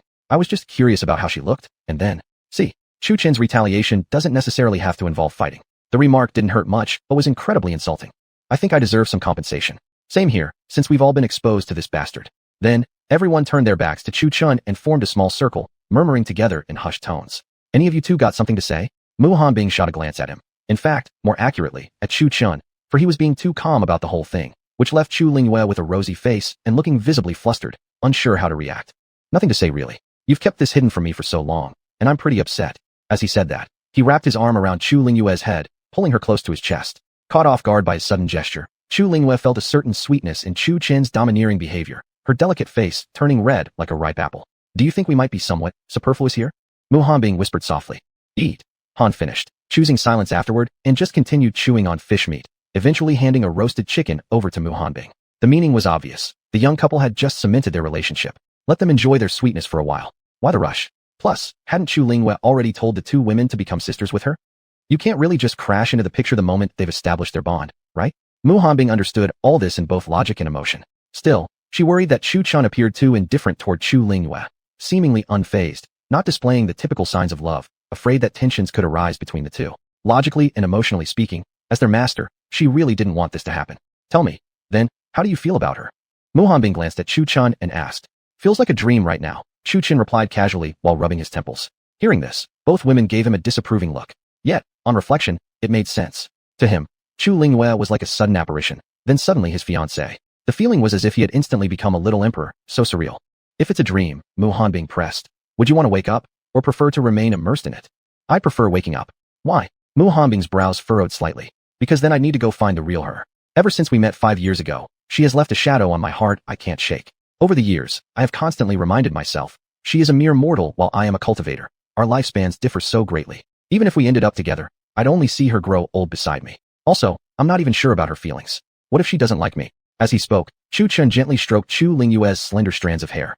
Then do you want to know why I came to Qingyun's sect? Chu Lingyue, nestled in Chu Chen's arms, gently asked.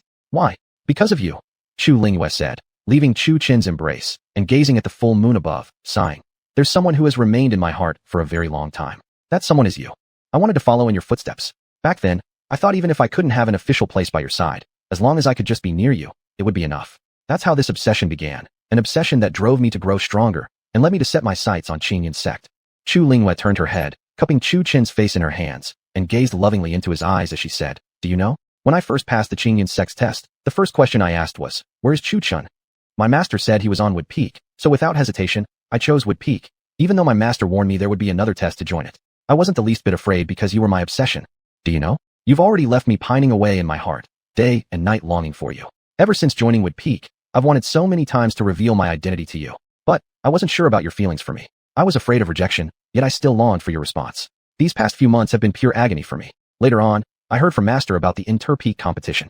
So I set my sights on that competition. I originally planned to win first place to gain your favor, but unexpectedly, I lost. At that time, my heart was uneasy. Truthfully, apart from wanting to impress you, I also wanted to win the first place prize so I could give you a gift. From my senior brothers and sisters, I found out you use a sword and are a sword cultivator. When I saw the Xianyuan sword emerge, my purpose became crystal clear. That's why I chose the same bracket as you during the competition. It wasn't just about building our relationship, it was also about securing first place. Then, Chu Lingyue revealed a slight smile, a smile that seemed to drain color from everything else in the world. Gently, she continued, when I saw 4 people surround you back then, my heart sank to the depths. I thought it must be a losing situation. I never expected that you would defeat all 4 of them alone. At that moment, my admiration for you deepened further. Though we won, my heart became uneasy again when I saw you choosing your reward. I had assumed you would choose the Xianyuan sword. In that case, no matter what the cost, I would have exchanged it for a copy of the longevity sword technique for you. But fortunately, you chose the white box instead. And as the second place from the winning side, I was able to get the Xianyuan sword just as I wished. Even so, I was still somewhat afraid. Therefore, I hesitated and didn't approach you until today, when Master and Meyer gave me some advice.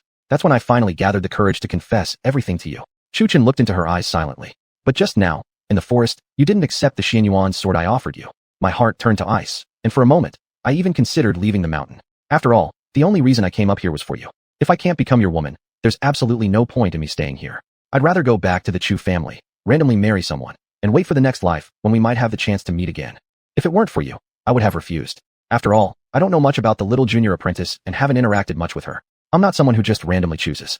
I only follow my heart. Chu Chen tightly embraced Chu Lingyue as he spoke emotionally. Chapter 281, A Different Kind of Wine. Hey, are you full yet? Hulu Mayer whispered, unable to watch any longer. Full already. That was a whole gene of dog food. Then, shall we go to Yu-Fei's table? Great idea. With that, the two of them got up and left. You know, I think we might have been overdoing the PDA a bit. Chu Chan scratched his head and said, Nonsense. Who says so? We are in love, truly.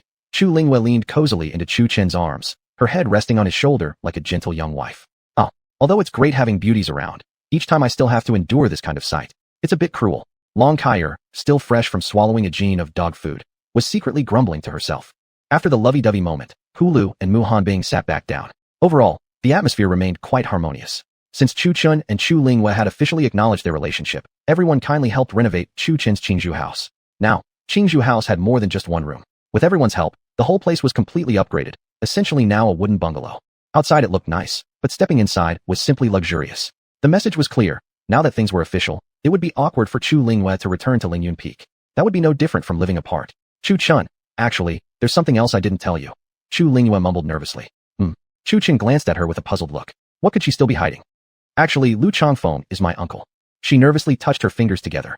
Blah. Chu Chan immediately spat out the mouthful of water he had just taken, his eyes widening like saucers. Then, Chu Lingyue started explaining everything about Lu Qingyao. What the hell? See, that certain someone couldn't even curse without exuding charisma. Chu Qin twitched his lips involuntarily after hearing this. So basically, he was a spy from another peak? As a direct disciple of Wood Peak, he had no clue about such a crucial matter. For other peaks, important information was typically first known by the peak master, then passed to his direct disciples. But things were different here. Chu Qin not only felt like a fool, but the biggest fool of all. Master, let me be honest. Was my title as direct disciple fake? Chu Qin moved closer, seriously asking. Don't talk nonsense. Even a pig couldn't be more real. Unless it's a flowered pig. Look at this highly educated reply. It's unknown where exactly Mu Hanbing learned such an expression. Chu Qin's face went black as he listened. Because everyone from Wood Peak seemed to be starved ghosts, the barbecue was soon devoured entirely by this pack of hungry wolves. At this point, Lu Changfeng proposed. On such a joyful occasion today, according to mundane tradition, shouldn't we drink a little wine to celebrate? Exactly. We are cultivators, not a group of bald monks. How could we forget such an important thing? Yunshen clapped his hands in agreement, his eyes sparkling. However, another problem came up. None of them had any wine at the moment. In the past, Yunshen and Lu Changfeng used to have plenty. After all, they often drank to drown sorrows. But now, where could they find wine? No way were they going down the mountain in the middle of the night just to buy some. Everyone looked at each other until Lin Lazy asked, So, who has wine? Master brother, I remember you had quite a stockpile. Yunshen elbowed Lu Changfeng slightly. None left. I drank it all like horse urine after I lost that competition a few days ago. Lu Changfeng replied without thinking. Everyone remembered now. Turns out Lu Changfeng even had the habit of drinking horse urine. They'd definitely have to pour some down his throat while he slept. Now that Lu Changfeng had no more, his gaze shifted to Yunshen. By the way, old eighth brother, you also had quite a lot stored up, right? Why don't you share with everyone? This time it was Lu Changfeng nudging Yunshen in the chest. Whether on purpose or not, it hurt quite a bit. To be honest, I've given it up. It's better for watering flowers, Yunshen said while rubbing his hands. Wine? I know who has some. Ji Yufei heard their discussion about needing wine and raised her delicate hand high. Who? Instantly, everyone turned to look at Ji Yufei. Ji Yufei bit into a chicken wing and then pointed at Chu Chun. Your junior brother has plenty. The last time we went out, I saw that his gourd had wine. Quite a bit, actually. Chu Chun, busy chewing on a whole chicken leg, suddenly felt a chill down his spine. Turning around, he saw a crowd of people staring at him like wolves, eyes glowing red. Hey, what's up? Under their stares, Chu Chun instinctively shrank his neck. He looked just like a woman about to be molested. Heard you have some wine? Yun Chun rubbed his chin with an odd smile, staring at him. And quite a bit too? Lu Changfeng also stroked his chin suspiciously. What do you want? Chu Chen asked, chewing another bite of chicken breast. By rights, shouldn't you call me uncle? Lu Changfeng said. Today you two are lovebirds reunited. Isn't this a joyful occasion? Yun Shen rubbed his chin and added. Having a drink isn't too much to ask, right? Lin Lazy grinned suspiciously at Chu Chun. Drinking? Chu Chen blinked. Then his eyes lit up. Speaking of it, there was still quite a bit of wine in his devouring heaven gourd. It's already late, and all the wine shops in the mundane world are closed. Dark Door, I heard you have quite a stash. Care to share with everyone? Upon hearing this, Chu Chen immediately understood what was going on. Sure. He waved his hand, and a gourd floated out from his embrace. Holding the devouring heaven gourd, Chu Chun said, Well, I do have wine, but it's pretty strong, and how should I put this? Stop stalling, hand it over. Before Chu Chun could finish, Lu Changfeng snatched the gourd from him. Then, using Wood's spiritual energy, he created several wooden cups. However, no matter how hard Lu Changfeng tried to pour, not a single drop came out. Huh? What's going on? Where's the wine? Unwilling to give up, Lu Changfeng channeled true essence into the gourd again and tried to pour once more, but still, not a drop appeared. Little brother, you're not trying to scam me, are you? If so, the dowry doubles. Humph. Chu Chun immediately grew angry, kicked him with rolled up sleeves, and snatched the gourd back. Hand it over, you.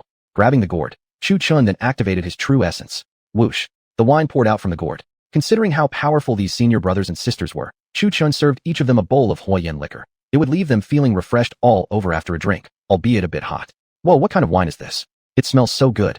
Although Gu Lingbing wasn't an alcoholic, she had tasted quite a few wines in her time. She could be considered a connoisseur of fine liquors. Even so, upon smelling Chu Chen's Huoyan liquor, aside from its fragrance, the first thing she felt was a blazing heat.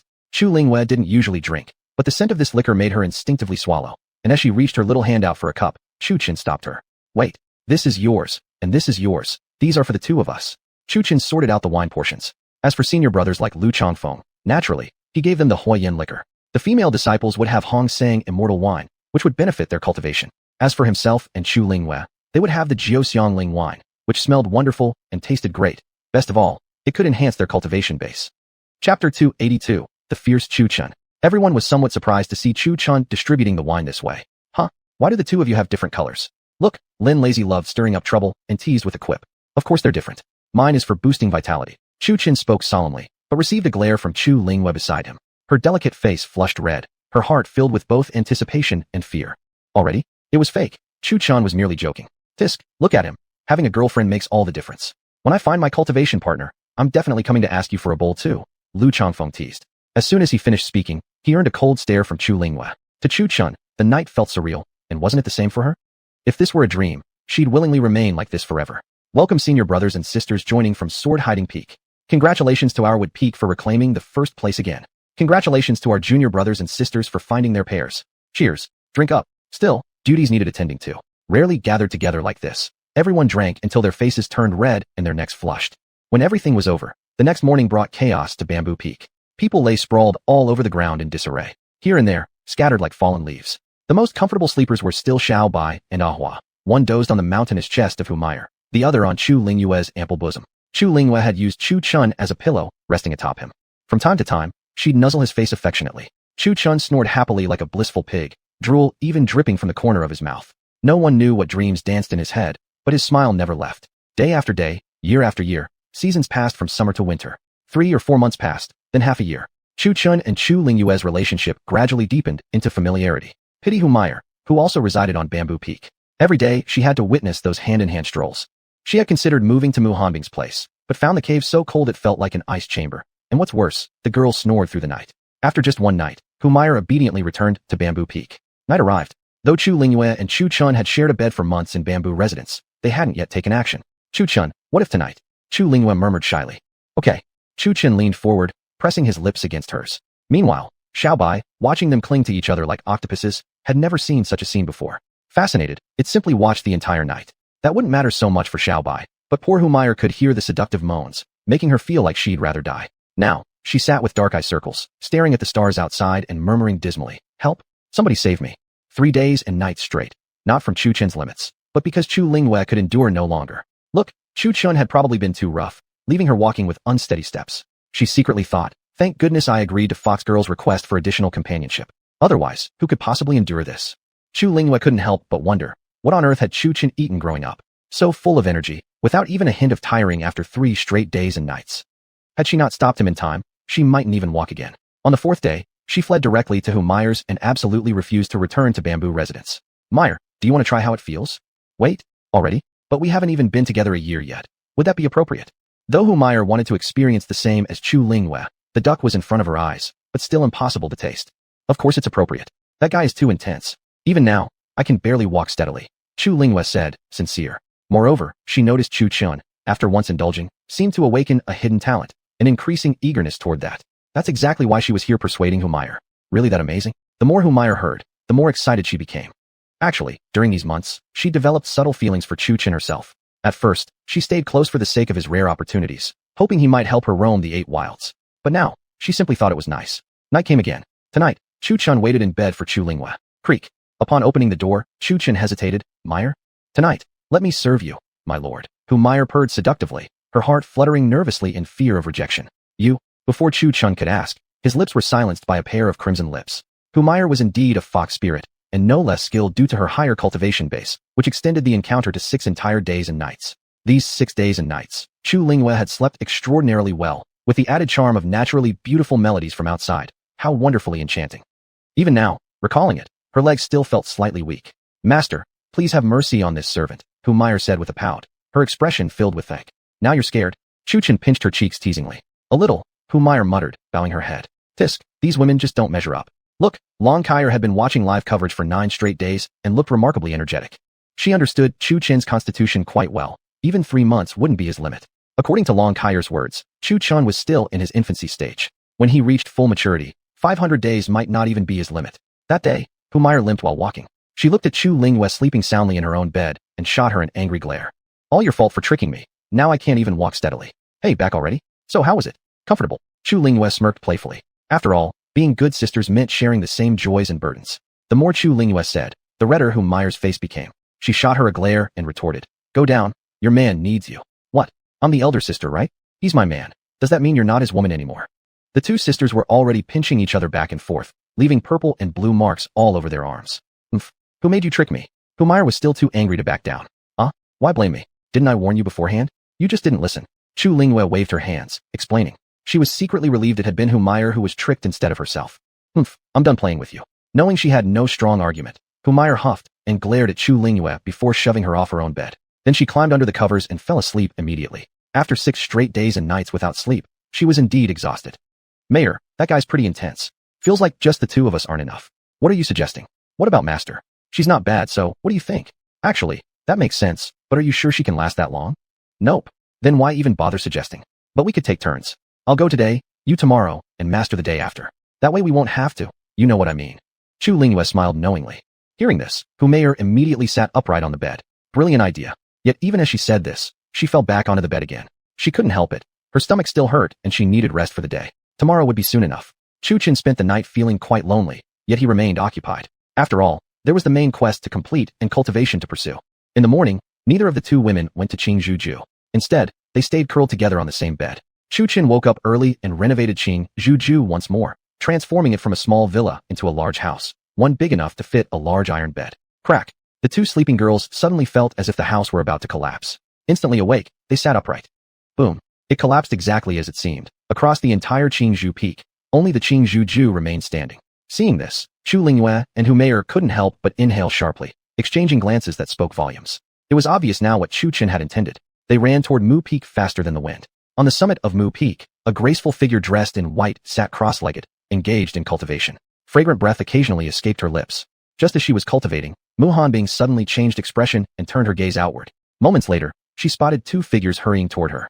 Seeing the anxious expressions on Humayar and Chu Lingyue's faces, she asked curiously, What's wrong? Why are you rushing like that? Humayar grabbed one of Mu Hanbing's hands while staring at her affectionately. We're sisters, right? Chu Lingyue also tightly grasped her other hand lovingly. And you are my master, right? This left Mu Hanbing completely bewildered. What's gotten into you two?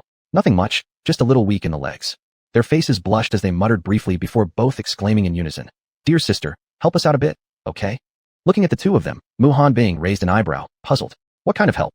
Listen first, I won't help with anything difficult, and I won't do anything too simple either. Anyway, even if I hear it, I might not agree. Come on, you'll know once we get there.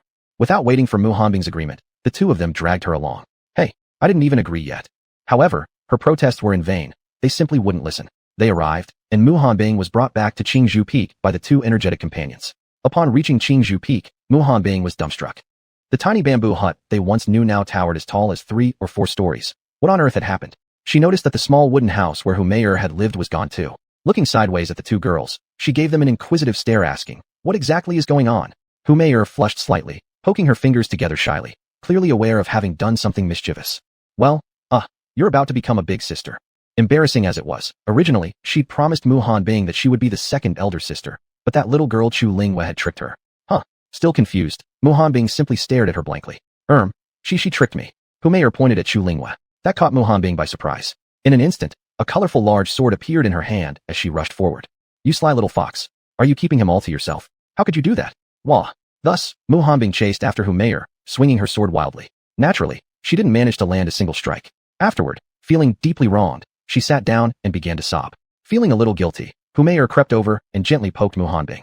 Well, how about this? You still be the second sister. Hee. Okay, your words exactly. See, she knew just how clever the other girl was.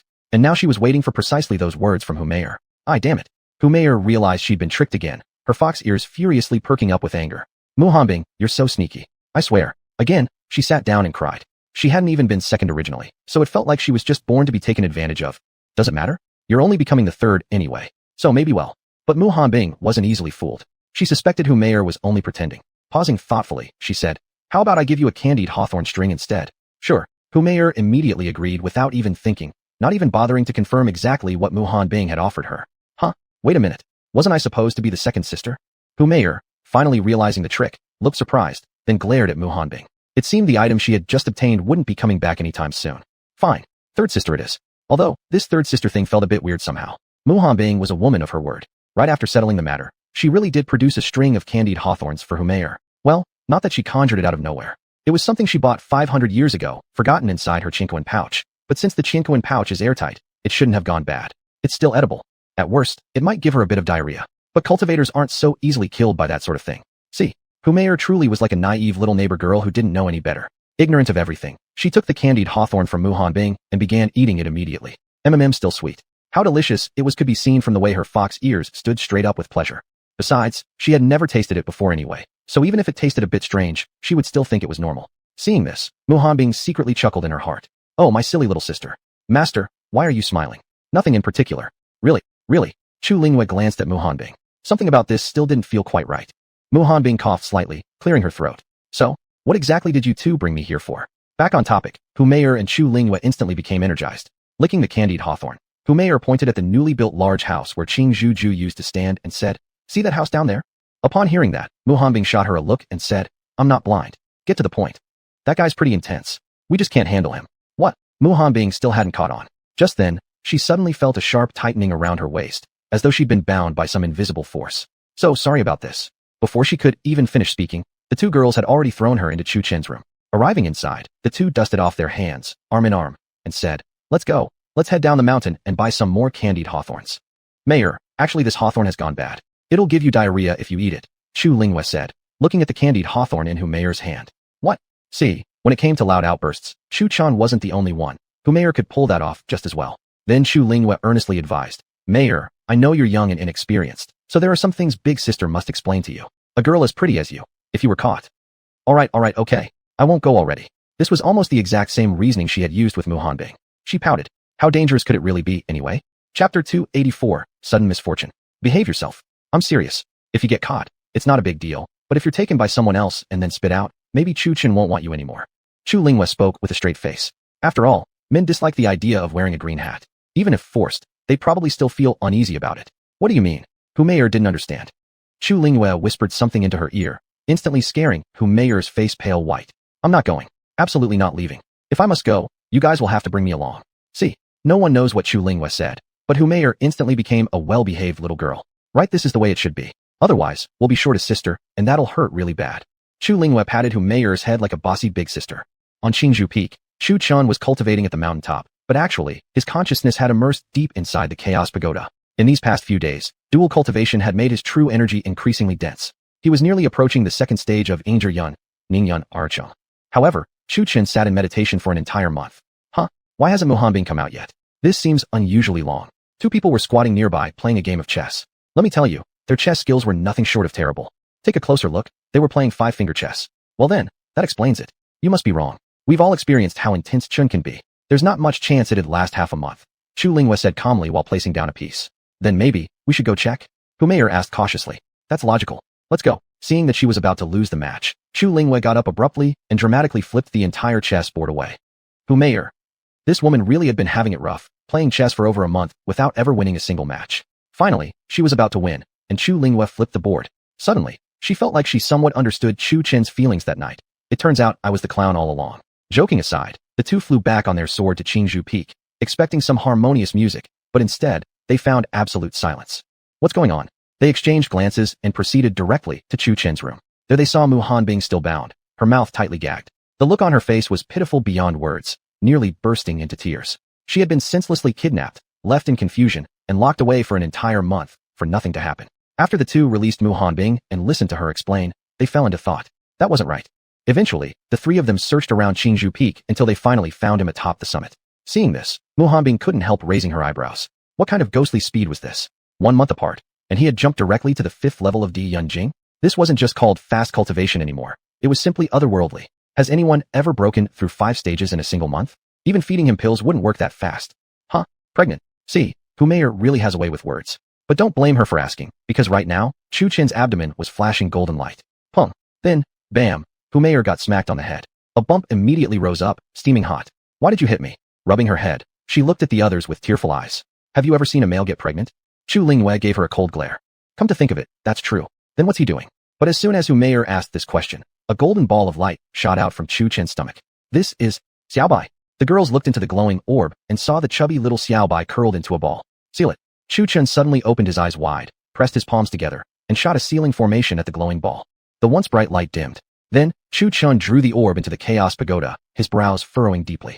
Why did Chu Chun seal Xiaobai away? Because Long Kaier had said during its evolution, it wasn't an ordinary divine beast. Although she didn't know exactly what species it was, any creature mastering spatial techniques must be special. If it directly evolved, it might attract calamities from heaven and earth. Similarly, some ancient terrifying experts would try to snatch it away, even beings from the immortal and divine realms ignoring the prohibition on the human realm to descend. Once he heard that, Chu Chun panicked. He could never hand Xiaobai over, yet keeping it meant being hunted. It wouldn't matter too much to him if he were hunted, he could just hide. But he feared someone might use his family or friends as leverage. So Long Kaier taught Chu Chun the sealing technique, but it had its downside, costing him 500 years of life force and requiring half his refined blood essence. Without hesitation, Chu Chun performed the forbidden technique. For a cultivator, 500 fewer years of life meant little, but after consuming half his refined blood essence, Chu Chun's face turned black, and he fainted instantly. And his fainting didn't matter much either. He fell straight off the mountaintop. One must realize that the summit was hundreds of zhang above the ground. A fall from there would surely mean death. But Chu Chun, already severely weakened, couldn't even open his eyes anymore. It was as if his entire body had been hollowed out. Chun, Xiao Chun. The three women were shocked beyond measure when they saw him plummeting. They dove straight down and caught him midair. Otherwise, even with Chu Chun's exceptionally resilient body, he would have been crippled or worse from the impact. Thankfully, Humiliation had fast reflexes and managed to catch Chu Chun. The three of them looked at him in her arms. His complexion wasn't just pale, it was utterly bloodless. His hands and feet had begun to grow cold. He looked just like a corpse. How did this happen? Not only was Chu Chun's body growing colder, but his cultivation level was rapidly dropping too, plummeting directly from the Min Jing to the 5th stage of Duji, a full 10 minor stages down. The three women were absolutely terrified. What should we do? What should we do? Humiliation was clearly the most panicky, as she held Chu Chun in her arms and understood his condition the best. Don't panic. First, stay calm. At this crucial moment, Mu Hanbing remained exceptionally clear-headed. She grabbed Chu Chun's hand and examined him closely, frowning deeply. How is he? Humiliation and Chu Lingyue asked simultaneously. You two should mentally prepare yourselves first, Mu Hanbing said gravely. Hearing this, the other two women felt a sudden chill in their hearts. Could it be? Were they about to become widows already? There's one bad news and one good news, Mu Hanbing continued. Tell us the good/bad news first, both women exclaimed at the same time. Humiliation glanced at Chu Lingyue, then said, Tell us the bad news first. The bad news is that half of his refined blood essence is gone, along with 500 years of his lifespan. Hearing Mu Hanbing's anxious explanation, their faces instantly paled as they looked at her. What good news is there? They asked urgently. The good news is, he's still alive. His heartbeat is just very weak, and his body is cold. You'll need to keep him warm. If it's not enough, I can help too. Upon hearing that, the two women exhaled in relief. They'd thought they'd just become widows after becoming wives. Thankfully, he was still alive. Without a word, the two women naturally moved in sync, tightly holding Chu Chun between them like a meat sandwich. You two, are you not afraid you'll crush him to death? Mu Hanbing couldn't help but twitch her lips slightly. Chapter 285, Adding Wings to a Tiger. That's true. After finishing, Humiliation let go of Chu Chun. Logically speaking, since she was the second elder sister, she should let the eldest one hold him first. Then, the three women discussed a plan and assigned who would hold Chu Chun at what time. After all, Chu Chun wouldn't wake up easily for a while. Because of his excessive blood loss, his hands and feet were cold again, so one cultivated pills while the other gathered medicinal herbs to make blood-replenishing pills and fire-tempering pills. Of course, these pills needed to be crushed before being fed into his mouth, considering Chu Chun was essentially no different from a vegetable at this moment. The three women also reached a conclusion. Chu Chun had likely used some restricted technique to seal Xiaobai. Although none of them had ever heard from Chu Chun what kind of creature Xiaobai truly was, he must have been extraordinary, and Chu Chun realized this, so he sealed him away. Xiaobai's sudden change probably indicated that he was on the verge of an evolution. However, Chu Chun remained asleep for a full 5 months. His body was still icy cold, and his face pale. Were it not for his faint breathing, he would almost be mistaken for a corpse. Sigh, when will he wake up?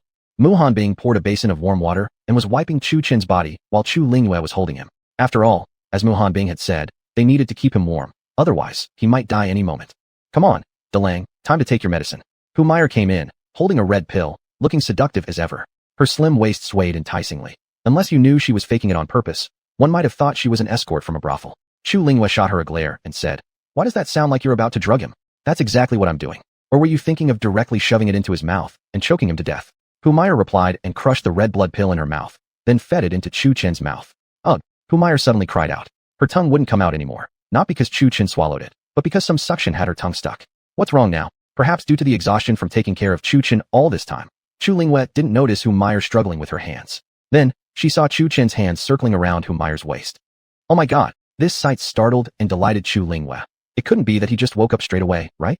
At that moment, Mu Hanbing had just finished wiping Chu Chun and was carrying the basin out, completely unaware of what had happened inside. Outside the Qingzhou pavilion, Muhan Bing was tending the medicinal plants in the courtyard when she suddenly heard a scream from inside the room. Worried, she immediately rushed back to Qingzhou Pavilion. What's all the screaming about? But when she saw the scene before her, her eyes opened wide. The previously motionless Chu Chun had now sat up and was rubbing his eyes. Look, there were red rings under his eyes. Why red? His sudden awakening startled both women. They each punched him once, and each punch landed perfectly in the eye socket. Does it hurt? Humayr asked with a trace of Shinkung, pity, then shot Chu Lingwei a glare. Why'd you hit so hard? Look at what you did to my little husband. Chu Lingwei glared back at Humayr, puffing up angrily. You dare say that? Didn't you punch him too? If you feel bad about it, I can punch each of you once as well. A fair distribution of pain, Chu Chen said, rubbing his eyes. Sister, I think he doesn't feel pain. What if we punch again? Upon hearing Chu Chen's words, Humayr hesitated, then lifted her small, fair fist, blowing softly on it. Good idea. Chu Lingwei agreed instantly. Cough, cough. Did I come at a bad time? Muhan Bing said by the door, watching the scene unfold with a twitching mouth. Although she wasn't bald, she could now clearly feel the shining glow from her forehead. Huh? Master, you're here? Hearing Muhan Bing's voice, Chu Chan turned his head to the door and asked. I heard from them that you suddenly died, so I came to offer some incense for you. See, Muhan Bing has indeed been gaining wisdom over time. That remark immediately caused both women to look at her. Their eyes seemed to whisper. Are you trying to cause discord? Really? Chu Chen cast a glance at Humayr and Chu Lingwei. Do you believe us? The two women answered in unison, then both shot him a glare. I do. Chu Chen replied, rubbing his forehead. He had just awakened, and still felt a bit disoriented. However, as he tried to stand up, perhaps due to sleeping for so long, he stumbled forward uncontrollably, directly bumping into the two high mounds standing at the door. Huh. Chu Chen was already stunned, but became even more baffled, with a stinging sensation on his face. Oh my, he got hit again. That comment from Humayr really was quite animalistic. Staring at his legs, Chu Chen found they were still there, but completely numb. Then, he was helped back onto the bed by Muhan Bing. Still hurting? Muhan Bing looked at the red slap mark on Chu Chen's face and couldn't help feeling Sin Tongue again. Not painful, just weak legs. As Chu Chen spoke, blood was flowing from both nostrils. Chu Chen swore this was definitely not due to excess internal heat. Oh no, he's bleeding from the nose, Humayr said, her face slightly blushing. Chu Lingwei shot her a sidelong glance. The nosebleed wasn't from looking at something inappropriate. It was definitely due to overheating. She looked at Humayr and asked, what kind of pills have you been feeding him these past few months? Air. Blood replenishing pills, Humayr replied hesitantly. Are you sure? Chu Lingwei had a bad feeling about this. Probably. Yeah, I guess. Humayr said, clearly uncomfortable. Muhan Bing's eyes lit up, quickly figuring it out. Ahem. Ladies, I suddenly feel a bit unwell in my stomach. I'll take my leave now. Before Chu Lingwei could respond, Muhan Bing had already slipped away, hurriedly closing the door behind her. And just like that, she placed a barrier seal on the door. Gulp. Inside Qingzhou Pavilion, the two women involuntarily swallowed hard. Chu Lingwei glared furiously at Humayr. Humayr giggled, stepping toward the door. Bang. She hit her head on the closed door, dazed. Then she felt a warm, large hand resting on her shoulder. When she turned around, Chu Lingwei was smiling in a particularly eerie way. Come on, let's enjoy this together. Sister, I'm scared, Humayr said, pulling in her neck. Without any added effects, Chu Chun was already like a machine gun. Once a few bullets were added, wouldn't he become a Gatling gun? Truthfully, she had indeed made blood-replenishing pills, but Polygonum multiflorum, Hisho Wu, both replenishes blood and enhances yang energy. What could she do? Originally, she'd intended to have Muhan Bing experience the ferocity of the dragon once Chu Chen awakened, but unexpectedly, Muhan Bing was the fastest to run away.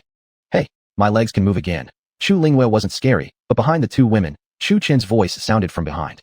The two women were instantly drenched in cold sweat, already imagining how they couldn't even stand steady. Could you guys go a bit easier? The two women meekly asked. Then, from within Qingzhou Pavilion came a series of screams like a pig being slaughtered, though the cries sounded peculiar. Oh, young people really do have so much energy, Muhan Bing said calmly while crossing her arms over her chest, listening to the noises coming from Qingzhou Pavilion. Inside her heart, she secretly thought, good thing Mama ran away quickly. Chapter 286, The Turmoil of Dragon Imprisonment Valley once again. Rumbling echoed once more through Qingyun sect. Muhan Bing, who had been sitting in meditation on the Mu Peak, suddenly opened her eyes and gazed toward the direction of the Holy Dragon Peak. Roar. Then, a dragon's roar resounded throughout the Qingyun sect. Muhan Bing frowned. Dang, dang, dang. There was a large bell in the plaza of Qingyun Hall, and Elder Ji Wang, the seventh elder, was frantically swinging the hammer to ring it. In an instant, the bell's sound reverberated throughout the entire sect. Roar. At that moment, the dragon roar sounded again, still from the direction of the Holy Dragon Peak. Master, I can't hold on much longer. At the Dragon Imprisonment Valley, on the Holy Dragon Peak, 3 men and 4 women were sitting in a circle. Their pale faces looked as if they were enduring great pain. Inside the Dragon Imprisonment Valley, chains clanked together. Originally, many chains had been hammered into the cliff walls, but now fewer than 5 remained. Roar. Damned humans. When I get out, I'll tear you all apart limb from limb. From deep within the Dragon Imprisonment Valley came a dragon's cry and an ancient yet majestic voice. Boom. Rumbling again. The giant below broke free of another chain. Spit. Within the formation created by the 7 cultivators, a woman dressed in pure white suddenly spat out a mouthful of blood. The other 3 men and 3 women grew even paler, with large beads of sweat rolling down their foreheads. Master. The remaining 6 gasped in alarm when they saw the woman spit blood. Hold on. The sect leader is coming. Wen Ziqing tightly clenched her silver teeth, already stained red from blood, biting hard until more blood oozed from the corners of her mouth, staining her white dress with a hint of crimson red. A month wasn't the limit of Chu Chen's endurance, but for Chu Lingyue and Hu Meyer, it was their limit. Do you need me to hold you up? Look, what Chu Chen said was so heartless and inconsiderate. The 2 women flushed with anger and glared at him. Sure enough, as expected, just by looking at the tremors in Chu Lingyue and Hu Meyer's legs. Still not enough, Chu Chen muttered, feeling puzzled. His physical condition seemed too good even for a cultivator. No one could work this hard. Look at him. It was as if he had unlimited energy. Even after a month's worth of activity, he didn't feel the slightest bit tired. In fact, he grew more energetic. If it weren't for Chu Lingyue and Hu Meyer's inability to endure any longer, he wouldn't have known when this work would ever end. Upon hearing this, the 2 women shot him another glare. Clearly, if they wanted to manage him properly, they'd need to find more sisters to help out. If Chu Chen's combat power was already this overwhelming at the Mingzhu Jing level, what would happen if he advanced a few more stages? Just the 2 of them would die from exhaustion trying to satisfy him. And not only did he have tremendous stamina, but his endurance seemed inexhaustible. He hadn't stopped once. However, dual cultivation did have its advantages. Over this past month, the 2 women had progressed rapidly in cultivation. Hu Meyer, who had been stuck at the Yuan Shin Stage 3 for so long, finally broke through to Yuan Shin Stage 4 through dual cultivation, which thrilled her. She'd been stuck at that level for countless years. The most amazing progress, however, came from Chu Lingyue. Originally at the Zuiji Stage 1, she had soared all the way to the peak of Zuiji. She had progressed faster than a rocket, and her increased cultivation was not just a superficial level boost. Her cultivation foundation, true energy, and battle strength had all become solidly firm, leaving Hu Meyer utterly astonished. Hu Meyer had taken over a decade to advance from Zuiji Stage 1 to Ning Yuan, but Chu Lingyue had accomplished it in just a month. The most shocked of all, though, was Chu Chen himself. It had taken him a month to advance to Ning Yuan after obtaining some rare opportunity from a secret realm in the Yoshinku, and even that had taken him a month. But Chu Lingyue, apparently, had surpassed even him. As for Chu Chen himself, originally having dropped down to the Zuiji 5th level, through recovery and dual cultivation, not only did he return to Ning Yuan 5th level, but had advanced all the way to the peak of Ning Yuan, now just one step away from breaking into the Huadan stage. Only a small push away if he so desired. Say, what do you think of Imohanbing? Hu Meyer asked softly as she lay on Chu Chen's chest. Chu Chen patted her soft fox ears gently and replied, She's my master. Don't play around. I think you could be a bit more promiscuous. You could also win her over. It would help both of us. Otherwise the 2 of us just can't handle you. Chu Lingyue smiled bitterly. Forget it. Let's talk about this later. Boom. The shockwave came from the Holy Dragon Peak, shaking the Qingzhou Peak. What the F*******. An earthquake. Chu Chen quickly wrapped his arms around the 2 weak-legged women to prevent them from falling and making a spectacle. Hu Meyer and Chu Lingyue both frowned at the same time. What's going on? Why is it shaking so violently? The 2 women didn't dare to let go, clinging tightly to Chu Chen. Roar. At that moment, a loud dragon's cry entered the ears of the 3 people. A dragon's roar? Chu Chen frowned even more deeply. Chu Chen knew that dragons were creatures from the ancient era. Although there were still some in existence today, they had become extremely rare, practically a mythical presence. He hadn't expected to hear a dragon's cry within the Qingyun sect. Could it be that the Qingyun sect actually has a dragon? The 2 women speculated. That's unlikely. During Qingyun sect's peak era, perhaps they could have trapped a dragon, but now, probably not, Hu Meyer said, knitting her brows. Dang, dang, dang. At that moment, a bell chimed. Xiao, xiao, xiao. The 3 looked up and noticed numerous cultivators zipping overhead on their flying swords, moving at tremendous speed, all heading toward the Holy Dragon Peak. The lowest among these disciples was a Golden Core expert. Not a single cultivator below the Golden Core stage could be seen. All sect members gather. All cultivators above the Golden Core stage shall follow me to slay the rebellious dragon.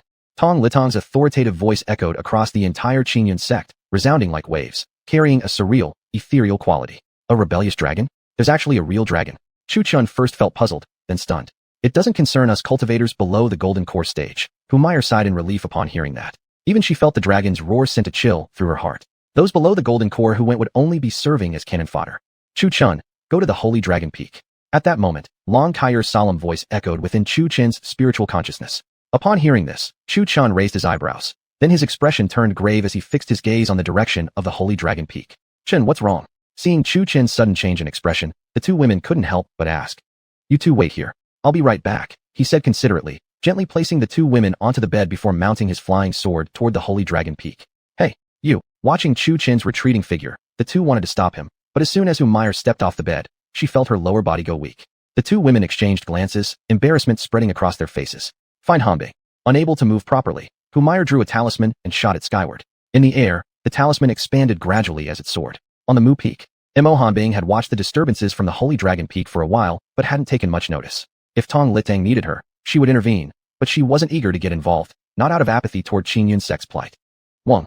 Within the domain of Mu Peak, a talisman flickered in the sky. Immortality, who had been about to resume her meditation, suddenly opened her eyes wide again. Chapter 287. Even someone this ugly has a girlfriend? Toward Qingju Peak? What happened? Immortality furrowed her brows. The fact that Humiliation used a summoning talisman meant that either Chu Chun was in trouble again, or something else had happened. Without hesitation, Immortality rode her flying sword toward Qingju Peak. Creak. After arriving at Qingju Peak, Immortality pushed open the door of Qingju residence, looked at the two girls lying on the bed, and frowned as she asked, "What's going on?" Chu Chun. Chu Chun went toward Shenglong Peak by himself. From his expression, something serious must be happening. Perhaps Humiliation was too anxious, her words lagging behind. Fortunately, Chu Lingyue quickly explained. Immortality looked at Humiliation and pretended to be angry. "This is too reckless. Why didn't you try to stop him? He's your man. What if something happened to him?" "We wanted to stop him too, but he was just too strong. Neither of us can even stand up now," Humiliation said, her face blushing, her head bowed like a little girl full of weight. "That's why I sent for you. Otherwise, I would have gone after him already," Humiliation added.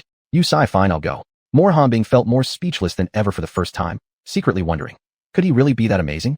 Without another word, she rode her flying sword and sped away. Originally, she didn't want to get involved, but who asked Chu Chun to be her disciple? More importantly, he was also the man she had feelings for. For this reason alone, no matter what, she had to protect Chu Chun well. Though she didn't know what had happened at Shenglong Peak to warrant the entire sect mobilizing, she didn't care about that. She was worried about Chu Chun, whose power was low and who could easily be crushed if he wasn't careful. The main thing was that if Tong Litang and others resolved the situation, the motto would certainly turn to Chu Chun. After all, he had exposed the Dragon Emperor's sword, such a treasure. Back then, the threat of Jian Changfeng had kept those people from openly Qingdua, but after Jian Changfeng left, from time to time, someone would come to ask her for the person, offering extremely generous conditions, while saying all sorts of things like how they admired Chu Chen's talent and wanted to nurture him. But all of these had been blocked by Immortality. Those people, restricted by the barriers within Mu Peak, dared not act rashly, otherwise they would have made a move long ago. One or two people were still manageable, but she was afraid of constant troublemakers. Because of this, Immortality had been quite troubled and wanted Chu Chun to go somewhere and lay low for a while. But then she thought again, the outside world was even darker than Qingyun sect. If Chu Chun accidentally got into trouble outside and was forced into a fight he couldn't win, he would have to use his trump cards. But as Chu Chen's hidden trump cards were gradually revealed, more and more troubles would follow. After all, human hearts are greedy. If they couldn't get to Chu Chen outside, they might even unite others to attack Qingyun sect, or Qingyun sect itself might collude with outside forces to pressure Mu Peak. All of these were things Immortality did not want to see. Considering everything, she still believed Qingyun sect was safer and could hold off for a while longer. After all, she wasn't powerless, and the Peak's defenses weren't just for show. She was fully confident about that. As long as Chu Chen stayed put, with his talent, within 10 years he would surely become an outstanding young expert. Then who would dare to target him?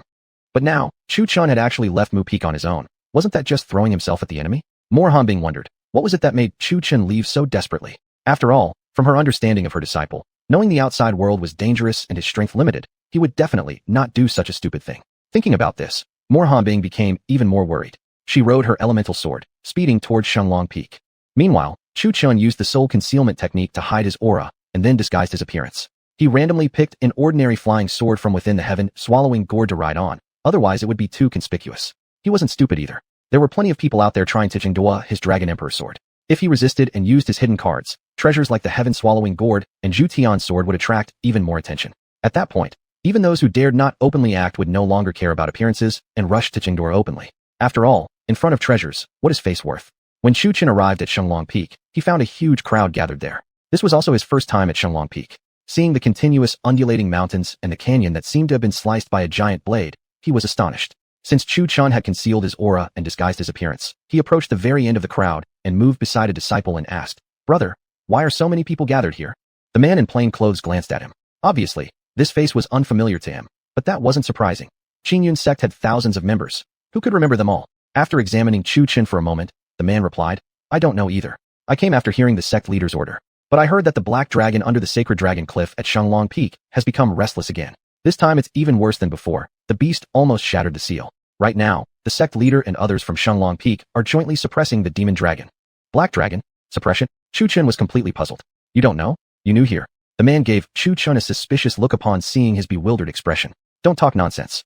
I entered the sect 500 years ago." Chu Chen, being a bit of a drama queen, replied without hesitation. 500 years? You went from chi condensation to golden core in 500 years. The disciples' eyes widened in shock. You see, the spiritual energy had only recently become abundant. The newer disciples had thus been able to cultivate at lightning speed. But 500 years ago, spiritual energy was extremely scarce. To reach golden core in just 500 years made one a true genius chosen by heaven. And if he was such a prodigy, why hadn't he ever been seen before? Then the disciple looked at Chu Chen again and asked, which peak are you from? If you're such a prodigy, why have I never heard of you? I'm from Hua Peak. I've always been in seclusion, cultivating nonstop for 500 years straight. Only coming out yesterday, Chu Chen replied off the cuff. He was aware of Qin Yun's sect's past. Originally, there had only been 5 peaks, named respectively for metal, wood, water, fire, and earth. Perhaps because fire and especially earth had sounded unpleasant, they later changed their names to Yin and Yin, meaning flame and rock, now known as Flame Peak and Rock Peak. Oh, that explains it. That makes sense then. The disciple gradually dropped his suspicions about Chu Chen. Then, the man leaned closer to Chu Chen and whispered, let me tell you something. Originally, the sacred dragon cliff at Shanglong Peak really did imprison a black dragon. 2 years ago, that black dragon nearly broke free from the seal and escaped, but was subdued by the sect leader. Who could have imagined that not long after, it would break out again? Most likely, the dragon had absorbed enough resentment beneath the cliff, growing much stronger, and that's why it keeps breaking free. The man sighed here and added, looks like Qin Yun's sect won't be safe from now on. Meanwhile, Chu Chen had already widened his eyes in shock. He hadn't expected that Qin Yun's sect truly had a dragon sealed here. Previously, he thought it was just Zhou Yuan exaggerating, yet it turned out to be real. No wonder Elder Kaier had sent him here. However, Chu Chen felt like he had discovered something, realizing that every time a dragon roared or was mentioned, he always happened to be there. Before, it had just been coincidence. But this time, Long Kaier had deliberately told him to come. Though he didn't know what she wanted from him, Chu Chen had mostly guessed it was related to his lineage, and he was even more convinced now. His origin was inextricably linked with dragons. Chapter 288, Rescue? By the way, fellow cultivator, I haven't learned your name yet.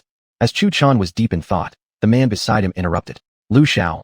Chu Chen replied indifferently, then turned to leave, wanting to find a place to hide and observe how things would develop. Hey, fellow cultivator, don't go yet. My name is Wang Yukai. Let's get acquainted. The man in plain robes had noticed Chu Chen's talent. In merely 500 years, he had cultivated all the way to the golden core stage. This person's talent was definitely no worse than average. In fact, he could even be called a prodigy. Just as Chu Chen wanted to leave, the man pulled him back. Chu Chen looked him up and down before speaking. Looking at you, I can already tell you're quite talented. Right? Wang Yukai actually believed him without doubt.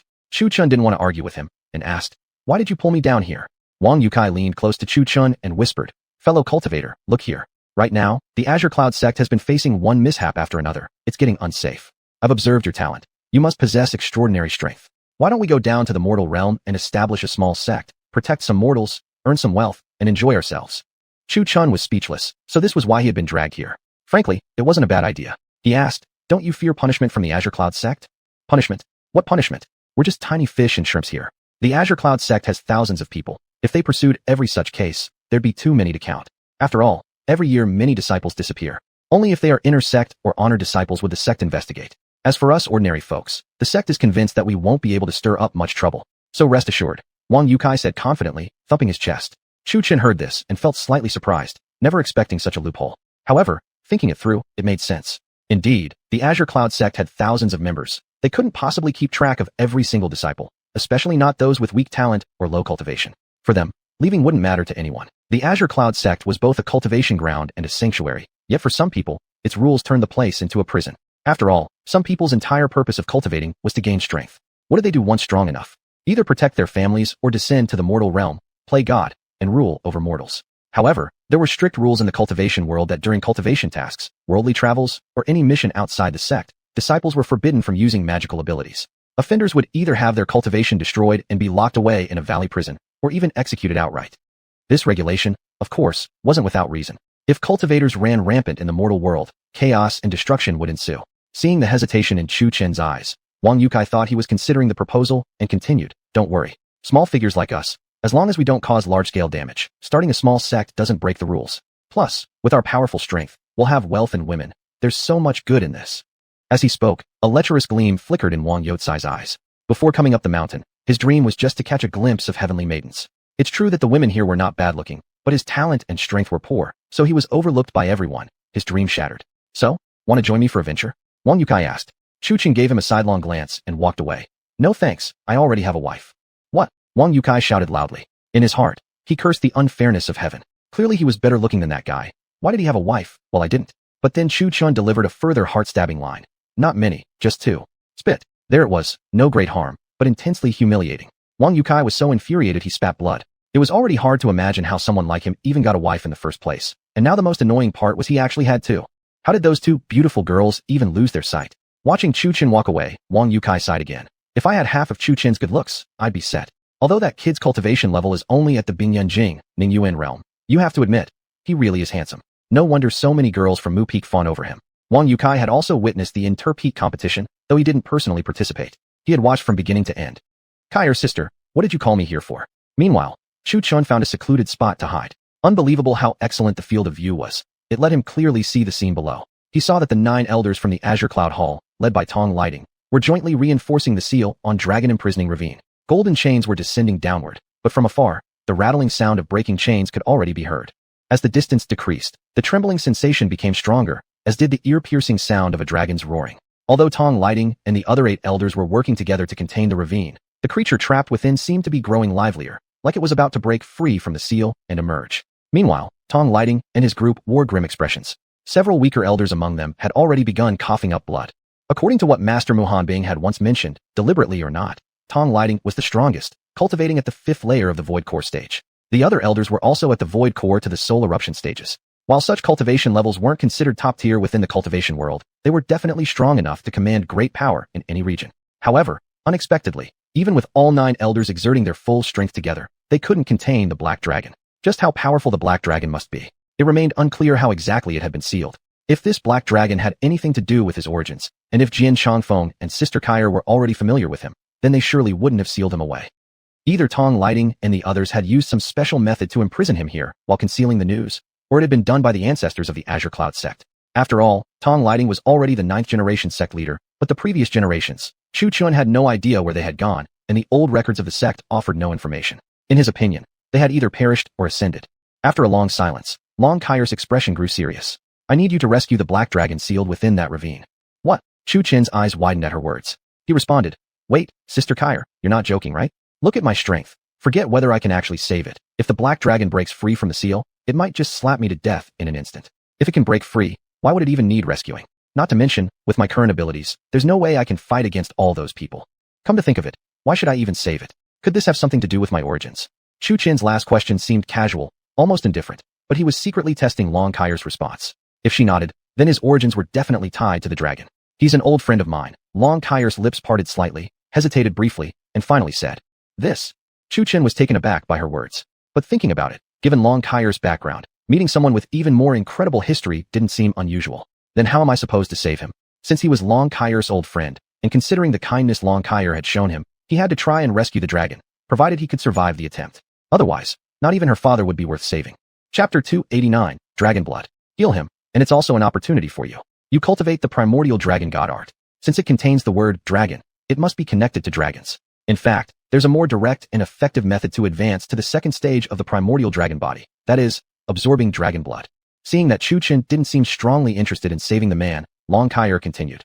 Dragon blood. Chu Chin exclaimed, astonished. Indeed, he should have known that Long Kai'R wouldn't send him here without reason. There must be some hidden opportunity. Exactly, dragon blood. If you speak of the most overbearing species in the world, it's definitely the dragon, unrivaled. Even a single drop of dragon blood is so powerful that even immortals would dare not absorb it directly. It needs to be diluted and used to steep in wine before consumption, Long Kai'R explained calmly. Upon hearing this, Chu Chin's eyes lit up with fervor.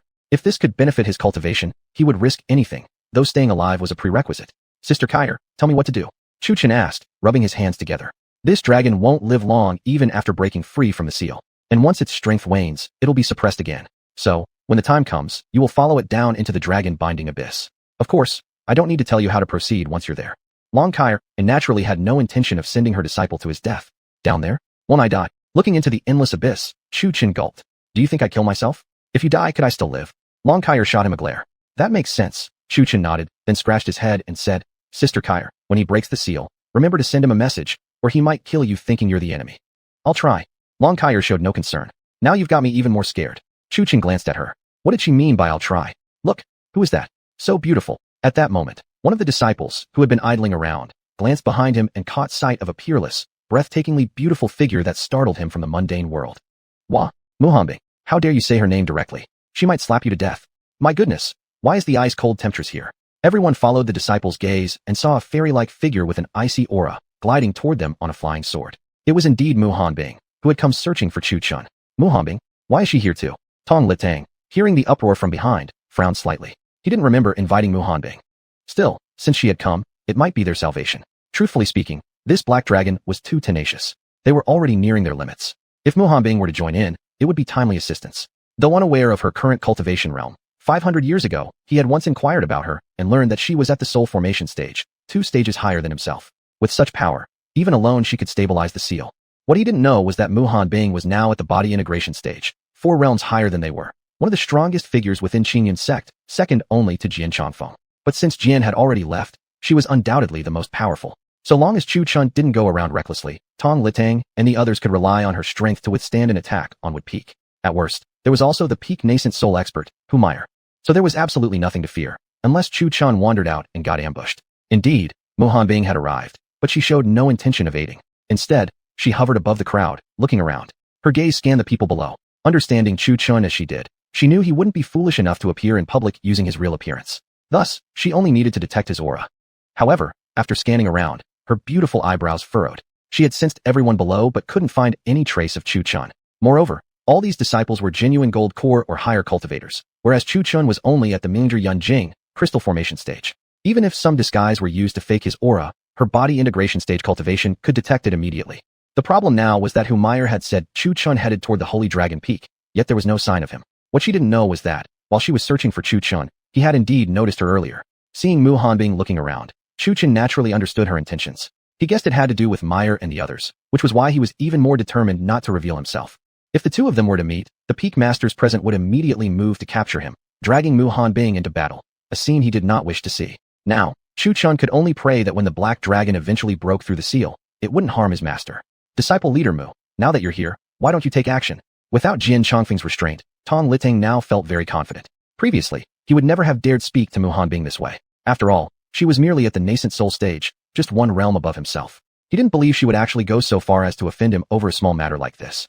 People called her a witch, but she wasn't foolish. Besides, with a powerful enemy right before them, Tong Litang spoke in a tone that was practically a command, intending to imply this was an enemy of Qingyun's sect. Why wasn't she acting to stop it? Indeed, Mu Hanbing, who had been unable to detect Chu Chun, was already in a foul mood, feeling anxious and confused. Now hearing Tong Litang speak with such authority and command, her anger flared.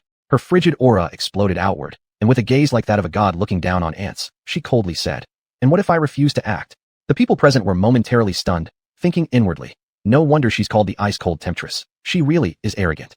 This remark naturally angered Tong Litang as well. He had been struggling desperately with the black dragon already. Now she was refusing his simple request for help. Wasn't that openly slapping him in the face? If this had happened during the regular inter-peak competitions, perhaps he would have tolerated it. But now, with such a formidable enemy before them, failure to suppress the black dragon could result in the total destruction of Qingyun's sect. Disciple leader Mu, what exactly are you implying? With such a mighty foe here, do you intend to allow this black dragon to break free and bring disaster upon all? Tong Litang spoke righteously. His words stirred up the crowd as well, and one by one they nodded in agreement. Faced with this situation, Mu Hanbing remained expressionless and cold. She actually had no idea that there was a dragon sealed beneath the dragon-binding abyss. If anyone here had the most seniority, it would be her. She had witnessed the ascension of 8 generations of Qingyun sect ancestors. Likewise, she was a cultivator who had lived for 5,000 years. Back then, when Jian Changfeng first arrived, the very first ancestral master was still a little brat, just like Jian himself, and even as an adult had once pursued her. Naturally, she had rejected him each time. Chapter 290, Breaking the Seal. Now that she thought about it, it was rather strange. She had lived for 5,000 years, and her cultivation speed had been unbearably slow, yet she did have one advantage. Despite her sluggish progress, her power was immensely formidable. When the first-generation patriarch reached the Xian realm, she was merely a little girl at the Kaicheng Jing. Even at that low cultivation level, she had fought back and forth with the first patriarch at the Shushen Jing. Whether the patriarch had been holding back or she had truly been terrifyingly strong, no one else knew but the two of them. Having lived for so long, she didn't even know there was a black dragon sealed beneath the Qingyun sect, and perhaps even Jian Changfeng was unaware of it. Thus, it hadn't been sealed by her own hands, nor did she even know of it. Now that the black dragon was about to break free of its seal, they were bringing it upon themselves. Compared to the lives of these people, she cared more about Chu Chen's. It wasn't that she wouldn't save lives, but she knew of Tong Lishang's greed. If they died, it was what they deserved. Once the greatest sect in the immortal cultivation world, the Qingyun sect had gradually declined since the 8th generation. The sect's spiritual energy had become exceedingly thin in just a few days, to the point where the current disciples' cultivation levels were pitifully low. most at the Guashu Jing or below. This infuriated Mu Hanbing, whose own cultivation had always been slow. With the spiritual energy growing even scarcer, her progress would be even slower. Mu Hanbing didn't even need to think. She knew the 8th generation patriarch must have activated certain forbidden seals of the Qingyun sect to trap the Black Dragon here, and the Holy Dragon Peak had also been established under that patriarch's authority. Moreover, the 8th generation patriarch was the only one whose ascension she hadn't personally witnessed. Whether he had failed the tribulation or what had become of him, there had been no word at all. 1,000 years ago, you used Qingyun sect's forbidden seals to imprison the Black Dragon here solely for your ambitions, draining the sect's spiritual essence and reducing Qingyun from the supreme sect in the immortal world to a despicable, weak sect. Why then should I interfere? If the seal breaks, wouldn't it be better? The spiritual energy of Qingyun will recover, and our strength will greatly increase. Mu Hanbing shifted all the blame onto Tong Lisheng with one sentence. Upon hearing her words, the disciples looked stunned. So the source of the weakening spiritual energy was the seal imprisoning the Black Dragon. Their eyes turned again toward Tong Lisheng, glaring at him hatefully. Tong Lisheng's face turned dark as he was unable to respond. Still, what she said was indeed the truth. He hurriedly said, I shouldn't be blamed for this. It was the 8th generation patriarch who cast the seal. The Black Dragon is formidable, and with our current strength, we are incapable of killing it outright. Trapped underground for 1,000 years, it has surely accumulated great resentment. If released, the entire Qingyun sect will fall into chaos and bloodshed. Hearing this, the crowd nodded in agreement and once again turned to face Mu Hanbing. Mu Hanbing's face darkened as well, but she had no time to argue with him now. Besides, why didn't they mention it earlier when Jian Chongfeng was still around? Wouldn't he have been able to crush it with a single palm strike? Now, her top priority was to find Chu Chun. She still needed to subdue him, yes, but what she feared most was Chu Chun revealing himself and them seizing the opportunity to capture him while her power was weakened. That Chu Chun had suddenly come here must certainly be related to that Black Dragon. Otherwise, why would he show up here at this time? Realizing this, Mu Hanbing ignored the stares of everyone else and extended her divine consciousness once again to search through the crowd. But, once again, there was no sign of him. After all, Chu Chen's chi hiding technique was taught by Long Kair. And who was Long Kair? A being even Jian Chongfeng addressed respectfully as senior. How inferior could the techniques she offered be? Of course not. At this point, even if Chu Chun were standing right in front of Mu Hanbing, she wouldn't be able to sense him. Roar. At that moment, a dragon's roar tore across the sky. Walalala. Pung pung pung. Then came the clanging of chains from the dragon prison ravine, followed by the sounds of chains snapping one after another. Boom. Immediately, the Qingyun sect was rocked by tremors, more violent than before, so violent that the entire sect seemed as if it would be overturned. Ha ha. I am finally free. Greedy humans, prepare to receive my wrath. A black dragon soared into the sky, not a phantom this time, but a real, living, flesh and blood black dragon. The moment the black dragon emerged, everyone's faces changed drastically. Several disciples with weaker cultivation were immediately crushed under the dragon's oppressive aura, plummeting from 10,000 meters high, some even exploding into sprays of blood mist. Instantly, blood filled the skies of Qingyun. The originally blue and white sky began turning black, and within the dark, heavy clouds, streaks of blood red could be seen. The scene was as if a starving ghost had descended upon the earth. The blood-red clouds further cast an eerie atmosphere over the entire Qingyun sect. Damn it, if Mu Hanbing had stepped in, that damned beast wouldn't have broken free from the seal. The 9 people who had been sealing the black dragon all spat blood simultaneously as the seal shattered. Tong Lisheng cast a cold glance at Mu Hanbing, who was standing high in the air. At this moment, as Mu Hanbing stared at the black dragon that had broken free from its seal, even though she was now at the consolidation body stage, she felt a chill of fear. Precisely because of this, her expression became increasingly grim. Originally standing among the crowd, the entire group had been scattered by the black dragon's oppressive aura. At this moment, Mu Hanbing didn't bother maintaining her lofty composure. She dashed directly into the crowd. She needed to find Chu Chun. Otherwise, when the black dragon attacked, he might end up among the pile of corpses. Where is he? How could this happen? Madly, Mu Hanbing plunged into the crowd, circling around and around, but could not find Chu Chun. One could only imagine how anxious she felt at that moment. Meanwhile, Chu Chun, hiding in the shadows, watched as Mu Hanbing charged into the crowd. A warmth stirred in his heart. He was, after all, the only one present unaffected by the black dragon's overwhelming pressure. This puzzled him slightly. If this was one of Long Kair's old friends, even with Long Kair's prior warning, once angered, it would subdue anyone regardless of identity. At the very least, its entrance needed to be dramatic and imposing.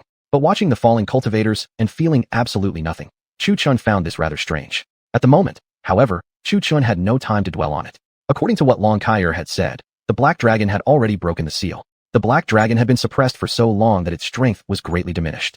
While others might grow stronger in battle, it would grow weaker with each passing moment, and ultimately would not escape being sealed again. Though Chu Chun felt sympathy for the black dragon, he knew with his current abilities he couldn't change the outcome. He glanced at Long Kair within his consciousness and saw her staring at the black dragon with tears forming at the corner of her eyes. Looking between Long Kair and the black dragon, Chu Chun sighed softly. He could only guess that the black dragon must be close to Long Kair. Judging from her expression, the two were likely lovers. Of course, Chu Chun dared not simply guess. If a close friend were to die before one's very eyes, he supposed he too would feel the same way. Roar! You all shall now face my wrath. The black dragon roared furiously, its oppressive aura intensifying again. Everyone present immediately turned pale, blood spilling from their mouths. Even Mu Hanbing, whose cultivation strength was slightly greater, changed expression. Rather than continuing to search for Chu Chun here, it would be better to subdue this dragon first. If the dragon released a few more waves of pressure, not only Chu Chun, but even she wouldn't be able to resist. She inwardly cursed Tong Litang and his useless group for failing to suppress even a single dragon. She could have acted earlier but had chosen not to, hoping to locate Chu Chun and ensure his safety. Otherwise, she feared Tong Litang might turn on her later. However, the situation had changed now. The black dragon had broken free from its seal. At this rate, even someone with an extremely strong physique like Chu Chun wouldn't survive several more waves of pressure. Since Chu Chun couldn't be found now, she would have to seal the black dragon again first and look for him later. This time, Tong Litang remained silent, observing the icy glint in Mu Hanbing's eyes. Earlier, when you had the chance to suppress the dragon, you refused. You insisted on waiting until the black dragon broke its seal. Why won't you act now? Tong Litang naturally didn't believe that Mu Hanbing wanted to see Qin Yun's sect collapse completely. He simply stared at her. Yet seeing her desperately searching through the crowd, Tong Litang felt curious. Whom exactly was Mu Hanbing looking for? After some thought, his expression suddenly changed. The person important enough for Mu Hanbing to seek out could only be Chu Chun, the one she had been desperately searching for in recent months. He never expected a foundation-building realm cultivator would come here too. He sneered inwardly. Just the foundation-building realm. Already unable to withstand the black dragon's pressure, that Chu Chun must have died already. Perfect, because this would now justify seizing his Dragon Emperor's sword. Boom. At the same time, Mu Hanbing raised an ice sword and confronted the black dragon, releasing a mighty aura from her body. Tong Litang sensed Mu Hanbing's pressure, his expression instantly changing. Although he still didn't know exactly what realm she had reached, he could clearly feel her current aura was even more formidable than the one she exuded when she intimidated them during the peak sect competition's first round. Crack, crack, squeak, squeak. Since Mu Hanbing specialized in ice attribute cultivation arts, both her spiritual energy and innate spirit roots were of the ice element. When her aura burst forth, a cold current erupted from her body, spreading rapidly in all directions. The cold swept over the entire Holy Dragon Peak, prompting involuntary shivers from everyone present. Hiss, so cold. Chu Chun, who had been hiding in the shadows, also shivered. Although his body was strong, going from sweltering heat one moment to snowfall in June the next, with such a dramatic temperature shift, it was normal to react. Watching Mu Hanbing confront the black dragon, Chu Chun silently prayed that the dragon wouldn't hurt his master. Otherwise, he'd never forgive himself. Meanwhile, at the moment the black dragon emerged, Long Kaier had already sent it a voice transmission. The black dragon's gaze remained fixed on an unremarkable location in the distance. Chu Chun's exact position. Die. Right then, Mu Hanbing cried out sharply and thrust her ice sword forward at the black dragon. The black dragon frowned slightly, its pupils contracting as it retreated backward, simultaneously unleashing a mighty pressure that pushed Mu Hanbing back. Though it was an oppressive pressure, it bore no hostility. Gentle, at most merely forcing Mu Hanbing away. As for Mu Hanbing, though she had been repelled by the dragon, she hadn't turned pale nor sensed internal damage.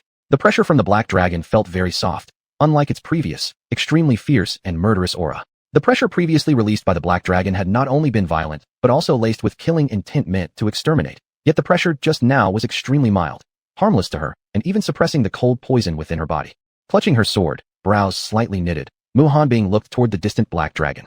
The dragon naturally noticed her, but ignored her completely, instead exhaling a jet of black dragon breath directly toward Tong Litang and others. Upon witnessing this, Tong Litang's pupils shrank dramatically, but evading was already too late now. Moreover, many disciples of Holy Dragon Peak were still present. They must not suffer any mishaps. After suppressing the dragon, these people would be needed to guard the seal. Though the Holy Dragon Peak claimed to teach dragon taming techniques, there were practically no dragons in the world anymore, and true dragon controlling methods were merely myths. In truth, they were only guarding the seal under the guise of cultivation. Although the 8th generation ancestor had sealed the black dragon here for unknown reasons, Tong Litang was no fool. A dragon. That was a dragon, every part of it was a treasure. A single drop of dragon blood could cause a sudden leap in cultivation, and if one survived its effect, it could enhance physical strength. Those who couldn't withstand it could still enter a state of brief madness and strength. Of course, these were only the most common rumors he had heard. There had never been anyone capable of truly killing a dragon. After all, a dragon was a species even immortals would look up to. Boom. With a sweep of his hand, Tong Litang deployed a golden shield covering the entire Holy Dragon Peak. The black dragon breath that struck the barrier did not dissipate, but instead spread around, as if the moment Tong Litang loosened the shield, the dark mist would corrode them all into skeletons. Tong Litang's gaze swept over the group of disoriented cultivators before he roared loudly. Join forces and subdue this evil dragon. His voice boomed across the peak. However, when the black dragon emerged earlier, it had released a wave of oppressive pressure that shook their morale. Even with Mu Hanbing leading the charge, fear had already crept into their hearts. Talk of immortal cultivators and righteous virtue meant little. When one's life was truly threatened, no noble cause was more important than survival itself. Though they were frightened, Mu Hanbing raised her sword and charged forward. It wasn't recklessness, nor was it purely for righteousness. She only wanted to suppress the Black Dragon and escape with Chu Chun. Precisely because she couldn't find Chu Chun, she assumed he was hidden among the crowd. But in a scene like this, he must be afraid to come forward and reveal himself to her, perhaps involved in something he couldn't expose. Ice slash. Mu Hanbing's aura grew bitterly frigid. Raising her ice sword before her chest, she slashed it forward, sending a powerful icy blade slicing toward the Black Dragon. Boom. The Black Dragon, still exhaling dragon breath, narrowed its eyes at this sight. Then, with a mighty swing of its tail, it shattered the sword energy. It naturally knew it wouldn't live much longer. Its very appearance came at the cost of its lifespan. Just to preserve the dignity of the dragon race, even in death, it would drag a few beings down with it. Watching this from afar, Mu Hanbing's expression darkened. The Black Dragon's power had completely surpassed her expectations. Although that ice slash wasn't Mu Hanbing's strongest move, she had poured 7 parts of her strength into it. Yet the Black Dragon destroyed it with a mere tail swing. Moreover, there wasn't even a single mark left on the dragon's body. Well, perhaps there was something left behind after all. Although the sword energy had exploded, icy chill quickly spread onto the Black Dragon's tail. Now, a faint layer of frost coated the tail. But to the dragon, this thin frost was barely irritating, having absolutely no effect on it. Chapter 292 Mu Hanbing vs. Black Dragon. Cursed Human. Although the attack was launched by Mu Hanbing, the Black Dragon directed all his rage towards Tong Lintang and the others. Look, it was Mu Hanbing who attacked him, yet he still put a bit of force into his move, whipping his tail at Tong Lintang and the others in a dragon's tail strike. Boom. Those 9 people who were knocked flying now all wore expressions of confusion. She attacked you. What do we have to do with it? Mu Hanbing seemed to have noticed this too, but she didn't dwell on it. She simply thought that since Tong Lintang was nearby, if the Black Dragon killed the 9 of them, he would soon set his sights on herself. Meanwhile, the 9 people, including Tong Lintang, who had flown through the air, all spat out a mouthful of blood. Compared to them, Mu Hanbing was now closest to the Black Dragon. They had assumed the Black Dragon would charge at Mu Hanbing, yet unexpectedly, the Black Dragon completely ignored her and charged towards them again. That wouldn't have been such a big deal, but the swinging knee swept across all the scattered disciples and sect elders gathered loosely together. That sweep, though, considering it was a dragon, some disciples who were too slow to react were directly smashed into blood mist. And in this crucial moment, some sect elders actually fled to save their own lives instead of helping others. Chu Chun, who had been lurking quietly in the shadows, naturally saw all this. Thinking to himself, these cultivators always talk about morality and righteousness, but when crisis strikes, all those words turn to crap. My master is more straightforward. If you're disgusted by something, just take action. Fight against the heavens and clash with the earth. We won't provoke trouble, but we aren't afraid of it either. We never recite that so-called moralizing rhetoric. After all, the entrance test for Mu Peak was about testing one's mindset. Those who lacked it naturally could never join Mu Peak. Chu Chun coldly observed the chaos. Although other sect elders had fled, his master activated a protective barrier covering everyone. Whether this was because the Black Dragon deliberately held back or because Mu Hanbing's defenses were solid remained unclear. Although they were hidden within the barrier, the surrounding temperature remained icy cold, yet they were completely safe. The Black Dragon's pressure was neutralized, and its occasional dragon tail swings couldn't reach them anymore. Strangely enough, among so many people here, Mu Hanbing protected them all, yet the Black Dragon only pursued Tong Lintang and the other 8 relentlessly. Anyone who didn't know better might have thought there was a deep familial grudge involved. Though there wasn't a blood feud, there certainly was deep resentment for having been imprisoned for thousands of years. After all, throughout the years, the seal on the dragon locking gully was always controlled by the Blue Cloud sect's sect leader. Thus the resentment naturally fell upon Tong Lintang. Most importantly, Long Kaier had already given orders not to harm even a single hair on Mu Hanbing's head, and the dragon immediately understood the meaning. Over here, though Mu Hanbing successfully protected the disciples, she could not find an opportunity to help Tong Lintang, who was being chased by the dragon. Mu Hanbing, are you not going to help? Tong Lintang was furious, calling out her name directly. I'm the sect leader, and I'm being chased by a dragon like this. Why do you still care about whether those disciples live or die? Come and protect me. Hearing this, Mu Hanbing slightly furrowed her brow but didn't dwell on his disrespect. She waved her hand. The protective barrier remained, but she herself stepped outside of it and rushed toward the Black Dragon. Frankly speaking, she didn't have a favorable opinion of Tong Lintang and had no intention of rescuing him. But as the sect leader and core figure of the Blue Cloud sect, without his leadership, the sect would quickly fall into chaos. A masterless situation would offer an opportunity for other sects to swallow them whole, so she still had to protect Tong Lintang, at least for now. Tong Lintang and the 8 others fought while retreating, trying to stop the Black Dragon from advancing further. However, their attacks were like light scratches on the dragon's body, accomplishing nothing. Instead, this only enraged the Black Dragon even more. Now he charged with even more ferocity, opening wide his jaws, as if he intended to swallow all 9 of them in one gulp. Ice Soul Art, shine through 10,000 lands. Mu Hanbing shouted loudly as her ice blade vibrated with a buzzing sword hum. Slash. She slashed out several frosty sword beams at the black dragon, targeting Tong Lintang. The sword beams flew like crescent moons, exuding bone-piercing cold. Pung pung pung pung. The previously swift black dragon was momentarily halted for an instant when struck by Mu Hanbing's sword beams. Though the beams themselves did no harm, the cold frost contained within them caused freezing mist that encased his body. Though the ice layer was thin, it still briefly stopped the dragon. The black dragon abruptly turned his head to glare at Mu Hanbing. Meeting his blood-red pupils, Mu Hanbing felt a slight surge of fear in her heart. Roar! Just then, the dragon changed direction, charging straight at Mu Hanbing. Gritting her teeth firmly, Mu Hanbing met his charge head-on with unyielding resolve, her gaze fearless. Big Sister Kyre. Witnessing this scene, Chu Chen's heart instantly panicked. Fear not. Look, Long Kyre said calmly. The dragon would never attack Mu Hanbing. His true target was everyone within the protective barrier. Boom. Mu Hanbing thrust her sword directly at the black dragon charging toward her.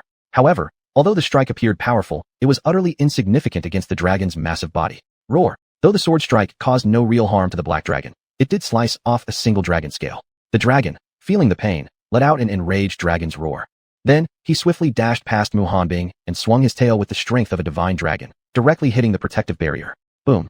The originally solid protective barrier shattered instantly, like a broken mirror. Disciples inside were either killed instantly or brutally maimed, nearly all of them tumbling down. Mu Hanbing did not feel pain for the falling disciples, but she was worried that one of them might be Chu Chun.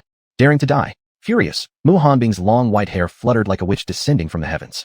Looking at her pupils now, they had turned completely blood-red. Her aura surged powerfully, as if she were no longer the same person as before. Witnessing Mu Hanbing's terrifying transformation, a strange sense of danger arose in the black dragon's heart, although he no longer cared. Before coming out, he had already prepared himself for death. Just as he swung his tail again in another mighty strike, the furious Mu Hanbing instantly appeared before everyone, and the next scene stunned Chu Chun watching from afar. Mu Hanbing caught the incoming dragon tail with one hand, then with both arms straining, she actually lifted the black dragon off the ground.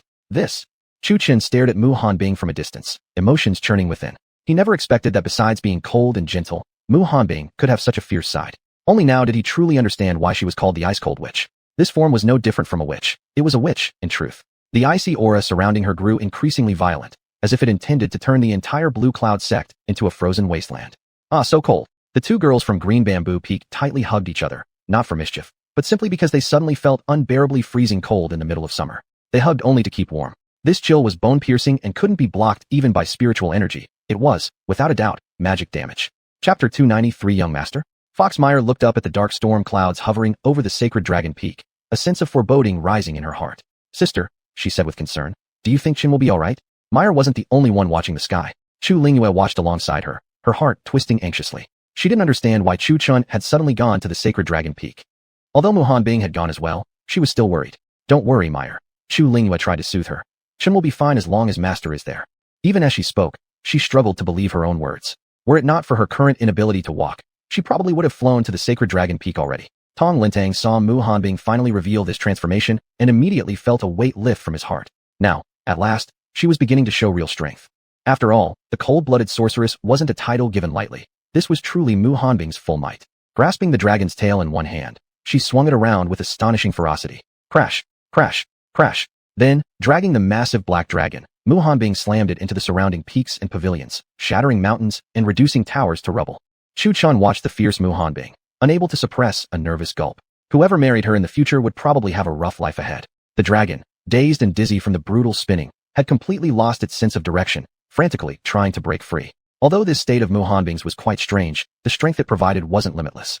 Taking advantage of an opening, the black dragon tore itself free. Done. As it recovered its senses, the dragon's pupils suddenly contracted, unleashing an oppressive aura once again before charging directly toward Tong Lintang and the others. Though Mu Hanbing had exhausted her strength, she hadn't wasted her time either. This attack had cost the black dragon precious years of life. Though one sweeping strike killed many cultivators, its deepest hatred still rested on Tong Lintang. If death awaited anyway, why not take as many as possible with it? Die! Letting out a furious roar at Tong Lintang and the others, the black dragon opened its massive maw and charged toward them. Foul beast! Dare not harm my sect members. At that moment, a figure appeared in front of the dragon, not Mu Hanbing, but Chu Chun. Long Kyre realized time was running out. She was too familiar with this ancient dragon clan forbidden technique. Chu Chun. Seeing Chu Chun block the black dragon's path, Mu Hanbing gasped in terror, rushing forward at top speed. Tong Lintang and the others also saw Chu Chun. To them, his outstretched arms were as futile as a mantis trying to stop a chariot. Ha! Unfortunately, Mu Hanbing arrived just a moment too late. The black dragon opened wide and swallowed Chu Chun along with Tong Lintang and the others, then dove sharply toward the dragon's trap ravine. Thump! Watching with her own eyes as Chu Chun vanished into the dragon's maw, Mu Hanbing froze in shock, a single crimson tear falling from her blood-colored eyes. Chu Chun! Her scream pierced the sky with such anguish that before the watching crowd, she leapt straight into the dragon's trap ravine. Even though she had just seen the black dragon swallow Chu Chun whole, she believed Chu Chun would somehow create a miracle. Whether alive or dead, she had to see his body herself. After all, if she simply returned now, she'd betray not only Fox Meyer and Chu Lingyue, but also her own conscience, as the man she loved had died before her very eyes. Yet, in her anguish, she failed to wonder why Chu Chun had chosen to intervene exactly at that moment. All she could see now was the image of him disappearing into the dragon's belly. Chu Chun! Chu Chun! The dragon's trap ravine echoed with Mu Hanbing's heart-wrenching cries. The depth of the ravine surpassed anything she imagined. Although she had jumped in already, even after half an hour of freefall, she was still falling. Back at the scene, while Chu Chun had indeed been swallowed by the black dragon, he had been released again. As for Tong Lintang and the others, they had perished. Opening his eyes, Chu Chun found himself staring at a cave entrance, flickering torchlight within revealing a shadowy figure restrained in chains. Big Sister Kai, where did that black dragon go just now? Chu Chun blinked, suddenly finding himself outside the cave after the blackness. When he awoke, he realized the dragon was gone, as were Tong Lintang and others who'd been swallowed with him. However, Long Kaier did not answer Chu Chun. Seeing this, Chu Chun could only sigh helplessly. Probably, Big Sister Kaier was still mourning the dragon's death. Truthfully, Chu Chun felt quite conflicted. He couldn't help either side, nor did he feel pity for either, not because he lacked compassion, but because the Azure Cloud sect had imprisoned the black dragon to exploit its treasures, and naturally the dragon resented them. Yet, the Azure Cloud sect remained his home. On the other hand, this black dragon was Long Kaier's old friend, so he really didn't know whose side he should sympathize with. Since Long Kaier remained silent, it seemed he had no choice but to find the answers himself. Chu Chun looked at the cave before him. Although the surroundings were quiet, he could hear a steady dripping sound coming from inside, the echo of water falling drop by drop. This sound added an eerie layer to the cave's atmosphere, the vast chamber amplifying each drop into a resonant echo. With a mixture of fear and curiosity, Chu Chun stepped inside. Inside, he saw a young man clad in black robes, his arms and legs bound in chains, suspended above an altar within the cave. Strange runes were carved into the base of the altar. Surprisingly, this young man, just like the Azure Dragon, had a pair of horns atop his head. Upon seeing Chu Chun enter, the young man showed no hostility. In fact, he smiled warmly. "Master, forgive me for not being able to kneel in this state." His voice was hoarse.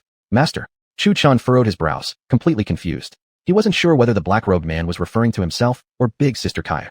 After all, since this was one of Long Kaier's old friends, he probably knew of her existence, just like Jian Chongfeng did. But hadn't Kaier said he was an old friend? Why then was he calling him master? Seeing Chu Chun's hesitation and confusion, the black-robed man stopped waiting for a response. Instead, he turned his gaze through Chu Chun toward a faint soul fragment within him. It was Long Kaier. Looking at Long Kaier in her fragmented soul form, the man couldn't help but sigh. "Long time no see, Kaier." "Yes, it's been 10,000 years. At that moment, a delicate figure materialized beside Chu Chun. It was Long Kaier in her ethereal white form. But as she looked upon the black dragon, there was no sentimentality, only regret in her gaze. Chu Chun wasn't stupid. When the black dragon had first called him master, then referred to Kaier the second time, that meant he himself was the master? What's going on? Chu Chun was utterly baffled by the scene before him. Equally perplexed was the black-robed man, who turned to Long Kaier and asked, "Kaier, he is." "That's right. He is the master," Long Kaier softly affirmed. "Master? What's going on here?" Chu Chun was left completely bewildered. Chapter 294, Chu Chun's Heritage, Part 1. Looking at Chu Chun's confused expression, Long Kaier let out a light sigh and said, "Chu Chun, it's time you knew some things. In the past, I was worried about your safety. I feared that those people would come after you if they discovered your identity, so I never revealed too much to you about our techniques or the family background. But now Jian Chongfeng has taken that burden for you. Although your cultivation is still weak, the truth can no longer be concealed." Long Kaier smiled at Chu Chun and continued, "You've probably realized that everything about you is connected to dragons, right? Before you came up the mountain, your arcane energy contained a dragon's roar. Afterward, your mundane root transformed into a dragon roar spirit root. Even the ancient dragon god technique fits you perfectly at 100% compatibility." Hearing about his origins, Chu Chun's expression grew serious. For a long time, he had wanted to learn from Long Kaier who he really was, but she had always diverted the topic with other excuses. The more she avoided telling him, the more curious he became. All along, he had been cultivating diligently, focused solely on his training, waiting for this very moment. Once he learned the truth about himself, he could avenge his grandfather and set a new goal for himself. Since childhood, watching other kids enjoying the company of their parents, he always felt like an outsider, even though he had Chu Xiong by his side. How much he longed to meet his real parents, how much he desired to speak with them. Chu Chun took a deep breath, his eyes burning with intensity. "Jia, tell me." Seeing that Chu Chun was ready, Long Kaier sighed again and then extended 2 fingers, pointing at Chu Chun's forehead. Chu Chun tightly closed his eyes, and a refreshing current surged into his mind, followed by the appearance of countless images. Suddenly, a particular image emerged in front of Chu Chun, which soon transformed into a vortex and pulled him inside. Once he stabilized, Chu Chun was shocked to find his body was in a transparent, ghostly form, and everything he tried to touch simply passed through him. Crack! Boom! At that moment, a bolt of lightning tore across the sky, followed by a deafening thunderclap. Strong winds howled instantly, kicking up clouds of yellow sand into the air, forming multiple whirlwinds. The swirling sands carried a thick scent of blood. Kill! In the vast, desolate wastelands filled with flying sand, a man dressed in extravagant robes stood with an air of authority and imperial majesty, his expression naturally commanding awe and respect. This man bore 2 horns atop his head resembling dragon horns. Holding a long sword, he roared, "Those who dare to harm my dragon clan shall be punished with annihilation of 9 generations. Punish! Punish! Punish!" His soldiers behind him roared in unison. Boom! The city gates were violently shattered open. A man wearing a spring-like smile stepped forward, gazing at the sword-wielding man, and said, "Long Feng, surrender." Long Feng glared coldly at the man before him and replied in a frigid tone, "Humph. The dragon clan would rather die than surrender." Chi Tian raised the corner of his lips into a smile. "Very well then." With that, over 1,000,000 soldiers appeared behind him, completely encircling the city. Long Feng's expression darkened even further. Coldly, he swept his gaze across his troops. He knew there was a traitor within the dragon clan. Roaring furiously, he demanded, "Chi Tian, what do you want?" At some point, a folding fan had appeared in Chi Tian's hand. With a snap, he opened it and gently waved it, mockingly saying, "Nothing really, except that your wife might not be doing too well right now. Whether your young little dragon god is even born remains to be seen. Chi Tian, I'll kill you." With that, Long Feng led his soldiers in a desperate battle. Unfortunately, outmatched by overwhelming numbers, the battle was turning unfavorable. In his rage, Long Feng refused to retreat. Without his order, his men continued to fight desperately until they were all completely wiped out. Chu Chen stared in shock at the fallen man lying in a pool of blood, his voice choked with emotion. "Father." There was no need to guess. This must be his father. For one, Chu Chun looked extremely similar to him. Moreover, although he was in spirit form, he could still feel the bloodbound connection. Suddenly, the scene changed rapidly. In an instant, he found himself standing in an ancient grand hall, where people similarly bore horns on their heads. Inside the grand palace hall of the dragon clan, an altar began to rise in the center. An elderly man stepped forward respectfully and spoke to the woman seated on the throne. "Your Majesty, allow this humble servant to awaken the prince's bloodline." The woman seated on the throne had delicate features, though her face appeared pale from just having given birth. She was Long Feng's wife, Long Qinger. All members of the dragon clan bore the surname Long. In her arms, she held a small snake, though in truth it was not a snake at all, but a dragon. Dragon offspring took such a form in their infancy and only grew claws after their bloodline awakened. With reluctance, Long Qinger placed the small serpent onto the altar. She looked at the altar carefully, sensing that something was different from before. She turned and asked the elder beside her, "Great elder, why does this altar look different from the one used previously for bloodline awakenings?" The elder, the same old man from earlier, respectfully clasped his hands toward the woman and replied, "Your Majesty, this altar is different because it is for awakening the royal dragon bloodline, which is why it differs from the previous ones." Upon hearing this explanation, Long Qinger nodded slightly, feeling no suspicion. She placed the child at the center of the altar before returning to her seat upon the throne. The great elder then clasped his hands toward the woman. Understanding his meaning, Long Qinger nodded slightly. "Begin quickly."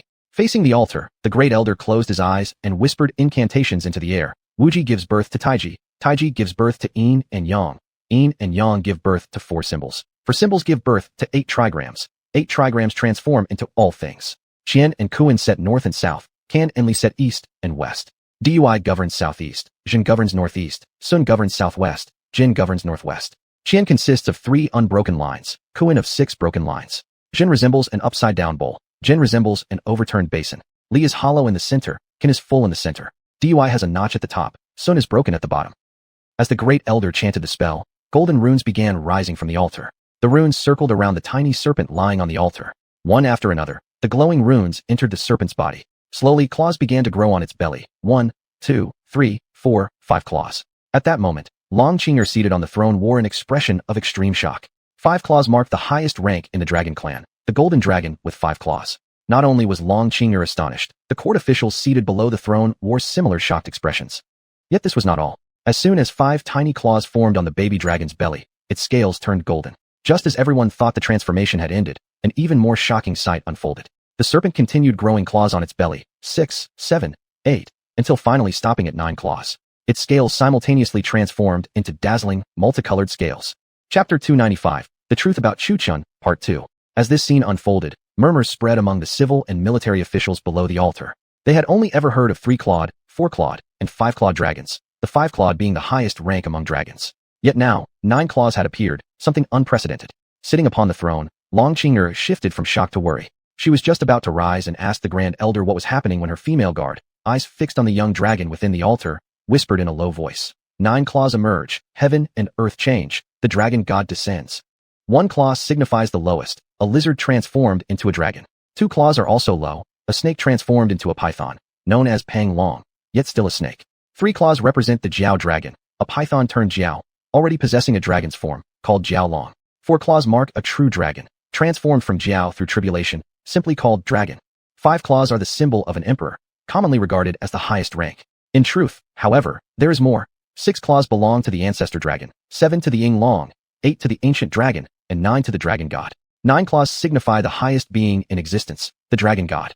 The appearance of the dragon god signals the shifting of heaven and earth.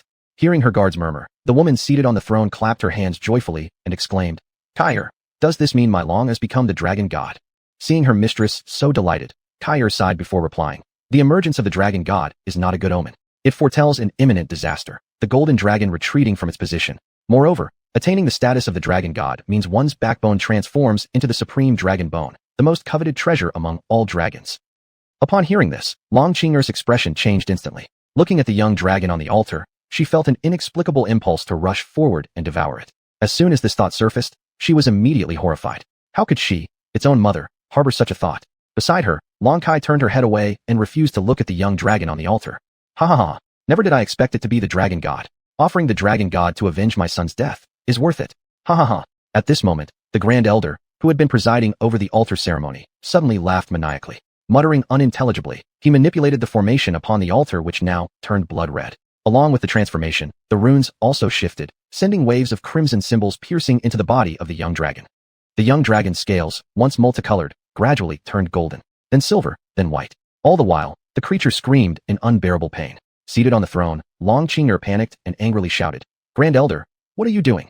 The Grand Elder twisted his head toward her with a sinister smile and replied, What am I doing? I'm not doing anything special. I just want lady to taste the pain of losing a child yourself. Ha ha ha. Boom. Long Bing, you've gone mad. Stop at once. Although weak, Long Qing'er's authority as the Dragon Queen still radiated with terrifying pressure.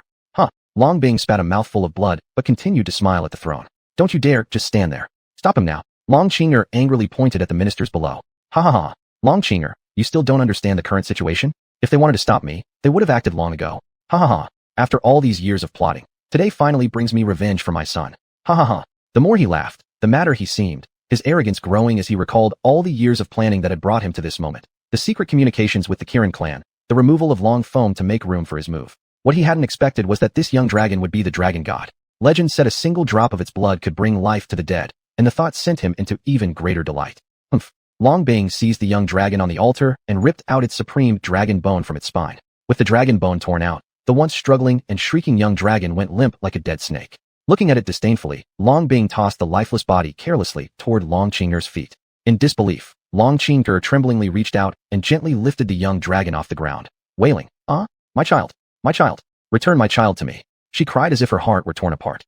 After passing a stream of dragon chi into the young dragon's body, she laid it gently on the ground and fixed Long Bing, who still held the supreme dragon bone, with an icy gaze.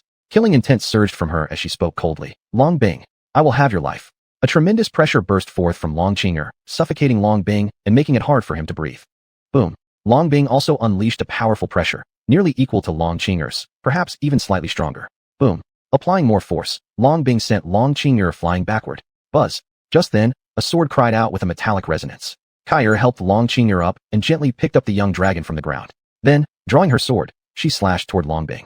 Her blade surged with searing sword chi, and it was only now that Long Bing realized how powerful the woman, who had silently stood beside Long Qing'er all along, truly was. A brief flicker of shock crossed his face before he charged to meet her. Long Bing thrust out a palm covered with a silver shimmer of dragon scales, transforming his hand into a claw. Kair remained calm, without the slightest trace of fear. She countered with a palm strike of her own, which too transformed into a dragon claw. It was only at this moment that Long Qing'er realized just how powerful Long Kai, the one who had stood loyally by her side all these years, truly was. Such strength likely surpassed even the rank of the five-clawed golden dragon. At this chaotic moment, there was no time for her to think so much. Long Kair shoved Long Bing back, grabbed Long Qing'er's hand, and ran outward. Long Bing watched the two fleeing, wiped a streak of blood from the corner of his mouth, and roared furiously. What the hell are you all doing? The civil and military officials trembled in fear from this roar. Long Bing glared at this group with irritation and shouted, "Haven't you gone to chase them yet?" Long Kaier carried Long Qing'er flying at an extremely fast speed. Long Qing'er sat on Long Kaier's back, looking at the young dragon in her hands, crying with anguish. She murmured, "Kaier, tell me, is there any hope to save my child?" Long Kaier landed in a secluded spot, then knelt on one knee and said, "Forgive me. I failed to protect the young master." Long Kaier remained cold as she spoke. Long Qing'er looked at Long Kaier and said, "This isn't your fault. Who could have predicted this would happen? Kaier, do you have any way to save the child?" Long Kaier glanced at the young dragon in Long Qing'er's arms, her eyes filled with sorrow, and replied, "Yes, but the cost is great." Upon hearing this, Long Qing'er tightly gripped Long Kaier's shoulders and said, "No matter how high the cost, as long as it can live." "Big sister, are you sure?" Long Kaier looked into Long Qing'er's eyes and asked again. "Kaier, it is my child. No matter how high the cost, I am willing to pay it." Long Qing'er stared at Long Kaier with firm determination. Seeing this, Long Kaier sighed and said, "The method is called transfer and graft. It was taught to me by my master many years ago. The practitioner can transfer their soul into another's body by offering 500 years of lifespan, or, alternatively, recreate the person with lotus roots as limbs and a lotus flower as the head, shaping flesh and blood to achieve rebirth." "Good, just tell me how to proceed." Long Qing'er quickly replied. Long Kaier closed her eyes, silently chanting a spell. A formation appeared on the ground as she said, "Place a lifeless object inside this formation, then add a living being, and the soul exchange will be completed." "All right." Without hesitation, Long Qing'er took out a dagger and sliced her own wrist, letting drops of blood drip into the formation. Long Kaier quickly grabbed Long Qing'er's wrist and said, "Big sister, what are you doing?" Long Qing'er didn't speak. She continued letting her blood flow while using her spiritual power to maintain circulation in her body, preventing the blood from coagulating. Her lips turned pale, yet Long Qing'er smiled faintly at Long Kaier and said, "My blood isn't considered lifeless, right?" Chapter 296. The Truth About Chu Qin's Origins, 3. Enough. Sister, don't keep bleeding anymore. Long Kaier already knew what Long Qing'er was planning to do. Seeing that enough blood had flowed, she quickly sealed the wound on Long Qing'er to stop the bleeding. Long Qing'er had lost so much blood that her face had turned pale. She was barely managing to stay conscious, wanting to witness this child's rebirth. After all, this tragedy had occurred due to her mistake. She had sensed something wrong with the altar but still pushed the child into the fire, causing irreversible disaster. Long Kaier quickly placed the young dragon into the formation and added Long Qing'er's blood as well. She looked at Long Qing'er hesitantly and said, "Without his dragon spine, this child might not be able to be reborn as a dragon."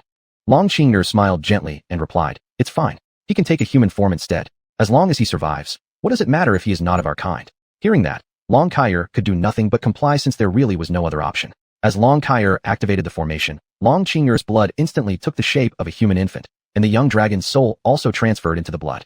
After completing everything, Long Kaier couldn't help but spit out a mouthful of blood and then gazed sweetly at the little baby in her arms. Looking at Long Kaier, Long Qing'er felt deep regret in her eyes. "Kaier, I'm sorry. This time, I've dragged you into it." Long Kaier played with the infant and said, "It's fine. For Dragonkin, 500 years is only like 5 years of human age. Don't you remember? Our race age is 1 year per 100 human years."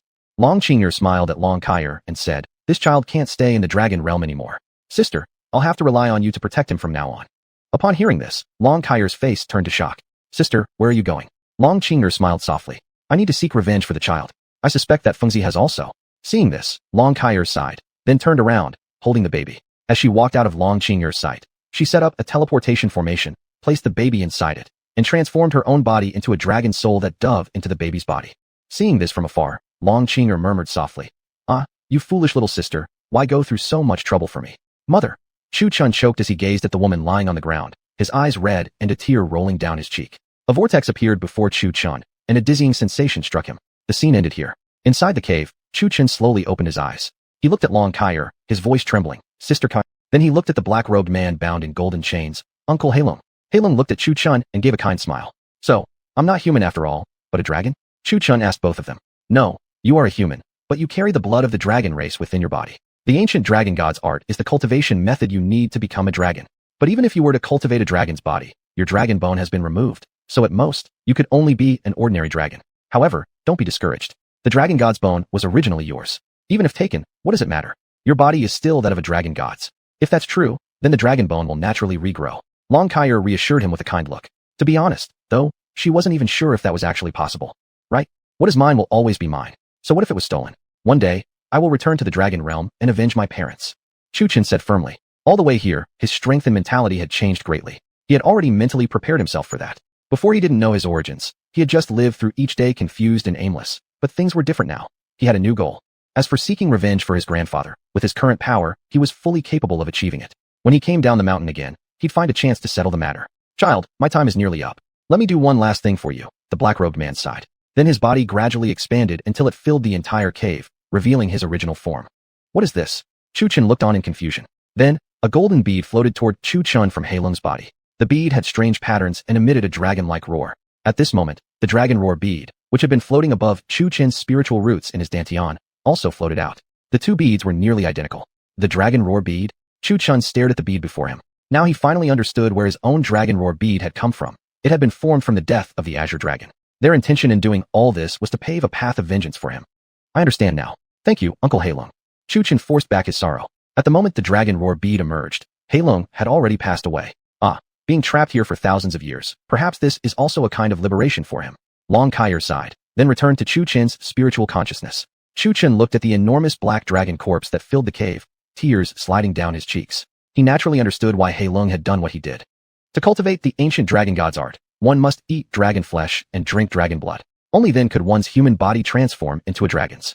But looking at the dragon's colossal body, Chu Chun immediately felt troubled. He probably couldn't finish it all by himself. To-do. At this moment, the sound of approaching footsteps rang out, and Chu Chun instantly became alert. Xiao Chun. Before Chu Chun could react, he felt himself being hit by two soft mounds. Master, why did you come down here? After identifying the person, Chu Chun asked in confusion. His heart warmed. Mu Hanbing must have come down here for him. Don't speak. Let me hold you for a while. Mu Hanbing said with a choked voice, tears streaming down her cheeks. Having someone she thought lost forever returned was something she never wanted to experience again. When she saw Chu Chun being swallowed by the black dragon, her heart had sunk into despair. Now that she saw him alive, she feared this was just a dream. Master. Chu Chun looked at the woman in his arms and gently stroked her hair. So he truly meant this much to her. Xiao Chun, this black dragon. After regaining her composure, Mu Hanbing glanced at the massive dragon corpse inside the cave and couldn't help asking. Chu Chun scratched his head and grinned. At that time, the black dragon's power became chaotic. I seized the chance and killed it. Chu Chun casually made up an excuse. He couldn't tell Mu Hanbing the truth, that he himself was also a dragon. Not because he didn't trust her, but because he feared it would create a rift between them. As long as you're safe, that's all that matters. You really scared me back there. This time, it was Mu Hanbing's turn to wrap her arms around Chu Chun. After a moment, Mu Hanbing looked at the black dragon and then turned to Chu Chun, asking, what are you going to do with this one? Chapter 297, Sins. Chu Chun grinned. I wonder if Master has ever tasted dragon meat. Could it be? That's what you're thinking? Mu Hanbing covered her mouth, staring at him in disbelief. Exactly. Eat dragon meat and drink dragon blood. It's said that dragon meat can temper one's body, and a single drop of dragon blood can enhance one's cultivation. Earlier, when I went out to train, I obtained an ancient cultivation technique called the Dragon God Manual. My spiritual roots and true essence also contain dragon-like energy. I tried cultivating with it, and surprisingly, that technique is a perfect fit for me. Now, to break through to the second stage, I must find something related to dragons. So when I heard the dragons roar, I rushed to the Holy Dragon Peak. I originally planned to take just one scale, but Mei Shang Dak.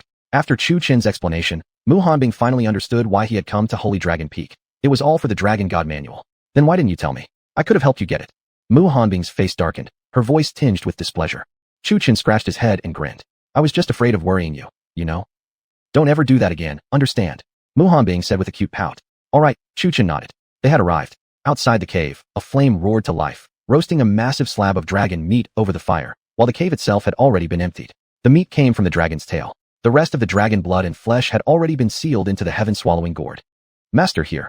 Chu Chun tore the roasted dragon meat in two and handed half to Mu Hanbing. Delighted at the opportunity to taste dragon meat, Mu Hanbing accepted it without hesitation. Honestly, this is the first time I've ever eaten dragon meat.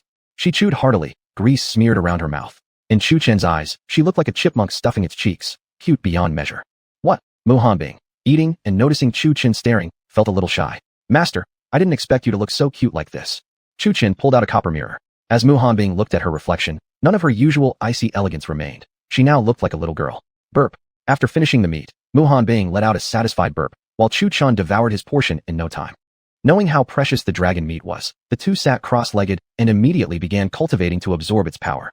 As they absorbed the energy, Mu Hanbing's body became burning hot, her mouth dry and parched. She glanced at the man beside her and couldn't help but swallow hard before softly asking, Disciple, do you think your master is beautiful?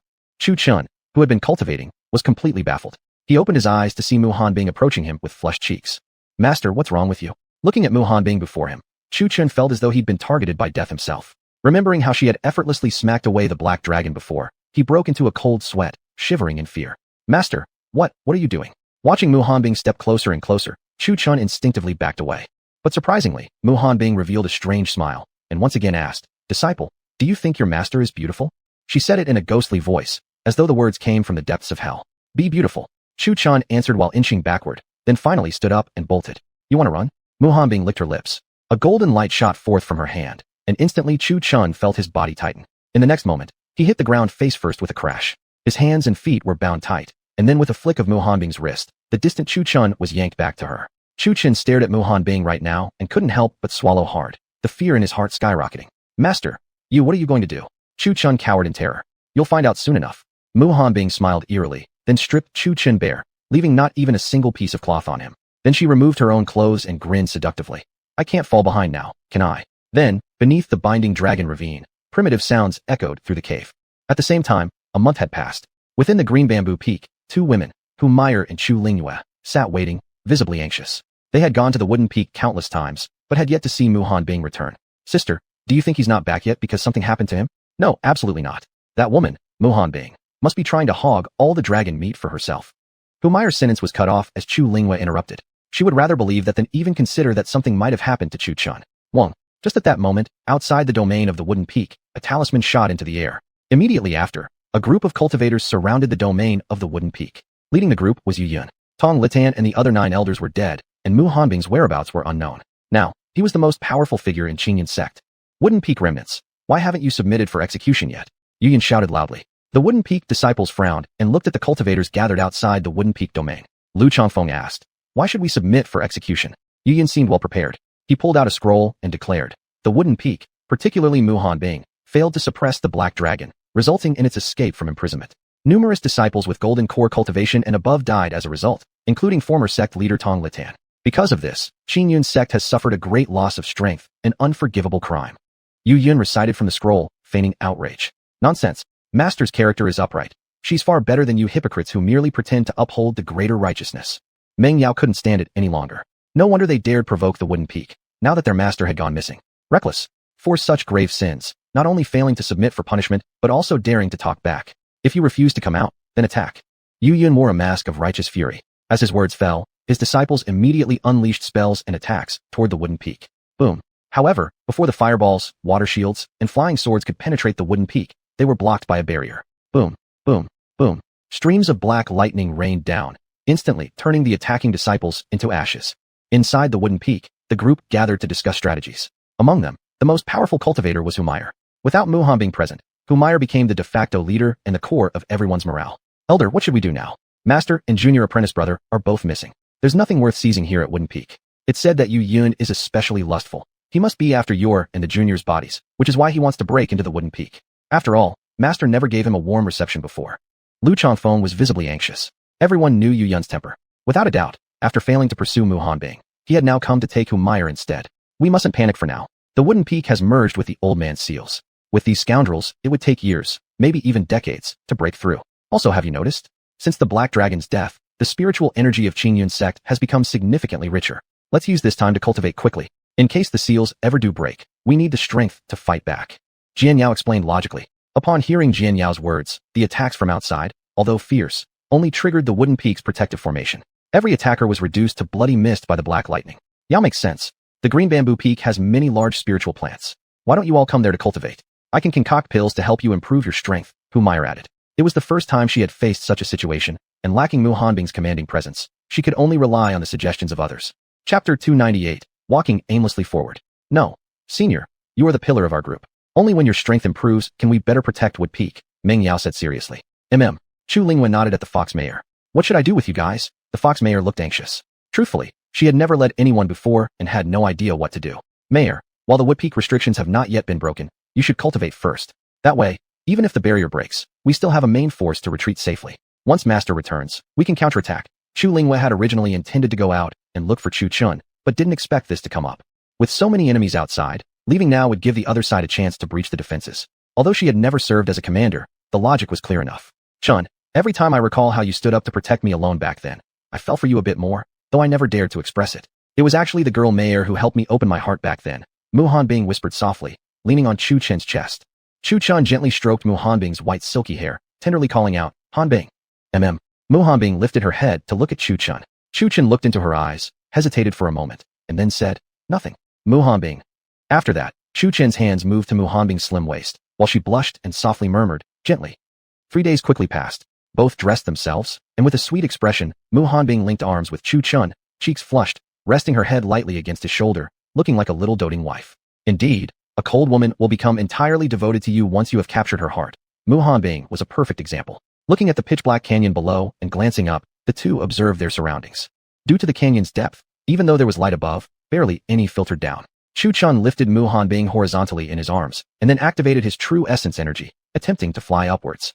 Unfortunately, as Chu-chun leapt upwards forcefully, halfway through he realized he couldn't fly even with his essence energy activated. In the end, the two landed back on the ground again. What's going on? Frowning, Chu-chun glanced up. He couldn't fly at all.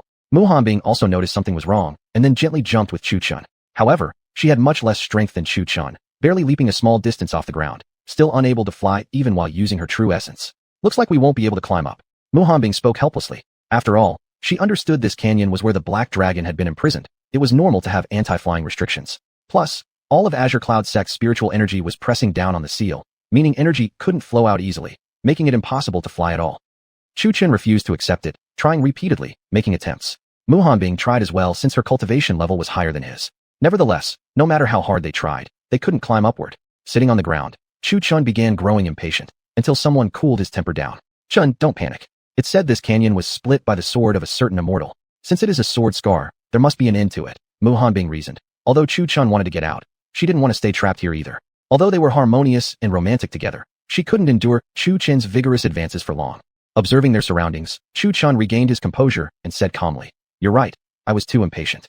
Previously, he used to be very calm since he wasn't in a hurry, but now knowing his origins, he wanted to grow stronger every moment, because his enemies were at cultivation stages immeasurably higher than his own. Plus, there was still one goal unfulfilled, to avenge his grandfather. Chu-chun calmed his mind and sensed the canyon, seemingly finding the conclusion that the Azure Cloud sect was at the end of this sword scar. Thus, the other side should lie ahead of them. Just keep walking forward. Hanbing, let's go. Once decided, Chu-chun lifted Muhanbing up and started walking forward. "Chun, did you find a way out?" Muhanbing asked with puzzlement. Chu-chun explained, "Look, clearly St. Dragon Peak was where the sword opened, and since this place isn't the exit, then it should be at the other end. I don't know how long this scar really is. It might be a long journey. They say women turn dull-headed for 3 years after pregnancy, but she was already swept off her feet by love, or maybe she simply didn't want to use her mind now that she had a man." Dazedly, Muhanbing nodded, but realizing they might walk a long way, that triggered. At that thought, Muhanbing's mind wandered a bit. Don't be deceived by her ice-pure appearance. She was a true romantic dreamer at heart. However, Chu-chun didn't really have that intention. As Long Kaier had said, he was a dragon, and the dragon bloodline came naturally with its passionate nature, hence the duration was extremely long. Because dragons were powerful and not easily impregnated, Chu-chun finally understood why his constitution was so strong. Walking and pausing intermittently, 3 more months quickly passed. The gloomy canyon offered no glimpse of light ahead. Chu-chun and Muhanbing walked aimlessly, resting and cultivating whenever they grew tired. Chu-chun himself was fine, but Muhanbing kept teasing him occasionally. When Chu-chun got worked up, it could last days. As the saying went, it wasn't his limit they faced, it was Muhanbing's. Simply put, she was weak but loved to play. After 3 months of cultivation, Chu-chun finally advanced to the foundation breaking stage, though he hadn't undergone the Leijia, or thunder tribulation. Long Kaier had taught him an imprisonment technique capable of sealing the Leijia for a long time. However, breaking from the foundation breaking stage to the core formation stage meant facing 2 heavenly tribulations. Chu-chun certainly wouldn't wait to face both at once. After all, even 1 heavenly tribulation nearly killed him, 2 would surely reduce him to ashes. According to the cultivation realm standards, ordinary cultivators usually faced heavenly tribulations only when advancing from nascent formation to foundation breaking stage. Chu-chun, however, was an exception. Nobody knew how his tribulation this time would turn out. "Chun, I'm hungry." Muhanbing tugged his arm, pouting playfully. Chu-chun helplessly glanced at her sideways. Was this really the same icy beauty he once knew? Why had she turned into acting like a little girl? Moreover, each time she ate dragon meat, she became wild with passion, and then, she would get punished by him again. This wasn't the first or second time such a thing happened. He really couldn't figure out why nothing happened when he ate the dragon meat, yet Muhanbing's body would grow hot. Fortunately, Muhanbing's icy poison had dissipated through their yin and yang union. Also, as dragon meat was a purely yang substance, the cold poison in her meridians had entirely disappeared, making her feel relaxed in both body and mind. After all, this flaw in her cultivation technique had suppressed her all these years. Actually, her cultivation method had been perfected by Chu-chun a long time ago, or rather, perfected by Long Kaier through Chu-chun. Chapter 299, The White-Clad Woman. Within the forested canyon, the two started a fire once again and enjoyed roasted dragon meat. Later on, Primitive music echoed throughout the canyon, followed by passionate cries. 3 days passed. Perhaps from exhaustion, Mu Hanbing had fallen asleep, slumped over Chu Chen's back, while Chu Chun continued walking forward carrying her. Luckily, the restriction in this canyon only prohibited flying but not the use of true energy. Otherwise, should they have encountered any giant beasts, they would have become helpless prey. Shoo shhh. Suddenly, rustling sounds came from the bushes. Chu Chun immediately became alert and stared at the shrubs. A figure abruptly burst from the bushes, tripped upon exiting, and fell flat on the ground. Looking closely, it was actually a woman. She wore plain white clothing. Her face was pale and blood was dripping from the corner of her mouth. Fighting against unconsciousness, she gazed weakly at Chu Chun and faintly whispered, "Mister, please, save me." Then, the woman finally succumbed to exhaustion and passed out. Seeing this, Chu Chun furrowed his brows. How come there was someone in this canyon? Yet, a sudden realization hit him. Since there was a person here, that must mean the exit couldn't be far away. Yoho! At this moment, an eerie sound came from the forest. Ja! Dark figures leaped suddenly from the trees. Instinctively frowning, Chu Chun wrapped his arm around the unconscious woman using reverse dragon step, then quickly retreated. Yoho! Yoho yoho! Before them were several black gorillas making those sounds, probably communicating. Chu Chun felt confused, yet he could sense these monkeys weren't ordinary. Their bodies radiated true energy, and bolts of purple lightning danced across their fur. Right then, the still sleeping Mu Hanbing suddenly felt a slap on her big behind. "What are you doing?" Already in a bad mood from being disturbed mid-sleep, Mu Hanbing glared at Chu Chun. Yet when she raised her head and looked ahead, where did all these monkeys come from? Looking puzzled at the several black-furred gorillas, she asked, "Where are we?" Could it be she had just slept briefly and they already left the danger zone? Yahoo! Suddenly, the leading gorilla let out a mighty roar, echoing throughout the entire canyon, startling the birds in the forest into chaotic flight. Deep in the woods, pairs of blood-red eyes lit up suddenly, turning sharply toward the source of the noise. Ja! Ja! Ja! Soon after, more monkey, black gorillas filled the forest. "Chun, did you walk into a monkey's den?" Looking at the group of gorillas ahead, Mu Hanbing whispered. Chu Chen's expression was heavy as he stared at the pack of monkeys, saying nothing. Then he set Mu Hanbing down gently and handed the unconscious woman over to her. "Watch over her."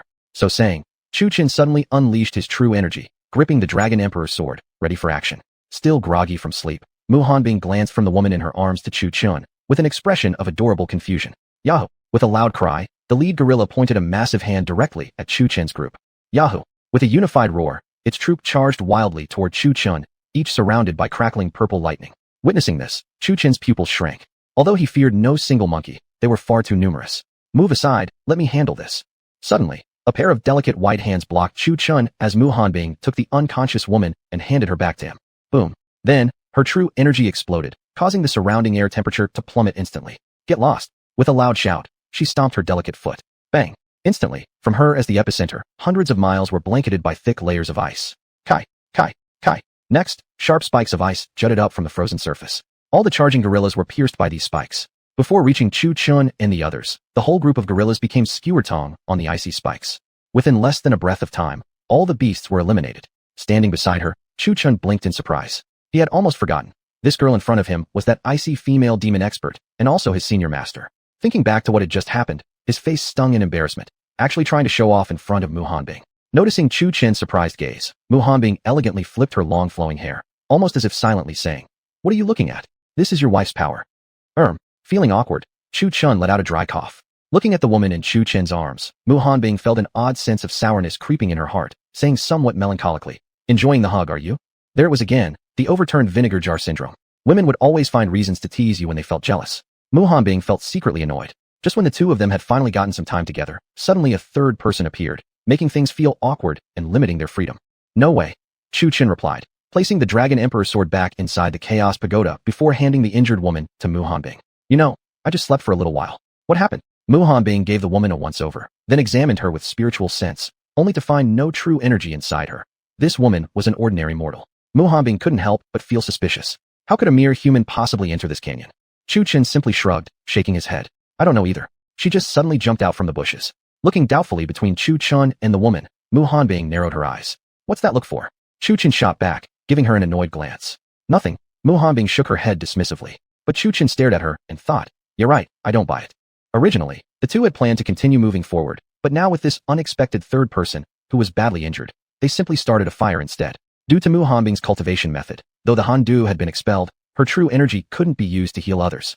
As a result, Chu Chun was now injecting his own true energy into the woman's body. Throughout the process, Mu Hanbing's sharp eyes remained fixed on Chu Chun, making sure he didn't touch anything he shouldn't. Glancing at her, Chu Chun muttered unhappily, Do you really think I'm that kind of person? Not sure. Better safe than sorry. Chu-chun. Huh. Suddenly, Chu-chun slapped his own thigh in realization. What the hell am I doing? Confused, Muhanbing looked at him. Chu-chun waved his hand casually, and in an instant, a green cloak covered the white-clothed woman, her wounds visibly healing rapidly. Muhanbing shot Chu-chun a side glance. On purpose. I forgot. Chu-chun had nearly forgotten that he still possessed the wonderful artifact, the wood-of-e cloak. Injecting true energy? Injecting true energy into her. That's so much worse than using this. Maybe after wandering through this canyon for so long, he had simply forgotten about this cultivation skill. Or maybe it was because of the earlier commotion with the Yuanyang call. But whatever the case, he almost forgot he was actually a cultivator. After all, without flight, cultivators were no different from ordinary humans. Chapter 300 Blood Moon Sect. Night. Due to the deep darkness within the canyon, even with a moon present, its light could not penetrate the gloom. Still, one could tell the time by the chirping and calls of the insects and birds in the forest.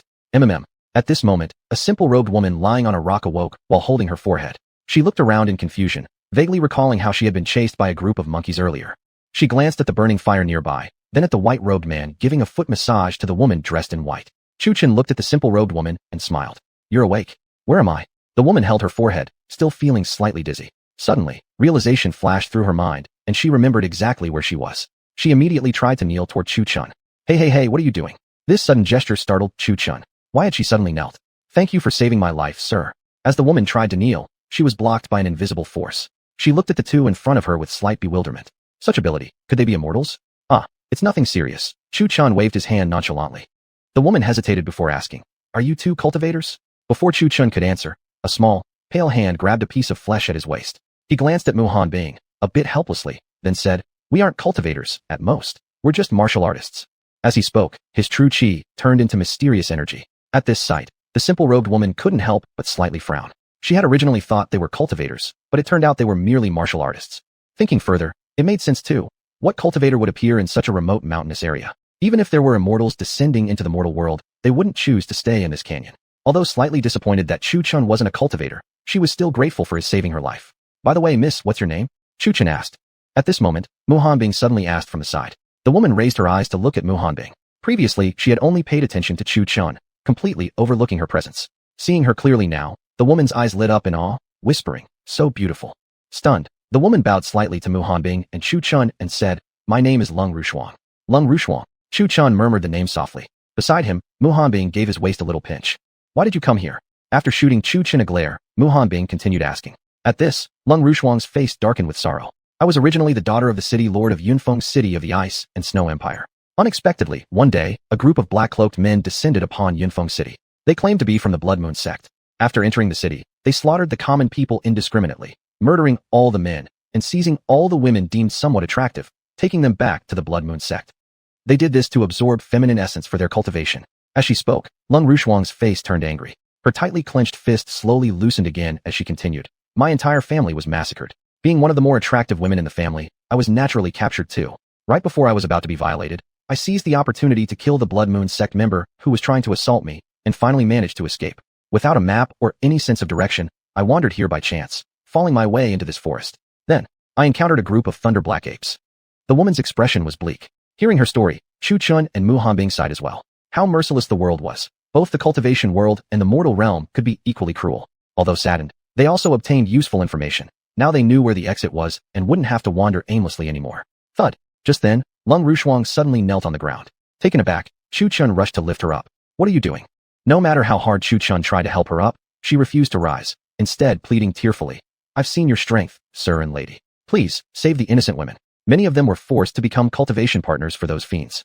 Unable to endure the abuse, quite a few committed suicide. The rest have been controlled like puppets, living in constant torment with no escape from life or death. She had witnessed the horror firsthand, which was why she understood the women's tragic plight. At her words, both Chu-chun and Muhanbing appeared in deep thought. They exchanged a glance, and Muhanbing gently nodded. All right, I accept your request. Even if you didn't ask, I would destroy this heretical sect anyway. Such a sinister and deviant sect has no place in this world. Beside him, Muhanbing couldn't help but press her palm to her forehead, as if to say, I don't know him. Really? That's great. Upon hearing this, Lung Rushuang suddenly threw her arms around Chu-chun. Not for any particular reason. She had simply wanted to do this for a while now. After all, how often did one encounter such a handsome man? This was the perfect opportunity to steal a little touch. Watching the scene unfold, Muhanbing's face darkened instantly. Her small hand flew to Chu-chun's waist, grabbing a piece of flesh and twisting it with force. Ow! See, That person's scream was indeed melodious. Lung Rushuang was startled by Chu Chen's reaction. She immediately let go, turned around, and covered her blushing cheeks. Looking at Mu Hanbing, then at Chu Chen, Lung Rushuang couldn't help but ask, "You two are married?" "No, she's my junior fellow disciple." See, there was that fearless fool who dared to say anything. Bang! Immediately, he was punched by Mu Hanbing, his forehead now swollen with a large red bump steaming hot. Rubbing the bump on his head with tears in his eyes, Chu Chen pointed at Mu Hanbing and said, "My wife." Lung Rushuang couldn't help but twitch her lips. This man wasn't just handsome, he also had a bit of a mischievous vibe. She became even more curious about Chu Chen as she studied him. "By the way, I haven't yet asked your honorable name, sir," Lung Rushuang said. Now that she knew Mu Hanbing was Chu Chen's wife, she was slightly more reserved. "Me." Bang! Another punch came from Mu Hanbing, and she coldly said, "Introduce me first." Ahem. Chu Chen dropped his playful smile and said formally, "This is Lu Xiao." He then looked toward Mu Hanbing. She glanced at him and spoke in a calm voice, "Bai Shui." At that, Chu Chen twitched his lips slightly, giving Mu Hanbing a sidelong glance. "Can you be any more indifferent?" Mu Hanbing completely ignored him and walked straight into the forest. Observing Mu Hanbing's back figure, Lung Rushuang leaned close to Chu Chen and whispered softly, "Your wife's quite fierce." Chu Chen nodded slightly, whispering, "That's for sure. Ow ow, that hurts." And just like that, the unfortunate man was dragged away by his ear by Mu Hanbing. Seeing this, Lung Rushuang couldn't help but cover her mouth and chuckle secretly. She thought to herself, "These two are truly interesting." Chapter 301. The female version of Chao the villain? Seeing this, Cold Like Frost also tiptoed and followed the two. After that, Cold Like Frost became a devoted guide, simply walking back the way they had come. Before long, the two arrived at a desolate place. Here, only stones lay around, with no trees in sight. Chu Chen looked around at the empty surroundings and asked, "Say, are you sure you're not leading us the wrong way?" Cold Like Frost became somewhat embarrassed. Perhaps she had been too anxious while fleeing and had forgotten some parts of the path. But logically speaking, since they had come from the forest, walking in the opposite direction should have brought them back. So why had they ended up here? Well, I'm not sure myself. Cold Like Frost couldn't help but feel troubled. Who would have expected to end up in such a place? "Shoot, don't make a sound." Just then, Mu Hanbing spoke solemnly, her expression grave. Upon hearing this, Chu Chen's expression changed. He closed his eyes and sensed the surrounding area, then frowned. He stared at Cold Like Frost, his expression darkening and his aura turning colder. "You didn't lead us the wrong way. You deliberately brought us here." "What do you mean?" Cold Like Frost was pushed back a few steps under Chu Chen's oppressive presence, her face full of panic. "Don't scare her like that. It's not her fault." At this moment, Mu Hanbing spoke again. She had been observing Cold Like Frost all the way and confirmed that she had not intentionally brought them here. She had just forgotten the way. After all, Mu Hanbing could also read minds, though only halfway decently from Jian Chongfeng's teachings, and her ability was sometimes effective, sometimes not. But this time she had heard something. Upon hearing this, Chu Chen relaxed his oppressive aura, realizing he had misunderstood her. "Sorry. Ka ka ka." At this moment, strange clicking sounds arose from the woods. Chu Chen frowned and became fully alert, scanning his surroundings. Ha ha ha. Suddenly, a shadow lunged from the forest. Upon closer look, it was a monster covered in yellow fur. It resembled a dog but could stand upright like a human. Furthermore, it possessed 5 claws on each hand, hands that looked almost human, though calloused. At this sight, Cold Like Frost immediately turned pale with fear and instinctively edged closer to Chu Chen. Chu Chen remained alert to his surroundings while glancing at Cold Like Frost again. Seeing her genuinely frightened reaction, it didn't seem faked at all. It seemed he had been mistaken earlier. Beside him, Mu Hanbing had also noticed Cold Like Frost's familiar behavior, but though slightly displeased, she chose to remain silent. Ka ka ka. The yellow-furred monster made the strange clicking sound again. Ka ka ka. Ka ka ka. Then, the entire forest was filled with such eerie clicking sounds. As the three of them looked on in shock, a group of yellow-furred monsters emerged. They stared at Chu Chen and his companions and licked their lips greedily. Gulping, Cold Like Frost trembled in fear as she stared at the pack of yellow monsters, swallowing hard, then instinctively took another 2 steps back, right into Chu Chen's arms. Chu Chen glanced sideways at her. Mu Hanbing did the same, giving the pair a look that seemed to say, "Am I just not supposed to exist here?" Qinshui prison cage. Just then, Chu Chen struck first. He was afraid that if he didn't act, Mu Hanbing would attack him with her hammer instead. After all, Cold Like Frost had nearly kissed him, whether intentionally or not, he couldn't tell. Ja! As Chu Chen formed the spell seal with his hands, he pushed both hands against the ground, and instantly a cage made of water surged upward. The sudden appearance of the cage startled the advancing yellow-furred monsters. They tried to dodge, but it was too late. Although the cage didn't capture all of them, it trapped 4 or 5 of the monsters. However, this action enraged the remaining yellow monsters. Seeing their comrades captured, they bared their teeth and roared before lunging violently at Chu Chen and the others. "Watch out." Chu Chen pulled Cold Like Frost aside to dodge the incoming monster, then quickly spun around. Dragon tablet hand. Roar. Chu Chen threw a punch toward the monsters behind him, transforming true energy into arcane power, delivering a strike at the Xuanwu cultivator stage. Although this strike was weaker in the form of arcane power, it was more than sufficient for dealing with these yellow monsters. Bang. Perhaps the punch was too powerful. It conjured an illusory golden dragon crashing into the yellow monsters. Although these creatures appeared frightening, they were actually quite weak. Those hit by the golden dragon instantly exploded into a mist of blood. Consequently, the ground was littered with piles of flesh still wriggling. Cold like frost had never seen such a brutal scene before, and her stomach churned violently. Supporting herself against a tree, she immediately vomited violently. Cold ice palm. Meanwhile, Mu Hanbing's expression remained calm as she shot out a palm strike toward the charging yellow-furred monster. Pung pung pung. The monster was instantly struck into a mist of blood, exploding into pieces, and rotten flesh scattered once again into the forest. Originally, there had been over a dozen yellow-furred beasts, but both Chu Chun and Mu Hanbing effortlessly eliminated them. Seeing their effortless display, Cold like frost couldn't help but inhale sharply, thinking inwardly. Even terrestrial immortals wouldn't be this powerful, right? Mu Hanbing wasn't someone petty either. She had naturally noticed Chu Chen's actions just now, but he had simply acted out of urgency to save someone. Nothing worth being jealous about. Still, she felt slightly annoyed inside. Things had been fine with just the two of them. Where had this third person suddenly come from?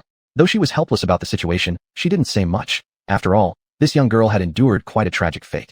At the same time, a question surfaced in her mind. A major event had occurred 1,000 years ago when the righteous cultivators conducted a massive purge throughout the cultivation world, wiping out all evil sects completely. She hadn't expected remnants to still exist. That great battle from 1,000 years ago had also made her famous in one fell swoop. Her name had become known to every cultivator across the world. Yet because of the heavy casualties in that battle, her fighting style gradually grew ruthless and even frenzied, eventually earning her the title of the cold-blooded sorceress. Cold like frost was astonished while observing both Chu Chun and Mu Hanbing, never having imagined that they appeared so kind and approachable on the outside, but would fight this ruthlessly. Her heart simultaneously felt both fearful and relieved. Good thing she had no malicious intent whatsoever. If otherwise, she wouldn't even have known how she'd died. You two are amazing, Cold like frost remarked, although her eyes shimmered brightly with admiration as she gazed at Chu Chun. It was he who had saved her in the critical moment, killing so many monsters with a single punch. As for Mu Hanbing, sorry, she had only been watching Chu Chun earlier. She hadn't really paid attention to her. Besides, she was straight, not lesbian, so naturally, the opposite gender held more allure to her. This entire scene was clearly visible to Mu Hanbing, who couldn't help but shoot Cold like frost a sidelong glance in disapproval. Was this girl going to become another female version of Chow the villain? Chapter 302, Frostfire Empire. Cough, cough. Mu Hanbing coughed lightly, then walked toward Chu Chun and naturally linked her arm with his. The gesture was quite symbolic. It was a clear declaration of ownership. Lung Ruhuang, who had been focusing on Chu Chun, felt a sense of disappointment upon seeing this scene. Such a handsome and powerful young man already had a wife. Lung Ruhuang pouted unhappily. Seeing this, Mu Hanbing couldn't help but cover her mouth and secretly laugh. You still want to steal my man? Uffed. Mu Hanbing wasn't a selfish person. Just like Chu Lingwei and the others, she was fine with sharing Chu Chun with other women. However, not just any woman would do. The reason Mu Hanbing repeatedly declared her ownership and remained wary of Lung Ruhuang was mainly because Lung Ruhuang's background was unknown. Although she claimed to be from the Frostfire Empire, she had provided no proof. Secondly, they didn't know her well enough yet. If she wanted to become one of Chu Chen's close companions, she needed more time to be evaluated. And, most importantly, there needed to be mutual affection. Clearly, for now, Chu Chen hadn't shown any interest in Lung Ruhuang. Whether it was because Mu Hanbing was present or whether he was simply not attracted, was unclear. After defeating these monsters, the trio talked for a while before continuing their journey once more. Finally, after walking through the canyon for nearly a month, sunlight appeared. In other words, they had finally exited. However, Chu Chun and Mu Hanbing did not choose to fly, because the identity of a cultivator was quite sensitive. Once they emerged, the three arrived at a frozen tundra. They had now officially entered the domain of the Frostfire Empire. As the name suggested, this nation experienced snowfall year-round. During this past month, Lung Ruhuang had conversed happily with the two of them and got along quite well. Despite this, Chu Chun and Mu Hanbing still didn't reveal their true identities as cultivators, so as not to cause misunderstandings. After all, to ordinary people, cultivators were akin to immortals, beings that deserved respect and reverence. This is the Frostfire Empire? Chu Chun asked, glancing around at the endless expanse of white snow. It was difficult to imagine how people survived here. With constant snowfall, how could crops possibly grow? And with such bitter cold, even wild beasts were likely scarce. Big Brother Liu, we're already within the Frostfire Empire's territory, Lung Ruhuang replied, pointing ahead. On the snowy plain before them was a stone-paved road leading to a city. Although snow was still falling, Chu Chen's perfected fire eyes allowed him to see clearly even without channeling spiritual energy deliberately. Over the past month, since learning that Chu Chun was a few years older, Lung Ruhuang began calling him older brother, and referred to Mu Hanbing as older sister. The Frostfire Empire was perpetually cold and snow-covered, yet this young girl still wore only light clothing. In fact, she was a martial artist whose strength had reached the general level. Chu Chun was slightly surprised by this. He had assumed most people were between the martial master and patriarch stages. Perhaps he really was narrow-minded. According to Lung Ruhuang, her strength was actually among the weakest in the Frostfire Empire. Most martial artists there were at least general commander level and under the heaven-attaining realm. Upon hearing this, Chu Chen silently mused that he had indeed only descended the mountain a few times. To be honest, he still didn't know much about the Tianyan continent. Mu Hanbing, on the other hand, seemed unsurprised. Before becoming sect master, she often traveled the world and had seen all sorts of things. Truthfully, even when she was young, Mu Hanbing had been rather mischievous, and the old sect master Jin Changfeng had often been troubled by her antics. Chattering and laughing, the three walked into the city. The city itself had a simple name, White Snow City. They found a tavern to stay at. After such a long time in the canyon, it was only natural to rest for a while. By the way, where exactly is the Blood Moon sect located? Chu Chen suddenly asked. He hadn't come all this way just to indulge carelessly. Regarding those practicing evil cultivation, they deserved to be wiped out. Of course, not everyone practicing dark arts was evil. As long as their cultivation did not harm others, any technique was acceptable. However, if they brought disaster upon the common people, then they were undeniably members of a sinister sect. Upon hearing his words, Lung Ruhuang's smile faded. Her eyes revealed a flicker of sadness as she sighed and replied. The Blood Moon sect is within the Frostfire Empire's borders. However, it's hidden in a secret location. My hometown, Snowfall City, is located at the edge of the Empire's territory. That's why they dared to openly slaughter and pillage. Hearing this, Mu Hanbing frowned slightly, confused. Logically speaking, the Frost Empire was under the Ice Mist sect. Though the ordinary citizens were unaware of its existence, it had a dominant position within the Frostfire Empire. Given that, why hadn't the Ice Mist sect taken action? Although puzzled, Mu Hanbing did not voice her question, as the identity of a cultivator was somewhat sensitive. Chu Chen, after hearing Lung Ruhuang's words, simply nodded. No wonder no one came to rescue you. Yes, in their eyes, it was just a small and insignificant village at the border. So of course they wouldn't mobilize their forces to confront a sinister sect that rivals a cultivation sect over such a minor matter. Lung Ruhuang's brows knitted together slightly, her expression sorrowful. It's precisely their lack of attention that has brought suffering to the people living at the border. If the Blood Moon sect continues to grow stronger, the Frostfire Empire may be too late to respond even if they finally decide to launch a full-scale attack. She then turned to Chu Chen and said, I know both of you are extremely powerful, but I only ask that you rescue the poor women trapped inside the Blood Moon sect. After all, even if you two are as strong as the legendary Tianwu realm cultivators, you wouldn't be able to destroy a sect that is on par with a cultivation sect from the cultivation world. After finishing her words, Lung Ruhuang let out a sigh. Although she wished that Chu Chen would eradicate the Blood Moon sect completely, she also knew that even though they were mighty, they couldn't compare to true cultivators. When she was captured, she had overheard people from the Blood Moon sect talking about cultivation stages like foundation building and yuanu, terms she had never heard before. She didn't know those terms at all, but she guessed that those weren't martial cultivation levels, but rather, cultivation stages in the immortal cultivation world. And cultivators, too, were divided into orthodox and heretical sects. Although Lung Ruhuang had never seen a cultivator in person, she had grown up listening to old storyteller sons' tales about them in the city. She was fascinated by the image of cultivators soaring through the skies on clouds, though she had no idea where to find one. Little sister Ruhuang, you seem to know quite a lot about cultivators, said Chu Chen, whether out of genuine interest or simply lacking a better topic, as he twirled the wine cup in his hand, observing her curiously. Beside him, Mu Hanbing was also watching Lung Ruhuang. Not really. I only listened to stories from the elders when I was young. I've read many cultivation novels too, but truthfully, I've never seen a real cultivator. Lung Ruhuang murmured absent-mindedly as she propped her cheek on her hand, gazing out the window at the thick snowflakes drifting down. If only I were a cultivator, then I could protect my family and never go hungry again. They say cultivators drink immortal dew and can conjure up countless gold coins. As she spoke, her beautiful eyes filled with longing. Chapter 303, Yunli. Looking at her like this, Chu Chen felt a pang of sympathy. Cultivators shouldn't become entangled in mortal affairs, but since her parents had been slaughtered, she probably didn't have any strong attachments left. After a moment of hesitation, Chu Chen said, Actually, I'm a cultivator. At these words, Mu Hanbing glanced sideways at him but didn't speak. Her thoughts were the same as Chu Chen's. However, upon hearing this, Lung Ruhuang shot him a glare. Brother Lu, I know you're trying to comfort me, but couldn't you come up with a better excuse? After a month of companionship, Lung Ruhuang had come to know Chu Chen as someone who loved to play jokes.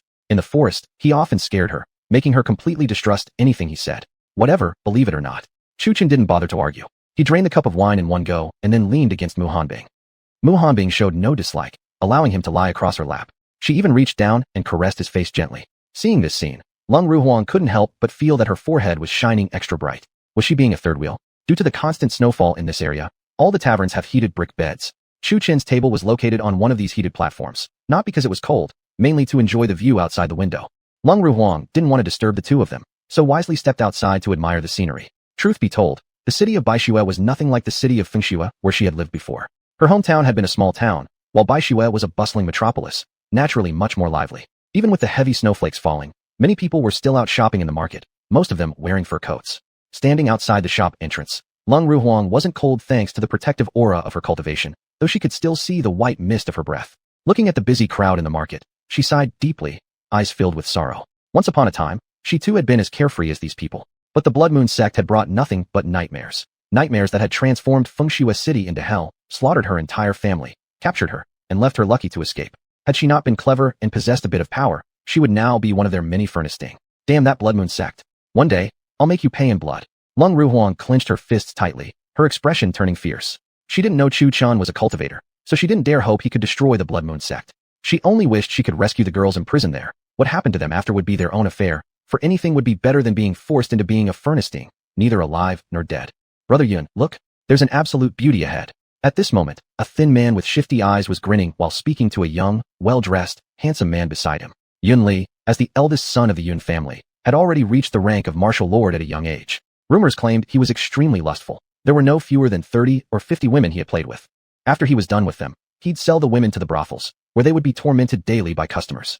Some of the women had committed suicide rather than endure such humiliation, while others could only weep every day because the Qingfeng house threatened their families. Any attempt to escape or commit suicide would lead to the entire family being wiped out. The Qingfeng house was the most famous brothel in Baishua City. Unlike other houses where some women performed without sleeping with clients, here the girls sold both talent and bodies. Those who resisted were forced to comply. The Qingfeng house was naturally one of the Yun family's many enterprises, having even become a means of political maneuvering for them. It was said that the women of Qingfeng were abundant and charming. Who wouldn't want to taste such pleasures? Naturally, the Yun family had managed to befriend many powerful martial artists through such connections. Heard said even the city lord of Baishua gave Yun Lungfeng 3 measures of respect, showing clearly the family's vast power. It's the Yun family's young master. Really? How come he came out today? Could it be that he's taken a fancy to that girl over there? Ah, what a pity. Such a pretty girl, to be ruined again. Sure enough, Yin Li's arrival had stirred a wave of whispers among the market crowd, and also attracted some to come forward trying to flatter him. The Yun family's current power had not been built merely through wealth, but through martial prowess and deep roots. It was said that 5 experts at the spirit martial level guarded the Yun clan, and they were all family members, not hired outsiders. Lung Ruhuang listened to the murmuring voices around the market. Lifting her head, she glanced at the man standing slightly to her left front, wearing a blue fur coat. His face was darkened, lips twisted in a faint, amused smirk. His gaze fixed upon her was full of predatory intent. When she saw this, Lung Ruhuang couldn't help frowning and thought of running back into the tavern. Little lady, why so eager to leave so soon, may I ask?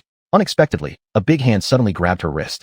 Seeing the man's audacity, Lung Ruhuang's face instantly turned icy cold. What do you think you're doing? Smack. She fiercely shook off his hand and immediately slapped him across the face. Witnessing this scene, people at the market wore expressions of curious onlookers. At that moment, Yun Li, who hadn't even had the chance to speak, was suddenly slapped. His original smile immediately froze. He had planned to approach her with a typical Hmong-style flirtation, but Mei Shang Dao Doifang Ahabusoa Jiu Gei Litai Yi Bajang. To his surprise, she had slapped him without hesitation. His expression immediately turned icy cold. F***INGB**TCH. How dare you slap me? Feeling humiliated, Yun Li immediately began cursing at Lung Ruhuang angrily. Slap you? That was even too lenient. Lung Ruhuang looked at the man before her with complete disgust on her face, deeply loathing his Hmong behavior. Yun Li furrowed his brows, a vein on his forehead throbbing furiously as his cultivation energy suddenly surged. He roared, "Do you even know who I am?" Smack. Lung Ruhuang slapped him again and angrily shouted, "I don't care who you are. Why did you grab my hand just now?" Yun Li rubbed his right cheek, his expression darkening further. "You're asking for death." Spitting out the words through clenched teeth, he then raised his palm and prepared to strike her face. Bang. Right at that moment, Yun Li suddenly felt someone grab his wrist. Immediately afterward, a sharp pain shot through his abdomen. Then, he flew backward. Master! Master! The guards beside him were greatly alarmed at this scene and quickly rushed forward to help him up. Are you alright? Are you hurt? The one who had struck him was none other than Chu Chun. He had been lying inside peacefully when he suddenly heard a commotion outside. When he came out, he saw Yun Li about to slap Lung Ruhuang. Then, he simply sent the man flying. Thank you, Brother Liu. I'm fine. Though Lung Ruhuang spoke those words, in reality, she had not suffered any harm at all. Instead, she pretended to look extremely distressed and leaned into Chu Chen's arms. Chu Chun. Chapter 304. Embedded in the wall again. Mu Hanbing also walked out upon hearing the commotion. Seeing Lung Ruhuang in Chu Chen's arms, she couldn't help but purse her lips slightly, feeling a bit displeased. What's going on? Chu Chen couldn't help but ask as he looked at Lung Ruhuang before him. Lung Ruhuang, with a gloomy expression, recounted everything that had happened. For the most part, she spoke truthfully, without exaggeration. After hearing her explanation, both of them frowned slightly, as if the situation wasn't as serious as they initially imagined. Chu Chen looked somewhat awkwardly at the man who had slid down from the wall again, but it wasn't entirely his fault. After all, when Yun Li slapped toward Lung Ruhuang, he instinctively struck him and sent him flying. You were looking for. Yun Li stood up holding his head, just about to become furious, but upon seeing Mu Hanbing, his expression suddenly changed. His eyes fixed on Mu Hanbing, filled with a greedy gleam. Mu Hanbing not only had an excellent figure, but also exuded the grace of a celestial fairy. Seeing her, Yunli couldn't help but swallow hard. In terms of looks, although Lung Rushuang was also quite attractive, she still paled in comparison to Mu Hanbing.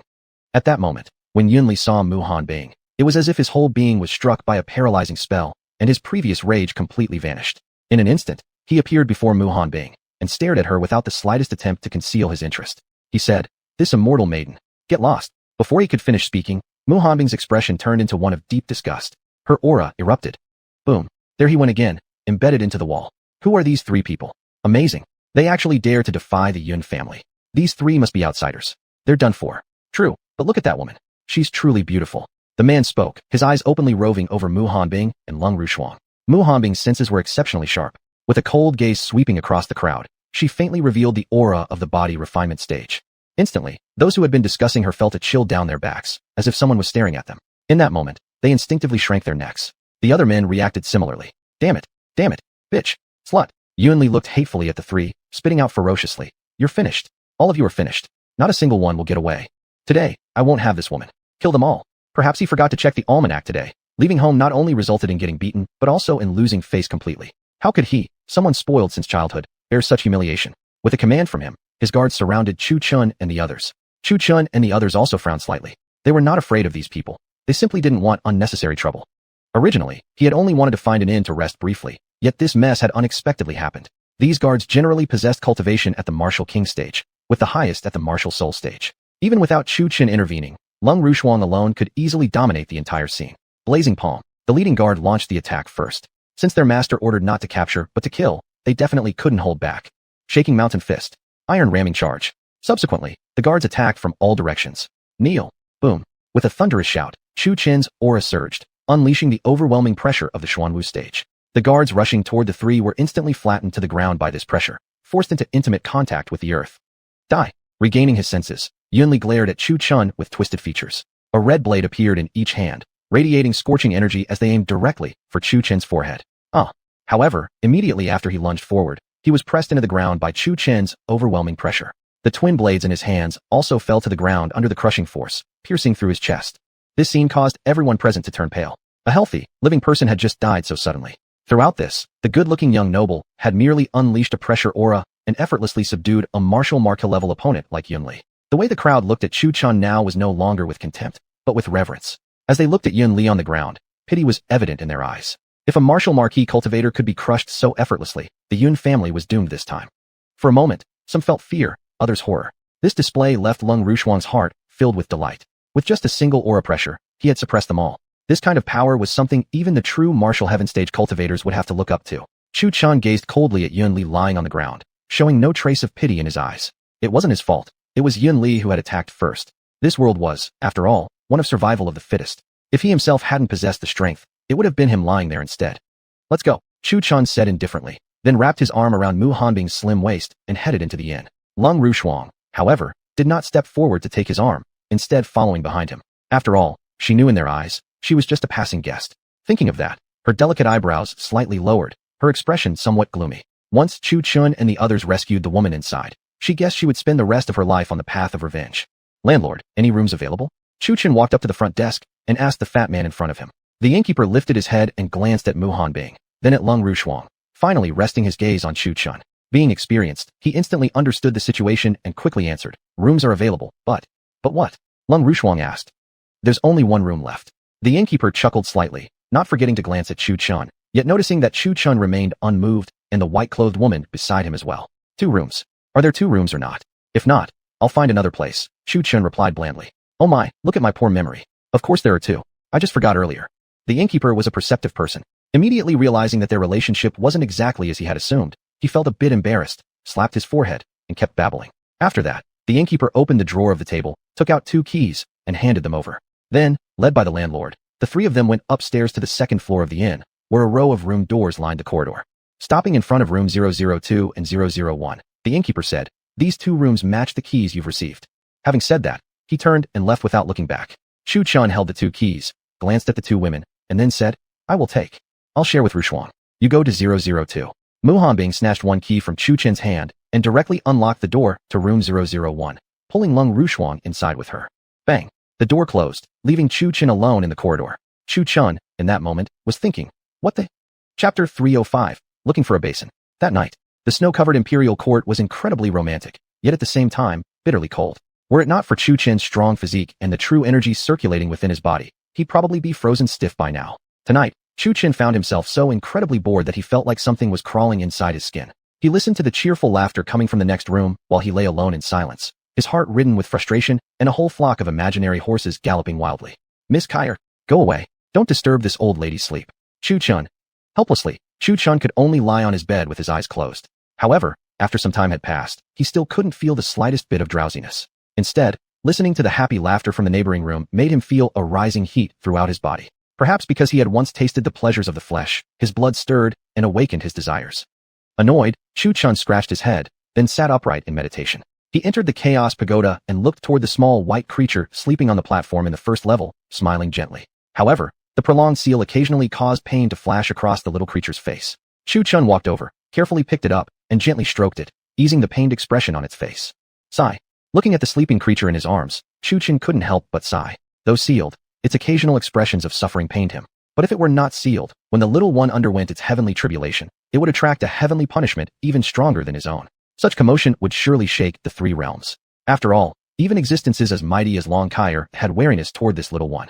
This meant that the little creature's identity was anything but ordinary. If it emerged into the world, the three realms would surely fight for it. Chu Chen understood human nature all too well. Should it fall into the wrong hands, it would either have its essence and blood extracted to concoct pills or be forcefully subdued and controlled. What a harsh world we live in. While gently stroking the little wight, Chu Chen murmured in lamentation. Then his gaze shifted to the staircase leading to the second level, which was as always shrouded in mist. He could barely see the first couple of steps, with the rest obscured entirely. He approached the foot of the staircase, staring at the thick white mist before his eyes flickered with contemplation. Theoretically speaking, I've already reached the golden pellet formation stage, so surely the second level should open now. Could it possibly be because I haven't undergone my heavenly tribulation yet? Stroking his chin, Chu Chen murmured to himself. Then, curiosity getting the better of him, he reached his hand directly into the mist. Instantly, Chu Chen jerked his hand back as if startled. Looking at his right hand, in less than a second, the hand he had stuck into the mist had frozen solid. If he hadn't withdrawn it in time, he probably would have lost sensation entirely. He exhaled deeply, carefully placing Xiaobai back on the circular platform. Then, summoning a flame of crimson gold from his left hand, he waved it gently near his frozen right. Gradually, feeling returned to his previously frozen hand. Relieved, Chu Chen eyed the mist with unease.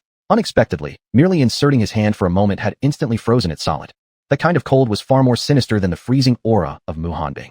While Mu Hanbing's coldness was chilling, it wasn't immediately fatal. But this mist, contact with it meant instant danger. After studying the mist a bit further, he realized something strange. Though he could not feel the slightest chill from outside, the moment he placed a hand in, it turned to ice. It seems the second floor can't be accessed yet. Maybe I really must wait until after I've passed my tribulation. Helpless, Chu Chen gave up on trying to reach the second floor, though a spark of curiosity lingered. If the first level contained the 5 elements physical cultivation technique, what secret lay on the second? This remained a mystery to Chu Chen, yet entering the Chaos Pagoda was no leisurely exploration. His true purpose was advancing the ancient dragon god body to its second stage. According to Long Kyer, the ancient dragon god body was an exclusive cultivation method for dragons. Therefore, dragon blood was naturally the best fit. Immediately, Chu Chen extracted a drop of refined black dragon blood from within the devouring heaven gourd. Refined blood was not the same as dragon meat. While consuming dragon flesh helped temper the body, its power was not overly intense. However, this refined blood was the purest essence of the entire dragon, its most crucial part, and its intensity far surpassed that of ordinary dragon flesh. Chu Chen poured the drop of refined blood into a small vial. This wasn't the only drop available. Having an entire dragon at his disposal meant thousands of drops, though obviously, he wouldn't use them all at once. There would always be future needs. Before advancing further, he tested his dragon form and noticed that the dragon scales on his arms were beginning to appear. Previously, he might have been curious, but now he already knew his true identity as a dragon, and was even cultivating the ancient dragon god manual. Thus, he regarded the appearance of dragon scales on his skin quite calmly. Not bad. The dragon meat wasn't eaten in vain. Chu Chen's words carried deep meaning. Nobody could tell whether he referred to the dragon meat changing his dragon body, or whether he meant Mu Hanbing was both weak and playful, perhaps both. Chu Chen shook the bottle in his hand, momentarily unsure how to use this drop of refined blood. Should he swallow it directly? Or perhaps use it for a bath? Miss Kyer, are you asleep? Chu Chen called from within the Chaos Pagoda.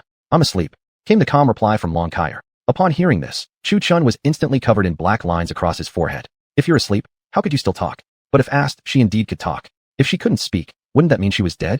You should find a basin, boil a basin of water, and drop the dragon blood into it. Then just drink it directly? Before Long Kaier could finish speaking, Chu Qin suddenly cut in. Long Kaier cast a glance at this idiot and replied indifferently, I suggest you take a bath first before drinking it. Though her expression was serious as she spoke, in her heart, she was grumbling. You bastard. If it were meant to be consumed directly, wouldn't I have told you to swallow it already? Why else would we bother waiting for a basin of water? Though Long Kaier said so, Chu Qin carefully examined the bottle containing the refined blood, apparently believing her completely. Then, Chu Qin glanced around the Chaos Pagoda. There was no basin to be found, though indeed, there lay a massive dragon. Considering the Chaos Pagoda's vast space, even a black dragon's corpse seemed no more than a drop in the ocean. After scanning the Chaos Pagoda, he then checked the inside of the Devouring Heaven Gourd, but found no basin there either. Truthfully speaking, nobody in the cultivation world would carry around a basin, right? With no choice, Chu Qin had no option but to exit the Chaos Pagoda to check whether there was a basin outside in the inn. Without hesitation, Chu Qin stepped out of the Chaos Pagoda and looked around the empty room, letting out a helpless sigh. Creak. With a soft sound of the door opening, Chu Qin peeked his head out like a thief, cautiously scanning the corridor. Finding nobody there, he felt slightly relieved. He himself didn't understand why he had to be so stealthy. After all, he was merely searching for a basin. Perhaps it was the quiet night air that made him so overly cautious. Chapter 306. The second stage of the ancient dragon body. Chu Qin walked downstairs and arrived at the living room. Perhaps because it was late at night, everyone had closed their doors and gone to sleep, leaving the entire place dark and shadowy. For some reason, Chu Qin felt a slight sense of unease, as if a pair of eyes were staring at him from behind. Although everything was pitch black, Chu Qin chose not to light a fire. After all, his fire eyes weren't just for show. Even without activating his true energy, he had exceptional night vision. He scanned the living room and noticed there were no basins around. He then groped his way into the kitchen, where he didn't find any wooden basins either. However, there was a large wooden bucket. After a moment of thought, Chu Qin decided it would work just fine. It was all about holding water anyway. Just as he picked up the wooden bucket and was about to head back, he turned around and saw a pair of blood-red eyes staring at him. F***CK. Bang. Startled, Chu Qin flung the bucket in his hand forward. When he finally recognized who it was, he let out a relieved sigh. White hair, white clothes, snow white as snow. Who else could it be besides Muhanbing? Holy crap, you scared the hell out of me. Why are you here at this hour when everyone else is asleep? Chu Qin picked up the fallen bucket and patted his chest. You're the one sneaking around at night? Why are you down here then? Muhanbing crossed her arms and stood there, her delicate face flushed in a proud and haughty way, like a little mischievous witch. I came looking for a wooden bucket. What do you need the bucket for? I was thirsty. Chu Qin said it without batting an eyelash. Then he turned and started rushing back upstairs. Bang. Just as he stepped up, however, Muhanbing yanked him back down, and he tumbled head over heels into an awkward pile on the floor. Chu Qin looked at her with annoyance. What? Do you feel lonely? Muhanbing blushed and stammered. What? Chu Qin's eyes widened instantly. Then he gave her a sidelong glance and said, Go play with Long Rushuang. I'm going to sleep. With that, he walked away without even turning his head. Muhanbing frowned. She had come down late at night just to fetch a wooden bucket, and now he claimed he was going to bed? He was clearly pulling a stunt to fool a 3-year-old. The more she thought about it, the more suspicious she felt. So she immediately followed Chu Qin back upstairs. What are you following me for? Chu Qin stopped at his bedroom door, seeing Muhanbing trailing right behind him, raising his brow in question. Nothing. I just want to see what you're up to. Muhanbing smiled playfully, sticking out her tongue like a little girl. The scene left Chu Qin somewhat speechless. This cold, icy beauty who was usually untouchable now suddenly acting like a little girl? But Chu Qin was now about to begin the second stage of refining his ancient dragon body, and he definitely didn't have time to mess around. So he pushed open the door to room 001 and shoved Muhanbing inside. Stop causing trouble. Go to sleep. But the more he acted like this, the more curious Muhanbing became. Soon enough, she peeked her head out again toward Chu Qin. Back inside, back inside. Chu Qin pushed her back in again, then slammed the door shut behind her. He then entered room 002 and, just to be safe, placed a protective barrier on the door. Afterward, he sat cross-legged on the bed once more, but his spiritual consciousness had already entered the Chaos Pagoda. Following Long Kaier's instructions, Chu Qin poured water into the bucket, used his fire attribute power to heat it, and then added a drop of dragon essence blood from the bottle. Drip. As the blood mixed with the hot water, the dragon essence quickly spread. What had once been a bucket of clear water now turned deep red. Chu Qin couldn't help but be taken aback. Just one drop of blood had colored a large bucket of water, and the water was even bubbling now, despite him having already stopped heating it. Now, quickly jump in and soak for an hour. At this moment, Long Kaier's soul manifested itself within the Chaos Pagoda. Upon hearing this, Chu Qin didn't hesitate. Off came his clothes, and he dove naked into the wooden bucket. Ah! Instantly, a cry of agony rang out from within the Chaos Pagoda. Whether it was from the boiling water or the overpowering might of the dragon's blood, no one could tell. Chu Qin's physical body couldn't help but let out a soft groan. His face turned bright red, not the kind of red from embarrassment, but something far more intense. His expression soon shifted from red to green, looking increasingly pained. As his facial expression changed, a crackling sound echoed within his body, like bones breaking. Soon afterward, a dark, blackish substance seeped from his skin, absolutely disgusting. Anyone who sniffed it would be greeted with an odor far worse than socks that hadn't been washed for 3 years. Gradually, Chu Chen's skin changed from greenish to black. Moreover, scales began to grow, and each of his fingers transformed into claw-like nails. His entire body turned pitch black, and the nails on his hands grew long, slender, and sharply pointed, much like eagle talons. Right then, the temples on his head started to bulge slightly, as if something was about to break through his skin. However, just as his skin was about to rupture, the bulge on his forehead receded, and his previously pitch-black skin covered in fish-like scales gradually peeled away. His hands returned to their normal appearance, though the color was now exceptionally fair, even more delicate than a woman's. Next, as the scaly black skin covering his body peeled away, he seemed to undergo a complete transformation. The impurities that had seeped from within his body were expelled along with the shedding skin. Just as Chu Chen let out a sigh of relief, cracking sounds like popping beans burst forth from within him, accompanied by waves of dragon-like roars resonating from his insides. At that moment, he felt an essential transformation occurring within his internal organs, meridians, tendons, and bones. If one looked closely, they could see a faint silver glow shimmering inside his bones. Upon seeing this, Chu Chen's face lit up with joy. So this is what they call bronze skin and iron bones. Although his skin had become pale and fair, his bones shimmered with a silvery sheen, like polished silver. At the same time, the blood coursing through his body grew somewhat wild and turbulent. Glancing at the water in the basin, he noticed that it had turned completely black, having previously been red. An hour passed, and Chu Chen slowly stepped out of the wooden bucket. He took a moment to sense his condition and felt that his strength had increased by several folds compared to before. Sitting cross-legged on the bed, Chu Chen slowly opened his eyes. Normally, his eyes, even with the fire eyes, would only take on a faint golden hue. But now, his pupils had transformed into vertical slits like a cat's during the day. The change wasn't very noticeable unless one looked closely. Yet, as soon as he opened his eyes, Chu Chen immediately sensed his vision had become incredibly sharp. Even without activating the fire eyes, his sight stretched far and wide, although he had lost the ability to see through objects. Chu Chen quietly exhaled, and even this simple action surprised him. Each breath he took now felt weighty, like the breath of a sleeping dragon.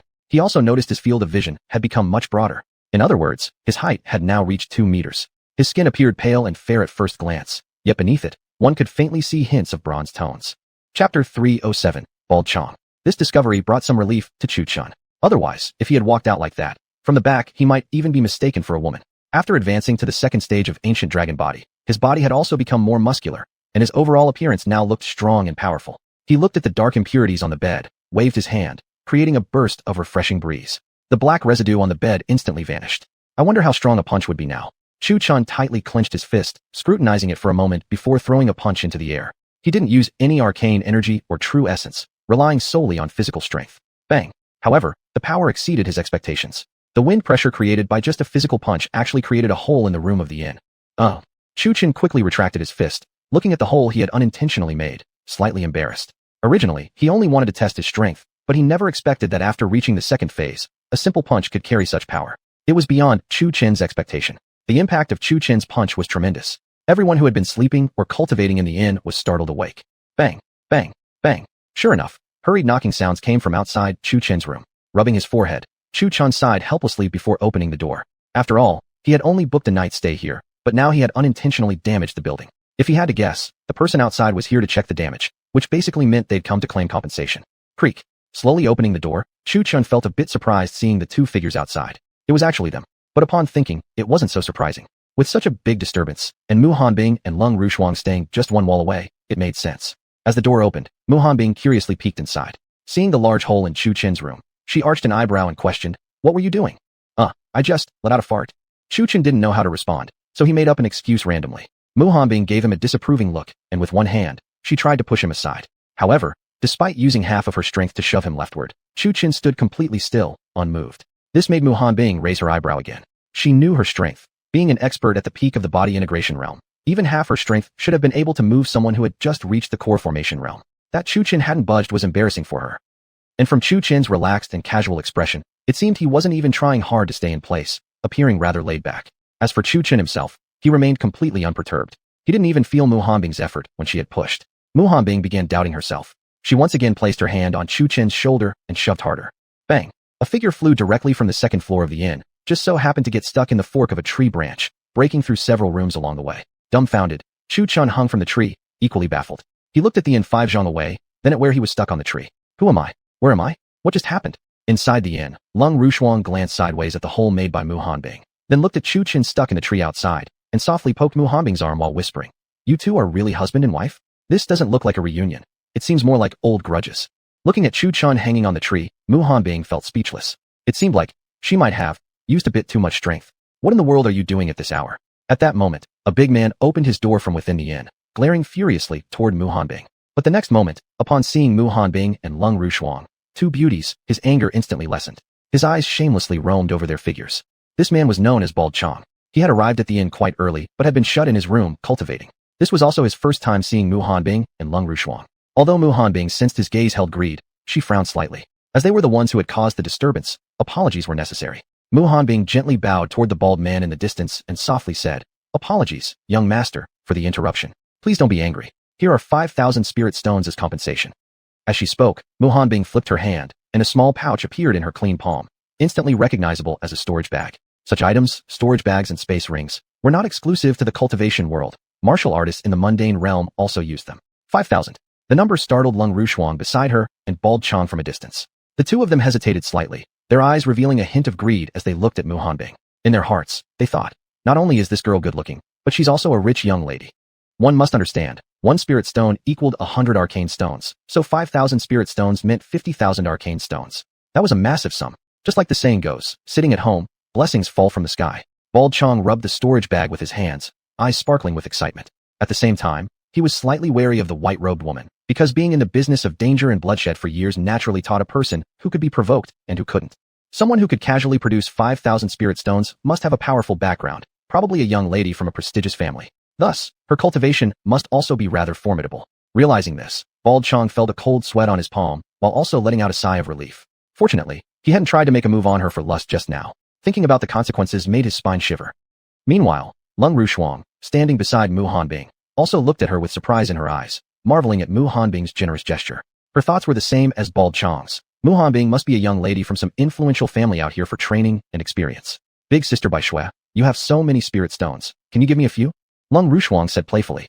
Mu Hanbing turned her gaze toward her, speaking coolly. How many do you want? Upon hearing her words, Lung Rushuang was taken aback. She had only said it as a joke earlier, not seriously intending to ask for any spirit stones. Isn't that what you asked me for? Mu Hanbing glanced at her and said, cough cough. Big sister Bai Shui, I was only kidding earlier. I don't want any spirit stones. After Mu Hanbing spoke, Lung Rushuang's eyes widened in shock. She hadn't expected the other girl to actually take it seriously. Moreover, looking into Mu Hanbing's calm eyes, it seemed as if this was the most normal thing in the world. Chapter 308, Baby Sacrifice. Knock knock knock. Suddenly, hurried footsteps came from the staircase. Hey, what are you doing?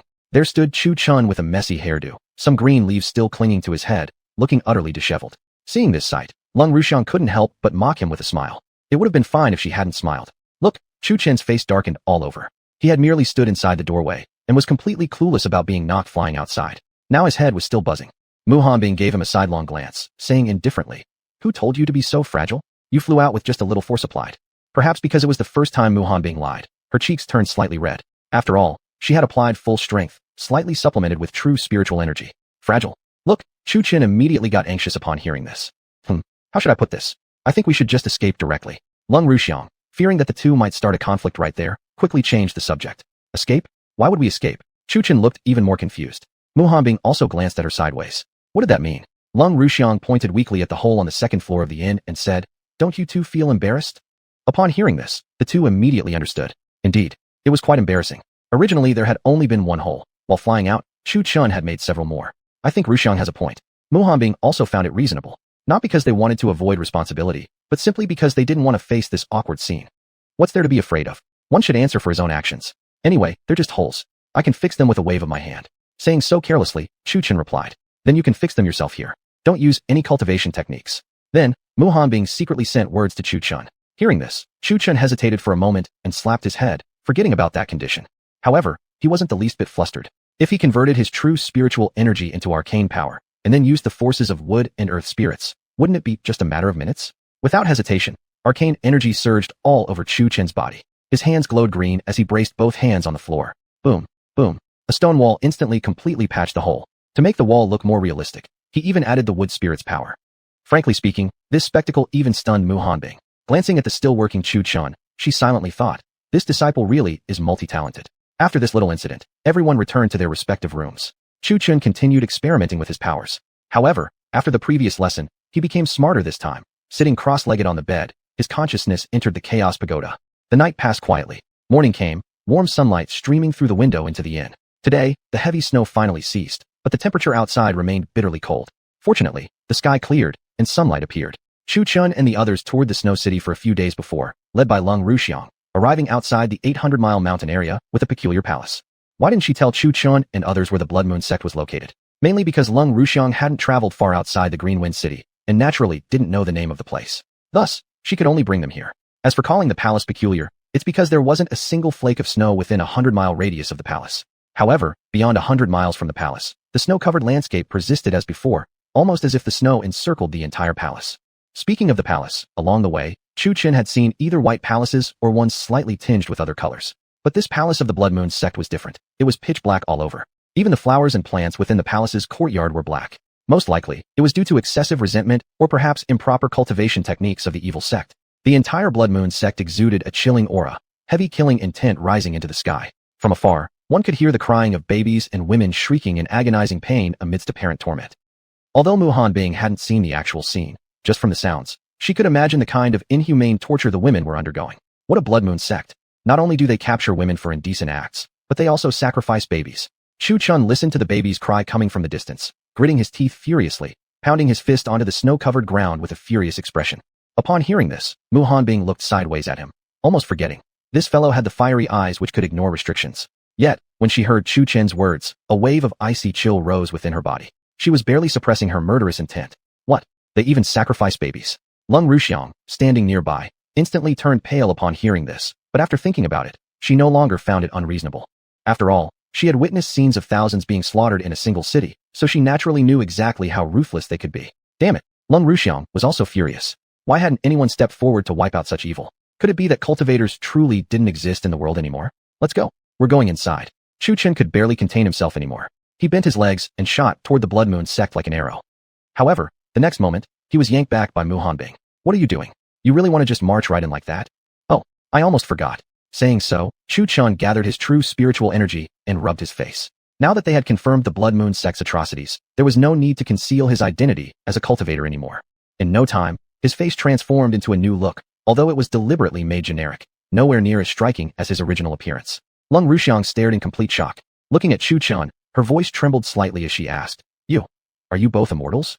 At that moment, a complex mixture of emotions stirred inside her, excitement and confusion alike.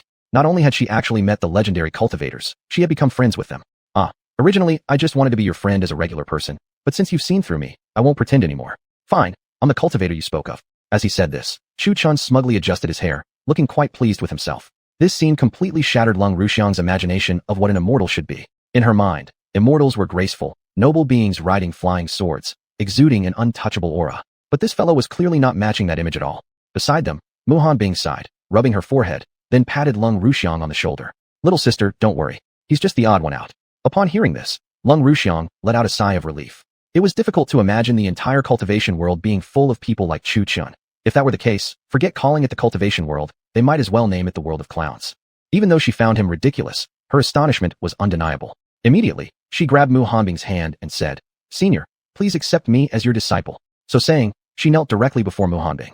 She had spent her whole life hearing stories of cultivators, and now, she had actually met two of them. She had to seize this rare chance. After all, such a chance for cultivation was extremely rare, and she quickly addressed Mu Hanbing with Senior rather than her former Senior White Snow.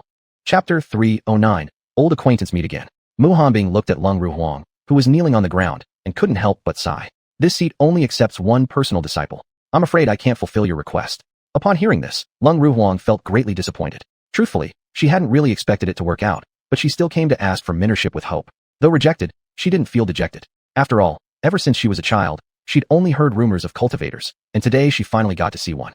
Mu Hanbing watched the disappointment flicker in Lung Ruhuang's eyes and added, Although you cannot become my personal disciple, you may still become one of my disciples under my sect. Disciple under your sect? Lung Ruhuang asked in confusion, though regardless of the title, her heart swelled with excitement. That's correct. A disciple under my sect will officially belong to the Mu Peak. There are 160 peaks in the Qingyan sect, while the Mu Peak is the first among the 5 great peaks. This seat is the peak leader of Mu Peak. Hearing this, Lung Ruhuang was first momentarily stunned. She hadn't expected to merely encounter a cultivator, but he also carried such a prestigious background. She cast a reverent glance toward Mu Hanbing before kneeling again. Disciple greets her master. She was a smart girl. When opportunity arose, she would grasp it firmly with both hands. However, Don't get too excited just yet. The Mu Peak has an entrance trial. Only by passing it can you truly become a disciple of Mu Peak. If you fail, then nothing can be done. Though familiar with Lung Ru Huang, Mu Hanbing had her own standards. Lung Ru Huang's eyes grew even more determined upon hearing this. No matter what, she must pass the trial. Her gaze shifted to Chu Chun, and turning back toward Mu Hanbing, she asked, "Senior, is this young man also your disciple?" Earlier, Mu Hanbing had mentioned Chu Chun was her husband, but Lung Ru Huang assumed that was a fabricated identity created to conceal the fact that he was a cultivator. Hence, she questioned again. "He is my personal disciple, as well as my little husband." Mu Hanbing's eyes softened while glancing at Chu Chun far away.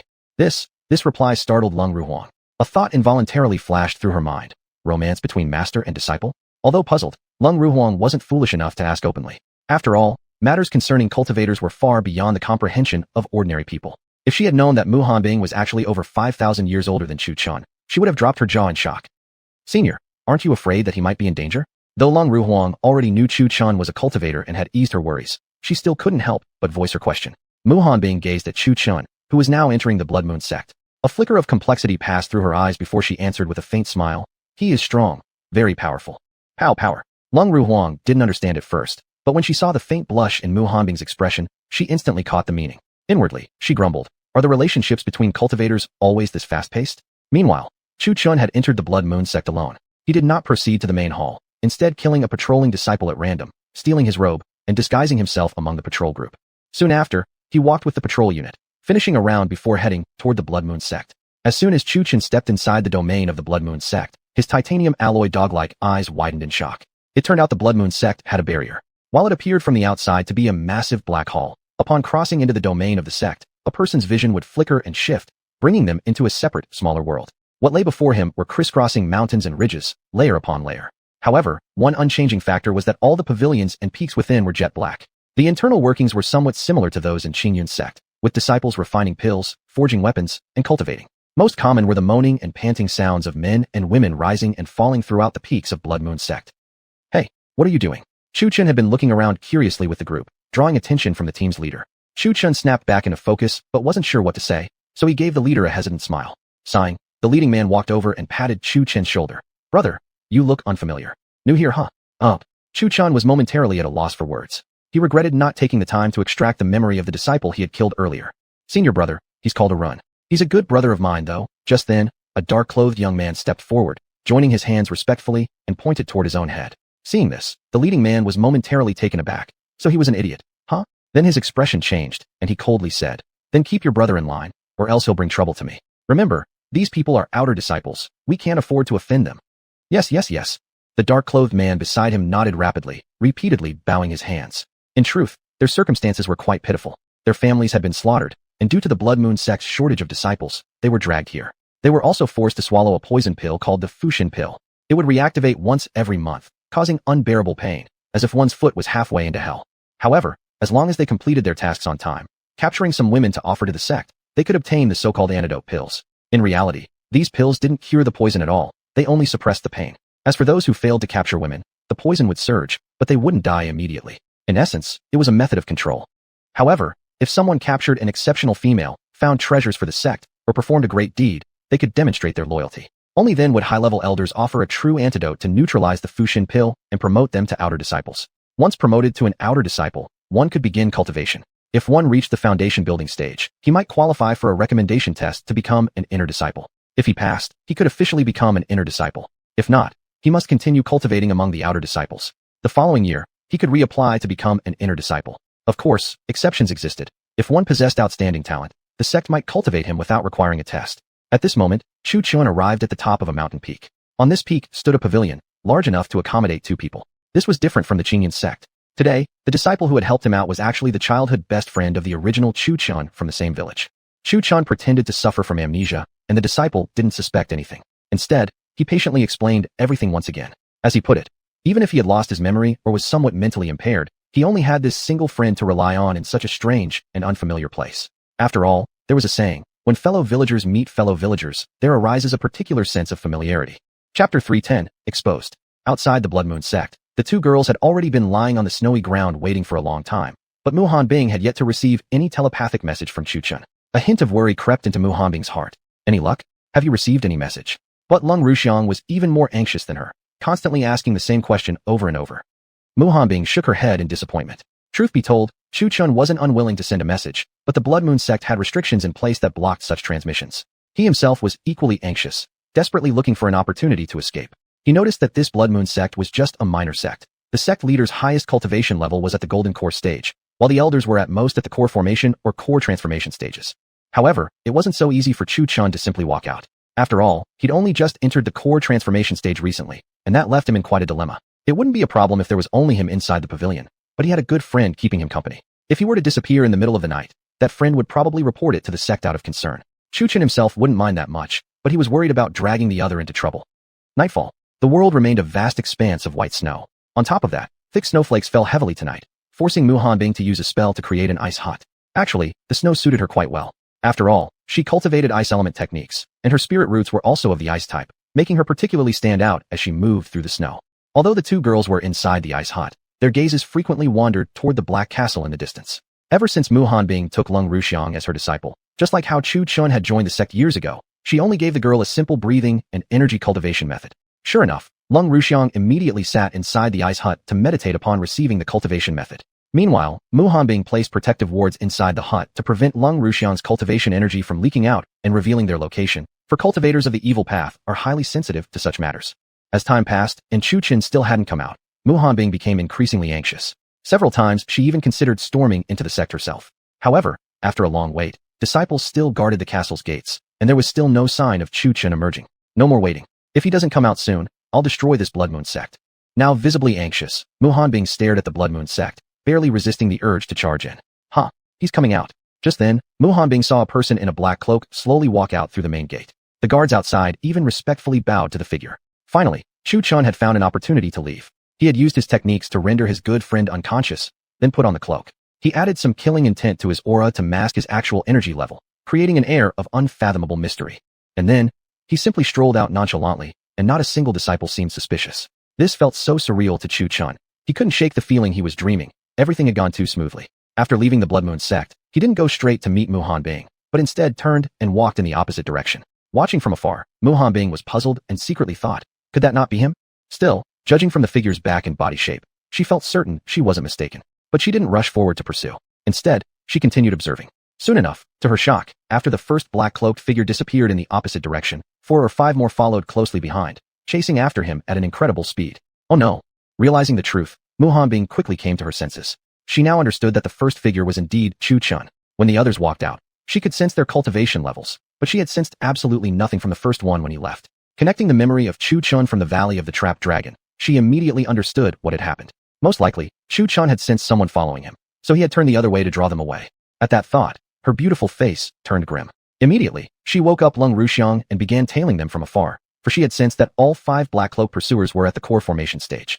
Although Chu Chun, at the Core Transformation stage, might be fearless in terms of brute strength, if it came down to a battle of cultivation levels, no matter how powerful he was, he would only meet his doom. Meanwhile, cloaked in black, Chu Chun ran at full speed, his spiritual sense constantly spread behind him. As expected, he soon sensed that 5 people were indeed chasing him. Chu Chun couldn't help but feel curious. Everything he had done seemed flawless. How could others have found him out? The truth was simple. Chu Chun was unaware that the poison heart pills also possessed an ability to sense each other's presence. Evidently, the disciple who led the group had reported him immediately. But naturally, the pursuers weren't foolish either. Anyone daring to come alone into the Blood Moon sect was either a strong martial artist or a powerful cultivator. Hence, this scene unfolded. Damn, that guy is so fast. An old man among the cloaked pursuers cursed, his face dark with anger. Like how we can keep running like this forever. Chu Chun muttered under his breath while sprinting, carefully keeping an eye on the cloaked figures behind him. Suddenly, he accelerated sharply with his feet, and with the thought that since he had already been exposed, he might as well go all the way, he activated the reverse dragon step and shot forward like an arrow. Damn, let him escape. The 5 pursuers suddenly lost sight of Chu Chun and became so furious they were ready to bite. Keep searching. That brat must still be around here somewhere. The leading elder in the black cloak waved his hand furiously. Upon hearing this, the other 4 immediately dashed in 4 different directions. He absolutely cannot escape. That kid is probably only at the foundation building stage. Otherwise, a powerful cultivator from the cultivation world wouldn't have sneaked in like this. A sharp glint flashed in the elder's eyes as a cold, murderous light emerged. Then, he too shot straight forward like a bolt of lightning. On this side, Chu Chun had already slipped away from his pursuers and arrived at a secluded forest. He removed the black cloak, and seeing no one following from behind, he exhaled in relief. But soon, he began to think again. If he escaped while the pursuers couldn't catch him, wouldn't his good friend inside the Blood Moon sect end up in trouble? Though Chu Chun was not a saint, neither was he a bad person. The friend was someone who had been forcibly captured, and today he had helped Chu Chun out of a tight spot. Could Chu Chun really stand by and let the friend suffer for his sake? No, I must kill these 5 pursuers. Otherwise, he will be in danger. Chu Chun murmured to himself, then released the suppression technique he had used. Boom. Suddenly, a tremendous oppressive force burst from Chu Chun's body. The 5 pursuers who were still searching for him immediately sensed the commotion from afar and rushed toward Chu Chun's location like thunder. In the next moment, the 5 surrounded him. Ha ha ha. So he's just a little brat at the core formation stage. Upon sensing Chu Chun's cultivation level, the 5 burst into loud laughter. What? Did your woman get captured? Want to save her back? One of the elders mocked. After all, among the captured women they had taken, many of them had husbands who were either on trade missions or serving as soldiers. However, Chu Chun's expression grew darker and darker in response to their mockery. I wonder what it'll be like after reaching the 2nd stage of the ancient dragon body. Chapter 312, The Drama King. Young man, I see that your strength is impressive. Why not join my Blood Moon sect? Then, no matter how exquisite the beauties, if you hold a high position, you can have as many as you want. Why bother with just one wife? The Blood Moon sect was a minor sect, having only risen 5 years ago, and was currently in desperate need of members. Someone with such cultivation talent was definitely not someone they would let slip away. Really? Is that true? Upon hearing this, Chu Chun immediately showed a greedy expression on his face. Upon hearing this, everyone showed a trace of contempt. Originally thinking he was someone righteous, it turned out he was nothing more than a hypocrite. Humph. This kid was pretending to be noble, but at heart he was no better than the rest, only interested in playing around with women. But since he was just another bird of a feather, things would be much easier now. They became even more eager to recruit Chu Chun into the Blood Moon sect. Seeing Chu Chun seemed somewhat convinced, the elders decided to add a little more enticement. Of course, someone your age with such high cultivation skills, once you join our Blood Moon sect, we'll pour in resources to nurture you. Plus, you're not bad looking either. The beauties will practically cling to you. No, you must be lying to me. Chu Chun suddenly became alert again. After all, who could believe that cakes would fall from the sky? This kid is not easy to fool, muttered the leader, a black-robed elder. He then continued, why would we? You just now sneaked into the Blood Moon sect yourself, didn't you? Even outer disciples have women to play with. Their cultivation level, as you should know, is only at the foundation building stage. But if you join us, with your level of strength, you could immediately become a senior elder. Really? Chu Chun seemed tempted. His eyes flickered with hesitation, and he slowly walked closer to them, lowering his guard. Of course, it's absolutely true. To show sincerity, the leader in the black robe suppressed his aura and sheathed the crimson blade in his hand. The other 4 elders did the same. The Blood Moon sect was in desperate need of people and eager to recruit talent. They were determined to bring Chu Chun in. Once he joined, their sect would gain another high-level cultivator. After a brief hesitation, Chu Chun sheathed the Dragon Emperor's sword and slowly approached the 5 black-cloaked figures. Seeing Chu Chun really walking toward them, the leader of the elders shot a glance of contempt. Just as expected, another fake gentleman. All right, then I'll join the Blood Moon sect. By the way, what kind of initiation ceremony is there? Chu Chun laughed loudly, agreeing readily. Ceremony? Oh yes, later we'll prepare 10 beauties for you to enjoy. The 2nd elder laughed heartily, patting Chu Chun's shoulder, and then hesitated as if he had more to say. Senior friend, if you have something to say, please just say it. Chu Chun looked toward the 2nd elder. The 2nd elder hesitated briefly, then pulled out a black pill. Senior friend, well, the Blood Moon sect has its own rules. Every new elder or disciple must take a devotion pill of the Blood Moon. So you understand. Chu Chun's eyebrows instantly furrowed. You don't trust me, so why talk anymore? Chu Chun said, showing the clear intention of walking away. Senior friend, please, wait a moment. We don't mean to distrust you, but the sect has its rules. When each of us joined, we also had to eat one. Rest assured, it won't damage your cultivation or your body at all. With your strength, you can get the antidote in 7 days. Moreover, the effects of the devotion pill only occur once a month, on the last day. So we're also acting out of necessity. Seeing Chu Chun was about to leave, the head elder hurriedly pulled him back, giving him explanations with exaggerated facial expressions, clearly anxious. Chu Chun revealed another hint of hesitation, then looked toward the other 4 elders. They all nodded, confirming that what the leader had said was true. Well, okay then. Without hesitation, Chu Chun grabbed the devotion pill and swallowed it in one go. The action left the elders stunned. So impatient. Lauda, do you really think this kid is trustworthy? The 2nd elder felt something was off. What do you care about his intentions? Once he's taken the devotion pill, he's ours. If he dares to betray us, not even gods can save him. So what is there to fear? The head elder shot a glance at the 2nd elder. That's true. The 2nd elder nodded upon hearing this, since he had already experienced the effects of the devotion pill himself. Those agonizing sensations, heart-piercing pain, were unbearable. All right, from now on, we are family. Seeing Chu Chun had taken the pill, the head elder's personality suddenly became much more cheerful, completely abandoning all suspicion. Well then, don't forget the 10 beauties you promised me. This kid still remembered that part. Ha ha ha, no problem at all. They'll be the cream of the crop. The head elder slapped Chu Chun's shoulder, thinking this young man was quite amusing. As they walked, they chatted more and more, gradually growing comfortable with each other. In the process, they began to relax their guard against Chu Chun. Chu Chun, on the other hand, revealed a faint Ling Shao. When they were still several hundred miles away from the Blood Moon sect, Chu Chun squatted on the ground, holding his stomach. Brother, what's wrong with you? Seeing Chu Chun suddenly kneel on the ground, everyone couldn't help but frown. Nothing serious. You guys go ahead first. It might be a problem with my constitution. Just took the devotion pill, and maybe something clashed. Hearing this, the elders exchanged glances. None of them had ever heard of any constitution conflicting with the devotion pill. Big brother, second brother, don't worry about me. You all go ahead first. Originally squatting while holding his stomach, Chu Chun now curled up into a ball. Large beads of sweat appeared on his forehead, his face flushed red with apparent pain. The elders looked at each other speechlessly. They certainly didn't want him to die from the pill right after recruitment. Big brother and second brother, I'm fine. Let me rest for a bit, and then I'll catch up. As Chu Chun spoke, his body seemed to grow increasingly distressed, writhing as if in flames. Witnessing this, the elders couldn't help but sigh. They wanted to help remove the poison from the devotion pill, but, after a moment's thought, withdrew their hands. We'll head off first then. Don't forget to catch up later.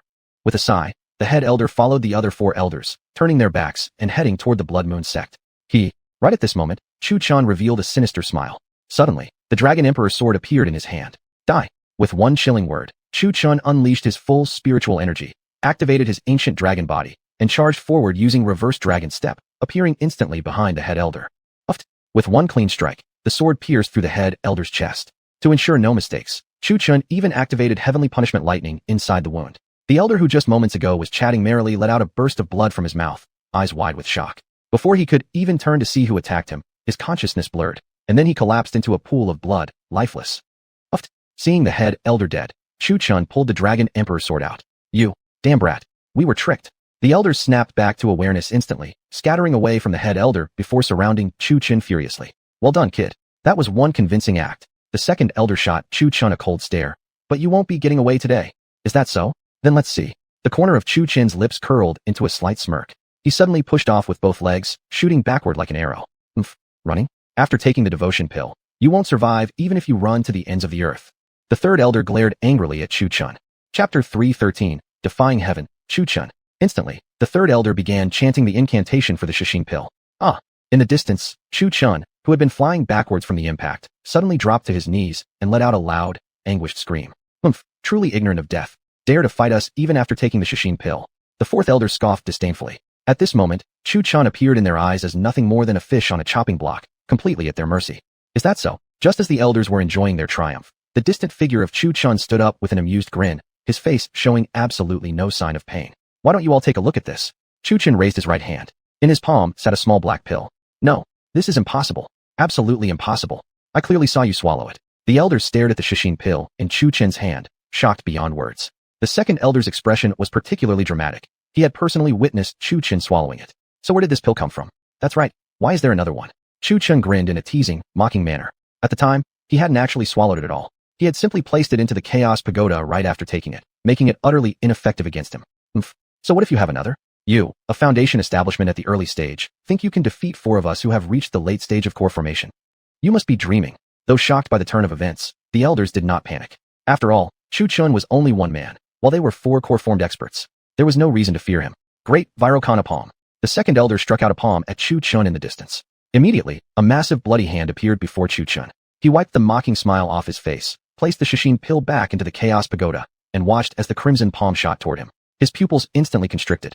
He immediately activated the reverse dragon steps, and, within a few breaths, leapt 5 zhang away.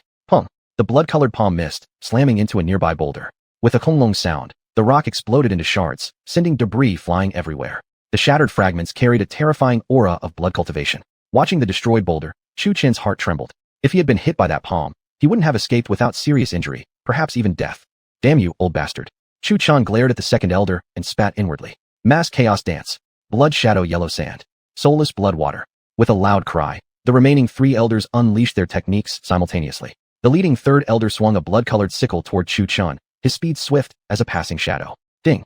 Chu Chun's eyes sharply narrowed as he swiftly raised the Dragon Emperor's sword in front of him, successfully blocking the descending sickle. At that moment, golden yellow sand and snake-like coils silently wrapped around his entire body. Without hesitation, Chu Chun activated the reverse dragon steps again, creating distance between himself and the third elder. Do you really think you can escape? The third elder chased after him with his blood-red sickle, while Chu Chun was still entangled by the strange sand. As he was retreating rapidly, Walalala. Behind him, a wave of blood-like water snakes surged forward. The serpentine waters were not solid, but formed entirely from blood-red liquid. As Chu Chun flew backward, The serpent opened its blood-stained maw. Before Chu Chun could react, the water snake engulfed him whole. Pung! The third elder's sickle slashed down viciously at the blood serpent, right at the point where Chu Chun was trapped. As the massive blade rushed toward him, Chu Chun remained bound by the golden sand. Completely defenseless, he could only allow the sickle to strike. Pooh! Chu Chun spat out a large mouthful of blood with explosive force. Perhaps due to his strong physical cultivation, the sickle hadn't split him in two, but had instead carved a deep wound across his chest. This kid's physical body is actually this strong. Chu Chun didn't die, but sat on the ground pale-faced, blood still dripping from the corner of his mouth. Humph. Just hand over your mysterious movement technique, and I might allow you a complete body in death.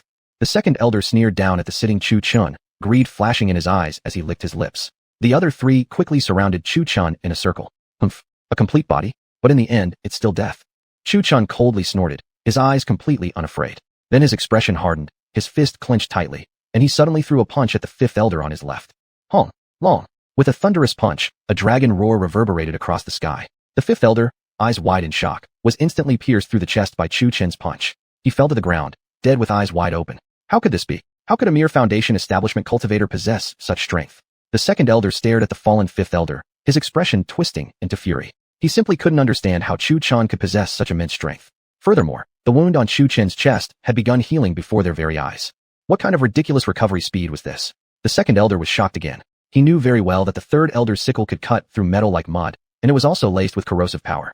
Yet Chu Chun hadn't even been sliced in half, and his wound was already healing rapidly? The second elder began doubting his own eyes. Had foundation establishment cultivators really become this powerful?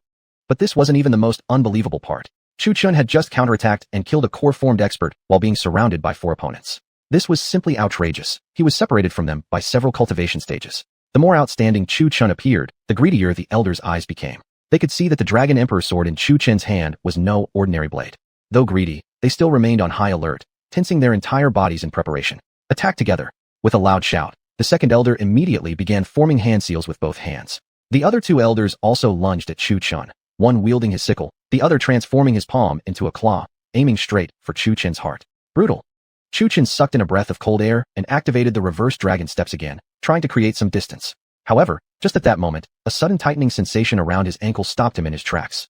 Something had pierced his skin. Perhaps due to his powerful physique, the spike hadn't managed to penetrate completely, but it had immobilized him, instantly nullifying the effects of the reverse dragon steps. Cursed. Looking down, Chu Chun saw a black vine tightly coiled around one of his feet. The vine was covered in sharp barbs, and judging by its appearance, those barbs were poisoned. However, because of his robust physical cultivation, the spikes posed no real threat to him. Hong, hong, hong. Immediately after, the attacks from the third and fourth elders arrived. Chu Chun, unable to move due to the vine, naturally couldn't dodge. But thanks to his incredible speed, he managed to block both of their attacks with the Dragon Emperor's sword as it swung rapidly through the air. Pooh! In a 2-on-1 battle, even without the reverse dragon steps, Chu Chun still held the upper hand. With one powerful slash, he forced both the third and fourth elders back, each having an arm severed by his sword. This kid is just too unbelievable. The third elder spat out a mouthful of blood, staring at Chu Chun in shock, while the fourth elder's face was deathly pale, equally shaken. Chapter 314, 1 against 3. Damn it. The second elder couldn't help but curse when he saw what was happening. Then, he formed another seal with both hands. Chu Chun's expression immediately changed upon seeing that. Would spirit power, grass and trees become soldiers? As Chu Chun's true energy suddenly erupted, a vine sprouted from the icy ground, transforming into a wooden figure. Soon after, it miraculously split into 2. Then, 2 became 4, 4 became 6, 6 became 8, and in just a short while, there were already more than 20 small wooden figures. Zhi. The wooden figures made squeaking noises. My children, charge. Chu Chun sliced through the black vine that had bound his right foot with one sword stroke, then issued orders to the wooden soldiers. Zhi.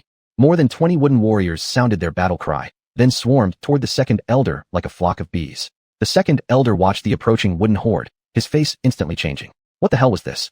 He had originally been in the middle of forming a seal to attack Chu Chun, but seeing the swarm of wooden warriors, he could only shift his target. Boom.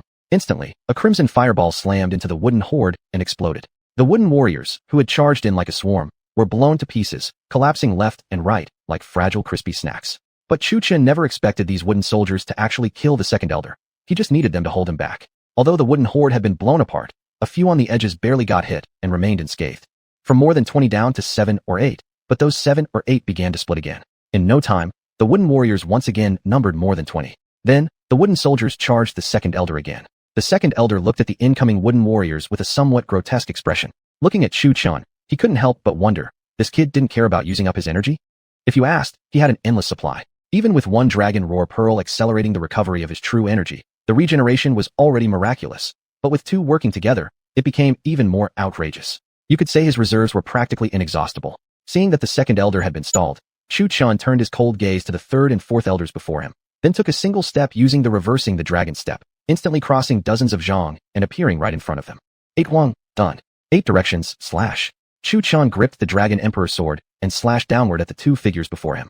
Boom. The third elder, seeing Chu Chen's speed, felt his heart pound with alarm, but luckily he reacted quickly, raising his scythe to block just before Chu Chen's sword arrived. Standing beside the third elder, the fourth elder also barely managed to block Chu Chen's 8-direction slash, but he was half a beat slower than the third. Without the third elder covering for him, he would have already been split in half. Boom, boom, boom. The three instantly became locked in another fierce battle. Spit. Once again, two people staggered back, spitting blood in a majestic display. That damn kid. What the hell did he eat as he grew up? His strength is monstrous, and his true energy seems inexhaustible. The third elder wiped the blood from the corner of his mouth, glaring hatefully at Chu Chun in the distance. Die. However, Chu Chun had no intention of letting them go, charging forward with the Dragon Emperor's sword and slashing down again. Roar. Instantly, the sword energy transformed into a crimson gold dragon, its entire body composed of true flame.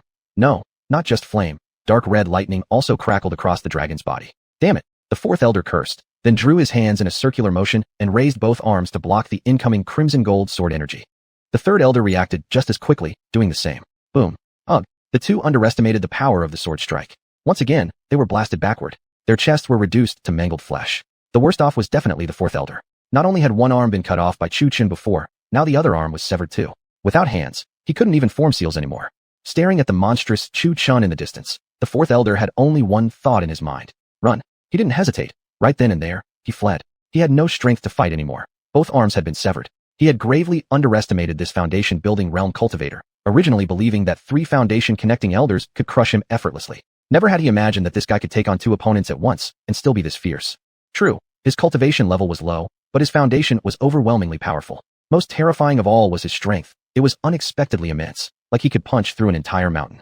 Who could stand fighting a monster like this? Run. Chu Chen's lips curled slightly. Then he casually swung his sword, sending forth a bluish-white sword beam wreathed in rising white mist. Boom. Ugh. This time, the fourth elder wasn't blasted backward, but instead, Chu Chen's frost slash froze him in place. As he watched his body inch by inch becoming encased in ice, he cried out, "No, no." However, no matter how loudly he screamed, it was useless. He had already become a human ice sculpture.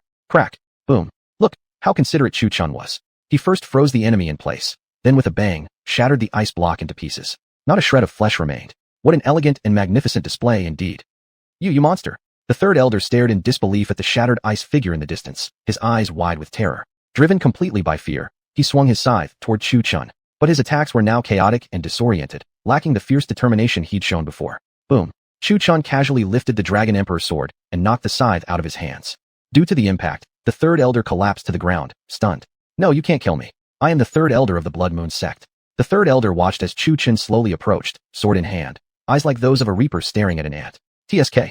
Ah. Before the third elder could even cry out, his head had already been severed. His eyes were still wide open in shock. Until his final breath, he couldn't understand how he could die at the hands of a mere foundation-building cultivator. Until the end, he couldn't understand how Chu Chun had such monstrous strength. Damn it, The second elder let out a furious roar upon witnessing the merciless deaths of the third and fourth elders. He no longer tried to fight the wooden soldiers. If this continued, by the time the wooden soldiers wore him down, Chu Chun would strike again and he'd be helpless to resist. In fact, even before the wooden soldiers could drain him, Chu Chun had already grabbed the third and fourth elder's storage bags, then rushed toward the second elder with the Dragon Emperor's sword. The second elder was at core formation stage 3, somewhat strong, but his fatal weakness was that he couldn't fight at close range. His long-range attacks, however, were quite powerful. Chu Chun, on the other hand, was just the opposite. As for long-range techniques, if he used sword projection to kill, the difference wouldn't be too great. It's your turn. Chu Chun's voice was as ethereal and distant as the Grim Reaper's call. Adding to that was his current appearance, his white robes stained with blood, his golden eyes like a cold-blooded snake locking onto its prey. At that moment, the second elder's anger was suddenly replaced by fear. Just how could a mere foundation-building disciple cause a core formation cultivator, like himself, to feel such pressure? Chapter 315, A Sudden Turn of Events. Stay calm. He's just a little cultivator at the core formation stage. The second elder shook his head, then struck out a palm toward Chu Chun, but instead of rushing forward himself, he unleashed a gigantic blood-colored demonic claw. Melee combat was not his strength, but long-range attacks were his specialty. He had also noticed Chu Chun's weakness. Though unbeatable in close combat, his long-range capabilities were nothing special. After all, he was only at the early core formation stage. Even if his spiritual energy was powerful, his foundation was still limited to the core formation. This kid has incredibly abundant spiritual energy. It won't be easy to kill him. The second elder continuously hurled fireballs and blood palms. Every time Chu Chun tried to close the distance, he retreated twice as much. This drove Chu Chun almost crazy. It was like a fighter fighting a ranged attacker who keeps running away while pummeling him with skills. The worst part was, Chu Chun couldn't land a hit, but kept getting damaged.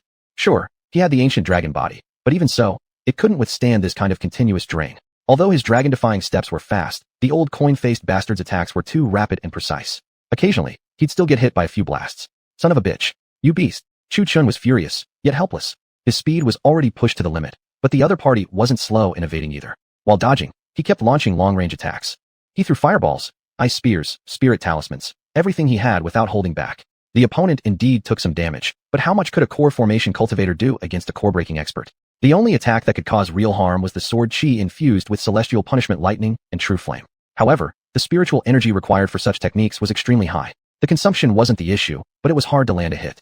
If it came down to endurance, though, he was certain the other wouldn't be able to last. He was waiting until the elder's spiritual energy was nearly drained before delivering a killing blow. And the second elder was waiting for the same moment. He didn't believe that Chu Chin's spiritual energy was truly infinite. Both men fought with hidden intentions.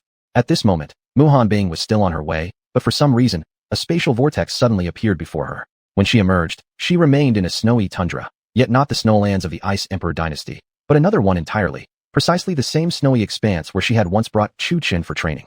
Muhan Bing stared blankly at her surroundings. Why had she suddenly appeared here? Though puzzled, Long Kaier understood. Because of the appearance of the demon Lord Inu, the world had undergone a sudden cosmic upheaval. People walking normally were abruptly teleported elsewhere, and Muhan Bing was exactly one of these cases. Though confused as to why she had been sent here, Muhan Bing, for Chu Chin's safety, immediately mounted her flying sword and resumed her frantic rush toward the Ice Emperor dynasty.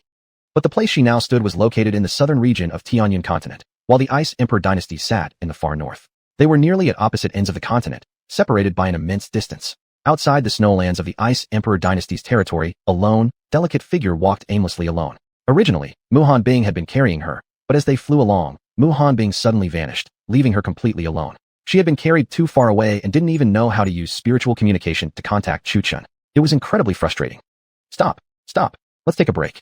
Chu Chun had finally run out of patience. Although his recovery and spiritual energy reserves were tremendous, the opponent wasn't weak either. The two had persisted in this drawn-out battle for an entire hour. Chu Chun, although seemingly battered, had the ancient dragon body constantly at work, healing his wounds quickly. The second elder, though lacking an extraordinary recovery ability, was not particularly affected by Chu Chin's light damage. Because he knew his weakness lay in close combat, his entire body was covered with defensive talismans and dark armor to prevent any sudden melee assault. Although his defenses were solid, he did not possess the same rapid spiritual recovery as Chu Chun. After nearly an hour of continuous battle, even though it was mostly minor spells, constantly unleashing attacks for such a prolonged time would wear anyone out, no matter how divine they were. They both agreed to pause, and in an unspoken agreement, sat down. But still, they remained far apart. Even in rest, their nerves remained tense, watching for any sudden attack from the opponent. This was no child's play, it was a fight for survival. Chu Chun was puzzled. He had been fighting for so long. Where was that woman Muhan Bing? Don't worry, she's on her way. That was exactly how Muhan Bing would have replied had she heard those thoughts. Indeed, Muhan Bing was moving at an extraordinary speed. In just 1 hour, she had already crossed half the distance, reaching the midpoint between the south and the north of the continent. The distance between the two was unknown, countless miles apart. If one were to say that Muhan Bing's feelings for Chu Chun were truly genuine, then the way she exhausted her spiritual energy for an entire hour without regard for her own limits would prove it. Once her spiritual energy was completely drained, she even began burning her own life force, a dangerous act known to damage one's cultivation base. She understood this consequence all too well, but how could she not take that risk? Who else was Chu Chun to her, if not her disciple and the man she loved? Even if burning her life force required years of recovery, it was still recoverable. However, if Chu Chun were to perish, there would truly be nowhere left to mourn. Though the world believed in reincarnation, who knew how many thousands or hundreds of years it might take to meet again? And what if, by the time she found him, he was already married? That would be an utter disaster. Meanwhile, both parties were resting, yet neither stopped scheming how to launch a sneak attack while remaining highly vigilant against the possibility of an ambush from the other. Kaier, do you have any powerful techniques or spells? With no choice, Chu Chun had no option but to seek help from his ever-knowledgeable companion within his spiritual consciousness. Long Kaier cast him a sidelong glance and replied coolly, "What about the Lin and Do seals you've absorbed?" Long Kaier cast him a sidelong glance and replied coolly, "What about the Lin and Do seals you've absorbed?" Upon hearing that, Chu Chun was momentarily confused, but then his eyes suddenly lit up. right? How could I forget these two hidden aces? But the Do character art requires close-range combat, which won't work. And the Lin character art drains too much spiritual energy. If I miss even once, I'm finished. After analyzing the two techniques, Chu-chan realized that although these were powerful aces, both required close combat. Sword technique. Break the general? 10 directions of hatred.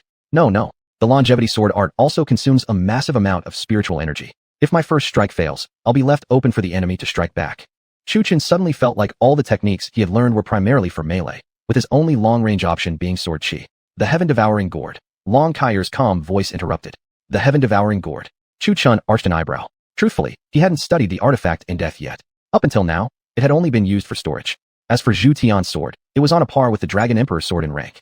But even if he used it now, he couldn't unleash its full potential. Furthermore, its sword energy was unstable and hard to control, far less reliable than the Dragon Emperor's sword, which felt like an extension of himself.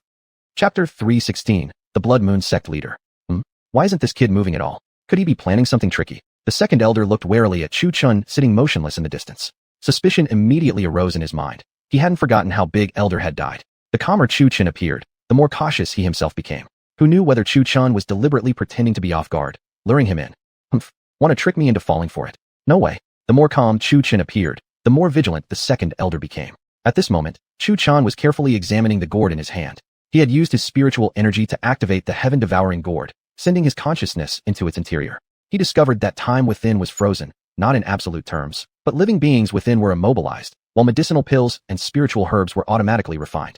More astonishingly, the gourd didn't just refine these items, it also replicated them. A single vial of healing spirit liquid had now become more than 10 within the heaven-devouring gourd. Moreover, if he hadn't entered to check, he almost forgot that there were 4 beauties still hidden inside. Back then, he had absorbed them in the secret realm. Among them, 3 were practically identical in appearance. They were the 3 sisters of Blood Evil Sect, Yair, Inger, and Meyer. Beside them stood another elegant and pure woman whose face bore no expression. However, Chu-chan dared not underestimate this woman from Daoxian Sect, Zhou Chuyao. According to Long Kaier, she possessed the immaculate body, making her ideal for soul possession, and thus he had captured her. After observing all of this, suddenly a thought occurred to him. Besides being used as storage, the heaven-devouring gourd could also absorb things inside. Realizing this, an idea suddenly formed in his mind. You want to keep playing the long-range attack game with me, huh? Chu-chan exited the heaven-devouring gourd, a wicked smile tugging at the corner of his lips. Single-handed moon swing. Suddenly standing up, Chu-chan slashed his sword straight toward the second elder. What the?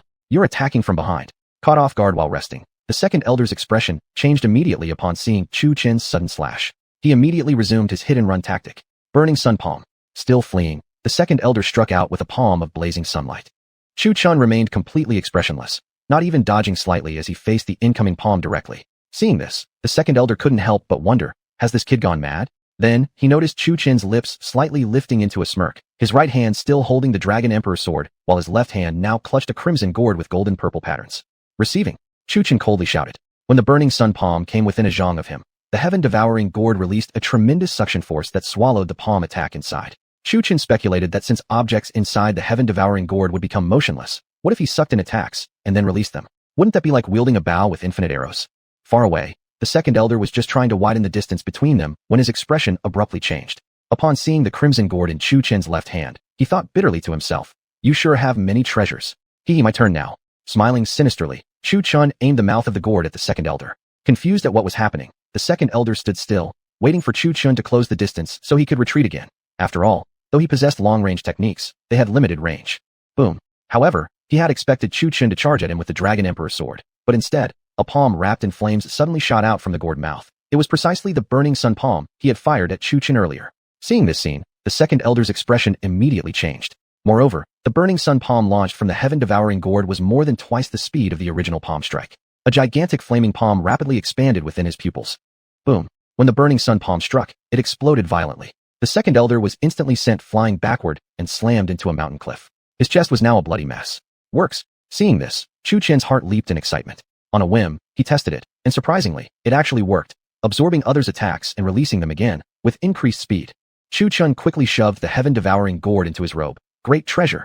Without wasting any time while the second elder was still recovering, Chu-chan dashed forward with the reverse dragon steps, lightning fast like a fleeting shadow, Dragon Emperor's sword poised to strike. Clang. Boom. Ugh. However, just as he was about to reach the second elder, a blood-colored palm suddenly descended from the sky, flipping him away. He rolled several times on the ground before spitting out a mouthful of blood. His Dragon Emperor's sword was also knocked away by the palm, impaling itself into the ground 2 zhang away. Master. When the second elder recognized the newcomer, his expression instantly brightened. However, having retracted his burning sun palm and already drained from the previous battle, he was already exhausted. Seeing that his ally had arrived, he finally collapsed unconscious. Useless. 5 foundation-forming cultivators couldn't even kill a mere nascent soul insect. The black-robed figure hovered in midair, his robe flapping even without wind, his black hair stirring on its own. He radiated an aura of a supreme cultivator descending into the mortal world, brimming with terrifying malevolence. Even from this distance, Chu Chan could hear the wails of infants. Just how terrifying his cultivation must be. Golden Core Stage. This is going to be a problem. When Chu Chan saw that the newcomer's cultivation far surpassed his own, he didn't hesitate in the slightest. With a quick somersault, he got back on his feet, activated the reverse dragon steps, snatched up the Dragon Emperor's sword, and sealed it within the Chaos Pagoda before fleeing without looking back. Yet the black-robed man was unfazed. He simply watched Chu Chan flee into the distance. You think you can escape? Then, in the next moment, a mocking grin appeared on the black-robed man's lips as he suddenly reached out toward the escaping Chu Chan. A gigantic blood-colored hand, condensed from pure spiritual energy, expanded endlessly in the air before abruptly surging down to seize Chu Chan. So powerful. Chu Chan watched the crimson hand rapidly approaching, yet he showed no sign of stopping. After all, Golden Core cultivators were nothing like foundation-forming ones. Though he could defeat nascent soul cultivators, he was far inferior to Golden Core ones. Turning back would surely mean death. As the crimson hand closed in, Chu Chan frantically channeled his spiritual energy, desperately willing the reverse dragon steps to carry him faster. Pooh. Then, in the next instant, an immense pressure crushed his entire body. Looking down, he found himself already grasped by the blood-colored hand. No matter how far he ran, he still hadn't escaped its reach. Chu Chen's heart trembled. This was the power of the Golden Core Stage. Though trapped in the monstrous crimson hand, instead of surrendering to despair, Chu Chen fought with all his might. Though the hand was formed from the black-robed man's Golden Core spiritual energy, it was unable to withstand Chu Chen's extraordinary strength. Several times, the hand nearly shattered under his relentless struggle. Seeing this, the black-robed elder, who had been watching with amusement, furrowed his brows in confusion. In his mind, how could a mere core-forming cultivator possess such strength? Break! At that moment, Chu Chen roared with all his might. A dragon's cry pierced the heavens. Pum! Finally, Chu Chan unleashed the full power of his ancient dragon body, shattering the blood-colored hand completely. On his skin appeared a thin layer of dark scales, yet from a distance, they shimmered an eerie cyan. And on both sides of his forehead, 2 small bumps slightly protruded, as if something was trying to break through, yet it remained in that incomplete form. Chapter 317, The Tragedy of Chu Chan. As soon as Chu Chan broke free from the blood-colored giant hand, he took advantage of the lingering power of the ancient dragon body and took another Nilambu, leaping forward more than 10 zhang in a single step. Trying to escape? The old man in the black robe snorted coldly. Letting a cultivation stage transformation go from his grasp would be a great embarrassment. Then, the old man in black took a step forward as well. After all, at the Golden Core stage, his speed was definitely not slow. Soon, Chu Chan was fleeing forward when a mocking voice suddenly appeared beside him. Run? Let's see how far you can go. Hearing that, Chu Chan abruptly turned his head and found that the black-robed figure, who had been far behind just moments ago, had already caught up with him. Seeing this scene, Chu Chen's heart was filled with horror. Then, clenching his teeth, he continued to push his spiritual energy further. Fighting back would be definitely unwise. If the opponent wanted to, he wouldn't even withstand a single slap. Although his physical body was powerful, the Golden Core stage was far above the cultivation stage transformation. Die! The old man's face suddenly turned ferocious, and then he threw a punch toward Chu Chen beside him. Bang! Before Chu Chen could react, he was sent flying straight into a mountain wall. Pooh! One of Chu Chen's arms was shattered into multiple fractures, his ribs broken in 5 or 6 places from the punch, and a mouthful of blood spewed out with majestic fury. Then, his entire body slid down along the mountain wall. It's over. Seeing this scene, the old man in black robe cast a ruthless gleam in his eyes, then once again raised his claw, striking toward Chu Chan. Chu Chan fell to the ground as a wave of drowsiness suddenly surged over him.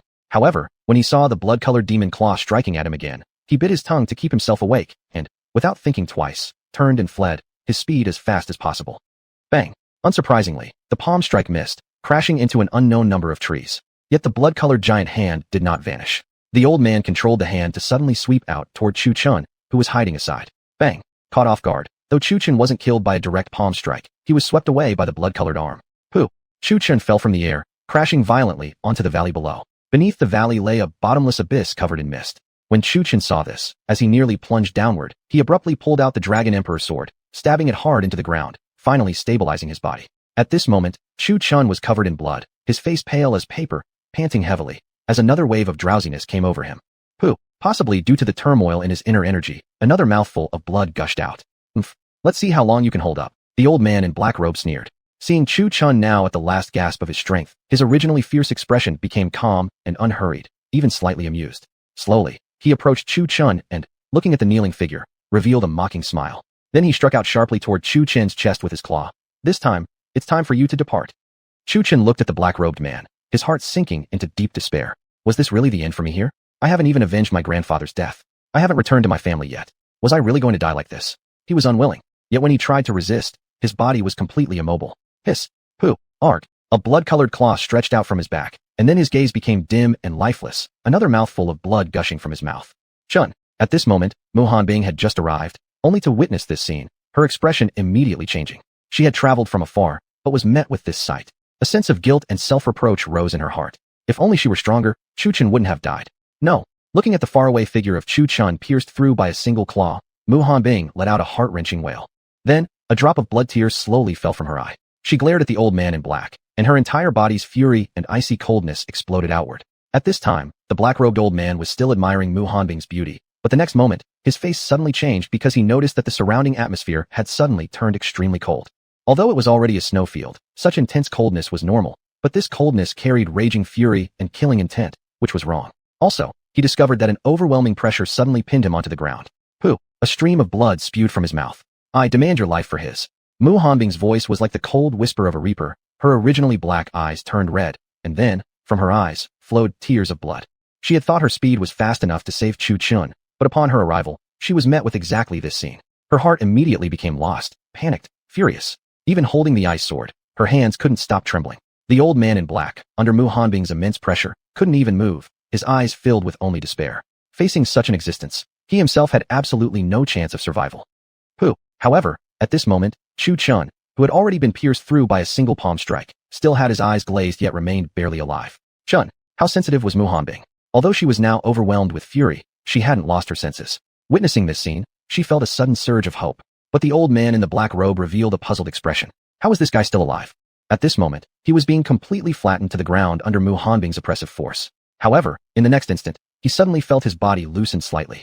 Mu Hanbing had been elated, yet the pressure she emitted had also lessened somewhat. But this mere moment's respite gave the black-robed old man a chance to move. Clenching his teeth, the old man thought to himself that this opponent was far beyond his ability to fight. Whether he lived or died was already out of his hands. Then, he cast his eyes toward the still-breathing Chu Chun, immediately stood up and rushed forward. Since we're all going to die anyway, let's die together. Ha ha ha. In the next moment, he exerted all his strength, grabbed Chu Chun, and jumped into the abyss along with him. Bang! The previously joyful Mu Hanbing was struck with an unexpected thunderclap. No! Watching Chu Chun being pushed off the cliff by the black-robed man, Mu Hanbing cried out in alarm, her heart filled with fury. If only she had remained vigilant, the already wounded Chu Chun wouldn't have been pushed down the cliff by him. While the previous time Chu Chun was pierced through was not her fault for not arriving in time, this time it was entirely due to her own negligence. Chu Chun could have avoided death, yet the black-robed old man had pushed him down the cliff. Chun, stunned, Mu Hanbing stared blankly down the cliff. Ah, you really are useless, Mu Hanbing. Smack. She howled furiously, then slapped herself across the face. Her delicate cheek swelled immediately. In a moment, she leaped forward, diving headfirst into the abyss without hesitation.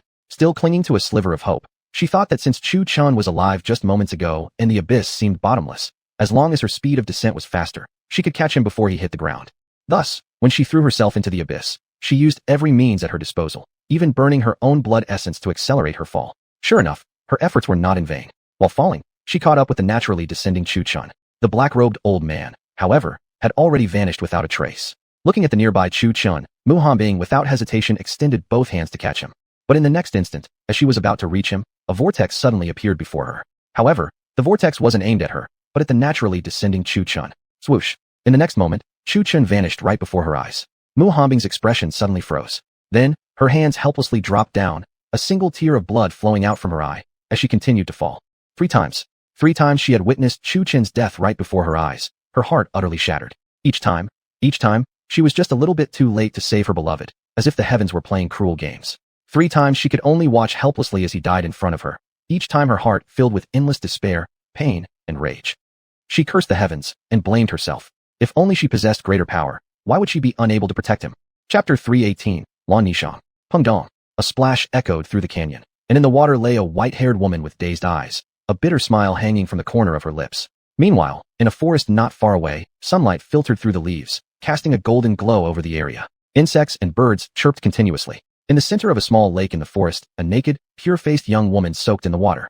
Suddenly, a shadow appeared in the center of the lake, and the girl instinctively looked up. Pung dong. Gulu gulu. A figure crashed into the water and landed on her. She felt a ringing in her head upon impact. When she surfaced again, a blood-soaked person floated up with her. Oh! Immediately, she instinctively covered herself and screamed, her face flushing bright red. Birds resting in the trees scattered into the sky at her scream. However, the indecent scene that she feared did not happen. Opening her eyes again, she saw that the blood-covered person floating in the water was motionless. Seeing this, the blue-haired girl exhaled in relief. Curious now, she slowly swam closer, wondering to herself, could he be dead? After all, only corpses and fish float on the surface of water. Thinking this, she instinctively reached out her delicate white hand toward the other person's nose.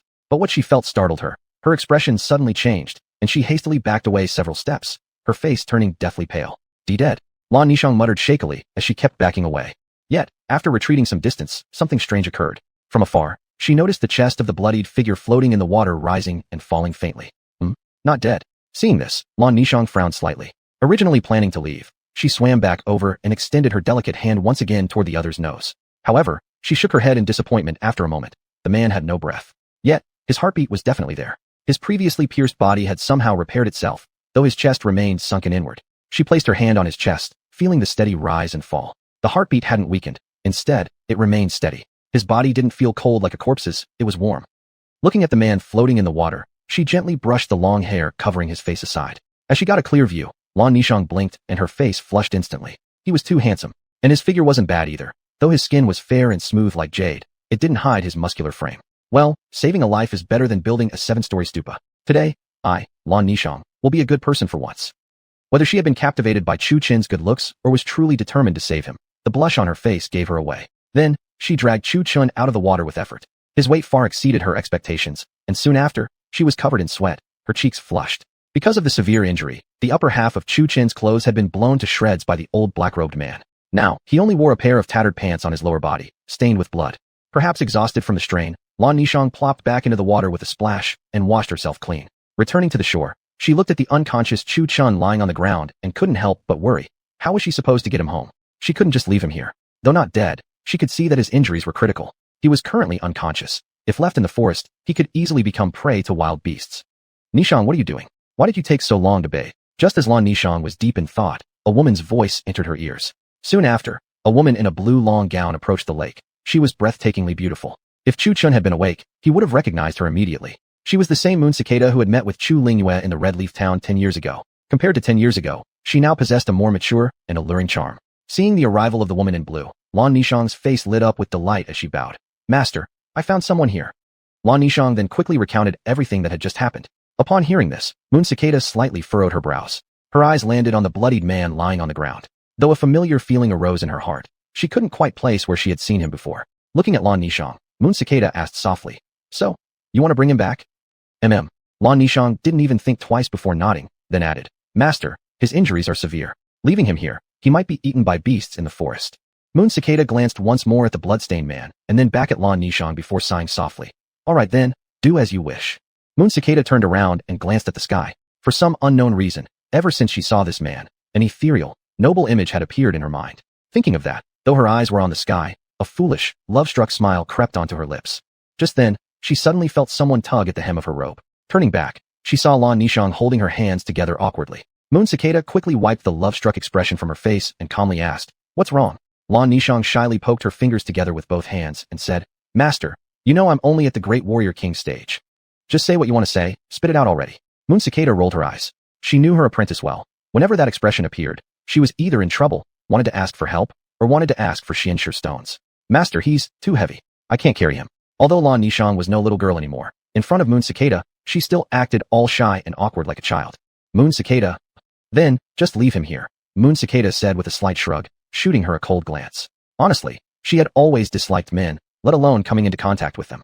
In her heart, there was always a particular person. Subconsciously, she considered herself that man's woman. Her heart had already belonged to someone, so getting close to another man would be betraying that person.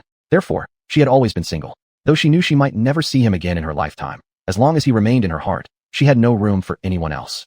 In fact, many had pursued her before, but without exception, all had been rejected by her. No matter how excellent they were, they always fell short by just a bit in her heart. "No way. Master, you once said saving a life is better than building a 7-story stupa. Look at how severe his injuries are. It would be pitiful to leave him here in the forest, where there are so many fierce beasts, Lan Nishang cried, tears and snot mixing as she tightly hugged Moon Cicada's leg.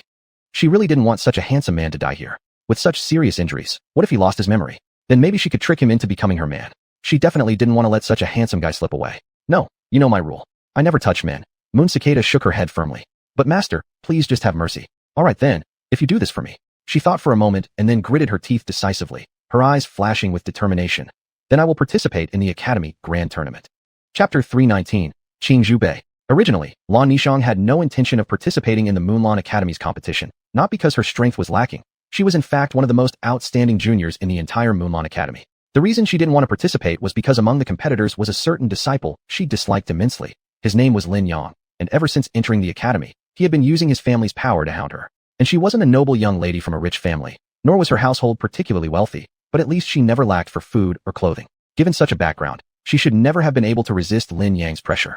But unfortunately for him, she was naturally gifted and was personally noticed and taken in as a direct disciple by the academy's headmistress, Moonshan. Ever since then, she had finally escaped Lin Yang's pursuit, for her master wasn't someone anyone could provoke easily, not even some powerful clans. 10 years ago, after 3 members of a mercenary group died, Yuchan hung up her sword and retired from the mercenary group, subsequently cultivating in solitude within her clan. Thanks to her relentless efforts, she had become one of the top martial artists in the Jianghu. Her cultivation level was 2 stages higher than Xu Chen's, reaching the peak of Yuan Gang realm. Though this particular stage had held her back for several years now.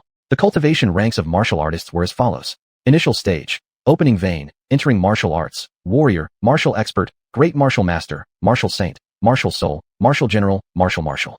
Middle stage, true martial realm, also called Earth Immortal, spiritual martial realm, Yuan martial realm, profound martial realm, heaven martial realm, Yuan Gang realm, heaven gang realm, Huazong realm, Xianzong realm. Late stage, heavenly position realm, spirit Yuan realm, spirit profound realm, spirit martial king realm, spirit martial emperor, spirit martial sovereign, false immortal.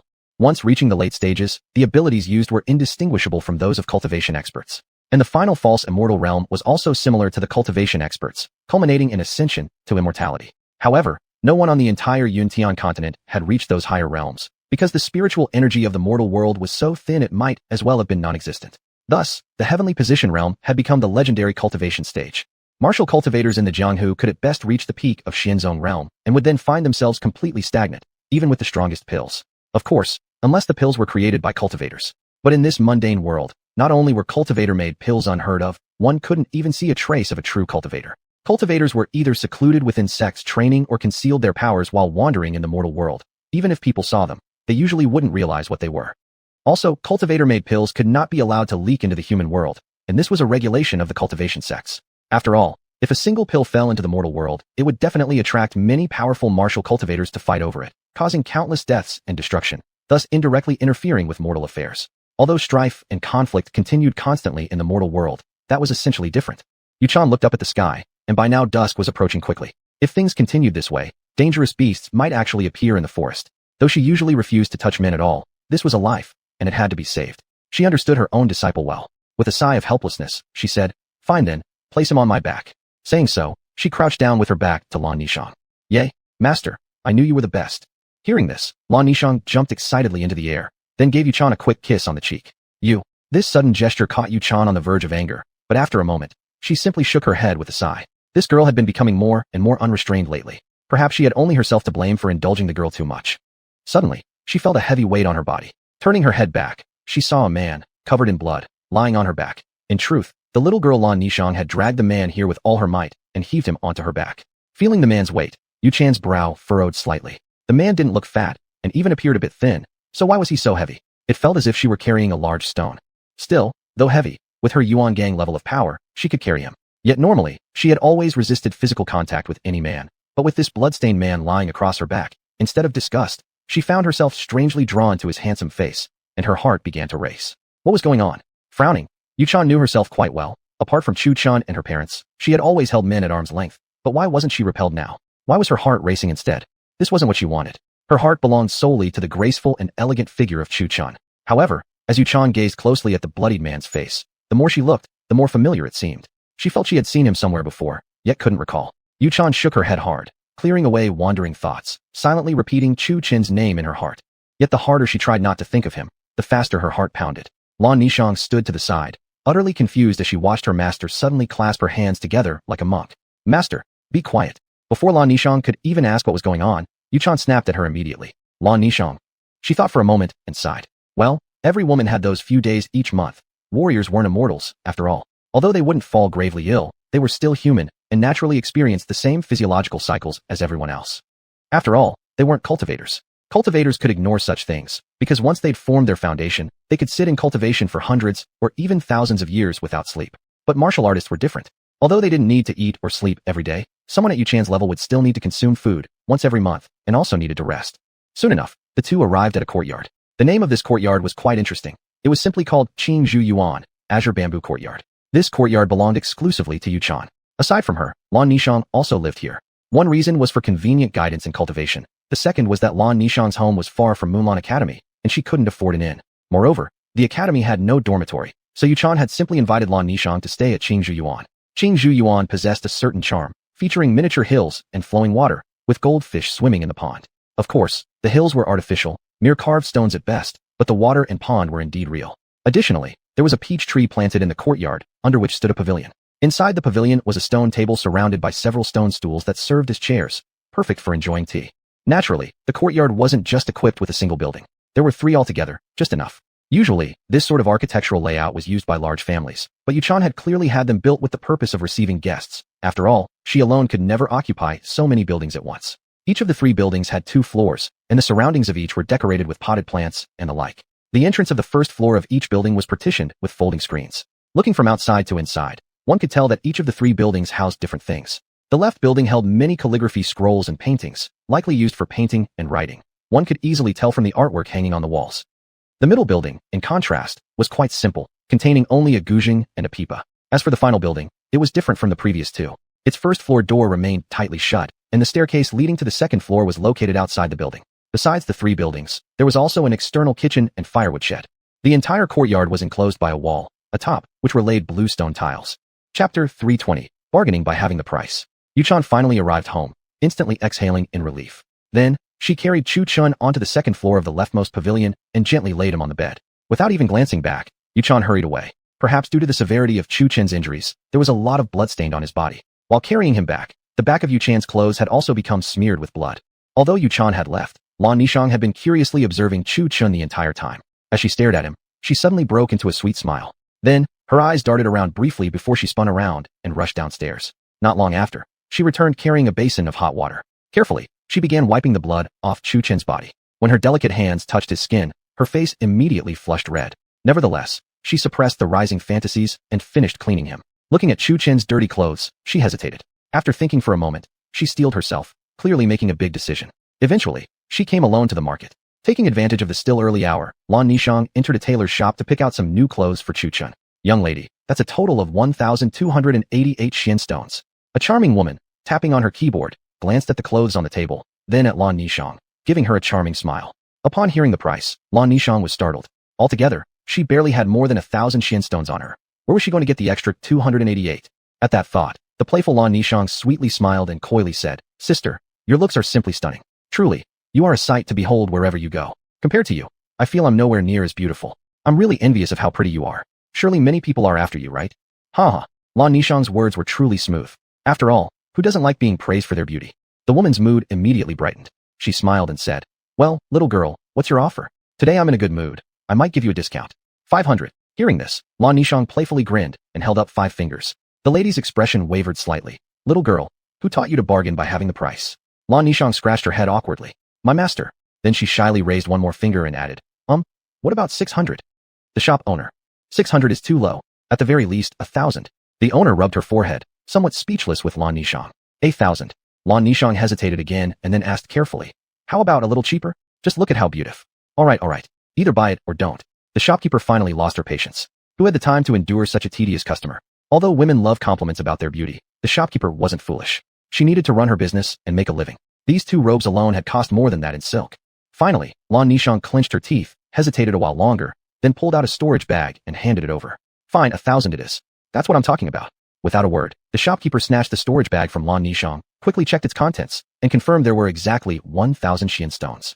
Lan Nishong looked slightly regretful watching the shopkeeper take the bag, then sighed, picked up the 2 robes on the table, and left without turning back. Whether it was because there were no other colors in the store, or she had specifically chosen them, Chu Chun, who usually wore nothing but black or white, was going to be pleased. She had indeed picked one black and one white robe. Meanwhile, within the bamboo garden, a woman was soaking in a giant water vat, completely naked. It was none other than Yu Chan. Whether it was from a dislike of a man's scent on her body or the fear that her clothes had absorbed bloodstains, she stayed submerged for a full half-hour. The more she thought about Chu Chun, the more vividly her mind conjured the image of the man she had carried back. At the thought of her contact with that man today, Yu Chan felt increasingly uncomfortable. She scrubbed herself over and over, yet still felt the scent lingered. In the icy depths beneath the Snow Emperor Dynasty's territory, a graceful figure drifted lifelessly in the river. "Boss, quick, look over there. There's a pretty girl." A bald man who had been taking a drink by the river suddenly cried out in shock when he noticed the floating figure of Mu Hanbing in the lake. "A girl? Where?" A one-eyed man immediately stepped forward, asking eagerly.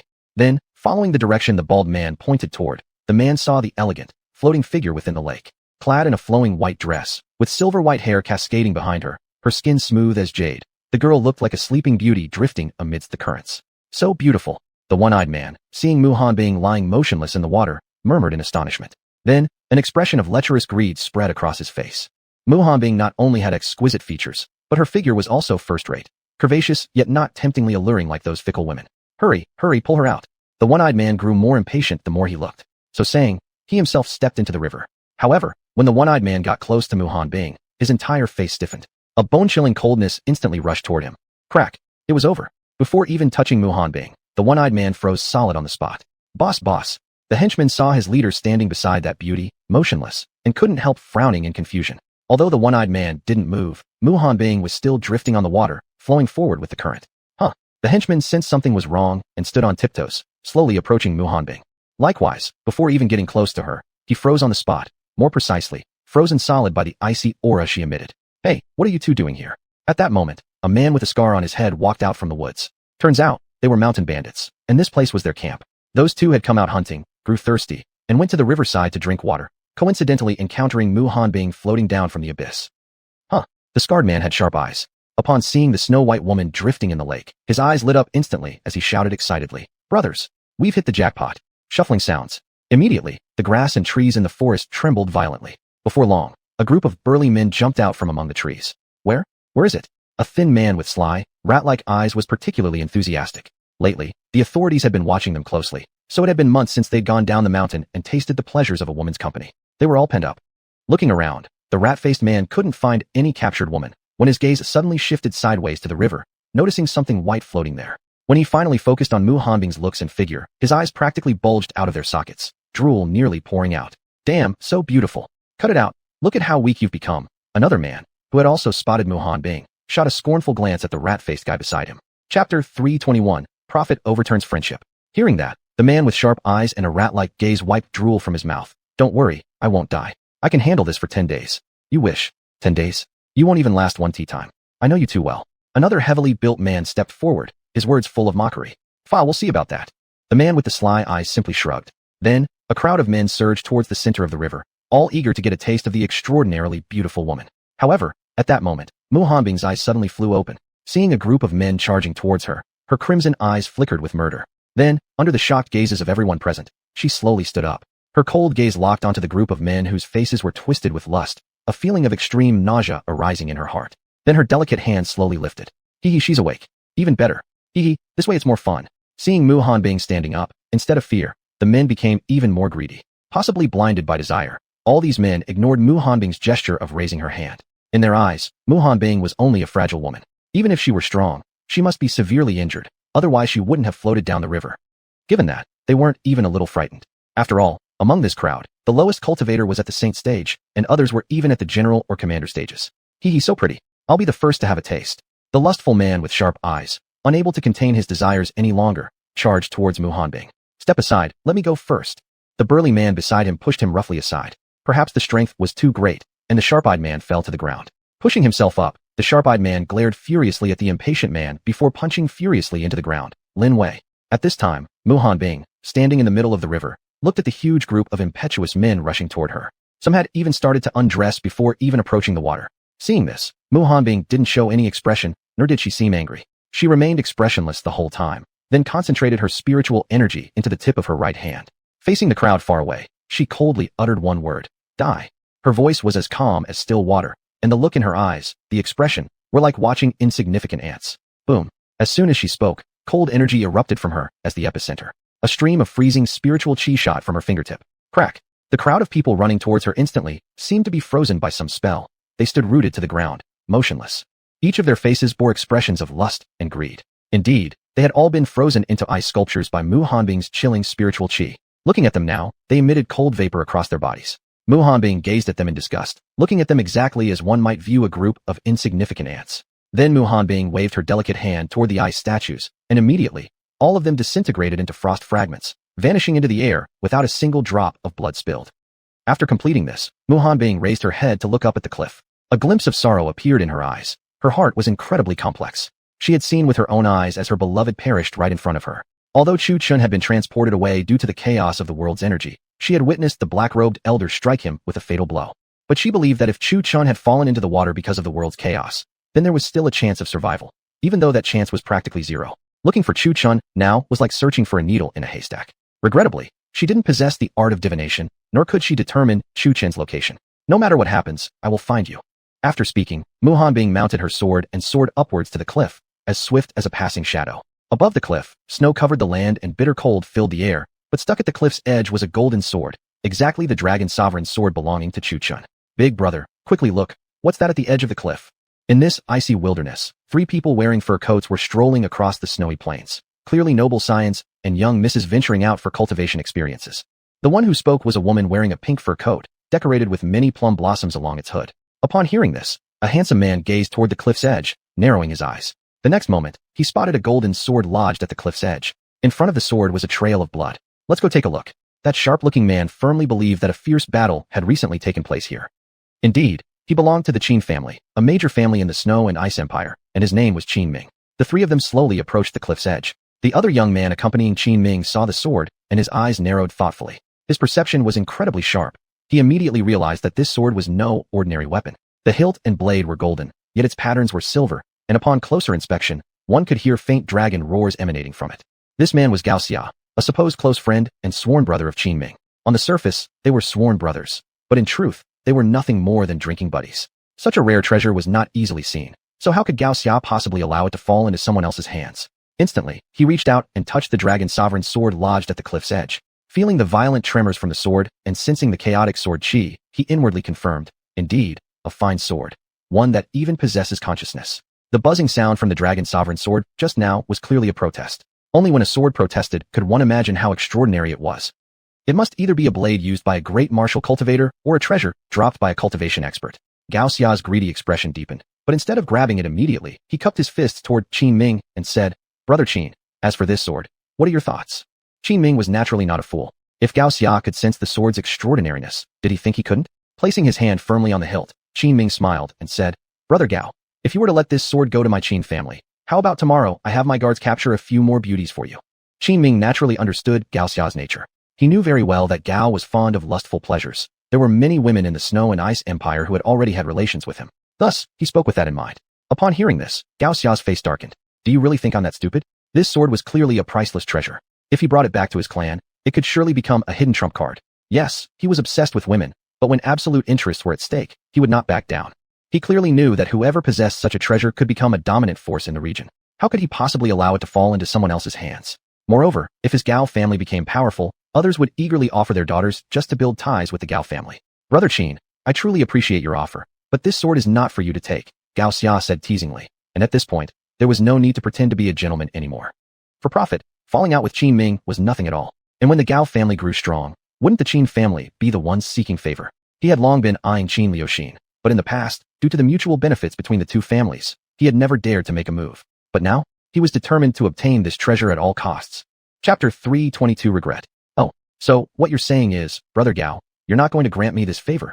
Qin Ming was extremely intelligent, naturally able to discern the implication in Gao Xia's words. One moment they were close brothers, but the next moment the atmosphere became tense, on the verge of drawing swords. The hidden currents of Xian power surged from both sides, as if ready to attack at any second. Qin Ming remained expressionless from beginning to end. What if Gao Xia was a martial king? Although his cultivation level was not as high as Gao Xia's, there were 2 of them here, and he himself was a martial general at peak strength, only a step away from the martial king realm. Although Qin Lu Xian was only recently advanced to the martial general stage, together they could subdue even a martial king. In an instant, both sides secretly surged with Xian power, both determined to obtain this sword. However, Qin Ming also didn't want to go too far, and under no circumstances would he make the first move unless absolutely necessary. Doing so would be detrimental to both sides' interests. Clenching his teeth, Qin Ming then said, "Brother Gao, I naturally understand that this sword is certainly a treasure, and that you, Gao Xia, wouldn't be willing to part with it." Qin Ming's eyes narrowed, pausing before continuing, "What if my Qin family offers the Jiangshan Sheiji map in exchange?" "Brother." As soon as Qin Ming spoke these words, Qin Lu Xian beside him immediately changed expression. The Jiangshan Sheiji map was the treasure of the Qin family. If they gave it up, the Qin family's power would greatly decline.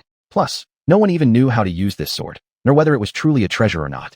Oh, hearing this, Gao Xia narrowed his eyes slightly. The Jiangshan Sheiji map of the Qin family was an absolutely priceless treasure. It was precisely because of this map that the Qin family held its current position. Although the Qin family was far less powerful than it had been 10 years ago, numerous forces still dared not take action against it, out of fear of this Jiangshan Sheiji map. It was said that the Jiangshan Sheiji map was a magical treasure that had fallen from the immortal realm. Their ancestors had accidentally found it during an expedition to a hidden realm. It was said that once the Jiangshan Sheiji map was activated, it created a defensive formation. Although described as a defensive formation, how could a treasure fallen from the immortal realm possibly have only one ability? It must be an item capable of both offense and defense. Moreover, the Jiangshan Sheiji map was a small world. Even if your entire clan were wiped out, your clan members could hide inside, regroup, and seek revenge. A flicker of hesitation passed through Gao Xia's eyes. Cultivators and immortals were not the same thing. Though cultivators were called immortals, they were still ordinary mortals. But true immortals were different. They were the true immortals who towered above the 9 heavens. Yet Gao Xia didn't understand why. For a sword whose value and purpose were unknown, Qin Ming was willing to offer up the Jiangshan Sheiji map in exchange. It was highly suspicious. However, no matter how he looked at the sword, Gao Xia couldn't see anything particularly special about it, and certainly nothing worth Qin Ming exchanging the Jiangshan Sheiji map for. After hesitating for a while, Gao Xia nodded and said, "Fine. I hope Brother Qin doesn't renege on your word." Thinking it over, Gao Xia felt that this was clearly a favorable trade. "Brother." Hearing this, Qin Lu Xian was immediately filled with anxiety. Even if Qin Ming intended to exchange the Jiangshan Sheiji map with the Gao family, the senior members of the Qin family would never allow it. Seeing this, Qin Ming smiled and said, "Relax, Brother Gao. You know my character well enough." Saying so, he gave a knowing glance to Qin Lu Xian beside him. Qin Lu Xian was momentarily stunned, then suddenly caught on, a sinister smile appearing on his face. So that was it. Gao Xia, however, didn't notice this exchange between the Qin siblings. However, the moment Gao Xia turned around, a surge of Xian power erupted from the Qin siblings. Qin Ming sneered darkly, sending a palm strike toward Gao Xia just as he turned his back. "Still want the Jiangshan Sheiji map?" At the same time, Qin Lu Xian also unleashed Xian power, thrusting a sword toward Gao Xia. How sensitive was Gao Xia? He immediately turned his head in shock, wide-eyed, staring at the Qin siblings. "You, Peng, see?" Before Gao Xia could react, he was pierced through the chest and skull by both the palm strike and the sword, dying without closing his eyes. He had overestimated the Qin siblings, truly believing that they would trade the Jiangshan Sheiji map with him. Want the Jiangshan Sheiji map? Not even a hair of it. Qin Ming looked down at the corpse on the ground and sneered disdainfully. "TSK, TSK, TSK. Qin Ming. Oh Qin Ming, you disappoint me too much."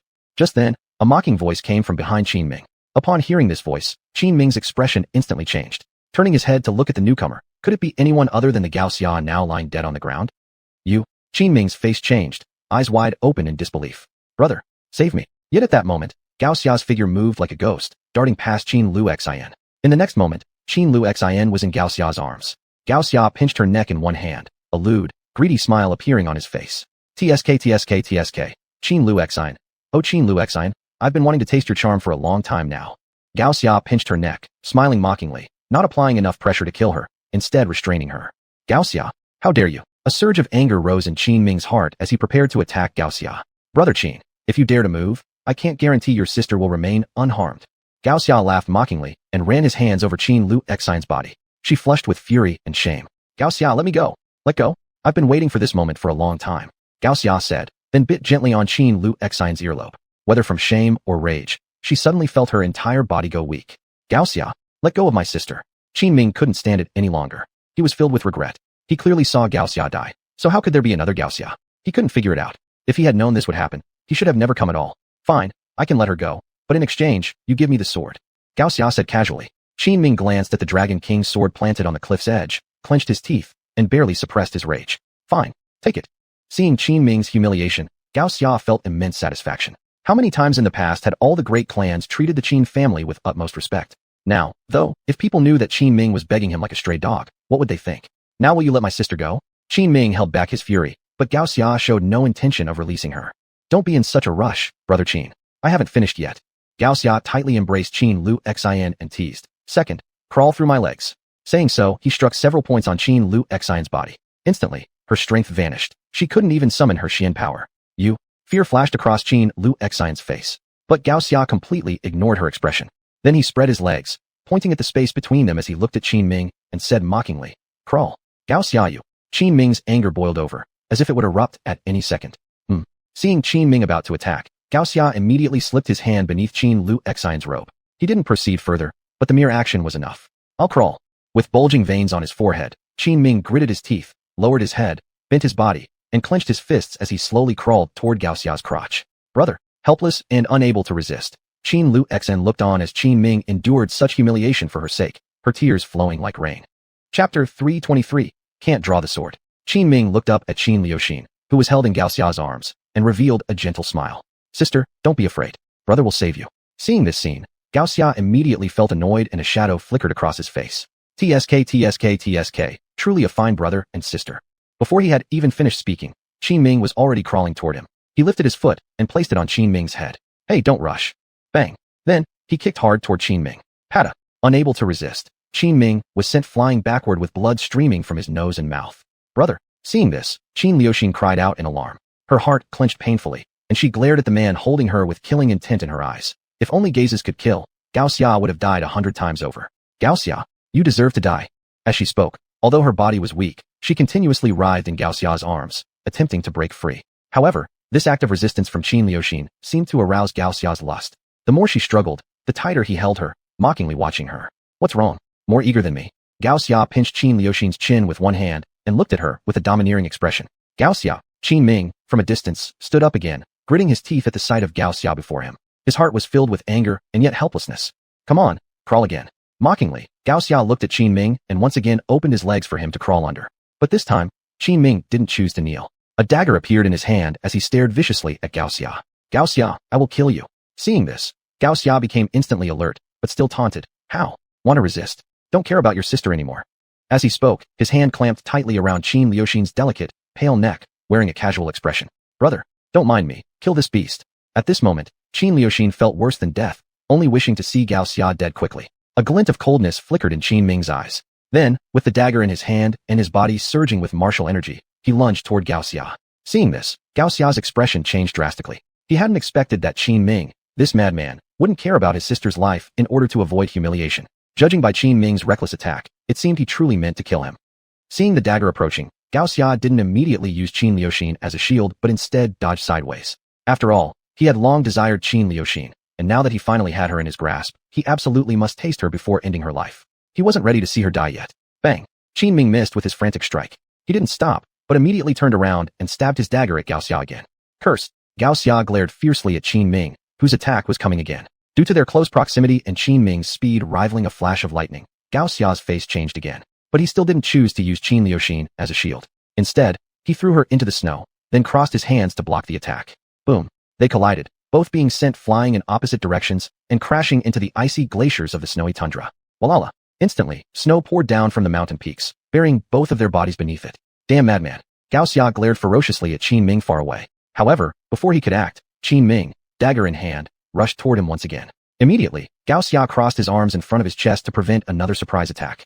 Yet, this time, the blow never landed. As Qin Ming approached within 10 feet, he suddenly turned right and dashed toward Qin Liuxin. At that moment, Gao Xia understood what Qin Ming intended. Qin Ming had gambled that he would want to taste Qin Liuxin's body and would never use her as a shield. By the time he realized this, it was too late. Qin Ming had scooped up the fallen Qin Liuxin and ran away. Damn! Gao Xia immediately flew into a rage, yet he did not choose to pursue. Because if he chased, he wouldn't be able to kill them. The reason was simple. They were a pair while he was alone. If he ran after them, he would likely end up dead. Right now, there were only two options for him. The Qin siblings were certain to report the incident. Then, the Qin family would definitely demand compensation. At that time, in order to placate the Qin family, the clan would certainly strip him of his cultivation and expel him. After all, he was not the family's legitimate heir. His father had forcibly taken his mother after getting drunk, and he was born afterward. Originally just the son of a servant's woman, he had never been important to the family. In recent years, however, he obtained great fortune, and his cultivation rapidly improved. Finally, his father took his mother as a concubine. Even if her job wasn't much different from a servant, she at least now had a formal status. Because of his outstanding talent, he had been heavily nurtured by the clan, yet still could not escape the identity of being born to a servant. If the Qin family reported this incident, he would definitely not escape death. To escape this desperate situation, he must bring significant value to the clan, otherwise, unimaginable consequences would follow. Gao Xia clenched his teeth, staring at the Dragon Emperor's sword embedded at the edge of the cliff. He silently prayed it wasn't some ordinary, useless item. Thinking of this, Gao Xia slowly walked toward the cliff's edge and placed his hand on the Dragon Emperor's sword, feeling the violent sword qi radiating from it, tearing at his skin inch by inch. Gao Xia gritted his teeth against the excruciating pain caused by the sword qi, and tried with all his might to pull the Dragon Emperor's sword out of the ground.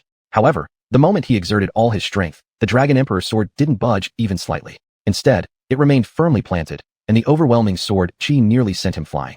By now, his arms and chest were already covered in blood. Instantly, Gao Xia let out a painful scream, his face filled with agony. This sword was proving far more difficult to tame than he had imagined, and on top of that, it was fucking heavy. He couldn't even begin to imagine what material had been used to forge such a weapon. Unwilling to give up, he climbed back to his feet and approached the Dragon Emperor's sword once again. He placed his hand on the hilt, and a powerful surge of martial energy burst forth from his body. Come out. Like someone pulling up a radish, Gao Xia strained to yank the Dragon Emperor's sword free. The force he exerted was so great that his face turned bright red, and every vein on his neck, forehead, and arms bulged visibly, revealing just how heavy the sword truly was. Boom. Suddenly, the Dragon Emperor's sword, embedded at the cliff's edge, erupted with a burst of sword qi, sending him flying. Spit. A mouthful of blood spewed from Gao Xia, splattering the ground as his face turned pale. At this moment, he finally realized how gravely he had underestimated this sword. This sword's might was by no means inferior to the Qin family's Pinnacle, Emperor's Chart of Dominion. A flicker of joy appeared on his face, but immediately a new problem emerged. There was no doubt this was a treasure, but apparently he couldn't pull it out, making the whole situation quite awkward for him. Youngster, this sword was never meant to be wielded by you. At that moment, a cold female voice rang in Gao Xia's ears. As the words echoed, a bone-chilling coldness surged toward him, mixed with violent killing intent. Instinctively, Gao Xia raised his head toward the source of the voice. There stood a woman dressed in a snow-white dress, her entire presence like a celestial being descending from heaven. Her aura was pure and ethereal, yet carried with it a deadly edge. Chapter 324, Untitled. Without even looking, the incoming figure had to be Mu Hanbing. Seeing this woman, Gao Xia instantly forgot the bone-chilling cold, staring blankly at Mu Hanbing as she walked toward him. He was originally a lustful man, having seen countless beauties, but someone like Mu Hanbing, her appearance and figure were simply as perfect as perfection could be. For a moment, he couldn't help but stare, entranced. Crack. He was so entranced he didn't realize Mu Hanbing's icy aura had already seeped into his body. Gradually, his body turned into an ice sculpture. Mu Hanbing merely cast a cold glance at him before striding directly to the cliff's edge, effortlessly lifting the Dragon Emperor's sword, which emitted a vibrating hum expressing its sorrow. Yet, since Mu Hanbing carried Chu Chen's aura, the Dragon Emperor's sword not only did not resist her, it actually cooperated. Chun. Mu Hanbing caressed the Dragon Emperor's sword, her expression filled with sadness. The sword, seemingly intelligent, sensed Mu Hanbing's sorrow and emitted a mournful wail once again. Damn it! How can that kid have such a powerful guardian? Just as Mu Hanbing was immersed in grief, a hoarse, aged voice rose from below the cliff. Upon hearing this voice, Mu Hanbing first stiffened, then surged with anger. Immediately, she looked down from the cliff, seeing an old man in black robes climbing upward. At the sight of him, the killing intent within Mu Hanbing, which had been suppressed by sorrow, instantly soared. The old black-robed man climbing the cliff sensed the killing intent radiating from above, and his expression instantly changed, instinctively raising his eyes to look up. But he shouldn't have looked. Upon doing so, his eyes met directly with Mu Hanbing's icy, blood-red ones. Seeing that, a bone-deep chill of despair shot from his head straight to his toes. Without the slightest hesitation, the old man let go and threw himself off the cliff, preferring to be smashed to death rather than fall into Mu Hanbing's hands. For when a woman seeks vengeance, it means endless torment. Damn it, why is she still here? The old man's face turned dark green with fury as he even used his true essence to accelerate his fall. But would Mu Hanbing really let him go so easily? In the next moment, an immense suction force surged from above the cliff. Then, he was seized by the neck by Mu Hanbing. Mu Hanbing didn't speak, merely clutching his throat and staring at him with those icy bloodshot eyes. The murderous intent and frigid aura radiating from her body gradually consumed him, inch by inch. Her bloodshot eyes were like those of a hellish fiend crawling out of hell itself, emanating an icy cold, piercing power that devoured him inch by inch. Just as he thought he was about to die, however, Mu Hanbing suddenly retracted all her aura. She felt that killing him so easily was too lenient. Chu Chen's death left her overwhelmed with guilt. It was her fault. She had failed both as a master and as his wife. She couldn't make up for it with her two elder sisters, nor did she plan to run away from it. She would bring this murderer of Chu Chen back, so her two sisters could deal with him as they saw fit. Thereupon, Mu Hanbing curled her jade-like finger slightly, sending a streak of blue light into the old man's body. Ah! Instantly, the old man let out a heart-wrenching scream. Then, his cultivation base visibly crumbled, his true essence dispersing inch by inch. Indeed, Mu Hanbing did not seal him. She was directly crippling his cultivation. But it was not over yet. Mu Hanbing used her essence energy to force his mouth open and shoved a dark green pill inside. The old man, nearly unconscious, felt a stream of clarity rush through his body. Naturally, he recognized this pill. It was the marrow-tempering pill. In essence, it was for healing injuries, hence its name. Although puzzled about the woman's intentions, the old man was certain she would not let him off easily.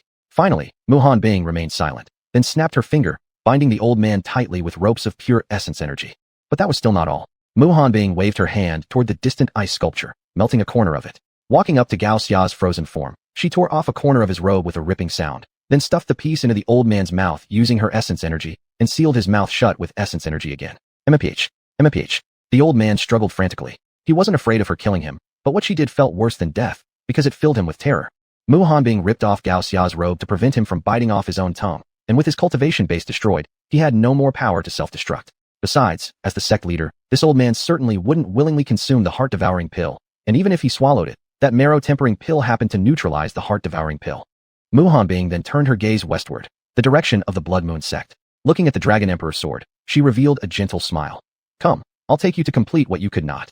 With that, she steadied herself once more, and in the blink of an eye appeared above the Blood Moon sect, her entire being emanating a bone-chilling killing intent like the Grim Reaper himself. Who is that? So beautiful. Wonder what she tastes like. The disciples of the Blood Moon sect, upon seeing Mu Hanbing in the sky above, did not feel fear at all, but instead revealed greedy and lustful expressions. Mu Hanbing had no patience for nonsense. Gripping the Dragon Emperor's sword, she channeled her true essence throughout her body and slashed downward toward the Blood Moon sect. Die. Her voice was cold and lifeless, answered only by the agonized cries of all the sect disciples below. Whether due to Mu Hanbing's superb control of true essence or not, the sword chi seemed to have a tracking ability, avoiding the innocent and the captured female disciples. This killing intent specifically targeted the inner and outer disciples of the Blood Moon sect, and those disciples who had enjoyed the captured women. Ah, senior, save me.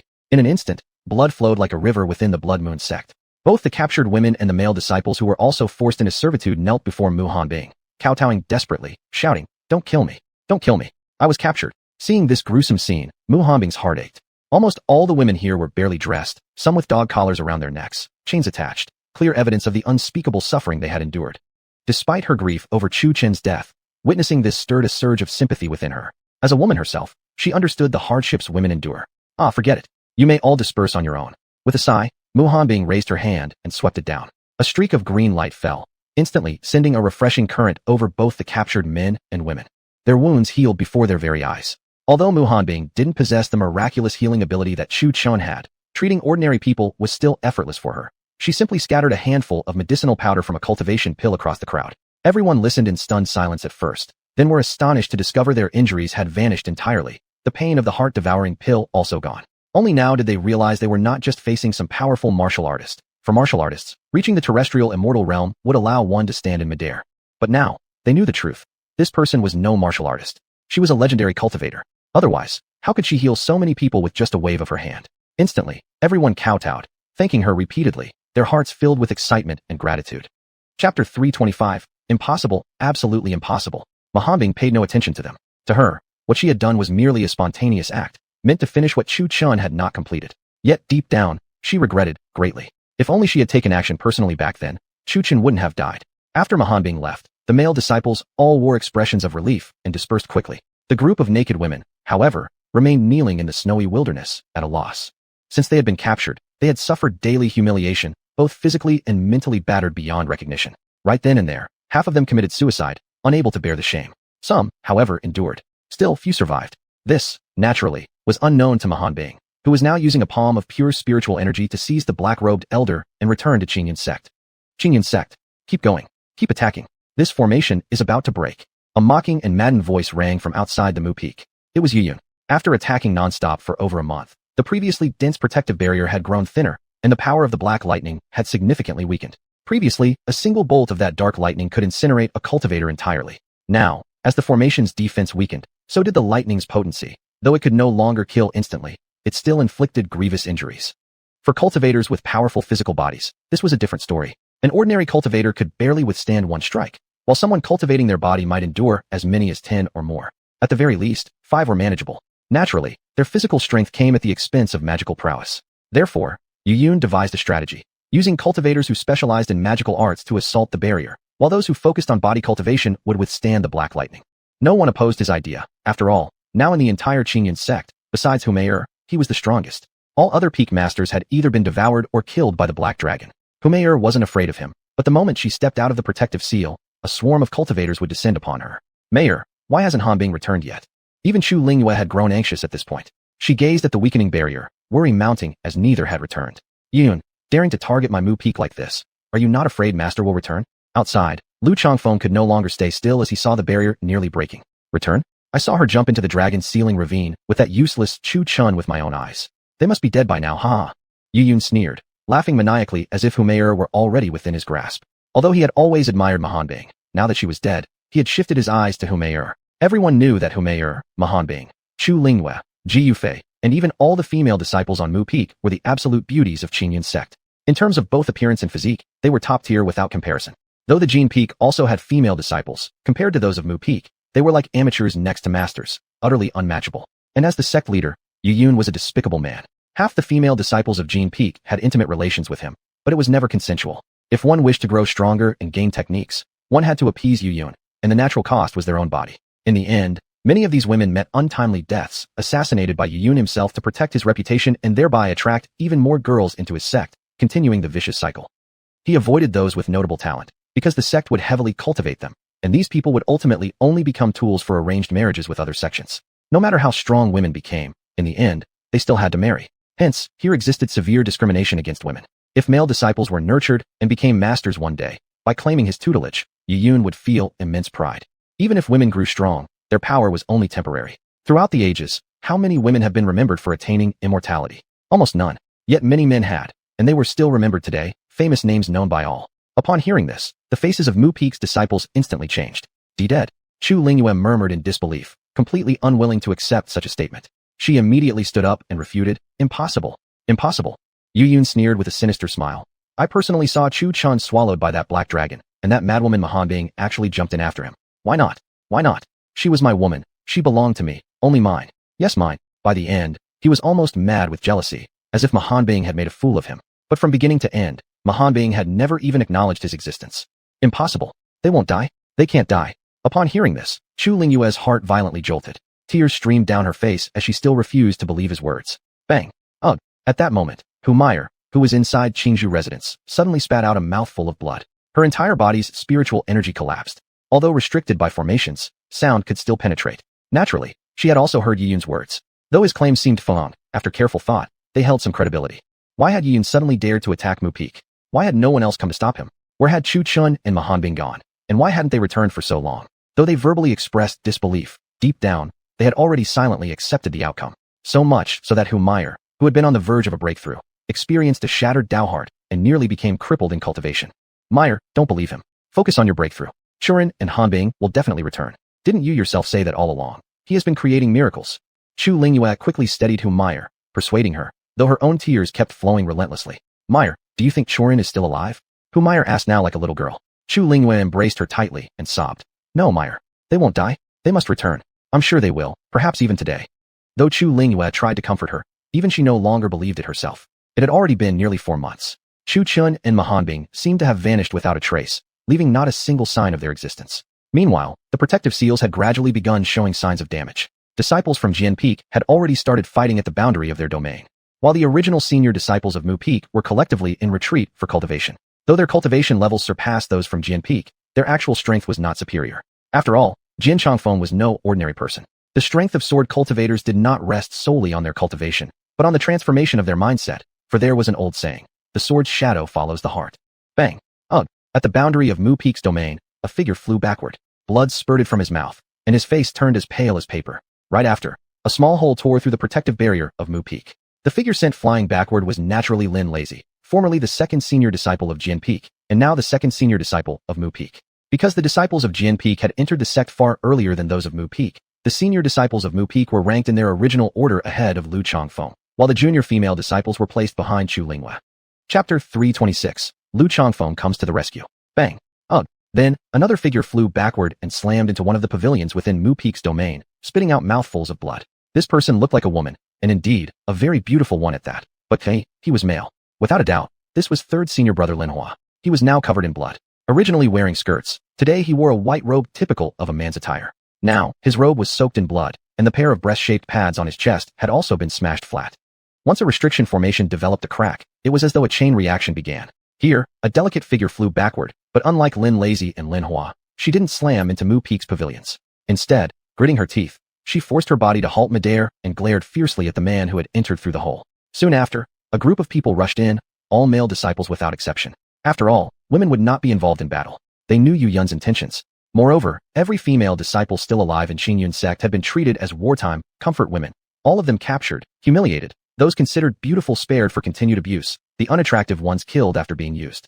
During these 4 months, the entire Qingyun sect had become a place of bloodshed. If other sects were to learn of this, they would certainly raise their banners in war.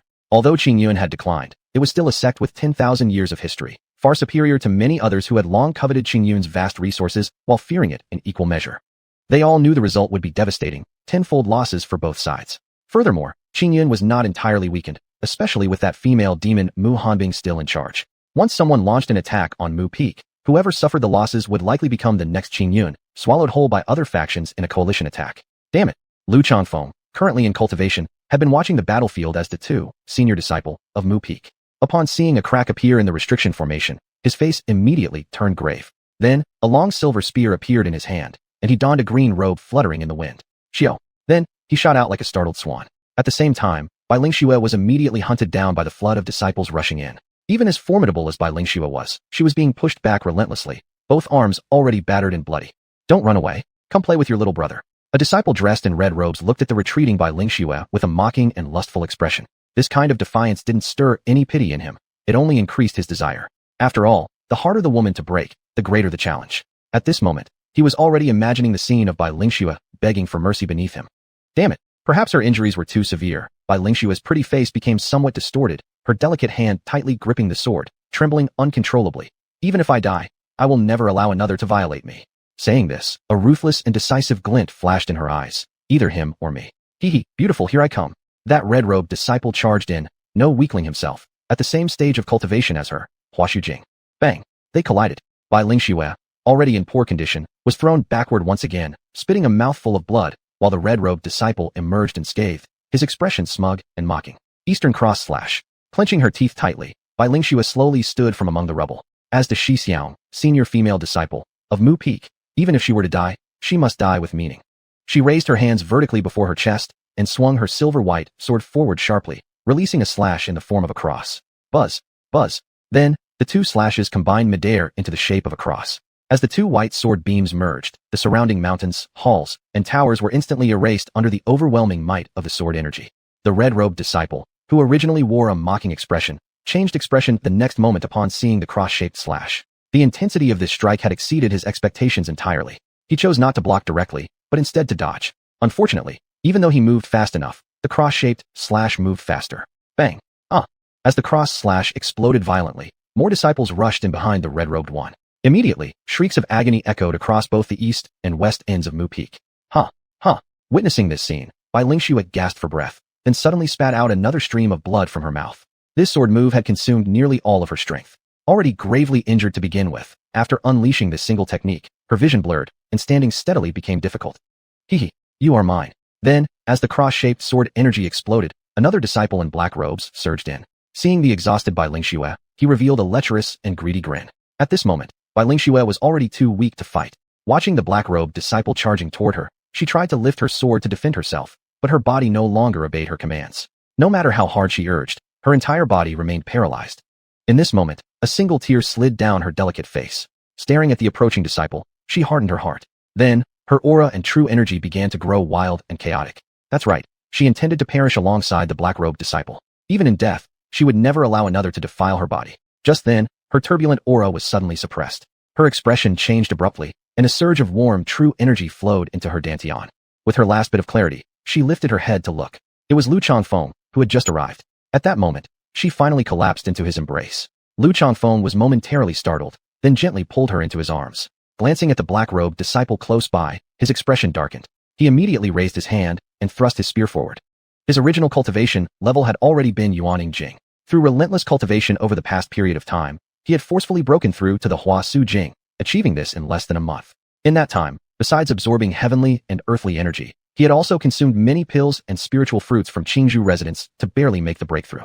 However, this rapid advancement had left him with only the cultivation base of Hua Su Jing, while his true strength still remained at the peak of Yuaning Jing. Yet, for his purposes, this was already enough.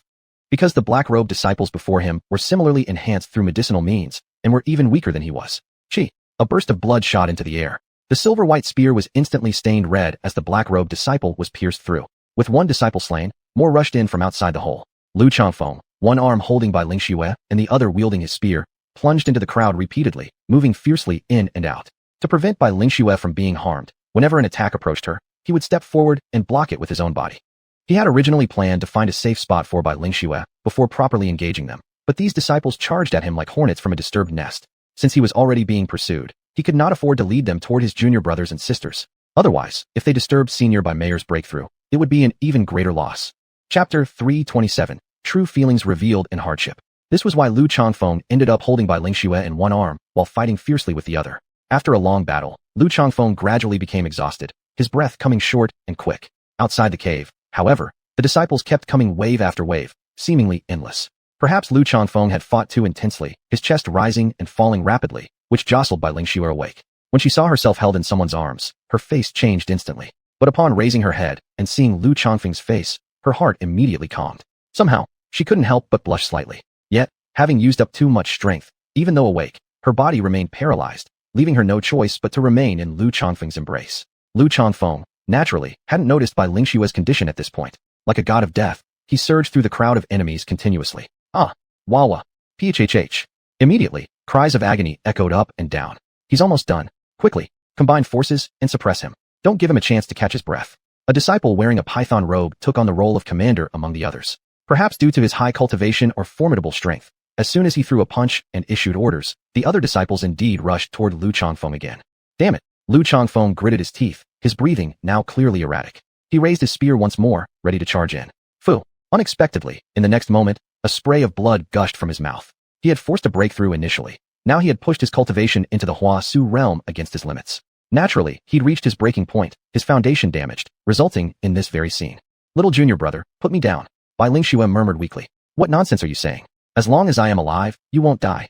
Lu Changfeng wiped blood from the corner of his mouth. In truth, this sentence had a second half. If only you knew. All of you are my family. But upon hearing these words from Lu Changfeng, Bai Ling Xue's face flushed, mistakenly taking it as a confession, especially since her heart fluttered at his words.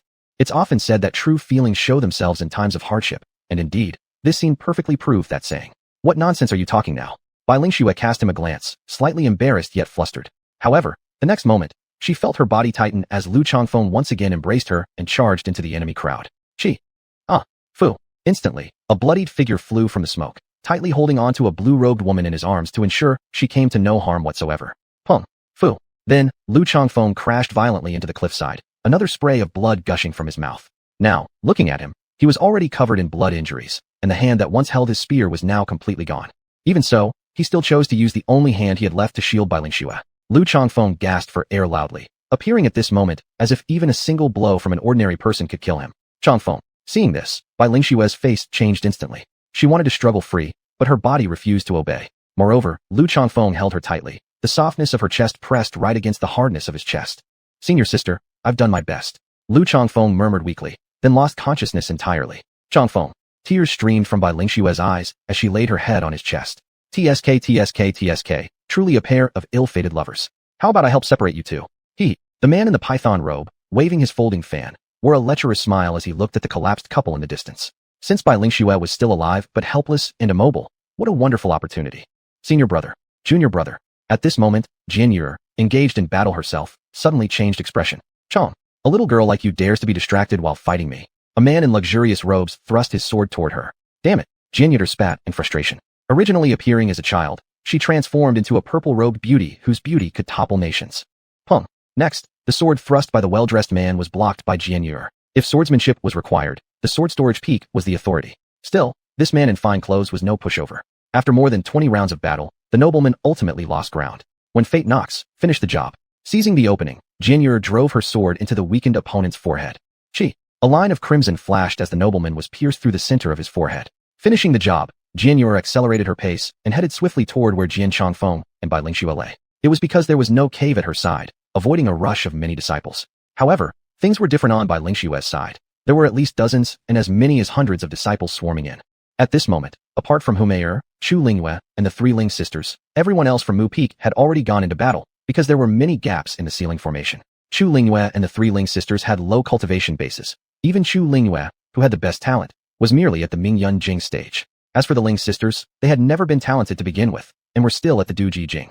As the seals imprisoning the Black Dragon were destroyed, the spiritual energy of Qingyun sect had been increasing dramatically, which allowed them to progress so quickly. If not for this sudden disaster, it was likely that in 100 years, Mu Peak would firmly become the top among all peaks of Qingyun sect, and Lu Chongfeng and others would even be able to attain elder status. Unfortunately, Yu Yun's greed triggered this war.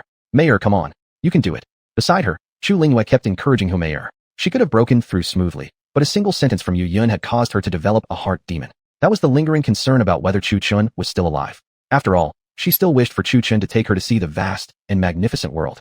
Their relationship had transformed from master and servant to husband and wife. That night, Chu Chun had removed the master-servant restriction and granted her freedom. But that was also the biggest regret for Humiliation. In their Tianyang Qinghu clan, every individual had 9 lives, and the tails behind them represented their remaining lives. That wasn't the most important part, though. The critical fact was that whoever formed a master-servant contract with the Tianyang Qinghu could, if the master died, extend the master's life by sacrificing one of the servant's tails. The servant would still live on, though with one fewer tail. She had not known these things originally, but when she broke through, the bloodline inheritance in her memory awakened, and only then did Humiliation realize her profound regret. She shouldn't have let Chu Chun break the contract back then. Otherwise, through the master-servant bond, she could have located Chu Chun, and if Chu Chun had died, she could have extended his life. This was also the source of her guilt and regret, causing her remorse, and even leading to the formation of a heart demon. For this reason, she blamed herself endlessly, regretting that she hadn't awakened her bloodline inheritance earlier. Otherwise, no matter what, she would never have allowed Chu Chun to break the contract. It was precisely because of this self-reproach that she was filled with regret, which led to the heart demon. While cheering Humiliation on, Chu Lingyue glanced outside Qingzhou Cottage. The battle situation was not very optimistic. Disciples from Mu Peak were nearly being crushed under the enemy's pressure. Her heart filled with bitterness. She hated how weak she was. Otherwise, she would already be out there fighting alongside her senior brothers and sisters. Chapter 328, a complete turnaround. But she couldn't do it. She had just entered the Bingyun Jing realm, and stepping outside would only make her cannon fodder. No, not even cannon fodder. She'd die with just one strike from the enemy. At least cannon fodder could be of some use. Charge. Keep charging. Yu Yun, seeing the formation was about to collapse, roared loudly. He himself joined the group attacking the barrier. Soon afterward, crash. A sound like breaking glass echoed throughout the entire Wooden Peak domain. It worked. It's broken. It's broken. Seeing this, Yu Yun immediately erupted into a frenzy of wild shouting. Then, his eyes sharpened, and like an arrow he shot straight toward the bamboo cottage. Ha ha ha. Humiliation, Chu Lingyue, you belong to me now. Yu Yun laughed maniacally, completely forgetting that although Humiliation was in the process of breaking through, her cultivation base had originally been 5 major realms higher than his. He had no idea where he got the audacity to launch a full-scale attack on Wooden Peak. The truth was, Humiliation was breaking through merely as a precaution. She wasn't afraid of him. With just a glance, she could have annihilated him easily. Boom. At that moment, Humiliation had just successfully ascended to the Huaxinjing realm, and a powerful ripple of true energy swept outward from the bamboo cottage. Humiliation's cultivation base hadn't been stacked like Lu Chongfeng's had been, otherwise she wouldn't have spent over a month comprehending the Tao. Pooh. As soon as that pressure surged forth, the disciples of other peaks within the Wooden Peak domain suddenly felt their bodies grow heavy, and they fell to the ground one after another. Yu Yun was similarly struck by this oppressive force and spat out a mouthful of blood. Just like the disciples outside Wooden Peak, he plummeted from the sky. Squeak. The wooden door of the bamboo cottage slowly pushed open, and out drifted pieces of red peach blossom petals. Following that, 2 women stepped outside, one wearing an elegant long gown, and the other clad in white robes. Both were incredibly beautiful. The woman in the long gown had a seductive and alluring figure, while the woman in white exuded a pure and ethereal aura, as though untouched by the mundane world. Hu Senior has emerged from her retreat. Seeing this, the people of Wooden Peak's faces lit up with joy, turning their gazes toward the bamboo cottage. Swoosh. Treading on the petals, Humiliation moved with astonishing speed, like a fleeting shadow, arriving in front of Yu Yun in a flash. She coldly looked down at him, her immense pressure pinning him so thoroughly, he couldn't even lift his head. Tell me, is it true that Chu Chun is dead? There was no emotion in Humiliation's voice, just like the Yan King's death summoning decree. Answer correctly, and you might live. Answer wrongly, and death might be the price. Damn it. How come she's this strong? Yu Yun's face turned gloomy. He had been too arrogant, believing his soul-rising realm strength was the strongest in Qingyun sect, and even assuming that Humiliation at most was at the soul-refining realm, and Mu Hanbing merely at the soul-exploring realm. He never expected that just stepping out, the pressure from her would pin him to the ground, his head too heavy to lift. It was like you'd painstakingly arranged flowers and nervously confessed your feelings to a girl, only to be not only coldly rejected, but also slapped publicly in front of everyone. Yu Yun's situation was even worse. He had thought only the formation would stand in his way from seizing Wooden Peak, but Mei Shangdao, the opponent's cultivation base, was actually 6 levels higher than his own. Although he couldn't sense Hu Meier's exact realm from the ground, the fact that just a pressure wave was enough to flatten him meant that she was at least at the void-piercing realm or above. I never expected that besides Master, Hu Senior would also be so powerful. Beside them, Bai Lingxue looked at Hu Meier in astonishment. Hu Meier had always been low-key in the bamboo cottage, never revealing her strength. Had she known this, why would she have struggled so hard? Still, she was glad that Hu Meier hadn't acted earlier. Otherwise, she wouldn't have had the chance to lie in Lu Chongfeng's arms. Although she hadn't fallen for Lu Chongfeng at first sight, the sincere feelings developed during crisis were incredibly rare. In her eyes, no matter how close friends or sworn brothers were, when a disaster came, they would scatter like birds. Years ago, had it not been for Jian Chongfeng saving her, she might have been refined by that evil entity. The reason she had been captured by that evil spirit was because her companions had not only abandoned her, but also thrown her toward the demon to save themselves. Because of that incident, her personality had become somewhat isolated. Speak. I will ask you again. Did you really see Chu Qin die with your own eyes? Hu Meier's voice carried immense pressure, and as she spoke, she added even more weight.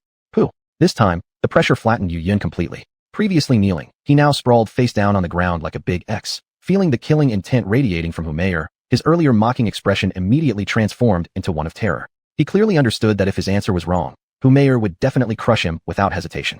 Now he regretted bitterly. If he had known her cultivation base was this high, he wouldn't have dared to cause trouble. Now, not only had he lost face, but he was about to lose his life too. Yu Yun was also on the verge of tears, and it was entirely his own fault. He had thought Hu Meier was an easy target. After all, she had always kept a low profile, just lingering about the bamboo cottage.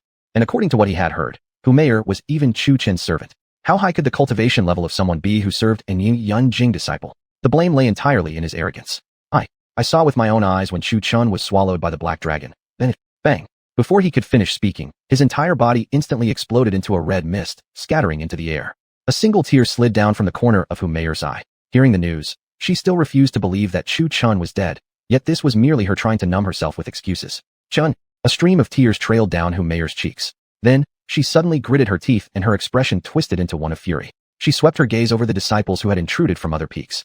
Boom. In an instant, her aura erupted violently, like a raging demoness. In the next moment, every disciple who had entered from outside was turned into crimson blood mist without exception. Still, Hu Meier's aura showed no sign of fading. It looked as if she were on the verge of descending into madness.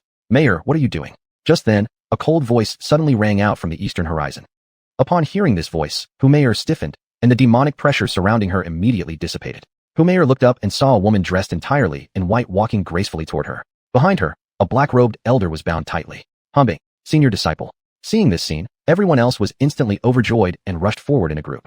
Lu Chongfeng was also helped forward by Bai Lingxue. What happened here? Mu Hanbing looked at the wrecked Wooden Peak and asked, Senior disciple, Yu Yun said that you were dead. The disciples of Wooden Peak all began speaking at once, each trying to explain the situation. After hearing their words, Mu Hanbing frowned slightly. If that were the case, then currently the entire Qingyun sect had only a few dozen people left from Wooden Peak. What was once a massive sect had now become an empty shell. Unexpectedly, a single black dragon had caused such massive chaos. Tong Litan and others were dead, and all the other peak masters had perished while fighting the black dragon as well. Now the entire Qingyun sect had no leader and barely any disciples left. Chapter 329, A Disappointed Chu Linghua. Forget it, let's not talk about this anymore. Who is this? Hu Meier looked toward the hooded old man tied up and floating behind Mu Hanbing. Then, with a delighted expression, she asked, By the way, where's Chu Chun? However, this sentence of hers, which would have been better left unsaid, caused a wave of sadness to flood Mu Hanbing's face. Thud. Then, in the sight of everyone present, Mu Hanbing actually knelt down before Chu Linghua and Hu Meier. What are you doing? Hu Meier immediately sensed something ominous. Beside her, Chu Linghua's heart also sank. Mu Hanbing wouldn't just randomly kneel down before them. Anything out of the ordinary must have an ill omen. That's right. Why are you doing this, master? Meng Yao quickly stepped forward, trying to help Mu Hanbing up. However, as soon as she tried to approach, Mu Hanbing gently pushed her away with a warm force. At that moment, a tear slid down Mu Hanbing's cheek as she explained everything that had happened. For a moment, everyone fell into a deathly silence. Anger and resentment flashed in the eyes of both Hu Meier and Chu Linghua. Slap. Finally, Chu Linghua couldn't take it anymore and stepped forward to slap Mu Hanbing across the face. After striking her, she herself was stunned, as was everyone else around her. Why did you do that, junior sister? Gu Lingbing shouted, seeing what had happened. Beside her, Hu Meier remained silent with a grim expression, effectively endorsing Chu Linghua's actions. Mu Hanbing, you disappoint me so much. 3 times. 3 times he died before your eyes. How could you call yourself his master? You're at the body integration stage. If it was a single mistake, okay, fine. Haha, 3 times, 3 times. Not once did you save him. Heh. So this is the body integration stage? Not that impressive after all. Without waiting for Gu Lingbing to speak again, Chu Lingyue went on a furious verbal tirade against Mu Hanbing. Bang. After speaking, she snatched the Dragon Emperor sword from Mu Hanbing's hands and strode toward Qingju Peak. Yuan Bin was about to chase after her to teach her a lesson when Mu Hanbing blocked her path. Master you. Shirwani looked on, confused. You all may go. This is a family matter. Mu Hanbing made her meaning quite clear with these words. She had also become one of Chu Chen's women. Everyone else had something more to say, but in the end, the words died in their throats. They had no experience with love and naturally could not comprehend its devastating power. With a helpless sigh, they scattered.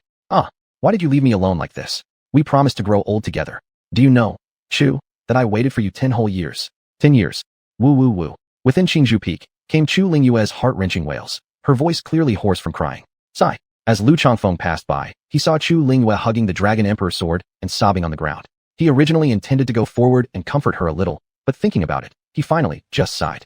Though he didn't understand love, he had seen twice people forsaking everything for it. One was his own sister, Lu Qingyao, the other was Chu Lingyue, who had eyes only for Chu Chun. Both were blood relatives, his older sister and his niece, respectively. Although he didn't seem very clever, he had read many books. The phrase he remembered most vividly was, what exactly is love? So powerful that it commands a lifetime commitment, life and death itself. Love can transcend all barriers. It can bring joy and completeness, but also despair and agony. After hearing Chu Lingyue's cry, the original thoughts of going to Qingju Peak to scold her were replaced by sorrow instead. But they all understood. The person in the greatest pain wasn't her, but Mu Hanbing, who had watched Chu Chun die before her eyes 3 times over. Each time only a hair's breadth from salvation. The guilt and remorse must be unbearable. Hanbing you. Never mind. Humayer had wanted to say something, but in the end, she kept her words to herself, turning her head in disappointment, accompanied by tears dropping one after another. She naturally understood Mu Hanbing's helplessness and grief. But as one of Chu Chen's women herself, she carried a deep resentment, an anger like watching someone perish right before you despite the power to save them. Missing him the first time was acceptable, but especially the second time, Chu Chun was still alive. Because of her lapse in vigilance, the old man in black robes pushed him off the cliff. The third time, her fingers had just brushed the hem of his clothes, and then he vanished in the shifting space. At that time, Chu Chun had already been gravely wounded. Even if he had fallen into water due to spatial teleportation, he would already have died. Not to mention the probability of such an event happening is practically zero. The Tianyan continent is so vast, full of steep cliffs. How fortunate could one be to fall into water? Even if he did land in water, given the severity of his injuries, there would have been no chance of survival. Thinking of this, Humayer immediately slapped herself. She hated herself for not cultivating and gaining understanding earlier. Otherwise, she would never have allowed Chu Chun to discharge their master-servant contract under any circumstances. That way, at the very least, she could still maintain some connection with Chu Chun. Even if he had died, she could still prolong his life. Unlike now, when even his corpse could not be found. Even after everyone had left, Mu Hanbing still knelt on the ground, the red mark of a slap clearly visible on her beautiful face. Blood still seeped from the corner of her mouth, mingling with tears that flowed from her bloodshot eyes. Because the entire Qingyun sect had become an empty shell, the heart-wrenching wails of Chu Lingyue and Humayer echoed across the sect, pattering, rushing, perhaps even the heavens were mourning. Just then, heavy rain began to fall, accompanied by lightning and powerful peals of thunder. Yet, despite it all, Mu Hanbing remained kneeling there. Her frail body in the rain gave off a sense of desolation. She stood in the downpour, and the bound black-robed old man stood in it as well. Xianyu Imperial Court, Qingfeng City. A woman in black robes arrived at the entrance of the Chu family mansion. The woman's expression was completely devoid of emotion, yet she possessed unparalleled beauty. With phoenix-like eyes, a small mouth, and an elegant, curvaceous figure, she stood there. Behind her stood another woman dressed in pure white robes, her face expressionless and cold. As the white-robed woman looked at this place, and then at the woman in black beside her, a flash of astonishment passed through her eyes. It was unimaginable. How could such a remote, obscure village produce someone like her? The white-robed woman referred to the black-robed girl as a genius. Strangely enough, as the two stood there, Chu family disciples were coming and going all around. Despite how eye-catching the two women's appearance was, not a single person noticed them. Not because they could not be noticed, but simply because no one could see them. If there were cultivators nearby, they would immediately realize this was the most basic form of illusionary technique. Qingxue, is this your hometown? The white-robed woman curiously inspected the place, looking around, but finding nothing particularly secretive. The woman in black did not reply. She simply remained silent and gave a light nod. After a long while, the black-robed woman spoke in a quiet tone. Master, I beg you for one favor. Chapter 330, Reenacting the Past. Oh, what is it? The white-robed woman was slightly curious. All this time, her disciple had never asked her for anything. Master, do you possess any techniques to manipulate time or to reenact what happened here again? The black-robed woman gazed at the white-robed woman with eyes as still as an ancient well. I don't have any time techniques, but I can reenact events. I just don't know which year you want to see again. I'm powerless beyond 100 years. The white-robed woman didn't understand what her disciple intended, but still explained accordingly. In that case, 10 years ago will suffice. Reenact that time. The black-robed woman said indifferently. The white-robed woman cast a doubtful glance at her, puzzled but ultimately silent. But she was curious. What exactly happened 10 years ago that made her so determined? Moreover, she remembered that her disciple was someone she had found in the woods 10 years ago. At that time, the black-robed woman had been deep in a forest, weakened and on the brink of death from days of fatigue and lack of food. The white-robed woman, flying overhead on her sword, noticed her rare bloodline and saved her, taking her as a disciple. However, her apprentice had always been silent and brooding, burdened by hidden thoughts. Now, after more than 10 years of cultivation, she was still very young yet had already reached the core formation stage, an unparalleled talent in the entire cultivation world. Additionally, she possessed an extremely domineering bloodline, one even the elders of their sect could not identify. Yet, despite all that, she insisted on coming to this godforsaken place. Helplessly, she had no choice but to accompany her. Letting out a soft sigh, the white-robed woman slowly raised her right hand. Immediately, the scene before them turned black and white, as if time had begun to reverse. People and objects moved backward. After a while, the scene halted at the moment from 10 years ago, though it remained in monochrome. Yet the black-robed woman could clearly see every figure before her. In the vision, a white-clothed youth was walking along a path through the woods, heading toward the Chu family of the Xianyu imperial court. Suddenly, the walking youth halted. The next moment, he fell to his knees, clutching his head with a look of agony on his face. Whoosh! At that moment, another sound pierced the scene. An arrow, slicing through the sky, aimed directly at the white-robed youth. CHH. The youth, perhaps caught off guard, or perhaps unable to dodge due to the arrow's speed, was pierced directly through the left shoulder. Instantly, 5 or 6 men dressed in black robes burst from the woods and encircled the white-robed boy. At the sight, the black-robed woman narrowed her eyes. In the scene, the leader of the black-clothed men suddenly struck a palm at the white-robed youth. Caught completely off guard, the youth was sent flying from the impact. Clutching his left arm, the boy glared coldly at the black-robed man. Who are you? Why are you trying to kill me? We are simply here to take your life. If you must blame anyone, blame yourself for angering someone you shouldn't. Mockingly grinning, the black-robed man licked the edge of his blade. The white-robed boy's expression shifted from confusion to one of realization and furrowed brows. He murmured softly, Lin family. It's the Lin family. Lin Long, why are you doing this to me? What exactly did I do wrong? Is it really just because I awakened the 9-star divine vein that you're envious of me? Ha ha, ha ha. By the end of his words, the boy suddenly burst into wild, manic laughter. At this point, the black-robed woman's calm eyes finally showed a flicker of emotion. In her heart, she already began forming her own conclusions. Later in the scene, the white-robed boy, after a fierce struggle, burned his own blood essence to escape the woods, thereby becoming a cripple. The Lin family then attempted to wipe out the Chu family, but they were slaughtered by Ling Han upon his arrival. Then, the scene followed Ling Han to the Wushan Mountains. Before them appeared the white-robed boy being grabbed by a white ape, which was preparing to swallow him whole. Whoosh! At the moment of critical peril, Ling Han's sword flashed through the air, shooting down the white ape and rescuing the white-robed youth. Soon after, the giant white beast was killed, and the white-clothed boy boarded the flying sword of a cultivator. With that, the images of the young white-robed boy came to an end. The night descended, and cries of agony filled the sky. Fire consumed the Lin family's estate, and corpses lay scattered across the ground. At this, the vision completely ended. From beginning to end, the white-robed woman remained expressionless. She had witnessed too much of the affairs of mortals to find anything strange. Beside her, the black-robed woman fell silent, a flicker of hesitation flashing through her eyes. After a long pause, she murmured in realization, so it was like this. Done watching, the white-robed woman glanced at her apprentice, speaking with an indifferent tone. Yes, the black-robed woman nodded before adding, Master, come with me to Qingyun sect. You, the white-robed woman, taken aback, could only stare, muttering to herself. Was she truly the master here, or was it the other way around? When she was about to scold her, the black-robed woman took the initiative, mounting her flying sword and soaring southeastward. Helplessly, the white-robed woman rubbed her forehead and had no choice but to follow. Qingyun City. Heavy rain poured from the sky like water being poured from above. The streets were nearly deserted, yet 2 women wearing bamboo hats walked through the market. You 2 young ladies, come in and take shelter. An old man happened to glance out the window and noticed the 2 women walking through the rain. Perhaps due to his poor eyesight, despite the heavy downpour, not a single drop seemed to touch their clothes. Though her expression remained indifferent, the black-robed girl politely replied, Thank you, old sir, but there's no need. This moment caused the white-robed woman beside her to glance at her in mild surprise. She had thought her disciple had always been aloof from the affairs of the mundane world, yet now she revealed a completely different side. In the end, she realized she still knew too little about her own apprentice. Before long, the 2 arrived at the gates of Qingyun sect. At that moment, Muhan Bing, who was kneeling on the ground, sensed someone approaching Qingyun sect, and they were cultivators. Her expression involuntarily changed. Instantly, she extended her divine consciousness outward from the sect gates. and two figures appeared in her mind. The proud white-robed woman felt a probing force reaching toward her, but she could not locate its source, causing her expression to shift. So powerful. What's wrong? Perhaps due to the black-robed woman's lower cultivation, she had not sensed anyone probing her. Yet the white-robed woman remained silent. The original intention to forcefully enter Qingyun's sect with her disciple was abandoned as she stepped back. Then, she respectfully cupped her fists toward Qingyun's sect and said, "This junior humbly comes to disturb senior. I hope senior will not hold it against me." The white-robed woman spoke with such humility, completely shedding her previous pride. From what she knew, Qingyun's sect had a history just as ancient as her own Haotian sect, each with 10,000 years of legacy.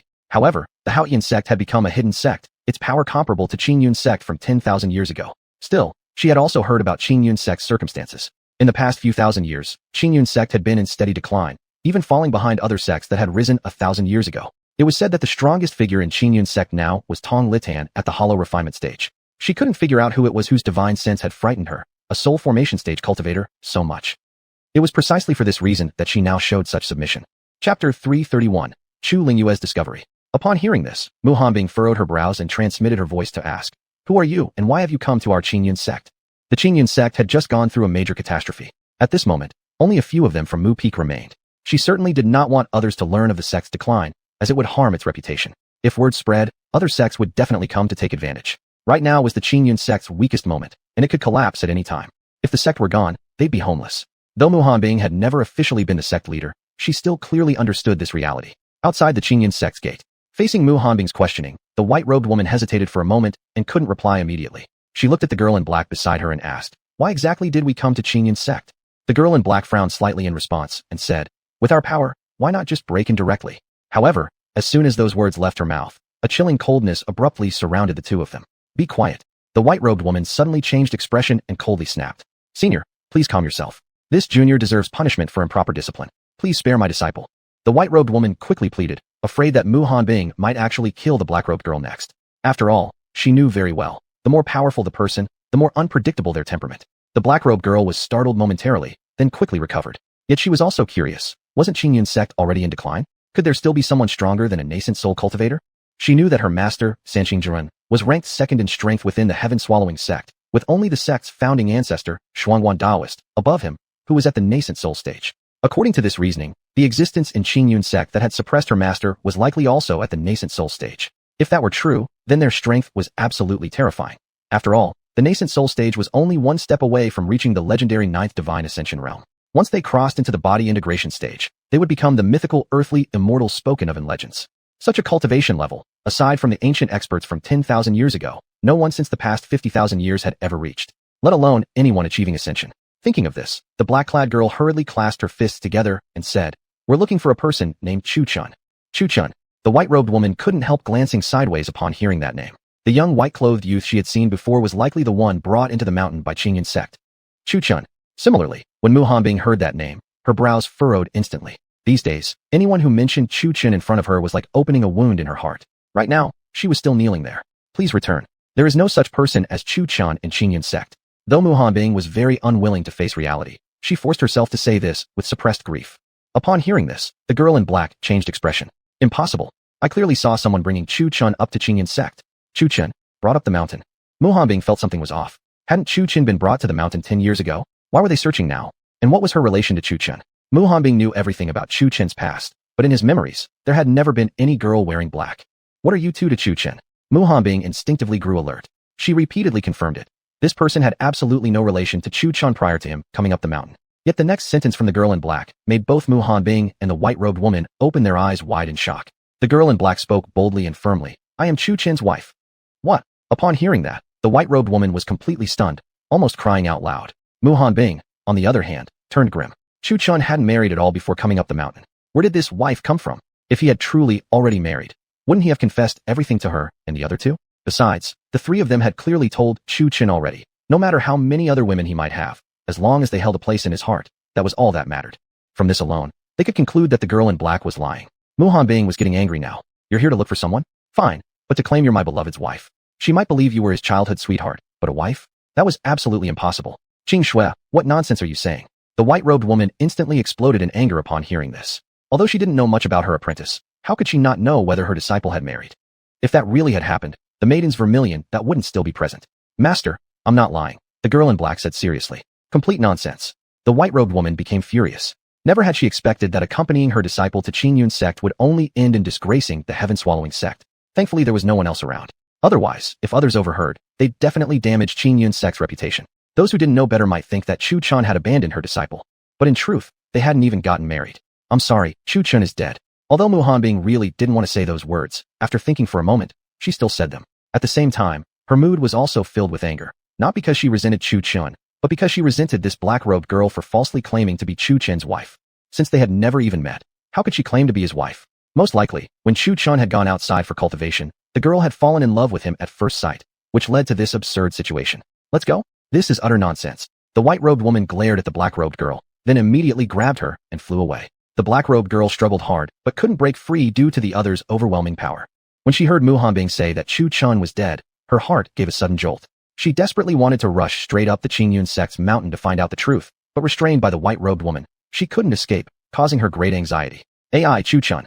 Sighing deeply, Mu Hanbing recalled in her mind the memories of Chu Chun protecting her while she led him on cultivation journeys. Chu Chun had done everything he could to keep her from harm, while she herself had powerful cultivation and could have easily crushed any enemy completely, but had allowed Chu Chun to be killed right under her very eyes. After the two had left, Mu Hanbing remained kneeling for 3 days and 3 nights. During those same 3 days, Chu Lingyue and Hu Meyer had also cried nonstop for 3 days and nights, plunging the entire Qingyun sect into sorrow. Chu Lingyue and Hu Meyer's faces looked somewhat worn out. Their once beautiful features had become somewhat marred. Wah, wah. At that moment, a young beast's cry rang out from within the bamboo grove residence. A white little cat appeared. When the two saw Ahua, they were momentarily stunned. Then, Chu Lingyue's expression shifted slightly, as if she had suddenly thought of something. Immediately afterward, she began channeling true energy into her palm. Bright light shone from the center of Chu Lingyue's right palm, revealing the appearance of a suppression formation. Wah! Then, a white little dog darted out. This little dog was none other than the Heaven Spirit Wolf King, tamed by Chu Chen back then. Upon witnessing this, Chu Lingyue's originally sorrowful expression brightened instantly. She stretched out her hands directly toward the Heaven Spirit Wolf King. Seal. At the moment Chu Lingyue gave the command, the Heaven Spirit Wolf King that had just been released was sealed back inside once again. Chapter 332. Is Chu Chen still alive? Seeing this scene, Chu Lingyue's heart was no longer filled with sorrow but replaced by joy, a radiant smile spreading across her face. She excitedly placed her hand on Hu Meyer's shoulder, shaking her vigorously. Meyer. Chu Chen, he's alive. Alive as a live. Wait a second, what did you say? Hu Meyer, who had been listless just moments ago, suddenly perked up upon hearing Chu Lingyue's words. Gripping her shoulders tightly, she asked in excitement. Look, delighted, Chu Lingyue released the restriction seal on her palm. A soul contract seal? What does this have to do with Chu Chen not being dead? Confusion showed on Hu Meyer's face. No, it has everything to do with him. This Sky Spirit Wolf King was a gift from him to me back then, and this seal was also placed by him. I've never used my own spiritual energy to change the seal because I wanted it to always remind me of him, Chu Lingyue explained. This seal was placed by him, and it still exists. If that's the case, Hu Meyer's face immediately brightened, instantly understanding what Chu Lingyue was implying. To be certain Chu Lingyue hadn't altered the seal herself, Hu Meyer used her spiritual sense to inspect the restriction on Chu Lingyue's palm. She discovered it was identical to Chu Chen's spiritual energy aura, only slightly less domineering. But that was normal. 5 years ago, Chu Chen hadn't fully mutated yet, hadn't become this strong.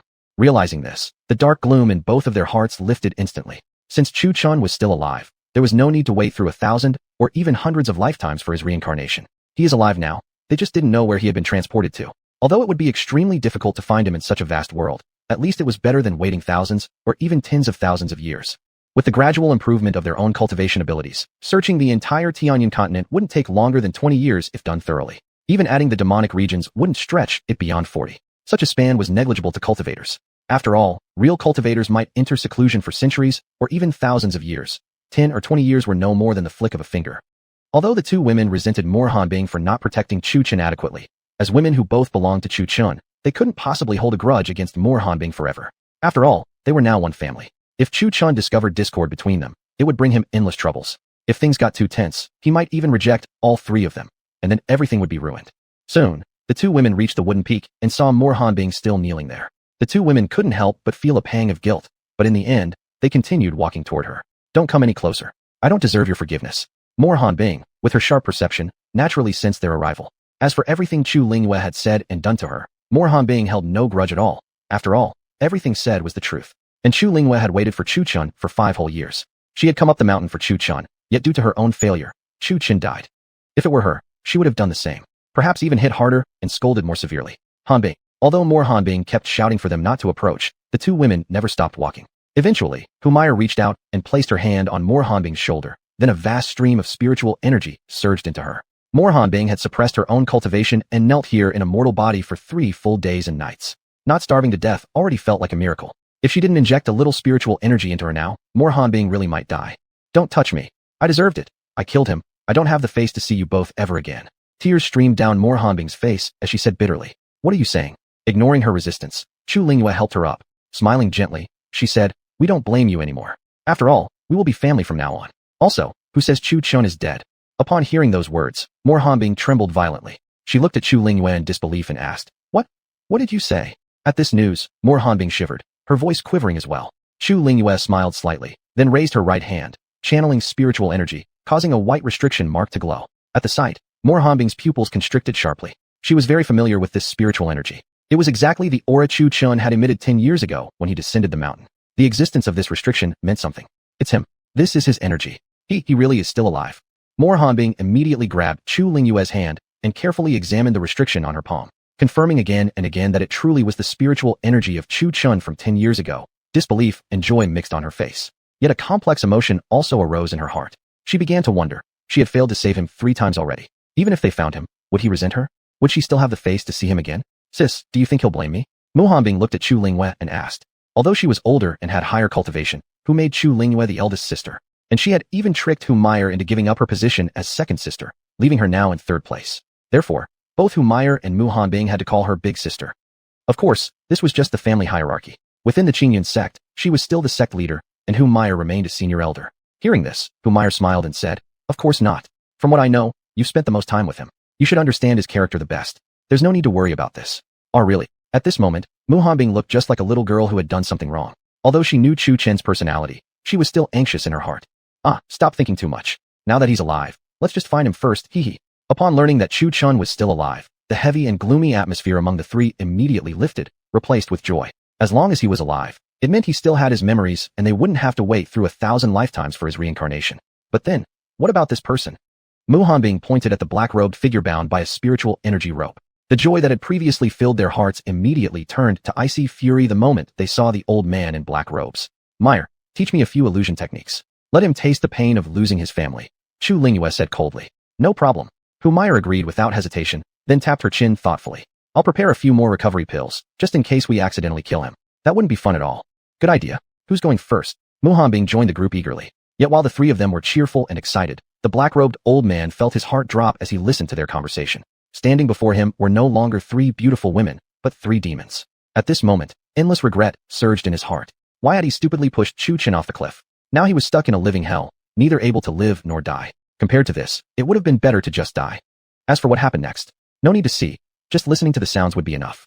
Chapter 333, The Miserable Old Man in the Black Robe. "Mayor, I told you to go easy." Morhanbing gave her a resentful glance.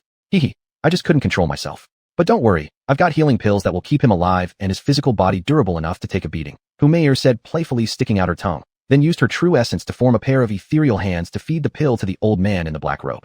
Now looking at the old man in black, he was hanging on a tree beside the lake, covered in blood, frothing at the mouth, his eyes rolled back. Clearly, this man had been treated like a punching bag by the 3 of them.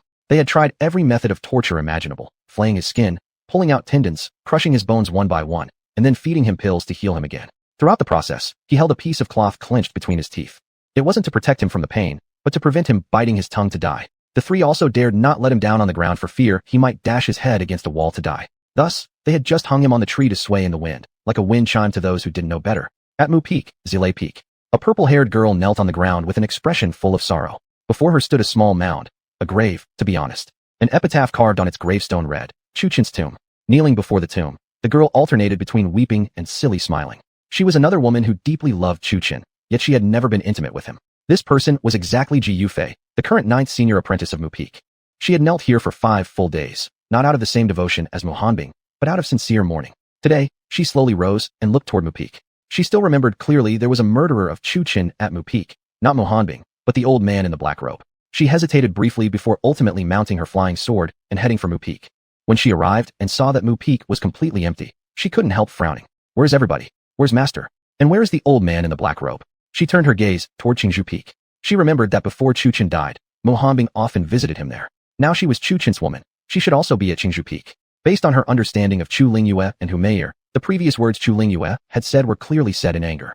As members of the same family, she definitely wouldn't fail to forgive Muhanbing.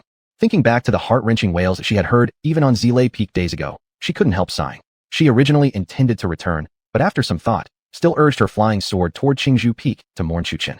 Hanbing, move over, it's my turn now. Chu Lingyue, having acquired a pile of small red fruit shaped like moons from some unknown source, was eagerly ready to test it on the old man in the black robe. Not so fast, let me go first. Humiliation immediately pushed in, also holding those red little fruits. Truly unfortunate, the old man in the black robe now had a dazed gaze, seemingly numb to the entire ordeal. Looking at his mouth now, one could easily tell he had eaten those red fruits. The three were actually quite considerate. If he refused to eat, they used hands made from their true essence to shove the red fruits into his mouth. One had to admit, the taste was incredibly spicy and pungent. Kill me. Please, just kill me. The old man in the black robe desperately pleaded, his eyes swollen and red. Whether from the spice or something else, it was unclear. Forgive you? Then who will forgive him? Exactly, when you struck him through with one palm, did you even consider this consequence? And when you shoved him off the cliff, did you ever think about the repercussions? They each shouted, one after another, furious and wrathful. When Ji Yufei, riding her flying sword, arrived at Qingzhou Peak, seeing this scene immediately caused her to frown. Though these three looked enraged, there was no trace of grief upon their faces. What exactly was going on? You, all of you, what exactly are you doing? Ji Yufei approached the three with curiosity and asked, Wow, Yufei, you're here. Since it's missing one for three, why don't you also join our harem group? Ever since Humiliation learned that Chu Chun was alive, she was more cheerful than anyone else. Missing one for three? Harem group? What are you talking about? Ji Yufei was confused.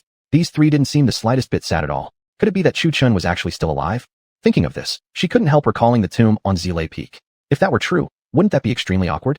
Exactly, Senior Yufei, your feelings toward Big Brother Chen have always been obvious to us. Don't tell me you weren't moved at all. That would be lying, right? Chu Lingyue, once quiet and reserved, had also become more lively and cheerful. I never did such a thing. Ji Yufei blushed upon hearing Chu Lingyue's words. Was it really that obvious? But right now, she became absolutely certain. Chu Chen definitely was still alive. Otherwise, they wouldn't have invited her into this so-called harem group. They should have called it a widow's group instead. Oh, come on. If you're not family, you don't enter the family. Here, it's very simple to join our test. Take this, see this man? Castrate him. Muhanbing said, while handing a knife to Ji Yufei without delay. That knife was already smeared with blood. It must have just finished peeling the skin off the old man in the black robe. This, Chu Chen. Ji Yufei absent-mindedly accepted the knife, but still wanted to ask about Chu Chen's condition. He's alive. The three of them answered in unison. Really? Upon hearing this, Ji Yufei couldn't help but feel joy. After all, hearing it directly from others was entirely different from merely guessing. Really? Chu Lingyue added, activating the seal in her hands as proof. Ji Yufei was extremely intelligent. At a glance, she recognized this as the soul-binding seal Chu Chen had once placed. Understanding this, she suddenly felt everything become clear.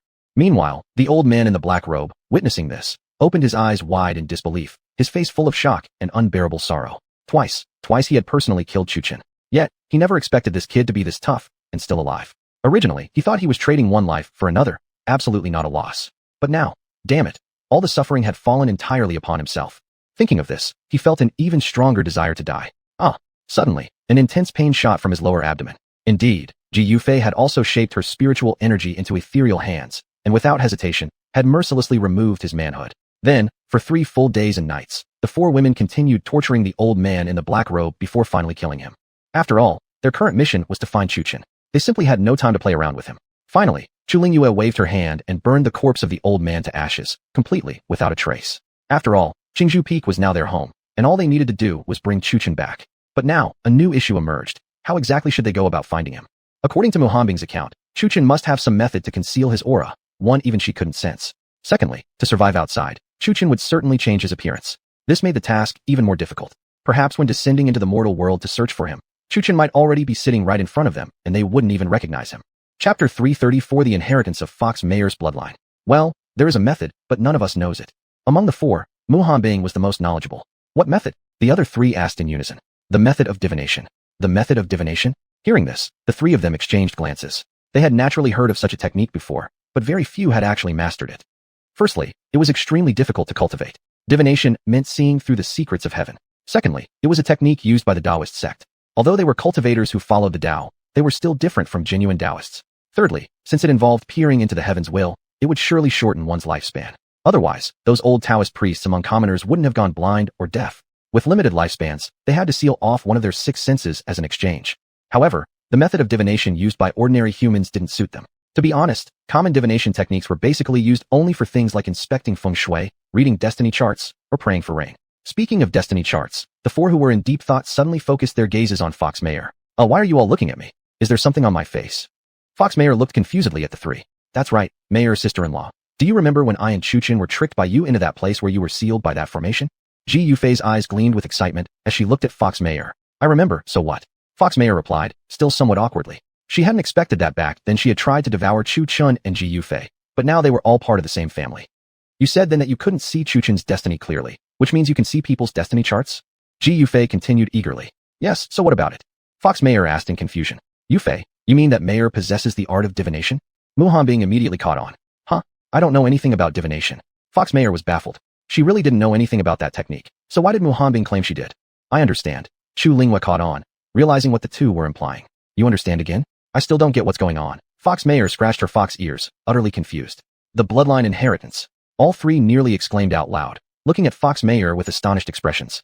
Poor Fox Mayer was still completely clueless. Hey, you keep talking about divination, then about bloodline inheritance. You all keep throwing stuff at me. What exactly are you trying to say? Fox Mayer scratched her head, utterly bewildered. Mayer, I think the bloodline of your Tianyang Qinghu clan is connected with the Taoists. Mu Hanbing said with a solemn expression. Fox Mayer widened her eyes toward Mu Hanbing. See, first, you can see destiny charts, right? Yeah. Though she didn't know where Mu Hanbing was going, Fox Mayer still nodded.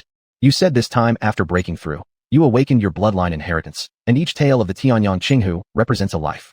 Then there's the matter of the contract techniques. So isn't it possible that your Tianyang Qinghu clan was once a mythical beast or pet of the Taoists? Mu Hanbing speculated. How so? Fox Mayer pondered for a moment, then seemed to catch a clue. The Taoists, as their name implied, followed a path that was ethereal and mysterious. Indeed, the concept of Tao itself was profoundly arcane. Yet she did have some vague memories. Or perhaps they were dormant abilities, like when she could cast curses, similar to Taoist hexes. Though she had never met actual Taoist practitioners, she had seen such things in the Qingyun sect's scripture pavilion. After all, she often had plenty of free time. Well, Mu Hanbing explained earnestly, the techniques used by Taoists are quite profound. Commonly known examples include casting hexes, praying for rain, summoning deities, fortune-telling, reading fate charts, examining love destinies, seeking favorable matches, predicting fortunes and misfortunes. And most importantly, the method of divination. Those with high cultivation can pinpoint someone's location simply by using an object. Since this major task of locating Chu Chun had to be entrusted to Fox Mayer, she was determined. Hearing this, Fox Mayer looked thoughtful. So what exactly are you trying to say? Chu Linghua. Mu Hanbing. Ji Yufei. Why aren't you speaking? Seeing the sudden silence, Fox Mayer couldn't help but feel confused. Mu Hanbing took a deep breath, suppressing the urge to punch her lightly, and explained, from all I've just said, your Tianyang Qinghu clan just so happens to possess the ability to see destiny charts. Therefore, if you continue to comprehend your bloodline inheritance, you may unlock the method of divination. This is why I suspect your Tianyang Qinghu clan has some connection with the Taoist sect. Also, half of your techniques are illusion arts. Surely you didn't learn that later in life, did you? That's right. I was born knowing how to use illusions, Huyer nodded. So, you see, these illusion arts are inherently intangible and ethereal, which perfectly aligns with the Taoist sect's techniques. They're equally mysterious and elusive. Do you get it now? As Hanbing finished her sentence, her pale fist clenched tightly, so hard that if dared to say no, that little fist would immediately strike down on her lush, soft mounds.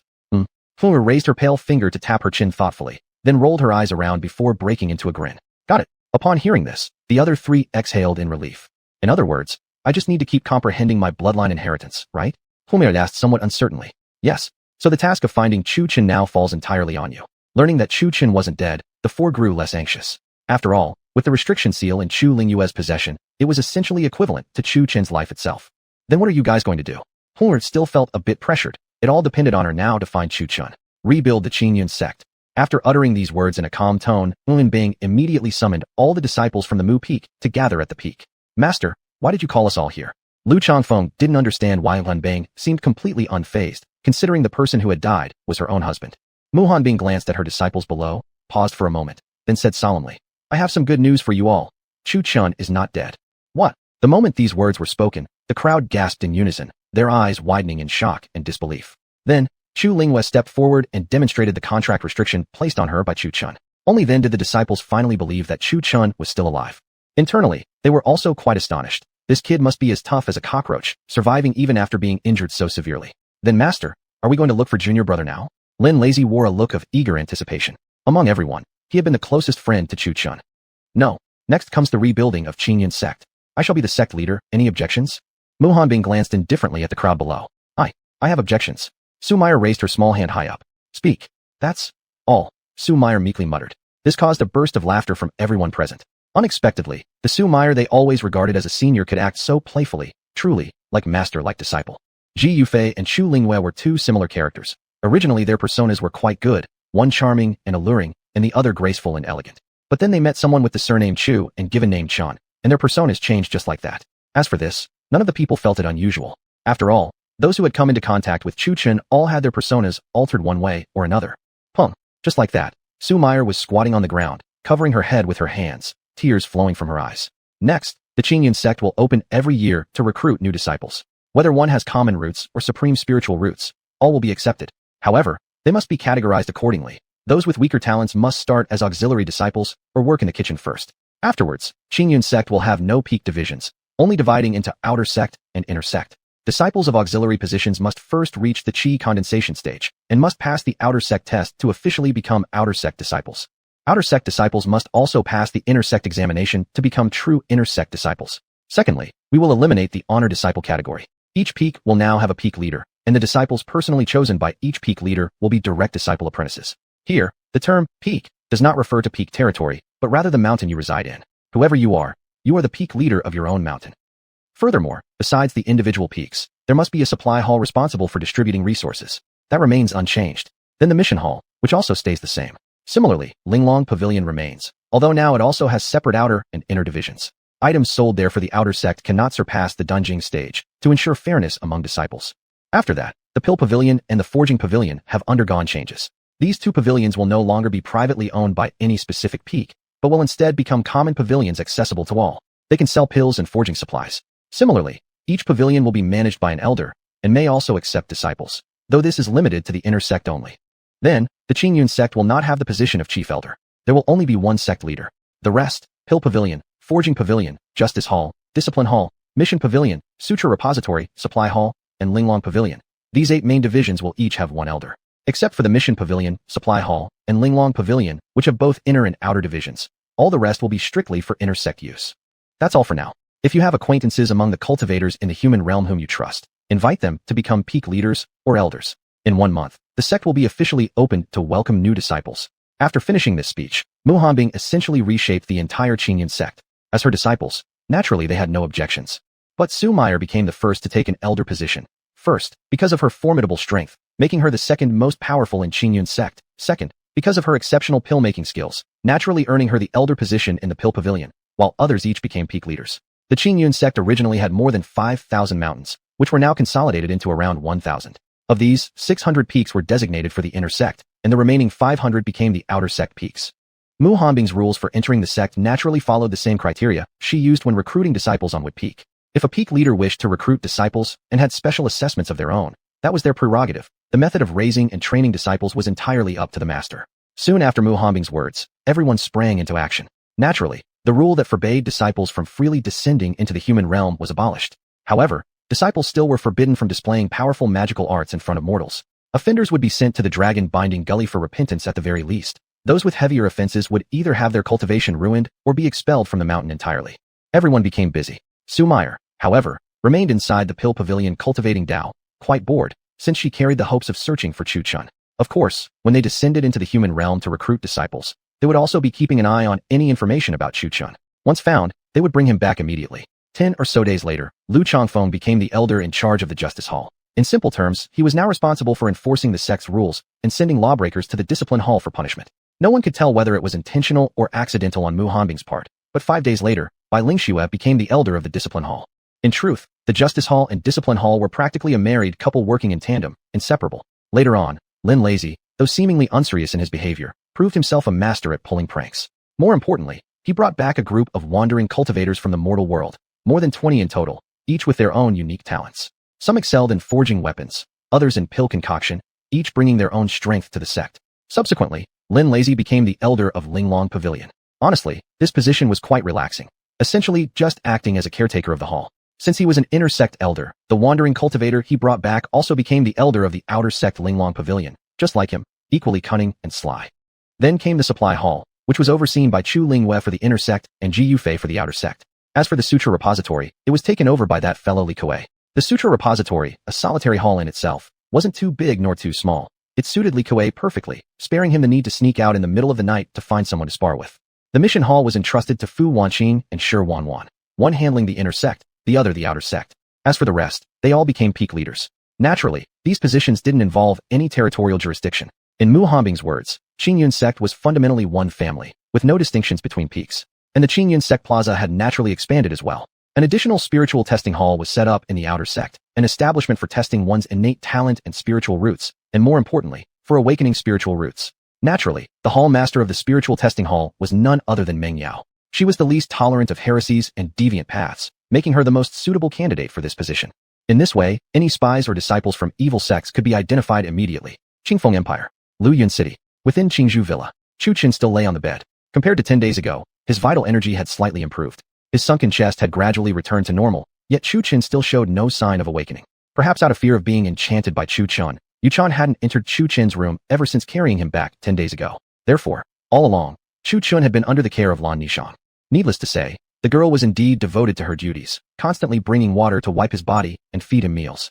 An outsider would think she was either a servant girl or even his wife. The next night, pure moonlight gently poured down. Ugh! Chu Chun let out a pained groan and sat upright while holding his forehead. Fragmented, hazy images flickered through his mind, none of them clear enough to make sense.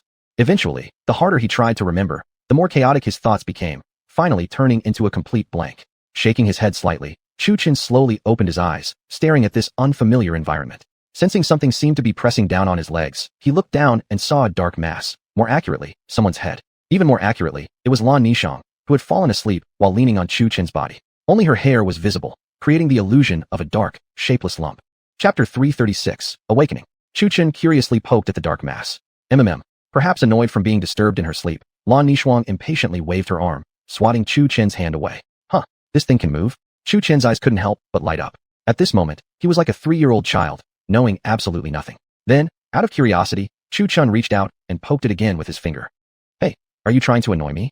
From her tone, Lan Nishang seemed somewhat angry, and swung her hand much harder this time. Oh, are you annoying, huh? You're awake. Lan Nishang sat up with a slap on Chu Chen's thigh. Then, she saw that Chu Chun, who had been unconscious before, had actually woken up. Who are you? Chu Chen asked uncertainly. Seeing Chu Chen awake, Lan Nishang felt happy inside, but also somewhat afraid he might leave now that he was conscious. Still, she smiled and said, Lan Nishang. And you? Oh. Chu Chen responded indifferently. He thought carefully for a moment, then suddenly felt a wave of dizziness. I forgot. His mind in chaos, Chu Chun was slapping his own head, desperately trying to remember who he was. Huh. Seeing this, Lan Nishang couldn't help but feel surprised. Had she really guessed right? He actually has amnesia? You really don't remember anything? Lan Nishang softly and hesitantly asked. Bang bang bang. Chu Chun continued to slap and pound his own head. What followed was a complete blank where even the blurry images in his mind had vanished. Eventually, helplessly, he nodded. I forgot. Hearing this, Lan Nishang immediately wore a delighted expression. Since that's the case, since you've lost your memory and have nowhere else to go, why not just stay here? But, I just feel like there's someone very important waiting for me. Chu Chen hesitated before speaking. Upon hearing this, Lan Nishang frowned slightly. Someone important? Could it be his lover? But she soon thought again. So what if it were a woman? He had amnesia now anyway. He could stay here as her husband.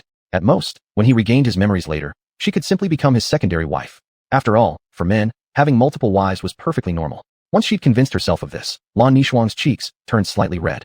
Chu Chun looked even more handsome after waking up, especially with those eyes sharp as sword glints, yet paired with a slightly dazed expression, cute yet slightly cold. The more Lan Nishang looked at him, the more she liked him. Then, she kept coaxing him. See, I rescued you.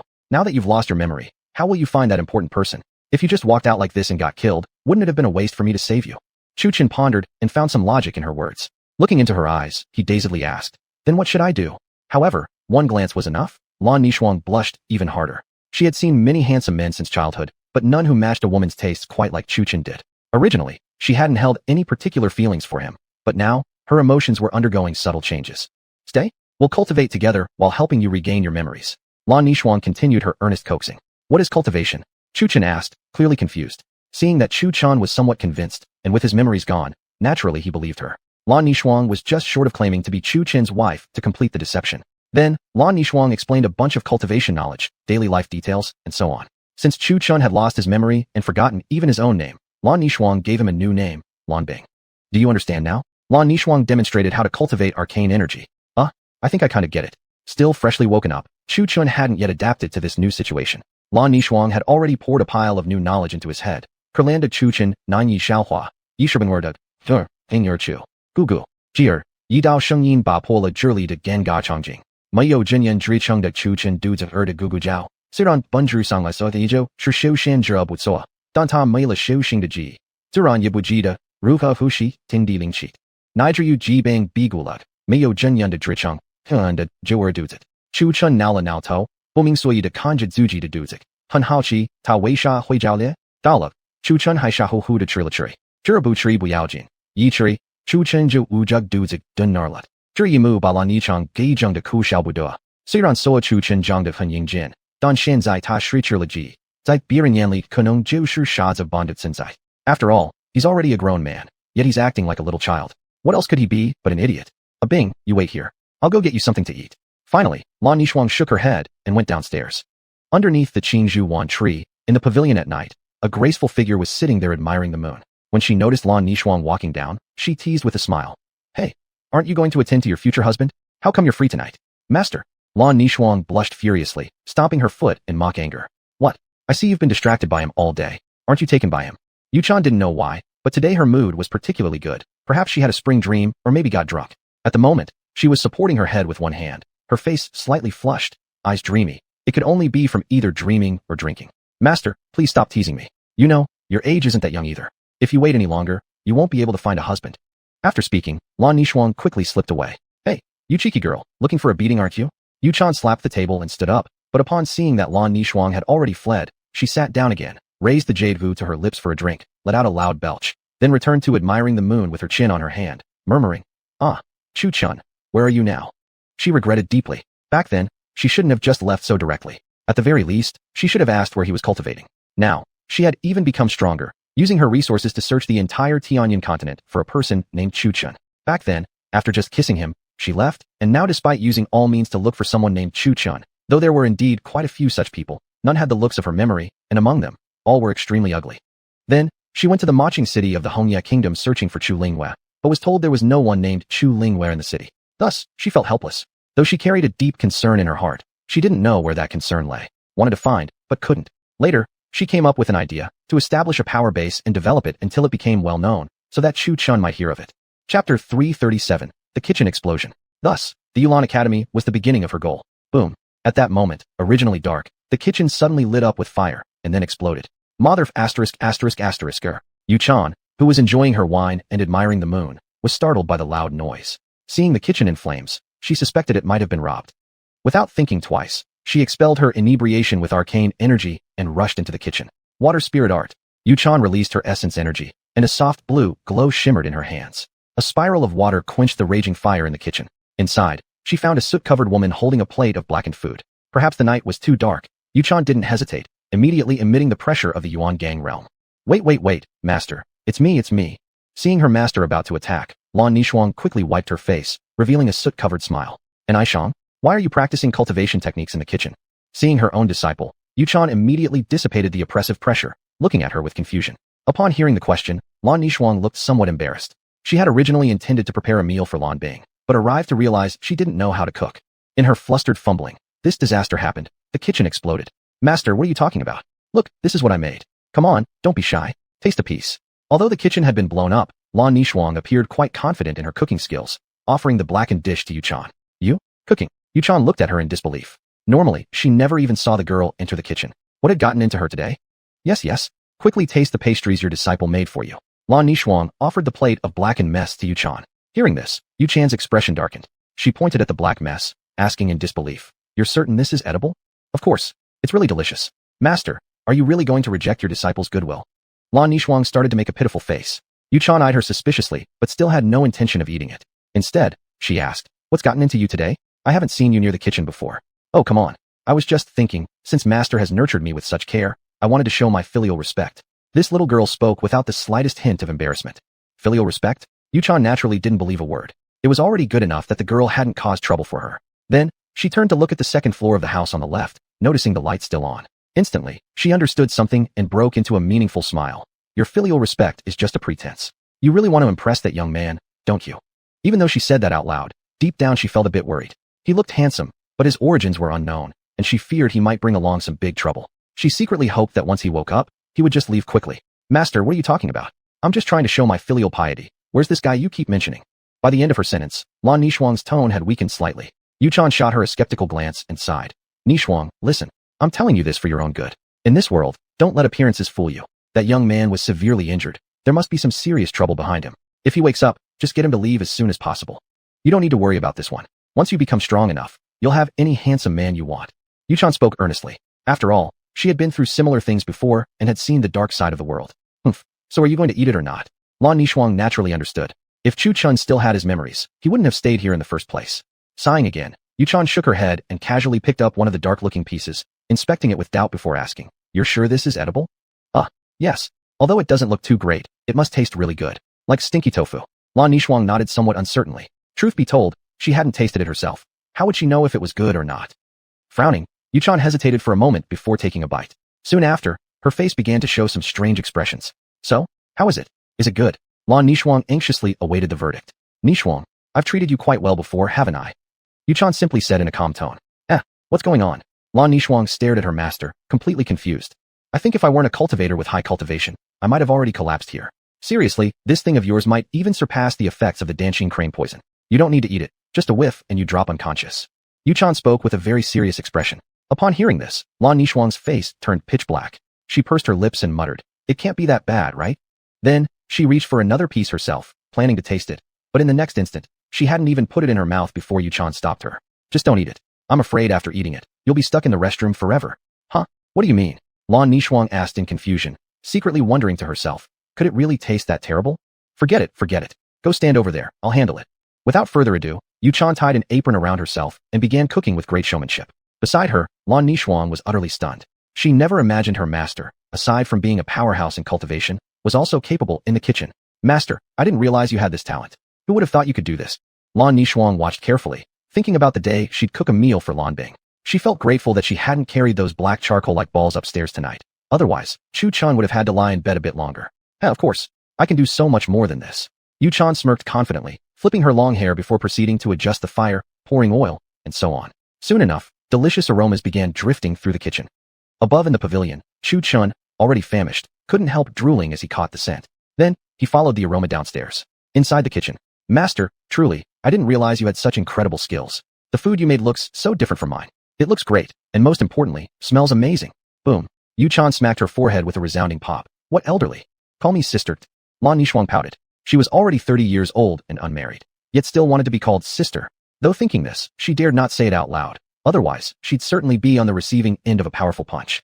After all, for a woman, nothing annoyed her more than someone commenting on her age or her weight. "Now that I think of it, master, you cook so well. Could it be that you learned this for some handsome young guy?" Lan Nishuang stole a bite, her eyes sparkling. It tasted so much better than anything from the inns or restaurants. "Exactly. I learned it from my beloved." Yuchan didn't even hesitate to answer the question straightforwardly. Chapter 338. He is my everything. Love interest. Lan Nishuang was somewhat surprised upon hearing this. All along, she had thought Master disliked men. So all this time, she actually had someone special in her heart. No wonder she never showed interest in anyone else. "Master, who is your love interest?" Lan Nishuang immediately asked, wearing a gossipy look on her face. "Uffed, like you'd know him anyway." Yuchan replied while washing the pot with her spiritual energy, glancing sideways at Lan Nishuang. "Not know him, but he's my future senior by marriage after all." Lan Nishuang, seeing her master mention a love interest for the first time, was filled with excitement. "Oh, his name is Chu Chun. He's an extremely powerful heroic figure. Back when I was only at the warrior stage, I encountered him. If it weren't for him, I would probably have already ended up inside the stomach of the Heaven Spirit Wolf King back then." As Yuchan spoke, memories involuntarily surfaced of Chu Chun effortlessly battling the Heavenly Wolf on that night 10 years ago and killing Shin Bailey. Warrior stage? Lan Nishuang was a little surprised. She had never heard of these stories from her master before. Suddenly, she thought of something. "Master, I heard a while ago that someone was looking for a person named Chu Chun. Could it possibly be him?" Lan Nishuang had previously been puzzled. Who had a grudge against Chu Chun that they'd be looking for him everywhere? It turned out it was her own master all along. "Yes, so many years have passed, and his face is already blurred in my mind, but if I see him again, I'm certain I'd recognize him. All I know is his name, Chu Chun." Yuchan sighed. "Then master, have you found him yet?" Lan Nishuang asked while sneaking bites of the food. Yuchan slightly lowered her eyes, shaking her head helplessly. "Not yet. Perhaps he has already forgotten about me." With a slightly powerless tone, Yuchan continued, knowing that back then, there had also been Chu Lingyue traveling alongside him. His mission was to protect Chu Lingyue. She was aware that Chu Lingyue also had feelings for Chu Chun. Perhaps the two of them were already married now. Oh come on, how could that be? Master, you're so beautiful. Countless people must adore you. Senior surely remembers you. He must have been delayed by something. Also, didn't you say before? Back then, you two parted ways in haste. You didn't know his whereabouts, and he didn't know yours either. Maybe he is searching everywhere for you too. Lan Nishang patted Yu Chan's shoulder, offering comfort, completely unaware that Yu Chan's eyes were dazedly fixed on a thin silhouette outside the kitchen window. In her eyes, a crystal tear trembled on the edge. Nishang, looking at the figure outside, Yu Chan's voice slightly trembled. I think I have found your senior. Outside the bamboo grove, Chu Chun was so hungry, he grew restless, behaving like a dog with an extremely sharp nose, sniffing left and right in search of something. Though his appearance had changed a lot, Yu Chan was able to recognize him. Senior. Lan Nishang looked confused. At this time of the night, there wasn't a soul in sight. Where was this senior she spoke of? As she turned her gaze outside the window, she found Chu Chun had unknowingly already walked out. Yet before she could step outside, Yu Chan swiftly dashed forward in a single movement. Then, a shocking scene unfolded before her eyes. Yu Chan tightly threw her arms around Chu Chun. Master. Lan Nishang instinctively covered her mouth with disbelief, starting to guess the truth in her heart. However, she quickly reconsidered. This didn't add up. The other night, it had been her master who had carried this man back, and she had seen his face. Could this really be her senior? The man, who had just come out searching for something to eat, felt the suffocating tightness around him, barely able to catch his breath. I'll let go. It was likely that Chu Chin's current mortal body, paired with the fact that he hadn't eaten much, had halved his strength. Still, his power remained quite impressive. Master, what exactly are you doing? Lan Nishang approached with the plate in her hand, asking in puzzlement. However, before Yu Chan could respond, Chu Chun grabbed the food from her plate and started devouring it hungrily. Chu Chun, watching his side profile as he ate ravenously, Yu Chan murmured, letting a single sparkling tear slide down the corner of her eyes, her face radiating a blissful smile. See Chu Chun. Lan Nishang widened her eyes at the man's wolfish eating, wearing a complex expression on her face. Master, this doesn't make sense. If he really is senior, why didn't you recognize him that night when you carried him back? Are you so desperate to see senior that you're seeing things? Tell me, Nishang. Yu Chan wiped away the tears from the corners of her eyes, her original icy and aloof demeanor completely replaced by happiness. She softly said, it was too dark that night. I didn't really look closely, and besides, his face was smeared with blood. That's why I didn't realize it was him. Really, my Shigong? Lan Nishang still couldn't believe this absurd fact. I can be 100% sure. He's the one I've been looking for. Whether it's his figure or demeanor, even though his appearance has changed, I still remember him clearly. Yu Chan gazed dazedly at Chu Chun and nodded. Perhaps too excited, she completely ignored Lan Nishang's disappointed expression. Oh, Lan Nishang slightly lowered her eyebrows. Seeing her master's lovesick appearance, she dejectedly walked away on her own. She had thought she picked up a handsome man, but Mei Shangdao it turned out to be her own Shigong. In the end, she ended up helping her master. Nishang, food more. Soon, Chu Chan held an empty pot and rubbed his stomach while looking at the departing Lan Nishang. At this moment, Yu Chan snapped out of it, giving her apprentice a complex look. Just now she was too excited, almost forgetting that Chu Chun was someone Lan Nishang had fished out while bathing. Had her actions just now hurt her apprentice's heart? But she had waited over 10 years for Chu Chun. Letting him go was impossible. This left her torn. On one side was her own apprentice, and on the other was the man she had waited for over a decade. But she noticed something strange. Chu Chun was conscious, yet looked somehow dull, and appeared not to recognize her. Nishang, what's wrong with him? Feeling slightly guilty, Yu Chan approached Lan Nishang. Lan Nishang glanced between her master and Chu Chun before replying. He seems to have lost his memory. After speaking, Lan Nishang forced a cheerful, innocent smile and said, Master, your Shigong came looking for you. I wish you two happiness. I'll go to sleep first. Lost his memory? Upon hearing this, Yu Chan froze, looking toward Chu Chun again, who indeed seemed like a 3-year-old child. Then, a sly smile crept across her face. Perfect. If he's forgotten everything, then he'll be mine alone.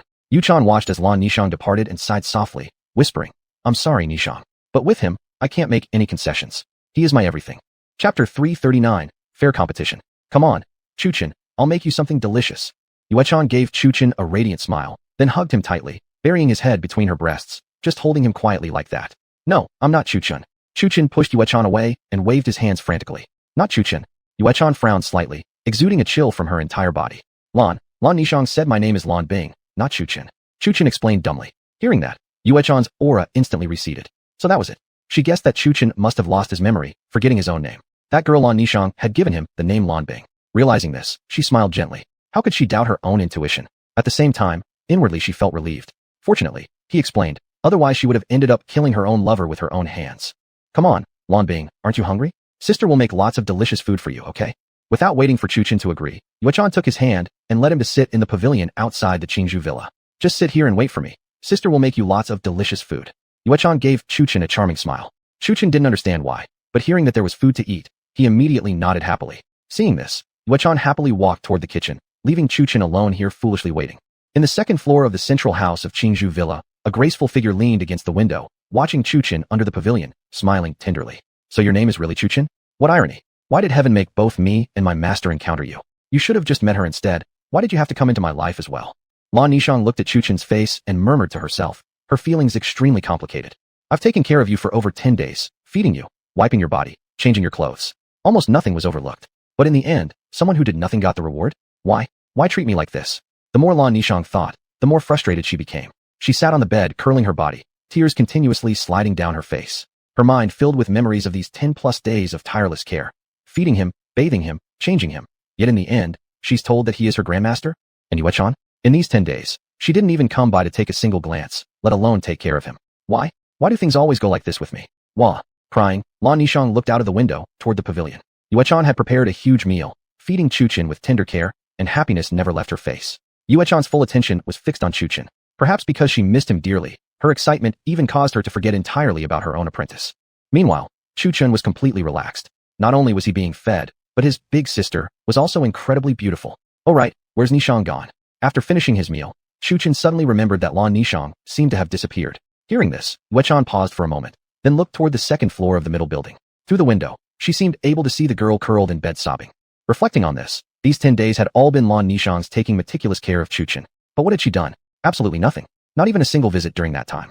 And finally, the man she had so carefully nurtured went to another person. Sighing deeply, a touch of guilt appeared on Yuechan's face. If only she had known the man she carried back was the one who had haunted her dreams all along, she would have done far better than Lan Nishang. However, the key point was this: someone else's painstaking efforts ultimately became someone else's reward. Even she could imagine how hard this must be to accept. Sighing helplessly, Yuechan called out, Nishang, come down and eat something too. No thank you. You and the Grandmaster please enjoy the meal. A muffled voice came from within the room, slightly hoarse from crying. AI. Seeing this, Yuechan's heart became filled with complicated feelings. Wanting to comfort Lan Nishang, yet unsure what words to use. What's wrong with her? Chuchen asked while chewing vigorously.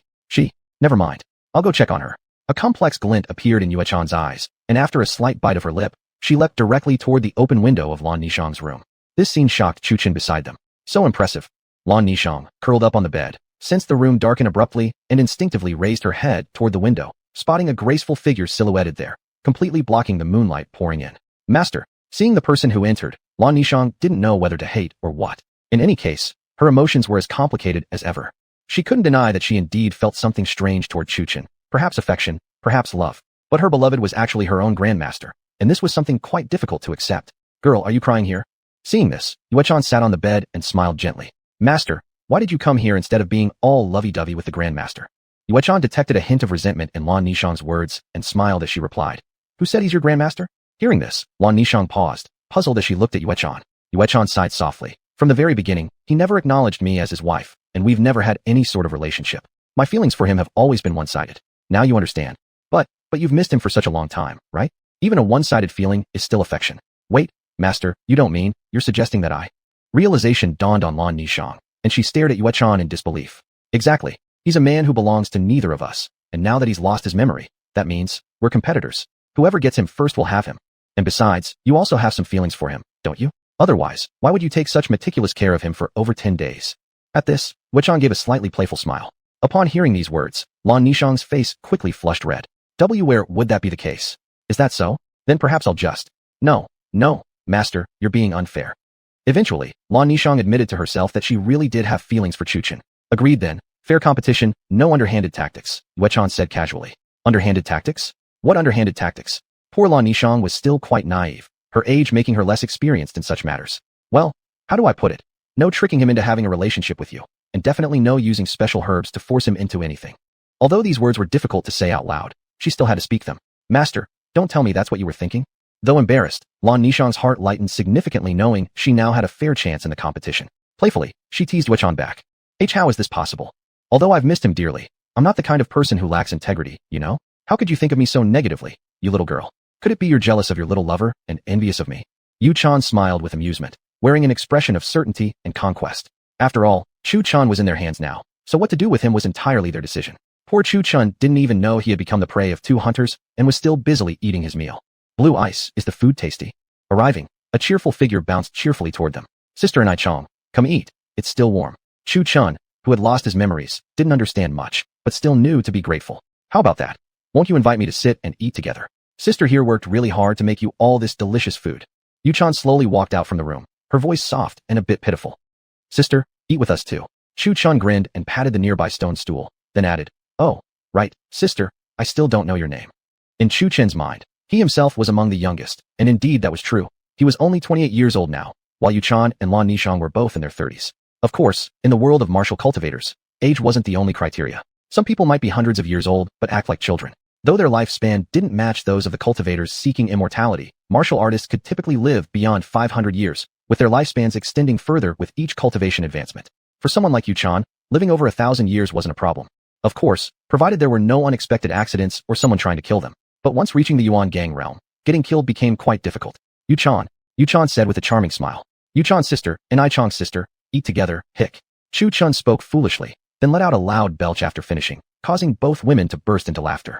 Especially Yuchan, thinking back on his courage from that night, and seeing this side of him now, she found it a little hard to accept. Although it was the same person, their personalities were vastly different. Apparently, Chu-chun must have been born in the year of the pig. As soon after eating his fill, he simply fell asleep, head down on the table. This sudden action startled the two women mid-meal, nearly scaring them half to death, until the thundering snore pierced the air, and only then did they exchange relieved smiles. They almost forgot. He was now a mere mortal without martial energy, so naturally, he felt sleepy at night. And I-chang, tomorrow take him to enroll at the Yulan Academy to get a student identification. While eating, Yuchan gently stroked Chu-chen's back as she spoke. I've been thinking of doing that already. Lan Nishang smacked Yuchan's hand away and replaced it with her own. Yuchan gave her a sharp glare, speaking casually. The inner division, the Yuchen Hall. Got it. Hall of Yuchen. Where did that come from? I thought there were only Hong Yi Hall, Hong Shou Hall, and Hong Ling Hall. Where did this Yuchen Hall come from? Lan Nishang looked at Yuchan with confusion. Tomorrow I'll change Hong Shou Hall into the Yuchen Hall. What's the problem? Hong Shou Hall was the top-level class within the Yulan Academy, where students were trained from the Wushi level to the Dao Wushi level, considered elite among the younger generation. Her friend was the class's head teacher, Chen Hongxiu. They hadn't been close from the start, only becoming friends after meeting midway, because Chen Hongxiu envied Yuchan for having achieved Yuan gang status at such a young age, and after persistent hounding, finally managed to get Yuchan to accept her as a junior. Though Chen Hongxiu's martial skill wasn't impressive, her knowledge in martial energy, arrays, and magical inscriptions far surpassed Yuchan's, and was actually what allowed her to become the respected head of Hong Shou Hall. Although Yulan Academy wasn't the only academy in Qingfeng Empire, it was among the most prestigious, capable of competing against top academies in other empires. And Yulan Academy had only been established for less than 10 years. Besides Yuchan's strength, she had also greatly contributed to its success as a mentor. Lan Nishang rolled her eyes at her. You know the requirements of Hong Shou mentor. Suddenly assigning him there won't guarantee her approval. TSK, that girl is too inflexible. Oh, by the way, tomorrow when you go to get the student ID, if the old guy from the judicial court refuses or insists on testing his martial energy, just mention my name. Say it was my order. Yuchan spoke these words as if giving a casual command. Why won't you go then? Wouldn't it be easier that way? Lan Nishang shot her a glare. Hey, you little girl, I am your master, aren't I? Don't I need to test your abilities? Besides, how else would you ever gain control over those old fellows when you become the academy headmaster? Yuchan said solemnly. Uff, you just want to sit back, relax, and go on a honeymoon with him, right? You've got your plan all worked out. Lan Nishang shook her head, smirking slightly. As for Chu-chun, not even the master meant she'd give him up. Hey, caught me there. Yuchan smirked playfully, then carried the sleeping Chu-chun toward the second floor of the left house. Upon arrival, she couldn't resist adding, remember to wash the dishes. You yourself said you wouldn't use underhanded tricks. Lan Nishang was so angry her pretty face puffed up, her chest heaving. Who said I used underhanded tricks? I'm just afraid he might catch a chill, so I carried him back to his room. Soon enough, Yuchan closed the door behind her and then leisurely walked out. Seeing this, Lan Nishang couldn't help but feel slightly embarrassed. Looks like she had misunderstood. Helplessly, she could only clean up the dishes and bowls. After all, she was the apprentice. Truth be told, without Yuchan back then, she might have already been forced into submission by Lin Yang. The night passed without incident. Morning arrived. Warm sunlight streamed through the window and landed precisely on Chu-chen's behind. He felt a burning sensation down there and groggily opened his eyes. Burns. Chu-chan mumbled sleepily as he rolled over. Not long after, a scorching heat arose from his abdomen, and as the sunlight grew stronger, Chu-chan instinctively raised his hand to shield himself from the glaring rays. Perhaps because the light was too harsh, he reluctantly sat up and rubbed his eyes. Goo. As soon as he woke up, his stomach gave a loud growl, as if his intestines were churning. Creak. Then, his door was pushed open. The person entering was a pure-looking, cheerful young woman. Blue Ice, wake up, it's breakfast time. Lan Nishang smiled sincerely at Chu-chan, looking forward more than ever to what the day might bring. It wasn't like there was any special event planned. It was just that with her beloved beside her, even today's boring martial arts theory class felt especially delightful. Coming. At the mention of food, Chu-chan perked up more than anyone else. Soon enough, he washed up, changed into a clean white robe, and hurried downstairs. Under the pavilion among the trees, two graceful figures had already been waiting for a while, yet had not touched their chopsticks. Seeing Chu Chun descend the stairs, Yu Chan gave him a warm smile. Come, eat breakfast. Chapter 341, Old Master Chen. The scene that followed was particularly harmonious, with the two girls almost just watching Chu Chun eat. Although Chu Chun now possessed an ordinary human body, his physique was still the ancient dragon body, so both his strength and appetite were extraordinary. Chu Chun finished one bowl of breakfast but still felt hungry, and two bowls remained insufficient. In the end, although Yu Chan was astonished by Chu Chen's appetite, she still brought him a basin of food. Seeing Chu Chan wolfing it down, the two girls couldn't help but twitch their lips. Such a handsome young man eating in such a manner was quite unexpected. Bang! Burp! After finishing the entire basin of food, Chu Chun placed it casually on the table, letting out a satisfied belch. This scene made the two girls break into charming smiles. Come on, let me take you out to play. After finishing breakfast, Lan Nisha eagerly took Chu Chen's hand. Play. Chu Chen looked confused. Yup, let's go. Before Chu Chen could react, Lan Nisha had already dragged him outside. As Chu Chen looked at the bustling street filled with people and curiosities, he widened his eyes in astonishment. Wow, this looks amazing. Chu Chen came to a small stall, and his eyes sparkled when he saw scrolls displayed on the counter. Unaware of what they were, Chu Chen picked one up for a closer look.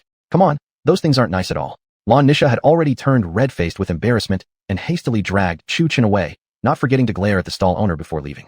You sell adult scrolls, fine, but you display them in the open? That's just corrupting the young.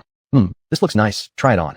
A while later, Lan Nisha led Chu Chen to a stall selling accessories. She took on an older sisterly air, tidied his hair, then inserted a hairpin into his hair. This sight stunned Lan Nisha. Chu Chen with his high ponytail looked just like a general ready for battle, dashing and heroic. Boss, how much for this? Thinking it looked great, Lan Nisha immediately asked the price.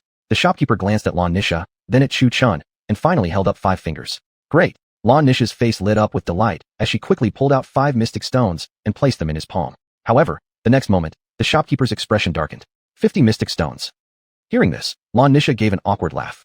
No wonder it seemed so cheap. With no choice, Lan Nisha reluctantly took out another 49 mystic stones and placed them in the shopkeeper's hand. Now that's better. Satisfied, the shopkeeper was just about to put them away when suddenly, all the stones in his hands vanished. They had somehow appeared in Chu Chen's hands. Chu Chen looked at the glowing blue little stones with great curiosity. The shopkeeper stared at him suspiciously, then pointed to his head toward Lan Nisha. Was this guy nuts? Lan Nisha gave an exasperated sigh while rubbing her forehead, gently chiding. Ah Bing, return the items to him quickly. Okay. Chu Chen let out a reluctant okay, then handed the mystic stones back to the shopkeeper. Chu Chen had always been obedient, especially since after losing his memories, he only remembered Lan Nisha and Yu Chan, and those two were the only ones he could rely on. He firmly believed his 2 older sisters would help him retrieve his memories. What he didn't know was that the 2 girls didn't actually want Chu Chen to regain his memories, especially Yu Chan, who knew that if Chu Chen restored his memories, it would mean he would leave them. Let's go. I'll take you somewhere first.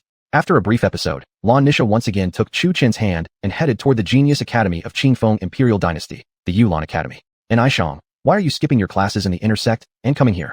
An elderly man sat cooling himself under a tree in the academy. This was Old Master Chen of Yulan Academy. Every time someone wanted to join the academy, he would test their talents, and if they passed, they'd receive an academy badge. He was also the sole keeper of the academy's badges. Naturally, Lan Nisha had brought Chu Chen to see Old Master Chen. And Aishang, Master said to give him an intersect student badge, none of the outer ones, Lan Nisha replied while introducing Chu Chen to the old man. Of course, she didn't mention he was found on the street. Instead, she claimed he was the child of an old friend of Yu Chan. Old Master Chen frowned slightly as he studied Chu Chen. Having worked at the academy's gate for so long, he had seen many attempts by people to bribe him for backdoor entries, but he had never accepted. Yulan Academy only accepted geniuses, not just anyone. He narrowed his eyes slightly, and within his pupils, mystical power quietly surged as he attempted to probe Chu Chen's cultivation energy to assess his abilities. However, perhaps his cultivation wasn't high enough. Everything he saw in Chu Chen was utterly chaotic. Unwilling to give up, he fully exerted his mystical power. But in an instant, blood started flowing from both his eyes.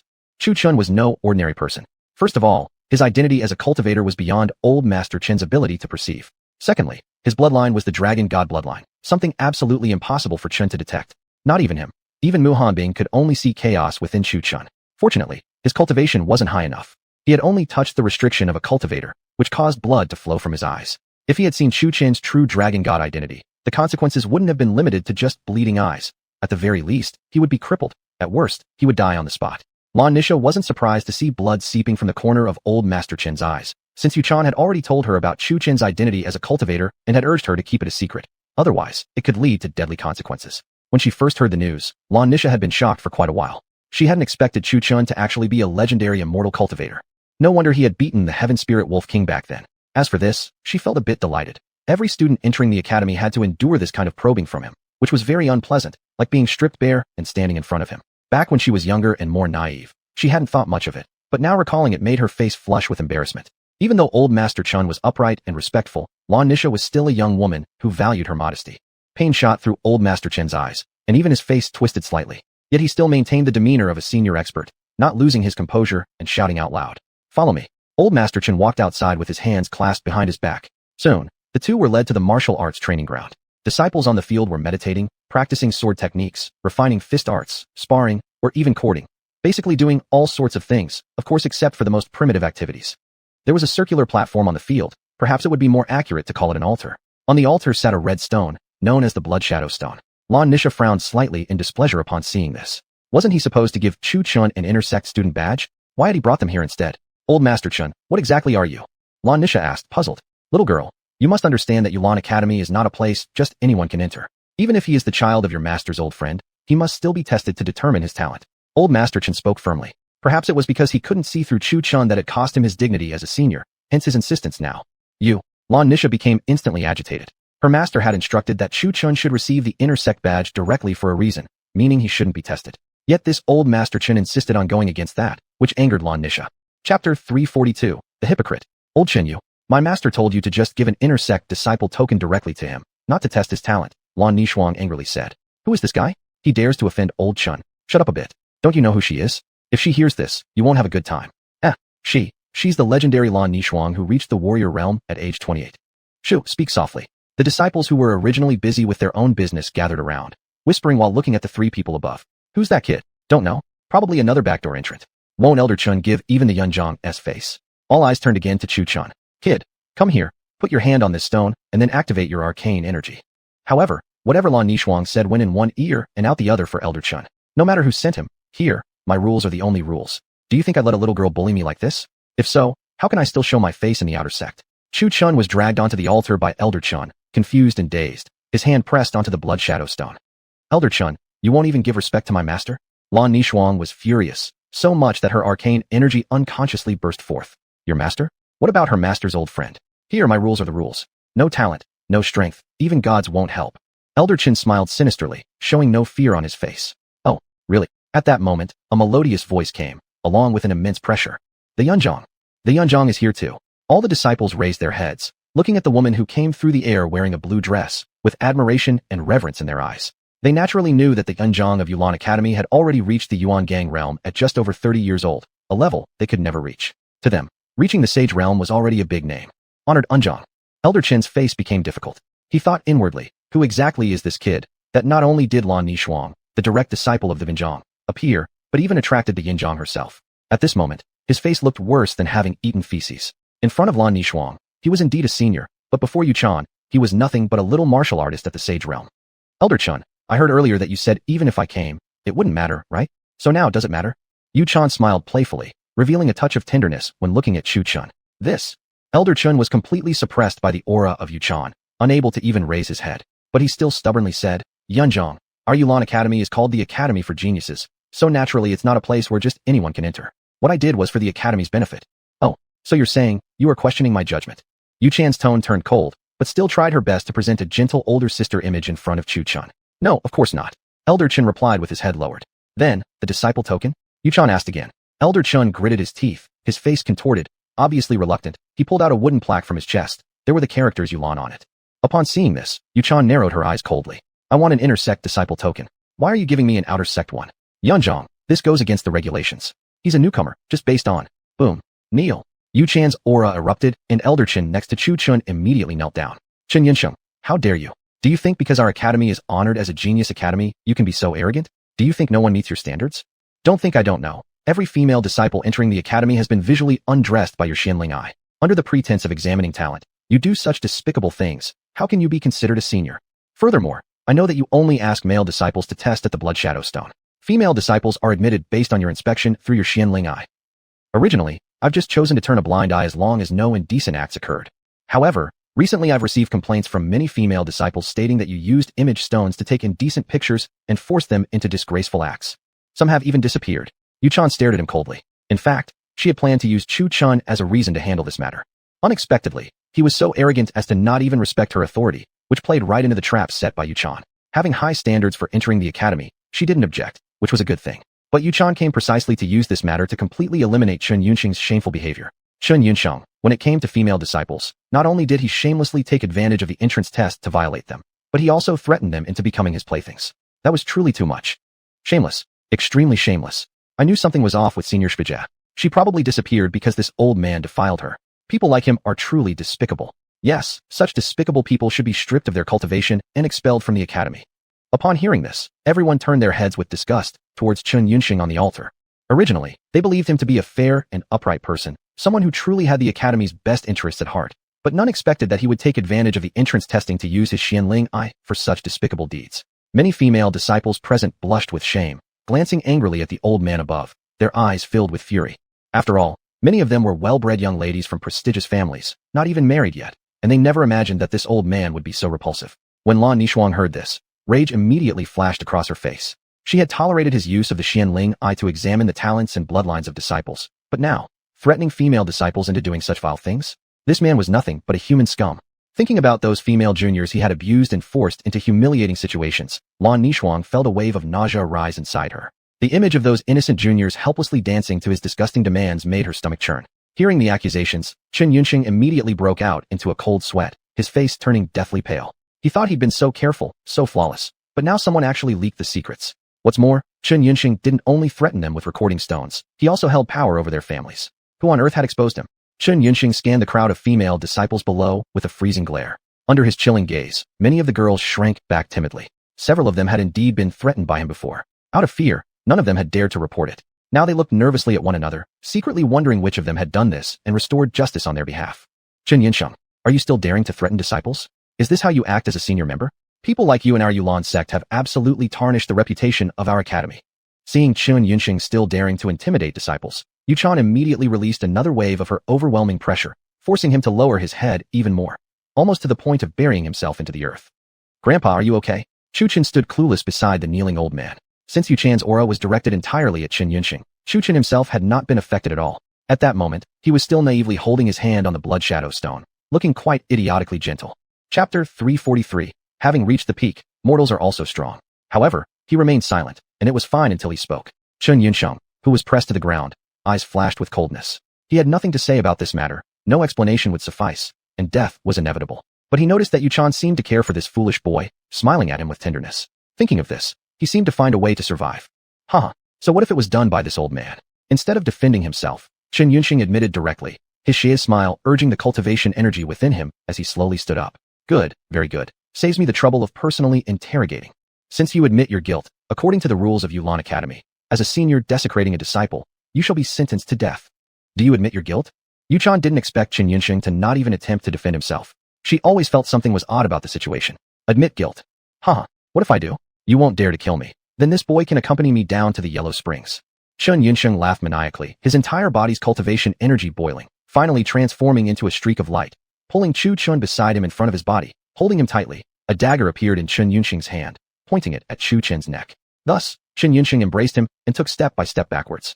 Darn. Seeing this scene, Yu Chan's face turned extremely grim. She had forgotten that Chu Chun was still beside Chen Yunxing. In the past, if Chen Yunxing had done something like this, she would certainly scoff, thinking among so many people you specifically captured the strongest one. But now things were different. Though Chu Chun could use cultivation energy, he couldn't fight or wield any techniques. Being held hostage by him was equivalent to having taken Yu Chan's most precious life. Chu Chun must absolutely not come to any harm. She had waited 10 long years, only recently managing to meet him. She absolutely didn't want him to die before her eyes just a day after their reunion. Yuan gang stage, nothing special. Seeing that he had Yuchan cornered, Chen Yunxing laughed contemptuously. Chen Yunxing, what exactly do you want? Yuchan was anxious, so was Lan Nishuang. After all, Chu Chun was still in his hands.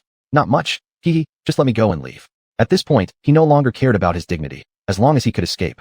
Among the women in the academy, he had plenty of ways to force them. And doing something like this wasn't simply for temporary lust, but he had cultivated a type of evil technique that required absorbing the essence of 99 maidens to begin, and afterward, he merely needed to employ the method of absorbing the feminine energy to further his cultivation. Simply put, it was the cultivation art of dual cultivation. He had found this evil technique 5 years ago when taking disciples outside, accidentally discovered in a cave. Besides strengthening one's power, the primary advantage of this cultivation technique was prolonging one's lifespan. One could imagine that someone like him, who was already nearing the end of his days, had hesitated back then, but still eventually his inner desires overwhelmed his reason, which led to today's events. Watching the dagger of Chun Yunsheng almost piercing into Chu Chen's throat, Yuchan gritted her teeth and spat out word by word from between clenched teeth. As long as you let him go, you can leave on your own. Dean, we can't let him go. You must stand up for Yun Senior's sister and Qin Senior's sister. Yes, Dean, they were both your students. All the female disciples, seeing Yuchan was willing to let Chun Yunsheng go for the sake of Chu Chun, immediately became unhappy. They knew that their compromising secrets were still in his hands. With these, no matter how far Chun Yunsheng fled, he could force them to engage in such indecent acts. They had already had enough of this feeling of being threatened into selling their bodies. Only when Chun Yunsheng died would they be finally liberated. At this moment, Lan Nishang also hesitated. Although she hadn't experienced any coercion herself, as someone who had gone through the selection process, she naturally understood the pain those female disciples had gone through. But if Yuchan killed Chun Yunsheng now, her beloved would also die alongside. She didn't know how to handle this dilemma. Enough. Be quiet. Seeing the disciples below in uproar, Yuchan, already annoyed, let out an angry shout, her entire body radiating a powerful aura. The originally noisy crowd instantly became deathly silent. Gazing coldly at Chun Yunsheng, Yuchan stated icily, I will let you go, but on the condition that you leave him behind. That won't do. Yuchan, don't think I don't know what you're up to. If you want me to release him, I will. Once I've retreated a full 10 miles, then I'll let him go. Chun Yunsheng naturally wasn't stupid. He knew Yuchan was waiting for him to release his hostage before immediately killing him. Such a foolish move, he definitely wouldn't fall for. Chun Yunsheng, as long as you release him, I guarantee I won't kill you. Trying her hardest to suppress her fury, Yuchan coldly stared at him. Humph, even a child wouldn't believe that. If I didn't have a bargaining chip in my hands, even if you didn't kill me yourself, others nearby surely would. Humph, I didn't expect that for my sake. Yulan Academy would go to such great lengths. Chun Yunsheng cast a glance toward the stone forest outside the academy and the woods to the right. He sensed cultivation energy fluctuations coming from both sides. Damn it. Yuchan gritted her teeth. She hadn't expected him to see through her plan. She felt a bit astonished. This person was only at the Yuan gang stage, so where did he get such a strong perception ability? Fine, I agree.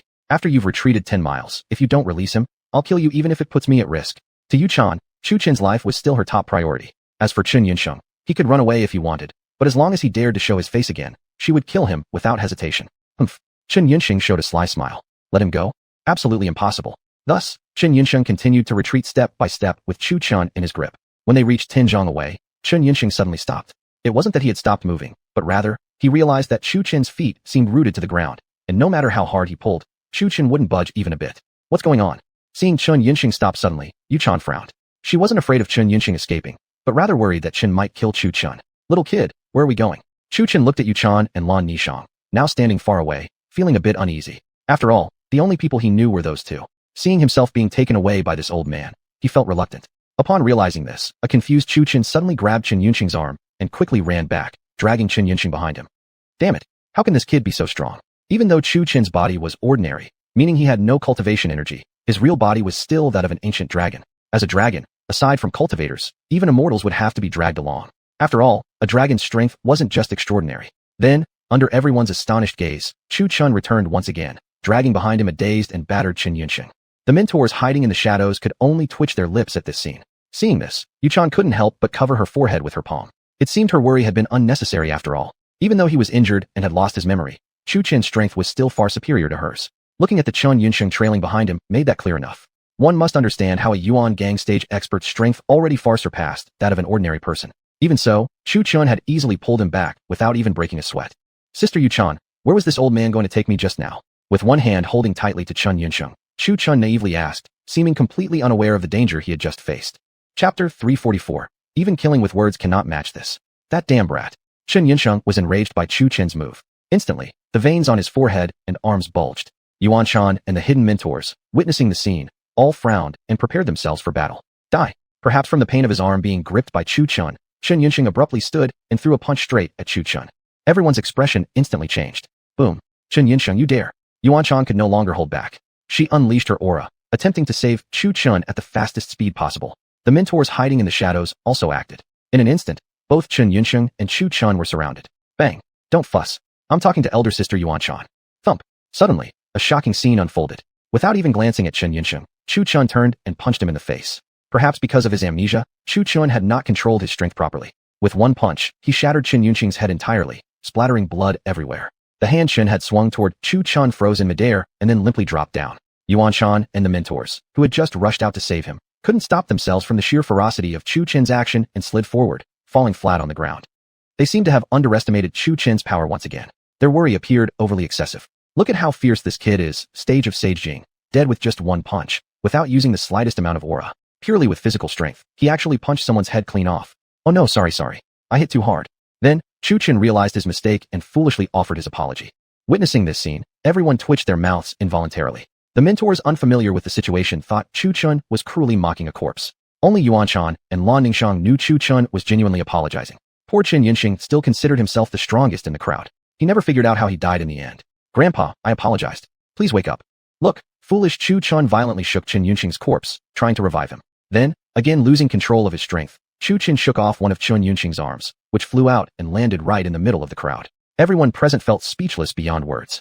Even the act of killing with humiliation didn't go this far, did it? Wah, Grandpa, don't die. If you die, elder sister Yuan Shan will scold me. Please wake up quickly. Then, Chu Chen even started crying. A full-grown man, quite handsome looking, yet his foolishness created an oddly jarring effect. Everyone finally saw that this kid wasn't faking. It seemed he really was an idiot. Oh well, Bing, let it be. The dead cannot be brought back. We'll just bury him. Yuan Shan sighed, walking over and saying to Chu Chen's side. One wouldn't know whether she was truly grieving. Elder sister Yuan Shan, did I do something wrong? The old man treated me so well and even tested my aura meridians, yet I accidentally killed him. Chu Chen, like a child, cried while asking. Bing, it's not your fault. That old man just now tried to kill you. You killed him. That is not your mistake. Chu Chen sobbed, looking at Yuan Shan and asking, really? Yuan Shan gently wiped the blood from Chu Chen's face with a handkerchief while softly explaining. Of course it is real, Bing. Elder sister tells you, in the future, if anyone tries to kill you, you just kill them. There's absolutely nothing wrong with that. Dean, this is... A tall woman approached and glanced curiously at Yuan Shan and Chu Chen, asking, Hongxiu, you're just in time. I was about to talk to you about him. I want to place him into your division and also change your division's name. Let's call it Yuechen Division.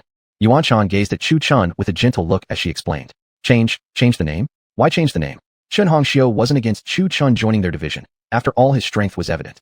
Plus, she wasn't stupid. She could clearly tell Yuan Shan seemed to be especially fond of the boy. Moreover, she'd seen Chu Chen's power, effortlessly killing Chen Yunxing with a punch, already clearly surpassing the standards required for joining their division. A genius like this should be cultivated with extra care. But what puzzled her was, why change the name for no apparent reason?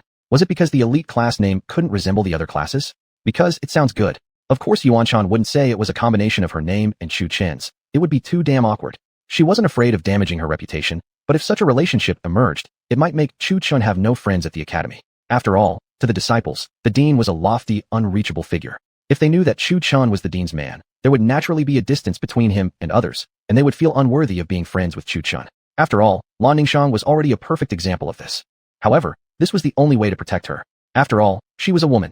Having this identity meant that even if high-ranking officials or noble families from the Qingfeng Empire desired her beauty and wished to form marital alliances, if she refused, certain forces would definitely resort to coercive methods against her. But things would be different if she bore the identity of Yuan Shan's disciple. Even if someone had their eyes on Lan Ningxiang, as long as she disagreed, no one would dare to pressure her. Should anyone attempt to force her, they'd have to be ready to face the wrath of Yuan Shan. The Qingfeng Empire was not a very large dynasty. To offend Yuan Shan was unthinkable for them. In case of an invasion, Yuan Shan, as a Xiangong realm expert, would be their nation-defending general. Forget about the Qingfeng Empire. Across the entire Tianyan continent, excluding reclusive cultivators, Yuan Shan ranked first in both talent and strength. Therefore, the Yuechen Academy she founded wasn't just filled with royal or noble offspring, but also included princes and princesses from other empires. Hence, she didn't wish for Chu Chen to become someone like Lan Ningxiang. Also, men, well, should be kept and cherished inside the house. There was no need to parade them around. Besides, their relationship was currently as pure as distilled water. At most, they were close as elder and younger siblings, with no further involvement. As for her feelings, it was only her one-sided affection. Look, this foolish Chu Chen still hadn't figured it out yet. We're here, Yuan Shan said. Chen Hongxiu cast a suspicious glance at her. Something felt off about Yuan Shan's behavior toward this young man. However, she had no grounds to question Yuan Shan's decisions. After all, Yuan Shan was the #1 cultivator on the Tianyan continent, and acted according to her own style. How could she, a mere martial general realm cultivator, presume to question her orders? She was supposed to obey, not question.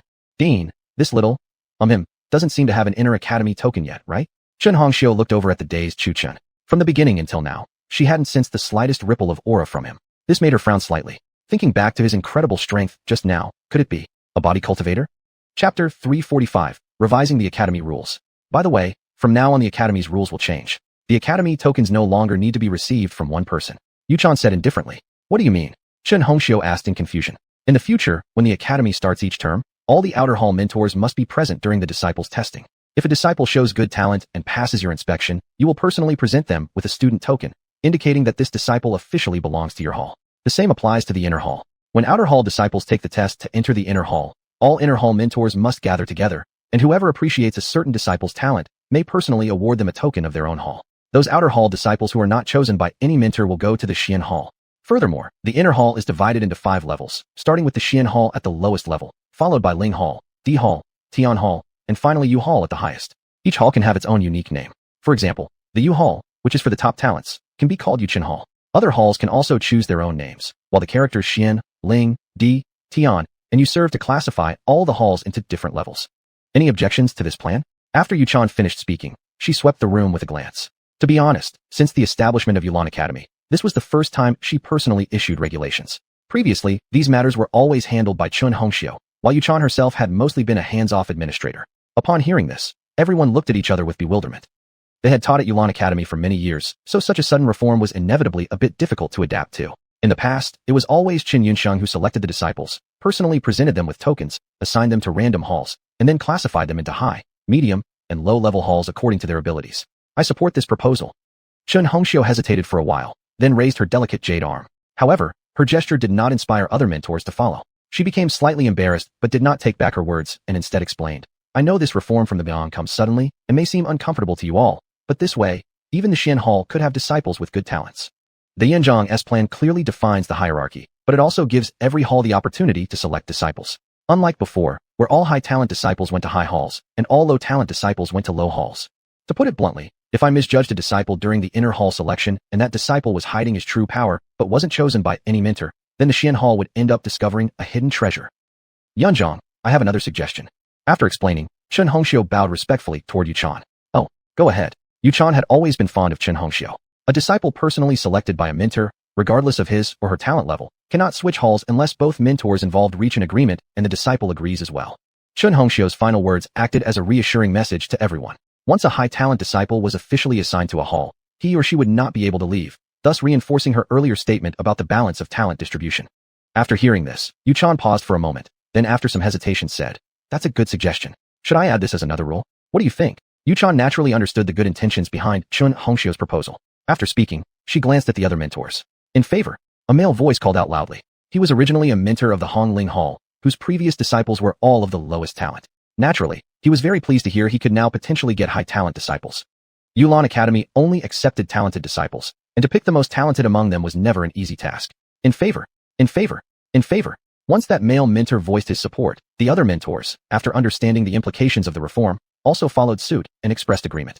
After all, these were all geniuses, and even if their talents were slightly inferior, their future achievements were still bound to be remarkable. Alright then, if I'm not mistaken, the outer hall's test will be in 2 months.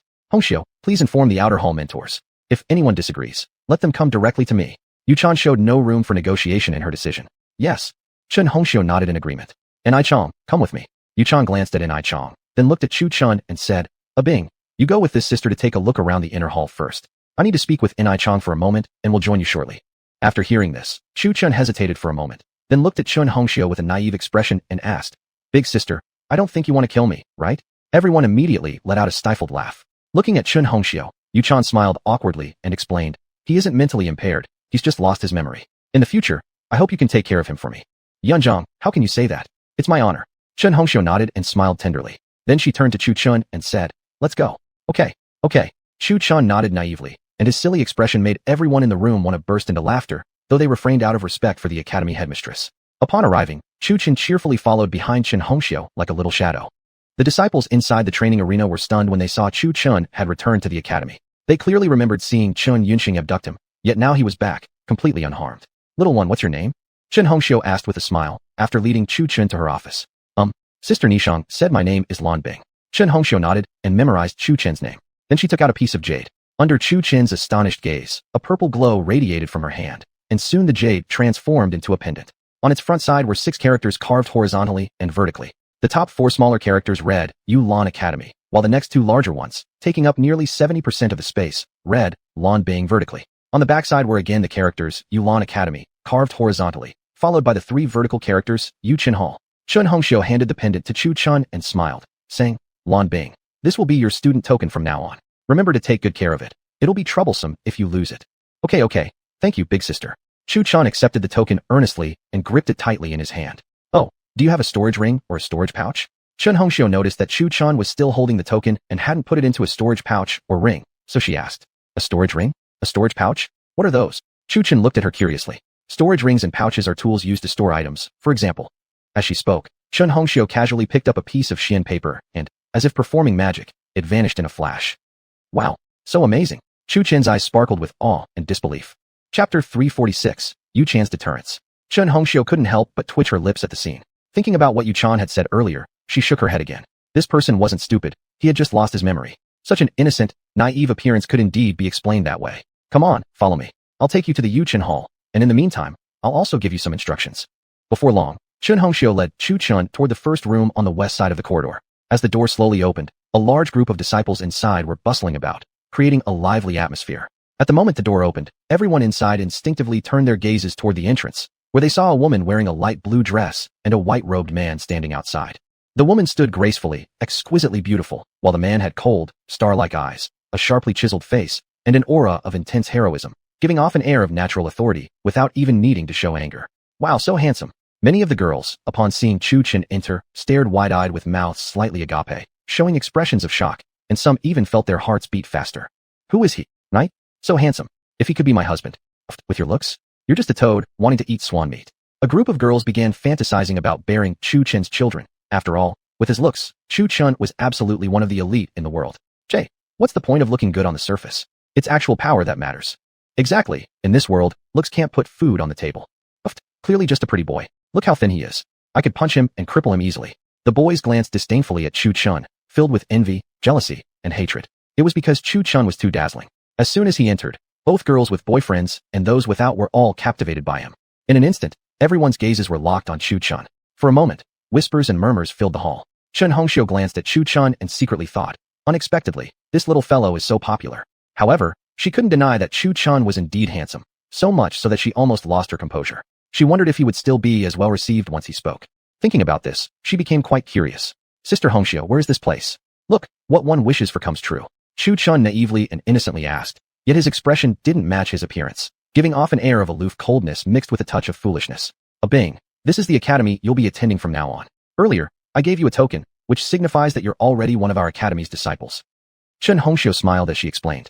Then, seeing everyone whispering amongst themselves, she led Chu-chan up to the stage in the hall and announced, today, we have a new disciple joining our academy. Let's give him a round of warm applause. What? A new disciple? Whispers instantly spread among the crowd. Great.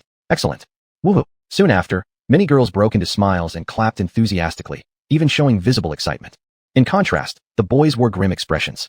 Among the seated males were several who were also quite handsome, but compared to Chu-chan, they immediately lost their luster, like fireflies compared to the sun or ants next to an elephant. After all, Chu-chan not only looked great, but also carried a natural icy aura, likely the result of years spent cultivating spiritual powers. Even Chun Hongxiu, knowing he had lost his memory and acted silly, couldn't shake the feeling that he wasn't truly ignorant. He just appeared that way when speaking. Let me introduce the one beside me. This is Blue Ice, our new disciple at the Yu-chan Hall.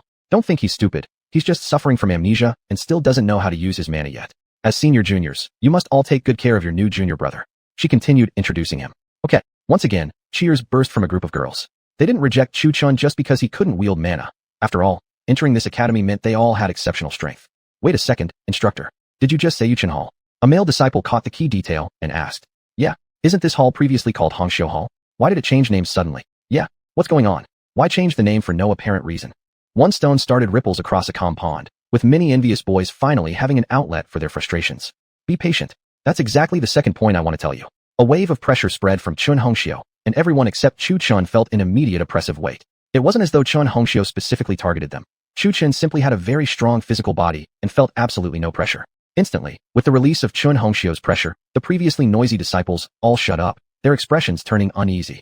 Chun Hongxiu sighed and said, the second thing is, Yu-chan Academy has now undergone reforms. From now on, the internal academy will be divided into 5 levels: Xian, Ling, Di, Tian, and Yu. The Xian level hall ranks 5th, while our Yu-chan hall remains the Yu level hall, still an elite hall. Also, the rules for testing between the outer and inner academies have changed. After that, Chun Hongxiu explained all the rules Yu-chan had mentioned to the disciples. However, don't worry. You may still compete among the different halls through trials and such. You don't have to worry. Shin Hongxiu explained calmly, her pressure dissipating. But Teacher Chun, the original rules were just fine. Who proposed this change? Yeah, isn't this undermining your authority? But personally, I think this new rule is quite good. Right, after all, we're still in the elite hall. As soon as these words were spoken, some agreed while others protested. This wasn't my decision. If you have objections, you're welcome to go talk to the academy headmaster directly. Chun Hongxiu replied, her expression remaining indifferent. The headmaster? Upon hearing this, the protesting disciples immediately changed expressions. Are you kidding? Going to protest directly to the headmaster? If he's unhappy, one single glance from him could cut you into pieces. After all, he truly is the strongest expert in Tianyan continent. Immediately, the previously chaotic atmosphere became deathly silent. Aha! The headmaster changed the rule. This reform is great. Exactly, so fair, so absolutely fair. In this way, the strength of our 5 halls is balanced. Right, now we won't crush our opponents during every trial. That was just too unchallenging. In an instant, those who protested earlier now flipped their stance. Seeing this scene, Chun Hongxiu remained unfazed. She casually flipped her hand, and a neat row of disciple identity tokens appeared on the table. Chun Hongxiu spoke indifferently. Now, come forward and receive your new token when I call your name. First, Lin Yang. Second, Li Xingyun. Third. Chapter 347. Chu Chun is a desirable catch. Before long, the disciples inside the academy hall had all received their student identification tokens. Chun Hongxiu looked at Chu Chun and smiled. Just find a seat somewhere for now. Nishang should arrive shortly.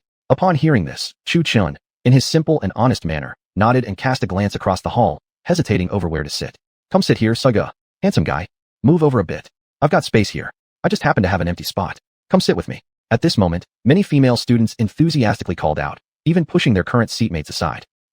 Seeing this scene, Chu Chun felt even more indecisive and kept scratching his head. The girls were welcoming, but the boys across the hall were all scowling with resentment. Some even had previously sat alone but deliberately pulled a nearby male classmate beside them, as if signaling, sorry, this spot is taken, go find somewhere else. Master, why don't you come sit with me? There's no one here. A girl in a white and blue dress smiled gently toward Chu Chun. Her beauty was on par with Lan Nishang's. Her expression was friendly and approachable, neither overly enthusiastic nor icy cold. This scene infuriated many of the male students. Qin Ruoxue was a class beauty, a close friend of Lan Nishang's, and practically inseparable from her most days.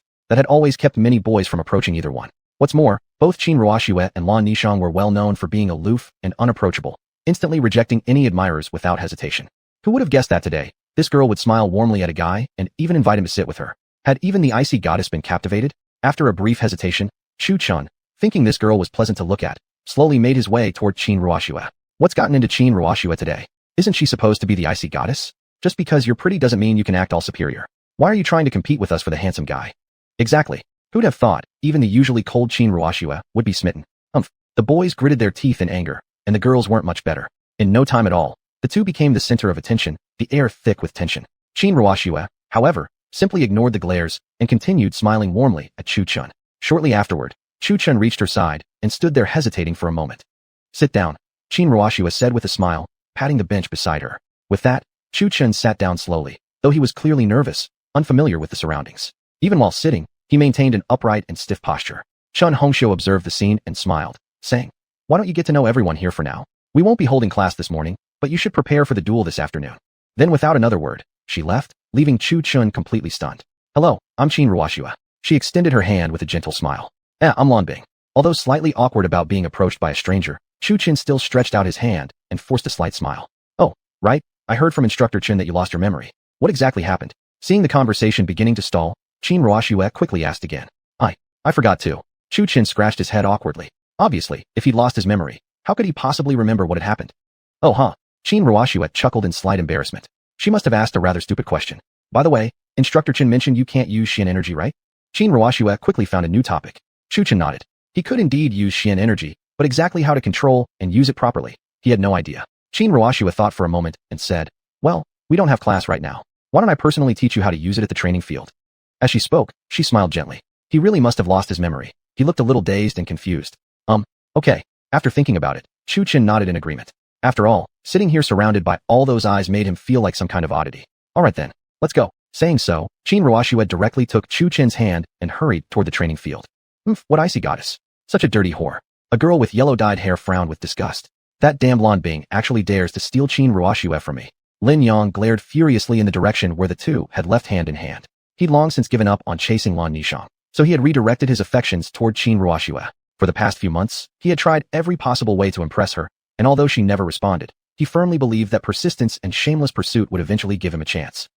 Unexpectedly, today someone like Chu Qin appeared, and Qin Ruoxue, who was always known for her pride and coldness, actually smiled at him and personally offered to teach him how to use Xian energy. How could that be tolerated? Damn that Lan Bing. Qin Ruoxue is mine, and only mine. Lin Yang clenched his teeth in anger. Although within the Moon Dust Academy, his strength couldn't compare to that of a grand warrior like Lan Nishang or Qin Ruoxue, he had already reached the peak of the warrior rank and was just a step away from advancing to the grand warrior stage. His achievements and reputation had made him naturally proud. Moreover, his family had practically exhausted all resources in cultivating him. The elders in his clan had not only refrained from punishing him for his wrongdoings, but had even covered up for him. This had fostered his arrogant and domineering personality. In truth, nearly all the young lords and ladies seated here were similarly spoiled. Brother Lin, no need to get so worked up. At that moment, a man beside Lin Yang spoke with a slightly frivolous tone. Lin Yang glanced sideways at him, originally intending to lash out angrily, but he ultimately held back, wary of the man's status. The man in blue, holding a folding fan, waved it rhythmically. He was the fifth prince from the Thunder Dynasty, with power on par with Lin Yang's. Most importantly, his background was even more formidable. Oh, what do you mean by that, Prince Lei? Lin Yang asked with forced calm. After all, he couldn't easily offend a royal prince. Brother Lin, don't you remember? Instructor Qin just said that this afternoon's session is a sparring class. And that kid. Lei Zhao's lips curled slightly as he trailed off. Lin Yang blinked for a moment, then suddenly clapped his hands together. Right. At that thought, he too smirked coldly. That kid had no Xian energy.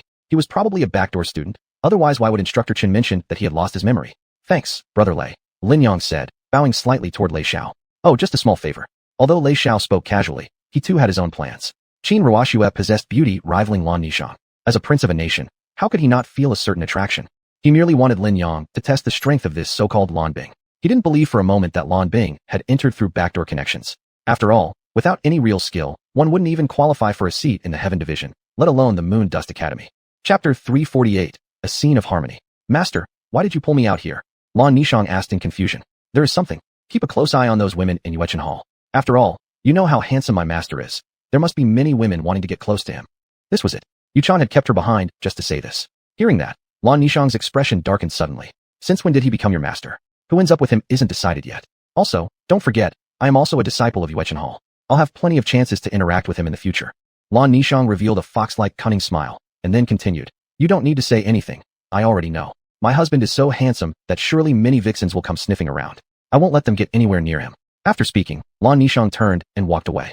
Yuchan glared angrily at her but could do nothing about it. Who wouldn't side with the dean? Suddenly, a thought occurred to her. Dean? Didn't that mean she had many privileges? Would having two mentors in a single hall be unreasonable? At that thought, the corners of her mouth lifted slightly, her eyes narrowing. Achoo! Far away at Qinyun's sect, a certain vixen suddenly sneezed mid-brew. Creak! The large door of the pill pavilion slowly opened, as a woman dressed in pure white robes stepped in. What are you here for? Humayr looked up with a yawn, puzzled as she stared at Mu Hanbing. Tell me, how's it going? Mu Hanbing asked coolly, glancing briefly around the pill refining chamber. What do you mean, how is it going? Humayr muttered half-heartedly. You're pretending not to understand on purpose, aren't you? Mu Hanbing clenched her fist slightly, annoyance creeping onto her face. Ugh, no progress at all. Maybe I should descend the mountain myself and go look for him. Humayr waved her hand helplessly. Then she glanced sideways at Mu Hanbing and mumbled. 10 days. You think comprehending Tao is as easy as refining pills? How could it be so quick? Fine then. Continue comprehending the Tao and master the technique of divination as soon as possible. Mu Hanbing sighed helplessly. She realized she had been too hasty. After all, it had only been a little over 10 days. Understanding Tao was no easy feat. Fine. Humayr waved her hand in boredom and shouted. Qing go to the herb garden and pick 10 linglong grass, 10 dingxin flowers, and 50 juling herbs for me. Yes, sect leader. Not long after, a woman's reply echoed from afar. Within these past 10 days, she had accepted a disciple, though not a real apprentice, more like an errand girl. After all, her talent was simply too terrible, not even reaching half of Chu Chen's.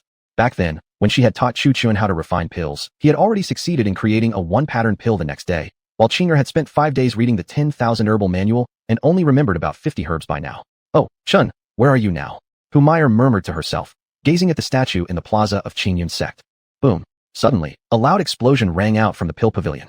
Black smoke rose from within, and shortly after, the roof caught fire. Just now, Humayr had lost focus for a moment, overexerting the flames during the pill consolidation process and ultimately causing the furnace to explode. Ha! Sismeyer, what happened to you? Seeing Humayr's battered appearance after the explosion, Mu Hanbing burst out laughing heartlessly. Mu Hanbing, don't laugh. Look, Humayr lost her temper, holding a wooden sword and chasing after Mu Hanbing. Mu Hanbing continued laughing while dodging, and then she even called Ji Yufei and Chu Lingwei over. Now that was something. 3 women laughing heartlessly together. You're all bullying me. Isn't it just an explosion? Why are you laughing at me? Finally, Humire stood there panting heavily, looking at the three women before her. Haha, take a look at yourself. Muhanbing laughed while handing her a bronze mirror. When Humire saw the reflection in the mirror, a woman covered in soot and ash, like a muddy stray dog. Seeing this, Humire wished she could find a hole to hide in. And seeing Muhanbing still laughing, she blushed in embarrassment and shouted, "Stop laughing." Thereupon, Humire charged at her again with the wooden sword. Hey, you can't catch me. Muhanbing kept dodging while laughing heartlessly. All in all, everything at Qingyun's sect was harmonious. Disciples at every peak were either cultivating, flirting, or in love. Yulan Academy. Training ground. A warrior's meridians and acupoints are hidden within the qi. They are also called Xian cultivators. They absorb the energy of the heavens and earth, transform it into spirit, and refine it into Xian, tempering the body and strengthening the tendons. A Xian cultivator generates strength through qi. Qi follows the path of strength. If the qi is transformed into Xian and the power of the Xian channels erupts, it will unleash great might, coalescing and forming powerful attacks. Qin Ruoxue manipulated the Xian energy around her body, showing off her prowess within the training ground. Each step and each punch she took caused fallen leaves on the ground to rise and fall again. The entire scene resembled a dancing butterfly drifting like falling leaves. Yet, there was one unromantic man sitting on the stone steps, watching with serious expression, not at her, but listening attentively to Qin Ruoxue's words. He completely ignored Qin Ruoxue's gentle smile, his focus solely on her movements and the flow of her energy. Soon, Qin Ruoxue's graceful figure gradually came to a stop, causing the falling leaves around her to drift down gently with her and scatter in the wind. Smiling warmly, she looked at Chu Chun and asked, "Did you get it?" Chu Chun hesitated briefly before nodding and saying, "I did." Seeing Chu Chen's somewhat clumsy reaction, Qin Ruoxue couldn't help but smile mockingly. "Then, why don't you try it?" "Okay." Chu Chun nodded somewhat stiffly, then stood up and instinctively patted his backside, swaying slightly as he walked toward the training platform, before assuming his stance. Recalling Qin Ruoxue's earlier movements, he released his Xian energy and felt the flow of energy surging within. His mind focused sharply, tightly controlling the flow and directing it through his tibia. Then, a deep dragon-like growl reverberated from within Chu Chun. His eyes locked onto the empty space ahead. HAA. Roar. With a punch, a dragon's roar pierced the heavens, followed by a violent tremor shaking the entire Yulan Academy. A phantom golden dragon surged forth from his fist. At that moment, before Chu Chun stood a bamboo forest 20 feet away. But now, it was flattened by the golden phantom dragon, leaving a long, deep trench behind, at least 2 zhang deep. What's going on? Who dares cause trouble in our Yulan Academy? Alert! Alert! Enemy attack! Immediately, panic spread throughout Yulan Academy. What audacity! Daring to provoke chaos in Yulan Academy. From the upper pavilion, Yu Chan's face turned cold. She pushed off the ground with the tip of her foot and shot out like an arrow. Gulp! Qin Ruoxue stared wide-eyed at the trench before Chu Chun. Shocked, she looked at him, thinking, what the hell? I told you to get familiar with the use of Xian energy, not to cause such a huge commotion. Senior Sister Ruoxue, did I mess things up? Chu Chun, thinking his energy was too weak, scratched his head while looking at Qin Ruoxue. Qin Ruoxue looked him up and down. Is this guy even human? Gazing at the massive trench, she began to doubt whether even the Dean could match this level of power. Chapter 349, Wild Guesses. Who dares to invade the Moonlan Academy? At this moment, a cold female voice rang out, followed by the sight of Yu Chan, dressed in a white gown, soaring through the air. Glancing down at the deep trench below, she caught a glimpse of the man standing at the center of the training platform. Instantly, her face turned pale with fright. Ignoring her dignity as the Academy's Yinzhong, she flew directly toward the man. Bing, are you injured? Yu Chan anxiously checked Chu Chin's body with her martial cultivation energy and finally relaxed when she found no injuries. She then turned to Qin Ruoxue and asked, did you see who attacked the Moonlan Academy? According to Yu Chan's speculation, it might be someone seeking revenge on Chu Chun, considering that when they found him, he was covered in blood, obviously wounded. And this deep trench left even her heart pounding with fear. Especially when she felt the lingering and incredibly Badao martial energy remaining within the trench. She was certain that this kind of Badao energy belonged at least to a Xian Wu Jing cultivator, one with extremely profound strength. Although she herself was at the Yuan Gangjing stage, 2 levels higher than Xian Wu Jing, there was also a matter of strength disparity among martial cultivators. Some true prodigies walked the path paved with mountains of corpses and seas of blood. These individuals were exceptionally powerful and possessed profound cultivation. Even if you were 2 entire levels higher, they could force you to use all your hidden tricks, and most critically, you still couldn't kill them. Yu Chan had never encountered such an opponent herself, but once she had seen a young boy at the Wu Shijing level fighting evenly against a powerful expert at the Wu Zongjing stage, and in the end actually counterkilled that Wu Zongjing expert. Hearing Yu Chan's question, Qin Ruoxue came back to her senses. She stared at Chu Chun in shock, not yet having time to speak. Hee, Sister Yu Chan, isn't this amazing? I did it. Chu Chun had originally thought his strength was weak, but seeing the look of shock on Yu Chan's face, he felt proud of himself. He let out a self-satisfied chuckle and pointed at himself. He did this. Hearing this, Yu Chan was slightly stunned, looking uncertainly at Qin Ruoxue, who gave a slight nod. The shock on her face seemed even more intense than Yu Chan's, proving that her words were true. Receiving Qin Ruo Shue's confirmation, Yu Chan gave Chu Chen a complex glance. Was he this powerful now? Could it be he had recovered his memories? That wouldn't be good news for her. If Chu Chan had recovered his memories, it meant he was about to leave. She did not want him to leave. She had waited 10 long years for him before finally meeting him again. Yunzhong, is someone attacking our Moonlan Academy?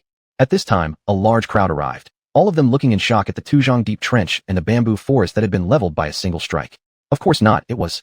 Chu Chan proudly patted his chest, just about to explain, when Yu Chan blocked him. Then, he found that he could no longer speak, only emitting muffled, unintelligible sounds.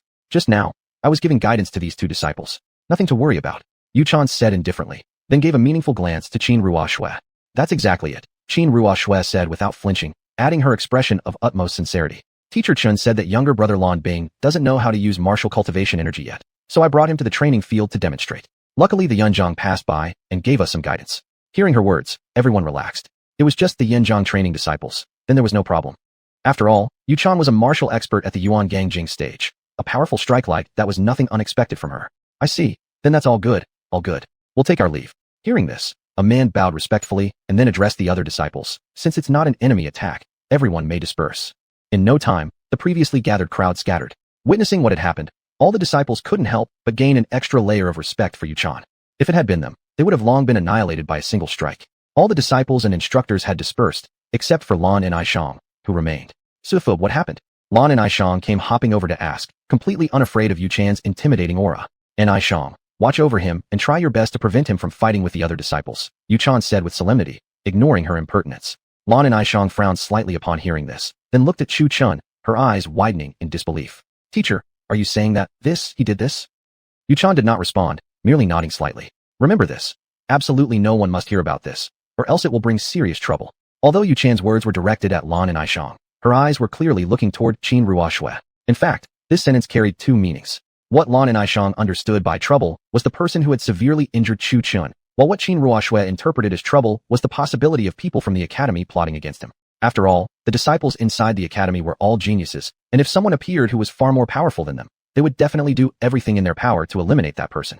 Both Qin Ruo Shui and Lan and Aishang nodded solemnly upon hearing this. Sister Yu Chan, this was clearly me who caused it. Why are you taking credit for it?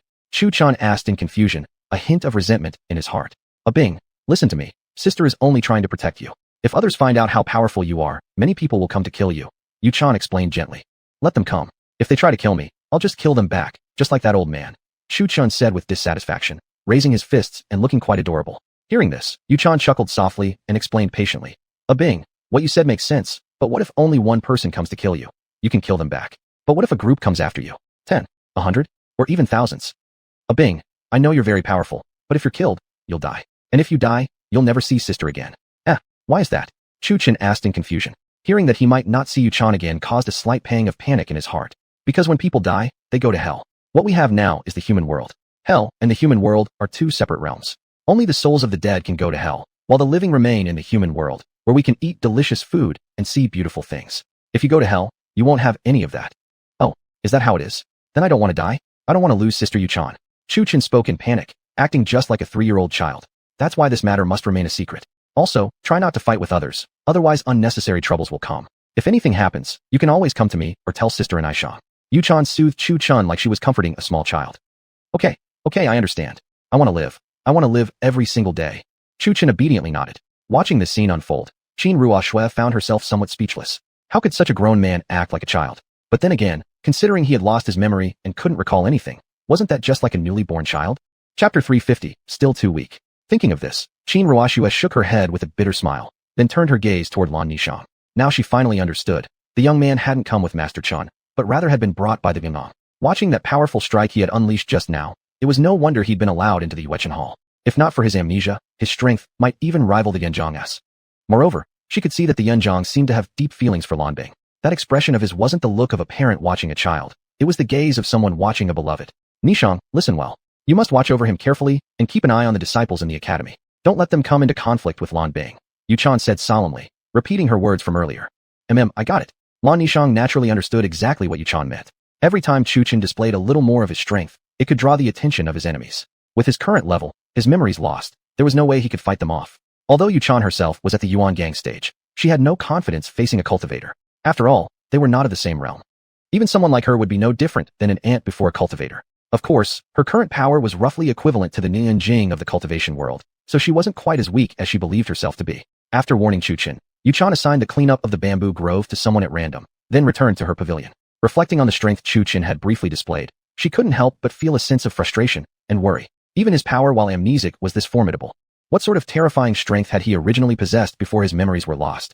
In that case, how overwhelmingly strong were his enemies? If they came knocking, would she be able to protect him? The answer was no. Chuchen was already capable of holding his own in a sparring match against her. She couldn't even imagine the power of the one who had injured him. Realizing all of this, Yuchan couldn't help feeling a heavy burden. He could remain by her side now, while his memories were lost, but it wouldn't be long before his enemies came for him. Yet, if Chuchen ever recovered his memories, even if he survived, he would leave her side. It seems. I'm still too weak after all, she sighed helplessly. She had thought that becoming the strongest in Tianyan continent would enable her to protect Chuchen, but in the end, she remained just as powerless as ever. If I could reach the legendary Tianwei realm, would I be able to protect you then? Yuchan murmured softly to herself, gazing out the window with a wistful look in her eyes. Still, she didn't immediately shut herself away for cultivation retreats. Instead, she closed the door behind her and stepped outside. Before long, she reached the administrative office where Chun Hongxiu was stationed. She found her seated there, sipping tea idly while gazing dreamily out the window. Oh, what are you so engrossed in looking at? Yuchan teased gently as she strolled in. Startled at first, Chun Hongxiu immediately rose upon recognizing her visitor, attempting to bow respectfully, but Yuchan lightly held her up with a subtle force. This is just a private conversation, no need to be so formal, she said casually. This isn't right, Chun Hongxiu said awkwardly. Yuchan waved her off, turning her eyes toward the window again as she said coolly. It's been a long time since we've had a proper talk. Tell me, have you ever regretted it all these years? With that, she glanced sideways at Chun Hongxiu. A flicker of melancholy crossed Hongxiu's face as she sighed. Regret? Never. Back then, if you hadn't taken me in, I would have likely been defiled by some beast in the mountains. She paused, then smiled softly. And besides, this place is much easier than the deadly chaos of the outside world. I can sleep soundly, without keeping one eye open all night. No need to fear being hunted. Plus, I'm able to cultivate in peace. 10 years ago, I was merely a warrior stage martial artist. Now, I've reached the peak of the wuxuai stage and only need one final push to enter the true martial stage. Her words were sincere, and a warm smile lit her face. Oh, sister, did you come here looking for me because you needed something? Suddenly realizing how much she'd spoken, Chun Hongxiu turned toward Yuchan quickly, recalling the saying, no visit is made without a purpose. Coming here unexpectedly, there must be urgent business. TSK, not yet. Yuchan waved a hand casually, adding, you saw what happened today, didn't you? Sorry, I had stepped out earlier. I thought Chuchen still wasn't familiar with the use of arcane energy, so I went to purchase a basic book on arcane techniques from the Myriad Sutra Pavilion. Chun Hongxiu replied apologetically. Never mind it. You don't need to teach him how to use arcane energy anymore, Yuchan said simply. What? Chun Hongxiu looked genuinely puzzled, clearly sensing that she had missed something huge. From now on, I will be taking over the affairs of the academy, Yuchan concluded seriously, and I will also be teaching alongside you in the Yuechen Hall. Director Yu, isn't handling Yuechen Hall my responsibility alone? Why would you go to the trouble? Chun Hongxiu, still unaware of what had happened, was greatly puzzled. This is final. I will take over the sparring classes from now on, while you will only handle theoretical instruction. Also, I will personally mentor that one named Lanbing. In class, try your best to prevent others from clashing with him. Otherwise, it will bring unnecessary trouble, Yuchan said solemnly once again, her expression leaving no room for objection. Chun Hongxiu was somewhat taken aback, but seeing Yuchan's determined expression, she didn't press further. Understood, director. She seemed to want to say something, but hesitated. Yuchan naturally noticed this and said indifferently, say whatever you want to say. Director, no, never mind. Chun Hongxiu hesitated for a while, but still held back. Yuchan naturally knew what she was thinking and waved her hand, saying, you want to ask about Lanbing, right? Chun Hongxiu nodded awkwardly. Yes. I just noticed how much you care about him and couldn't help but ask. I definitely didn't mean to pry into your personal matters. She hurriedly waved her hands toward the end of her sentence. Seeing this, Yuchan sighed and said, forget it. I'll just tell you who he is. Yuchan gazed out the window toward the training yard where autumn leaves drifted. Remember what I told you 10 years ago about that immortal cultivator? Coincidentally, it was 7 months and some days after Yuchan had saved Chun Hongxiu and parted ways with Chuchen, which indeed counted as 10 years in total. Presumably due to absorbing the spiritual energy emitted by Chuchen, her meridians expanded. Within a month, she had cleared all her blocked acupoints, and since then her cultivation advanced rapidly, almost as if she had an extraordinary advantage. In just a few months, she leaped from the warrior stage to the wuxuai stage. Upon hearing this, Chun Hongxiu nodded numbly.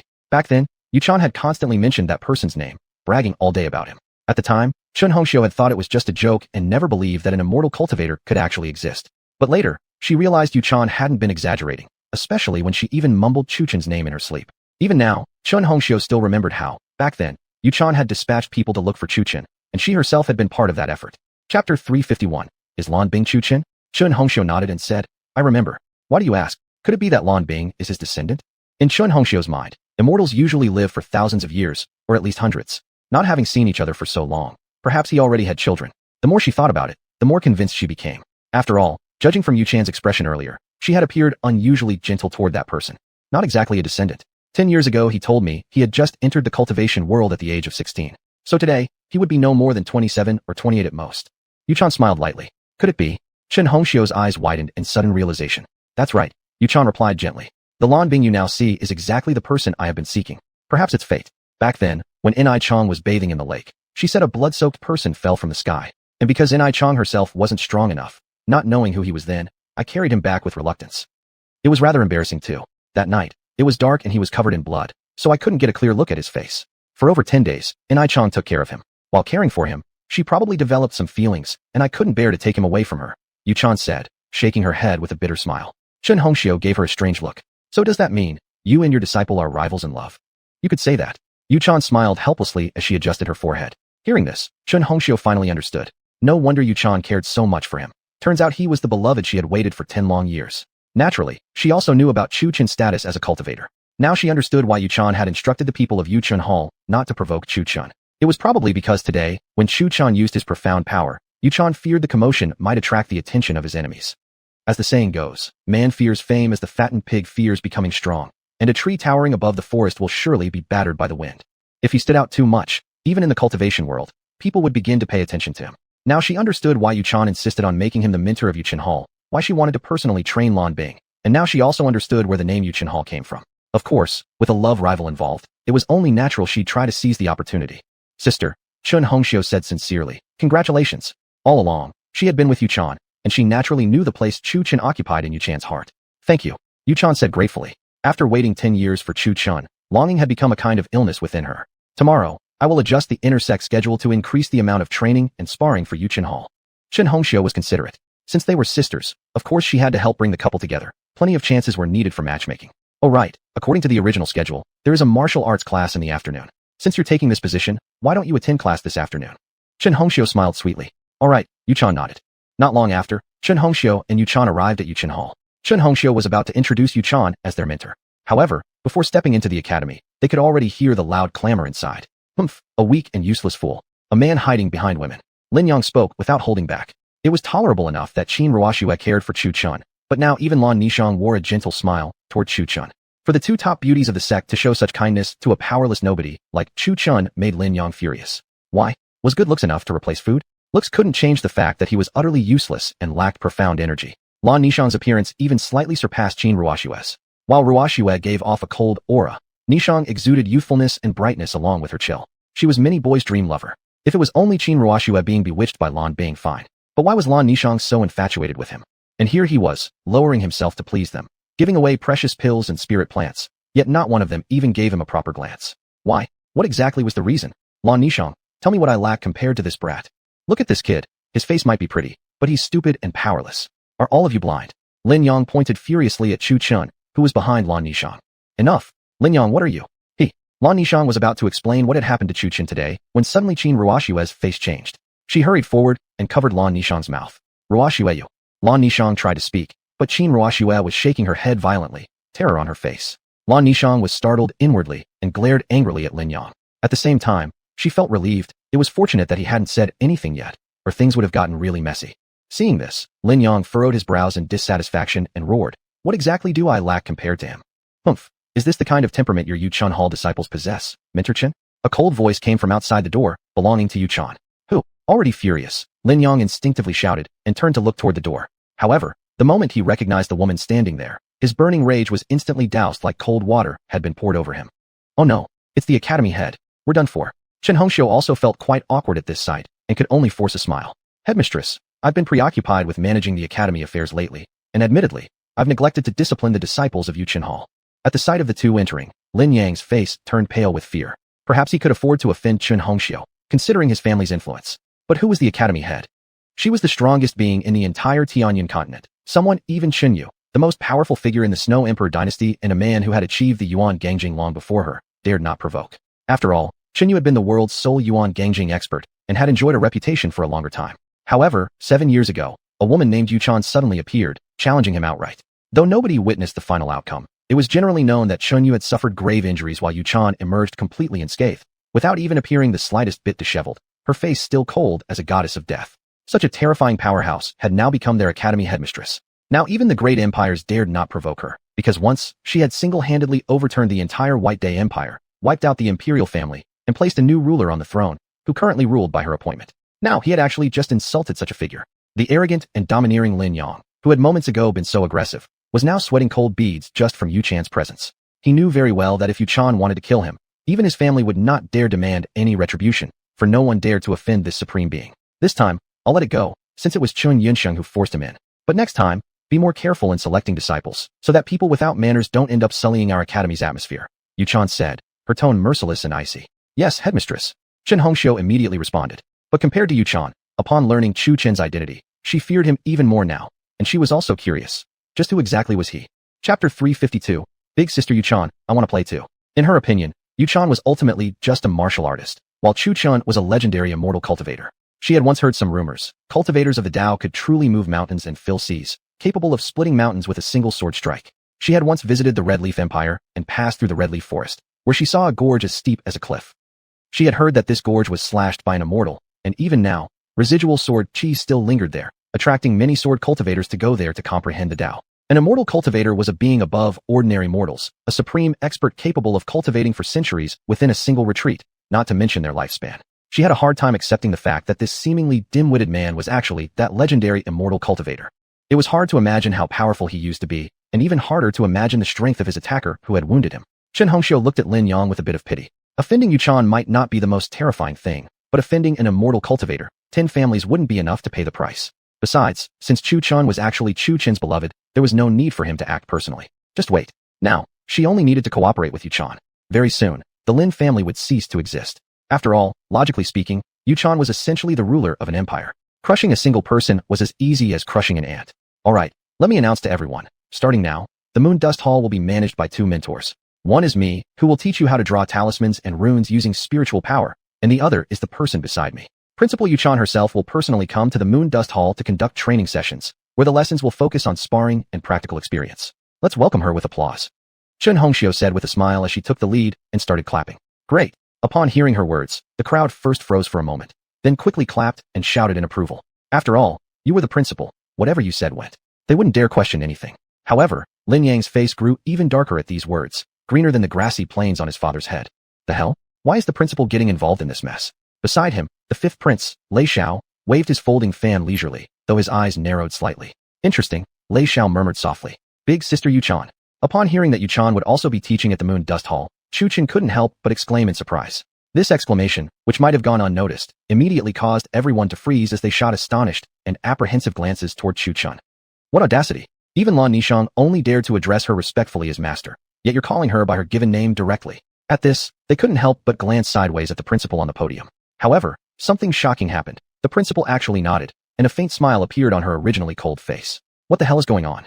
This ice-cold woman. No, scratch that. The ruthless killer, Yuchan Jingran smiled at this idiotic young man. This scene made Lin Yang's expression even more grim. It was understandable for disciples like Qin Ruoxue and Lan Nishang to fawn over Chu Chen, but how could even the principal be like this? Could it really be that good looks conquer all? Maybe I should consider a facelift someday. Lin Yang skeptically touched his own cheeks. Truthfully, both he and Lei Xiao used to be considered top-tier heartthrobs in the academy. But everything had changed since today, when Lan Bing showed up.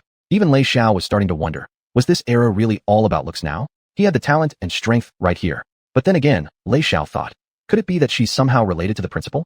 After all, that smile was gentle, and not the slightest bit infatuated. The more he thought about it, the more it seemed to make sense. Only someone like Qin Ruoxue would be taken in by Lan Bing's handsome looks. How superficial, just a pretty boy? Thinking this, he snorted disdainfully. Only an idiot like Lin Yang would fall for this. Me? I've already seen through everything. Then, with an air of arrogance, he raised his chin proudly. After a brief introduction, Lin Yang was immediately dragged to the office for tea. Tea personally brewed by Yuchan herself. It left Lin Yang feeling exceptionally chilled to the bone. Not that anything happened. The entire time, Yuchan didn't say a word, just sat there watching silently while Chen Hongxiu conducted the ideological education session. Once everything was done, he was released. At this point, it was noon, and everyone returned to their respective places. Rest time had arrived. But among martial artists, it had long been normal to go without sleep, let alone a nap during the noon hour. Thus, some headed out to the streets while others returned to the inn to cultivate. Meanwhile, Chu Chun was dragged along by Lan Nishang for a shopping spree. After one round, Chu Chin's knowledge had grown a bit, though it was a rather strange kind of knowledge. Lan Nishang repeatedly emphasized that if any girls came to talk to him, he shouldn't be too enthusiastic. Those were just a bunch of little fox spirits. Of course, the naive Chu Chun listened attentively. Whether or not he actually understood was another question. In the afternoon, at last came the long-anticipated physical education, practical training session, also known as sparring class. Just wait until you face that kid. Teach him a real lesson. Lin Yang glared at Chu Chun viciously and muttered to the henchman beside him. Don't worry, young girl. Someone like him is just trash. He doesn't even know how to use spiritual energy. Nobody knows how he managed to sneak into the academy. Just wait until he embarrasses himself in front of the principal. He'll be expelled for sure for having such poor talent. The red-haired henchman said. Remember, don't kill him. It'll be hard to explain otherwise, Lin Yang said, watching Chu Chin's back disappear, then added. Once this is done, brother will take you to the Qingzhou Pavilion. My treat. He arrived. He needed to offer a tempting reward to ensure his men were serious enough. Sure thing, Yanggu. You can count on me. The red-haired disciple perked up immediately upon hearing these words. Because Moonlan Academy was based in Luoyuan City, the brothels and inns there were all astronomically expensive. Though they were young masters from various clans, after paying rent, they barely had any spirit stones left. After all, who would waste spirit stones on wild revelries? Even if someone did, those stones would be used for cultivation instead. Moreover, Qingzhou Pavilion was the most renowned brothel in the area. Ever since Moonlan Academy was established here, the price had shot up from 800 to 2,000 spirit stones just for entry. As for enjoying a courtesan's music or companionship with a beautiful girl, that could easily cost tens of thousands of spirit stones at once. Wouldn't it be better to use those spirit stones for cultivation? Or buying pills? Or rune-etched weapons? They had only brought around 100,000 stones from afar, and already spent over 10,000 monthly on rent, leaving the rest solely for cultivation. But Lin Yang was different. Born and raised here, he was a young noble with inexhaustible family wealth and free access to his purse, naturally living in luxury and pleasure. Big sister Yu-chan, I want to play too. See, as Chu-chan watched people battling joyfully on the martial arts platform, he too became excited. Yu-chan couldn't help but rub her forehead gently. Handsome fellow, but slightly clueless. Still, she kindly explained, no, it's not fun. Why not? Hearing this, Chu-chun looked disappointed, then turned his gaze to Qin Ruoxue and Lan Nishang on the arena, muttering, seems pretty fun to me. Chapter 353, Not Even the Courage to Fight. Bang! As Chu-chun muttered to himself, the fight on stage was already fierce and intense, neither side gaining the upper hand. In the end, Lan Nishang exerted just a bit more effort and emerged victorious. However, this was merely a light spar. If they were truly fighting for life or death, it would have been a deadly match. Though they fought like bitter enemies on stage, off stage they were the best of friends. My turn now. Lu Meng, the red-haired disciple, smirked sinisterly while cracking his knuckles, setting his sights on Chu Chen's spot. Though not the strongest, he was fairly high-ranking within the Yuechen Hall. He scanned across all the disciples before pointing directly and arrogantly at Chu Chun, shouting, You, step up. Chu Chun, seeing this, was delighted and about to rise when unexpectedly, Yueshan suddenly pulled him back. Her voice, cold and clear, rang out. Oh, you want to fight me? Impressive, gutsy. Gulp. Everyone on the scene involuntarily swallowed hard. They all knew Lu Meng had meant Chu Chun, but with poor timing, Chu Chun was standing next to Yueshan, resulting in this unexpected situation. Finally, the crowd reached a conclusion. This woman held grudges. They had noticed that anyone close to Lin Yang seemed to be targeted by Yueshan. But really, who could blame her? The only person who hadn't shown the academy had any respect was indeed courageous. Everyone shot a sympathetic glance at the Lu Meng above, brave lad, daring to challenge the academy head. We're rooting for you. Seeing this, Lu Meng's face paled with fright. He waved his hands frantically, pointing toward Chu Chun beside Yueshan. No, I meant Lan Bing. See, how clever Yueshan was. Seeing Lu Meng pointing at Chu Chun, she immediately stepped in front of him and declared, but you clearly pointed at me. Sigh. Well then, I guess I'll fight you instead. Yueshan had truly gone out of her way to prevent Chu Chun from revealing his strength. Seeing this scene unfold, everyone exchanged amused smirks. Never had they imagined that this icy, aloof beauty in their eyes could be so amusing. And so, they looked on the stage with schadenfreude at the Lu Meng on the sparring platform. Damn it! Lin Yang below clenched his teeth in frustration, nearly bursting with anger at this sight. As he watched Yueshan slowly step toward the martial arts platform, he inwardly cursed her as a shameless hussy. Lan Nishang and Qin Ruoxue, seeing Lin Yang's grim expression, both smirked knowingly. They knew the truth behind everything. Yet in others' eyes, it was because Lin Yang had offended Yueshan, so she was targeting him in return. AAC Academy head, I forfeit. Seeing Yueshan genuinely approach the martial arts platform, Lu Meng's legs shook in terror. To them, Yueshan was the ultimate power in Tianyuan continent, invincible and unsurpassable. Forfeit? We haven't even fought yet. Forfeit what? Yueshan rubbed her temples, visibly displeased. This crowd was too cowardly. Just because she was regarded as the strongest in Tianyuan, they lost all will to fight. This wasn't what she desired. The path of cultivation required the spirit to fear neither death nor danger, fighting relentlessly even if defeat or death was certain. But these people, merely hearing her reputation had left them this terrified, Fate had clearly abandoned any great potential for them. AAC Academy head, please don't pick on me. How could a simple warrior realm disciple like me possibly defeat you? Lu Meng was utterly terrified, his previous arrogance gone, wishing only to retreat as quickly as possible, regardless of mockery. Facing Yueshan was the last thing he wanted. Yueshan's might was deeply embedded in their bones. Though none had witnessed her fighting skills, she had defeated the top master from the Snow Imperial Court. How could he possibly contend with her? Sigh. Very well, go down. Yueshan felt deeply disappointed. If it were Chun Hongxiu, even when faced with impossible odds, the disciples would still choose to fight. Yet now, her reputation alone had crushed the very courage needed to stand up. Thank you, Academy head. Lu Meng replied hurriedly with deep bows. Ever since Yueshan stepped onto the platform, he couldn't even form coherent sentences, revealing the depths of his terror. Big sister Yueshan, fight with me instead. See, Chu Chun raised his small hand, eyes gleaming with excitement. Truly fearless due to his ignorance. That's exactly who Chu Chun was. Untainted by the rumors swirling among people, in his eyes, Yueshan wasn't unbeatable. Plainly put, he just wanted to test how far his cultivation power had advanced. This remark caused an eruption of laughter across the crowd. Chu Chun, who do you think you are? If Lu Meng dares not fight the academy head, how dare a powerless fool like you challenge her? Ha ha, fool is fool. He probably hasn't even heard the academy head's name. Ha ha, a powerless waste dares to challenge the strongest cultivator of Tianyuan continent? I'm dying of laughter. The entire crowd laughed mercilessly at the seemingly foolish demeanor of Chu Chun. But only two people on the scene dared not laugh, the naturally composed Lan Nishang and Qin Ruoxue. Although Qin Ruoxue didn't know Chu Chin's true identity, judging from that earlier punch, the outcome between him and the academy head might not be so certain. Lan Nishang, on the other hand, remained very calm, watching the clueless crowd laughing foolishly with a look of disdain. If Chu Chun were to truly unleash his full strength, Yueshan wouldn't even last long against him. Though she had never seen Chu Chun fight before, in her eyes, cultivators viewed ordinary people like ants, beings capable of flattening a mountain with just a single gaze. That won't do, you'll get hurt. Yueshan, unaware of Chu Chin's current power, dared not provoke him recklessly, afraid she might cause damage and then regret it afterward. I'm not afraid. Chu Chin declared proudly. No, you can't beat me. Yueshan firmly refused again, then shot a glance toward Lan Nishang. Lan Nishang responded with a reluctant look. Why should I help you flirt with a handsome guy? We're rivals after all. Still, to prevent Chu Chun from causing more chaos, Lan Nishang sighed and said, Master, let me do it. Good, showing some boldness. A slight smile curled Yueshan's lips. This was family. She could afford to be a bit harsh. No one laughed at Lan Nishang stepping forward. In their eyes, as Yueshan's disciple, she naturally understood Yueshan's strength. They assumed they'd often sparred before, hence why Lan Nishang dared to challenge the academy head. And Ichang, I want to fight too. I want to fight too. Chu Chun kept persisting, feeling that his punch earlier was pretty awesome. No can do. Right now is one-on-one time. If you really want to fight, we'll do it later. Lan Nishang turned with a gentle smile and replied. And Ichang, attack with full strength, and let's see if you've improved recently. Yueshan took a stance, yet she didn't go on the offensive, only defended. All right, here I come. Lan Nishang's expression sharpened as she leaped forward like an arrow, launching a palm strike toward Yueshan ahead. Yueshan sidestepped lightly and dodged easily, remarking indifferently. Too slow. Back off. With a wave of her hand, Yueshan repelled the attacking Lan Nishang, returning her precisely to her original spot. How many times have I told you? Yueshan said. When you're sneaking up on someone, don't announce it so loudly. Hearing that, Lan Nishang charged again, delivering another palm strike just as before. While dodging, Yueshan commented. Too hasty, unable to adapt. You're too impatient. Go back and try again. Yueshan pushed Lan Nishang away again. Chapter 354.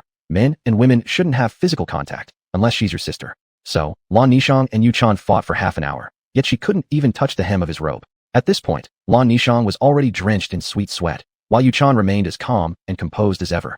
Still a bit short, but you have improved. Finally, Yueshan said with a calm tone.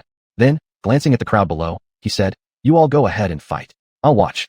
Saying that, Yueshan turned and started walking toward the academy's corridor. When Lin Yang heard this, he couldn't help but reveal a cunning smile, looking at Chu Chun. However, to his surprise, Yueshan came back and dragged Chu Chun away. Sister Yueshan, I want to fight with them. Poor Chu Chun could only cry quietly as he was pulled along. It had to be said, Chu Chun's strength was truly great. Yueshan had to use her spiritual power just to drag him. Sit down. You can't fight with them. Upon reaching the corridor, Yueshan pressed Chu Chun onto the bench. Why not? I'm very strong. Chu Chun asked in confusion. As he spoke, he proudly lifted his arm. It was filled with strength, yet without looking like the swollen muscles of a brute, it was instead gracefully defined. It said that men look at legs and women look at hands. Chu Chun simply showed an arm, but Yueshan inadvertently got lost in thoughts, nearly bleeding from her nose right there. It's precisely because you're too strong. Yueshan coughed awkwardly before continuing. I'm afraid you can't control your strength and end up punching another courtyard to pieces. These people have fragile bodies and can't withstand your punches. Then she added, if you really want to fight, go back and fight with me. Naturally, there was a second half of that sentence. Whether it would happen on the bed or in bed depended on her mood. Sooner or later, Chu Chun would be tricked by her. After all, she was an old hand at this. Strictly speaking, it was proper. She had never done it herself, though she had given lots of advice to others and occasionally offered them some mysterious packets of herb that could send them into ecstasy. Okay. Chu Chen nodded upon hearing this, then looked at Yuchan and said, Sister Yuchan, why are your chest and Sister Nishang so big, and also senior Sister Ruoshuez as well? Why is mine so small? It looks really weak. Perhaps Chu Chen was too innocent. As he spoke, he reached out to poke at those two hills. Upon hearing his words, Yuchan spewed out the mouthful of tea she was drinking and her cheeks flushed red as she instinctively dodged Chu Chen's hand. What kind of question was that? How was she supposed to respond? Cough, cough. Ah Bing, you are a boy, and I'm a girl, so naturally, we're different. As the saying goes, men and women shouldn't have physical contact. So Yuchan started chatting with Chu Chen, talking so much that Chu Chen looked stunned. Eventually, Chu Chen moved far away. What are you doing? Come back over here. Seeing Chu Chen now standing a few meters away, Yuchan couldn't help but curiously ask, Sister Yuchan, you just said men and women shouldn't have physical contact, right? Look, how clever Chu Chen was. He applied what he just learned immediately. Upon hearing this, Yuchan couldn't help but rub her temples. How on earth was she supposed to explain? Ah Bing, I am your sister. Since I am your sister, then I am family. The rule of men and women avoiding physical contact still depends on the situation. For example, someone like Sister Nishang, you should keep your distance. Men and women shouldn't have physical contact with her, but with me, you don't need to go that far. See, how clever Yuchan was. As she spoke, she even cast a cunning glance at Lan Nishang. Why is that? Sister Nishang is also my sister, and so are you. Besides, she was the one who dressed and bathed me when I was injured. Chu Chen asked confusedly, but this sentence struck a nerve in Yuchan. Thinking about it made her heart ache. If she had known back then that the one she carried home that night would turn out to be you, she would have devoured you right away while she still had the chance. Now he's awake. Yuchan couldn't easily make her move. Because she's just so wicked. Yuchan mumbled out an excuse. Poor Lan Nishang had no idea at this moment that, in Chu Chen's heart, she'd just been labeled as a villain. Needless to say, Yuchan's tactics were quite formidable. Then Sister Yuchan, since we're family, can I take a look at your chest? Chu Chen blinked his eyes innocently, looking completely unaware of any hint of lewdness.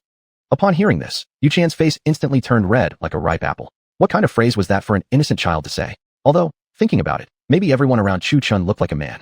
After hesitating for a moment, Yuchan replied, well, not that it's impossible, but you can only see it once we're back home. Oh, Chu Chen naively nodded his head without understanding the implication. I think Sister Nishang's chest seems a bit bigger though, Chu Chen said without realizing the full impact of his words. Upon hearing this, Yuchan's temple immediately bulged with anger. Looking at Chu Chen's cheeky and harmless expression, she almost wanted to punch him.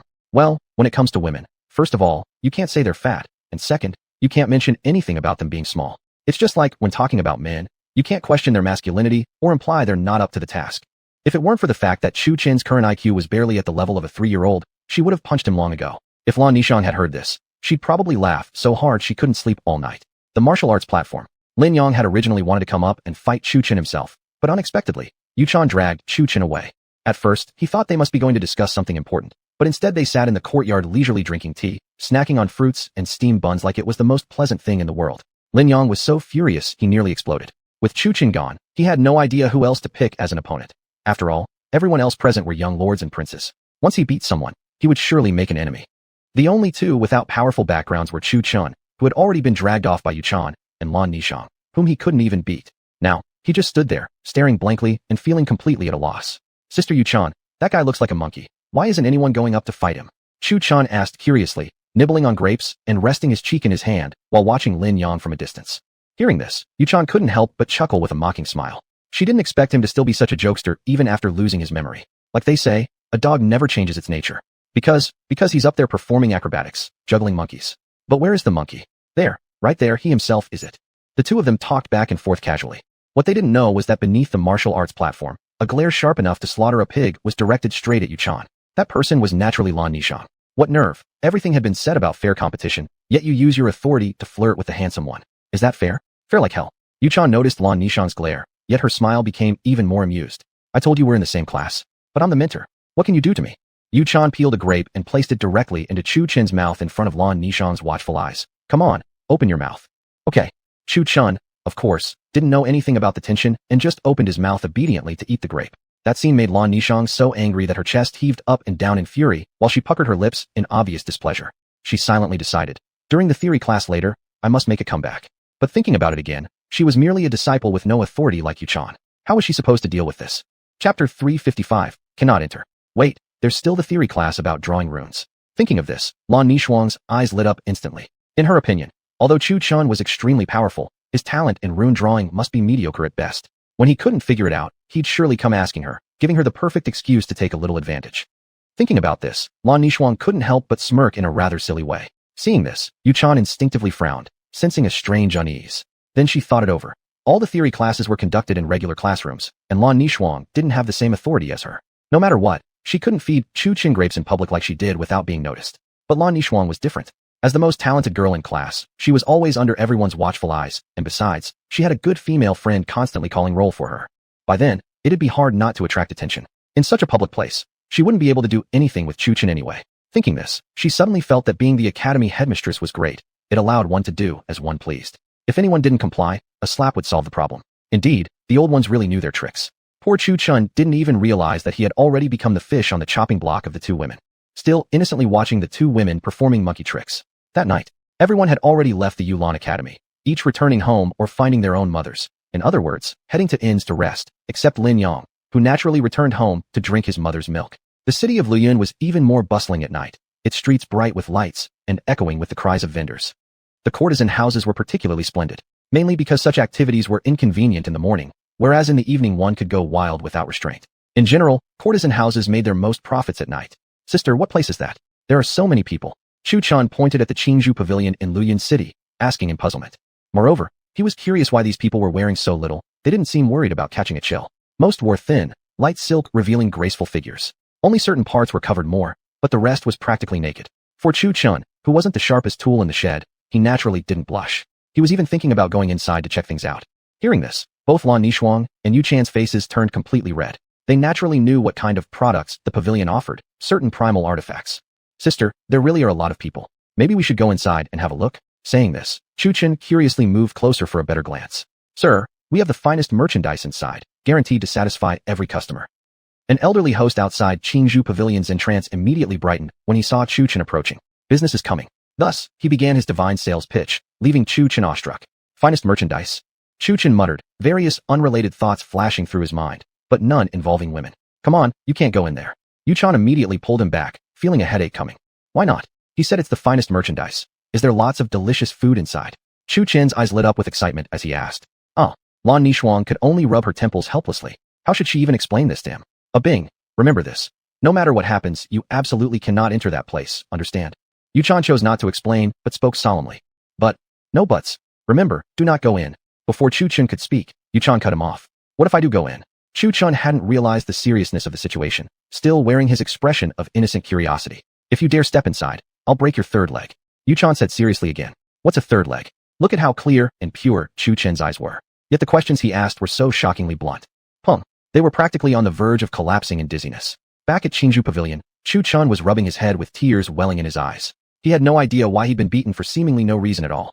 The two red bumps on his head were still hot and pulsing. Yu Chan led Chu Chen to sit on the pavilion's bench and asked, Still want to go? Want to go? Before Chu Chen finished speaking, Yu Chan blew gently on her pale, delicate hands, tightening them into small fists. Don't want it anymore. Don't want it anymore. Seeing this, Chu Chen frantically shook his head. This child can finally be taught. Yu Chan nodded with satisfaction. Boom. A wisp of black smoke rose again from the kitchen, which promptly caught fire. In a short while, an Indian Three Sisters type figure walked out, still coughing out black smoke. This Indian Three Sisters figure was naturally our very own Lan Nishuang, the big con artist, or rather, Lady Lan Nishuang. Once again, she had blown up the kitchen. Just look at the dark stuff she was carrying in that pot. It looked delicious at a glance. Except even a dog wouldn't eat it if it had the choice. Oh, Sananai, why did you come out? Yu Chan watched playfully as she looked at Lan Nishuang's soot-covered face and said with amusement. Hearing this, Lan Nishuang glared at her. Who the hell was Sananai? But she didn't argue with Yu Chan. Instead, she used her spiritual power to clear away all the black smoke on her body. Then, she placed the pot on the pavilion table and smiled, saying, Come on, taste my cooking. Chu Chen looked at the black stuff in the pot with confusion and picked up a piece to look at. Just as he was about to open his mouth to eat it, he saw the two girls looking at him and suddenly felt a bit shy. So he handed it to Yu Chan and smiled, saying, Big sister Yu Chan, this is for you. See, how pure-hearted Chu Chan was. Yu Chan. Open your mouth. Maybe because Chu Chan felt Yu Chan was shy, he very considerately helped her open her mouth and stuff the piece inside. After all, the idea of men and women not touching each other hadn't crossed his mind. He had long forgotten Yu Chan's words from today. They were already gone to the ninth cloud. Is it delicious? See, Chu Chen thoughtfully asked. Yu Chan forced herself to suppress the nausea caused by the food, chewed once, swallowed it, and managed a smile so awkward it looked more like a grimace, saying, Delicious. Come on, you should have a piece too. Not in a hurry. Miss Lan hasn't eaten yet. Look, what a filial child Chu Chen was. Saying so, he picked up a piece and placed it directly into Lan Nishuang's mouth. Lan Nishuang had been smiling until then, but her smile gradually faded. Before even chewing, a wave of nausea surged up her throat. Ahem, ahem. Yuchan coughed dryly beside her. Realizing the situation, Lan Nishuang swallowed the black piece directly, without chewing it at all. Then, she forced a smile that looked even worse than crying, and said, "Delicious." Really? Hearing this, Chu Chen's eyes lit up. But as he looked at the black stuff in the pot, he hesitated for a moment and said, "Since it's delicious, you two can eat it. I won't take any from you." Look, how filial Chu Chun had been to say such a sentence. Chapter 356, One Strike. Hearing those words, the two spat out the tea they had just sipped. Looking at their expressions now, it was more than just displeasure written across their faces. It was pure, unfiltered fury. Lan Nishang and Yu Chan exchanged glances before directing suspicious looks toward that foolish young fellow still munching on an apple. What a character. They had thought they were the hunters, only to find out they were the hunted. The two seasoned schemers, outwitted and embarrassed. This kid definitely did it on purpose. That's exactly what their eyes conveyed to each other. "Ah Bing, aren't you the one who said you wanted to see my chest muscles today?" Yu Chan said seductively. "Oh, they're too big. I don't want to look anymore." Chu Chun continued hugging his apple and chewing away. Upon hearing this, Yu Chan's expression immediately darkened. Beside her, Lan Nishang shot Yu Chan a glare that seemed to suggest butchering a pig. "Muscles? What kind of chest muscles, Yu Chan? Care to explain?" Lan Nishang's expression was dark as storm clouds. "Oh, haha, the moon is really nice tonight." Look, Yu Chan's act of playing dumb was even more convincing than Chu Chen's. "Ah Bing." A while later, Yu Chan called again. "What?" Chu Chen pulled out another red fruit and started chewing away, his mouth stuffed like a squirrel's, speaking in a completely muffled voice. The two couldn't help but chuckle at this. Chu Chen's behavior was both funny and oddly cute. Cough cough. "Right. Didn't you say you wanted to fight me today?" Yu Chan coughed slightly. "That's right." At those words, Chu Chen's eyes lit up immediately. He proceeded to polish off the red fruit in his hand until nothing was left. Then, quite naturally, he picked up a handkerchief from Lan Nishang and wiped his hands. Lan Nishang's face instantly turned dark. Just a day had passed. How could this kid have gotten so mischievous? What she didn't know was that this change had been largely due to Yu Chan's idle chatter. Yu Chan had discussed quite a lot of things, some meant to be shared, others not so much. Unfortunately for her, Chu Chun had a sharp mind, absorbing and memorizing every word precisely. Then he turned into this. Especially that one phrase, "That girl Nishang can be really cunning." From that moment on, Chu Chun subtly branded Nishang with the mental label of villain. Now, hearing the word fight, Chu Chun became excited like a rooster injected with adrenaline. Meanwhile, on Yu Chan's face emerged a seriousness she had never displayed before. Primarily because she was afraid. First, of hurting Chu Chun too much if she went too hard, and second, of being overpowered if she went too easy. She needed to be careful with her strength. "Come on, attack me." Yu Chan positioned herself in a defensive stance. Bang. But the next moment, a figure was sent flying, the battle over in less than half a breath. Gulps. Lan Nishang, still chewing on her fruit, stared at the collapsed wall and then at the person emerging from the smoke, instinctively swallowing nervously. Before long, the smoke cleared, revealing a graceful silhouette slowly stepping forward, one hand tightly gripping her lower back. Seeing this scene, Lan Nishang's pupils contracted sharply as she looked toward the person within the smoke. One strike. With just one blow, he sent the strongest person in the Tianyan continent flying. Was he amnesiac or something? How could he be this strong? This plot development doesn't make sense. Amnesia patients shouldn't be super powerful. Instead, they're usually weaklings needing protection, destined for the soft life of a kept man, right? What the hell is going on here? Wincing and holding her lower back, Yu Chan slowly walked to the pavilion and sat down. Her eyes looked vacant, her head drooping onto the table lifelessly like a beaten dog. "Ah Bing, did you regain some memory?" Lan Nishang asked nervously. Chu Chan turned toward Lan Nishang with a blank stare, looking incredibly naive and clueless. Seeing his expression, Lan Nishang secretly let out a sigh of relief. As long as his memories hadn't returned, it was fine if he was strong. He simply didn't want to risk the possibility of Chu Chin suddenly vanishing. Hey, isn't this Yu Chan? Why are you lying here like that?" Lan Nishang then embarked on her sarcasm spree. Her verbal attacks sounded fierce as tigers' growls, but in the end, she was left bruised and battered. Although Yu Chan couldn't defeat Chu Chan, handling this tongue-wagging apprentice was a breeze. Meeting Chu Chin finally made Yu Chan realize how truly pitiful her life had become. Chu Chin's punch showed no specific technique or martial arts enhancement, clearly indicating that his memories hadn't returned. He'd thrown that punch purely from instinctual muscle memory. Ordinary and unimpressive on the surface, the punch was made formidable by his astonishing speed. Before Yu Chan even registered the movement, she had been thrown back. Plus, his physical strength was far beyond ordinary. She nearly got herself a slip disc. "Yu Chan senior sister, are you okay? Don't cry. I didn't control my strength well just now." Chu Chin offered his clumsy, clueless kind of comfort. There, just let me pet you a little and you'll stop crying." Now it was Chu Chin's turn to try to soothe Yu Chan, though his wandering hand frequently found its way to inappropriate places. Taking advantage of Chu Chin's distraction, Yu Chan gave Lan Nishang a sly smile. "I won again." Lan Nishang quickly understood the unspoken implication, her face turning dark instantly. "Oh yeah? So you're playing me like this, huh?" Indeed, experience makes the difference. The older folks still know best. However, Lan Nishang didn't know the truth, that Yu Chan had genuinely been defeated by Chu Chun. Ah Bing, can you keep what happened tonight a secret? Yu Chan, fully immersed in her act, spoke with a trembling voice as she enjoyed the affectionate stroking from Chu Chun, like a pet being pampered. Though Chu Chun didn't quite understand, he obediently nodded. After all, he was the one who made Yu Chan cry, so whatever she said went.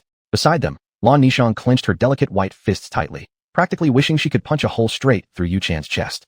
This woman is truly despicable. Not only did she corrupt the innocent child, but she also tricked him as well. Poor Chu Chun only has an IQ of 2.5. How could you be so cruel? After this brief episode, since Lan Nishang's cooking was something not even a dog would eat, Yu Chan had no choice but to head into the kitchen herself. After all, how could one let their beloved go hungry? So off she went to cook, leaving only Chu Chun and Lan Nishang at the pavilion, much to the delight of the third miss. Ah Bing, Lan Nishang called out, her voice filled with fragile longing. Remembering Yu Chan's warning, Chu Chun instinctively kept a safe distance from Nishang. After all, in his mind, she was branded a villain. Seeing this, Lan Nishang frowned slightly. Every time she stepped closer, Chu Chun practically leaped back 3 or 4 meters. Her face immediately darkened, shooting a bitter, resentful glare toward the woman cooking in the kitchen. Look what you've done to this poor child. You really are amazing. She was certain Yu Chan, that so-called honorable master, had filled Chu Chen's head with terrible stories about her. Ah Bing, why are you running so far away? Lan Nishang snapped irritably. Chu Chen replied weakly. Sister, you said you're a bad person, and that men and women shouldn't touch. See, how honest Chu Chen is. And yet, at that moment, he looked just like a young girl about to be assaulted, retreating and striking a frail, pitiful pose. Upon hearing these words, Lan Nishang's face darkened instantly. It was definitely that woman. But no worries. Mother has a secret weapon. Ah Bing, from now on don't listen to Sister Yu's nonsense. If I really was a bad person, would I have helped you dress and bathe? If I was a bad person, I would have eaten you up already.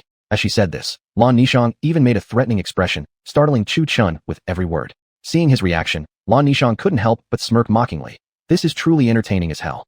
Besides, if men and women shouldn't have physical contact, would I be so considerate as to wipe your body carefully like this? Thus, Lan Nishang truly had her secret weapon. At this remark, Chu Chun lowered his guard, and upon reflection, it indeed seemed reasonable. Taking advantage of Chu Chen's relaxed guard, Lan Nishang swiftly slid off the stool and scooted closer to him. Poor little Chu Chun, however, had already been cornered with no place left to retreat. Therefore, I'm not the bad person here. Yueshan elder sister is the real villain. She didn't even come to visit you once in these 10 days. Lan Nishang said pitifully while extending her fair slender hand to gently stroke Chu Chen's face. Although Chu Chun had relaxed his caution, he still instinctively shied away from her sudden gesture. Poor Chu Chun, at this moment, felt like a monk entering the spider demon's lair, each demon eager for a taste of him. He shrank his body backward slightly and muttered, But Yueshan elder sister cooks well. Lan Nishang. Indeed, that sentence hit a sore spot for Lan Nishang. This was her biggest regret. She truly couldn't cook. However, with a quick twist of her eyes, she smirked. This immortal still had other brilliant strategies. Ah Bing, do you want to touch here? Lan Nishang asked, pointing at her chest. Chu Chen hesitated for a moment. Indeed, elder sister Nishwang's chest appeared slightly larger than Yueshan's, and he was quite curious about what she ate to grow like that. Before Chu Chun could even reply, Lan Nishang grabbed his hand and placed it on her chest. Immediately, a soft and pleasant feeling surrounded Chu Chen's palm. Lan Nishang. At this moment, Yueshan stormed over holding a plate of food. Bang. Then, with a kick, something unknown went flying. Vulgar. Yueshan disdainfully glanced at Lan Nishang. She never expected that the moment she stepped away, Lan Nishang would stoop to such despicable methods. Placing the dish onto the table, Yueshan smiled sweetly. Eat up. If it's not enough, elder sister can make more. While saying this, Yueshan raised her delicate index finger to rest it lightly on her red lips, an incredibly alluring sight. Had she worn red sheer silk that accentuated her graceful figure, one might mistake her for a courtesan from a pleasure house. Yueshan, you dare to accuse me when you're doing the same things. Lan Nishang stood up covering her rear end and slowly approached the two, facing off against Yueshan. Yueshan met her fiery gaze with a mischievous wink. I'm your master, after all. Yueshan's indifferent remark left Lan Nishang seething and flushed with anger. Were it not for the fear of being defeated in a fight, she would have struck her without hesitation. As for Chu Chun, he was now eating with perspiration on his brow, looking as if he were saying, You two keep at it. Let me taste it for you first. Within no time, as the two quarreled, Chu Chun had devoured all the dishes on the table. Afterward, he burped contentedly. Perhaps it was due to his special constitution after losing his memory, and with Yueshan being right beside him, he naturally leaned into the soft pillow of her body. At this scene, the two arguing women's faces instantly changed expressions. Lan Nishang turned to Yueshan, asking, What did you feed him? I don't know either. It's just regular food. Yueshan panicked. What the heck is going on? How come he fell asleep all of a sudden? Both women's faces grew pale with worry. Lan Nishang naturally knew that Yueshan wouldn't possibly poison Chu Chun. There could be only one problem. Either it was a physical reaction or an old injury acting up again. Yet, just as the two were growing anxious, a snore came from Chu Chun lying in Yueshan's arms. Instantly, both women's faces darkened. Oh, So he had just fallen asleep. Yueshan exhaled in relief. For a moment, she'd even thought there was something wrong with her own cooking. Gazing at the rice grain still clinging to Chu Chen's lips, under the moonlight his lips appeared especially alluring. As she looked at his handsome face in her arms, she felt an urge to devour him entirely. She tightly held him, as if afraid he might disappear the next moment. Lan Nishuang immediately felt wronged. Why hadn't she thought of sitting next to him earlier? Yueshan picked up the rice grain from Chu Chen's mouth, put it directly into her own mouth without hesitation, and shot a taunting look toward Lan Nishuang with a sweet smile. Lan Nishuang was so furious her lungs nearly exploded. Then she sat down on the other side of Chu Chen. Look, there's a chicken up there. Lan Nishuang suddenly pointed at the sky. Yueshan suspiciously looked up, relaxing her guard immediately. Now he's mine. In one swift motion, Lan Nishuang pulled Chu Chen from Yueshan's embrace. Whoa, that's underhanded. Yueshan only realized she had been tricked when she saw Chu Chen tightly clutched in Lan Nishuang's arms, and she nearly burst into tears. But after thinking for a moment, she figured that she had practically monopolized Chu Chen all day, so it was only fair to let Lan Nishuang have her turn. However, the next moment, her eyes widened in shock. Under the moonlight, Chu Chen was lying in Lan Nishuang's arms, sleeping peacefully. To her horror, Lan Nishuang suddenly leaned down and kissed Chu Chen on the lips. Yueshan gasped in disbelief, but Lan Nishuang merely shot her a mischievous grin, sticking out her tongue playfully. No way, I want it to. Yueshan couldn't allow Lan Nishuang to take all the pleasure for herself. With that, she tried to snatch Chu Chen back. Lan Nishuang, however, quickly scooped him up into her arms and dodged away. She even came up with a perfect excuse. You can have him tomorrow. We might wake him up now. Yueshan was so furious she felt like exploding. Chu Chen had practically stayed by her side all day, yet she still ended up being beaten to it. If she had known earlier, she would have. She regretted it deeply. Why had she wasted time picking rice grains off his lips? If she had just kissed him earlier, she would have been the first. Thinking about it infuriated her even more. However, seeing Chu Chen mumbling in his sleep, she could only sigh helplessly. If she acted now, he would definitely wake up. Not only would it disturb his rest, but it would also be awkward. Better to do such things secretly. In the end, it was Lan Nishuang who carried Chu Chen back to his room, and Yueshan, still wary of any further inappropriate actions from this shameless girl, followed closely behind. Lan Nishuang, however, knew exactly how far to go. After settling him in, she left the room, but not before placing a gentle kiss on Chu Chen's forehead, as if tucking in a child. Yueshan, watching the scene unfold, gritted her teeth in frustration. Damn it, she had cherished feelings for him for 10 whole years, yet tonight, all the advantages had gone to Lan Nishuang. She had thought herself the biggest winner, but in the end, she was still outplayed by Lan Nishuang. Still, she did reach one conclusion, both tonight and last night. As soon as Chu Chen had a full stomach, he immediately fell asleep. Realizing this, Yueshan couldn't help but grin to herself. Chapter 358. Being too handsome is also a sin. 3 months passed quietly. On the street market, a man dressed in white robes strolled leisurely. Women passing by who caught sight of his handsome appearance would greet him, and even a single glance from him would make their faces flush bright red. Did you see that? That handsome guy looked at me. On the street, the beauty who had received a glance from Chu Chen exclaimed excitedly. Being too handsome is also a sin. The current Chu Chen was no longer the same as he was 3 months ago. Although he still didn't remember anything from his past, he was no longer such an idiot. His intelligence had transformed dramatically, from 2.5 to 250, truly a qualitative leap. However, over these past 3 months, Chu Chen had been completely stripped clean by Lan Nishuang and Yu Chan, and both women had given him their virginities, though to be precise, he had been tricked into taking them. 2 months ago, when Chu Chen was still not so clever, the two women were competing and ended up giving him their first times. Now, one could say they were truly Chu Chen's women. It had to be said, he really had a lot of wives. But his stamina was also impressive, powerful. Even with the two of them at once, Chu Chen managed to dominate them, and for them, 2 hours had already reached their limit. Lan Nishuang and Yu Chan weren't like Mu Hanbing and others. They were cultivators, so their physical endurance was naturally stronger. Yet although they were martial artists, they were only slightly superior to ordinary people. After settling things, Chu Chen arrived at the Yulan Academy. This past month, many people had come after Chu Chen because of Lan Nishuang. Although the relationship between Lan Nishuang and Chu Chen had not been made public, some young lords seeing their goddess so close to a powerless waste naturally came looking for trouble. Luckily, whenever conflicts arose, Lan Nishuang always arrived in time, indirectly stopping Chu Chen from having the chance to act. As a result, Chu Chen now gained an additional title, Soft Noodles King. Many people whispered behind his back, calling Chu Chen a useless wretch who could only hide behind women. At the Yulan Academy's martial arts arena, Yu Chan had gathered all the disciples of the academy today to announce one matter. Namely, the 3-month-old agreement where Lan Nishuang agreed to Yu Chan's proposal for the Inter-Academy tournament. This tournament would be held at the Fenghuang Academy, which naturally belonged to the Fenghuang Ancient Kingdom. Named after a nation's title, it was naturally, like Yulan Academy, the genius academy of the Fenghuang Ancient Kingdom. Fenghuang Ancient Kingdom was a long-standing empire with an ancient history. Legends said that a phoenix once descended upon this land, and the martial techniques and cultivation methods practiced by its people were mainly based on fire, making their overall power not to be underestimated. It was on par with the academies of the Ice and Snow Empire. While Yulan Academy was the weakest among the 7 nations in terms of overall strength, it had the strongest principle. Precisely because of Yuchan, Yulan Academy barely managed to enter the top 7 academies of the Tianyan continent. In short, the overall strength of the academy was even weaker than the Hongya Academy of the Maple Empire. That is the premier academy of the Maple Empire. Actually, apart from Yulan Academy, the 7 major academies all bore the names of their respective empires. For example, Thunder Empire had the Thunder Academy, the Maple Empire had the Hongya Academy, and so on. Only Yulan Academy was an exception. I now announce the list of disciples representing our Yulan Academy. Lan Nishang, Qin Ruoxue, Lei Xiao, Lin Yang, Li Jianzhong. Hearing the name, everyone involuntarily twitched their lips. Jianzhong, whose good-hearted parents gave him such a bizarre name. However, they all understood that though Li Jianzhong's name might seem a bit strange, his strength rivaled that of Lei Xiao and Lin Yang. It wasn't his cultivation realm that impressed, but his mastery of the sword way, which allowed him to climb to the top of the Yulan genius rankings. It was said this person rarely spoke, a man of few words, but once he appeared on the battlefield, he would instantly finish his opponent with a single sword strike, so nobody truly knew his actual capabilities. Regarding him, both Lan Nishang and Qin Ruoxue dared not underestimate. Though they had never fought Li Jianzhong themselves, they'd heard about his exploits.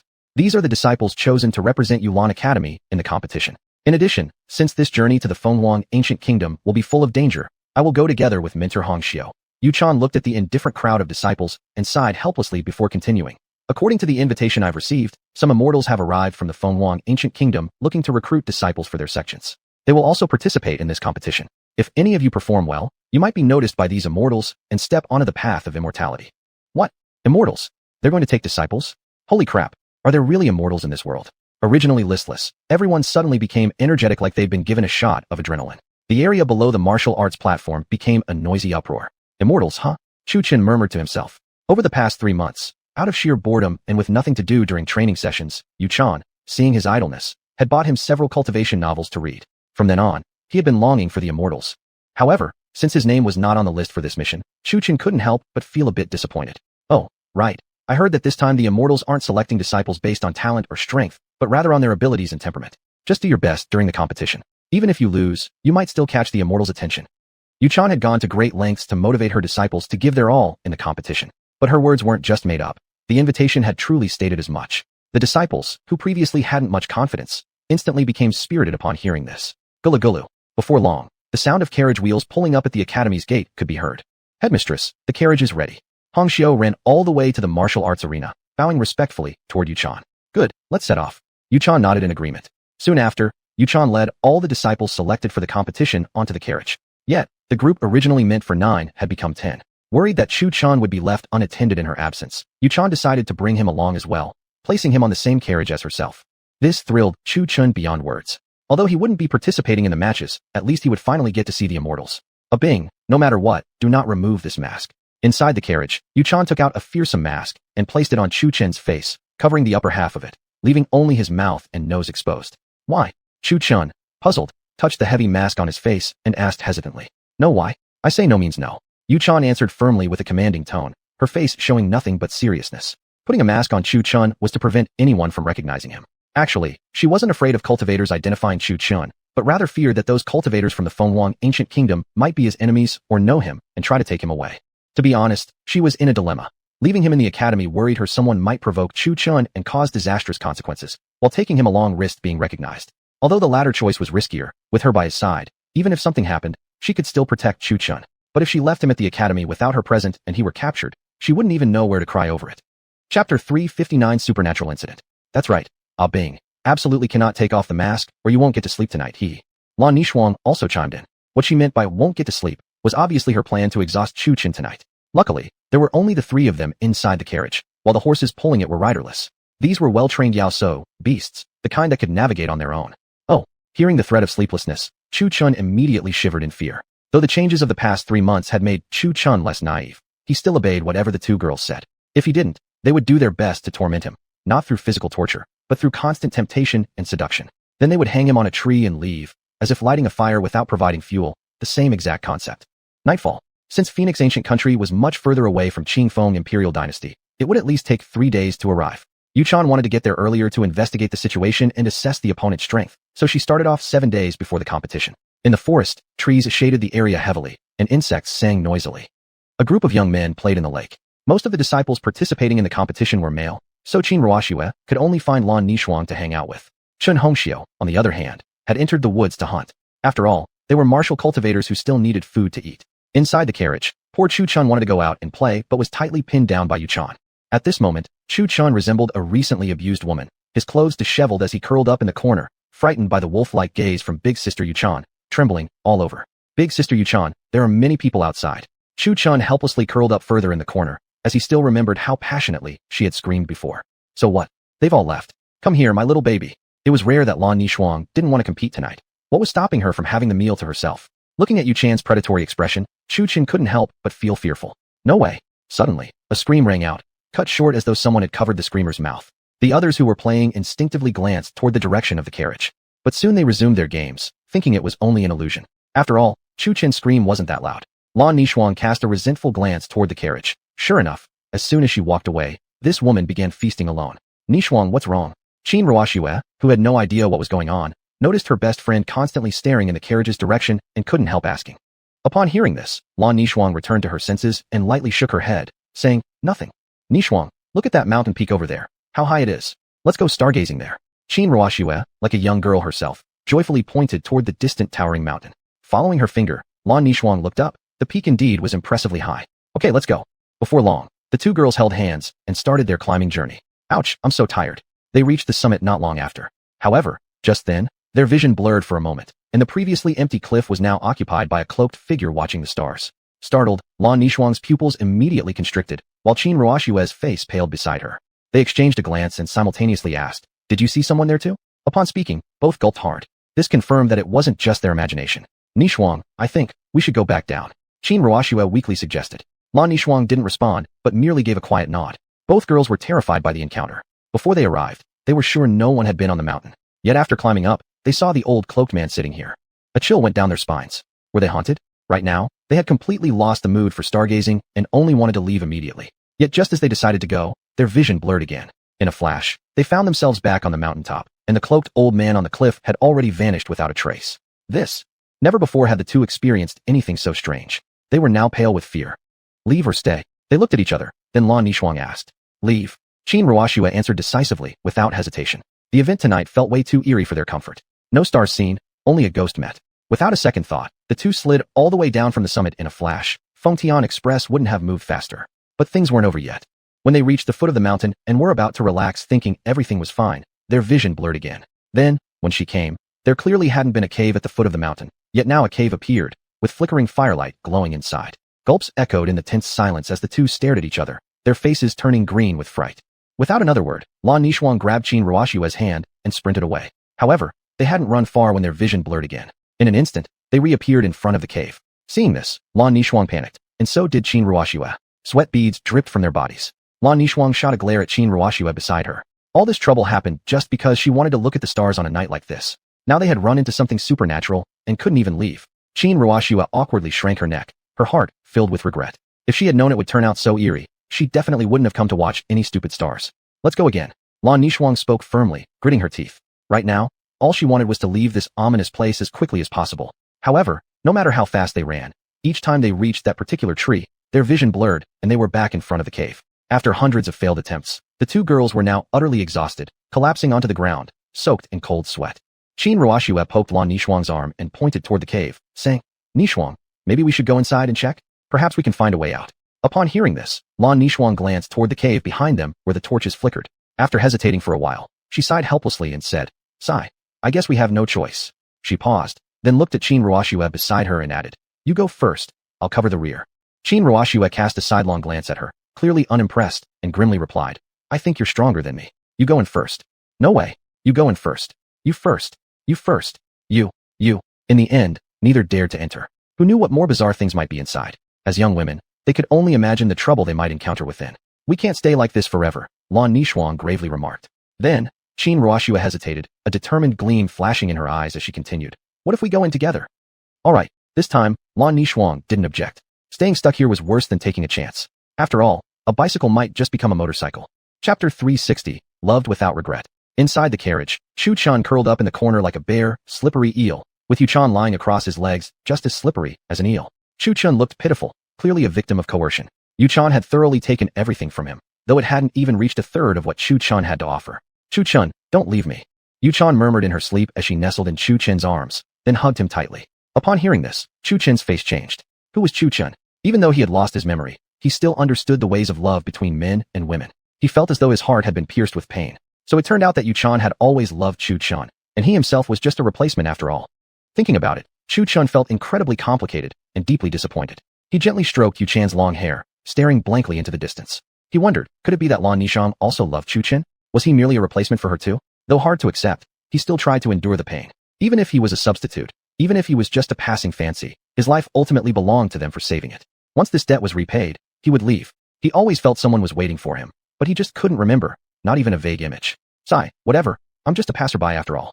Chu Chen draped Yuchan's clothes over her to prevent her from getting cold, dressed himself, and then simply held her in his arms, waiting for her to awaken. Not long after, Yuchan's expression turned somewhat pained as she let out a soft whimper.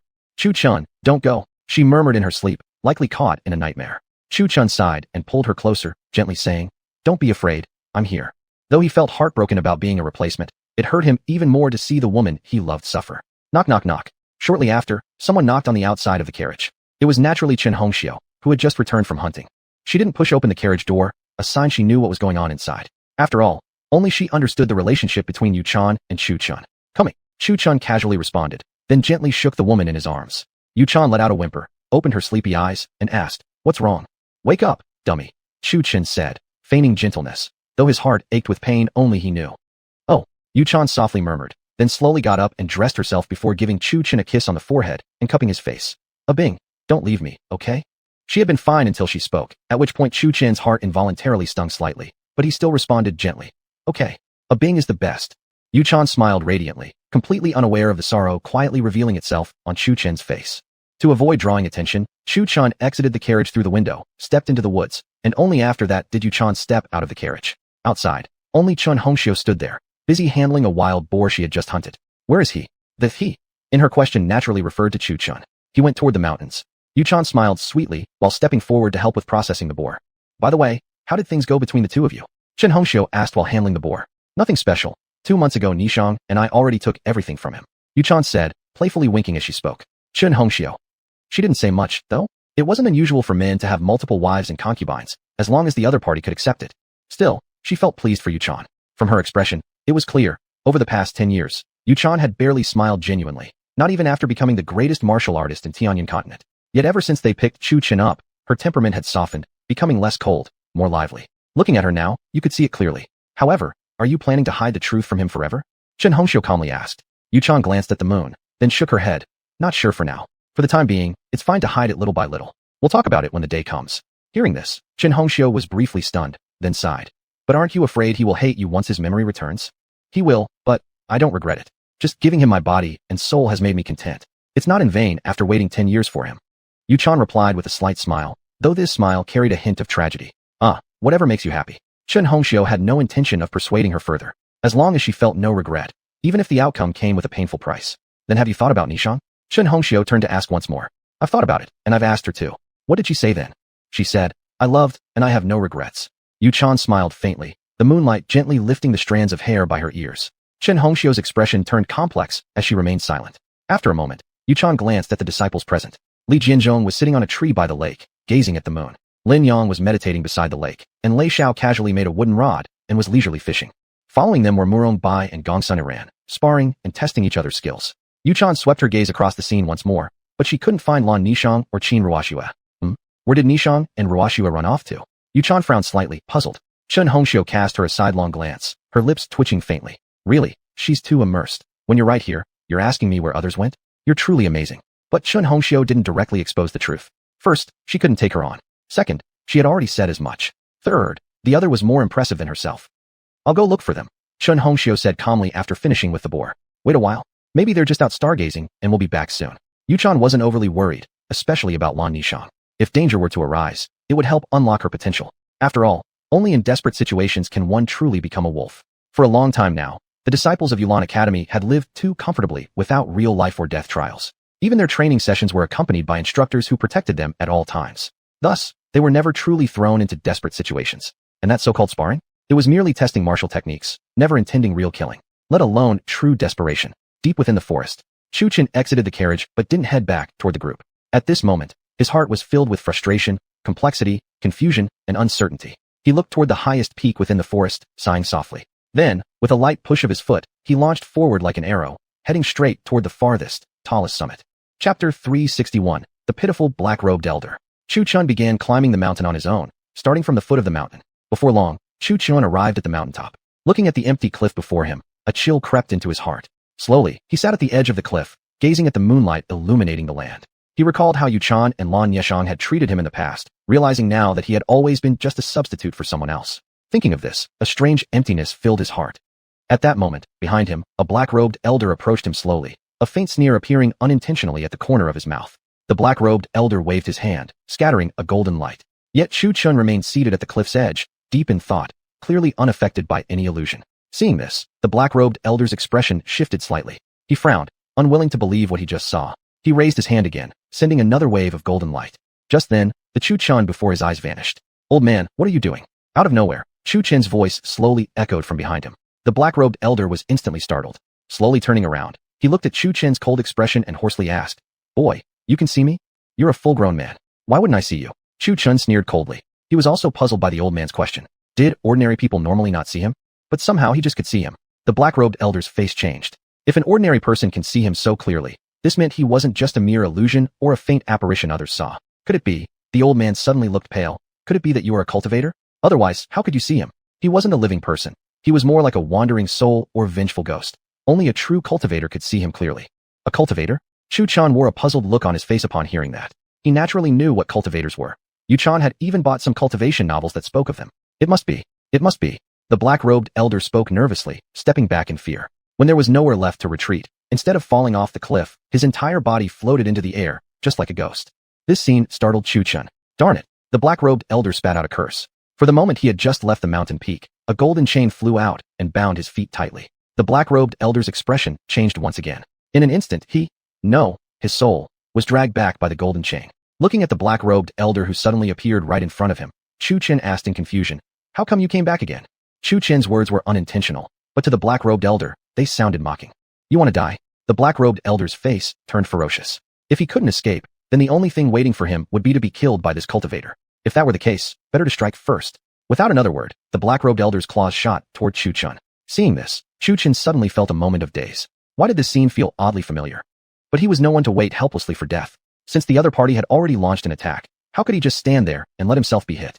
In the blink of an eye, Chu Chun quickly sidestepped and dodged the attack from the black-robed elder.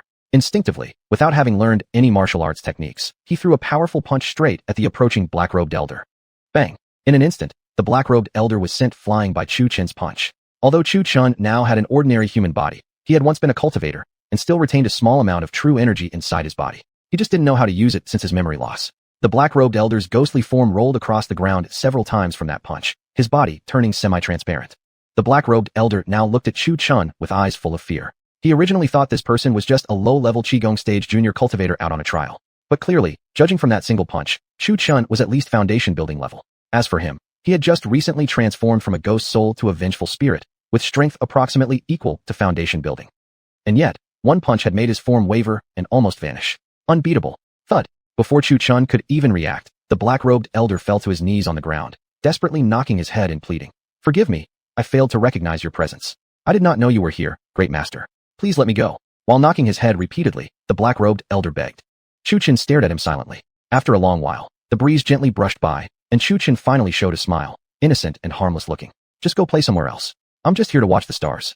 When the black-robed elder saw this smile, a chill ran down his spine, and his whole body was soaked in sweat. Then, Chu Chun slowly walked toward him, and the old man's heart immediately tightened, preparing himself for a fight. However, Chu Chun simply brushed past him and walked straight to the cliff's edge, sitting down. It seemed he really was just stargazing. Seeing this, the black-robed elder immediately relaxed, but he felt puzzled. According to what he knew, cultivators would never tolerate the presence of monsters or evil spirits. And he himself had been sealed on this mountain by a cultivator years ago. Could it be? Was this man an idiot?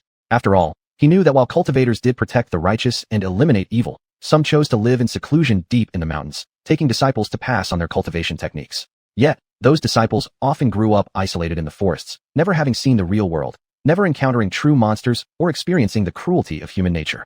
The black-robed elder thought for a moment and concluded that Chu Chun must be one such person, possessing cultivation skills, but ignorant of his true identity. At that thought, A sinister smile surfaced on his lips. Then, a dark mist gathered around his claws.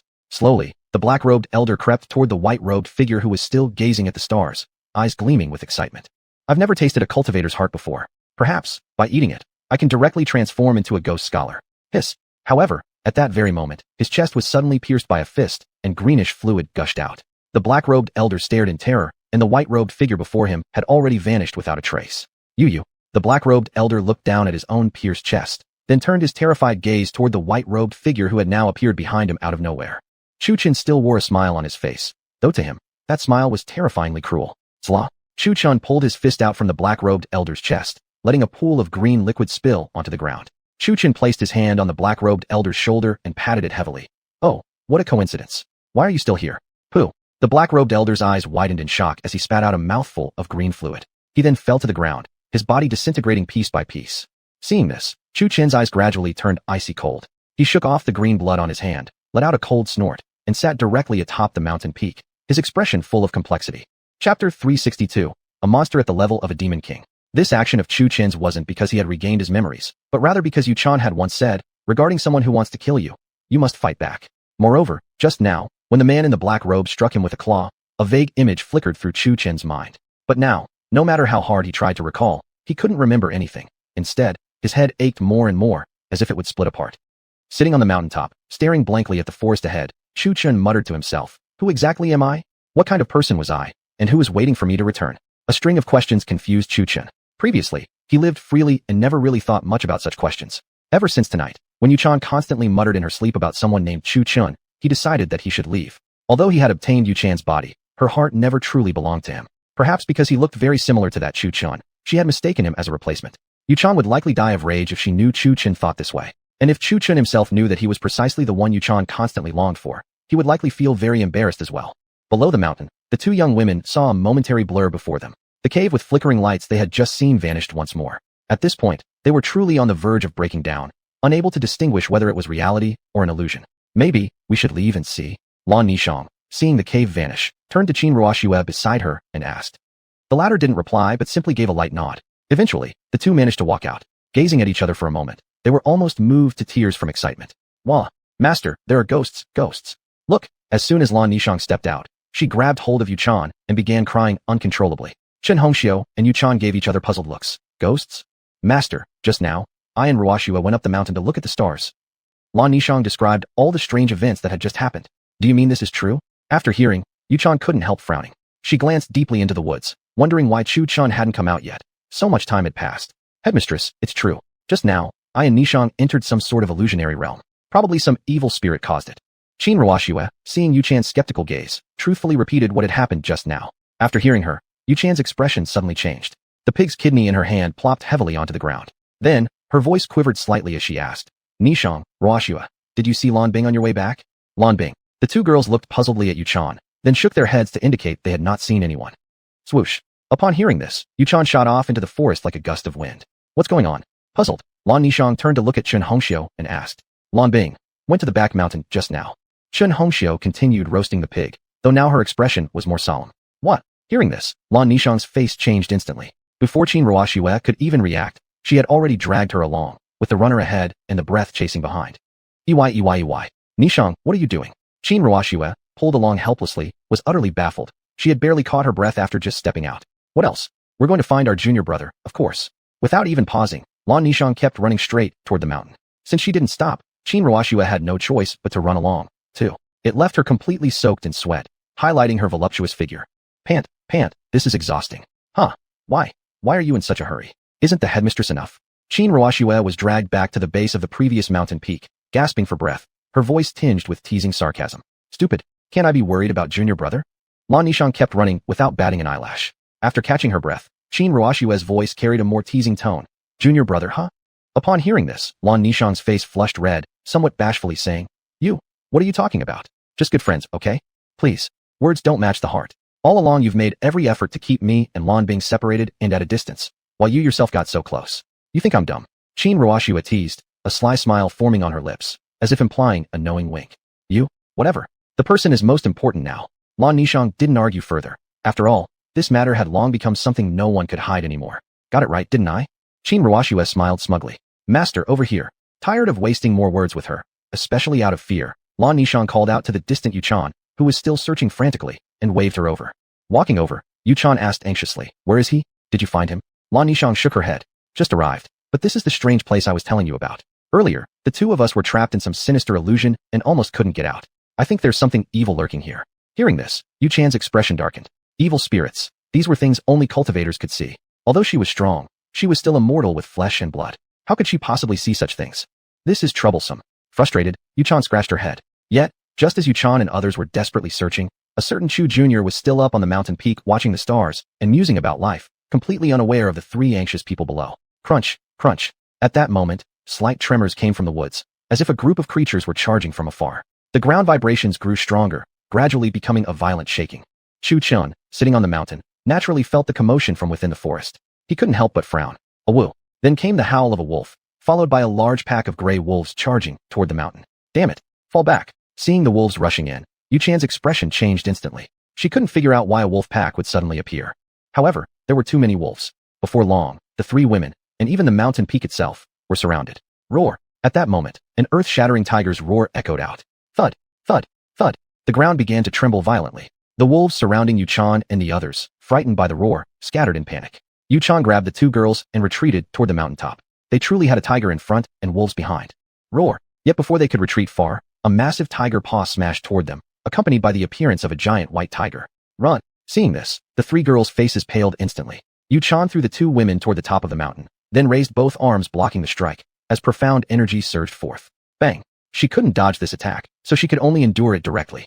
However, the powerful white tiger was sent flying back from Yuchan's strength. Fortunately, Yuchan was a martial artist at the Xiangang stage, more than capable of dealing with a beast like this. This creature was merely at the level of Demon King, not yet reaching Demon Emperor. If it had been, things would have gotten really difficult. Chapter 363, The Ruthless Side.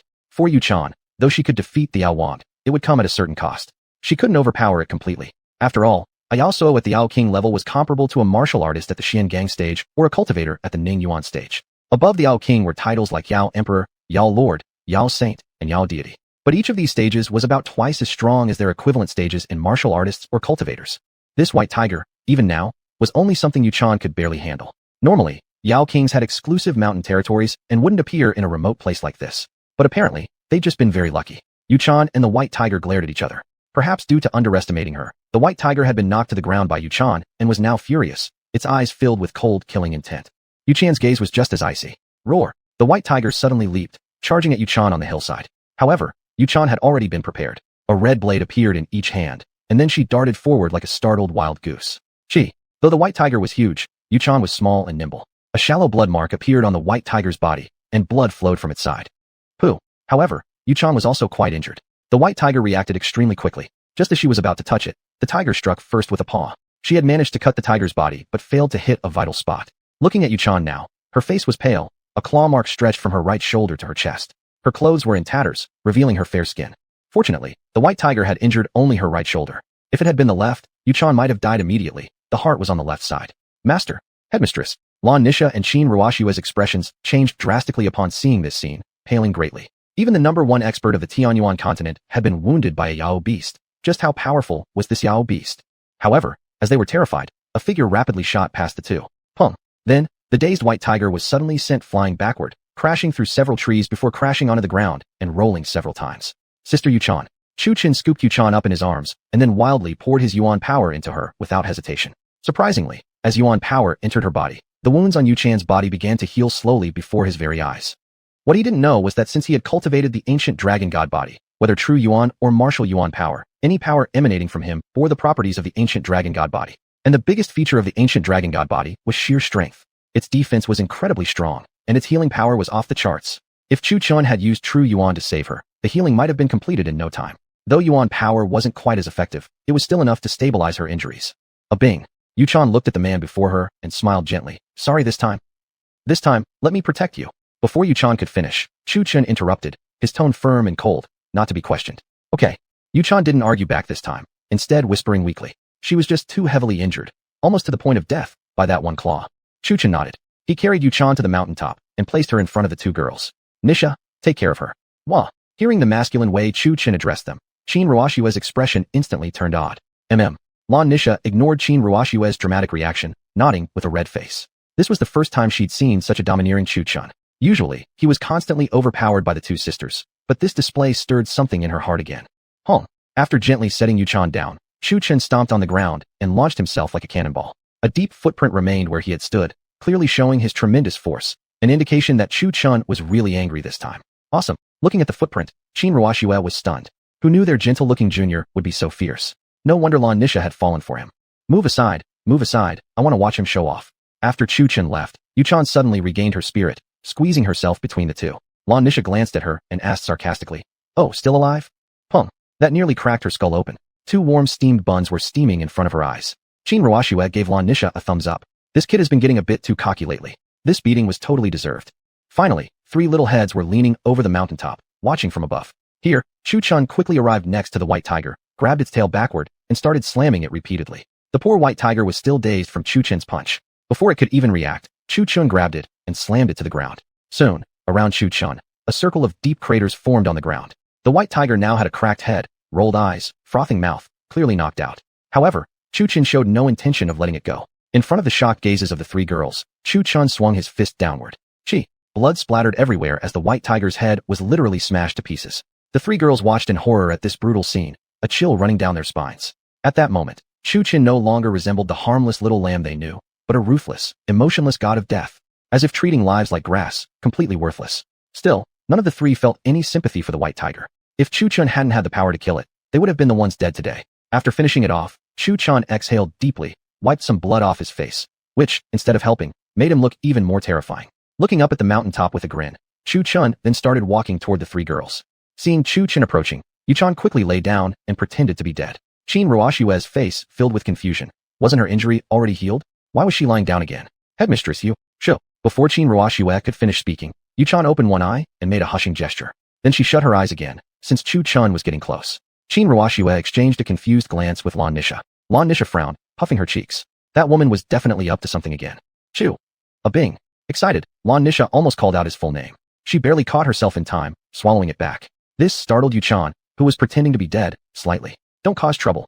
A bing. You were so amazing just now. Lan Nisha looked at Chu Chun with sparkles in her eyes, saying so while pulling out a handkerchief to wipe the blood from his face. At this moment, Chu Chun no longer had the cruel demeanor from earlier. He once again appeared as the docile little lamb, ready to be tamed. Chapter 364 The Silly Duo. Not that impressive really. Look, Lan Nisha had just praised him, and he scratched his head modestly. Lan Nisha looked smugly at the Yueshan lying on the ground. Yueshan remained calm and composed. No worries, no rush. Mother is a patient now, and later on, Chu Chun will carry her back. Rip. A sound of tearing clothes rang out, and Yueshan wanted very much to open her eyes to see what was happening. However, in the next moment, she felt a warmth on her right shoulder and realized that Chu Chun had torn a corner of his white robe to cover her exposed skin, out of concern for her modesty. Feeling Chu Chun's warm large hand, Yueshan's heart warmed instantly. She wondered if it was a bit unfair for her to just lie there. Yet, the next moment, she felt herself being picked up, feeling that warm hand and the solid chest. Who else could it be besides Chu Chun? Yueshan's heart instantly surged with excitement. However, the next moment, she was thrown like a sack of grain onto someone's back. Feeling the petite figure and accidentally brushing against the high peak while struggling, Yueshan's expression slightly changed. What was going on? Who was carrying me? This storyline doesn't make sense. Where's Chu Chun? Where's my Bamarwanzu, White Horse Prince? Master, rest assured, I will carry you back safely. Lan Nisha and Chu Chun exchanged a smile, their lips curling into a smirk of nape.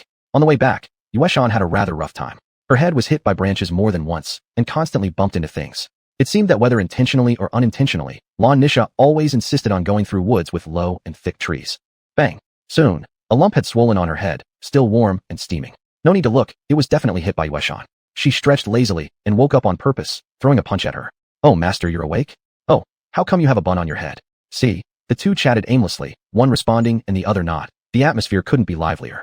Qin Ruoshue couldn't help but smile mockingly at the sight. Chu Chun rolled his eyes helplessly, patting his forehead as if to say, I don't know these two. Very soon, the group of four returned to the camp. Blue Ice? Why are you here? The disciples who didn't know the situation looked curiously at Chu Chun next to Lan Nisha, puzzled. This guy doesn't seem to be a participating disciple or instructor. How did he get here? Blue Ice is a new disciple. I brought him here this time mainly to let him see the world, to help him regain his memories. Chun Hongxiu flipped the roasting wild boar and explained. Upon hearing this, everyone nodded, saying nothing more. After all, everyone knew about Blue Ice's amnesia. But this infuriated Lin Yang and Lei Xiao, who had originally planned to finally get rid of Blue Ice and build a good relationship with Lan Nisha and Qin Ruoxue during the more than a month they were out. They hadn't expected this guy to tag along. They exchanged glances, their eyes revealing a trace of coldness. Out here in this remote forest, surely nobody would discover they were behind the death of someone? Besides, there are quite a few magical beasts around here. If someone accidentally got killed by them, it wouldn't seem at all unreasonable. Thinking of this, the two of them began to conceive a sinister idea. We were just thinking about how to eliminate you, and now an opportunity has appeared. The murderous intent flashed momentarily in their eyes, but was caught by Yueshan and Qin Hongxiu, who had spent 10 years teetering on the edge of life and death. How sharp they were. Even after many years of peace, they could detect the killing intent effortlessly, even if it wasn't directed at them. Witnessing this, Qin Hongxiu couldn't help but laugh silently. Yueshan narrowed her eyes, glancing at the two of them without uttering a word. Tonight, under no circumstances would she allow Chu Chun to leave the caravan. She had her fun the first half of the night, and the second half was the time for Lan Nisha's girl to have her turn. The atmosphere on the scene was very odd, yet Lin Yang and Lei Xiao didn't realize the gravity of the situation and were still smiling. Very soon, the wild boar was roasted well, and the entire group ate happily. Meanwhile, Lan Nisha boldly played and teased with Chu Chun, clearly indicating that the flower already had an owner, and deliberately provoking Yueshan at the same time.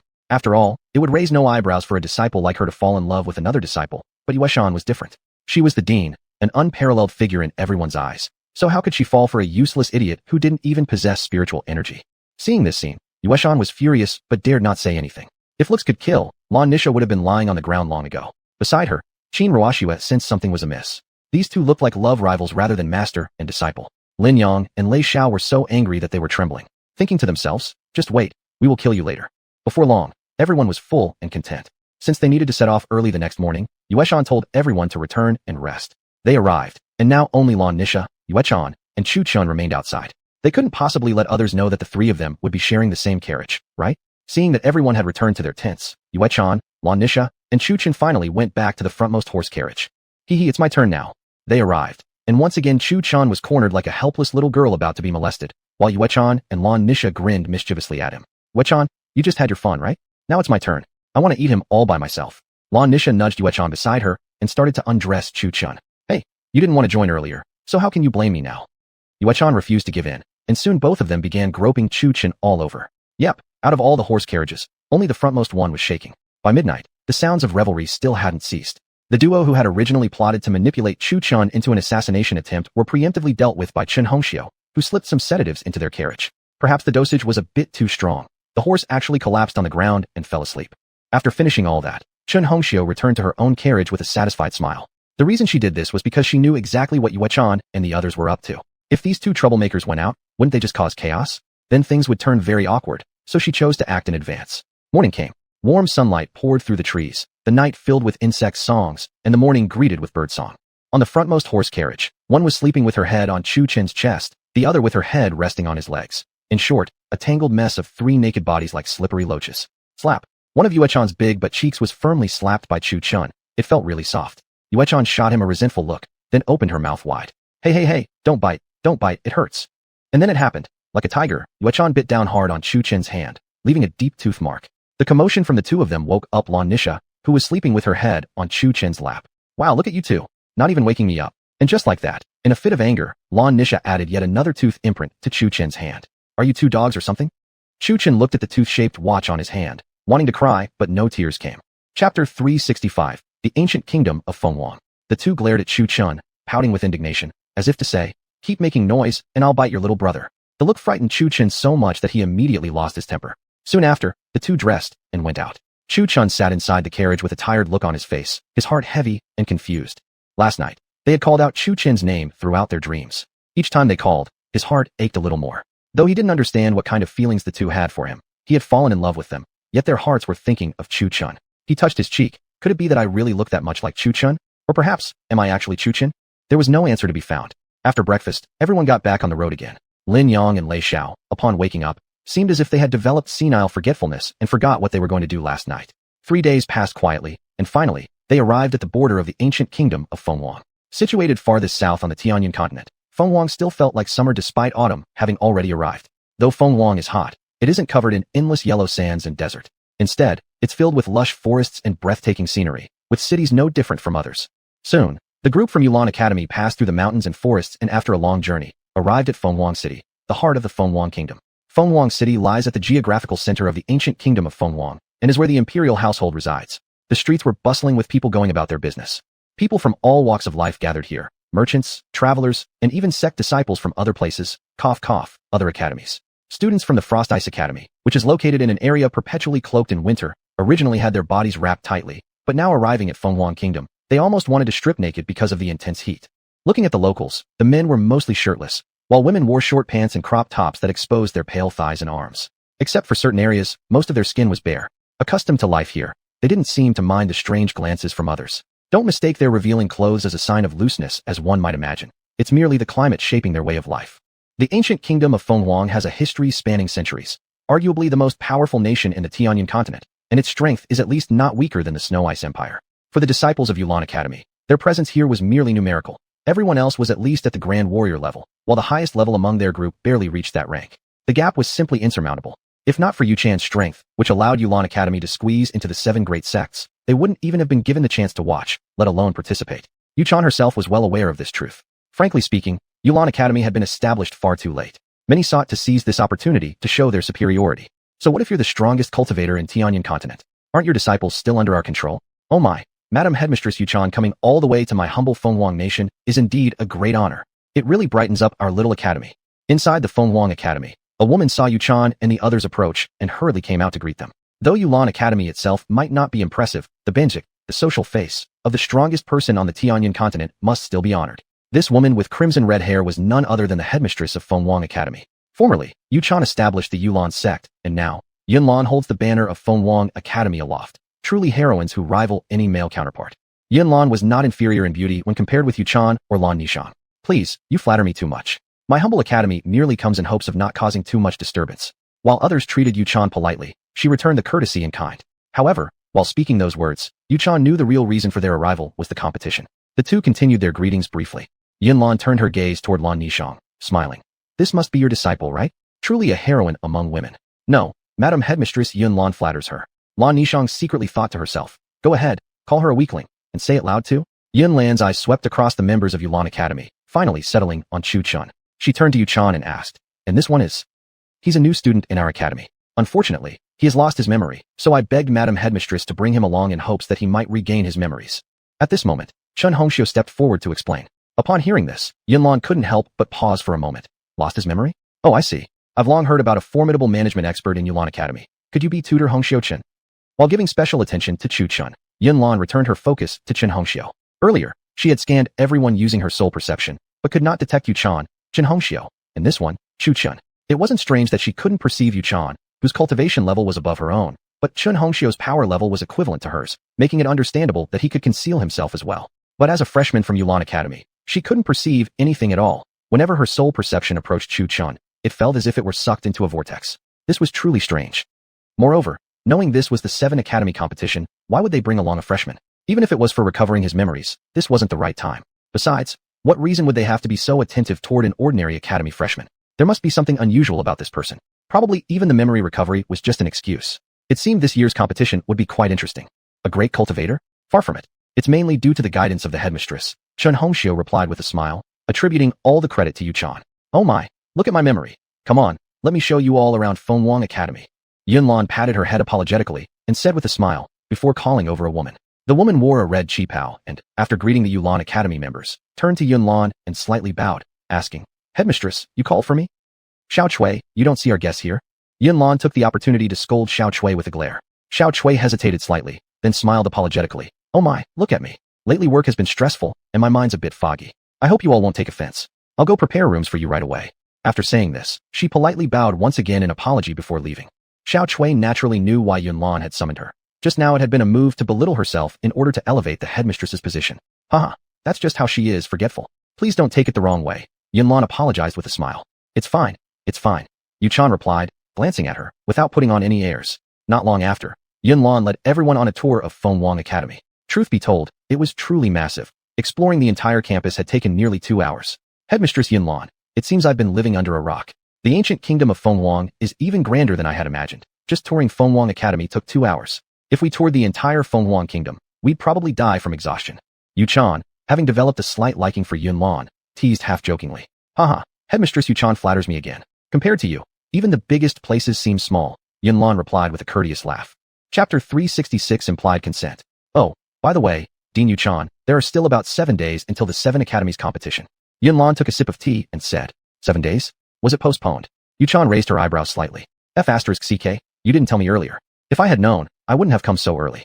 Yes, the Snowstorm Empire was hit by a blizzard. The Thunderstorm Empire encountered a storm of lightning. The Red Maple Empire is just too far away, and the Dark Feather Empire seems to have broken out in war again, fighting with its neighboring Bright Day Empire. Yunlan waved her hands helplessly. Yuchan nodded without saying more. Since there was still so much time, she might as well let the disciples of her academy train and attend classes with those from the Phoenix Academy. Dean Yunlan, since the competition has been postponed and we have already arrived, may I integrate our disciples with yours for training and lessons? They could also see how the Phoenix Academy operates and learn from your disciples. Yuchan said directly. That sounds absolutely perfect. Letting our Phoenix Academy experience the teaching style of the Yulan Academy and allowing our disciples to learn from those trained by the top cultivator in the Cloud Continent will surely bring us great benefit. Yunlan agreed instantly, without hesitation. Truthfully, she wanted to use this opportunity to get closer to Yuchan to intimidate the elders in the Imperial Court. This was exactly what she was waiting for. As long as she maintained a relationship with Yuchan, the Imperial Court would think twice about making the Phoenix Academy its puppet, considering Yuchan's power. This was also a good chance to find out more about that Blue Eyes fellow's true identity. I think it's getting quite late tonight, so we shall leave it at that for now. I still have to prepare for the competition arrangements, so I'll excuse myself first. The sky had already turned dusky. Yunlan slightly bowed and smiled politely. That's fine. Then we shall rest as well. We are all a bit tired after traveling 3 days straight. If you want to explore the Phoenix City, feel free to do so. Yuchan gently massaged her temples, revealing her fatigue. Without realizing it, her eyes briefly glanced at Chu-chun. Good. After everyone leaves, Chu-chun will be all hers. Poor Chu-chun had no idea he was already under someone's sights and was still imagining the night scenery of Phoenix City. Yuchan's small intentions were clearly seen by a certain silly girl. A faint smile curled up at the corner of the second young Mrs. lips. Tonight you just have a good rest. I'm going out for a private moment with Chu-chun. All right then, I'll lead you all to your accommodations first. After that, feel free to do as you please. Unaware of the underlying tension, Yunlan slightly bowed, a little puzzled. Then, Chu-chun and the rest were taken to the residence within the Phoenix Academy. It was another courtyard, not much different from the bamboo garden, though slightly narrower. After all, there were 5 pavilions here, so they could be assigned freely. After Yunlan left, the group waited for Yu Chan's instructions. There were 10 people and only 5 houses. That meant 2 people per house. Excluding Dean Yuchan and Instructor Chen each occupying a house. Qin Ruoxiue and Lan Nishang would also have one because they were both women and couldn't share a room with men. Lin Yang and Lei Xiao cast sly, wicked glances at Chu-chun, implying that once the dean and the instructor had picked their rooms, Chu-chun would have to share with them. They had long been waiting for the chance to mess with this clueless guy who lacked cultivation. Without the protection of the instructor and the dean, you're just trash. We have 10 people here. I'll pick first. I'll take the last one on the right. Blue Ice and Nishang will also stay in one house. The rest of you can choose on your own. Yuchan slightly hesitated. Anyway, they would find out sooner or later, so she didn't worry about this moment. Chen Hongxiu and Qin Ruoxiue didn't react much upon hearing this since they had already known beforehand. The 5 male disciples couldn't help but show slight surprise after hearing that the dean wanted to share a room with a male. Dean, respectfully, I think this might not be appropriate. How can Blue Ice, a man, share a room with you? It would be inconvenient. Lin Yang still hadn't grasped the situation yet and bowed with his hands together. The others slightly surprised at first, then chose not to ask any further. This was the dean's private matter. Questioning it would only mean asking for a beating. Lei Xiao, as the prince of the Thunderstorm Empire, was more cunning than Lin Yang. He seemed to understand the reason behind Blue Ice's presence. So all of this was an excuse. Observing the current situation and recalling the previous sparring matches and training sessions, each time Blue Ice would be pulled aside by the dean for a private conversation. In other words, their relationship was no ordinary one. Upon realizing this, jealousy surged even more in Lei Xiao's heart. Is being handsome really a meal ticket? However, thinking about the current circumstances, no matter how jealous he was, he wouldn't dare provoke Blue Ice anymore. Doing so would be like confronting the dean directly, slapping his face in close combat. Even if your attack hit successfully, it might only feel like a mosquito bite, but one punch from the dean could instantly send him flying to the heavens. Among those present, only Lin Yang was too clueless to grasp the situation. Are you questioning me? Yu Chan's eyes narrowed slightly, radiating an icy and murderous aura. Lin Yang was so terrified his legs trembled uncontrollably as he stammered. No way, no way. I was only concerned about your safety, master. Who knows what Blue Ice might be plotting against you? Oh, you're worried about my safety? Are you implying I'm incapable of handling myself? Are you saying I can't have love? Yu Chan took a step forward. This statement was clearly a direct declaration. Blue Ice was hers. As expected, Lei Zhao's suspicion was confirmed. As for Blue Ice losing his memory, it was probably true. After all, Yu Chan wouldn't fall for a fool. Either Blue Ice's true identity was terrifyingly powerful, or he was the very person Yu Chan had long been waiting for. Coincidentally, someone who had lost his memory, whom she just happened to pick up. It had to be said, Lei Zhao's speculation was frighteningly accurate, living up to his status as a prince of the Thunderstorm Empire. If he didn't possess real strength, Why would the Thunderstorm Empire go through all the trouble, sending him all the way to the Yulan Academy? Wouldn't attending the Thunderstorm Empire's own academy be much more convenient? Meanwhile, Lin Yang continued babbling nervously. No, I really meant I was just concerned for your safety, not implying anything about you and love. Lin Yang still hadn't understood what Yuchan meant by the word love. At the moment, all he wanted in his heart was revenge against Chu Chun. He wouldn't mind if Qin Ruoxue got closer to Chu Chun, but he had pursued Lan Nishang for 3 entire years, only for her to fall head over heels for this brat instead. Though Lan Nishang was Dean Yuchan's disciple, making her unattainable for him, he also couldn't accept the fact that this dull, idiotic fellow had won her over. In his eyes, Chu Chun was nothing but a useless trash, completely devoid of spiritual energy. He never dared to fight anyone directly, always disappearing when adventures or missions came up. He couldn't understand how Lan Nishang could have chosen someone like this. Most importantly, when he had pursued Lan Nishang before, he'd been severely warned by Yuchan when she accepted Lan Nishang as her disciple. If you dare approach my disciple again, your Lin family will cease to exist. But now, as Lan Nishang drew closer to Blue Ice, Yuchan had neither interfered nor even given the slightest warning. That meant the Dean had given her approval. Chapter 367, The Grand Warrior Realm. Oh, when did it become your concern for my safety, you unknown little nobody? Could it be that you have a crush on me? Moon Chan radiated imposing chi, her voice laced with coldness. If not for the upcoming 7 Academies competition, she would have executed him long ago with 1,000 cuts. No, Director Yu is such an extraordinary and important figure. Even a celestial immortal wouldn't be worthy of you. Lin Yang changed expression upon hearing her words. Moon Chan was the dream lover of countless people, powerful, beautiful, and well-proportioned, but she was also a poisonous rose, deadly to anyone who dared touch her. Even though he might fancy her, he would never dare to say it out loud. He feared he might end up visiting his great-grandma in the underworld the next moment. All right, I'll stay in the same building as Ruoxue. The rest of you can divide up the other buildings yourselves. Chun Hongxiu decided to intervene as she sensed Moon Chan's temper rising, trying to prevent the situation from escalating into an instant death blow for Lin Yang. This wasn't because Chun Hongxiu valued Lin Yang's life greatly. In fact, she disliked people like him too. A person without real skill talking nonsense arrogantly was nothing but a jester. If it weren't for the upcoming 7 Academies competition, she would agree with Moon Chan's approach of smacking him into oblivion. After someone already clearly expressed their opinion, you're still standing here worrying about safety? Safety, my foot. Admittedly, Lan Bing was the most wronged one here, forced into a compromising situation, and yet you're still worrying about those 2 demons coming. Finally, this farce was interrupted by Chun Hongxiu. Except for Li Jianzhong, who occupied a building by himself, everyone else shared a building with one another. After everyone chose their accommodations and got familiar with them, they each went out. After all, Phoenix City was vast, and its night market would surely be more prosperous than Luyan City. Moreover, near Phoenix City was the imperial palace of the ancient Phoenix Kingdom, so it definitely attracted many visitors. Inside Phoenix City's Drunken Breeze Pavilion, melodious singing floated through the air.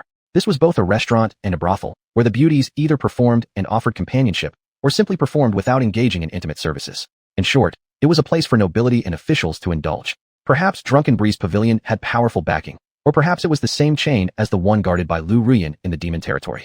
An entry fee of more than 10,000 spiritual stones was required to enter the Drunken Breeze Pavilion, making it impossible for common people to dine here. However, Lan Ningxiang brought Chu Qin here. Initially, she thought this was just an ordinary restaurant, but upon entering, she realized it was actually a pleasure house.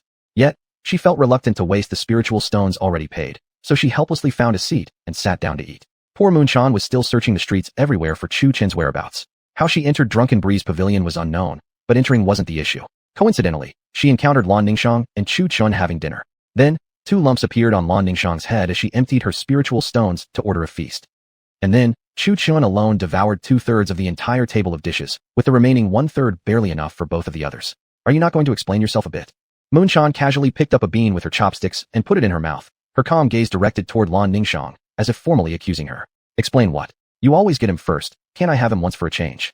Lan Ningxiang replied nonchalantly, not forgetting to shovel a mouthful of porridge into her mouth. They spoke as if Chu Chun, sitting right there beside them, were completely transparent. Look at him. His face had turned pitch black with irritation. Wow, so I'm just an object now, huh? With that thought, he stood up and began to walk out. Where are you going? Moon Chan grabbed him with one hand and threw him back into his seat. Chu Chun. Chu Chun was already familiar with the domineering behavior of Moon Chan and Lan Ningxiang. Looks like tonight was going to be another night. He couldn't escape being controlled. Miss, I'll pay you 1,000 spiritual stones. Be with me tonight, will you? Just then, a thin man with a mustache resembling the Chinese character, Bosh, 8, approached Lan Ningxiang and asked, eyeing her openly with a lecherous expression. Upon hearing him, Lan Ningxiang couldn't help but frown slightly, already considering how to refuse politely. But the mustachioed man interrupted her. Miss, don't be in a hurry to refuse. Judging by your appearance, you are not originally from here, right? Perhaps you've come here to establish connections with Yuan Academy? Fortunately, I am from Phoenix Academy. Right now, Yuan Academy's mentors and dean are both resting there. As long as you're willing to be with me tonight, rest assured, I'll help make this happen.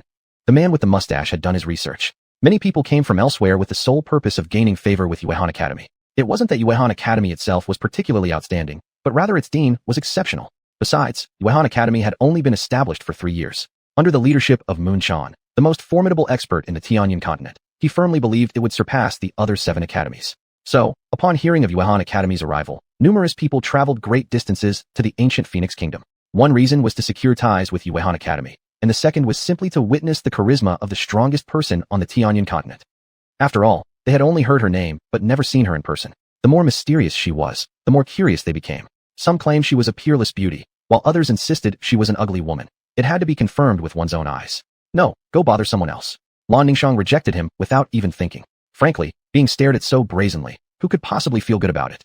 The thin man with the mustache resembling the Chinese character, Ba, Aid, who had been grinning all along, found his smile gradually stiffening upon hearing her words. What did you say? Do you even know who I am?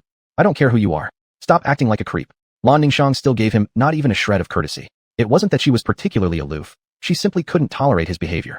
Moon Chan's expression had also turned rather dark. Though she and Lan Ningxiang usually vied for Chu Chen's attention and didn't get along, as fellow women belonging to Chu Chen, they should be like sisters. Moreover, Lan Ningxiang was technically her disciple. How could she allow another man to bully her? Chu Chen, who had been attempting to leave the scene, fixed a cold, hard stare on the mustachioed man. The originally relaxed atmosphere suddenly turned tense. Stupid slut, don't act all high and mighty. Everyone here either performs or sells themselves. Aren't you already serving this man? Then how about this? I'll pay twice whatever he's paying. Seeing the two women clinging to Chu Chen, the mustachioed man assumed they were no different from the courtesans in this brothel, merely serving paying customers. Smack. Unable to take his words any longer, Lan Ningxiang slapped him straight across the face. Holding his face in shock, the man blinked. He'd just been slapped? And by a lowly brothel slut? No? Dare you strike me? The mustachioed man stared at Lan Ningxiang in disbelief, outrage and shock flooding his features. He, a proud disciple of Phoenix Academy, actually got slapped by a prostitute. It was an outrageous disrespect toward Phoenix Academy itself. So what if I hit you? Get lost. Lan Ningxiang's Grand Warrior Realm aura burst forth. The mustachioed man, caught off guard, was pushed backward several steps. Grand Warrior Realm. The man widened his eyes in shock, his mind reeling not from awe of that cultivation level's might, but because such a realm was extremely common in the Phoenix ancient kingdom. He had assumed she might have a powerful background, only to find out she was likely just an ordinary nobody. Nevertheless, even knowing that, he was still no match for her. He had entered the academy only recently, and had just entered the warrior realm not long ago. How could he possibly rival someone of the Grand Warrior Realm? Chapter 368. Yu Chan, the devoted wife defender. Get lost. Seeing that the mustachioed man was intimidated, Lan Ningxiang immediately raised her pressure a bit more. Yes. I failed to recognize your true abilities and offended you, miss. The mustachioed man was indeed scared, because he couldn't defeat her. However, if a great warrior expert dared to be this arrogant in the academy, he would surely be beaten to death.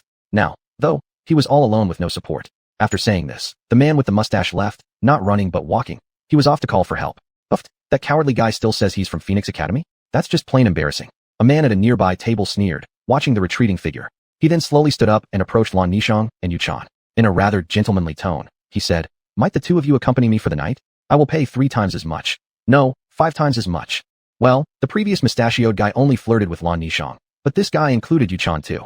Thinking himself quite handsome, he even flipped his long hair. Meanwhile, Chu Chen had already covered his eyes with one hand, knowing the upcoming scene would be painful to watch. Bang! As expected, before the man could finish speaking, a big hole suddenly appeared in the second floor of the drunken pavilion, followed by someone being thrown out through it. Let's go. Yu Chan stood fiercely, her anger already fully ignited. This Fenghuang city wasn't nearly as good as she had imagined. Look, even a simple meal couldn't be enjoyed in peace. Where do you think you're going? At that moment, the white-clothed man came charging forward with a sword, his face twisted with rage. A sword. Looking at the weapon in the white-clad man's hand, Chu Chen suddenly appeared dazed. In his mind, countless memory fragments quickly flashed, yet each was blurred and indistinct. Humph, asking for death.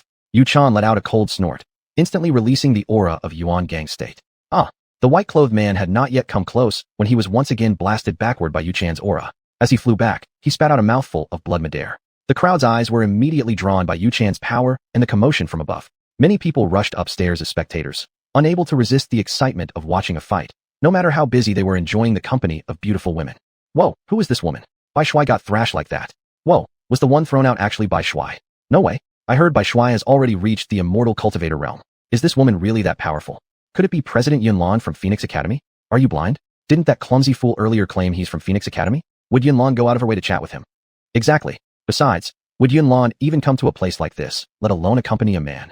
The crowd discussed amongst themselves, captivated by Yuchan. Despite her ferocity, her extraordinary beauty still inspired awe and admiration. Soon, Yuchan held Chu Chen's hand and boldly strode out, amidst countless gazes and whispers, completely ignoring the crowd's staring eyes. Lan Nishang then followed close behind. Indeed, everything was better when she had a master. This logic went, when your master shows off power, you simply pick up the unconscious opponents. Just who the hell are you? Clutching his chest, Bai Shuai coughed out another gush of blood. Having wandered across the martial world for years, he had never heard of a woman this powerful, except for Yunlan and Yuchan, of course. He'd heard about them so much that he'd become desensitized. However, Yuchan simply pulled Chu Chen along and walked away without even glancing at him. Staring into Yuchan's unwavering eyes, Bai Shuai felt an overwhelming humiliation. No one had ever dared to ignore him like this. He gritted his teeth, but refrained from stepping forward for another challenge, for fear of losing even more face. In the Bai family's estate within Phoenix City. Find out. Discover who that woman is. Inside the grand hall, Bai Shuai's furious roar echoed. The servants shivered in fear, falling to their knees with their heads nearly pressed to the floor. Meanwhile, Chu Chun, Yuchan, and Lan Nishang continued strolling through the market streets. The street food stalls lined both sides. As they walked along, they kept buying snacks. Must admit, the night market grilled skewers here really tasted amazing. Before long, the trio returned to their residence. Poor little Chu Chen couldn't escape being exploited again every day. Maybe because their quarters were closely built, the two would hold back their voices. The next morning, within the training yard of Phoenix Academy, the disciples from Yulan Academy mingled with the students from Phoenix Academy. Though Yulan's disciples were quite weak in strength, none from Phoenix Academy dared to mock them or provoke fights. And every time training session started, Chu Chen couldn't escape Yuchan dragging him off to drink tea. Mainly because Yuchan didn't want Chu Chen to show off his power. Yuchan had a premonition, a feeling that Chu Chen seemed ready to leave her anytime soon, and the sensation had been growing stronger lately. Therefore, to prevent Chu Chen from truly regaining his memories, Yuchan tried every means possible to stop him from taking action. He believed that each time Chu Chen fought, he would recover some of his lost memories. But in reality, it wasn't quite like that. The sword from last night had only caused a few scattered fragments of memory to flash through Chu Chen's mind. Day by day passed. At first, the disciples of Phoenix Academy were curious why Lan Bing never went against them in sparring matches, but as he was always called away by Yuchan at the start of each session, they gradually got used to it. That day, someone from Thunder Academy arrived. Entirely dressed in purple robes, a group of disciples led by a young man whose clothes were purple, his entire body purple, even his hair, eyebrows, and beard were all purple. He wasn't the head of Thunder Academy, just one of the instructors, named Lei Long. At first glance at Yuchan, he was instantly captivated by her beauty. With self-assured confidence, he ran forward to strike up a conversation. However, as always, beside Yuchan stood Chu Chun, invincible. Before long, he was once again flung backward by Yuchan's power. Except for Chu Chun, no other man who approached Yuchan received anything but a cold look. Whether you were a dean or an emperor, it made no difference. After that, Lei Long never dared approach Yuchan again and began secretly investigating Chu Chen's identity. Yet no matter how hard he tried to dig, Lan Bing appeared as if he had suddenly emerged from nowhere, leaving no trace behind. On one occasion, he arranged for a disciple to challenge Chu Chun under the pretext of sparring, yet unexpectedly, Yuchan herself stepped forward. Originally planning to have his disciple cripple Chu Chun, instead, it was his own student who got crippled by Yuchan. Being well aware of Yuchan's formidable power, he could only swallow his humiliation like broken teeth. What else could he do? He had only brought it upon himself. He had even thrown harsh words at Yuchan, but she ignored him completely. What was face? She didn't care. Was she not stronger? So what if she was overbearing? Those were exactly Yuchan's words. This only further increased people's curiosity about Chu Chen's true identity. How could someone gain Yuchan's favor? They had also figured it out. Chu Chun and Yuchan were no ordinary master and student. Their relationship seemed more like that of a couple. Chapter 369, Concealment. Upon arrival, Yuchan, to avoid future complications, directly announced to everyone that Chu Chun was her man. At her words, expressions of shock immediately appeared on the faces of the crowd. They were even more curious about Lan Bing now. What kind of charm did she possess to attract Yuchan? Who exactly was Lan Bing? How strong was her cultivation? Why had Yuchan fallen for such a person? Such were the questions swirling in everyone's minds. The disciples of Yulan Academy weren't the slightest bit surprised upon hearing this news, except for Lin Yang, that idiot. Within half a day, Chu Chun had become a mysterious figure surrounded by rumors. The rumors only grew more exaggerated as they spread. However, all the people believed that since Chu Chun had gained Yuchan's favor, his strength must be on par with hers, along with some other extraordinary qualities. In the following days, representatives from Xianyu Academy, Hongyi Academy, Bingshui Academy, and Baizhou Academy all arrived. Without exception, upon hearing that Lan Bing was Yuchan's man, they all reacted with disbelief. They began investigating Lan Bing, but no matter how hard they searched, they found no trace of him, almost as if he had appeared out of nowhere. Gradually, their suspicion transformed into well-wishing. Every visitor who came to see Yuchan would leave with a few words like, "May you too be blessed with eternal love and happiness," or, "May you have children soon and a blissful future." Poor Aaron I was forgotten by the world, becoming someone unimportant. but every night still saw the same scenario of 2 against 1. None of it mattered to her, as long as she loved Chu Chun. The 7 days passed quietly. On the plaza of Feng Huang Academy, all the participating disciples were already seated and ready. Most of the audience were Feng Huang Academy's disciples watching the event. The other academies had only sent contestants. Next, please welcome the highly anticipated headmistress Yuchan, who shall ascend the stage and announce the competition rules. As Yunlan's voice fell, it caused a tremendous uproar among the crowd, prompting enthusiastic cheers. Besides the disciples of Feng Huang Academy, there were also noble officials from Feng Huang City present, all here to catch a glimpse of the legendary strongest person on Tianyun continent, the first under heaven. Before long, Yuchan, dressed in pure white robes with an ethereal aura, stepped onto the plaza. As soon as the crowd laid eyes on Yuchan, they were immediately captivated by her peerless beauty, lavishing her with praises. Yet, as the disciples and leaders from the other 6 academies spread the word that Yuchan was already taken, people's expressions couldn't help but dim slightly, and their gazes turned toward Chu Chun, who was wearing a mask. Chu Chun had never revealed his true face before, and this only increased people's anticipation. Once Yuchan finished announcing all the competition rules, Yunlan stepped forward to speak again. In the past, our Feng Huang ancient kingdom had a mentor who was an old friend of an immortal from the cultivation world. Recently, that mentor has entered the cultivation realm. That mentor has not forgotten our Feng Huang kingdom and has earnestly requested the immortal of the cultivation sect to descend into the mortal world and choose disciples. Let us welcome the immortals from Qingyun sect. At Yunlan's words, another wave of shock rippled through the crowd. Among the people gathered here, besides coming to see Yuchan, most had also come to catch a glimpse of these legendary cultivators. If blessed with fate, one might even be chosen by an immortal and step onto the immortal path. As soon as Yunlan finished speaking, her flying swords swiftly passed over the crowd's heads and then slowly descended, landing at the highest and most central position among the people. Coincidentally, the 4 figures were precisely Mu Hanbing, Hu Meyer, Chu Lingyue, and Ji Yufei. Initially, they hadn't intended to come in person, but since they were out here searching for Chu Chen anyway, they decided to also fulfill the sect leader's request and casually select a disciple. As soon as the 4 women appeared, the entire plaza erupted into chaos. While Yuchan herself was already a peerless beauty, these 4 could be described as goddesses descending from heaven. Are they the cultivators? So beautiful. Are you crazy? Those are cultivators. Don't talk recklessly, or your head may roll off if they hear you. Exactly, don't get us implicated. And don't even think anything inappropriate. Reportedly, immortals can read minds. The disciples looked at Mu Hanbing and the others with much murmuring. Although the women were breathtakingly beautiful, no one dared to harbor any lewd thoughts, fearing to offend them and lose their heads. Chu Chun felt a sharp pain in his head upon seeing them, but this reaction went unnoticed by the 4 women. Wearing a mask and hiding his spiritual energy, there was no way they could recognize him. Mayor, did you calculate anything? Mu Hanbing sent her voice. Yet, Hu Meyer furrowed her brows and replied. He seems to be right here. Upon hearing her words, the other 3 women immediately raised their eyebrows. Right here? Upon hearing that, Mu Hanbing stood up at once, her gaze authoritative as she addressed the crowd. Everyone, I wish to inquire about someone. Has anyone here heard of a man named Chu Chun? Upon her words, the crowd looked astonished and confused. Chu Chun? Who was Chu Chun? Wasn't there recently a faction searching for someone named Chu Chun as well? Could these cultivators be sent by that faction?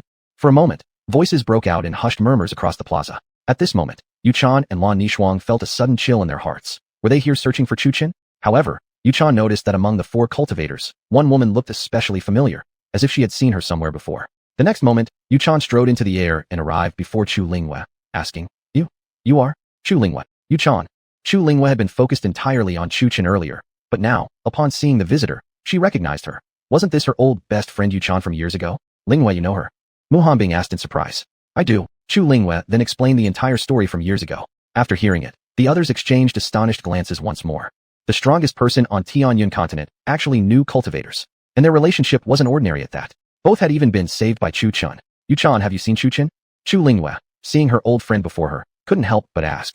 No, I've been searching for Chu Chun all along as well. Yuchan shook her head, disappointment clearly visible across her face. Before long, the 7 Academy competition officially began. In the hearts of many, Chu Chun's name was now firmly remembered. If one could bring him before the immortals, perhaps they could step onto the immortal path. Since Yuchan was acquainted with Chu Lingyue, the latter granted her a special privilege. With a casual wave of her hand, with spiritual energy wove together, forming a simple wooden chair. This effortless ability to create objects startled the crowd yet again. So this was a cultivator? After that, the 2 continued chatting happily on the platform.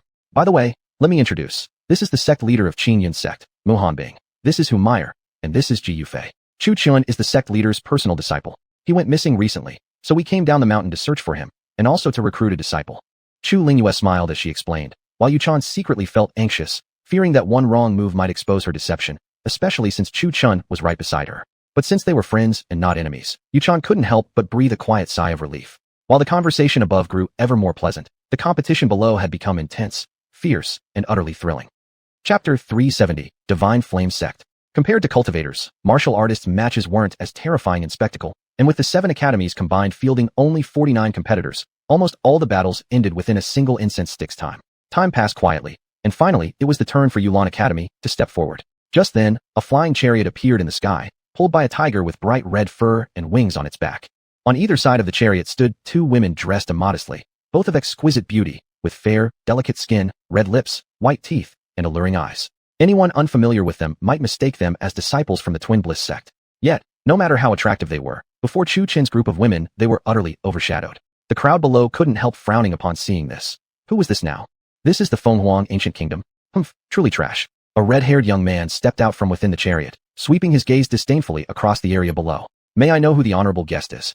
Yinlan stepped forward onto the empty air and bowed politely as she asked. I heard about this 7 Academy Grand competition you're holding. Perfect, my Divine Flame sect is in need of more disciples, and my sect sent me here to pick out a few people. As he spoke, the red-haired man openly let his eyes roam over Yunlan's figure, his gaze filled with lust. Divine Flame sect? Upon hearing this name, Yunlan couldn't help but slightly change expression. She had heard of this sect before. Reportedly, it was also a cultivation sect, and recently had been aggressively recruiting disciples. Oh, then forgive my ignorance, honored sir from Divine Flame sect. This humble one had not recognized you at first sight. Upon hearing this, Yunlan's face brightened instantly. First came the Azure Cloud sect, and now the Divine Flame sect. Perhaps the Fenghuang Ancient Kingdom really had gained a prestigious reputation? Since esteemed guests have arrived, please take your seats. Though the sudden arrival of Divine Flame sect was unexpected, as long as their intent was to recruit disciples, there was no reason to turn them away. Lin Yu, representing the Divine Flame sect, lifted his proud head high and strode toward the direction Yunlan indicated. Yunlan assumed that, since they were cultivators, they must naturally be honored guests like the Azure Cloud sect. Miss Hanbing, what exactly is the Divine Flame sect? Are they more powerful than our Azure Cloud sect? Chu Lingyue quietly murmured to Murong Hanbing, eyeing the man who had arrived mid-air from afar. Not sure. Probably just a recently risen third-rate sect. Don't worry about him.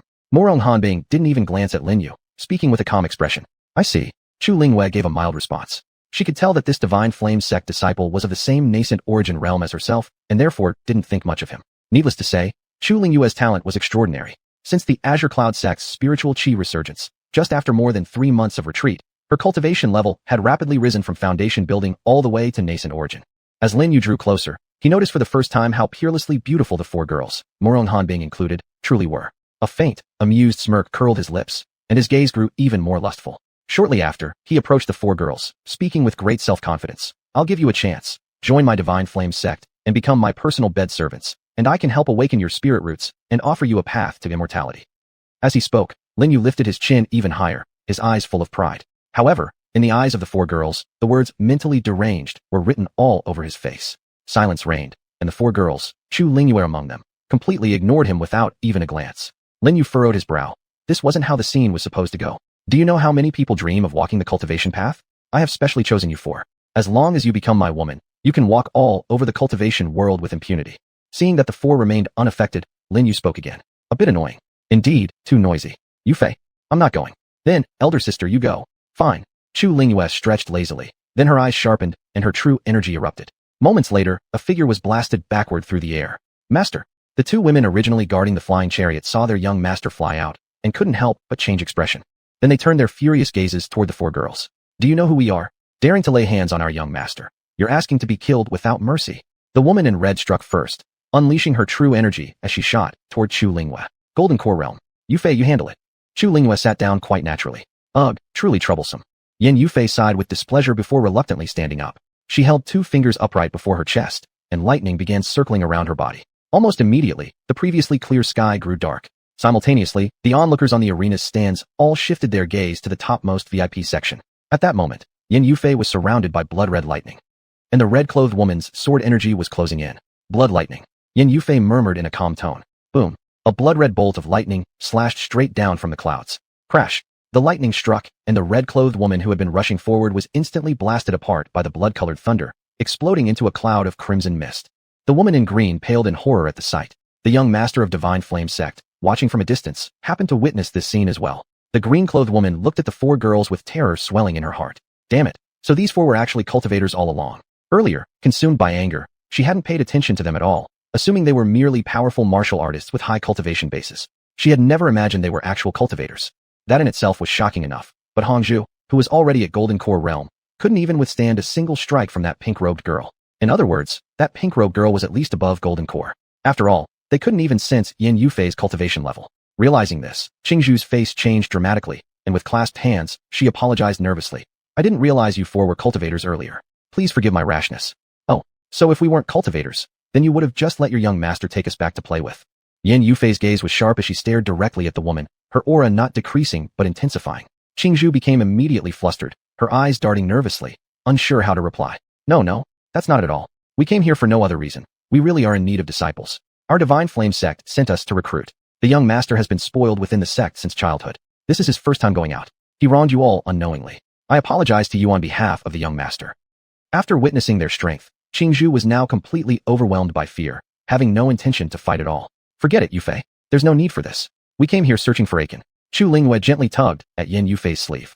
To be honest, they didn't want to waste any time here. Because of their involvement, the battles below had already halted. All eyes were now focused on them, making the whole process of selecting candidates here nothing more than a mere formality. Still, they had to choose a disciple with decent talent. Fine then. Yin Yufei withdrew the surging blood lightning, and the ominous clouds that had gathered in the sky vanished completely. Chapter 371, Public Opinion. Thank you, fellow cultivators. Qingzhu bowed slightly with clasped hands, inwardly feeling a wave of relief. They were merely a third-tier sect, and their highest level of cultivation was only the Golden Core stage. When she witnessed Ji Yufei casually eliminate Hongzhu, who was at the Golden Core stage, Qingzhu suspected that these people might be from a second-tier sect or even one of the 8 great sects. Meanwhile, Lin Yu, watching from afar, was already stunned. After all, Hongzhu and Qingzhu were considered the strongest elders in the Divine Flame sect, having reached the Golden Core stage. And yet, one move was all it took to eliminate Hongzhu. He never expected that these few beautiful women would also be cultivators. Though he was arrogant and domineering, he wasn't foolish. Now he finally understood the situation. Stepping forward, Lin Yu bowed with clasped hands and said, I beg your pardon. Just now, I failed to recognize your worth and offended you all. Lin Yu now felt a heavy weight upon his entire body. If these 4 women wished to eliminate him, they could reduce him to nothing with a mere flick of their fingers. If they harbored resentment, his Divine Flame sect might also suffer. Ji Yufei cast him a cold glance and calmly said, Then get lost quickly. Yes. Lin Yu felt immediate relief. Fortunately, they looked down upon dealing with a lowly ant like him. He quickly found a place to sit, though making sure it was far away from the 4 women. No problem. Everyone, please continue. Mu Hanbing's voice was ethereal and indifferent as she softly spoke. Gulp.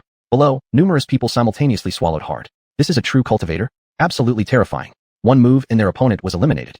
That red-clothed woman just now also seemed to be a cultivator. In the hearts of the audience, opinions had formed. After witnessing Ji Yufei's power, many were now thinking about joining the Qingyan sect. As for the Divine Flame sect, it had practically been ignored. If the Qingyan sect did not accept them, then the Divine Flame sect could be a second choice. After all, in terms of cultivation, joining a stronger sect just meant better resources. It didn't necessarily mean a higher limit on cultivation. Small sects could also have great potential. Whether it was martial cultivation or immortal cultivation, everything ultimately relied on one's own destiny and efforts. After this brief incident, the matches resumed below. Soon, the Yulan Academy lost almost all its matches, and many of its members were seriously injured, whether intentionally or accidentally, nobody could tell. And Aichang, come on. Before long, it was Lan Nishang's turn to compete.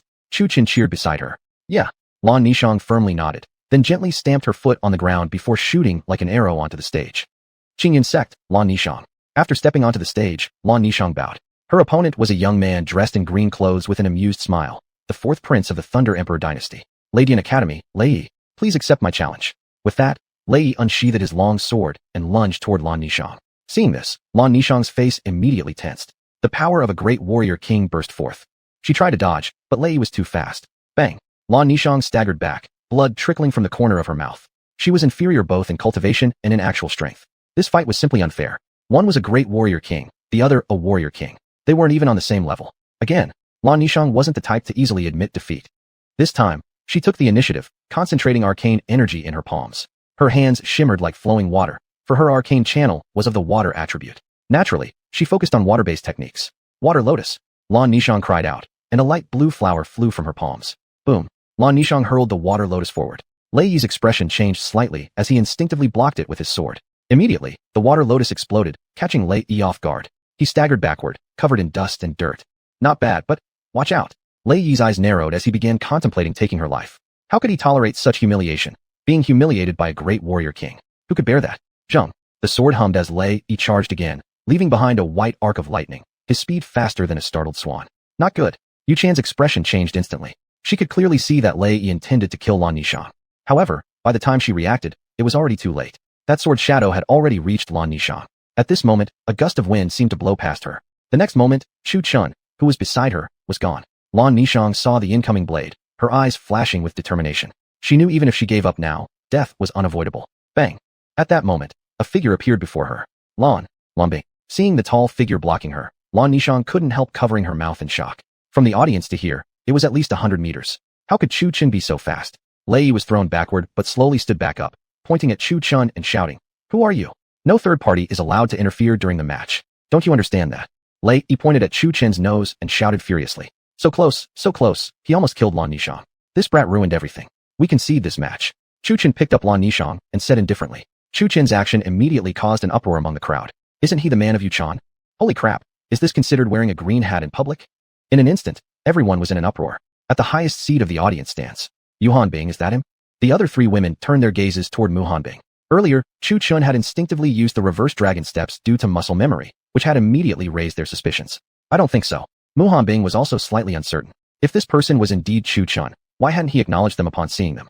Moreover, Chu Lingyue and Yu Chan were close friends. Why would she conceal it? All the clues pointed to the fact that this person wasn't Chu Chun.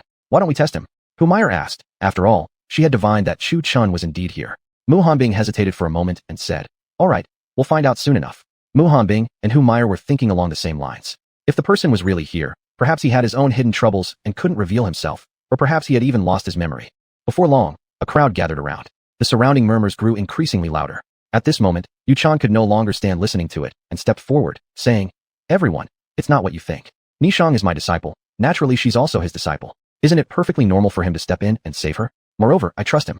Besides, our Yulan Academy was here just to make up the numbers in this grand contest. Why take things so seriously?" Yeah, Yu Chan didn't say anything about it. Exactly, they're family. Since she's Yu Chan's disciple, she's naturally his disciple too. How can saving her not be normal? In a short while, after hearing Yu Chan's explanation, those who had previously criticized Chu Chun now began to justify his actions. Besides, they couldn't see even a trace of anger on Yu Chan's face. Chapter 372, Not Chu Chun. After a brief incident, Yunlan stepped onto the stage once again and announced, "I declare that the first institute of this grand competition is Thunder Institute. The competition concludes here. Now, the distinguished guests from the two sects shall select their disciples." As Yunlan spoke, her gaze shifted toward Qing Yun's sect and Divine Flame sect. At that moment, Muhanbing slowly rose to her feet, narrowing her eyes as she looked down at the gathered disciples. Meanwhile, Lin Yu from Divine Flame sect instinctively started to stand up, but was gently pulled back by Qingzhu sitting beside him. Lin Yu shot her a puzzled look. Qingzhu shook her head slightly and whispered, "Don't be in a hurry. Let her pick first. After all, the sect leader's mission for you is merely to take back a few disciples. There was no requirement on their innate talent. Besides," she added, "having good martial talent doesn't necessarily mean one has good potential in cultivation. Let's wait." Upon hearing that, Lin Yu furrowed his brows slightly, his expression darkening. From childhood, others had always yielded to him, but when had he ever been the one to yield? But then he recalled the scene where Ji Yufei instantly defeated Hangzhou, fear creeping into his heart again. He quickly calmed himself. He understood now. He simply wasn't someone who could afford to challenge them. As a mere insignificant ant, he could be crushed with a single glance if someone so desired. After all, it was just about taking disciples, not worth risking his life. He could just choose a few at random. Glancing downward, Lin Yu noticed Yu Chan, Lan Nishang, and Qin Ruoxue among the crowd. Instantly, his eyes lit up. These three beauties were in no way inferior to Muhanbing and her companions, and judging by where they were seated, they probably weren't cultivators. Realizing that, a cunning thought formed in his mind, and his gaze turned slightly lustful. Muhanbing scanned the crowd, observing the disciples' nervous and excited expressions. After all, although they had come here to select disciples, they never specified that they would only choose from among the competitors. The match itself was merely an excuse to gather everyone together and settle the rankings among the 7 academies. It had nothing to do with Qing Yun's sect selection. Yu Chan was particularly nervous. She had clearly seen Chu Chin's movement skills surpassing the limits of martial artists, and she feared Chu Lingyue might recognize it. Her hands were tightly clenched, even turning pale. "You, come over here." As expected, Muhanbing's icy gaze settled on Chu Chun. Upon hearing this, Yu Chan's heart sank. She felt helpless and disappointed. Was it really already happening? Me? Chu Chun, looking completely confused, pointed at himself. He looked up at Muhanbing on the stage, vaguely finding these 4 women familiar, but he couldn't recall from where. Muhanbing remained expressionless, but gave a slight nod. Though puzzled, Chu Chun stepped forward. Yu Chan and Lan Nishang beside him instinctively reached out to pull him back. But this action was fleeting. The more they reacted this way, the more suspicious it would seem. However, the 4 women on the stage still noticed that subtle movement. Their brows slightly furrowed. There was definitely something odd going on. Soon, Chu Chun arrived beneath the stage where the 4 women stood, but he didn't fly. He wasn't capable of using spiritual power. "Why haven't you come up here yet?" Mu Hanbing asked coldly. Chu Qin scratched his head awkwardly, then clasped his hands together and replied, "Honored sir, I am unable to control spiritual energy, and thus cannot fly." As soon as Chu Qin spoke, a flicker of surprise passed through the eyes of Mu Hanbing and the other three women. Could he really not fly? The rest of the audience was thrown into an uproar. The man acknowledged as the strongest man in Yin continent couldn't fly? In other words, his strength was below that of true warrior? How could Yu Chan have chosen someone so weak? A flood of emotions, confusion, jealousy, resentment, and hatred surged among the male crowd. Mu Hanbing ignored their reactions and descended to Chu Qin's level, asking, "Will you join Qing Yin sect?" Hearing this, the entire venue fell into shock again. Chu Qin wasn't a participant in the competition, nor was he an especially strong martial artist. Why had he been chosen by a cultivator of Qing Yin sect? Chu Qin himself was also surprised. Although he had considered becoming a cultivator, that would also mean leaving Yu Chan and Lan Nishang behind. He glanced back at the two women in the audience and noticed their anxious expressions. Sighing, Chu Qin replied, "Forgive me. My heart has attachments. I am unwilling." As soon as those words left his mouth, another wave of murmurs swept through the venue, nearly unanimous in condemning Chu Qin as ungrateful. So many people would be delighted to gain a place in cultivation. How could he possibly turn it down? The four women showed slight surprise on their faces, but did not comment.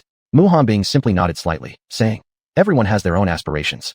If you are unwilling, I shall not force you. However, may I ask you to remove your mask, so I may see your true face?" "Forgive me, I cannot." Chu Qin adjusted his mask and responded firmly. Hearing this, Mu Hanbing's eyes narrowed slightly, but she didn't press further. Instead, she waved her hand casually. "Then go about your business." At that moment, Chu Lingyue and the other two women landed beside her. Chu Lingyue asked, "Is it him?" Looking slightly disappointed, Mu Hanbing shook her head. "No, this person, forget about true energy, even his spiritual power is chaotic. Mayor, have you calculated his exact location yet?" All eyes turned to Humayr. Humayr shook her head in disappointment. "No, just now I sensed he was right here, but now when I try again, everything becomes a fog. Could it be he is deliberately avoiding us?" Hearing that, the women exchanged slight glances. "He was here a moment ago, but now he's gone. Could it be that he left just after Mu Hanbing mentioned Chu Qin? In that case, he really is avoiding us? If he knows we are looking for him, why would he deliberately hide from us? Does he really still resent me?" Mu Hanbing looked somewhat pessimistic. Back then, Chu Qin had been so close to her, yet she had watched him cross the gates of death 3 times. Sighing, Chu Lingyue softly smiled and said, "Perhaps he has other difficult circumstances. For example," Ji Yufei looked at Chu Lingyue. "For example, someone saved him back then, and he made a promise to repay that person." Chu Lingyue said with an uncertain smile. Humayr gave her a sidelong glance and added, "What if he's under threat?" Upon hearing that, the women couldn't help but all turned to look at Humayr strangely. Did this beautiful girl just wish ill on their husband to be? Seeing the strange expressions on the 3 women's faces, Humayr couldn't help but ask, "What?" "Nothing. If he heard that, I bet you won't get out of bed for 3 days. I bet 10 days.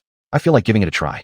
Someone always spoke too pointedly. That someone was none other than Ji Yufei, who had been tricked into joining this harem group. But what she said wasn't entirely wrong. Among so many women, she was the only one who hadn't been unsealed yet. Though she had joined this group somewhat haphazardly, she still had no idea what Chu Qin truly thought. That troubled her deeply. What if, in the end, Chu Qin didn't accept her? Chapter 373, Seeing Through Thoughts at a Glance. After finding him, I'll tie you to his bed. We're here. Mu Hanbing patted Ji Yufei's shoulder and said meaningfully. The two of them were enjoying their chat, but they seemed to have forgotten why they came here, to recruit disciples. A crowd of people curiously watched them idly chatting on the stage. The key was that Mu Hanbing and the others were cultivators. Even the Holy Prince of Divine Flame sect hesitated to step forward and urge them, let alone the rest of them. Cough cough. I think we should do something more appropriate first. Chu Lingyue couldn't bear to watch any longer and gently tugged at Mu Hanbing's sleeve. Luckily they were whispering softly. Otherwise, if anyone around had overheard, it would have been incredibly embarrassing. Cough cough. Reminded by Chu Lingyue, Mu Hanbing cleared her throat slightly and snapped back to reality. As she looked down at the crowd staring at the 4 of them, her face turned cold again. Since the man earlier had been confirmed not to be Chu Qin, they needed to finish up quickly and go search for him. Mu Hanbing swept her gaze across the crowd and settled on the girl standing beside Chu Qin, Lan Nishang. She was about to call the girl over when she hesitated. What if the girl had some relationship with that man earlier? Wouldn't that be breaking them apart? Immediately, she dismissed the thought. Finally, Mu Hanbing's gaze settled on Lin Yang. Lin Yang, sensing Mu Hanbing's stare, trembled his powerful frame as excitement gradually appeared in his eyes. Sure enough, in the next moment, Mu Hanbing pointed directly at Lin Yang. "You come over." With the same tone, Mu Hanbing still spoke in a detached manner. Upon hearing her words, Lin Yang became instantly thrilled. Then, with a leap, he arrived in front of the 4 cultivators, knelt on one knee, and bowed. "Greetings, immortal maidens." Compared to Chu Qin, Lin Yang was much more polite, but his intentions were completely different. Chu Qin had no desire, while Lin Yang was practically begging to attach himself. Mu Hanbing ignored his formal greetings and coldly asked, "Do you wish to join Qing Yin sect?" I do. Lin Yang nodded repeatedly upon hearing her words, his heart bursting with joy. Behind him, a group of people shot him envious glances. Witnessing this, Lin Yang couldn't help but puff up his chest proudly. Seeing this, Lan Nishang's eyebrows slightly furrowed. Why specifically choose Lin Yang? She knew Lin Yang's personality too well. Once he got the upper hand, he would definitely try to take advantage of his new status and extort favors. But Yuechan didn't look at all worried. She also knew exactly what kind of person Lin Yang was, but she knew Chu Lingwei even better. When the time came and she made her move, Chu Lingwei would surely take her into consideration. After all, they had been friends 10 years ago. Well then, since this is the case. Thank you, master. Before Mu Hanbing could finish, Lin Yang had already knelt down on both knees, bowing repeatedly to her. The 4 cultivators. This kid is even more impatient than us. I won't take you as my disciple. Just take this token and go to Qingyun's sect, where someone will guide you in cultivation. So saying, Mu Hanbing pulled out a jade pendant and placed it in Lin Yang's palm. Lin Yang's expression stiffened, his face twisting in embarrassment, so intense he could have dug a 3-bedroom apartment with his toes. Immortal maidens, you aren't taking me to the mountain yourselves? Lin Yang gazed pitifully at them. The 4 women felt a wave of nausea. Summary statement. When it came to acting cute, Chu Qin still did it better. This guy was simply too ugly. We still have something to attend to, so we'll stay off the mountain for now. The token will guide you.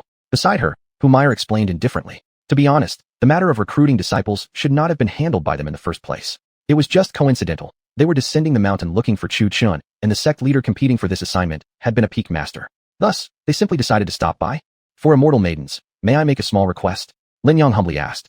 Hearing his words, the 4 women frowned slightly. Who had so many requests? Speak, what request? Chu Lingwei asked, although she had already guessed what it would be, an attempt to bring someone up the mountain. Immortal maidens, may I bring someone to the sect?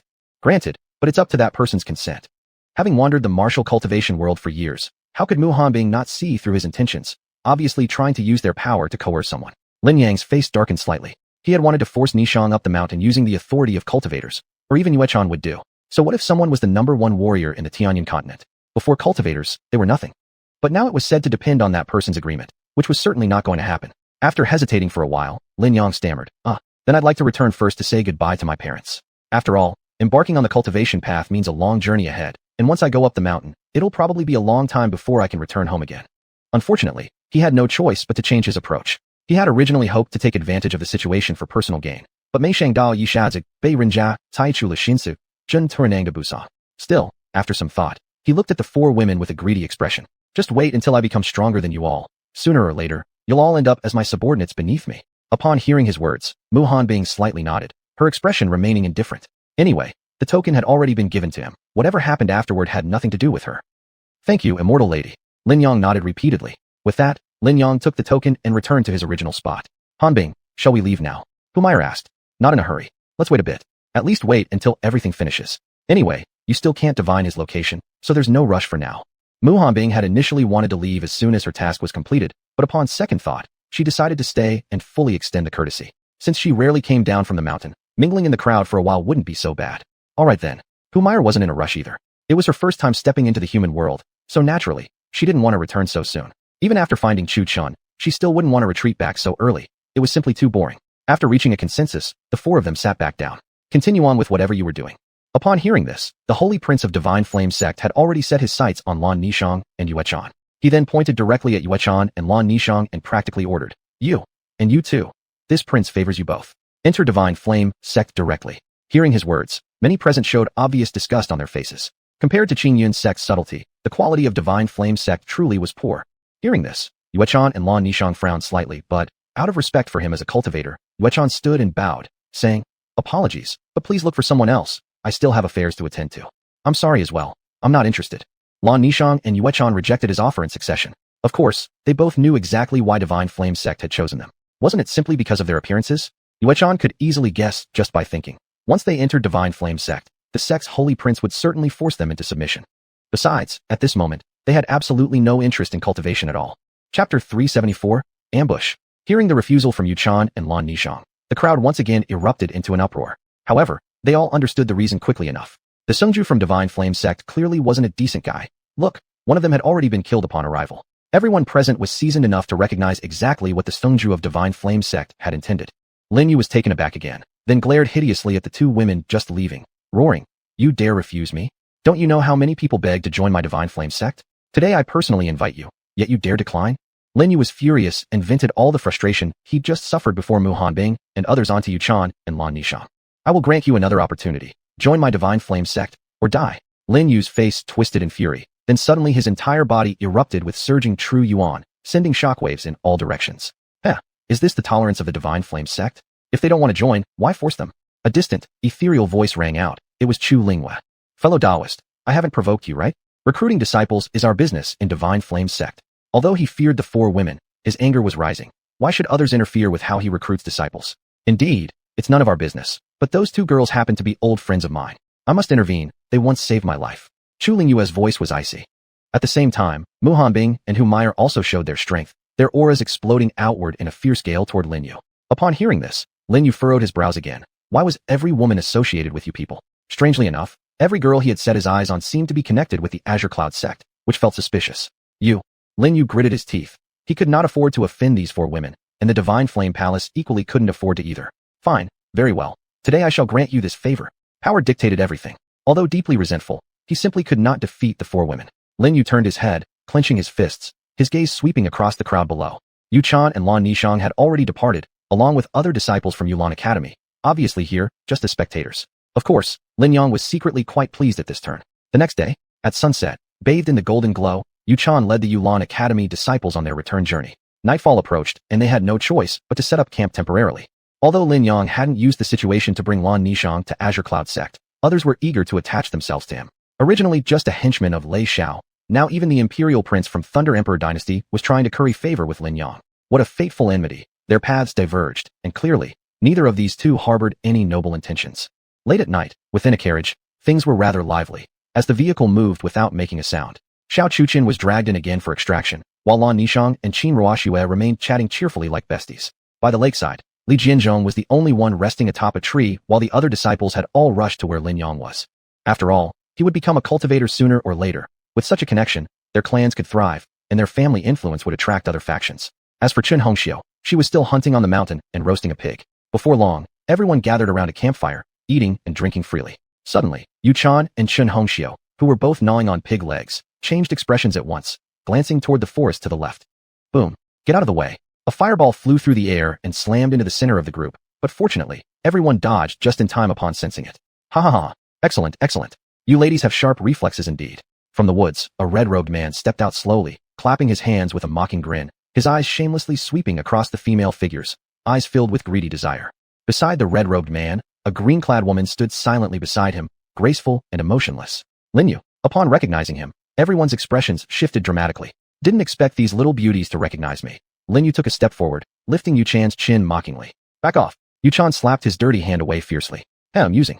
That group of 4 women interfered before, but now, nobody will save you. Then Lin Yu's gaze sharpened, turning to the woman behind him in green and ordering coldly. Qing Zhu. Capture them.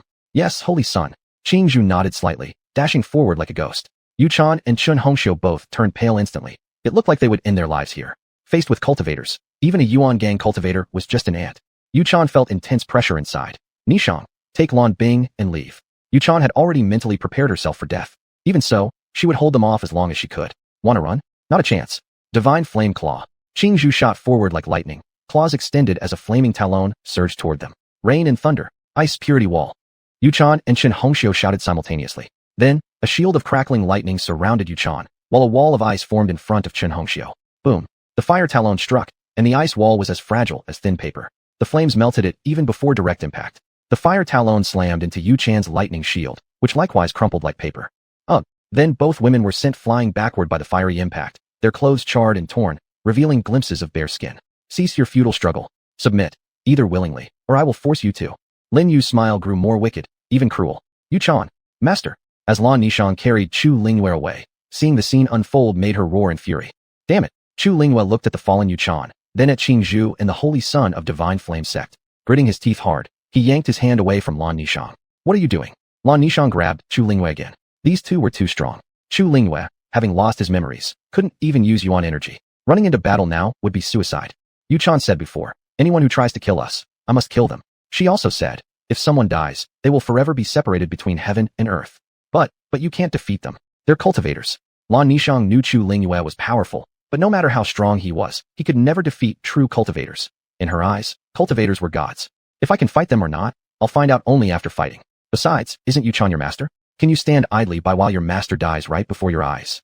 Though I know the one you've always loved is Chu Linghua, no matter who you love now, you cannot change the fact that you belong to me. Saying that, Chu Linghua ripped his hand free from Lan Nishang's grasp and leapt forward in one swift motion. Bang! Chu Lingyue threw a punch, and Qing Zhu, who was about to bind Yuchan and the others, was struck directly, sent flying through the air, crashing into a distant tree, and immediately spat out a mouthful of blood. Chapter 375, Awakening Memories. Lin Yu looked at Chu Chun, who had suddenly emerged, his eyes flashing with a sharp glint. Seeking death. With both hands forming seals, Lin Yu summoned fiery chains erupting from the ground, tightly binding Chu Chun. Zzz. Without protective energy surrounding him, Chu Chun's skin burned with intense heat. Clutching his teeth tightly, Chu Chun stared fiercely at Lin Yu. Let me go. An insect. Lin Yu grabbed Chu Chen's neck with one hand, his expression sinister and mocking. No, let him go. Seeing this scene, Yuchan, who had just regained consciousness, instantly changed expression and pleaded with a sorrowful look. No, just let him go, and I'll let you do whatever you want of me. A determined glint flickered in Yuchan's eyes as she clenched her teeth. Oh, anything at all. Lin Yu instantly grew interested, though his hand remained firmly gripping Chu Chen's throat. Then, a greedy expression appeared in his eyes. Biting her lip and blushing, Yuchan clearly knew what he intended to do. But for Chu Chun, she was willing to endure.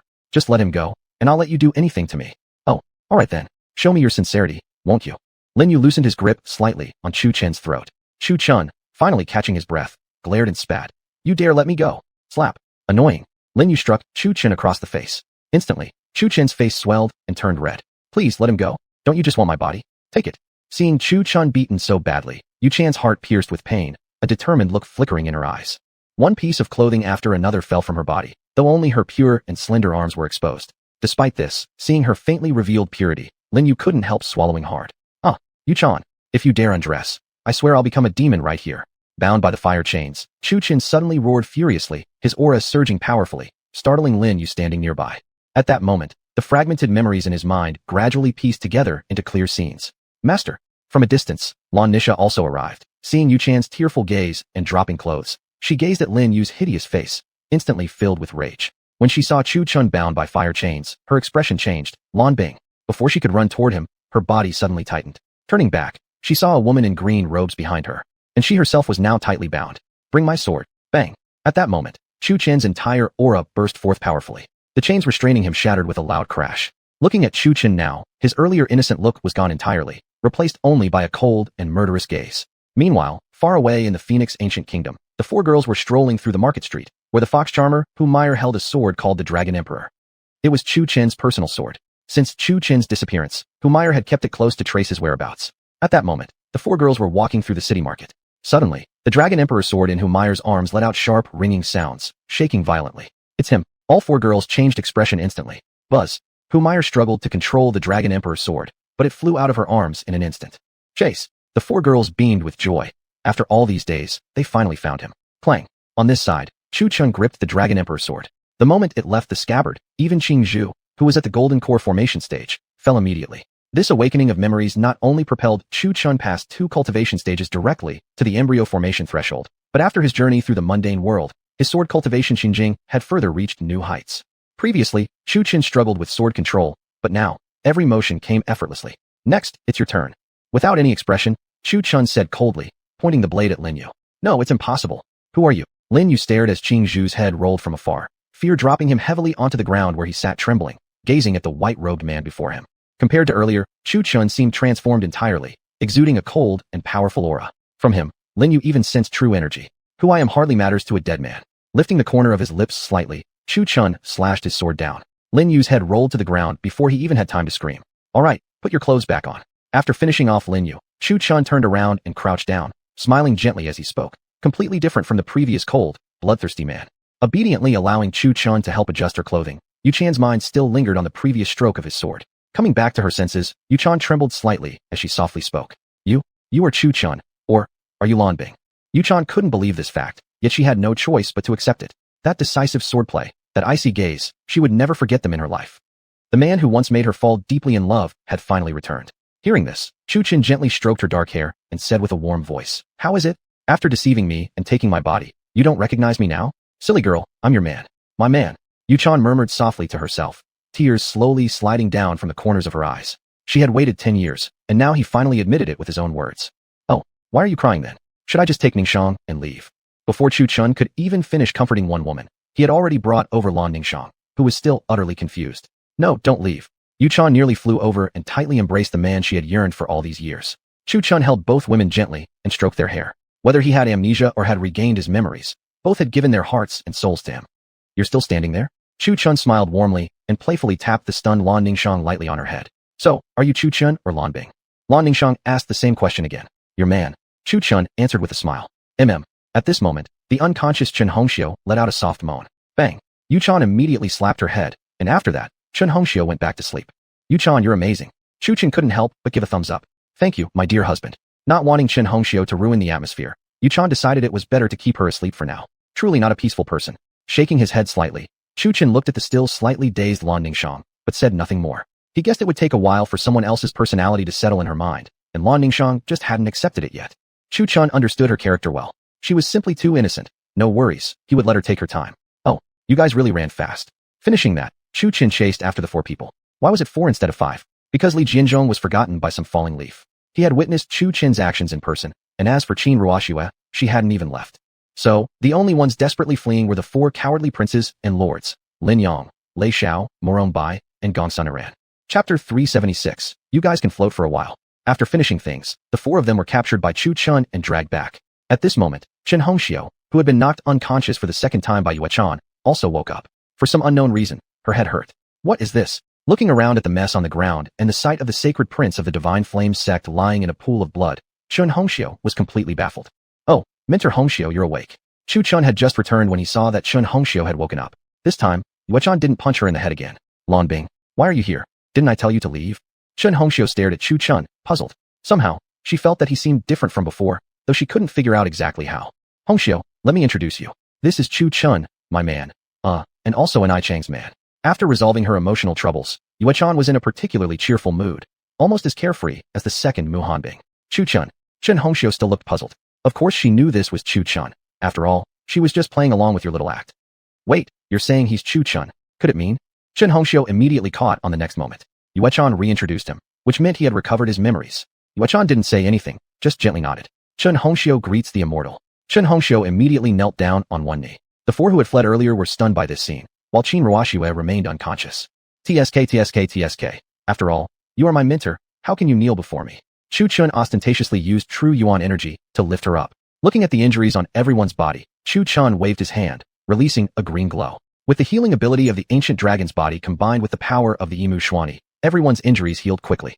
But Lan Nishang still looked like a wooden chicken, seemingly unable to process the reality yet.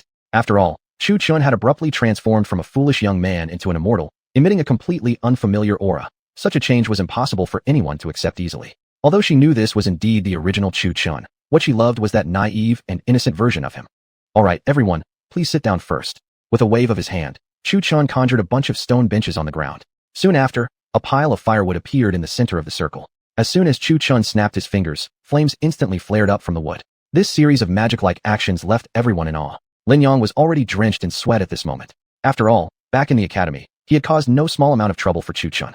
Now that he had learned Chu Chun was a cultivator, he feared even more the possibility of retaliation. Chun, are you leaving next? Yue Chan leaned gently against Chu Chen's shoulder and asked softly. Chu Chen pondered for a moment before nodding. Yes, I still have things to do. Upon hearing this, Yue Chan felt a pang of disappointment. So it was really happening. For a moment, everyone fell silent. Chu Chun gestured towards Lin Yang, and immediately, the Qingyun sect's token on Lin Yang flew toward Chu Chun. Seeing this, Lin Yang's face changed, and despite knowing Chu Chun was a cultivator, he still roared in anger. Have you gone mad? That token was given to me by an immortal of the Qingyun sect. Qingyun sect is something even the Divine Flame sect dares not provoke. Do you think you can provoke them too? Although Lin Yang was afraid of Chu Chun, he thought Chu Chun was just a nameless, unaffiliated cultivator, so he directly invoked the Qingyun sect as a threat. Even Yue Chan couldn't help but glance at Chu Chun in concern. She had seen how powerful the Qingyun sect was. Chun, you can't provoke the Qingyun sect. They are very powerful. Yue Chan didn't know where Chu Chun came from, but she guessed he must be from a sect similar to the Divine Flame sect, since Chu Chun had never mentioned which sect he belonged to. Qingyun sect? So impressive is it? Chu Chun wasn't in the least bit afraid. You actually use my own sect to threaten me. You really have a lot of guts. Although Chu Chun didn't know the current situation of the Qingyun sect, he could roughly guess. With Tong Lisang and others having been swallowed by the Black Dragon, now the strongest figures in Qingyun sect were only his 2 wives, Mu Hanbing and Humiliation. Therefore, he didn't even need to think. It was certain that Mu Hanbing must have taken the role of the sect leader. Whether Qingyun sect is powerful or not, I don't know. But killing a little ant like you is as easy as breathing. Don't think I will fear you just because you are a cultivator. I suggest you return the token to me immediately. Otherwise, when someone from Qingyun sect arrives, I might not be able to persuade my master to leave your corpse intact. Lin Yang spoke without the slightest fear. Oh, Intact corpse. Chu Chun sneered coldly. What if it's Qingyan's sect? Do you think I fear them? Chu Chun said without the slightest concern. Next to him, Yue Chan worriedly tugged at his sleeve. Who dares to belittle my Qingyan sect? At this moment, a hollow and ethereal voice rang out from the distance. Upon hearing this voice, everyone's expressions changed instantly. The curve of Lin Yang's lips was something even AK couldn't suppress. So, Chu Chun, you're as good as dead. Ha ha. Lin Yang laughed maniacally. Before long, a woman in a white robe as pure as snow came soaring through the air, her beautiful face icy cold. Behind her followed 4 exquisitely gorgeous beauties. Esteemed immortals, it's him. He's insulting the Qingyan sect. Upon seeing Mu Hanbing and the others arrive, Lin Yang frantically pointed at Chu Chun. Oh, so bold. How about a kiss? Beside her, Ji Yufei, munching sweetly on a watermelon she somehow acquired, muttered softly. Sho, don't make noise, just build up your momentum. Beside her, Humiliation, seeing Chu Chun still alive, was already ecstatic inside. Esteemed immortals, it's not like that. Yue Chan hurried forward anxiously to defend Chu Chun. Esteemed immortals, don't listen to this vile woman. They're in cahoots. At this moment, Lin Yang showed not the slightest fear. Oh, who was it that dared to disrespect the Qingyan sect? Mu Hanbing performed flawlessly, while beside her, Chu Lingwei was desperately holding back laughter. It's him.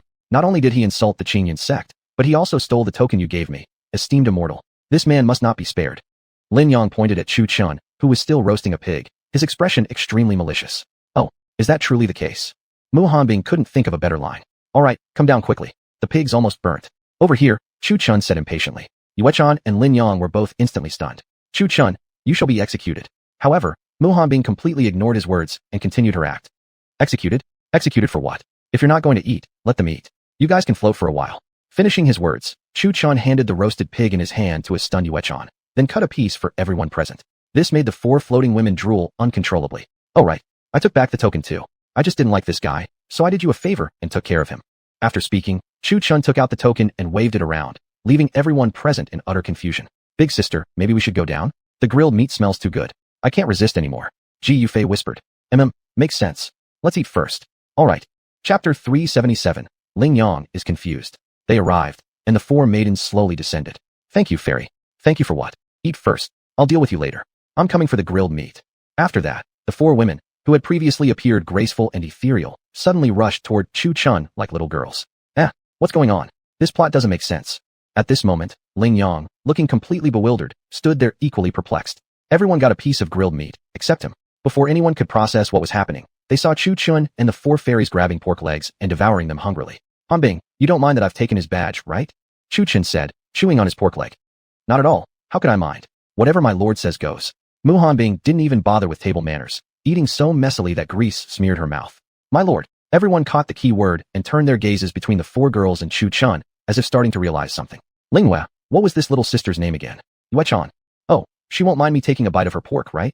Chu Lingwei and Humiliation, always ready to tease each other, turned their eyes toward Yue Chan and the meat in her hand. Then, Humiliation walked up to Yue Chan and smiled. Welcome to our big family. Big family. Yue Chan stared at Humiliation, puzzled. Yeah, his harem. We're all his women. Humiliation didn't even stop chewing on her pork leg as she said it. All 4 of you. Yue Chan's eyes widened at once, glancing at the 4 ladies who had 0 table manners, each stunningly beautiful, peerless beauties who could cause chaos in the world. All 4. Humiliation nodded cheerfully, eyeing the nicely grilled pork in Yue Chan's hand with hesitation before saying, Speaking of which, are you still eating that? If not, give it to me. Humiliation reached out, not bothering with politeness among family. However, Yue Chan quickly pulled it away and shook her head. No way he made it. I want to eat it.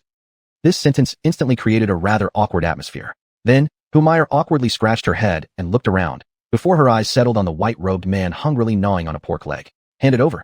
Chu Chun suddenly found the pork trotter in his hand gone, his expression darkening. How bold this little fox had become after just a few days. Ignoring the glare Chu Chun shot her way, Humiliation said nothing. I said, are you a pig or something? Give it back. Not giving. Humiliation immediately turned around and devoured the pork trotter entirely, then casually tossed the bone back to the clearly annoyed Chu Chun. Here, have this. Chu Chun.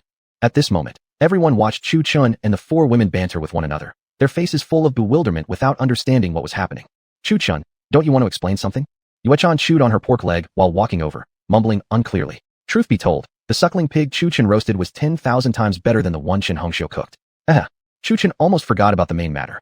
Then, everyone sat down to listen to Chu Chen's explanation. After hearing him, their previously confused minds gradually became clear. Now they understood the entire situation and what had happened. Yet, they were more surprised and concerned. So you mean, you fell off the cliff and then experienced some kind of spatial disruption, which is how you landed on me? At this point, Lan Nishang, who had been quiet all along, finally spoke up, her eyes filled with shock. Back then, when Chu Chun fell onto her, his entire body was covered in blood, but his chest bore no wound, only an indentation. At that time, Lan Nishang couldn't understand it, but now it made sense. Wait a second, Sister Nishang. You're saying when you found him, the wound on his chest had already healed. Only the indentation remained. Mu Hanbing was not only shocked, but astonished beyond comprehension. To survive such severe injuries and recover so quickly, even if just partially, it was unbelievable. And after losing his memory, he used true essence for the first time and instantly broke through to the golden core stage. In other words, Chu Chun hadn't been cultivating in secret. Nobody had even realized he was a cultivator. This was simply unfathomable. Such a feat might even surpass what immortals in the heavens could achieve. In essence, Chu Chun had saved himself and brought himself back from death. Chu Chun, be honest, have you been hiding something from us? Mu Hanbing looked directly at Chu Chun and asked. Chu Chun shook his head, indicating that even he himself didn't know. Not that he didn't want to say, he just knew nobody would believe it if he revealed he was the dragon god. Moreover, if they knew he was actually a dragon, would they still be here chatting with him casually? Upon hearing this, Mu Hanbing's eyes flickered with a strange expression. So Chu Chun truly didn't know his own identity. Forget all that. Even if he's a ghost, would you really cast him aside? At this moment, Humayr grabbed 2 wild rabbits, cleaned them, and handed them over to Chu Chun. True enough, Mu Hanbing didn't dwell on it and turned to Lan Nishang and Yue Chan, asking, Dear sisters, would you like to join our Qingyun sect? I appreciate your kind offer, but the Yulan Academy still needs someone to look after it. Yue Chan politely declined. Although she was indeed with Chu Chun, she couldn't abandon the Yulan Academy. It had been her dream for so many years, and how could she possibly walk away? Perhaps in the future, when it grows stronger, it could become another source of power for Chu Chun. I feel the same. I'm used to staying with my master, so I won't be joining the Qingyun sect. Lan Nishang said the same. The 4 women didn't say anything else, since everyone had their own aspirations. Once the Yulan Academy rises, it could indeed become another pillar of support for Chu Chun. Alright then, since both of you have made your choices, I won't insist. After saying that, Mu Hanbing stood up, pointed a finger at Yue Chan's forehead, and released a faint green light. Yue Chan instantly felt a cool sensation in her mind, as many new things appeared before her consciousness. After finishing with Yue Chan, Mu Hanbing walked over to Lan Nishang and extended her 2 fingers once more, pointing them gently at Lan Nishang's forehead. Since we're family now, consider these a little gift from me. Mu Hanbing smiled softly. Wouldn't that violate the sect's rules? Yue Chan probed the martial techniques now embedded in her mind, and couldn't help but be shocked. Don't worry, I'm the one who calls the shots in Qingyun sect. If anyone dares to bully you, just mention the Qingyun sect's name. Humayr spoke cheerfully, clearly delighted from being out and about. That's right. If those people refuse to back down, just send us a sound transmission. Although Chu Lingyue felt a little regret that Yue Chan and Lan Nishang wouldn't be joining Qingyun sect, she didn't urge them further. After all, everyone treads their own path, and one person's journey doesn't necessarily suit another. Hearing these words, both Yue Chan and Lan Nishang felt a warmth in their hearts. Even though they had only just met, these women still treated them as part of the family. Chapter 378. The saintly son has been killed. Sisters, are you in a hurry to leave? Why don't you come to my Qingzhou garden for a visit? Lan Nisha asked with a smile. Yu Chan couldn't help but roll her eyes at her and tapped her forehead, saying, What do you mean my Qingzhou garden? It's mine, you know. The 4 elder girls couldn't help laughing at the pair, realizing that these 2 younger sisters must have also been influenced by Chu Chun. Meanwhile, Chu Chun was already treated like an invisible man as he squatted there cooking the barbecue, though no one even gave him a sympathetic glance. As for Lin Yang, no one knew where he had run off to, but Chu Chun and the others didn't bother chasing after him. After all, other than his provocations, he hadn't actually done anything truly heinous. Even if they wanted to kill him, there was no justification, and doing so might only bring trouble to Yulan Academy. They knew releasing a tiger back to the mountains might leave future troubles, but Mu Hanbing had already given each of Lan Nisha and Yu Chan a cultivation technique. Once they also ascended the path of immortality, even if Lin Yang returned, he wouldn't cause much trouble. Besides, with Qingyun's sect standing behind them, who would dare make trouble? That's fine. I don't have anything urgent anyway. We can stay and play for a few months. Mu Hanbing thought for a while, then said faintly, If so, Hanbing, why don't you take them to play in the mortal realm for a bit? I still have something important to attend to. Chu Chun, still grilling meat, said solemnly, his eyes flashing something unusual. It was time he fulfilled his purpose of entering the Qingyun sect all those years ago. Also, he had yet to start looking for the ingredients to help Kair reforge her physical body. Now that he had reached the golden core stage, even if not encountering a void transformation expert, 10 opponents wouldn't be a problem. Moreover, all the techniques he had cultivated so far were a bit too mixed up. Over the years, he hadn't had much opportunity to fight. Previously, wandering alone with nothing to worry about, he had taken his freedom for granted. But now, he realized that if anything major happened, he couldn't possibly rely forever on hiding behind women. Besides, he still had to find his parents. His entire family possessed strength like Kair's. If he didn't grow stronger, how could he return home and take revenge for his parents? The women all looked at Chu Chun in surprise. Looking into his eyes, Humayr asked, Then where are you going? Seeking Tao, to carve out my own path. And, incidentally, look for news about my parents. Chu Chun said calmly while flipping the piglet. Then I'm going with you too. Humayr immediately exclaimed with joy. Do you know where your parents are? Mu Hanbing asked in some confusion. I don't, but I can look. even if it takes searching the entire world. Chuchen replied with a convenient excuse. And if you can't find them? Muhanbing asked again. Then I will grow stronger and keep searching until I become a god. The moment those words came out, everyone's expressions changed drastically. Become a god. Such absurd yet audacious words. No one has seen gods, nor does anyone know whether they even exist. And yet this kid dared to speak of it. A god? Do you even know there are gods in this world? Ji Yufei looked at her future husband in disbelief. Chuchen shook his head slightly. I don't know, but nothing is absolutely impossible. Muhanbing glanced at Chu Chun, narrowing her eyes afterward. His expression was too calm. He must be hiding something. Then when will you return? Muhanbing looked at him and asked. I don't know. Perhaps in 2 or 3 years. I need to forge my own path. I am a man. No longer will you protect me. Now it's my turn to protect all of you. Smiling gently, Chu Chun added. Once I find my parents, I'll hold a grand wedding ceremony for you all. He said it with unwavering determination. Though they loved him, he needed to give them the proper respect they deserved. A woman's marriage is a major life event and must never be careless. This point was very important to Chu Chun. Upon hearing these words, even Ji Yufei and the other women who were involved with him stared with widened eyes. Ji Yufei also froze. This sentence proved that he accepted her. At these words, tears of excitement welled up in her eyes. Hey, why are you crying now? Not wanting to dwell on the heavy atmosphere, Chu Chun joked while looking at Ji Yufei. Ji Yufei, however, suddenly hugged him and whispered, Thank you. Oh, come on. All right. I'm not going to my death. Why such emotion? If you don't eat, this little girl Lan Nisha is finishing it all up. As everyone lingered in this emotional moment, Lan Nisha, lured by the aromatic smell of the grilled pork, couldn't resist grabbing a piece and began eating, her heart light with joy. Heck, little sister, leave some for me. And with that, the group erupted into another round of jostling for food. Undeniably, although Chu Chin's cultivation abilities weren't outstanding, his cooking was absolutely amazing. He was indeed a master of household delicacies. Since a single fire pit couldn't accommodate so many people, and Chun Hongxiu had no intention of tagging along to eat this couple's food, she and Qin Ruoxue, along with the other disciples, set up their own separate fire pit. The food coming out of Chun Hongxiu's fire pit was truly nothing to write home about. It turned out just as bad as Lan Nisha's. So, they could only watch helplessly as Chu Chin's group devoured their food with great delight. At first, they considered sneaking over for a bite, but the 6 girls had such fierce appetites that everything had already been snatched clean. Even the cook could only get the leftovers. Chu Chin glanced at the women and suddenly made a big decision. He said, I think from now on we should find a secluded paradise, Yeli Chenshi, and build a bigger house with a big iron bed. At his words, the women all blushed immediately, their legs feeling weak beneath them. Ji Yufei wore a puzzled expression. Was it really that amazing? Morning. Everyone sprawled on the ground, sleeping right where they'd collapsed, and last night had offered no particularly special entertainment. Waking up, Chu Chin saw a group of women lying atop him and couldn't help but sigh. Gently stroking Muhanbing's hair, he revealed a warm smile. 2 years ago, his master had still been a cold-hearted ice queen, but now she had become a clingy little enchantress. Chu Chin glanced toward the horizon. The sun still rose in the east, casting golden morning light upon the earth. It's time to leave, before too many troubles arise during the long night. Chu Chin murmured softly. Thinking about it now, he still had much to do. Avenge his grandfather's death, unlock the seal on Xiaobai, who remained sealed away, help Kair awaken, and also settle his father's revenge. 7 dragons had once escorted him back then, and now, there were still 5 he had yet to find. Oh well, I'll take it step by step. Chu Chin stood up from among the pile of women, stretched lazily, then unsheathed the Dragon Emperor sword from behind him. Riding his flying sword, he flew eastward. Within the Scarlet Flame sect, inside the main hall. Master, something terrible has happened. A young attendant rushed into the glowing red hall. Inside, a middle-aged man in a red robe sat cross-legged in cultivation. His entire skin was bright red, and the entire hall radiated heat like an oven. Why the panic? The man in red slowly opened his eyes. The fiery red hue across his skin faded, and the intense heat inside the hall dissipated accordingly. Zhongzhu, something terrible has happened. Shengzi's talisman of life? It's shattered. The servant trembled as he spoke, streams of cold sweat running down his back, his legs shaking uncontrollably. What did you say? Upon hearing those words, the man in the red robe's pupils immediately constricted, and a scorching pressure bore down on the servant. The servant was so frightened, he could barely speak. He stammered, This morning, when I went to clean the spirit tower, I saw the talismans of life of Shengzi, Elder Qingzhu, and Elder Hongzhu. They've all shattered. As soon as he finished speaking, the servant collapsed to his knees, unable to withstand the man in red's terrifying pressure. Lin Zhao's brows furrowed tightly, the veins on his forehead and arms bulging. Damn it, where are the 5 shadow guards? Lin Zhao roared furiously. A moment later, 5 black shadows swiftly appeared.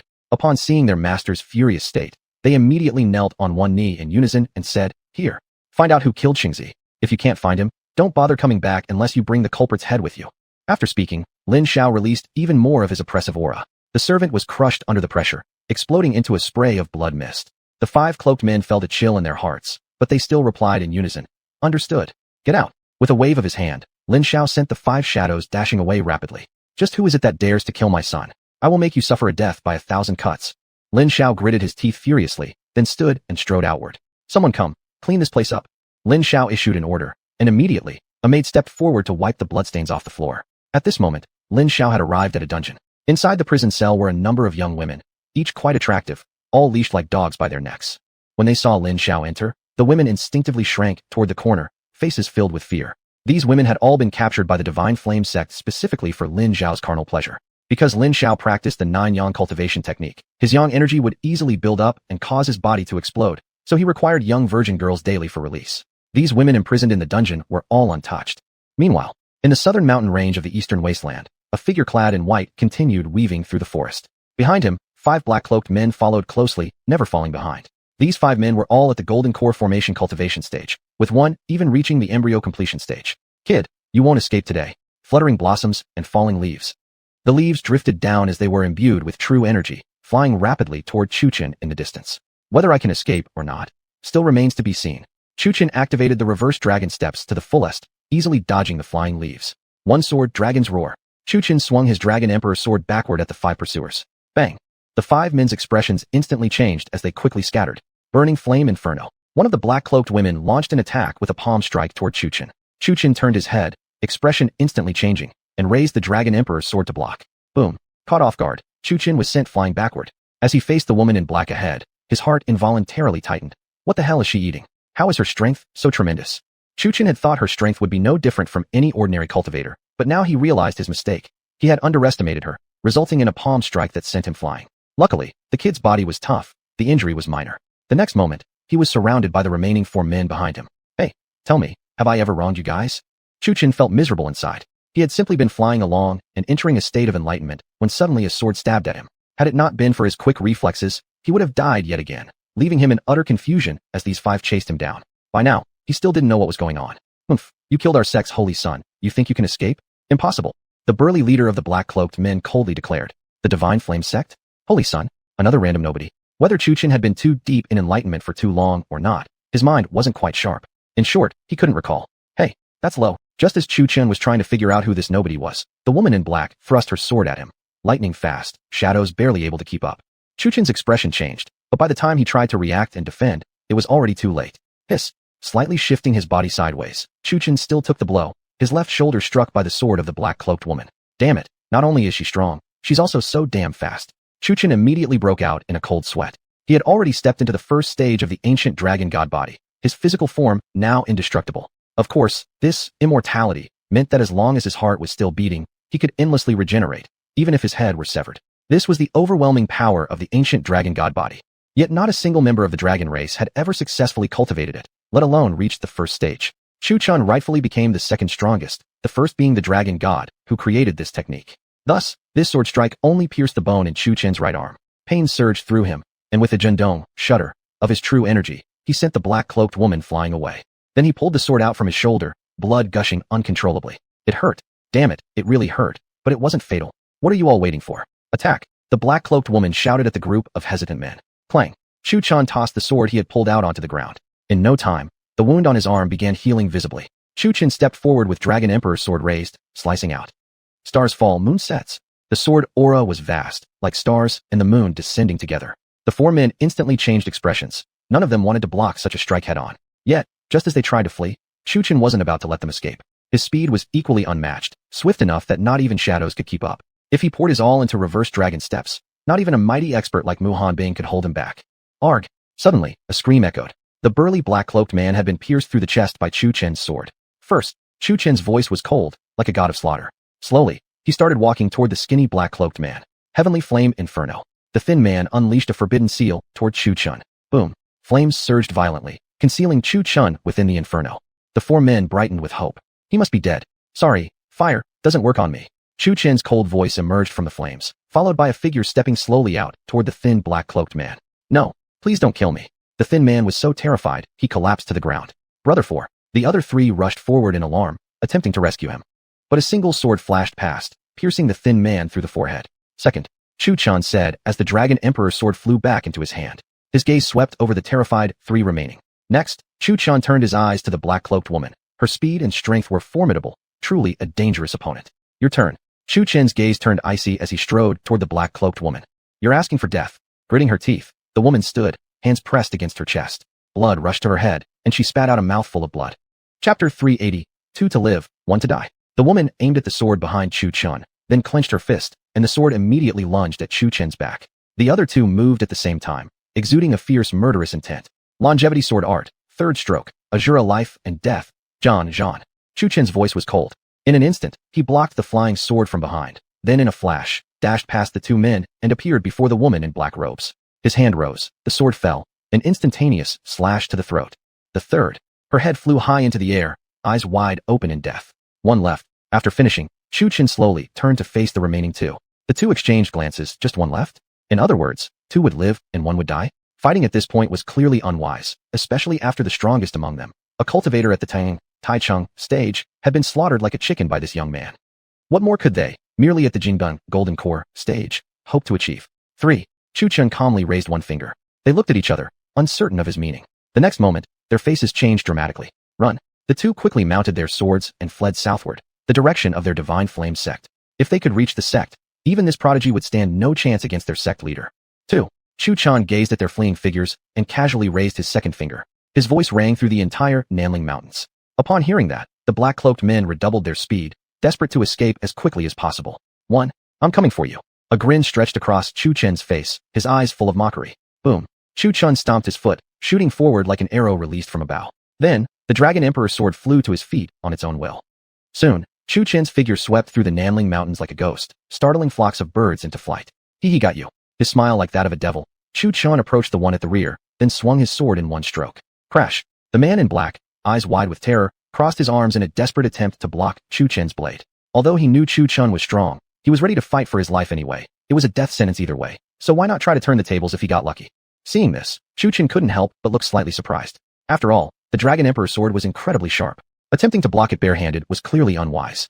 Yet strangely, the man's arms weren't severed, nor was there even a drop of blood. Oh, interesting. Chu Chen sneered, retreating half a step and slashing again. Clang. The black-cloaked man raised his arms again to block. Instantly, sword energy tore his upper garments to shreds, revealing a radiant white glow beneath. It turned out there was a pair of gauntlets on the man's hands. Oh, so you do have a treasure. Seeing this, Chu Chen's interest surged. Boom. 10 directions flame fist. The man in black sent Chu Chen flying, then immediately followed up with a punch, the fist wreathed in scorching flames. Flame fist. Interesting.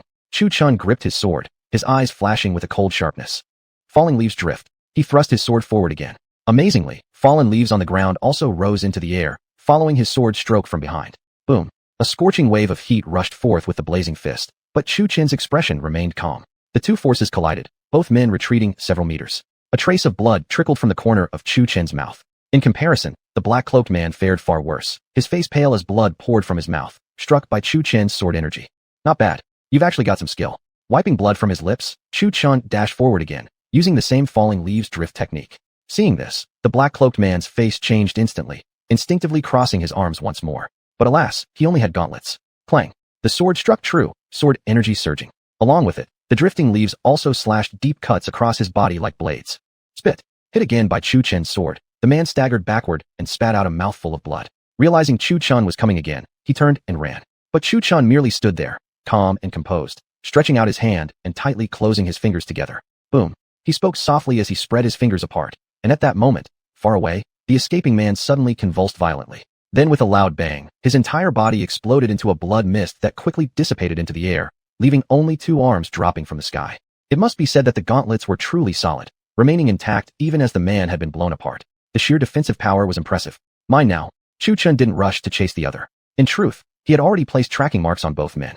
No matter who ran faster, one would always be caught. His tracking ability stemmed from a Dragon Clan mark. Unless one reached the Soul Ascension stage, cultivators below that wouldn't just be unable to remove it. They wouldn't even notice its presence. Chu Chen had another reason for not rushing to chase them. He would wait until they returned to report, then sneak into the enemy's headquarters. I didn't offend you, yet you came to kill me. Don't blame me for being ruthless. After all, my woman is still at Yulan Academy. Chu Chen gazed toward the direction the black-cloaked man had fled, eyes narrowing slightly with a cold gleam in his gaze. He had already decided to let the Divine Flame sect come to him. In the end, he chose the sword path, clutching his sword to protect, yet also to slaughter. Divine Flame sect. In other words, the 5 of you went together, and only you returned. Inside the Grand Hall, Lin Zhao's eyes slightly narrowed as he calmly looked at the black-cloaked man kneeling before him. Why yes, The man's speech stuttered, his entire body shaking uncontrollably. The more indifferent the sect leader appeared, the more terrified he felt. Then where are they now? Lin Xiao spoke, then placed a black stone on the go board. Pata. The sound of the stone echoed throughout the entire hall. The black-cloaked man trembled as he whispered. They were killed. By the end, his voice was barely audible, like the buzz of a mosquito. Worthless. Pung. Lin Xiao slammed a white stone onto the board, shattering the piece and then the entire board. Immediately after, a violent surge of killing intent burst from his body, making the entire hall searingly hot, as if they had entered a scorching oven. 4 golden core cultivators and 1 Tai Chung cultivator couldn't even take down a golden core disciple? You call yourself assassins? Lin Zhao's furious roar left the black-cloaked man on his knees, trembling uncontrollably. After clenching his teeth, Lin Xiao said, Fine, I'll give you one more chance. Left and right guardians, step forward. At your command. The moment Lin Xiao spoke, the space behind him twisted. 2 figures emerged. One was an elderly man, and the other a white-haired elder. They bowed respectfully. Follow this fool, and capture the one who killed my sect's holy son. I want him to suffer a fate worse than death. If you can't capture him, then kill him. As Lin Xiao spoke, an icy killing intent filled the air. The black-cloaked man in front of him shivered, feeling as though a bone-piercing chill had crept over him. Chapter 381, The Way of the Sword. In the Nanling Mountains, a man was fighting fierce Yao's deep in the forest. Not once did he throw a punch. He beheaded them all with a single sword strike. Chu Chun was integrating the Dao mid-battle, merging everything he had learned into his sword techniques, including the 5 elements and Kan. At the same time, he was also comprehending the 4th form of the eternal sword art. Long Kaier had passed on the Dragon Clan's secret techniques and the eternal sword art to him before falling into slumber. Although she had sealed Xiaobai with soul force, she held on until the moment Chu Chun met the Black Dragon. Only after Chu Chun learned the truth about his origins did she finally enter deep cultivation and rest. That was why no one was there to save him when he was pierced through by a single palm strike. Time passed swiftly. 3 days had passed in the blink of an eye. By day, Chu Chun killed Yao's with his sword, while at night he sat in meditation, refining his Dao. He also found time to track the movements of the mysterious man in black. In these 3 days, the cloaked figure had been making his way toward him non-stop and was already halfway there. This relieved Chu Chun to an extent. At least they hadn't gone after the Yulan Academy. Though now it might not be too late. He wondered whether Han Bing and the others had already left. Moonlight poured diagonally into a cave, where a one-eyed gray bear bared its fangs at Chu Chun inside. Earlier that day, when the bear had attacked him, Chu Chun had sliced it across the face, leaving one eye permanently blinded. Fortunately for the bear, it had managed to escape before Chu Chun could finish it off. Now, under the cover of night, it had returned seeking revenge. Eyes locked on Chu Chun inside the cave, the beast slowly crept forward, silent and cautious. Inside, Chu Chun seemed completely unaware of the intruder's approach, still deep in cultivation, his breathing steady and calm. But the moment the bear closed to within 10 feet, Chu Chun's eyes flew open, a sword beam flashing from his gaze. Arg! The bear let out a painful cry before collapsing into a pool of blood. It died with eyes still wide open. A faint cold chuckle escaped Chu Chun's lips. Not bad. Dinner had come right to him in the dead of night. One strike, withered vine. He slashed his sword downward toward the ground. A green sword chi struck the earth and instantly transformed into lush vines. But within moments, the vines withered quickly into a pile of brittle, dead twigs. Blazing cut, Chu Chun lifted his sword again and slashed toward the dried vines. A flaming arc sliced downward, igniting the old vines in a sudden burst of fire. Chu Chun had now fully merged the 5 elements and the Dragon Clan's control over natural forces into his sword Dao. As the dragon god, and having cultivated the ancient dragon body, worldly elemental forces no longer affected him. Be it metal, wood, water, fire, or earth, or wind, rain, thunder, and lightning, none could harm him. This was the might of the ancient dragon body. Normally, every dragon of the Dragon Clan was supposed to master one natural force, but Chu Chun was different. As the dragon god, he controlled all natural forces of the world. Before long, the crackling sound of roasting meat echoed inside the cave, illuminating Chu Chun's face with flickering flames. He was leisurely enjoying roasted bear paw, clearly in high spirits. However, this act of his had drawn attention from many Yao's deep within the Nanling Mountains. After all, it was the law of the wild, survival of the fittest. Not all Yao's were carnivorous, but the majority were. Soon enough, dark figures darted through the forest. Bushes rustled. A storm was coming. Meanwhile, at the northernmost tip of the Nanling Mountains, 3 figures raced southward, heading straight for Chu Chun. Oh, guests have arrived. Chu Chun bit into the roasted bear paw. Delicious, though the meat was a bit tough and hard to chew. Sensing the growing number of presences approaching from outside the cave, there were over 50 in total. Though not all were Yao's, some were just ordinary beasts of the forest, nothing to worry about. Quite a number indeed. Pity, I don't have enough bear meat to share. Wiping the oil off his hand onto the cave wall, Chu Chun slowly rose to his feet. Truly, his aura of arrogance had reached unprecedented heights. If life wasn't about showing off, what was the point? Unfortunately, there was no one here to witness his swagger. His image was entirely of his own imagination. Flames, burn everything. With one slash of his sword out of the cave, Chio, a blazing red phoenix burst forth in a wave of scorching heat, sending the Yalsho's and wild beasts fleeing. Then, the phoenix soared into the heavens, piercing the clouds, before vanishing into the sky. Not bad. Chu Chen nodded in satisfaction. Looking at the blackened corpses of the Yalsho's outside, he casually sat back down and continued feasting on his bear meat. Pity though, the real guests aren't you lot. With a calm murmur, Chu Chen turned his gaze outside the cave, toward the moonlit plains that stretched endlessly. Meanwhile, the trio speeding southward through the Nanling Mountains saw the rising phoenix and immediately grew tense. There it is. The three of them instantly quickened their pace. What strong sword chi. Pity though, it lacks the essence of intent. Still lacking a bit. At the same time, in another cave deep within the Nanling Mountains, a white-robed man sat in meditation. His appearance was no less striking than Chu Chen's, but his expression was filled with icy coldness and ruthlessness. When the white-robed man saw Chu Chen's sword chi piercing the sky, he gripped the sword at his waist. In an instant, he vanished from the cave. To the south, Chu Chen had devoured the entire bear. Truth be told, his appetite was truly enormous. He didn't even fear being overfed. Yo, guests have arrived, 3 of them? Not bad. Chu Chen narrowed his eyes slightly, then stretched lazily. Full belly, time to stretch my muscles. Otherwise, if I gain weight, those girls won't let me into bed. Boy, surrender your life. At that moment, a distant, aged voice roared. Before the figure arrived, a fireball flew into the cave. My, quite the temper. Boom. The cave exploded from the impact, and Chu Chen leaped out through the flames. Naturally, he was completely immune to fire. This tiny blaze couldn't even set his clothes alight. Of course, what was merely a flicker to him illuminated a vast section of the night sky. Whoosh. As Chu Chen was showboating, a chain of flames descended from the sky, aiming directly to bind him. Chu Chen's eyes narrowed slightly, and with a flick of his hand, he slashed his sword. Dragon's roar, just. Bang. Before the fiery chains could wrap around him, they were cleanly severed by a single sword strike. Good boy, take this palm strike. From behind, another aged voice shouted as a flaming palm strike rushed toward him. Chu Chen was startled, immediately activating the reverse dragon step, dodging the massive flaming palm midair. In a flash, he reappeared behind the old man. Didn't anyone tell you not to announce your attacks so loudly when sneaking up on someone? Chu Chen's tone was extremely grim as he mercilessly swung his sword at the old man without hesitation. The old man's face paled. What speed was this? However, when he finally realized, it was already too late. The sword slashed down and cleaved the entire body in half. As the corpse fell, it immediately transformed into a burst of flames, dispersing into nothingness. Chu Chen raised his eyebrows slightly upon witnessing this. He abruptly turned around, facing incoming fire chains flying straight toward him. Chu Chen reacted half a beat late. He couldn't dodge anymore, so he simply slashed them apart. One strike, Dragon's Roar. Chapter 382. If the roots are not removed, the spring breeze brings them back to life. A single sword strike sent forth a black dragon ascending into the sky. This was the corrosive power of the black dragon, enhanced by the 5 elements, the 8 trigrams, and the immortal cultivation technique of the Tiandi. Instantly, the chains of fire were swallowed by the black dragon in one bite. Chu Chen seized the chance to retreat. Wanna run? Just as Chu Chen pulled back, a black-robed figure blocked his path.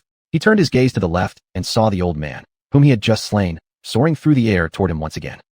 What a generous welcome. A golden core, 2 Taiching stage cultivators. Quite a grand lineup. As he said this, Chu Chen's expression suddenly changed, and the corner of his mouth slightly lifted. But unfortunately, fallen leaves decay.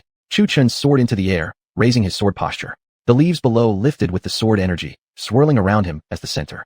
Together with Chu Chen, they formed a circle of encircling foliage. Among the many golden, withered leaves, each had been imbued with natural energy. Wood, fire, earth, metal, water, wind, lightning, and snow, all gathered here. At the same time, the white-robed man below arrived and, seeing the swirling leaves forming a cocoon around Chu Chen, narrowed his eyes before shaking his head.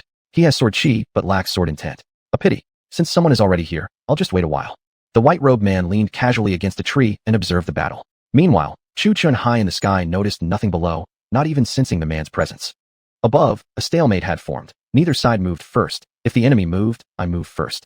Suddenly, Chu Chen turned swiftly and thrust his sword at the black-clad man behind him, a strike faster than the wind. By the time Lao Shu and the old man realized what was happening, the black-robed man's head had already been sent flying. Useless trash. Tisk, just deadweight. Dead is dead. He was only here as our guide anyway. Lao Shu and the old man showed no sorrow upon witnessing the death of the black-clothed man, only a glint of icy coldness flashing in their eyes. Flame lance. Fire toxin needle. Just as Chu Chen had taken down the dark-clad enemy, the old man hurled a spear of solid flame at Chu Chen, while Lao Shu took several silver needles infused with fire and shot them at him. Arg. Caught off guard, Chu Chen took a direct hit, letting out a pained scream. Tisk, poor acting. The white-robed man under the tree gave a dismissive shake of his head. Lao Shu and the old man exchanged a glance, and, seeing their attack connect, burst through the void like arrows. Die. The old man condensed fire into a palm strike aimed directly at Chu Chen's chest, while Lao Shu now held a fiery blade that shimmered in his hands. Bang, bang. As they closed in, their expressions abruptly changed. Hee, the fish has taken the bait. Chu Chen slightly curled his lips, then reached out and caught Lao Shu's blade with his hand, seizing her wrist. Heavenly waters, severing cut. Zheng. A light blue arc of sword chi shot forth. Pooh. A trail of blood splattered against the mountain cliff. Lao Shu's arm had been severed clean off, and blood gushed from her wounds in torrents. Since you fight with fire, surely you won't mind if I use water to suppress it? You. The old man stared at the unharmed white-robed figure in shock. Old woman. Seeing his partner so gravely injured, the old man's expression turned grim. You die too. Before he could react, a fierce roar echoed from behind. Zheng. Turning around, he barely saw a pale blue sword chi flash. Bang. Pooh. The old man crashed heavily into the cliffside. If not for his protective aura, Chu Chen's sword would have sliced both of them cleanly in half. Old man. Lao Shu gazed helplessly as her companion also stuck to the mountainside, wanting to save him but unable to move with her bones shattered. The old man met his wife's despairing eyes. Though several ribs had cracked, he could still move. With great effort, he peeled himself from the rock face, rising into the air to face Chu Chen, who now advanced with his sword in hand, his eyes piercing and sharp. He knew this young man before him was too strong. Even though they surpassed Chu Chen by a full cultivation stage, they still could not match him. Just like martial artists, a cultivator's cultivation level didn't guarantee victory. Though Chu Chen was at the Golden Core stage, his strength rivaled those at the Taiching stage, and even showed signs of reaching the nascent soul realm. Previously, they had underestimated the power of the white-robed man. Thinking they were assured of victory, they hadn't expected the battle to end this way. Slowly stepping forward, the old man reached out and pulled Lao Shu from the wall, his expression heavy as he spoke. Old woman, I'll cover your retreat. Find a good place to heal your wounds. Don't return to the flame sect. Live, and don't seek revenge. He's stronger than you. Old man. Lao Shu looked upon the aging man before her, tears welling in her eyes. The next moment, her body suddenly felt weightless as the old man pushed her away. Go. Slowly turning around, the old man released his full aura. Originally at the 5th stage of Keichun, he now faintly reached the nascent soul realm. His previously white hair gradually turned black, and his hunched figure grew stronger. Today, we underestimated your strength. Although I know I cannot defeat you, please let my wife retreat. I promise she will pose no threat to you. As he spoke, the old man's eyes blazed, his momentum rising rapidly. Chu Chen narrowed his eyes. It was you who chased me to begin with, yet somehow it feels like I've become the villain. Enough talk, fight. The old man roared, his fists wrapped in flames. Ah, forget it, in this. Chu Chen let out a helpless sigh, feeling indignant in his heart. It was him being chased, yet now he seemed to be the guilty one. Bang. The old man's fist arrived, but Chu Chen chose not to dodge. First, he was immune to fire. Second, his body was tough and thick. Such attacks were like nothing to him. Third, there was no third. What a joke, Dai. Autumn water. Chu Chen said impatiently. Zheng. The Dragon Emperor's sword slashed once more, while the old man's fist struck Chu Chen's chest. However, Chu Chen was completely unharmed. Seeing this, the old man's expression changed. He barely started to retreat when, unfortunately, it was already too late. Pooh. Blood splattered. Without mercy, Chu Chen swung his sword. In an instant, the old man was cleaved in two. Even in death, he could not close his eyes. He didn't understand why. Why his attacks had no effect at all. He had burned his lifespan, his cultivation realm approaching the nascent soul stage, yet he was cut down with a single sword strike. Not only he, but the entire flame sect had gravely underestimated Chu Chen's power. The flame sect was in grave danger. Old man. Below, Lao Shu watched with wide, horrified eyes as Chu Chen sliced the old man clean in half, watching his body fall from the sky. Above the void, Chu Chen glanced at Lao Shu on the ground. He indeed respected the old man's love. But, if weeds aren't pulled out by the roots, they will sprout again when the spring wind blows. There were many things in this world Chu Chen didn't want to do, but he had no choice. Though the dying old man had said Lao Shu wouldn't threaten him, who could guarantee she wouldn't endanger his wife and children in the future? My apologies. With calm words, Chu Chen raised his sword and slashed toward Lao Shu. Bang! The sword energy tore through the forest.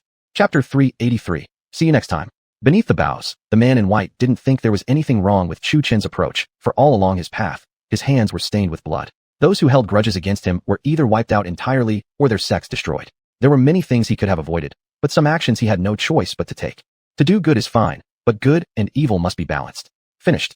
Time to wrap things up. Chu Chen shook the blood from his sword, preparing to let his guard down. Wait, something's off. Chu Chen suddenly felt an aura from beneath the tree and his expression sharpened. You've hidden long enough. Why don't you come out? Clang. The Dragon Emperor's sword was drawn, and he slashed it down at the man in white beneath the tree. Clang. Bang. Seeing this, the man in white also unsheathed his sword, successfully blocking Chu Chen's blade. A slight smirk appeared at the corner of the man's lips. Not bad, but unfortunately, while your sword force is strong, there's no true sword intent behind it. At this, the man's eyes darkened, and he continued solemnly. Watch yourself. Then, his legs slightly bent, before he shot forth like an arrow. Upon seeing this, Chu Chen's expression changed instantly, and he brought his sword up to block. Bang! In an instant, sparks flew as their swords collided. Boom! Then, a powerful sword aura radiated out from the two men at the center. In no time, the surrounding trees shattered, and mountains and rivers crumbled into oblivion. Bang! A powerful gust of sword wind exploded from their bodies, after which the two flew backward simultaneously. Blood appeared at the corner of the man in white's mouth. As for Chu Chun, his situation was far worse. The white robe that adorned the mountain was now in tatters, and even his proud physical body bore sword marks. Blood also trickled from the corner of his mouth. Chu Chun gazed coldly at the man in white standing in the distance, his heart thunderstruck, so strong. Chu Chun had sensed neither spiritual energy nor martial power from this man, but the sword aura surrounding him was intimidating. This man was a pure swordsman. However, Chu Chun could feel that the man harbored no hostility toward him, only a fierce desire to battle. I am Chu Chun. May I ask your name? Chu Chun raised his hands in greeting. No rush. Finish the fight first. If I'm impressed, perhaps we can be friends. The man wiped blood from the corner of his mouth and retook a battle stance. Chu Chun was momentarily stunned, then slightly lifted the corner of his lips. A worthy opponent like this was rare. Why not test his true strength after all these years? All right, without delay, Chu Chun concentrated, activating his reverse dragon step, instantly closing the distance. Not bad speed. However, when it comes to swords, you're still lacking. A smirk rose at the corner of the man's lips as he swung his sword again. Merciless. Then, a chilling sword aura slashed forward. Dragon's roar. Seeing this, Chu Chun wasn't at all frightened as he also swung his sword. Roar. A mighty dragon roar echoed through the heavens as the golden dragon opened its mouth wide and bit at the icy sword aura. Bang. However, the sword aura directly sliced the golden dragon into pieces, quickly flying toward the Chu Chun behind it. Chu Chun's face paled at this sight. This person, how powerful. It wasn't cultivation level, but the path of the sword itself. With the sword aura upon him, Chu Chun didn't dodge, but blocked with his sword in front of his chest. Bang. Then, another figure flew back once more. Chu Chun struggled to steady himself, but alas, the man in white took the opportunity to attack. Bang. Instantly, sword energies flew in all directions within the forest. That once lush grove was utterly reduced to a desolate scene after their fierce duel. It was unclear exactly how long this battle lasted. Throughout, Chu Chun was overwhelmed by the man in white. Though Chu Chun did counterattack, he remained clearly weaker in sword techniques. He had thought reaching the golden core formation meant immense strength, yet there was truly no end to the sky, and beyond people, there were always stronger people. He had just stepped out into the world and encountered such a monster. Stop! Chu Chun was once again flung away by the man in white, crashing through a cliffside. What remained of his once pristine white robes now only clung to his waist. Unfortunately, the attacks from the man in white were simply too fierce. Sword energies flew in all directions, gradually slicing away at Chu Chun's skin and completely shredding his clothing. True, he had the ancient dragon god body, but even that had its limits. He feared if they continued fighting, even that precious part might not remain intact. Gracious defeat.